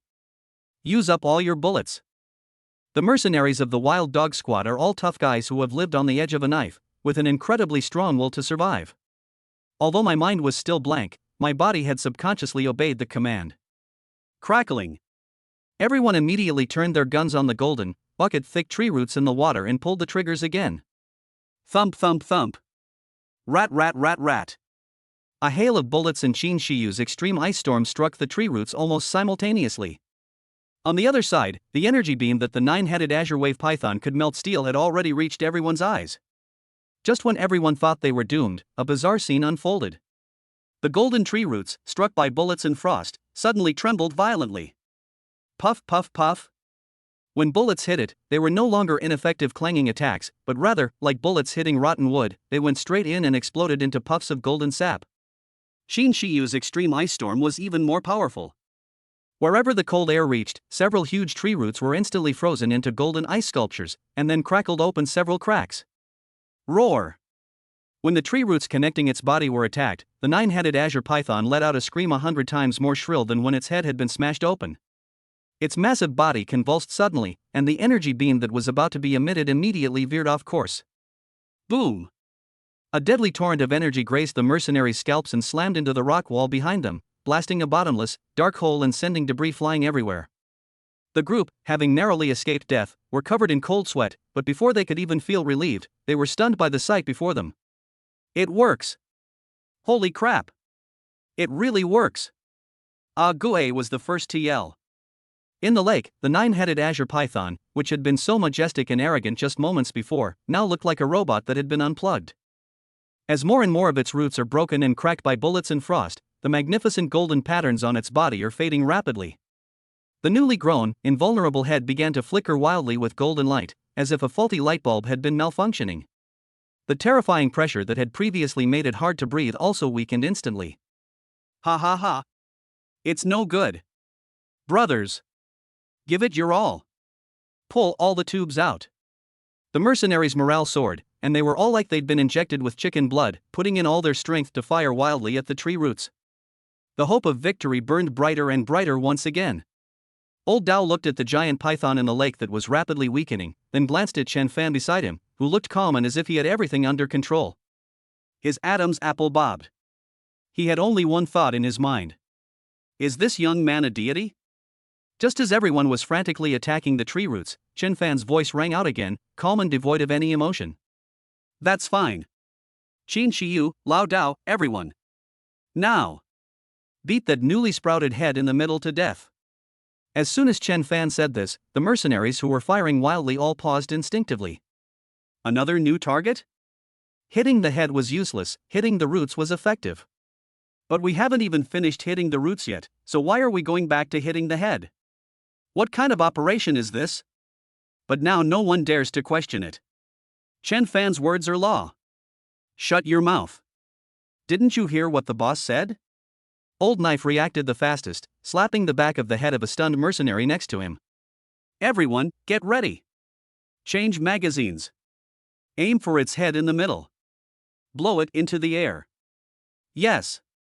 The Wild Dog Squad's execution capabilities were on full display at this moment. Without a word, everyone turned their guns around and locked onto the newly reborn, gleaming golden snake head once again. Without saying a word, Qin Shiyu swerved the extreme ice storm in her hand, and the frost tornado, condensing terrifying cold air, roared and rushed towards the giant python's head. Thump thump thump thump thump. Boom! Bullets and frost once again ravaged that once majestic head. Then, a scene appeared that nearly made all the mercenaries' eyes pop out of their sockets. Put! Put! Put! The bullets, which had been flying like they were hitting a steel plate, now pierced the snake's head scales effortlessly, as if a red-hot knife were cutting through butter. Those golden, seemingly incredibly powerful scales were now as fragile as paper. Large swathes of scales were torn off by bullets, flesh and blood flew everywhere, and green blood gushed out like it was free. It worked! It really worked this time. Ague was so excited that his voice changed tone. Ha ha ha! Its shell is broken. Kill it! You son of a bitch! All the mercenaries went mad, unleashing their fury as bullets at the head of the nine-headed azure serpent. That head, which had only grown a few minutes ago and hadn't even had a chance to show off, became the most unfortunate target. Roar! A whoa! The nine-headed blue python let out a wail of extreme pain. It wanted to fight back and dodge, but most of the tree roots connecting it had been broken, and it could not supply energy. Its movements became sluggish and powerless. Boom! Finally, under Qin Shiyu's bombardment with another frost cannon shot that was condensed to the extreme, that head, along with half of the neck, was completely blasted into flying bits of flesh and ice shards. This time, it failed to grow back. Thump! Deprived of its energy support, the nine-headed azure python's massive, mountain-like body stiffened abruptly before crashing heavily back into the lake, creating towering waves. The golden patterns on its remaining 8 heads completely went out, and they all drooped limply. The fierce light in its 18 eyes also completely dissipated. He died. The king-level monster that had once driven them to despair was dead. The entire underground cavern was deathly silent, except for the sound of the lake water lapping against the shore. Everyone stared wide-eyed at the enormous corpse on the lake, momentarily stunned. The next second. We won, we won. I don't know who was the first to shout it out. Holy crap! We won. We killed the king-level monster. This is a king-level magical beast. It's even stronger than a city-destroying level magical beast. Ha ha ha ha. I'm the man who has killed a king-level demon. The overwhelming joy of surviving the ordeal instantly engulfed the entire team. Some mercenaries threw their guns into the air and hugged each other excitedly, while others sat down on the ground, laughing heartily with exhaustion. Old Dao also let out a long breath, feeling his legs go weak. He turned his head and looked at the young man next to him who had remained calm throughout. This man turned a certain death into a textbook example of a successful hunt. He opened his mouth, wanting to say something, but found his throat was terribly dry, and in the end he could only manage to utter 2 words. Mr. Chen.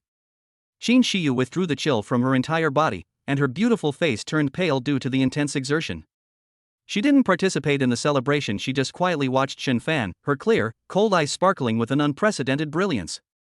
Chen Fan, who was the focus of the entire event, simply patted the dust off his hands calmly, as if he had only done a trivial matter.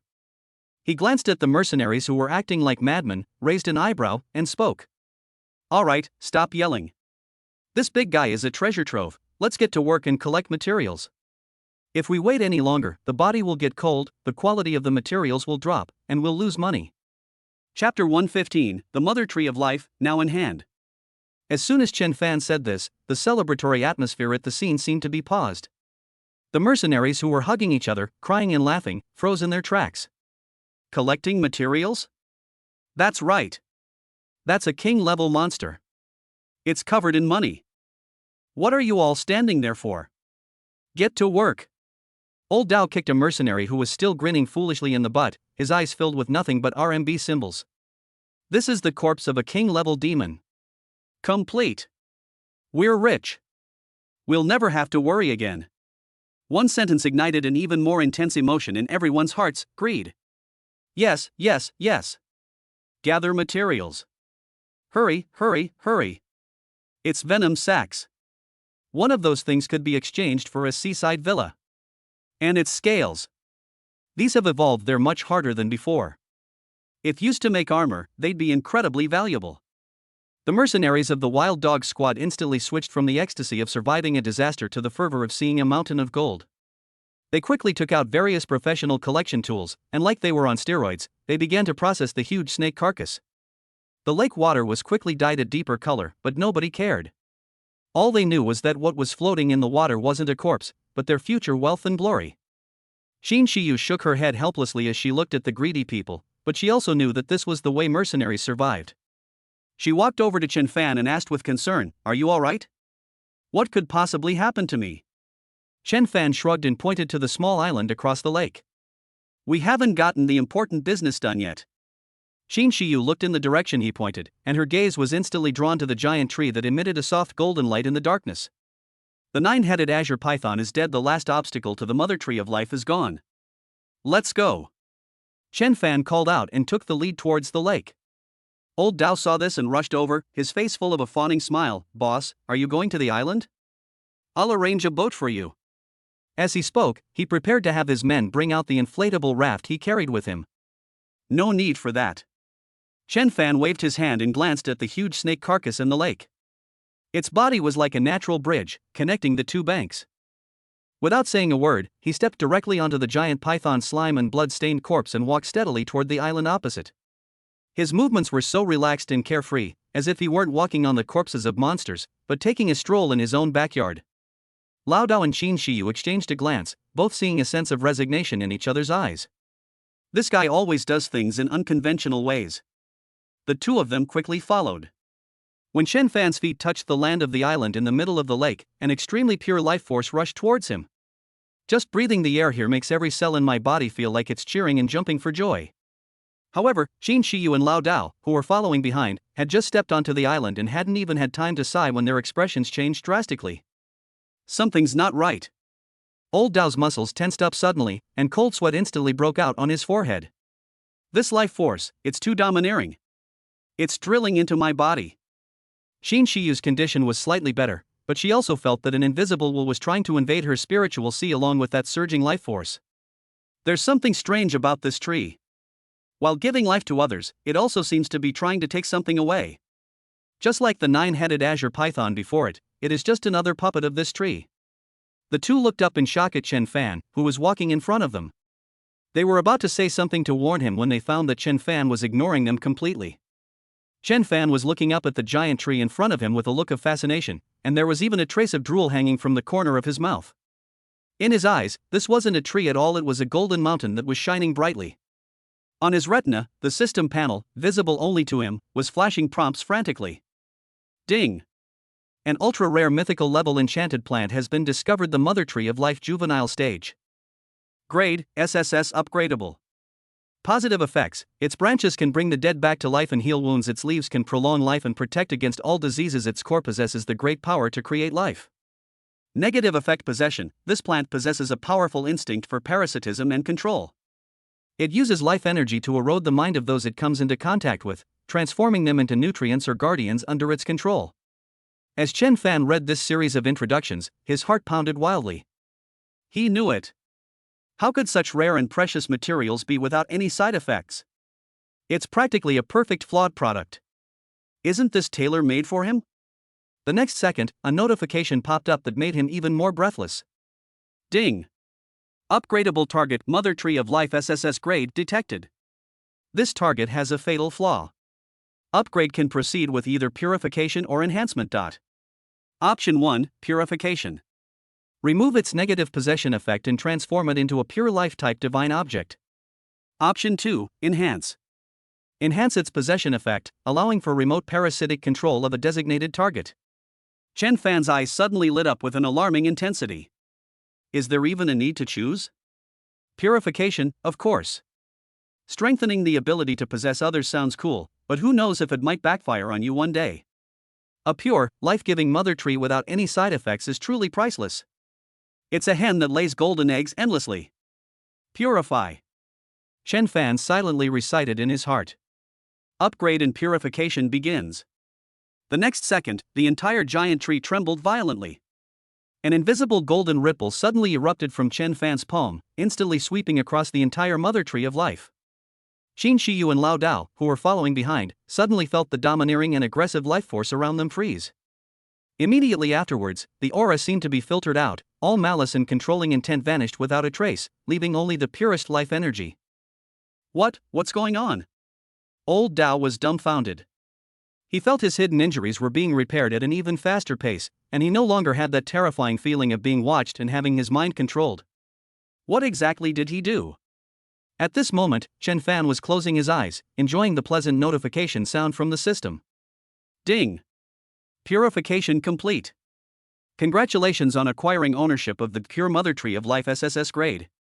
Chen Fan slowly opened his eyes, feeling the intimate connection between his heart and mind coming from the palm of his hand, and smiled with satisfaction. From this day forward, this gold mine belongs to the Chen family. Chapter 116, I've taken over this tree. Chen Fan slowly opened his eyes, his hand still resting on the warm, jade-like tree trunk. That feeling was wonderful. It's like having an invisible, intangible, yet real finger inside your body, which can command this enormous thing in front of you at will. He could even clearly see the life energy flowing like a golden river inside the mother tree of life, and at the top of the canopy, the purest life core that beats slowly like a heart. Cool. The feeling of completely possessing a priceless treasure is even better than earning 10 billion directly. 100 billion will be gone once it's spent, but this tree, if well cared for, will lay golden eggs for him every day. Boss Chen. Behind him, Lao Dao's voice trembled with a hint of awe as he cautiously called out. There was nothing he could do. Everything that was happening before his eyes had completely shattered his decades-long worldview. A ferocious king-level monster was killed by this young man with just a few words of command. A demonic tree that could control people's hearts and was extremely domineering became as kind and approachable as an old man sunbathing in a park after he touched it. This is beyond just being amazing, it's divine intervention. Old Dao now looked at Chen Fan with the same reverence he would show a god of wealth in a temple, no, even more so. Even the god of wealth might not necessarily grant his wish, but this man was alive. Chen Fan snapped out of his daze, withdrew his hand, and turned to look at Lao Dao and Qin Shiyu. The two of them looked at him with shock, as if they had seen a ghost. Why are you looking at me like that? Chen Fan asked casually. Is there a problem? No.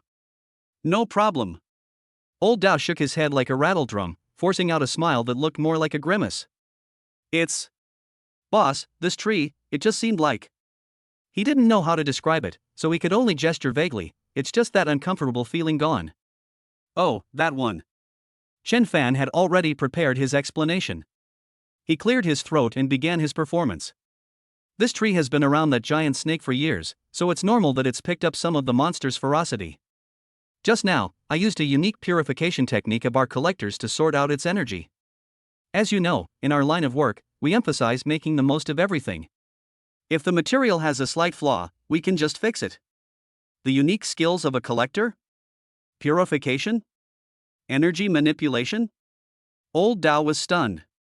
He could understand each word individually, but when put together, he couldn't understand what it meant at all. But he didn't understand why, he just thought it was awesome.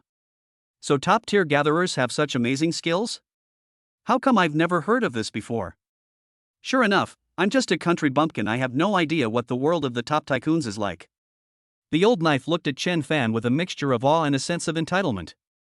See, I told you, there must be some amazing techniques we don't know about. Qin Shiyu is different. Her cold eyes stared unblinkingly at Chen Fan, filled with suspicion. Gatherer? She knew at least 80 or 100 collectors, and let alone such miraculous methods that could change the sex of an SSS-level magical plant with a single touch. There were very few who even dared to approach high-level magical creatures to collect materials. 9.5 out of 10 things this guy says are lies. But she didn't expose it. She knew that everyone had their own secrets, especially someone like Chen Fan who was full of secrets. He doesn't want to talk about it, and asking won't help. As long as I know he has no ill intentions towards me, that's enough. Okay, let's not talk about this anymore. Chen Fan waved his hand, interrupting the two of them's wild thoughts. He rubbed his hands together, his eyes shining as he looked at the huge diamond mountain in front of him, like a mouse about to break into a granary. Since we're already here, we can't go back empty-handed. As he spoke, he walked to the tree, reached out, and carefully plucked the closest emerald-like leaf. The leaves feel warm and smooth to the touch, carrying a cozy, comforting scent that invigorates the spirit. Ding! You have collected one leaf of the Mother Tree of Life SSS grade. Chen Fan happily put the leaf into his spatial ring. Then, he picked another leaf. Ding! You have collected. Pick another one. Bite. He was like a child in an orchard, picking fruit with great enthusiasm. Old Dao watched from the side, his mouth practically watering. Those are leaves from the mother tree of life. Legend has it that one piece can keep a seriously injured person alive, and drinking it in water can prolong life.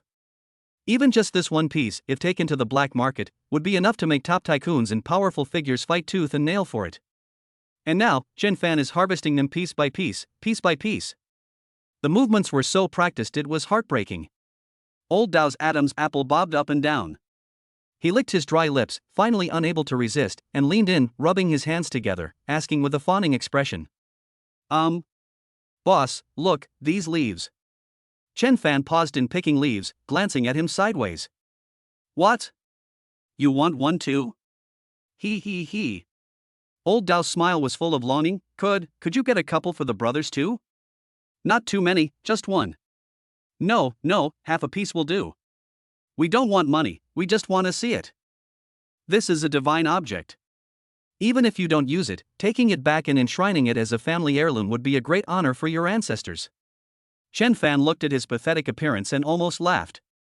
He thought about it and realized that although the wild dog squad was not very strong, they had at least contributed by acting as cannon fodder and providing fire support, which was why he was able to successfully take down the giant python in the tree. If you're eating meat, you should at least leave some soup for others. Thinking of this, he casually picked out about 10 leaves from a handful he had just plucked and tossed them to Lao Dao like dealing playing cards. Alright, take it and distribute it. Consider it a bonus for this mission. Chen Fan's tone was as casual as a boss handing out tips. Old Dao frantically caught the handful of lush green leaves, completely dumbfounded. Looking at the dozen or so crystal clear, shimmering leaves in his palm, he felt as if he were holding not leaves, but a dozen mountains of gold. Bonus? What an incredible bonus! The money from selling just one of these leaves could buy his entire mercenary squad several times over. Bang! Without saying a word, Lao Dao knelt down on one knee, raised the leaf high above his head with both hands, and his voice changed with excitement. Thank you for your generous reward, boss. From this day forward, I, Lao Dao, and all the members of the Wild Dog Squad are willing to go through fire and water for you. Xin Shiyu, standing behind him, couldn't help but twitch her lips slightly when she saw this scene. This method of winning people's hearts is truly simple and crude, yet ridiculously effective. Chen Fan nodded in satisfaction. This child is teachable. He waved his hand, signaling that Old Knife could leave. Old Dao felt as if he had been granted a pardon. Holding the handful of leaves, he ran excitedly back to the other side of the river, ready to share this wonderful news with his brothers. It is foreseeable that another round of frenzied revelry will soon erupt on the other side. After getting rid of the troublesome person, only Chen Fan and Qin Shiyu remained on the island. The atmosphere suddenly became quiet. Chen Fan continued to happily collect his spoils, picking leaves while occasionally tapping the tree trunk, wondering if he should get a branch to take back. Qin Shiyu stood quietly a few meters behind him, watching his back without saying a word. She watched Chen Fan carefully tend to the sacred giant tree like a diligent gardener, the cool moonlight from the glowing crystals on the ceiling of the underground cave shining on his profile, creating an indescribable sense of harmony. It was as if this tree was born to belong to him. Aren't you going to get some? Chen Fan picked for a while, then turned around and saw Qin Shiyu still standing there in a daze, so he asked. This is a good thing, it can repair the hidden injuries in your body. Qin Shiyu shook her head and said softly, I have just absorbed a lot of its life energy, and my injuries have almost healed. She paused, then added. And this is your spoils. In her view, the entire battle, from commanding to killing, and finally purifying the mother tree of life, was all thanks to Chen Fan alone. She and those mercenaries were at best tools in Chen Fan's hands. Since it's just a tool, there's no reason for it to share the spoils with the boss. Chen Fan glanced at her and smiled. He waved a handful of freshly picked leaves in his hand and said, Come here. Qin Shiyu hesitated for a moment, but still did as she was told and went over. Chen Fan directly shoved the handful of leaves, which numbered at least 20 or 30, into her hand. Take it. Qin Shiyu was taken aback, holding the large bunch of leaves that exuded a strong sense of life, somewhat at a loss. I don't need that many. Just take it. Chen Fan's tone left no room for argument. You think this is for you? He curled his lip and said matter-of-factly, This is for your grandfather. I'm only giving it to you because of your grandfather, understand? We signed an agreement. I am the chief technical advisor for your Qin family. This thing is a benefit product that I, as your advisor, am distributing to your Qin family in advance. You need to take this back to your grandfather and show him that my role as a consultant has been more than worthwhile. Chapter 117, Let's Go Home. Wait, where's the way? Good. Qin Shiyu nodded emphatically, her steps as she turned around were light and quick. Equals the gloom that had been weighing on her heart for several days was finally swept away. They succeeded. They found the mother tree of life with unimaginable, miraculous speed. From the moment we set off until now, it's been less than 3 days in total. What does that mean? This means they won. At least we've won the first leg of this race against death. The previously precarious 27-day time limit has now become incredibly ample.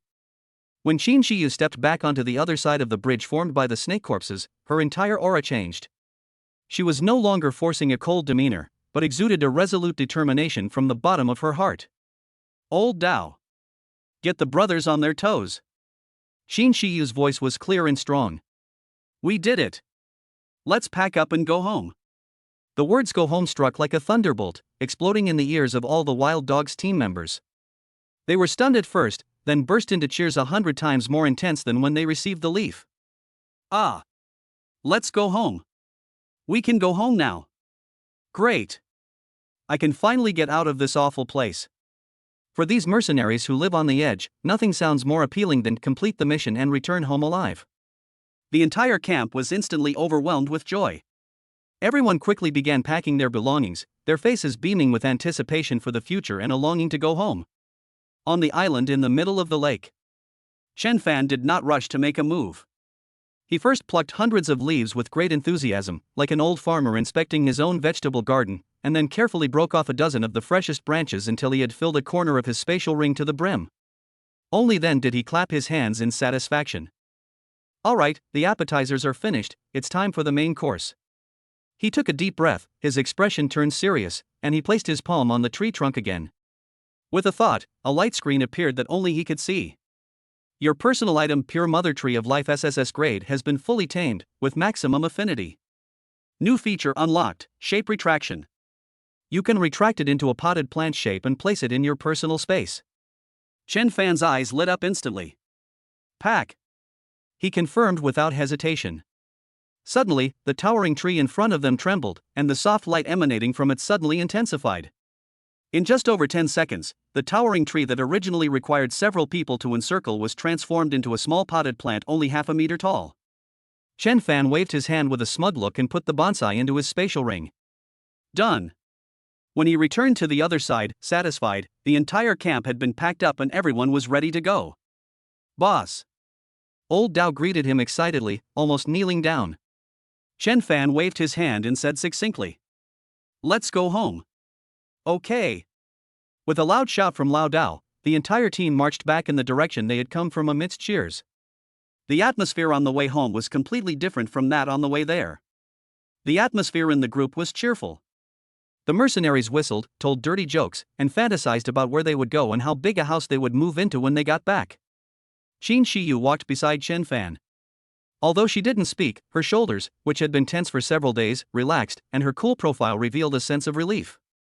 Everything went too smoothly. Chen Fan walked at the front of the group, playing with the compass he had enhanced, and was in a pretty good mood. This time, not only did they manage to secure the SSS-level mobile treasure trove, the Mother Tree of Life, but they also planned to revive Wang Teng once they return a double blessing. Absolutely perfect.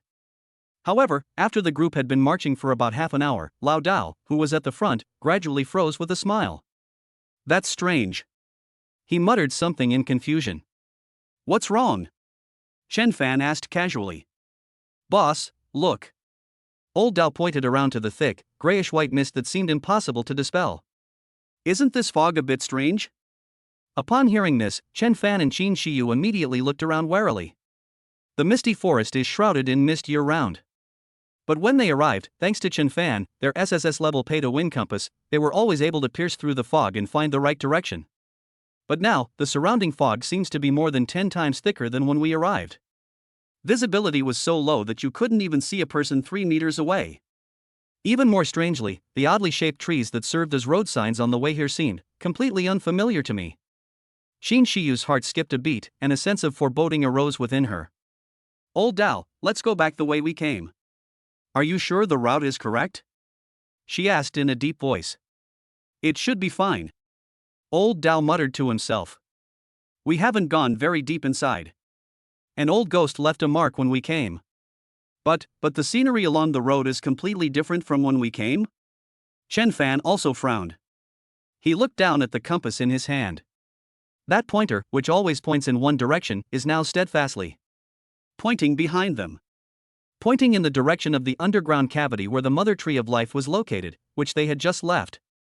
Chen Fan's heart sank instantly. He finally realized a fatal problem that he had overlooked. This upgraded and enhanced compass is designed to find the mother tree of life, not to guide you home. Now, they are facing away from their destination, trying to return the way they came.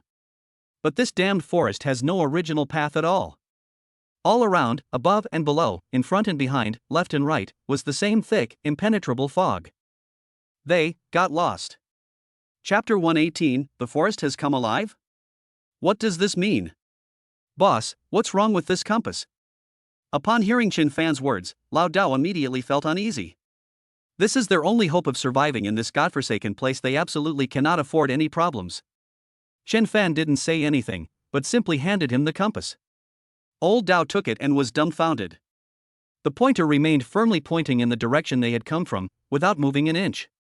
What's going on? A mercenary came over for a look and was also dumbfounded. It's very simple. Chen Fan's expression was very unpleasant. This thing can only help us find the mother tree of life, it can't take us home. Now that I've taken the tree away, it can only point in the direction of that hole. It's of no use to us in finding the way out. Boom! The moment those words were spoken, the room fell into a deathly silence. The joy and hope that had just been on everyone's faces vanished without a trace, replaced by a bone-chilling cold. I'm lost. I got lost in this misty forest that devours people without spitting out their bones. Everyone present knew perfectly well what this meant. Then what about the marks we left when we came? Old Knife asked, his voice trembling as he clung to his last hope. It's no use, Qin Shiyu shook her head, her face equally pale. The space here changes, and the markings have long been messed up. It's over. Everyone's hearts sank to the bottom. They were just discussing how to have a good time when they got back, and now they're even wondering if they'll survive until tomorrow.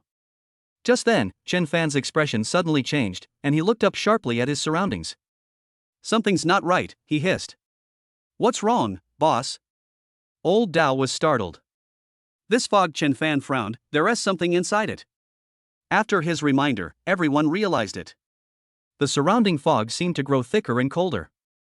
Moreover, a stench began to permeate the air, a stench like that of a corpse left to rot in a graveyard for a long time. Ugh! What's that smell? It's awful, a mercenary cursed, covering his nose.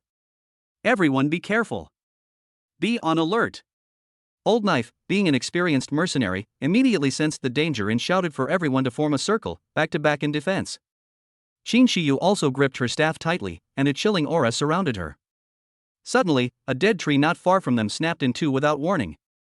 Immediately afterwards, a shapeless black claw, seemingly made of mud and bones, suddenly emerged from the soil under the tree. Then came the second one, the third one. One after another, bizarre, deathly-looking monsters slowly crawled out of the ground. Some resembled rotting spiders, others skinless wolves, and one even had a head and 3 bodies. They were enough to make anyone lose their sanity. Holy crap! What the hell are these things? A mercenary shouted in terror. It's the rotting corpse demons from underground. How did they get out? Old Knife's face was filled with fear. I understand. Qin Shiyu's voice trembled slightly. It's the mother tree of life. Before, when it was here, its life force suppressed these things, so they didn't dare to come out. Now the tree has been taken away by us. With the thing that was suppressing them gone, these ghostly things naturally crawled out. Chen Fan immediately understood the key point. I've stirred up a hornet's nest. Roar! Before they could react, the nearest rotting corpse demon roared and pounced. Fire!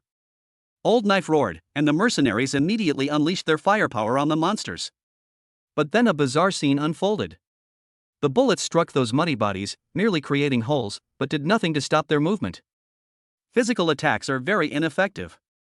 Qin Shiyu immediately judged. Get out of the way. Chen Fan shouted, took a step forward, and unleashed a skill he had copied from Qin Shiyu. Frost Nova. A halo of icy blue light exploded instantly, freezing the first few corpse demons into solid blocks of ice. It works! Everyone perked up.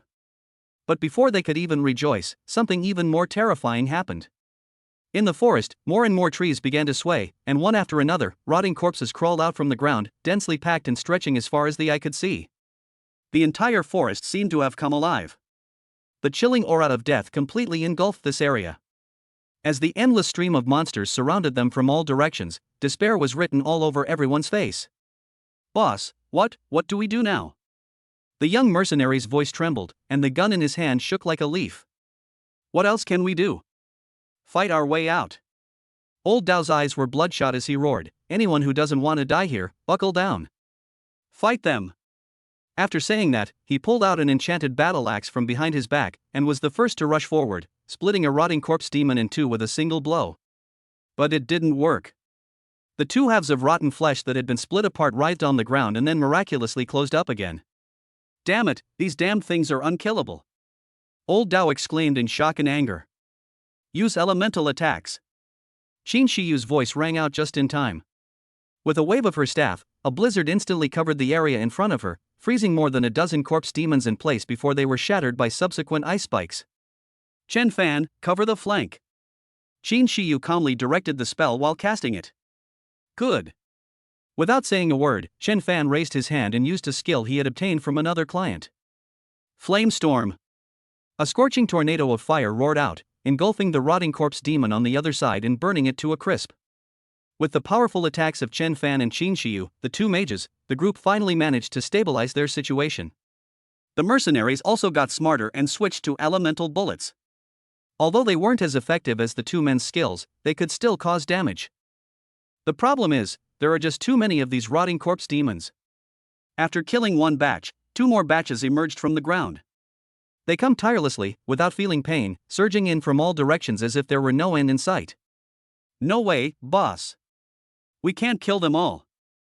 I'm almost out of bullets. My mana is almost depleted. Miss Qin, my mana is about to run out. The support player in the team was almost in tears. The mercenary's stamina was rapidly depleting, Qin Shiyu's face was growing paler, and even Chen Fan was starting to feel mentally exhausted from constantly unleashing his skills. If this continues, it's only a matter of time before they are worn down and die. Just when everyone was about to despair, a deafening roar suddenly came from the other side of the forest. A whoa! The roar was filled with anger and rage. Immediately afterwards, the earth began to shake violently, as if some enormous creature was rushing towards them at high speed. What the hell? Not again? Old Dao's heart sank. No, they're not coming for us. Chen Fan's eyes narrowed as he pointed to the rear of the horde of corpse demons. Everyone looked in the direction he pointed and saw a huge black bear, as big as a truck, charging wildly into the horde of rotting corpse demons. This giant bear was one of the original rulers of this forest, and they deliberately avoided its territory when they came.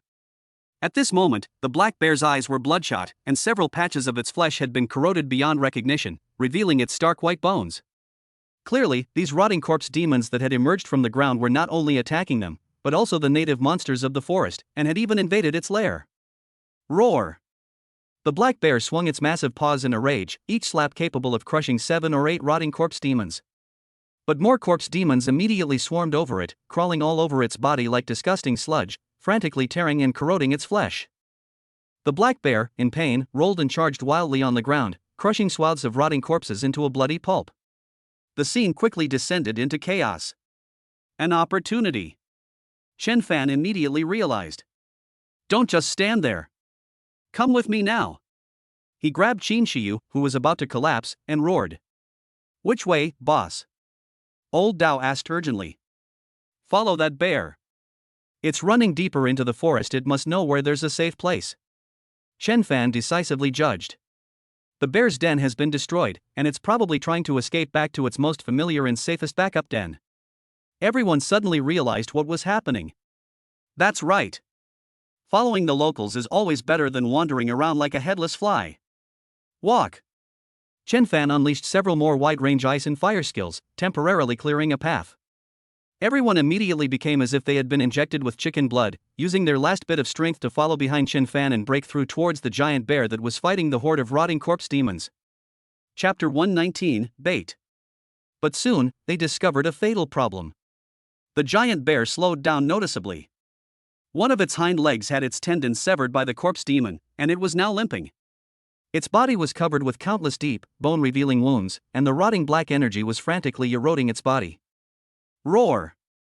The giant bear let out a roar of grief and resentment, and was tripped by several particularly large corpse demons, falling to the ground. With a loud crash, the mountain-like body slammed to the ground and was instantly engulfed by hundreds of rotting corpse demons.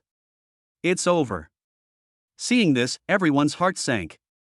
If the local guides have all fallen, what way can these outsiders possibly survive? Don't panic.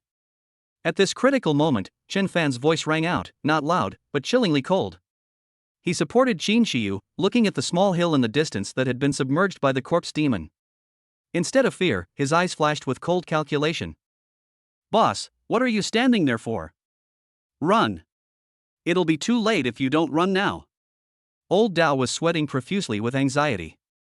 Run? Chen Fan sneered. Where do we go? Without this stupid dog to lead the way, our chances of escaping are zero. What should we do then?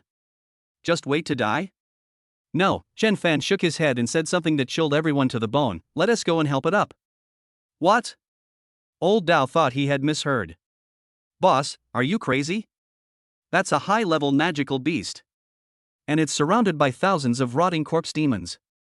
If we charge in, we wouldn't even be enough to fill a tooth gap. Shut up.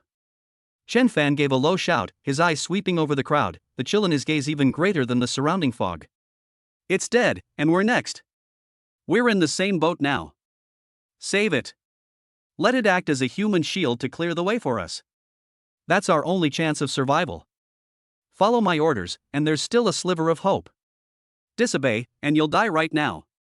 Chen Fan's words were like an icicle, piercing the jolted awake of these panicked mercenaries. Yes, we're going to die either way, so we might as well take a gamble. Damn it. Let's go all out. Old Dao gritted his teeth and made up his mind. Boss, tell us what to do, we'll do it your way. Good. Chen Fan nodded in satisfaction. Qin Shiyu, how much mana do you have left? We can also place an icebound path, Qin Shiyu said, panting. Enough. On my command, freeze a path towards the bear.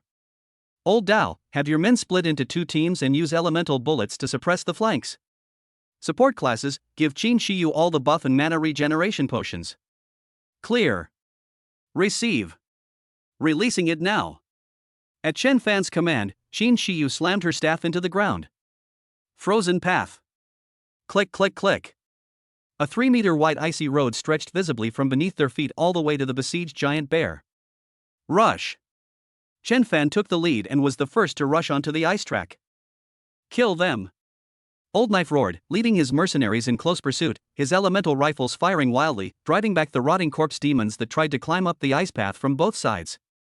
When they rushed to the giant bear, they discovered that the situation was worse than they had imagined. The giant bear was on its last legs, its massive body crawling with monsters. Several rotting demons had even burrowed into its wounds and were gnawing on its internal organs. Roar! The giant bear sensed Chen Fan and the others approaching and emitted a faint warning sound. A bunch of useless trash. Chen Fan looked at these demonic creatures, his eyes flashing with intense disgust. He spread his hands, and a violent force of lightning gathered in his palms. Sizzle! A thick chain of lightning shot out from his hand, striking precisely one of the rotting corpse demons on the giant bear's back. The corpse demon was instantly reduced to charcoal.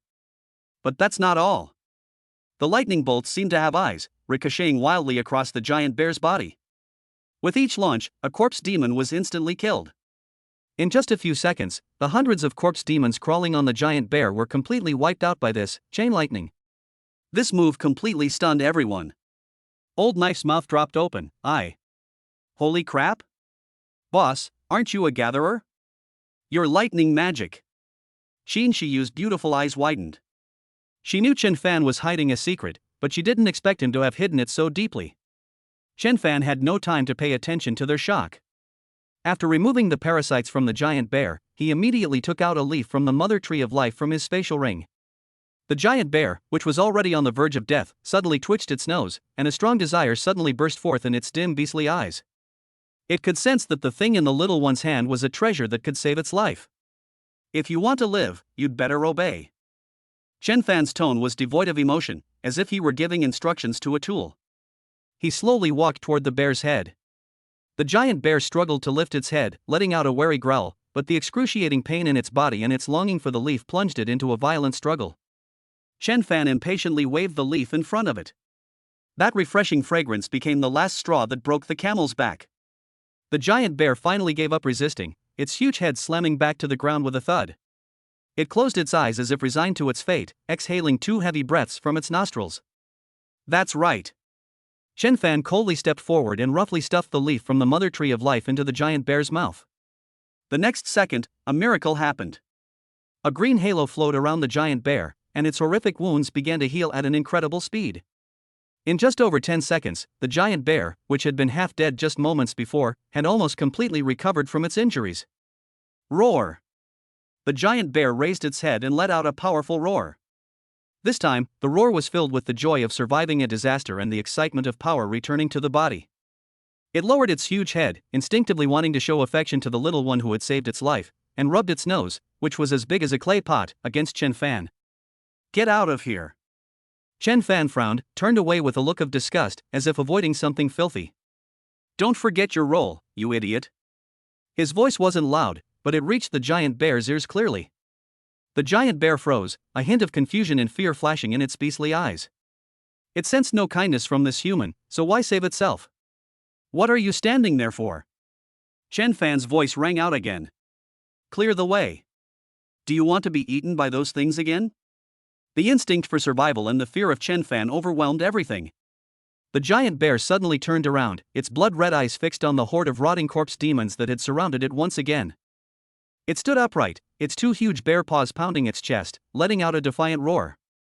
It wants revenge. Chapter 120, Breaking Through the Encirclement. The roar of the giant bear became the only bugle call on the battlefield. Its massive body, like an out-of-control heavy tank, charged madly towards the densest area of the corpse demons. With each swing of its enormous paw, the bear could smash several rotting corpse demons into a bloody pulp. With each bite, the gaping maw tore off a large chunk of rotten flesh. The sense of power that came with surviving the ordeal made it temporarily forget its fear, leaving only endless anger and a thirst for revenge. Keep up! All of you, stay close to me! Old Dao yelled at the top of his lungs until his voice was hoarse. Everyone followed closely behind the giant bear. This enormous creature, which had just filled them with fear, had now become their only shield. The giant bear absorbed 99% of the attacks for them. Countless rotting corpse demons swarmed onto it like flies attracted to blood, only to be violently flung away and crushed one by one. Even so, occasionally some still slipped through the net and rushed into the group. Watch out for the flanks. Xin Shiyu's voice rang out just in time, and an ice wall rose from the ground, blocking a spider-shaped corpse demon that was trying to launch a sneak attack. Her face was pale, but her eyes remained firm. With the support of her teammates using potions to restore her mana, she continued to cast spells to eliminate threats for the team. Chen Fan was even more direct. His palms flashed with fire and lightning from time to time, and even occasionally a faint wind blade would glide by.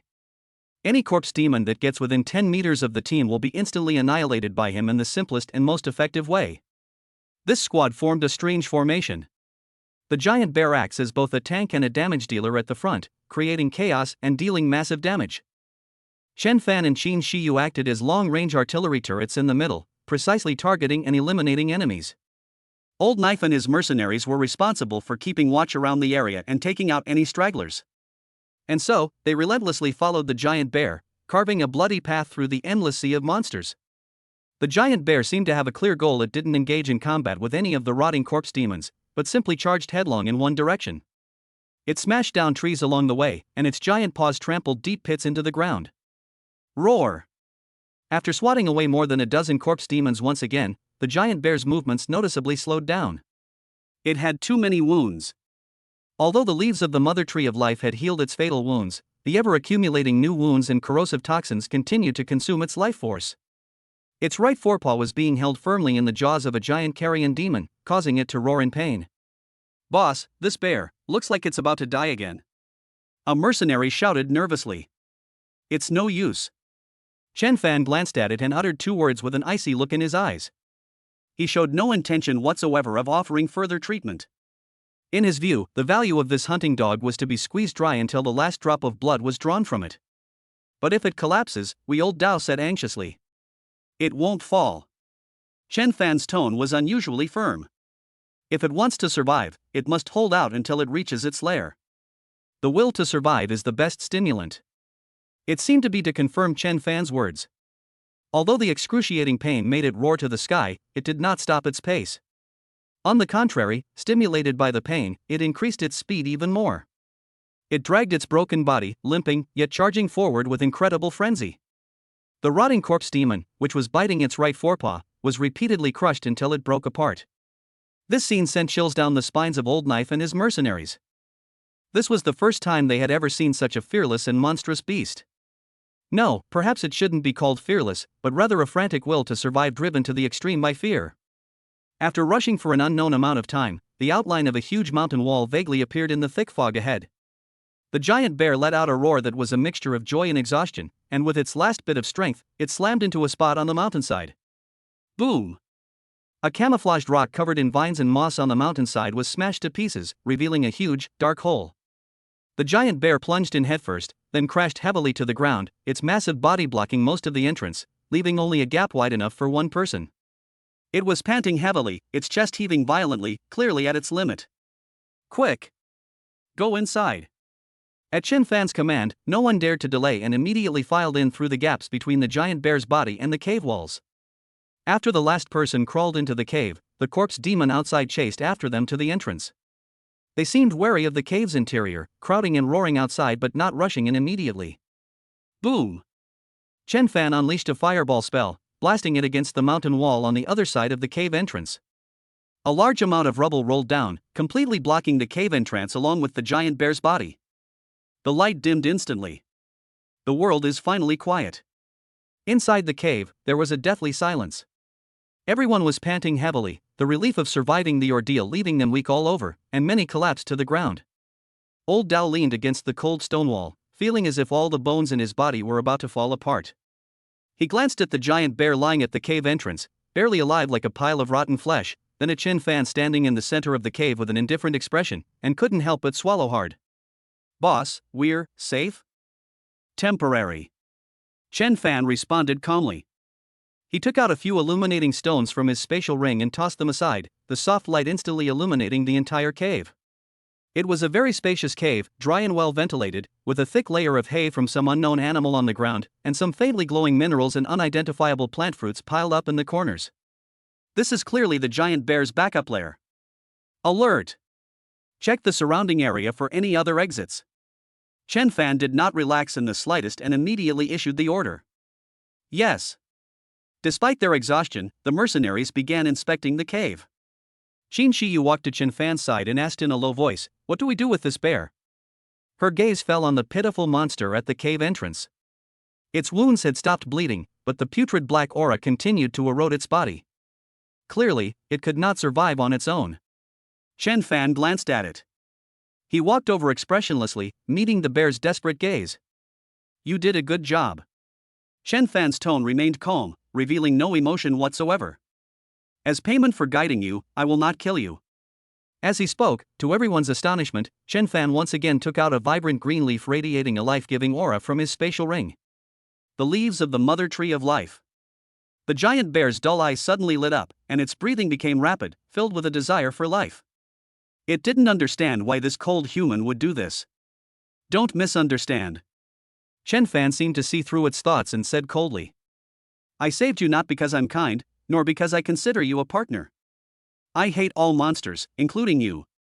I just don't like being in debt. You brought us to safety, and this is the reward you deserve."